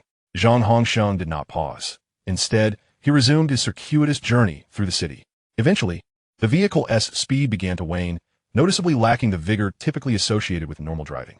Without delay, Zhang directed the navigation system to the nearest gas station. Upon arrival at the gas station, he parked by the roadside. All right, everyone, we are nearing the conclusion of our journey. We covered a distance of 596 kilometers, with just 2 kilometers remaining. Observing this, it was evident that the remaining 2 kilometers could not simply be traversed. Thus, it suggested that the vehicle was indeed capable of reaching 600 kilometers. A quick calculation indicated an impressive additional range of 20 kilometers. This was no trivial matter. The EDN company had truly delivered a remarkable surprise. Not just a small one, but a significant one. The online audience in the live stream erupted with enthusiasm. EDN is genuinely a conscientious enterprise, not only refraining from exaggeration, but also underreporting. Given this performance, I believe the Feishuan vehicle should encounter no issues even in winter, and it could surpass a range of 500 kilometers in northern Huaxia. I have serious doubts that they are not using the most conservative estimates for winter conditions. I can only say, EDN is exceptional. EDN is everlasting.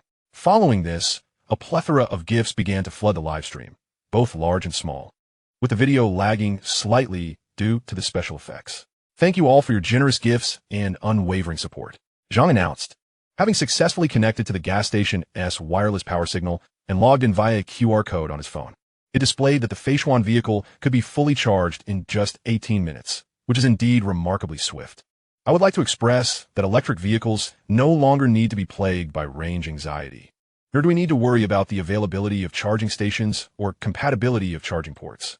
After engaging in further conversation with the audience, the vehicle's charging was completed, and the app for hassle-free electricity usage indicated that this charging session lasted 18 minutes, consuming 30 kilowatt-hours of electricity at a cost of 0.55 yuan per kilowatt-hour, resulting in an expenditure of 165 yuan. Zhang retrieved his phone and began calculating, quickly deducing that the cost per kilometer was approximately 28 cents. He presented the calculator's results to the live stream camera, where everyone could see clearly. Look at this, the cost per kilometer is merely 28 cents, and the battery comes with a lifetime warranty, devoid of any hidden clauses. I must ask, is that not enticing? The live stream was filled with viewers showering praise upon EDN automobiles, employing every conceivable compliment. Zhang continued, in fact, EDN automobiles boast numerous innovations. I am grateful to the EDN company for creating such an exceptional vehicle. My heartfelt thanks to the Feishuan automobile for its remarkable attributes, and to Father Liu for his extensive research into advanced technologies. Zhang was genuinely appreciative of EDN, for it had altered his destiny. Following this live stream evaluation, his follower count surged past 1 million, transforming him into a minor internet sensation, and he garnered nearly 1 million in gift revenue. Much of this was attributable to EDN. He resolved to keep a close eye on EDN's developments and pledged to be among the first to purchase and evaluate all their products. Henceforth, he will become an ardent advocate for EDN. Dear viewers, today's testing comes to an end here. We shall continue tomorrow now. We need to find a place to rest in the city. After concluding the live stream, Zhang Hongsheng and Old Sun felt utterly exhausted. Their fatigue was both physical and mental. After all, their spirits had been elevated throughout the day, filled with joy and excitement. They soon fell into a deep slumber. Liu Sen lay on the rooftop of his home, resting beside an astronomical telescope, which he used to observe his satellite, examining its external conditions and flight posture to facilitate future improvements and optimizations. Suddenly, his phone rang. Upon glancing at the screen, he saw it was a call from Yu Dazue. Liu Sen answered, Mr. Yu, I noticed that your EDN Feishuan automobile utilizes a new type of chip. Would you be able to disclose its origin? You mean the glass chip? Liu Sen immediately understood Yu Dazue's inquiry. Yes, that very glass chip. Yu Dazue's tone was somewhat urgent. That is a product of our own research and development, Liu Sen replied casually. Hearing Liu Sen's tone, Yu Dazue was momentarily taken aback, gathering his thoughts before asking, is it truly a 9-nanometer chip? Chapter 150, Lithography Machine. Upon hearing the gravity of Yu Dazue's statement, Liu Sen couldn't help but smile. Indeed, you are welcome to come and see for yourself. Yu Dazue, taken aback by the invitation, found it hard to believe. After all, he was directly invited to witness it. Yet he still struggled to comprehend how EDN had silently developed a 9-nanometer chip. He recalled that just a few months prior, Liu Sen had invited them to collaborate on research. However, considering the semiconductor industry's challenges and EDN's lack of foundation, he had declined the offer. To his astonishment, months later, he learned that EDN's Feishuan automobile had integrated a glass chip that had never before been seen on the market. Yu Dazue immediately thought of Liu Sen, recalling the profound impact EDN's glass had made, the unbreakable wine bottle, and the glass that transforms smartphone screens. Coupled with Liu Sen's commitment to increasing investment in technological research, he held onto a glimmer of hope. Should EDN succeed in producing a 9-nanometer chip, it would undoubtedly propel their pedal chip business to new heights. Their team excelled in design, but struggled to find manufacturers for production. Very well, let us visit tomorrow. I hope it won't be too much trouble for you, he said. Just come directly to our headquarters, Liu Sen suggested. After ending the call, Liu Sen decided to meet in person the following day, as there were still matters to discuss. Although his previous proposal for collaboration had been declined, he understood their position. After all, they had solidified a strong foundation over many years, and it was natural for a company with no established background to face rejection when proposing a partnership. The next day, at the headquarters of EDN Group, Liu Sen met Yudaze and his entourage at the entrance. He was somewhat surprised and taken aback to see them disembarking from their vehicle. To his astonishment, Elder Run had also accompanied them. Liu Sen stepped forward to shake hands with Elder Run. Elder Run, what brings you here? Ah, Sen. I came to see for myself if you can indeed produce a 9-nanometer chip, as that would signify a substantial breakthrough against foreign blockades. I simply must witness it for my peace of mind, Elder Ren replied, visibly excited. Elder Run, I'll take you to see it right away. Liu Sen understood the urgency felt by Elder Run and his team, as the restrictions on chip technology had made their lives quite difficult. EDN's breakthrough would be a boon for the entire nation, liberating them from reliance on foreign entities. Soon, the group proceeded to the junction of Jinling and Rongqing, where the EDN semiconductor factory was located. Liu Sen guided them into the factory premises, where they donned cleanroom suits to commence their tour of the semiconductor facility. Initially, they observed the intricate process of chip manufacturing, where numerous glass columns were meticulously sliced into individual wafers by laser cutting. Subsequently, these wafers were deftly transferred by robotic arms onto a conveyor belt, which comprised 6 distinct lanes, each linked to a lithography machine.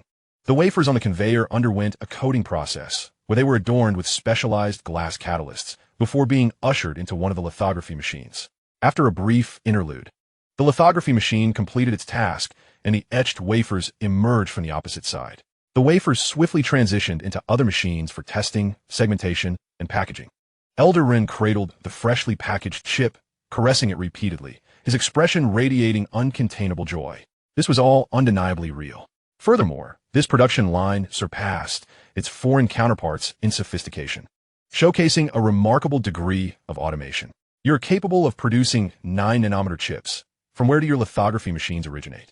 Elder Ren could no longer restrain his curiosity and posed the question they were all eager to ask. The lithography machines are a product of our own research and development. All technology is proprietary, though not publicly disclosed. The members of Huaban were left astounded. The EDN company had single-handedly resolved the lithography machine conundrum. Elder Ren contemplated inquiring whether they could provide lithography machines, but hesitated, ultimately deciding against it. The development of such machines would undoubtedly not be for sale, especially since they had already established their own semiconductor manufacturing facility. The construction of a single lithography machine typically requires around a month. Given that EDN had only recently completed R&D, it would likely take several months to produce just one. Achieving mass production would take even longer. Elder Ren's thoughts remained confined within the limits of conventional enterprises. He momentarily forgot that he was currently witnessing 6 lithography machines.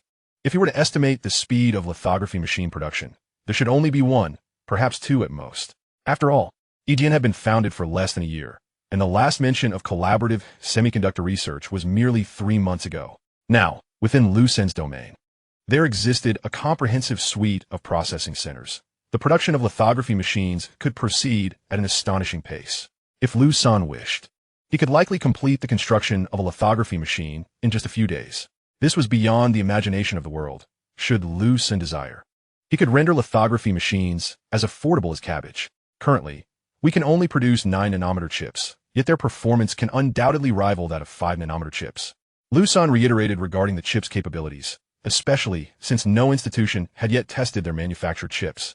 Upon hearing Liu Sen's words, the members of Huaban were once again astounded, previously believing that Liu Sen still had some distance to cover to reach the top tier. However, the performance of their produced chips could indeed compete with the leading echelon, indicating that EDN's materials and processing capabilities were exceptionally superior. As EDN further enhanced its processing capabilities, it was certain to surpass the foremost semiconductor manufacturing companies. After all, Breakthroughs in chip technology were becoming increasingly frequent, nearing the limits of Moore's law. Without discovering a more robust theoretical foundation, further advancements appeared nearly impossible. Yet, EGN's chip manufacturing precision continued to advance. Simultaneously, Elder Rin contemplated that their designed chips, under equivalent nanometer processes, were already of the highest caliber. If subjected to EGN's semiconductor processing, could there be substantial performance breakthroughs? Was it possible that the 9-nanometer Qi-Ling chip could rival that of a 4-nanometer variant? Especially when combined with their unique stacking technology? This thought emerged in his mind, refusing to dissipate.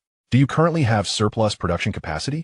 Could you assist us in the contract manufacturing of Qi-Ling chips? Upon hearing Elder Rin's request, Liu Sen smiled. It seemed they could not resist proposing their request after all, and now he too could present related demands, making success more attainable. Otherwise, their previous proposal for collaborative lithography machine research had been declined, although the current automotive sales were exceptionally robust since Elder Rin had broached the subject. He felt compelled to allocate a portion of their production capacity to assist in manufacturing. Liu Sen promptly agreed without hesitation. In that case, please send over the architecture and design blueprints for the 9-nanometer process chips, and I will arrange for testing immediately. Chapter 151. High Precision Machine Tools 1 unit? 100 units?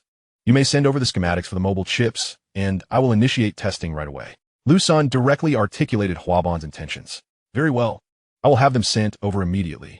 Elder Rin, hearing Liu Sen's prompt agreement, hesitated momentarily. He waved to a colleague nearby and promptly made a phone call. Before long, Liu Sen received an email. After confirming the contents, he directed the engineers to commence adjustments. The schematics were quickly entered, and production began utilizing one of the assembly lines. The members of Huaban anxiously awaited.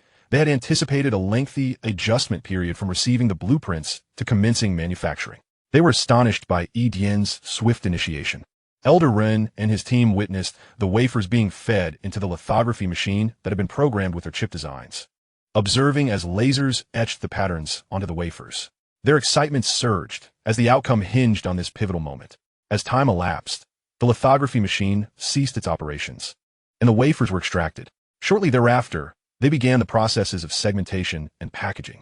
Liu Sen promptly organized testing, which yielded resounding success. A total of 100 finished products were achieved.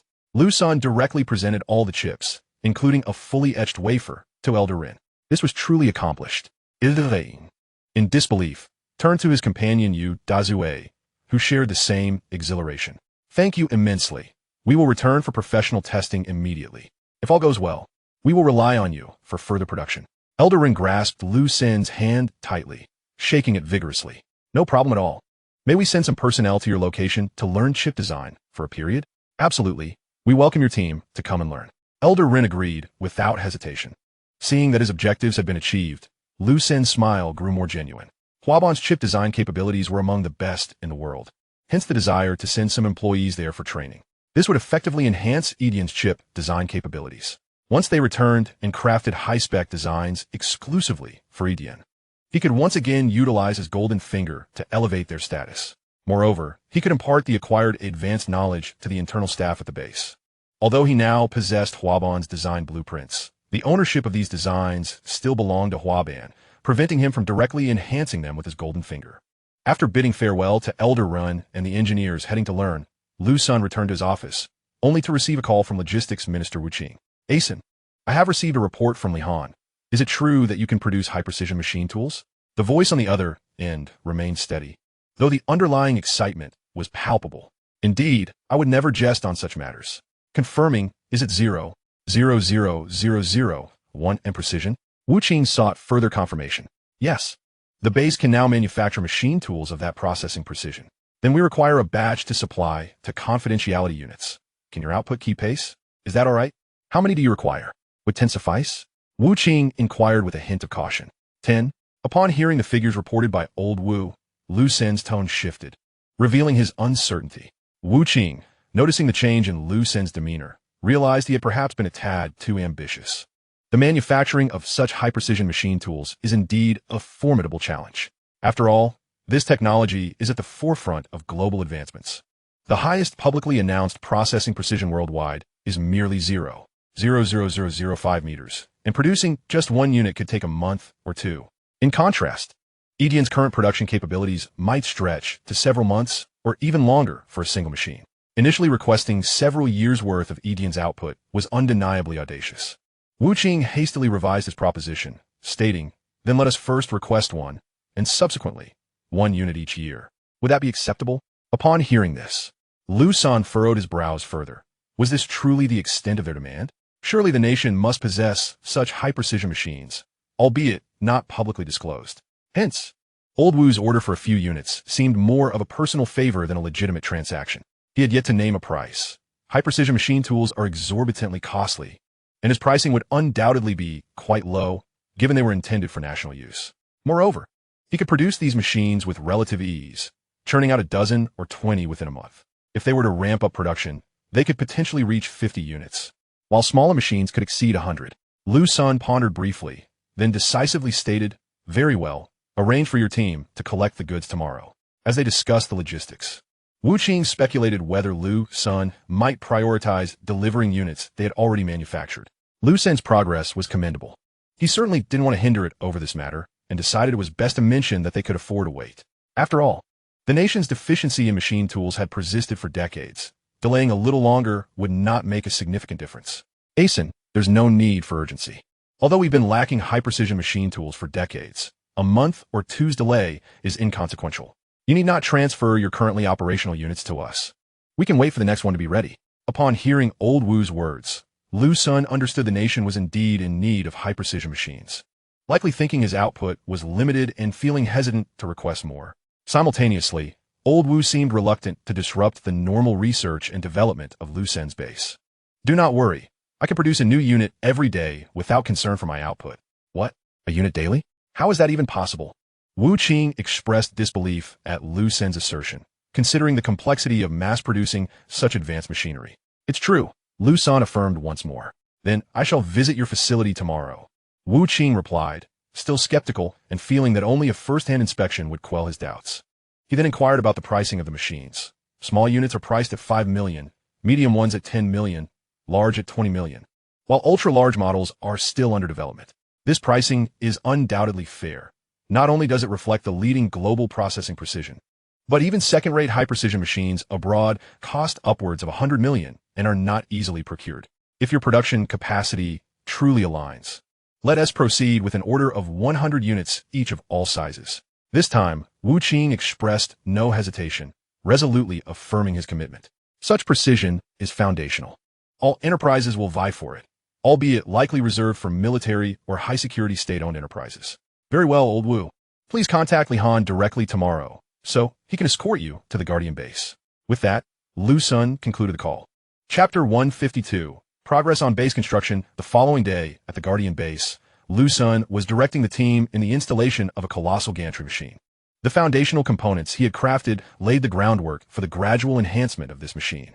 A significant reason he refrained from procuring gantry machines from other companies was their sheer size. The wait time for orders was exceedingly long, and their bulk made transportation laborious and challenging to conceal, risking exposure of the Guardian base. After all, the underground rapid transport system was still under construction and likely wouldn't be completed for another 6 months. This timeline was remarkably swift, as establishing an underground transport route typically spans several years. Moreover, those existing underground constructions were not as substantial as the ones needed here, particularly when considering the transport of oversized cargo. "All right, Crane, lift this component for me," Liu Sen commanded, pointing to a part weighing several tons. This component spanned several meters and was crafted from a special alloy, significantly lighter than standard steel, only a tenth of the original weight, yet possessing strength several times that of steel. There were thousands of such components, though not all were of such grand proportions. Once assembled, Liu Sen's gantry machine would weigh several hundred tons, a considerable reduction compared to the 1,000-ton behemoths typically seen. Meanwhile, Wu Qing, guided by Li Han, arrived at the Guardian base. Upon entering, they stepped into an elevator spacious enough to accommodate a massive truck, swiftly descending over 150 meters to a subterranean hall. Upon arrival, they found Liu Sen orchestrating the installation of massive components. "How is this possible?" Wu Qing marveled. Liu Sen had begun fabricating ultra-large machine tools. He had witnessed numerous gantry machines in heavy military factories and was well aware of the construction challenges involved. Many components are produced using large water-driven presses, die-casting machines, and forging techniques, relying on pressures of tens or even hundreds of thousands of tons. How had Liu Sen managed to create these ultra-large components? If the strength were insufficient, how could he produce such large pieces? Surely, this was merely an assembly of superficial aesthetics. Wu Qing silently observed, refraining from interrupting Liu Sen's directives. As giant components gradually came together under Liu Sen's guidance, eventually revealing a magnificent ultra-gantry machine. The grandeur of its massive arms was awe-inspiring. Liu Sen gazed at his creation with immense satisfaction. This was a labor of great effort and ingenuity, where he had directly modified the alloy's lightweight properties. Otherwise, it would have merely been an empty shell. His intentions were straightforward. He was poised to initiate a space program, necessitating the capability to process large components. Once completed, he powered the machine for testing. It operated smoothly, with no immediate issues detected. The precision, however, remained uncertain. Yet Liu Sen was unperturbed.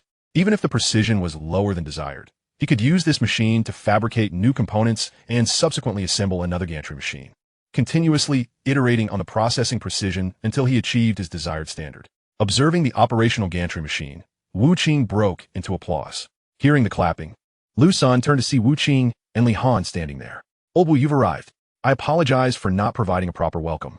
Liu Sen expressed with a hint of regret. "No matter, as an old man, I am indifferent.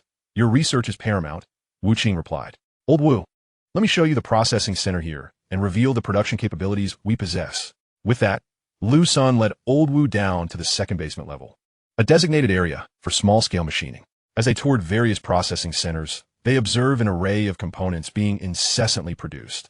Soon, these parts were swiftly assembled through automated production lines, transforming into sophisticated machine tools. Old Wu was utterly astounded.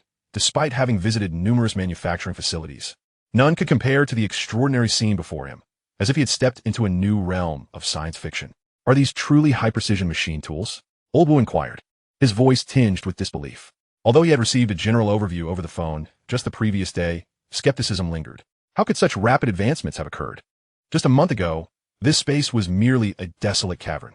Were it not for Liu Sen personally bringing him here, he might have suspected that this base was an alien creation, fortuitously discovered by Liu Senator. The transformation was nothing short of revolutionary.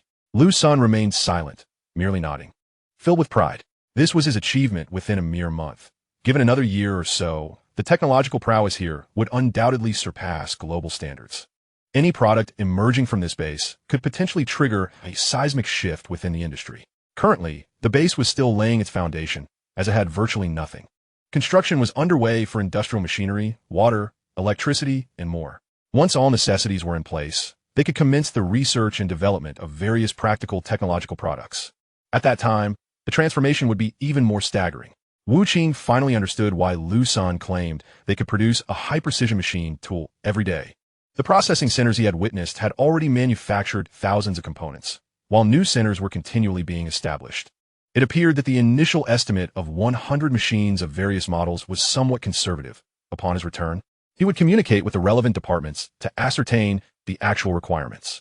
Although uncertain, projections indicated that several thousand machines would be necessary. Liu Sen once again escorted Old Wu around the entire base, where construction was bustling in every corner. The underground transportation line was progressing remarkably well. When Liu Sen inquired about the latest developments, he learned that it would be completed in just a few months. Overjoyed, Liu Sen waved his hand generously, awarding them an additional bonus of 100 million. The overall construction progress was exceedingly promising. The initial cavern within the mountain had been fully developed, providing ample space akin to a grand parking lot or a large distribution center, extending 150 meters underground. The facility was divided into 11 underground levels. The 18th floor housed various research laboratories. The 9th floor was dedicated to metal smelting. The 10th floor contained various machining centers. And the 11th floor was designated for the gantry machine tools. In addition to various elevators of all sizes, there was a special central shaft that connected the first floor directly to the 11th underground level, designed to accommodate the assembly of large machinery. Featuring a cylindrical space with a radius of 50 meters and a height of 150 meters. Furthermore, once the technology matured, they would directly break through the mountain's summit to facilitate the passage of oversized equipment. Construction was also accelerating within the other 4 mountains, and it was believed they would soon be operational. Chapter 153, Domestic and International Discussions. Thus, Liu Sen spent an entire day showing Wu Qing around the base. As they parted ways, he gifted old Wu a small machine tool and a medium-sized machine tool to take with him. With the payment for the machines deposited into Edian's account, Liu Sen was confident that upon Wu Qing's return, the introduction of these two machines would astonish everyone, undoubtedly leading to a flood of orders. However, Liu Sen's ambitions lay beyond mere orders. He was indifferent to their quantity. While he might not care for the financial gains, he understood the necessity of collecting due payments. Otherwise, fostering an expectation of acquiring goods without cost could lead to complications. Here, one could purchase below market value. Yet payment was non-negotiable. This was his principle. He was willing to give, but one must not take without compensation. He firmly believed in maintaining control over the situation. It was not a matter of lacking patriotism. Rather, it was a rule he had established. The funds he acquired would be reinvested into research, improving employee welfare, or engaging in charitable endeavors. A week swiftly passed, and the high-precision machine tools produced by the base were gradually completed and transported away. The gantry machine tools had finally begun producing new components during this period, and under Liu Sen's enhancement, they assembled new gantry machine tools. After several consecutive iterations, the processing accuracy of the gantry machine tools finally surpassed the highest standards in the world. All substandard units were dismantled, retaining only 10 of the highest precision gantry machine tools. Although the dismantled machines were still among the world's finest, their size rendered them difficult to transport. Thus, they would await the completion of the underground transport system before being delivered to the state. During these days, an event of monumental significance stirred the global arena. Renowned electrical manufacturing enterprises worldwide received invitations to join the establishment of the Wireless Power Association initiated by Edian.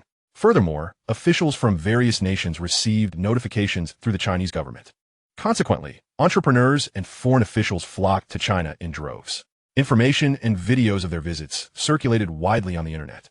Daily, numerous individuals arrived, warmly welcomed by Edian and government personnel, and escorted to the resort Liu Sen had constructed, enveloped by the ethereal mist of Lingxin tea. Upon their arrival, the guests expressed their admiration for Liu Sen's resort, as the fatigue of travel dissipated in an instant. The environment was exquisite. The entire resort shrouded in a mist generated by Lingxin tea, yet devoid of dampness. "My heavens, is this paradise?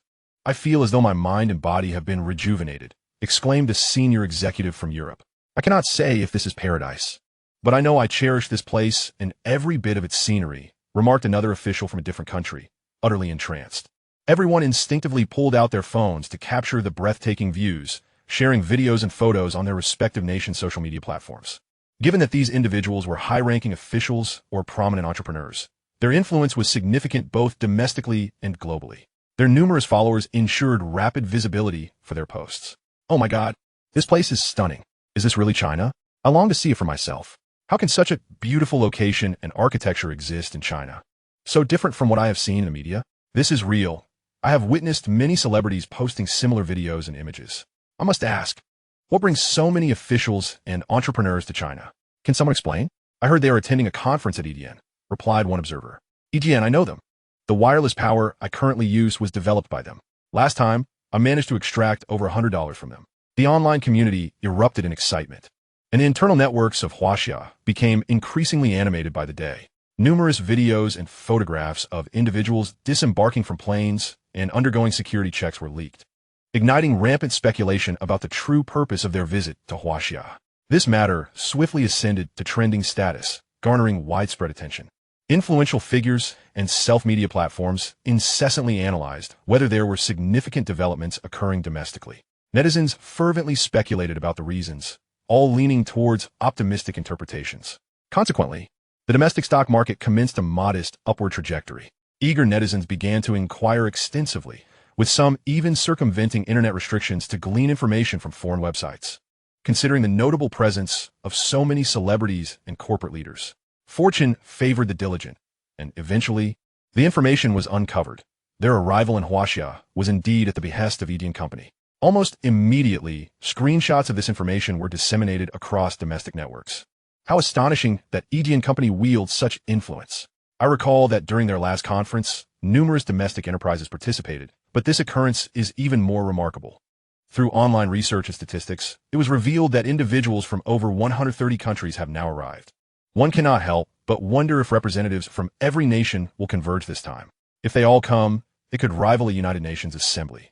Not to mention, I had not previously noticed the rarity of such an assembly with so many nations represented. What is particularly significant is that this conference is convened by EDN Company, attracting such a multitude of nations. EDN Company truly commands respect. How wonderful it would be to work there. The lofty aspirations of some above me are indeed enchanting. The compensation at EDN Company is reputedly exceptional. However, if one possesses the requisite ability, entry remains a possibility, as EDN Company is perpetually seeking new talent. Regardless, EDN does hold a prestigious ranking. Speaking of which, I suddenly realized that EDN Company was established less than a year ago. My goodness, had he not pointed it out, I would not have recognized the remarkable achievements they have accomplished in such a brief period. I can only say that EDN is indeed the embodiment of excellence.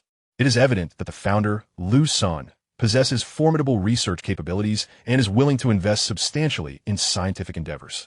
Thus, tangible strength remains the core competitive advantage of a company. Some enterprises may appear grand, yet they are inherently hollow, easily shattered upon scrutiny. I am determined to encourage my child to study diligently, with the aspiration of securing a position at EDN in the future. The current summer vacation cannot be squandered on frivolity. I must supervise his studies. I have just ordered several sets of mock exams and high school entrance exam materials for my child online, which should arrive tomorrow. I will procure a few sets for myself as well. Chapter 154. This is the optimal moment. Within the resort, each guest room was adorned with a beautifully packaged tea box. Inside the exquisite packaging lay 50 grams of tea, accompanied by a splendid card detailing its historical and cultural significance, its origin, and its associated benefits. Upon reading this introduction, many guests expressed disbelief, deeming the claims implausible and suspecting false advertising. However, a considerable number remained skeptical of such deceit, fearing it would tarnish the reputations of both Huaxia and EDN Company. Additionally, the origin of the tea was reassuringly close, sourced from the tea plantations adjacent to the resort. The tea was elegantly enclosed behind a charming fence, yet they could distinctly sense its extraordinary quality. One by one, they opened the tea boxes and began brewing. Watching the jade-green leaves float in the hot water, vibrant and glistening, they formed delicate wisps of fog above the cups. Oh, the beauty of this sight is simply exquisite. Indeed, Huaxia is a wondrous land. How many more treasures remain undiscovered? Their cuisine is equally remarkable. Wow, you must smell this. The fragrance is so refreshing. I feel invigorated. Upon hearing this, others began to inhale the tea's aroma, closing their eyes to savor it. After a while, they opened their eyes, yet their gazes remained fixated on the tea cups before them. The scent was ethereal, and one could only imagine the sensation of tasting it. With great care, they lifted the cups, wary of spilling any precious liquid. Slowly bringing the cup to their noses, they inhaled deeply. Then, as they took a sip, a wave of warmth, accompanied by a hint of coolness, cascaded down their throats and into their stomachs. Instantly, they felt a profound sense of relaxation, as though they had been cleansed. Their minds suddenly clear. It was truly magnificent, beyond the bounds of description. An expression of bliss spread across every face. These individuals then resumed taking photographs, sharing their experience on various social platforms. In an instant, Lingxin tea surged to global prominence. Having experienced the benefits of Lingxin tea, many sought to bring some home, prompting them to call the service desk for inquiries. However, they were met with persistent difficulties in connecting, as numerous others were also attempting to make inquiries. Reluctantly, they rose to approach the service desk in person to seek information about Lingxin tea. Soon, they arrived at the front desk, where the attendant was still answering calls. After a brief wait, she finally hung up. "Hello, beautiful lady. I would like to inquire where I might purchase this Lingxin tea, as I wish to bring some home for my family to enjoy." "Hello, this tea is unique to our establishment. Due to the challenges in sourcing and cultivation, it is somewhat expensive. However, as esteemed guests, we have provided each room with a complimentary box of Lingxin tea," the attendant explained with a smile. Having repeated this information numerous times, as the previous call had also pertained to Lingxin tea. "One box is far too little. It one tea suffice. I wish to buy some to take with me. As for the price, I have no concerns." He was the founder of a European electronics company with assets in the billions. Surely, he could afford this unforgettable and astonishing Lingxin tea. He regularly indulged in fine wines costing several thousand to tens of thousands of dollars. The price for a box of 50 grams of Lingxin tea was set at 200 yuan. But as a participant in this conference, he could purchase it at half price, amounting to 100,000 yuan per box. Even for a man of wealth accustomed to luxury, this price was somewhat startling, undeniably steep, yet within his means. After all, a single box, if consumed judiciously, should last around 10 days, equating to just over $1,000 daily, an investment well worth the benefits. Moreover, the current discount for conference attendees is truly commendable. EG & Company is remarkably generous and sincere. I would like to purchase 100 boxes at this moment. I apologize, sir, but due to production limitations, company policy allows each conference attendee to purchase only 10 boxes. Very well, though I find this rather insufficient. May I ask how I can proceed with payment? Do you have the Wio Electric app? The attendant inquired. Indeed, our country has widely adopted wireless power, and I have been using it. It is exceedingly convenient. Then you can make your payment directly via the electronic RMB account in the Wio Electric app by scanning the code. The receptionist gracefully gestured toward the QR code sign placed atop the front desk. The gentleman, displaying remarkable proficiency, swiftly opened the Wio Electric app to recharge his electronic renminbi, promptly scanning the code to complete a payment of 1 million. Upon witnessing the transaction's success, the receptionist turned, employing a key, her fingerprint, and a numerical password to unlock the heavy safe. From within, she retrieved a large gift box, turning back to present it to him. Alongside an invoice she had also procured. Sir, please take care of this gift box, which contains 10 smaller boxes, and here is the invoice. The affluent man, observing the substantial assortment of tea boxes still remaining in the safe, recognized that such exquisite tea indeed warranted secure storage. He felt fortunate for his swift action. Had he delayed, it was likely he would have missed his chance. After tucking the invoice into his wallet, he contentedly grasped the gift box and prepared to return to his room. At that moment, he noticed two individuals approaching, directly inquiring about Lingxin tea at the front desk. The wealthy man chuckled softly before making his exit. Shortly thereafter, the two newcomers also departed, each carrying their own Lingxin tea gift box. As the receptionist noticed the diminishing stock of tea in the safe, she retrieved several gift boxes from beneath the front desk to replenish it. She then communicated via intercom. Qianjia, we are running low on tea here. Please send another batch of gift boxes to place under the desk. With poise, she lifted a cup of tea to her lips, savoring a small sip. Had those who had purchased the tea been present, they would have realized that the beverage she enjoyed was none other than the precious Lingxin tea they revered. Moments latte. Another individual arrived to inquire about the price of Lingxin tea. The receptionist again smiled as she quoted the price. Initially, she had been astonished by the steep valuation of the tea, which was exorbitantly priced, equivalent to an average person's annual salary for just a few ounces. More intriguingly, those within their company could enjoy it for free during work hours. However, these rates were solely for international suppliers. Domestically, the tea was primarily reserved for internal company use, affiliated enterprises, and government procurement. The government's purchasing price ranged from 2,000 to 3,000 yuan for every 50 grams, with standardized procurement practices.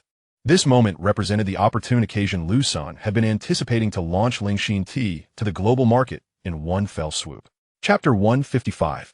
Is this an armory? With a day or two remaining before the meeting commenced, all early arrivals engaged in conversation and ventured to explore. They frequented the renowned landmarks and tourist attractions of Rongqing and Jinling.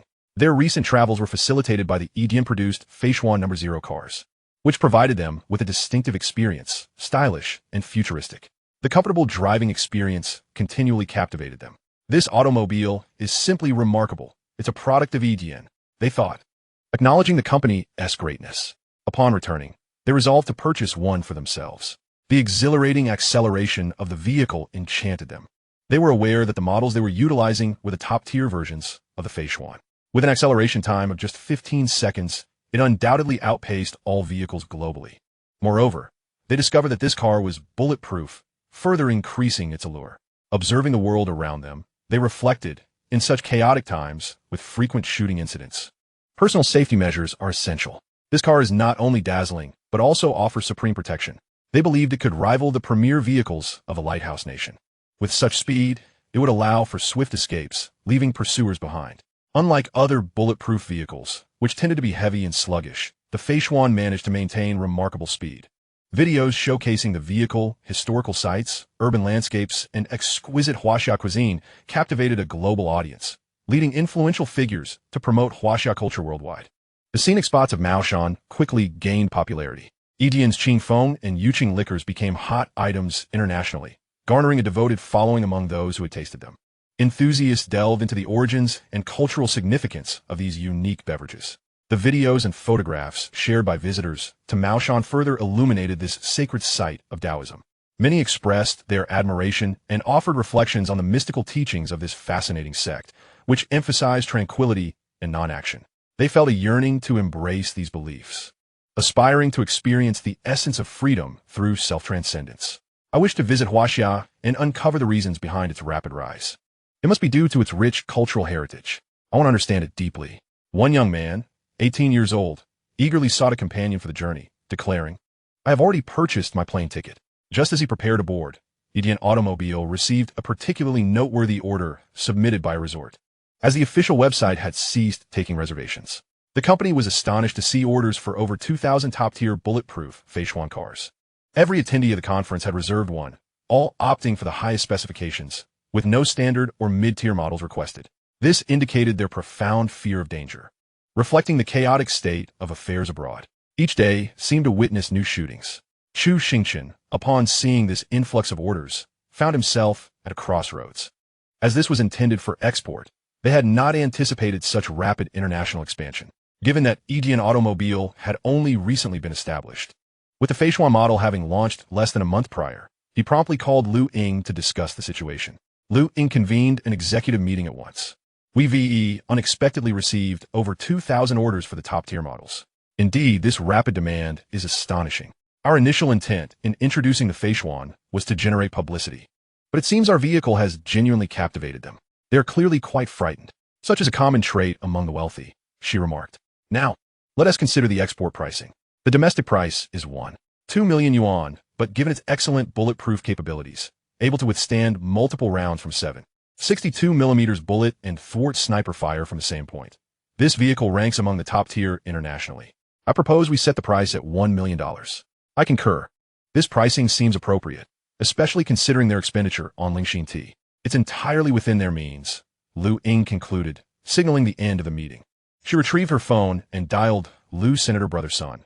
The conference attendees wished to purchase the top-tier Feishuan cars, and were considering an export price of $1 million. We can proceed with the export, but adjustments are necessary to incorporate storage for firearms and modify some components. As these are assembly vehicles, we only need to redesign a few parts, such as the doors, central armrest, under the front passenger seat, and the trunk, to accommodate designated spaces for long and short firearms. With these modifications, they will feel much safer. Thus, we propose a price of $1 million. They will not find it too abrupt, as it is specifically designed for foreign markets. We aim to ensure they spend their money comfortably. Liu Sen contemplated for a moment and articulated the necessary modifications. He intended to earn his keep while standing, all the while prompting these foreigners to express their gratitude for his thoughtful consideration.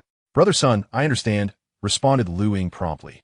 Soon after, Chu Xingchen, the head of Edian Automobile, received Liu Ying's reply. Chu Xingchen immediately arranged for the redesign of several components. Within half an hour, the newly designed parts were produced and installed onto the new vehicle. The designers worked overtime to create conceptual drawings and animations, which were sent to Chu Xingchen. Upon reviewing these, Chu Xingchen felt immensely satisfied, captivated by the sci-fi aesthetic, which featured both light and shadow designs for the weaponry, promising passengers a dual sense of security. Chu Xingchen dispatched a top-notch salesperson to the resort to present the design concepts and finalize orders. At the resort, the salesperson introduced the innovative internal structure of the new vehicle to each client. Indeed, everyone was entranced by these modifications, admiring the automotive blueprints in the product catalog, with many exclaiming, "Edian Company is truly impressive. You have considered so much for us. Thank you. The price of $1 million per vehicle is absolutely reasonable." Hearing this, the salesperson felt a surge of admiration for his boss, who evidently understood the psychology of these individuals. However, he couldn't help but inwardly question why these clients were enamored with such vehicles, as they resembled mobile arsenals capable of engaging in small-scale warfare, housing an array of concealed firearms that the average person would scarcely notice. Chapter 156, Peculiar Opinions. Within the resort, Edian Feishuan automobiles were experiencing a flurry of sales confirmations. Simultaneously, Edian's official website updated relevant information, announcing the export prices for 3 versions: standard version, 400,000, high-end version, 600,000, Top version 1.0.0.0.0.0. The descriptions for the standard and high-end versions mirrored those available domestically, while a note appeared for the top version to adapt to foreign environments. Some adjustments have been made to the internal space, disclosed only to purchasers. The export pricing of EDN automobiles instantly sparked a tremendous uproar. The headline Feishuan automobile export pricing surged to trending status, attracting an ever-increasing number of online users. The trending topic climbed from 5th to 3rd, ultimately reaching the pinnacle of 1st place. Such an export price seems absurd, having increased more than 4-fold. Who would purchase at such a rate? It appears EDN has become somewhat arrogant, directly competing with international brands. Surely, the domestic popularity has clouded their judgment regarding their actual value. I dare say, they will not sell a single unit. If they do, I shall livestream myself eating excrement, declared a netizen known as Instant Wealth. I have screenshotted your remark. I await your livestream, replied another user. Goodness, the individual above who mentioned eating excrement. When will you go live? Orders for EDN's export vehicles have already been placed. In a dilapidated rental apartment, cluttered with fast food containers and instant noodle boxes, a foul odor permeated the air, and the floor was strewn with trash, leaving little room to stand. In the corner of the bed, a disheveled young man clutched his phone, perusing the comments. If one were to check his account, they would recognize him as the individual who vowed to livestream himself eating excrement if foreigners purchase cars. Now, his phone incessantly chimed with notifications, all urging him to fulfill his promise.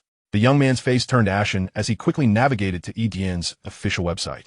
The orders for the top-tier Feishuan automobile, priced at $1 million each, surged at a visible pace, from just over 30 units to more than 100, with no signs of slowing. How could so many people be purchasing vehicles? Did they not comprehend the exorbitant cost? This was a car priced at $1 million. Over 4 times the domestic price. Were they all fools?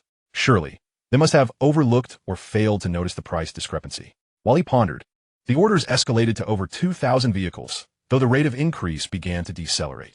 He calculated using the calculator on his phone, realizing this wave would net over $2 billion. Jealousy stirred within him. What an astonishing sum. At domestic prices, this would only equate to 2.4 billion yuan, a staggering difference of 17 billion yuan. He felt compelled to warn those potential buyers that they were being deceived by EDN, spending excessively. The young man, ignoring the barrage of comments urging him to live-stream himself eating excrement, voiced his opinion. EDN is deceiving foreign friends. They tarnish the friendly image of the Chinese people. This company is nothing but a fraud, having overcharged by 17 billion yuan and should be investigated and held accountable to provide an explanation to foreign friends. As his account garnered significant attention, prompting reminders to uphold his promise, his remarks quickly gained traction, elevating to trending status, swiftly reaching 2nd place. Increasingly, individuals encountered his comments, with a multitude expressing their outrage. This person is truly disgusting, failing to uphold his commitments while attacking others. EDN Automotive has clear pricing. How can that be deemed deception? EDN is principled. Their prices abroad should indeed be higher than domestically. This person is evidently a traitor, a likely turncoat in history. I agree with him. The prices are indeed excessive and unappealing. There is always someone like this, unable to see domestic companies thrive. I believe EDN is confident. They set these prices because they possess substantial technological prowess. Everyone disregard this individual. He seeks attention and traffic. I have traced his address and reported him. He is likely a traitor. The young man's phone suddenly froze, overwhelmed by the influx of messages.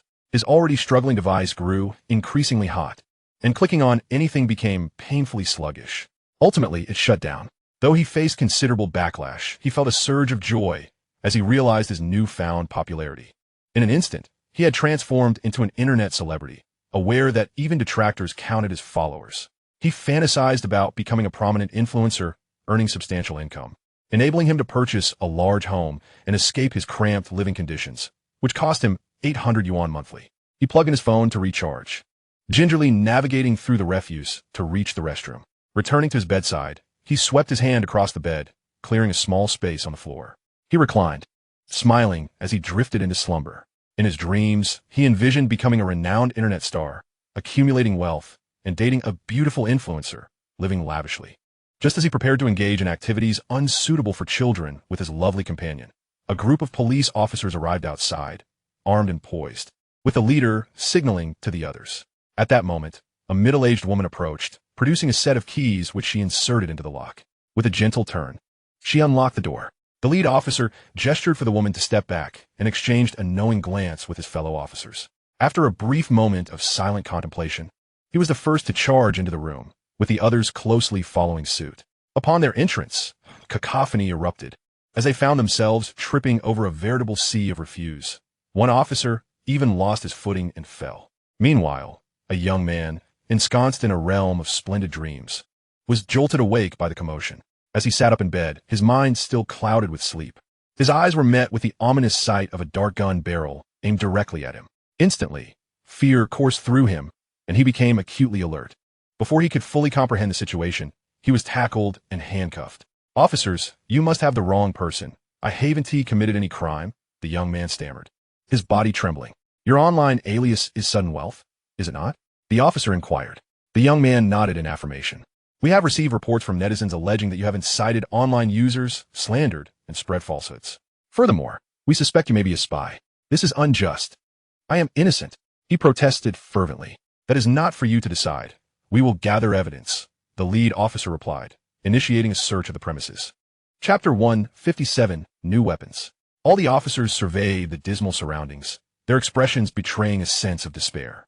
How could they possibly unearth evidence in a house so cluttered with garbage? One by one, they began the arduous task of clearing the debris, sifting through countless takeout containers. The stench was overwhelming, and they could scarcely endure such conditions for even a minute. One could only wonder how the young man had managed to live here. They donned masks to shield themselves from the foul odor. The middle-aged woman, the landlord, surveyed the grotesque state of her property and contemplated the grim idea of harming the young man. Her home resembled a pigsty, an insult to pigs, perhaps. It appeared as though it had not been cleaned in 6 months, and the rubbish had never been disposed of. Several hours later, the house had been thoroughly searched. They uncovered a staggering 215 takeout boxes, along with countless beverage bottles and instant noodle containers. Ultimately, the refuse filled 4 garbage trucks. No other substantial evidence was found, except for a solitary mobile phone. The young man was taken to the police station, where an announcement was swiftly made online. "We have apprehended a suspect following reports from the public.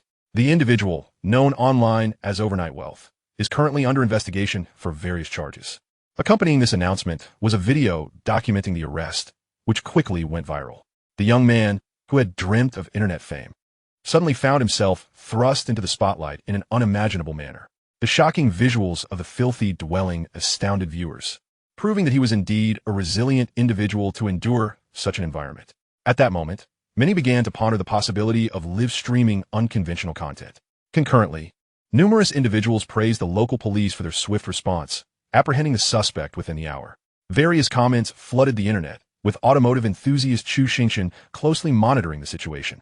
Amidst the discussions, he noted several suggestions from users, many expressing a desire for more robust vehicles, such as rugged off-roaders, as well as high-end RVs that were lacking domestically. Chu Xingchen diligently compiled these valuable suggestions and passed them along to the design department for consideration.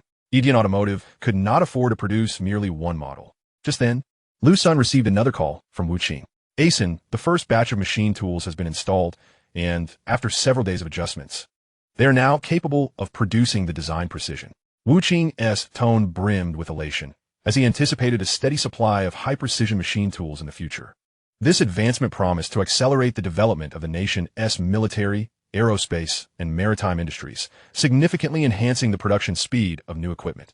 Consequently, many new systems would be swiftly implemented across the armed forces, and the frequency of space launches would increase from once every 10 to 15 days to once a week. The nation's space defense program would rapidly progress, heralding a new era in national defense. Liu Sen found himself bemused, despite his humble and earnest demeanor. His words were often met with skepticism. If he were to disclose some of his classified technologies, it would surely startle them. "We have discussed it. We are prepared to provide as much as you require.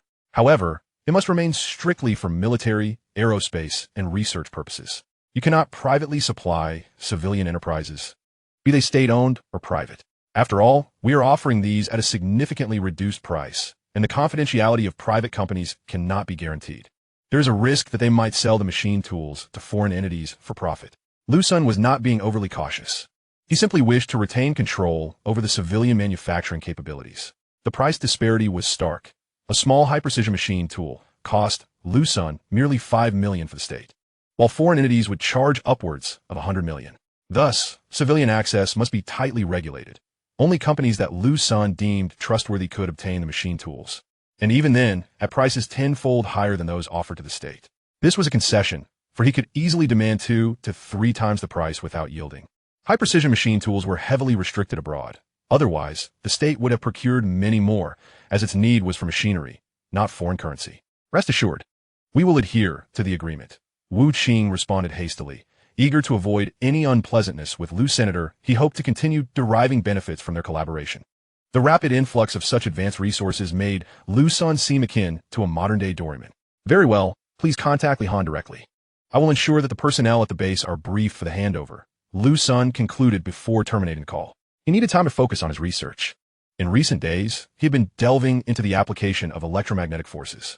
With his wireless power supply, research into electromagnetism was imperative. Currently, he was investigating the electromagnetic cannon, a weapon that had already seen practical application. The technological advancements in this area were leading the world, having already been implemented on naval vessels. Reports indicated that an electromagnetic cannon, with a barrel length not exceeding 10 meters, could accelerate a 20-kilogram projectile to 500 meters per second within milliseconds. When fired at a steep elevation, it could reach an altitude of 160 kilometers and a maximum range of 480 kilometers. However, its primary drawback was its significant power consumption. Each shot required approximately 58 kilowatt-hours of electricity. This was comparable to the energy needed to launch an aircraft from a modern aircraft carrier, limiting the number of shots that could be fired from an ordinary vessel before depleting its power supply. Liu Sen contemplated the potential of developing an electromagnetic rifle or even a pistol. The power and range will undoubtedly be tremendous. Currently, there are indeed electromagnetic guns in Huaxia, albeit somewhat ineffective, with their power merely falling between that of a handgun and a rifle. The reason for such feeble power lies in the limited energy storage capacity of the batteries, which can only deliver a minuscule instantaneous current, rendering the energy-to-kinetic energy conversion inefficient. The current challenge in miniaturizing electromagnetic guns revolves around the downsizing of batteries, which must also provide an immense current within milliseconds alongside the precision machining of electromagnetic coils. The reduction in battery size is not solely about making the battery smaller. It also necessitates an enhancement in energy density. However, advanced battery technologies do exist. Yet, this is not what he desires, for he possesses wireless power transmission technology, which completely obviates the need for batteries and can instantaneously output substantial currents, fully meeting the requirements for electromagnetic weaponry. Only a small battery is needed for authentication and backup. Another challenge remains in the machining of electromagnetic coils. However, he now has high-precision machine tools capable of producing the gun barrel to his specifications. Thus, the difficulties associated with electromagnetic accelerators have been alleviated. Through his research, the design of the electromagnetic rifle is on the brink of completion. Once finalized, it will represent yet another groundbreaking innovation. Chapter 158. This undertaking is indeed vast. Liu Sen controlled a 1,000,000-ton press to forge a new metal alloy. Initially renowned for its high strength, the alloy became even more resilient through the forging process. Subsequently, he commanded the machine tools to begin fabricating the components of the electromagnetic gun. Just as all the parts were finished and ready for assembly, his phone rang again. Setting down the component in his hand, he glanced at his phone.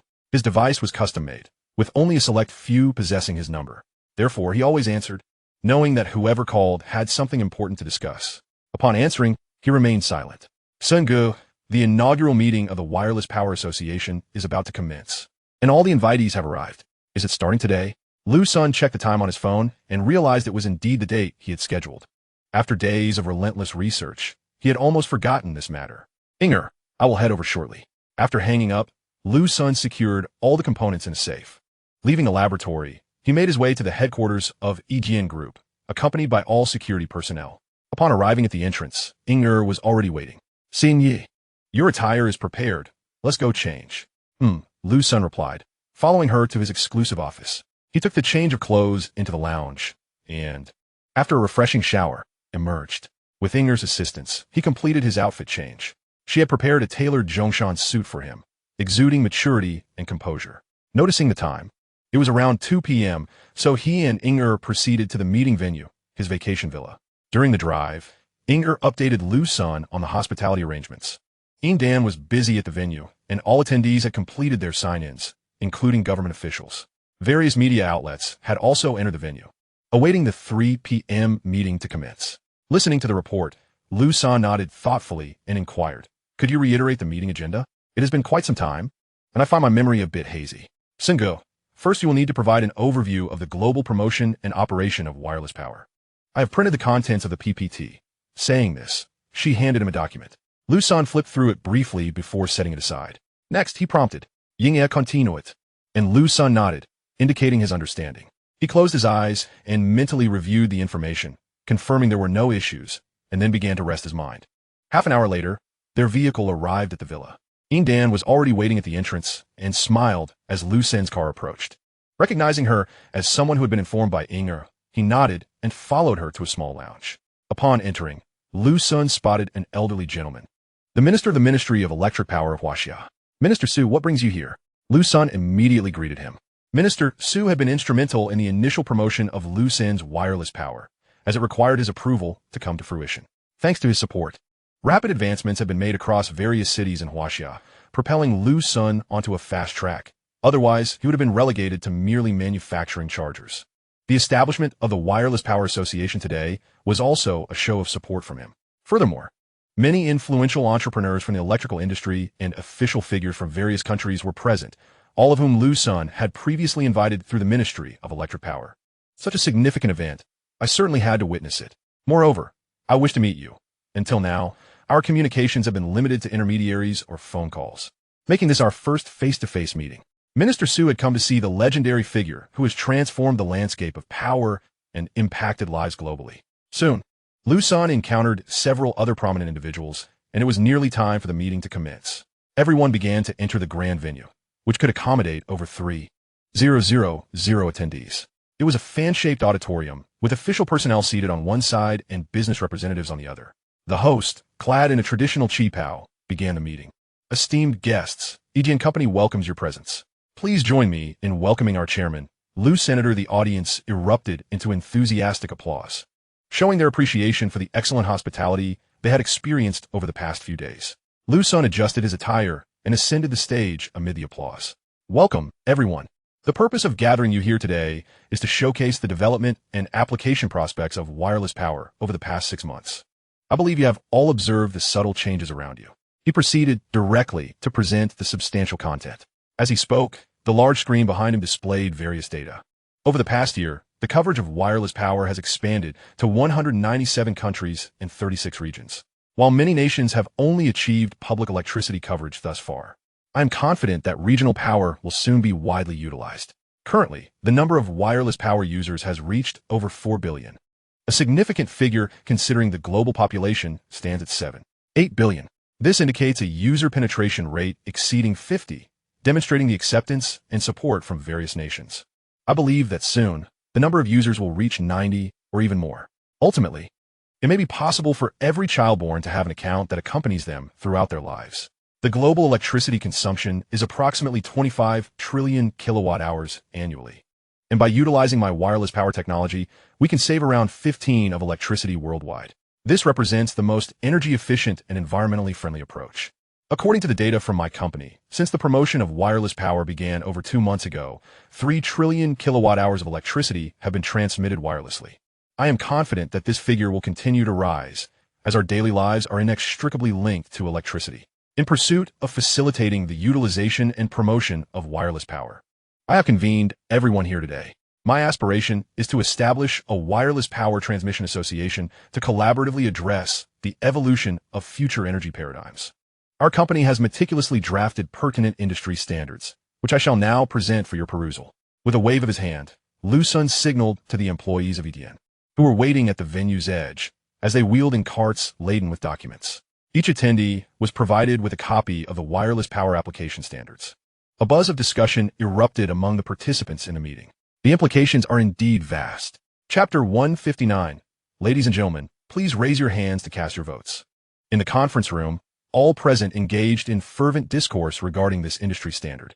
Representatives from certain nations expressed their elation, as they had lacked the capacity to instigate change.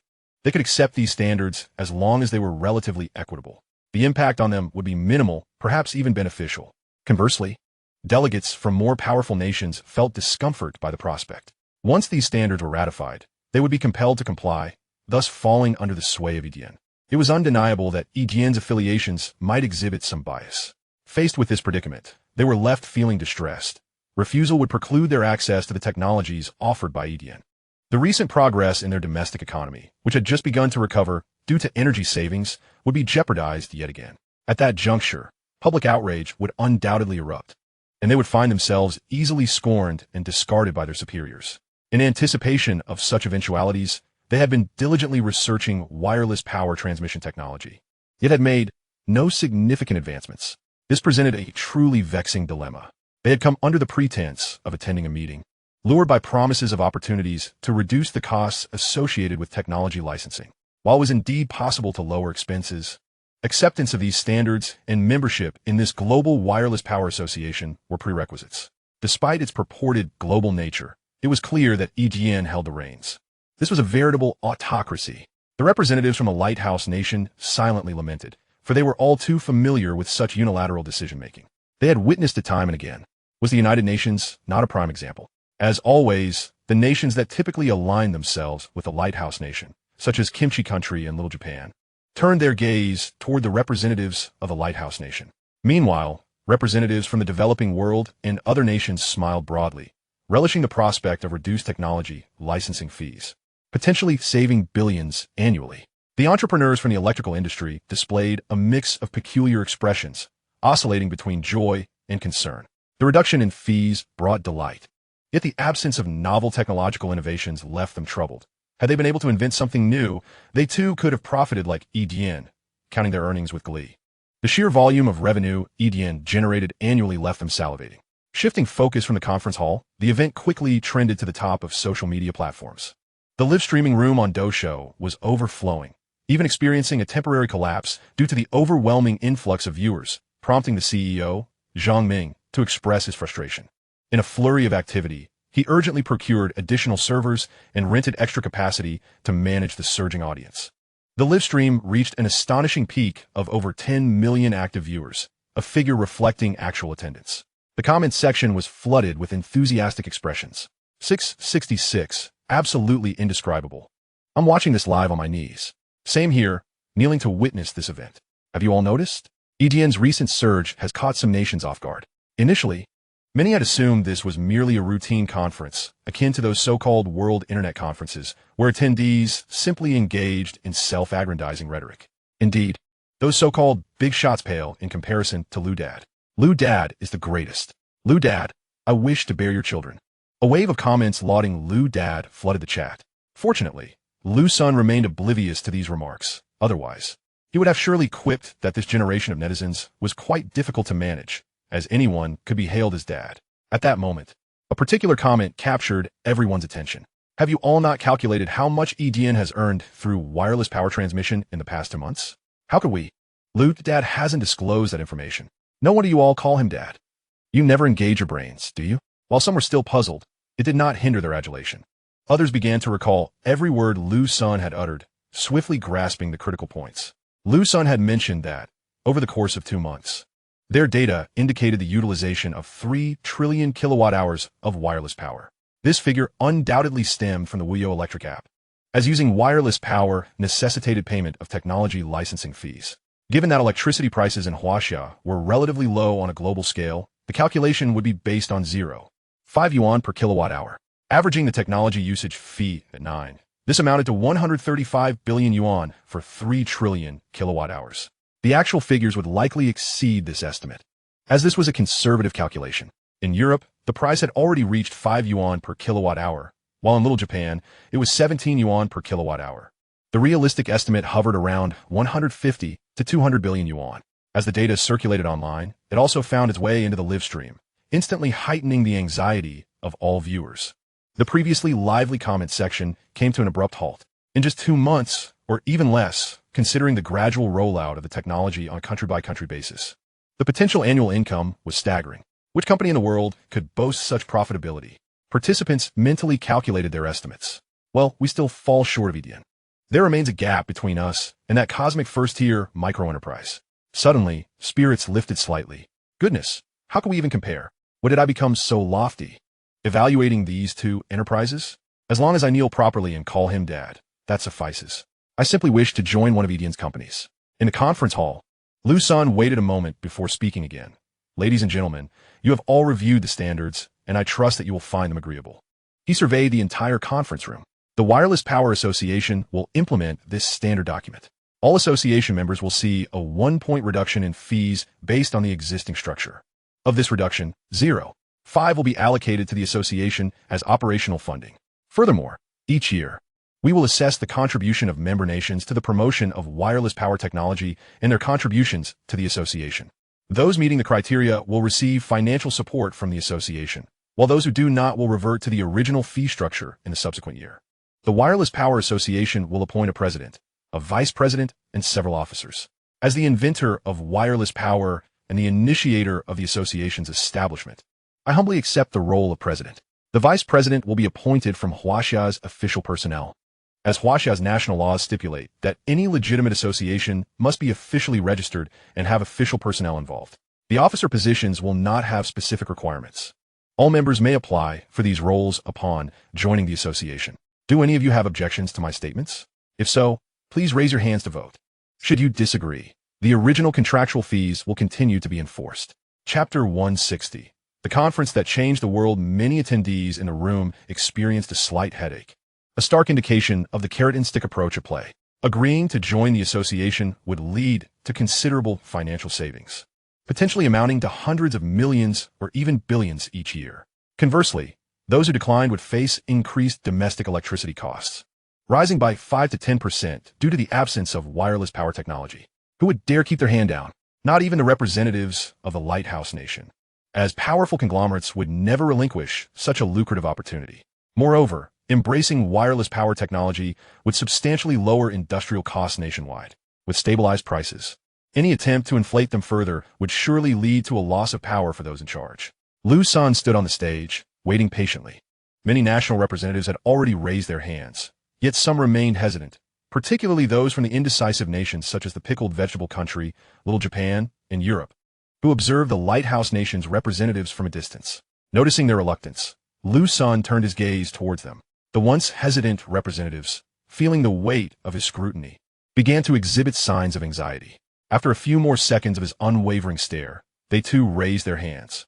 Having previously conferred with their higher-ups, but hesitating to appear too eager in the presence of the lighthouse nation, they merely sought to convey their reluctant compliance, aware that the conference was being broadcast live to the world. The online audience had already erupted in excitement, as the prospect of reduced prices through wireless power garnered widespread public support. The reduction in manufacturing costs would inevitably lead to lower consumer prices, thereby improving the quality of life for many. Under the watchful eyes of the global populace, more and more representatives raised their hands. Each time a national representative did so, cheers erupted from citizens watching the live stream. Celebrations were not confined to the digital realm. They spilled into the streets as well. Ultimately, only the lighthouse nation, pickled vegetable country, Little Japan, Europe, and kangaroo country remained undecided. Their citizens grew increasingly anxious, even beginning to organize protests and demonstrations, pressuring their governments to agree to join the Wireless Power Association. The remaining representatives, faced with mounting public discontent, quickly received messages urging them to show their support. With grim expressions, they raised their hands in favor, officially joining the Wireless Power Transmission Association. Liu Sen beamed at the collective agreement, sensing the urgency among the nations to join the association.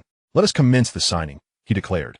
Soon, all representatives completed their signatures, and they took turns stepping onto the stage for photographs to commemorate the moment.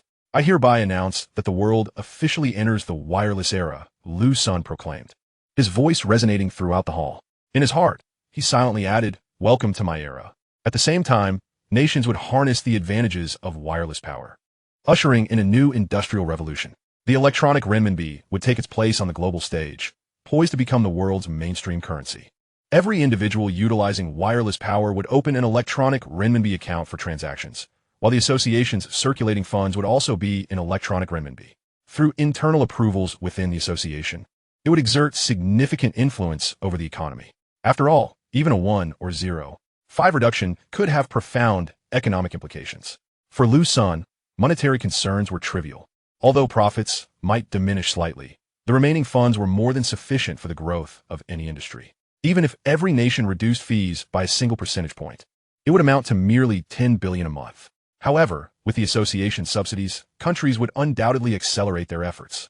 The influx of new users and expenses would be substantial, leading to a projected annual total of approximately 12 trillion, based on an 8-fold increase. Liu Sen mentally calculated the figures and was momentarily taken aback. However, he knew the actual numbers would likely be lower, as domestic contributions would decrease annually, with applications submitted each year for further reductions. The international situation would depend on diplomatic relations with Huaxia.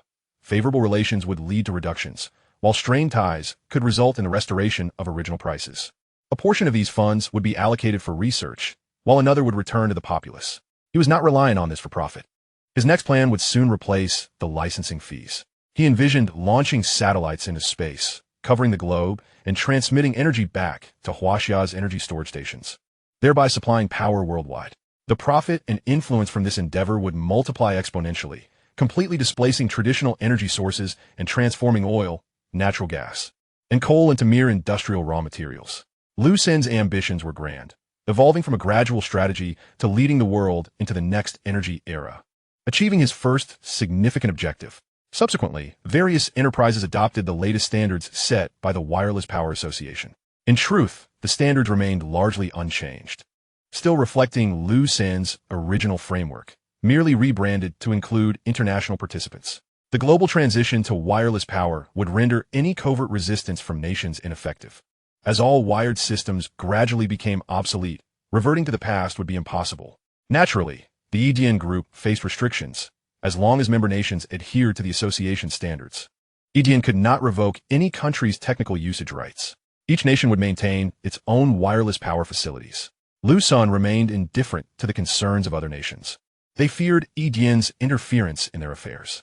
Liu Sen scoffed at this notion, expressing that he had no interest in meddling, much like Huaxia, which merely sought to develop itself. As long as they refrained from provoking him, all would be well. However, should they push him too far, they would soon learn what true surprises entailed. Having concluded his remarks, Liu Sen descended the stage. The host promptly announced the next segment of the conference. The official representative of the host nation took to the stage, surveying the audience before commencing his speech. He briefly outlined the significance of the Wireless Power Association's establishment, the technology's origins, the current energy landscape, and visions for the future. Meanwhile, representatives from certain nations bore grim expressions but were compelled to sit and listen attentively. At the meeting's conclusion, it was agreed that the second conference of the Wireless Power Association would convene at the same time next year, and the association would collect all applications from attendees. As the event drew to a close, Liu Sen returned to the stage. Before all the world, I shall announce another significant matter, he began, pausing for effect. In celebration of the Wireless Power Association's formation, I will establish a charitable foundation. This foundation will primarily assist in educational initiatives in impoverished regions, disaster relief, and support for the disabled. Initially, I shall allocate 10 billion to the fund, with an additional 100 billion to be contributed on this same day next year. This practice will continue indefinitely. This charitable foundation does not accept social donations or applications for assistance. Related functions will be integrated into the Wuyo Electric app. Now, all users of the Wuyo Electric app can access the charity section after updating the software. Following the conclusion of the meeting, all attendees moved to the banquet hall. The guests were seated at round tables, and every dish was meticulously prepared, featuring renowned delicacies from the 10 major Chinese culinary traditions, interspersed with a few Western dishes. The meal was also broadcast live, streamed to every corner of the world, aiming to promote the richness of Chinese culinary culture, characterized by its color, aroma, and flavor. The banquet featured wines produced by EDN Wine Industry, including both white and red varieties, known as Yuqing and Yulu. This showcased inclusivity, offering several Western dishes and dim sum. The preparation of this grand banquet benefited from the expertise of renowned chefs from across the nation. Furthermore, the menu for the banquet was made public online for all to view. Those in the live stream marveled at the menu, exclaiming how knowledgeable it was. Was this a world-class conference live stream? As they watched, it transformed into a food broadcast. Viewers from China expressed their envy in the comments. The dishes looked exquisite, making them yearn to taste them. From John Bull, this is truly exquisite, even more so than in our own country. From Gallic Rooster, these dishes are so tantalizing. Suddenly my hamburger seems less appealing. From Lighthouse Nation, Why isn't there any kimchi, my favorite? From Kimchi Nation, you've come to the wrong place. You should head to the condiment section. From the country of comfortable living. This is delicious. I just ordered barbecue. From China. As I watch the live stream, I'm enjoying my steamed bun, feeling like I'm partaking in a grand feast. You all continue watching the food broadcast. I'm going to apply for the charitable fund. Many viewers recalled Liu Sen's mention of the charitable fund upon seeing this comment, and they quickly switched to Wuyo Electric to update the app. Shortly after completing the update, a new tab appeared. Upon clicking it, they found the name of the charitable fund, Wuyo Charity Fund, along with extensive information and application requirements.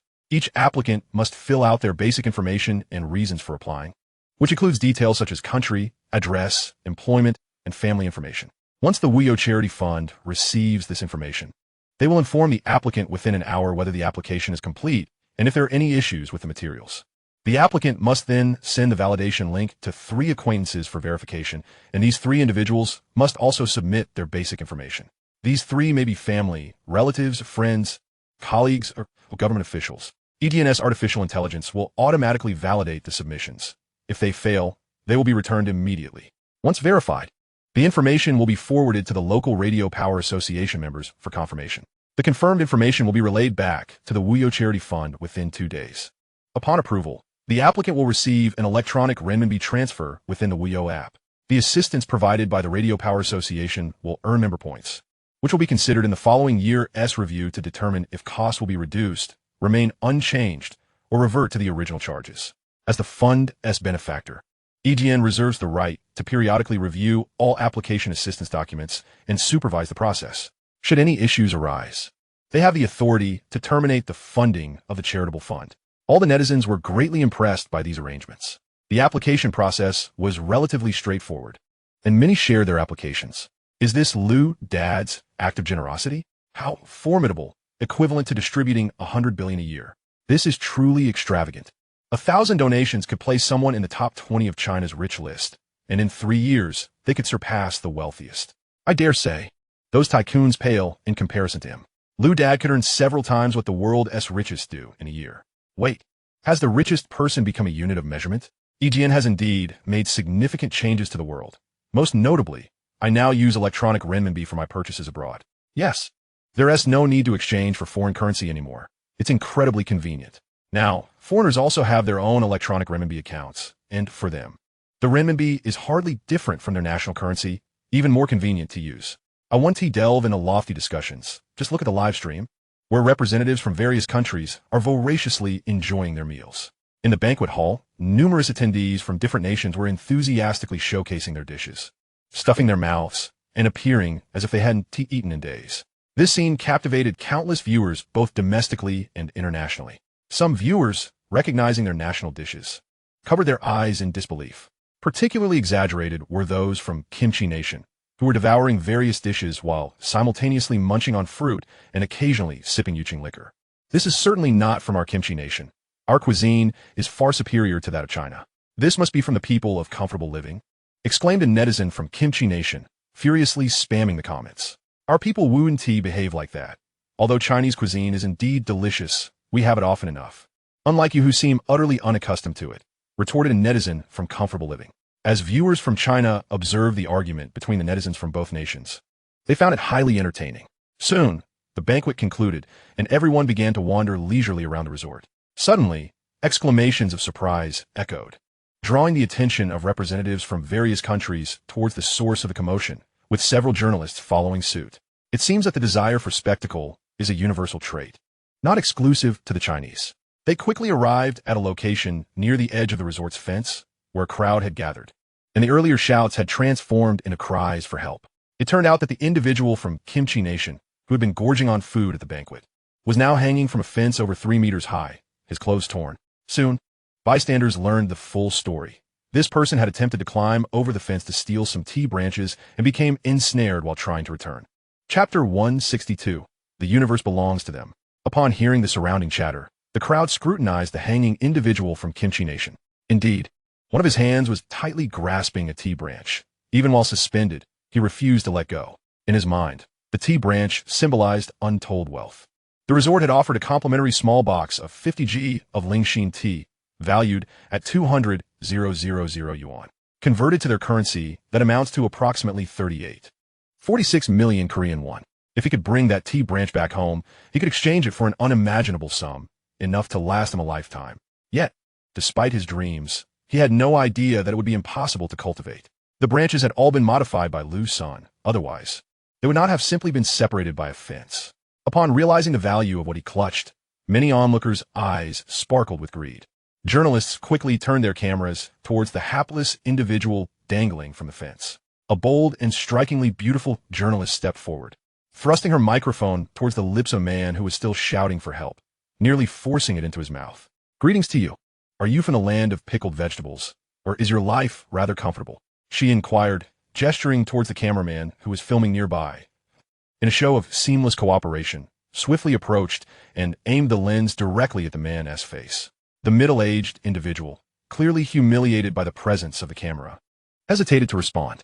He struggled momentarily, but to no avail, while onlookers stood at a distance, seemingly entertained rather than inclined to assist. Thus, the man, left with no choice, reluctantly answered her query, hoping that his compliance would earn him aid. "Oh dear, I am merely a humble individual leading an unremarkable life. Please help me down." His response rendered the journalist momentarily speechless. He spoke in the vernacular of his homeland, claiming modesty in his lifestyle. Such a character was indeed rare. Those surrounding him were taken aback, many having previously conversed with him during meetings and banquets, well aware of his origins from the land of pickled vegetables. Well, loss of face. It was a blatant attempt to shift blame. Journalists from various nations suddenly perked up, recognizing the potential for a sensational story. One after another, they rushed forward, thrusting their microphones towards him, inquiring, "How did you end up in this predicament?" The man, hearing the question, visibly tensed and instinctively concealed the twig of tea tree he had been clutching behind him. Although he refrained from answering, his furtive gesture did not escape anyone's notice, and the camera captured it faithfully. As others clamored to pose further questions, security personnel from the resort arrived promptly to extricate him from his precarious situation. Upon reaching solid ground, the man attempted to make his escape, but the security staff swiftly intercepted him. "Sir, please hand over the tea tree twig you possess," one officer stated sternly. "I am an international friend. There is no need for such stinginess. This twig is of great personal significance to me, a token of our friendship. How delightful it would be to receive it as a gift."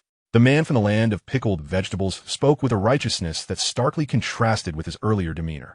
His words, delivered with such conviction, elicited gasps of disbelief from the onlookers. "What audacity! Regrettably, we cannot part with this twig. We have previously gifted tea worth 200,000 RMB. Kindly return the twig," the security officer maintained, unmoved by the man's pleas. The idea of relinquishing such a valuable item was nothing short of absurd.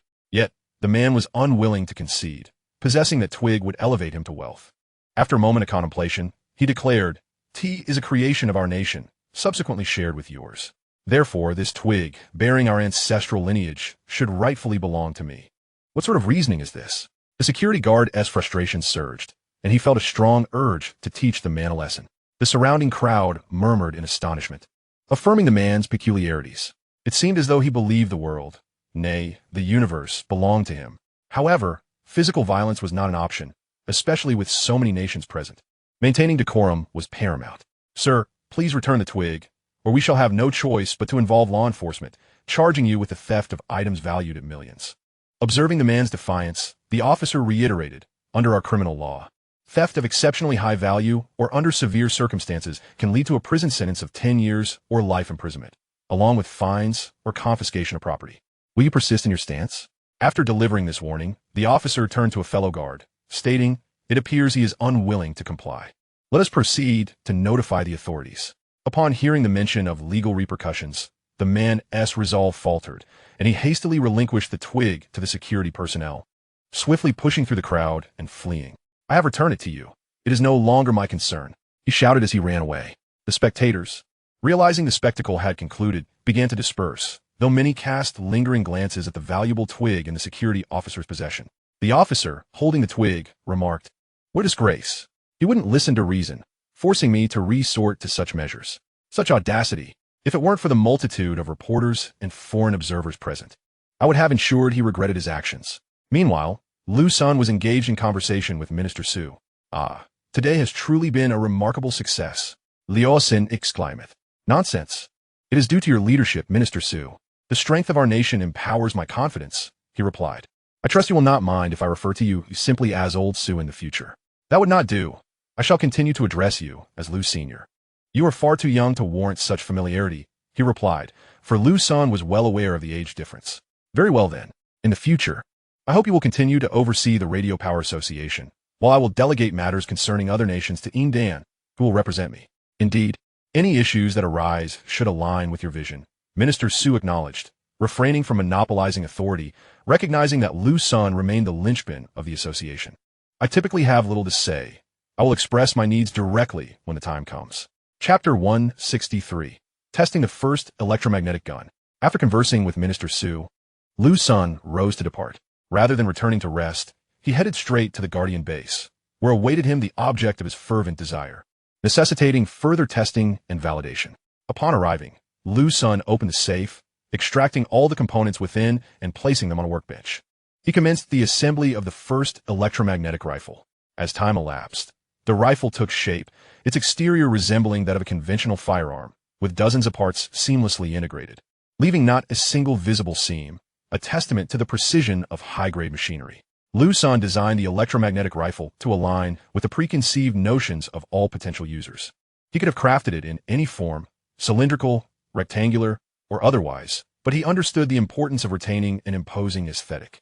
Humanity, after decades and centuries, has developed an intrinsic fear of this particular design. Even a realistic model can instill terror, rendering the actual weapon fearsome without the need to fire it. This is the essence of deterrence. Had he chosen to create a cylindrical or rectangular design, pointing it at criminals or thugs would lack any semblance of intimidation. It would likely prove ineffective even against ordinary citizens. Cradling the rifle in his arms, Liu Sen caressed it repeatedly. He had never before held a real firearm. Now, possessing a weapon of his own design and manufacture, he yearned to test it, though sadly, he lacked ammunition.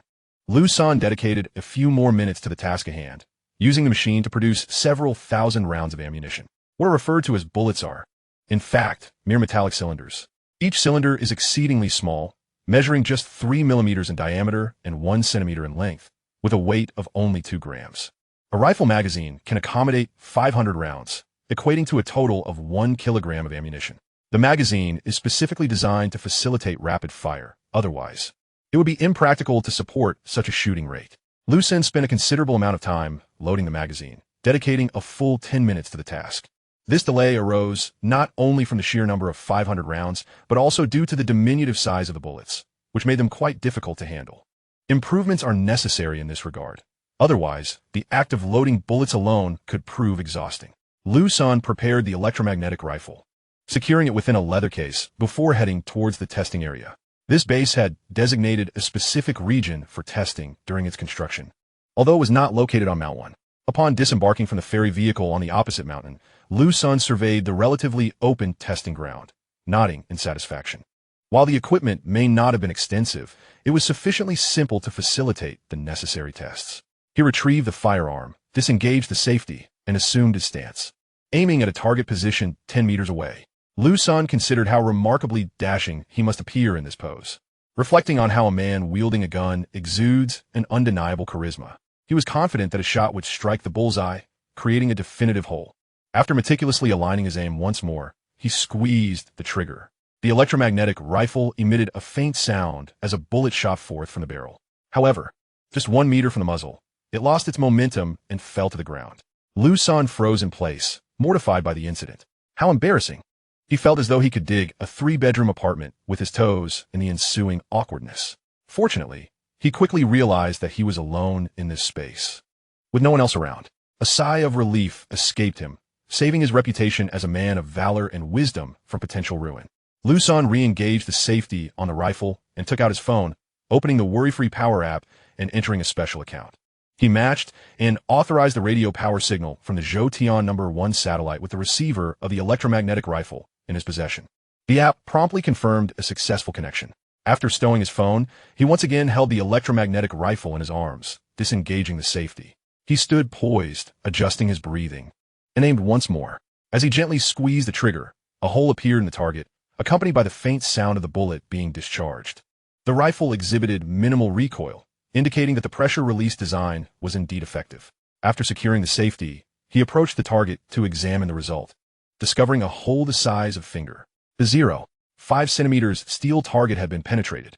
As for where the projectile had landed, Liu Sen glanced behind him and shook his head.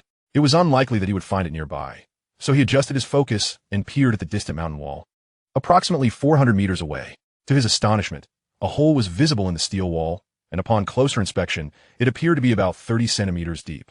The bullet had melted within, likely due to excessive heat generated by friction, especially considering the bullet's diminutive size. Furthermore, this steel wall was constructed from specialized metal. Half a meter thick, it would be exceedingly difficult for conventional firearms to leave even a mark, let alone withstand the impact of missiles. The fact that the electromagnetic rifle could penetrate a 0.5 centimeters steel target and create a 30-centimeter hole in the specialized metal wall was a testament to its formidable power. Liu Sen checked his phone to review the energy consumption, noting that it had used only 0.0005 kilowatt-hours. He nodded in satisfaction, as the actual consumption aligned closely with his theoretical calculations. Although the energy usage was minimal, the crucial aspect lay in the instantaneous high current, achievable solely through satellite wireless power. The materials used for the satellite's wireless power transmission were unique, as current public electricity and regional wireless power systems could not replicate such performance. Relying on ordinary batteries would be utterly insufficient to accomplish this feat. Liu Sen then pushed a shielding vehicle into position behind the target at a distance of 400 meters, securing it in place.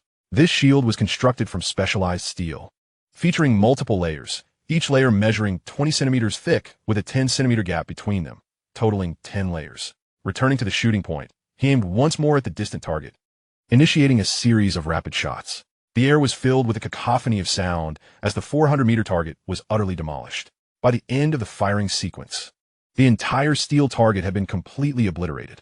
After meticulously inspecting the weapon for issues, Liu Sen engaged the safety once more. As he approached the target, he was met with a scene of utter chaos. The protective shield had also suffered extensive damage, having been penetrated through 2 layers of steel, totaling 40 centimeters in thickness.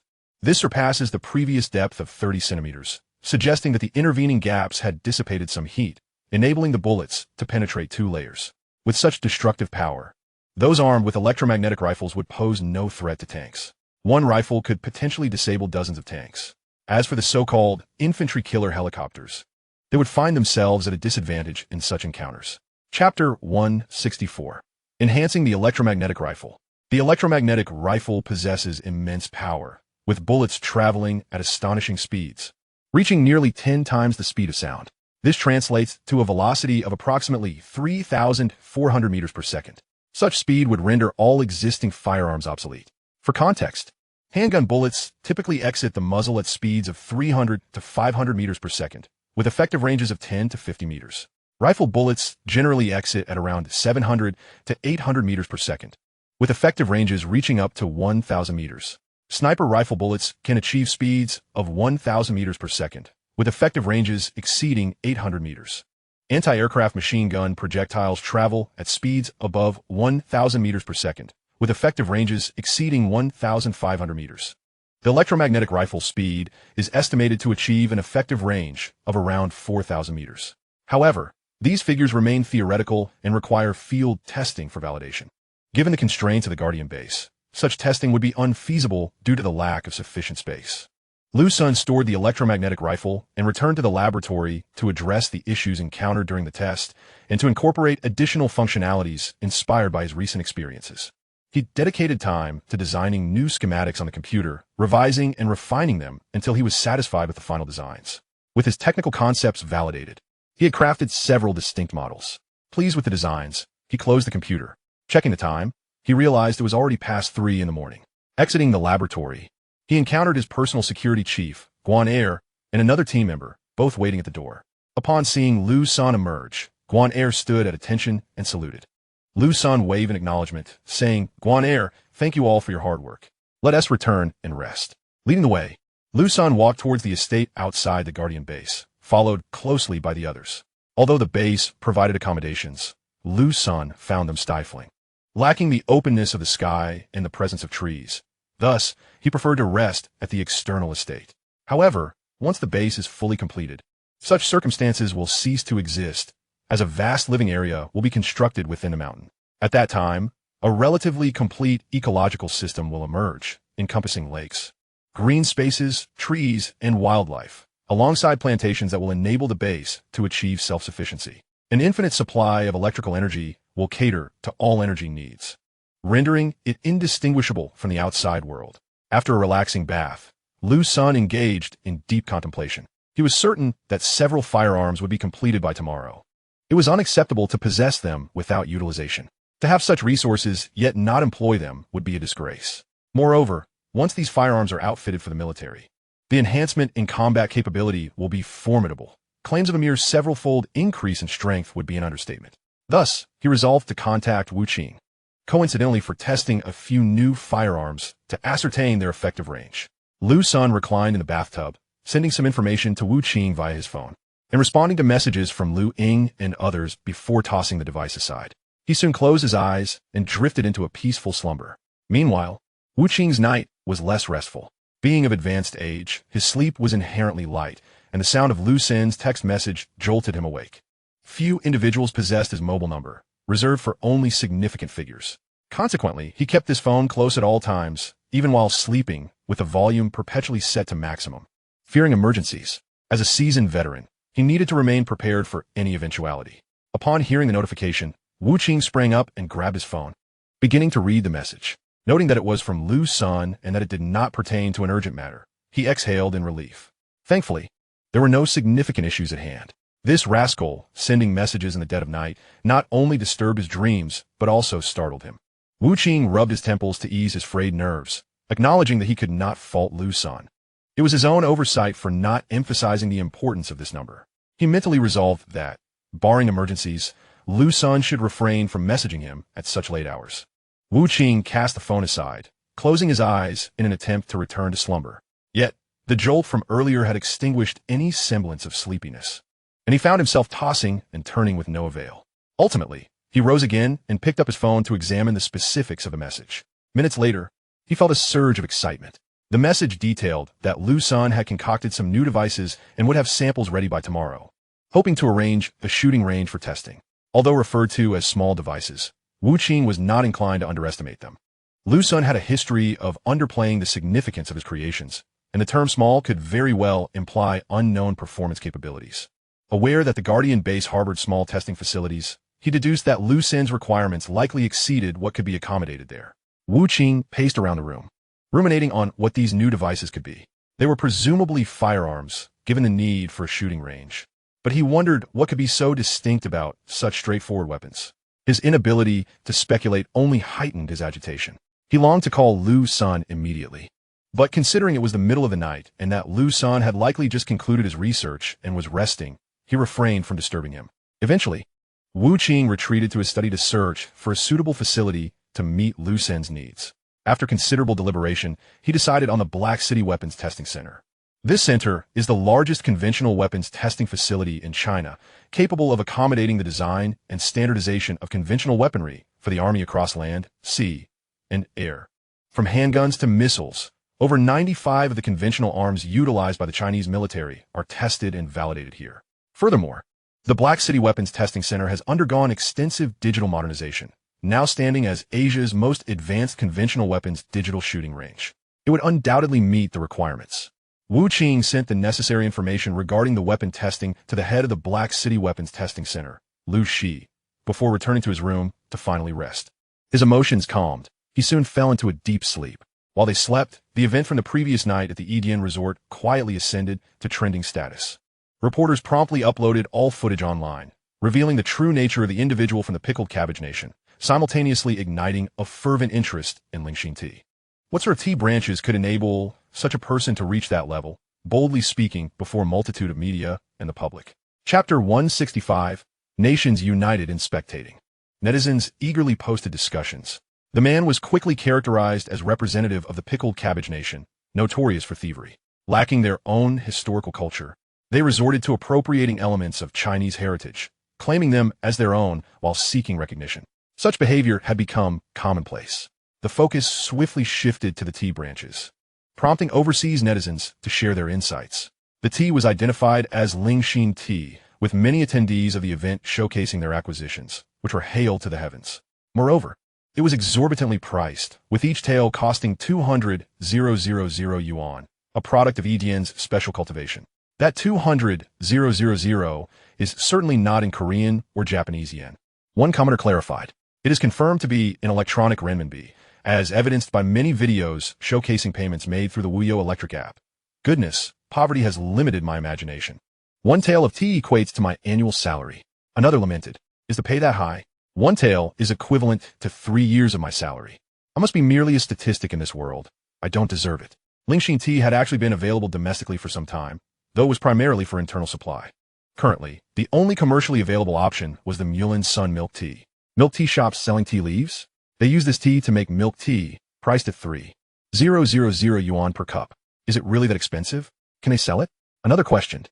1 cup costs as much as my monthly salary. Such a shameless milk tea shop, profiting off the backs of the unwary.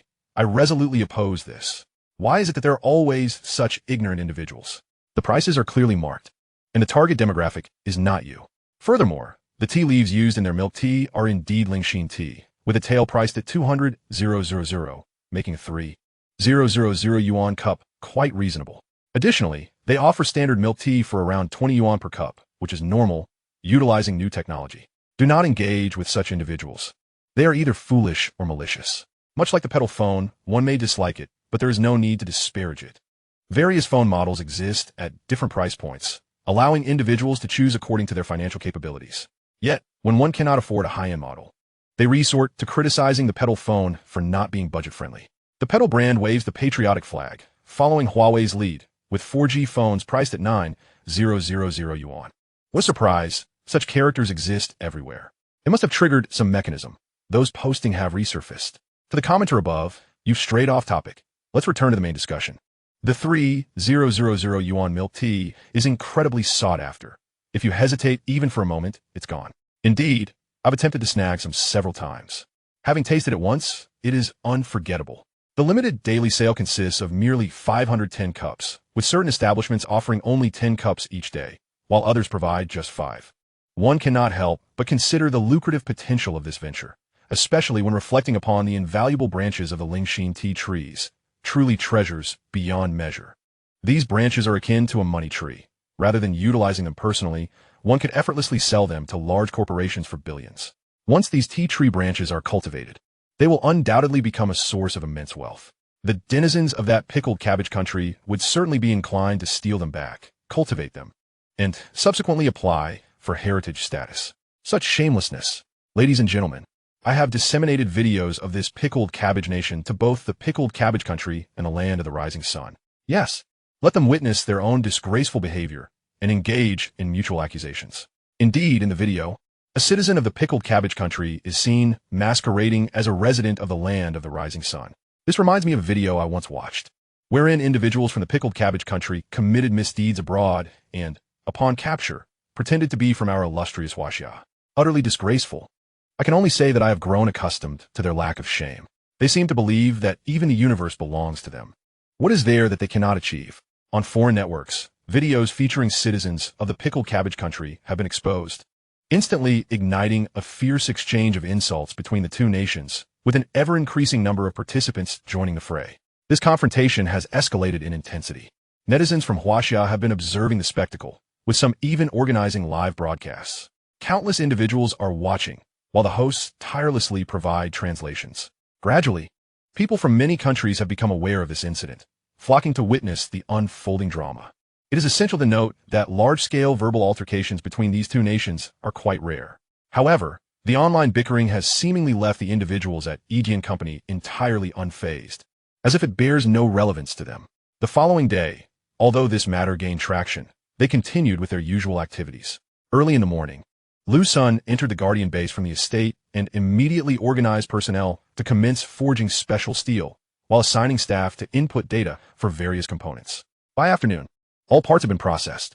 Liu Sen spent over 2 hours assembling several types of firearms, each neatly packed in boxes. Guan, please fetch Li Han. Liu Sen instructed via intercom. Received, Guan acknowledged, promptly dispatching someone to summon Li Han. A few minutes later, Li Han arrived at the laboratory entrance. President Liu. Lihan has arrived. You all may enter with him, Liu Sen replied, as he organized a manual for the firearms, addressing the incoming group. Li Fan, Elder Wu must have contacted you. Elder Wu reached out to me this morning, asking me to lead you to the Black City Weapon Testing Center. Lihan promptly responded. Then let us proceed. Liu Sen printed a copy of the organized manuals and gestured toward the stack of boxes. These are the new weapons that require testing. Please ensure you handle them carefully. After receiving Elder Wu's call, Lihan had arranged the itinerary. Under Lihan's guidance, the group headed directly to the military district in Jinling. Upon arrival, the vehicles halted in the square, and once they disembarked, Liu Sen spotted a military transport aircraft parked not far away. Following the completion of necessary formalities, the group boarded the plane. Shortly thereafter, the aircraft ascended into the sky. Observing the plane, Liu Sen was uncertain of its model, so he inquired, "What model is this aircraft?" "This is our Y-9 transport aircraft, capable of carrying 132 airborne troops at a cruising speed of 650 kilometers and a maximum range of 800 kilometers, Lihan replied, reciting the specifications with familiarity. Liu Sen nodded. This was indeed a medium-sized transport aircraft, with the most advanced model in the country currently being the Y-20. Recently, he had seen news reports of 20 Y-20s being deployed for logistical support. Leaning against the wall, he closed his eyes to rest. 2 hours later, they landed at the Shenyang military airport. Under Lihan's guidance, they approached a nearby helicopter. Liu Sen examined the helicopter with curiosity, judging by its appearance. It appeared to be a Z9. He was intrigued, as it was his first time riding in a helicopter, while Lihan and Guan Air remained composed. Having seen such things before, both were members of special forces and likely had piloted helicopters themselves. As the pilot powered on the engines, the rotor blades began to spin, and the helicopter lifted off the ground. Chapter 166. Is this its power? It is even inferior to a toy gun. As the Z9 ascended, Liu Sen did not find the experience particularly pleasant. It was excessively noisy, and even with headphones, the sound was considerable. This discomfort sparked within him the notion of developing an electric helicopter. With sufficient motor power, it could certainly take flight. The primary challenge for everyone was the issue of power supply. After all, a plane cannot take off with insufficient energy, or else its range would be inadequate, rendering the aircraft a mere joke. To enhance the range, one must increase the battery capacity, which in turn adds weight, likely hampering the aircraft's speed, and insufficient motor power might prevent it from flying altogether. It is a paradox. However, these concerns pose no issue for Liu Sen. By simply amplifying the motor power, it could indeed achieve wireless range without the accompanying noise. He resolved to assign this task upon his return, to research high-power motors. The current aircraft was simply too exhausting to endure. After nearly another hour, they finally reached their destination, the Black City Weapon Testing Center. Upon disembarking, Liu Sen spotted a group waiting nearby, among them the familiar figure of Wu Qing. "Elder Wu, what brings you here?" Liu Sen quickly greeted him, only to notice Wu Qing's tired visage, with pronounced dark circles under his eyes. "Someone sent me a message in the middle of the night. How could I not take it seriously? I had everything arranged for the night." Wu Qing shot Liu Sen a knowing glance, prompting him to understand. Liu Sen realized that his late-night message had disturbed Elder Wu's rest, leaving him fatigued. Offering an awkward smile, he remarked, "I was simply a bit too excited about the new invention. I will be more mindful next time. All right, let me introduce you. This is Liu Shi, the head of the Black City Weapon Testing Center and an advisor to our General Equipment Department Science and Technology Committee." Wu Qing introduced the elderly man with the rank of Major General standing beside him. "Greetings, I apologize for the trouble this has caused you." Liu Sen immediately greeted respectfully. "No need for such courtesy. We are honored to have you here for testing," Liu Shi replied warmly, being aware that Liu Sen's codename was Spark and that he was the head of the Guardian Base. The recently deployed bulletproof suit for frontline troops was a product of Liu Sen's innovation. However, he was curious about what new weaponry would be tested this time. If they could successfully test advanced weaponry here, the testing center would also benefit and enhance the nation's combat capabilities. "Arson, I made quite an effort to arrange this. If you don't surprise me, I will hold you accountable for waking me in the middle of the night," Wu Qing remarked, eyeing the boxes that Lihan and Guan Air were carrying. Soon, they arrived at the testing ground. Liu Sen waved his hand, signaling Lihan and the others to place the boxes on the platform. "Ladies and gentlemen, we shall now commence testing the first firearm." Lihan opened the box labeled No. 1, and all eyes were fixed upon it. Upon examining the weapon within, which bore a striking resemblance to a conventional rifle, a wave of disappointment washed over me. The evolution of firearms has seemingly reached a plateau. The discrepancies between rifles from decades past and those of today are minimal. The transition from single shot to automatic fire, enhancements in shooting accuracy, reductions in recoil through innovative design, and the development of various projectile types represent but modest advancements. Thus, the realization of this stagnation elicits a sense of letdown, as expectations often correlate with disappointment, even with superior performance. The differences are negligible, perhaps resulting in merely an additional variant of firearms. Observing their expressions, Liu Sen couldn't help but chuckle softly. He swiftly assembled 2 rifles, the magazines having been preloaded. Mr. Liu, upon witnessing Liu Sen's completion, signaled to summon the firearms test personnel. In Huaxia, weapon testing is conducted by designated testers to avert any potential mishaps, ensuring that researchers do not undertake testing themselves, particularly with newly developed firearms that may harbor unforeseen issues. A middle-aged man approached Liu Sen, taking the firearm from his hands. Upon his initial grasp, he felt an immediate distinction. This rifle was unlike any he had encountered domestically. It was noticeably lighter, a fact he had internalized after testing numerous rifles. As an elite firearms tester named Zhou Xiaofeng, he had assessed every rifle adopted by Huaxia. The QBZ-951 rifle weighed 33 kilograms, and he was well acquainted with the weight of the newly introduced 191 model.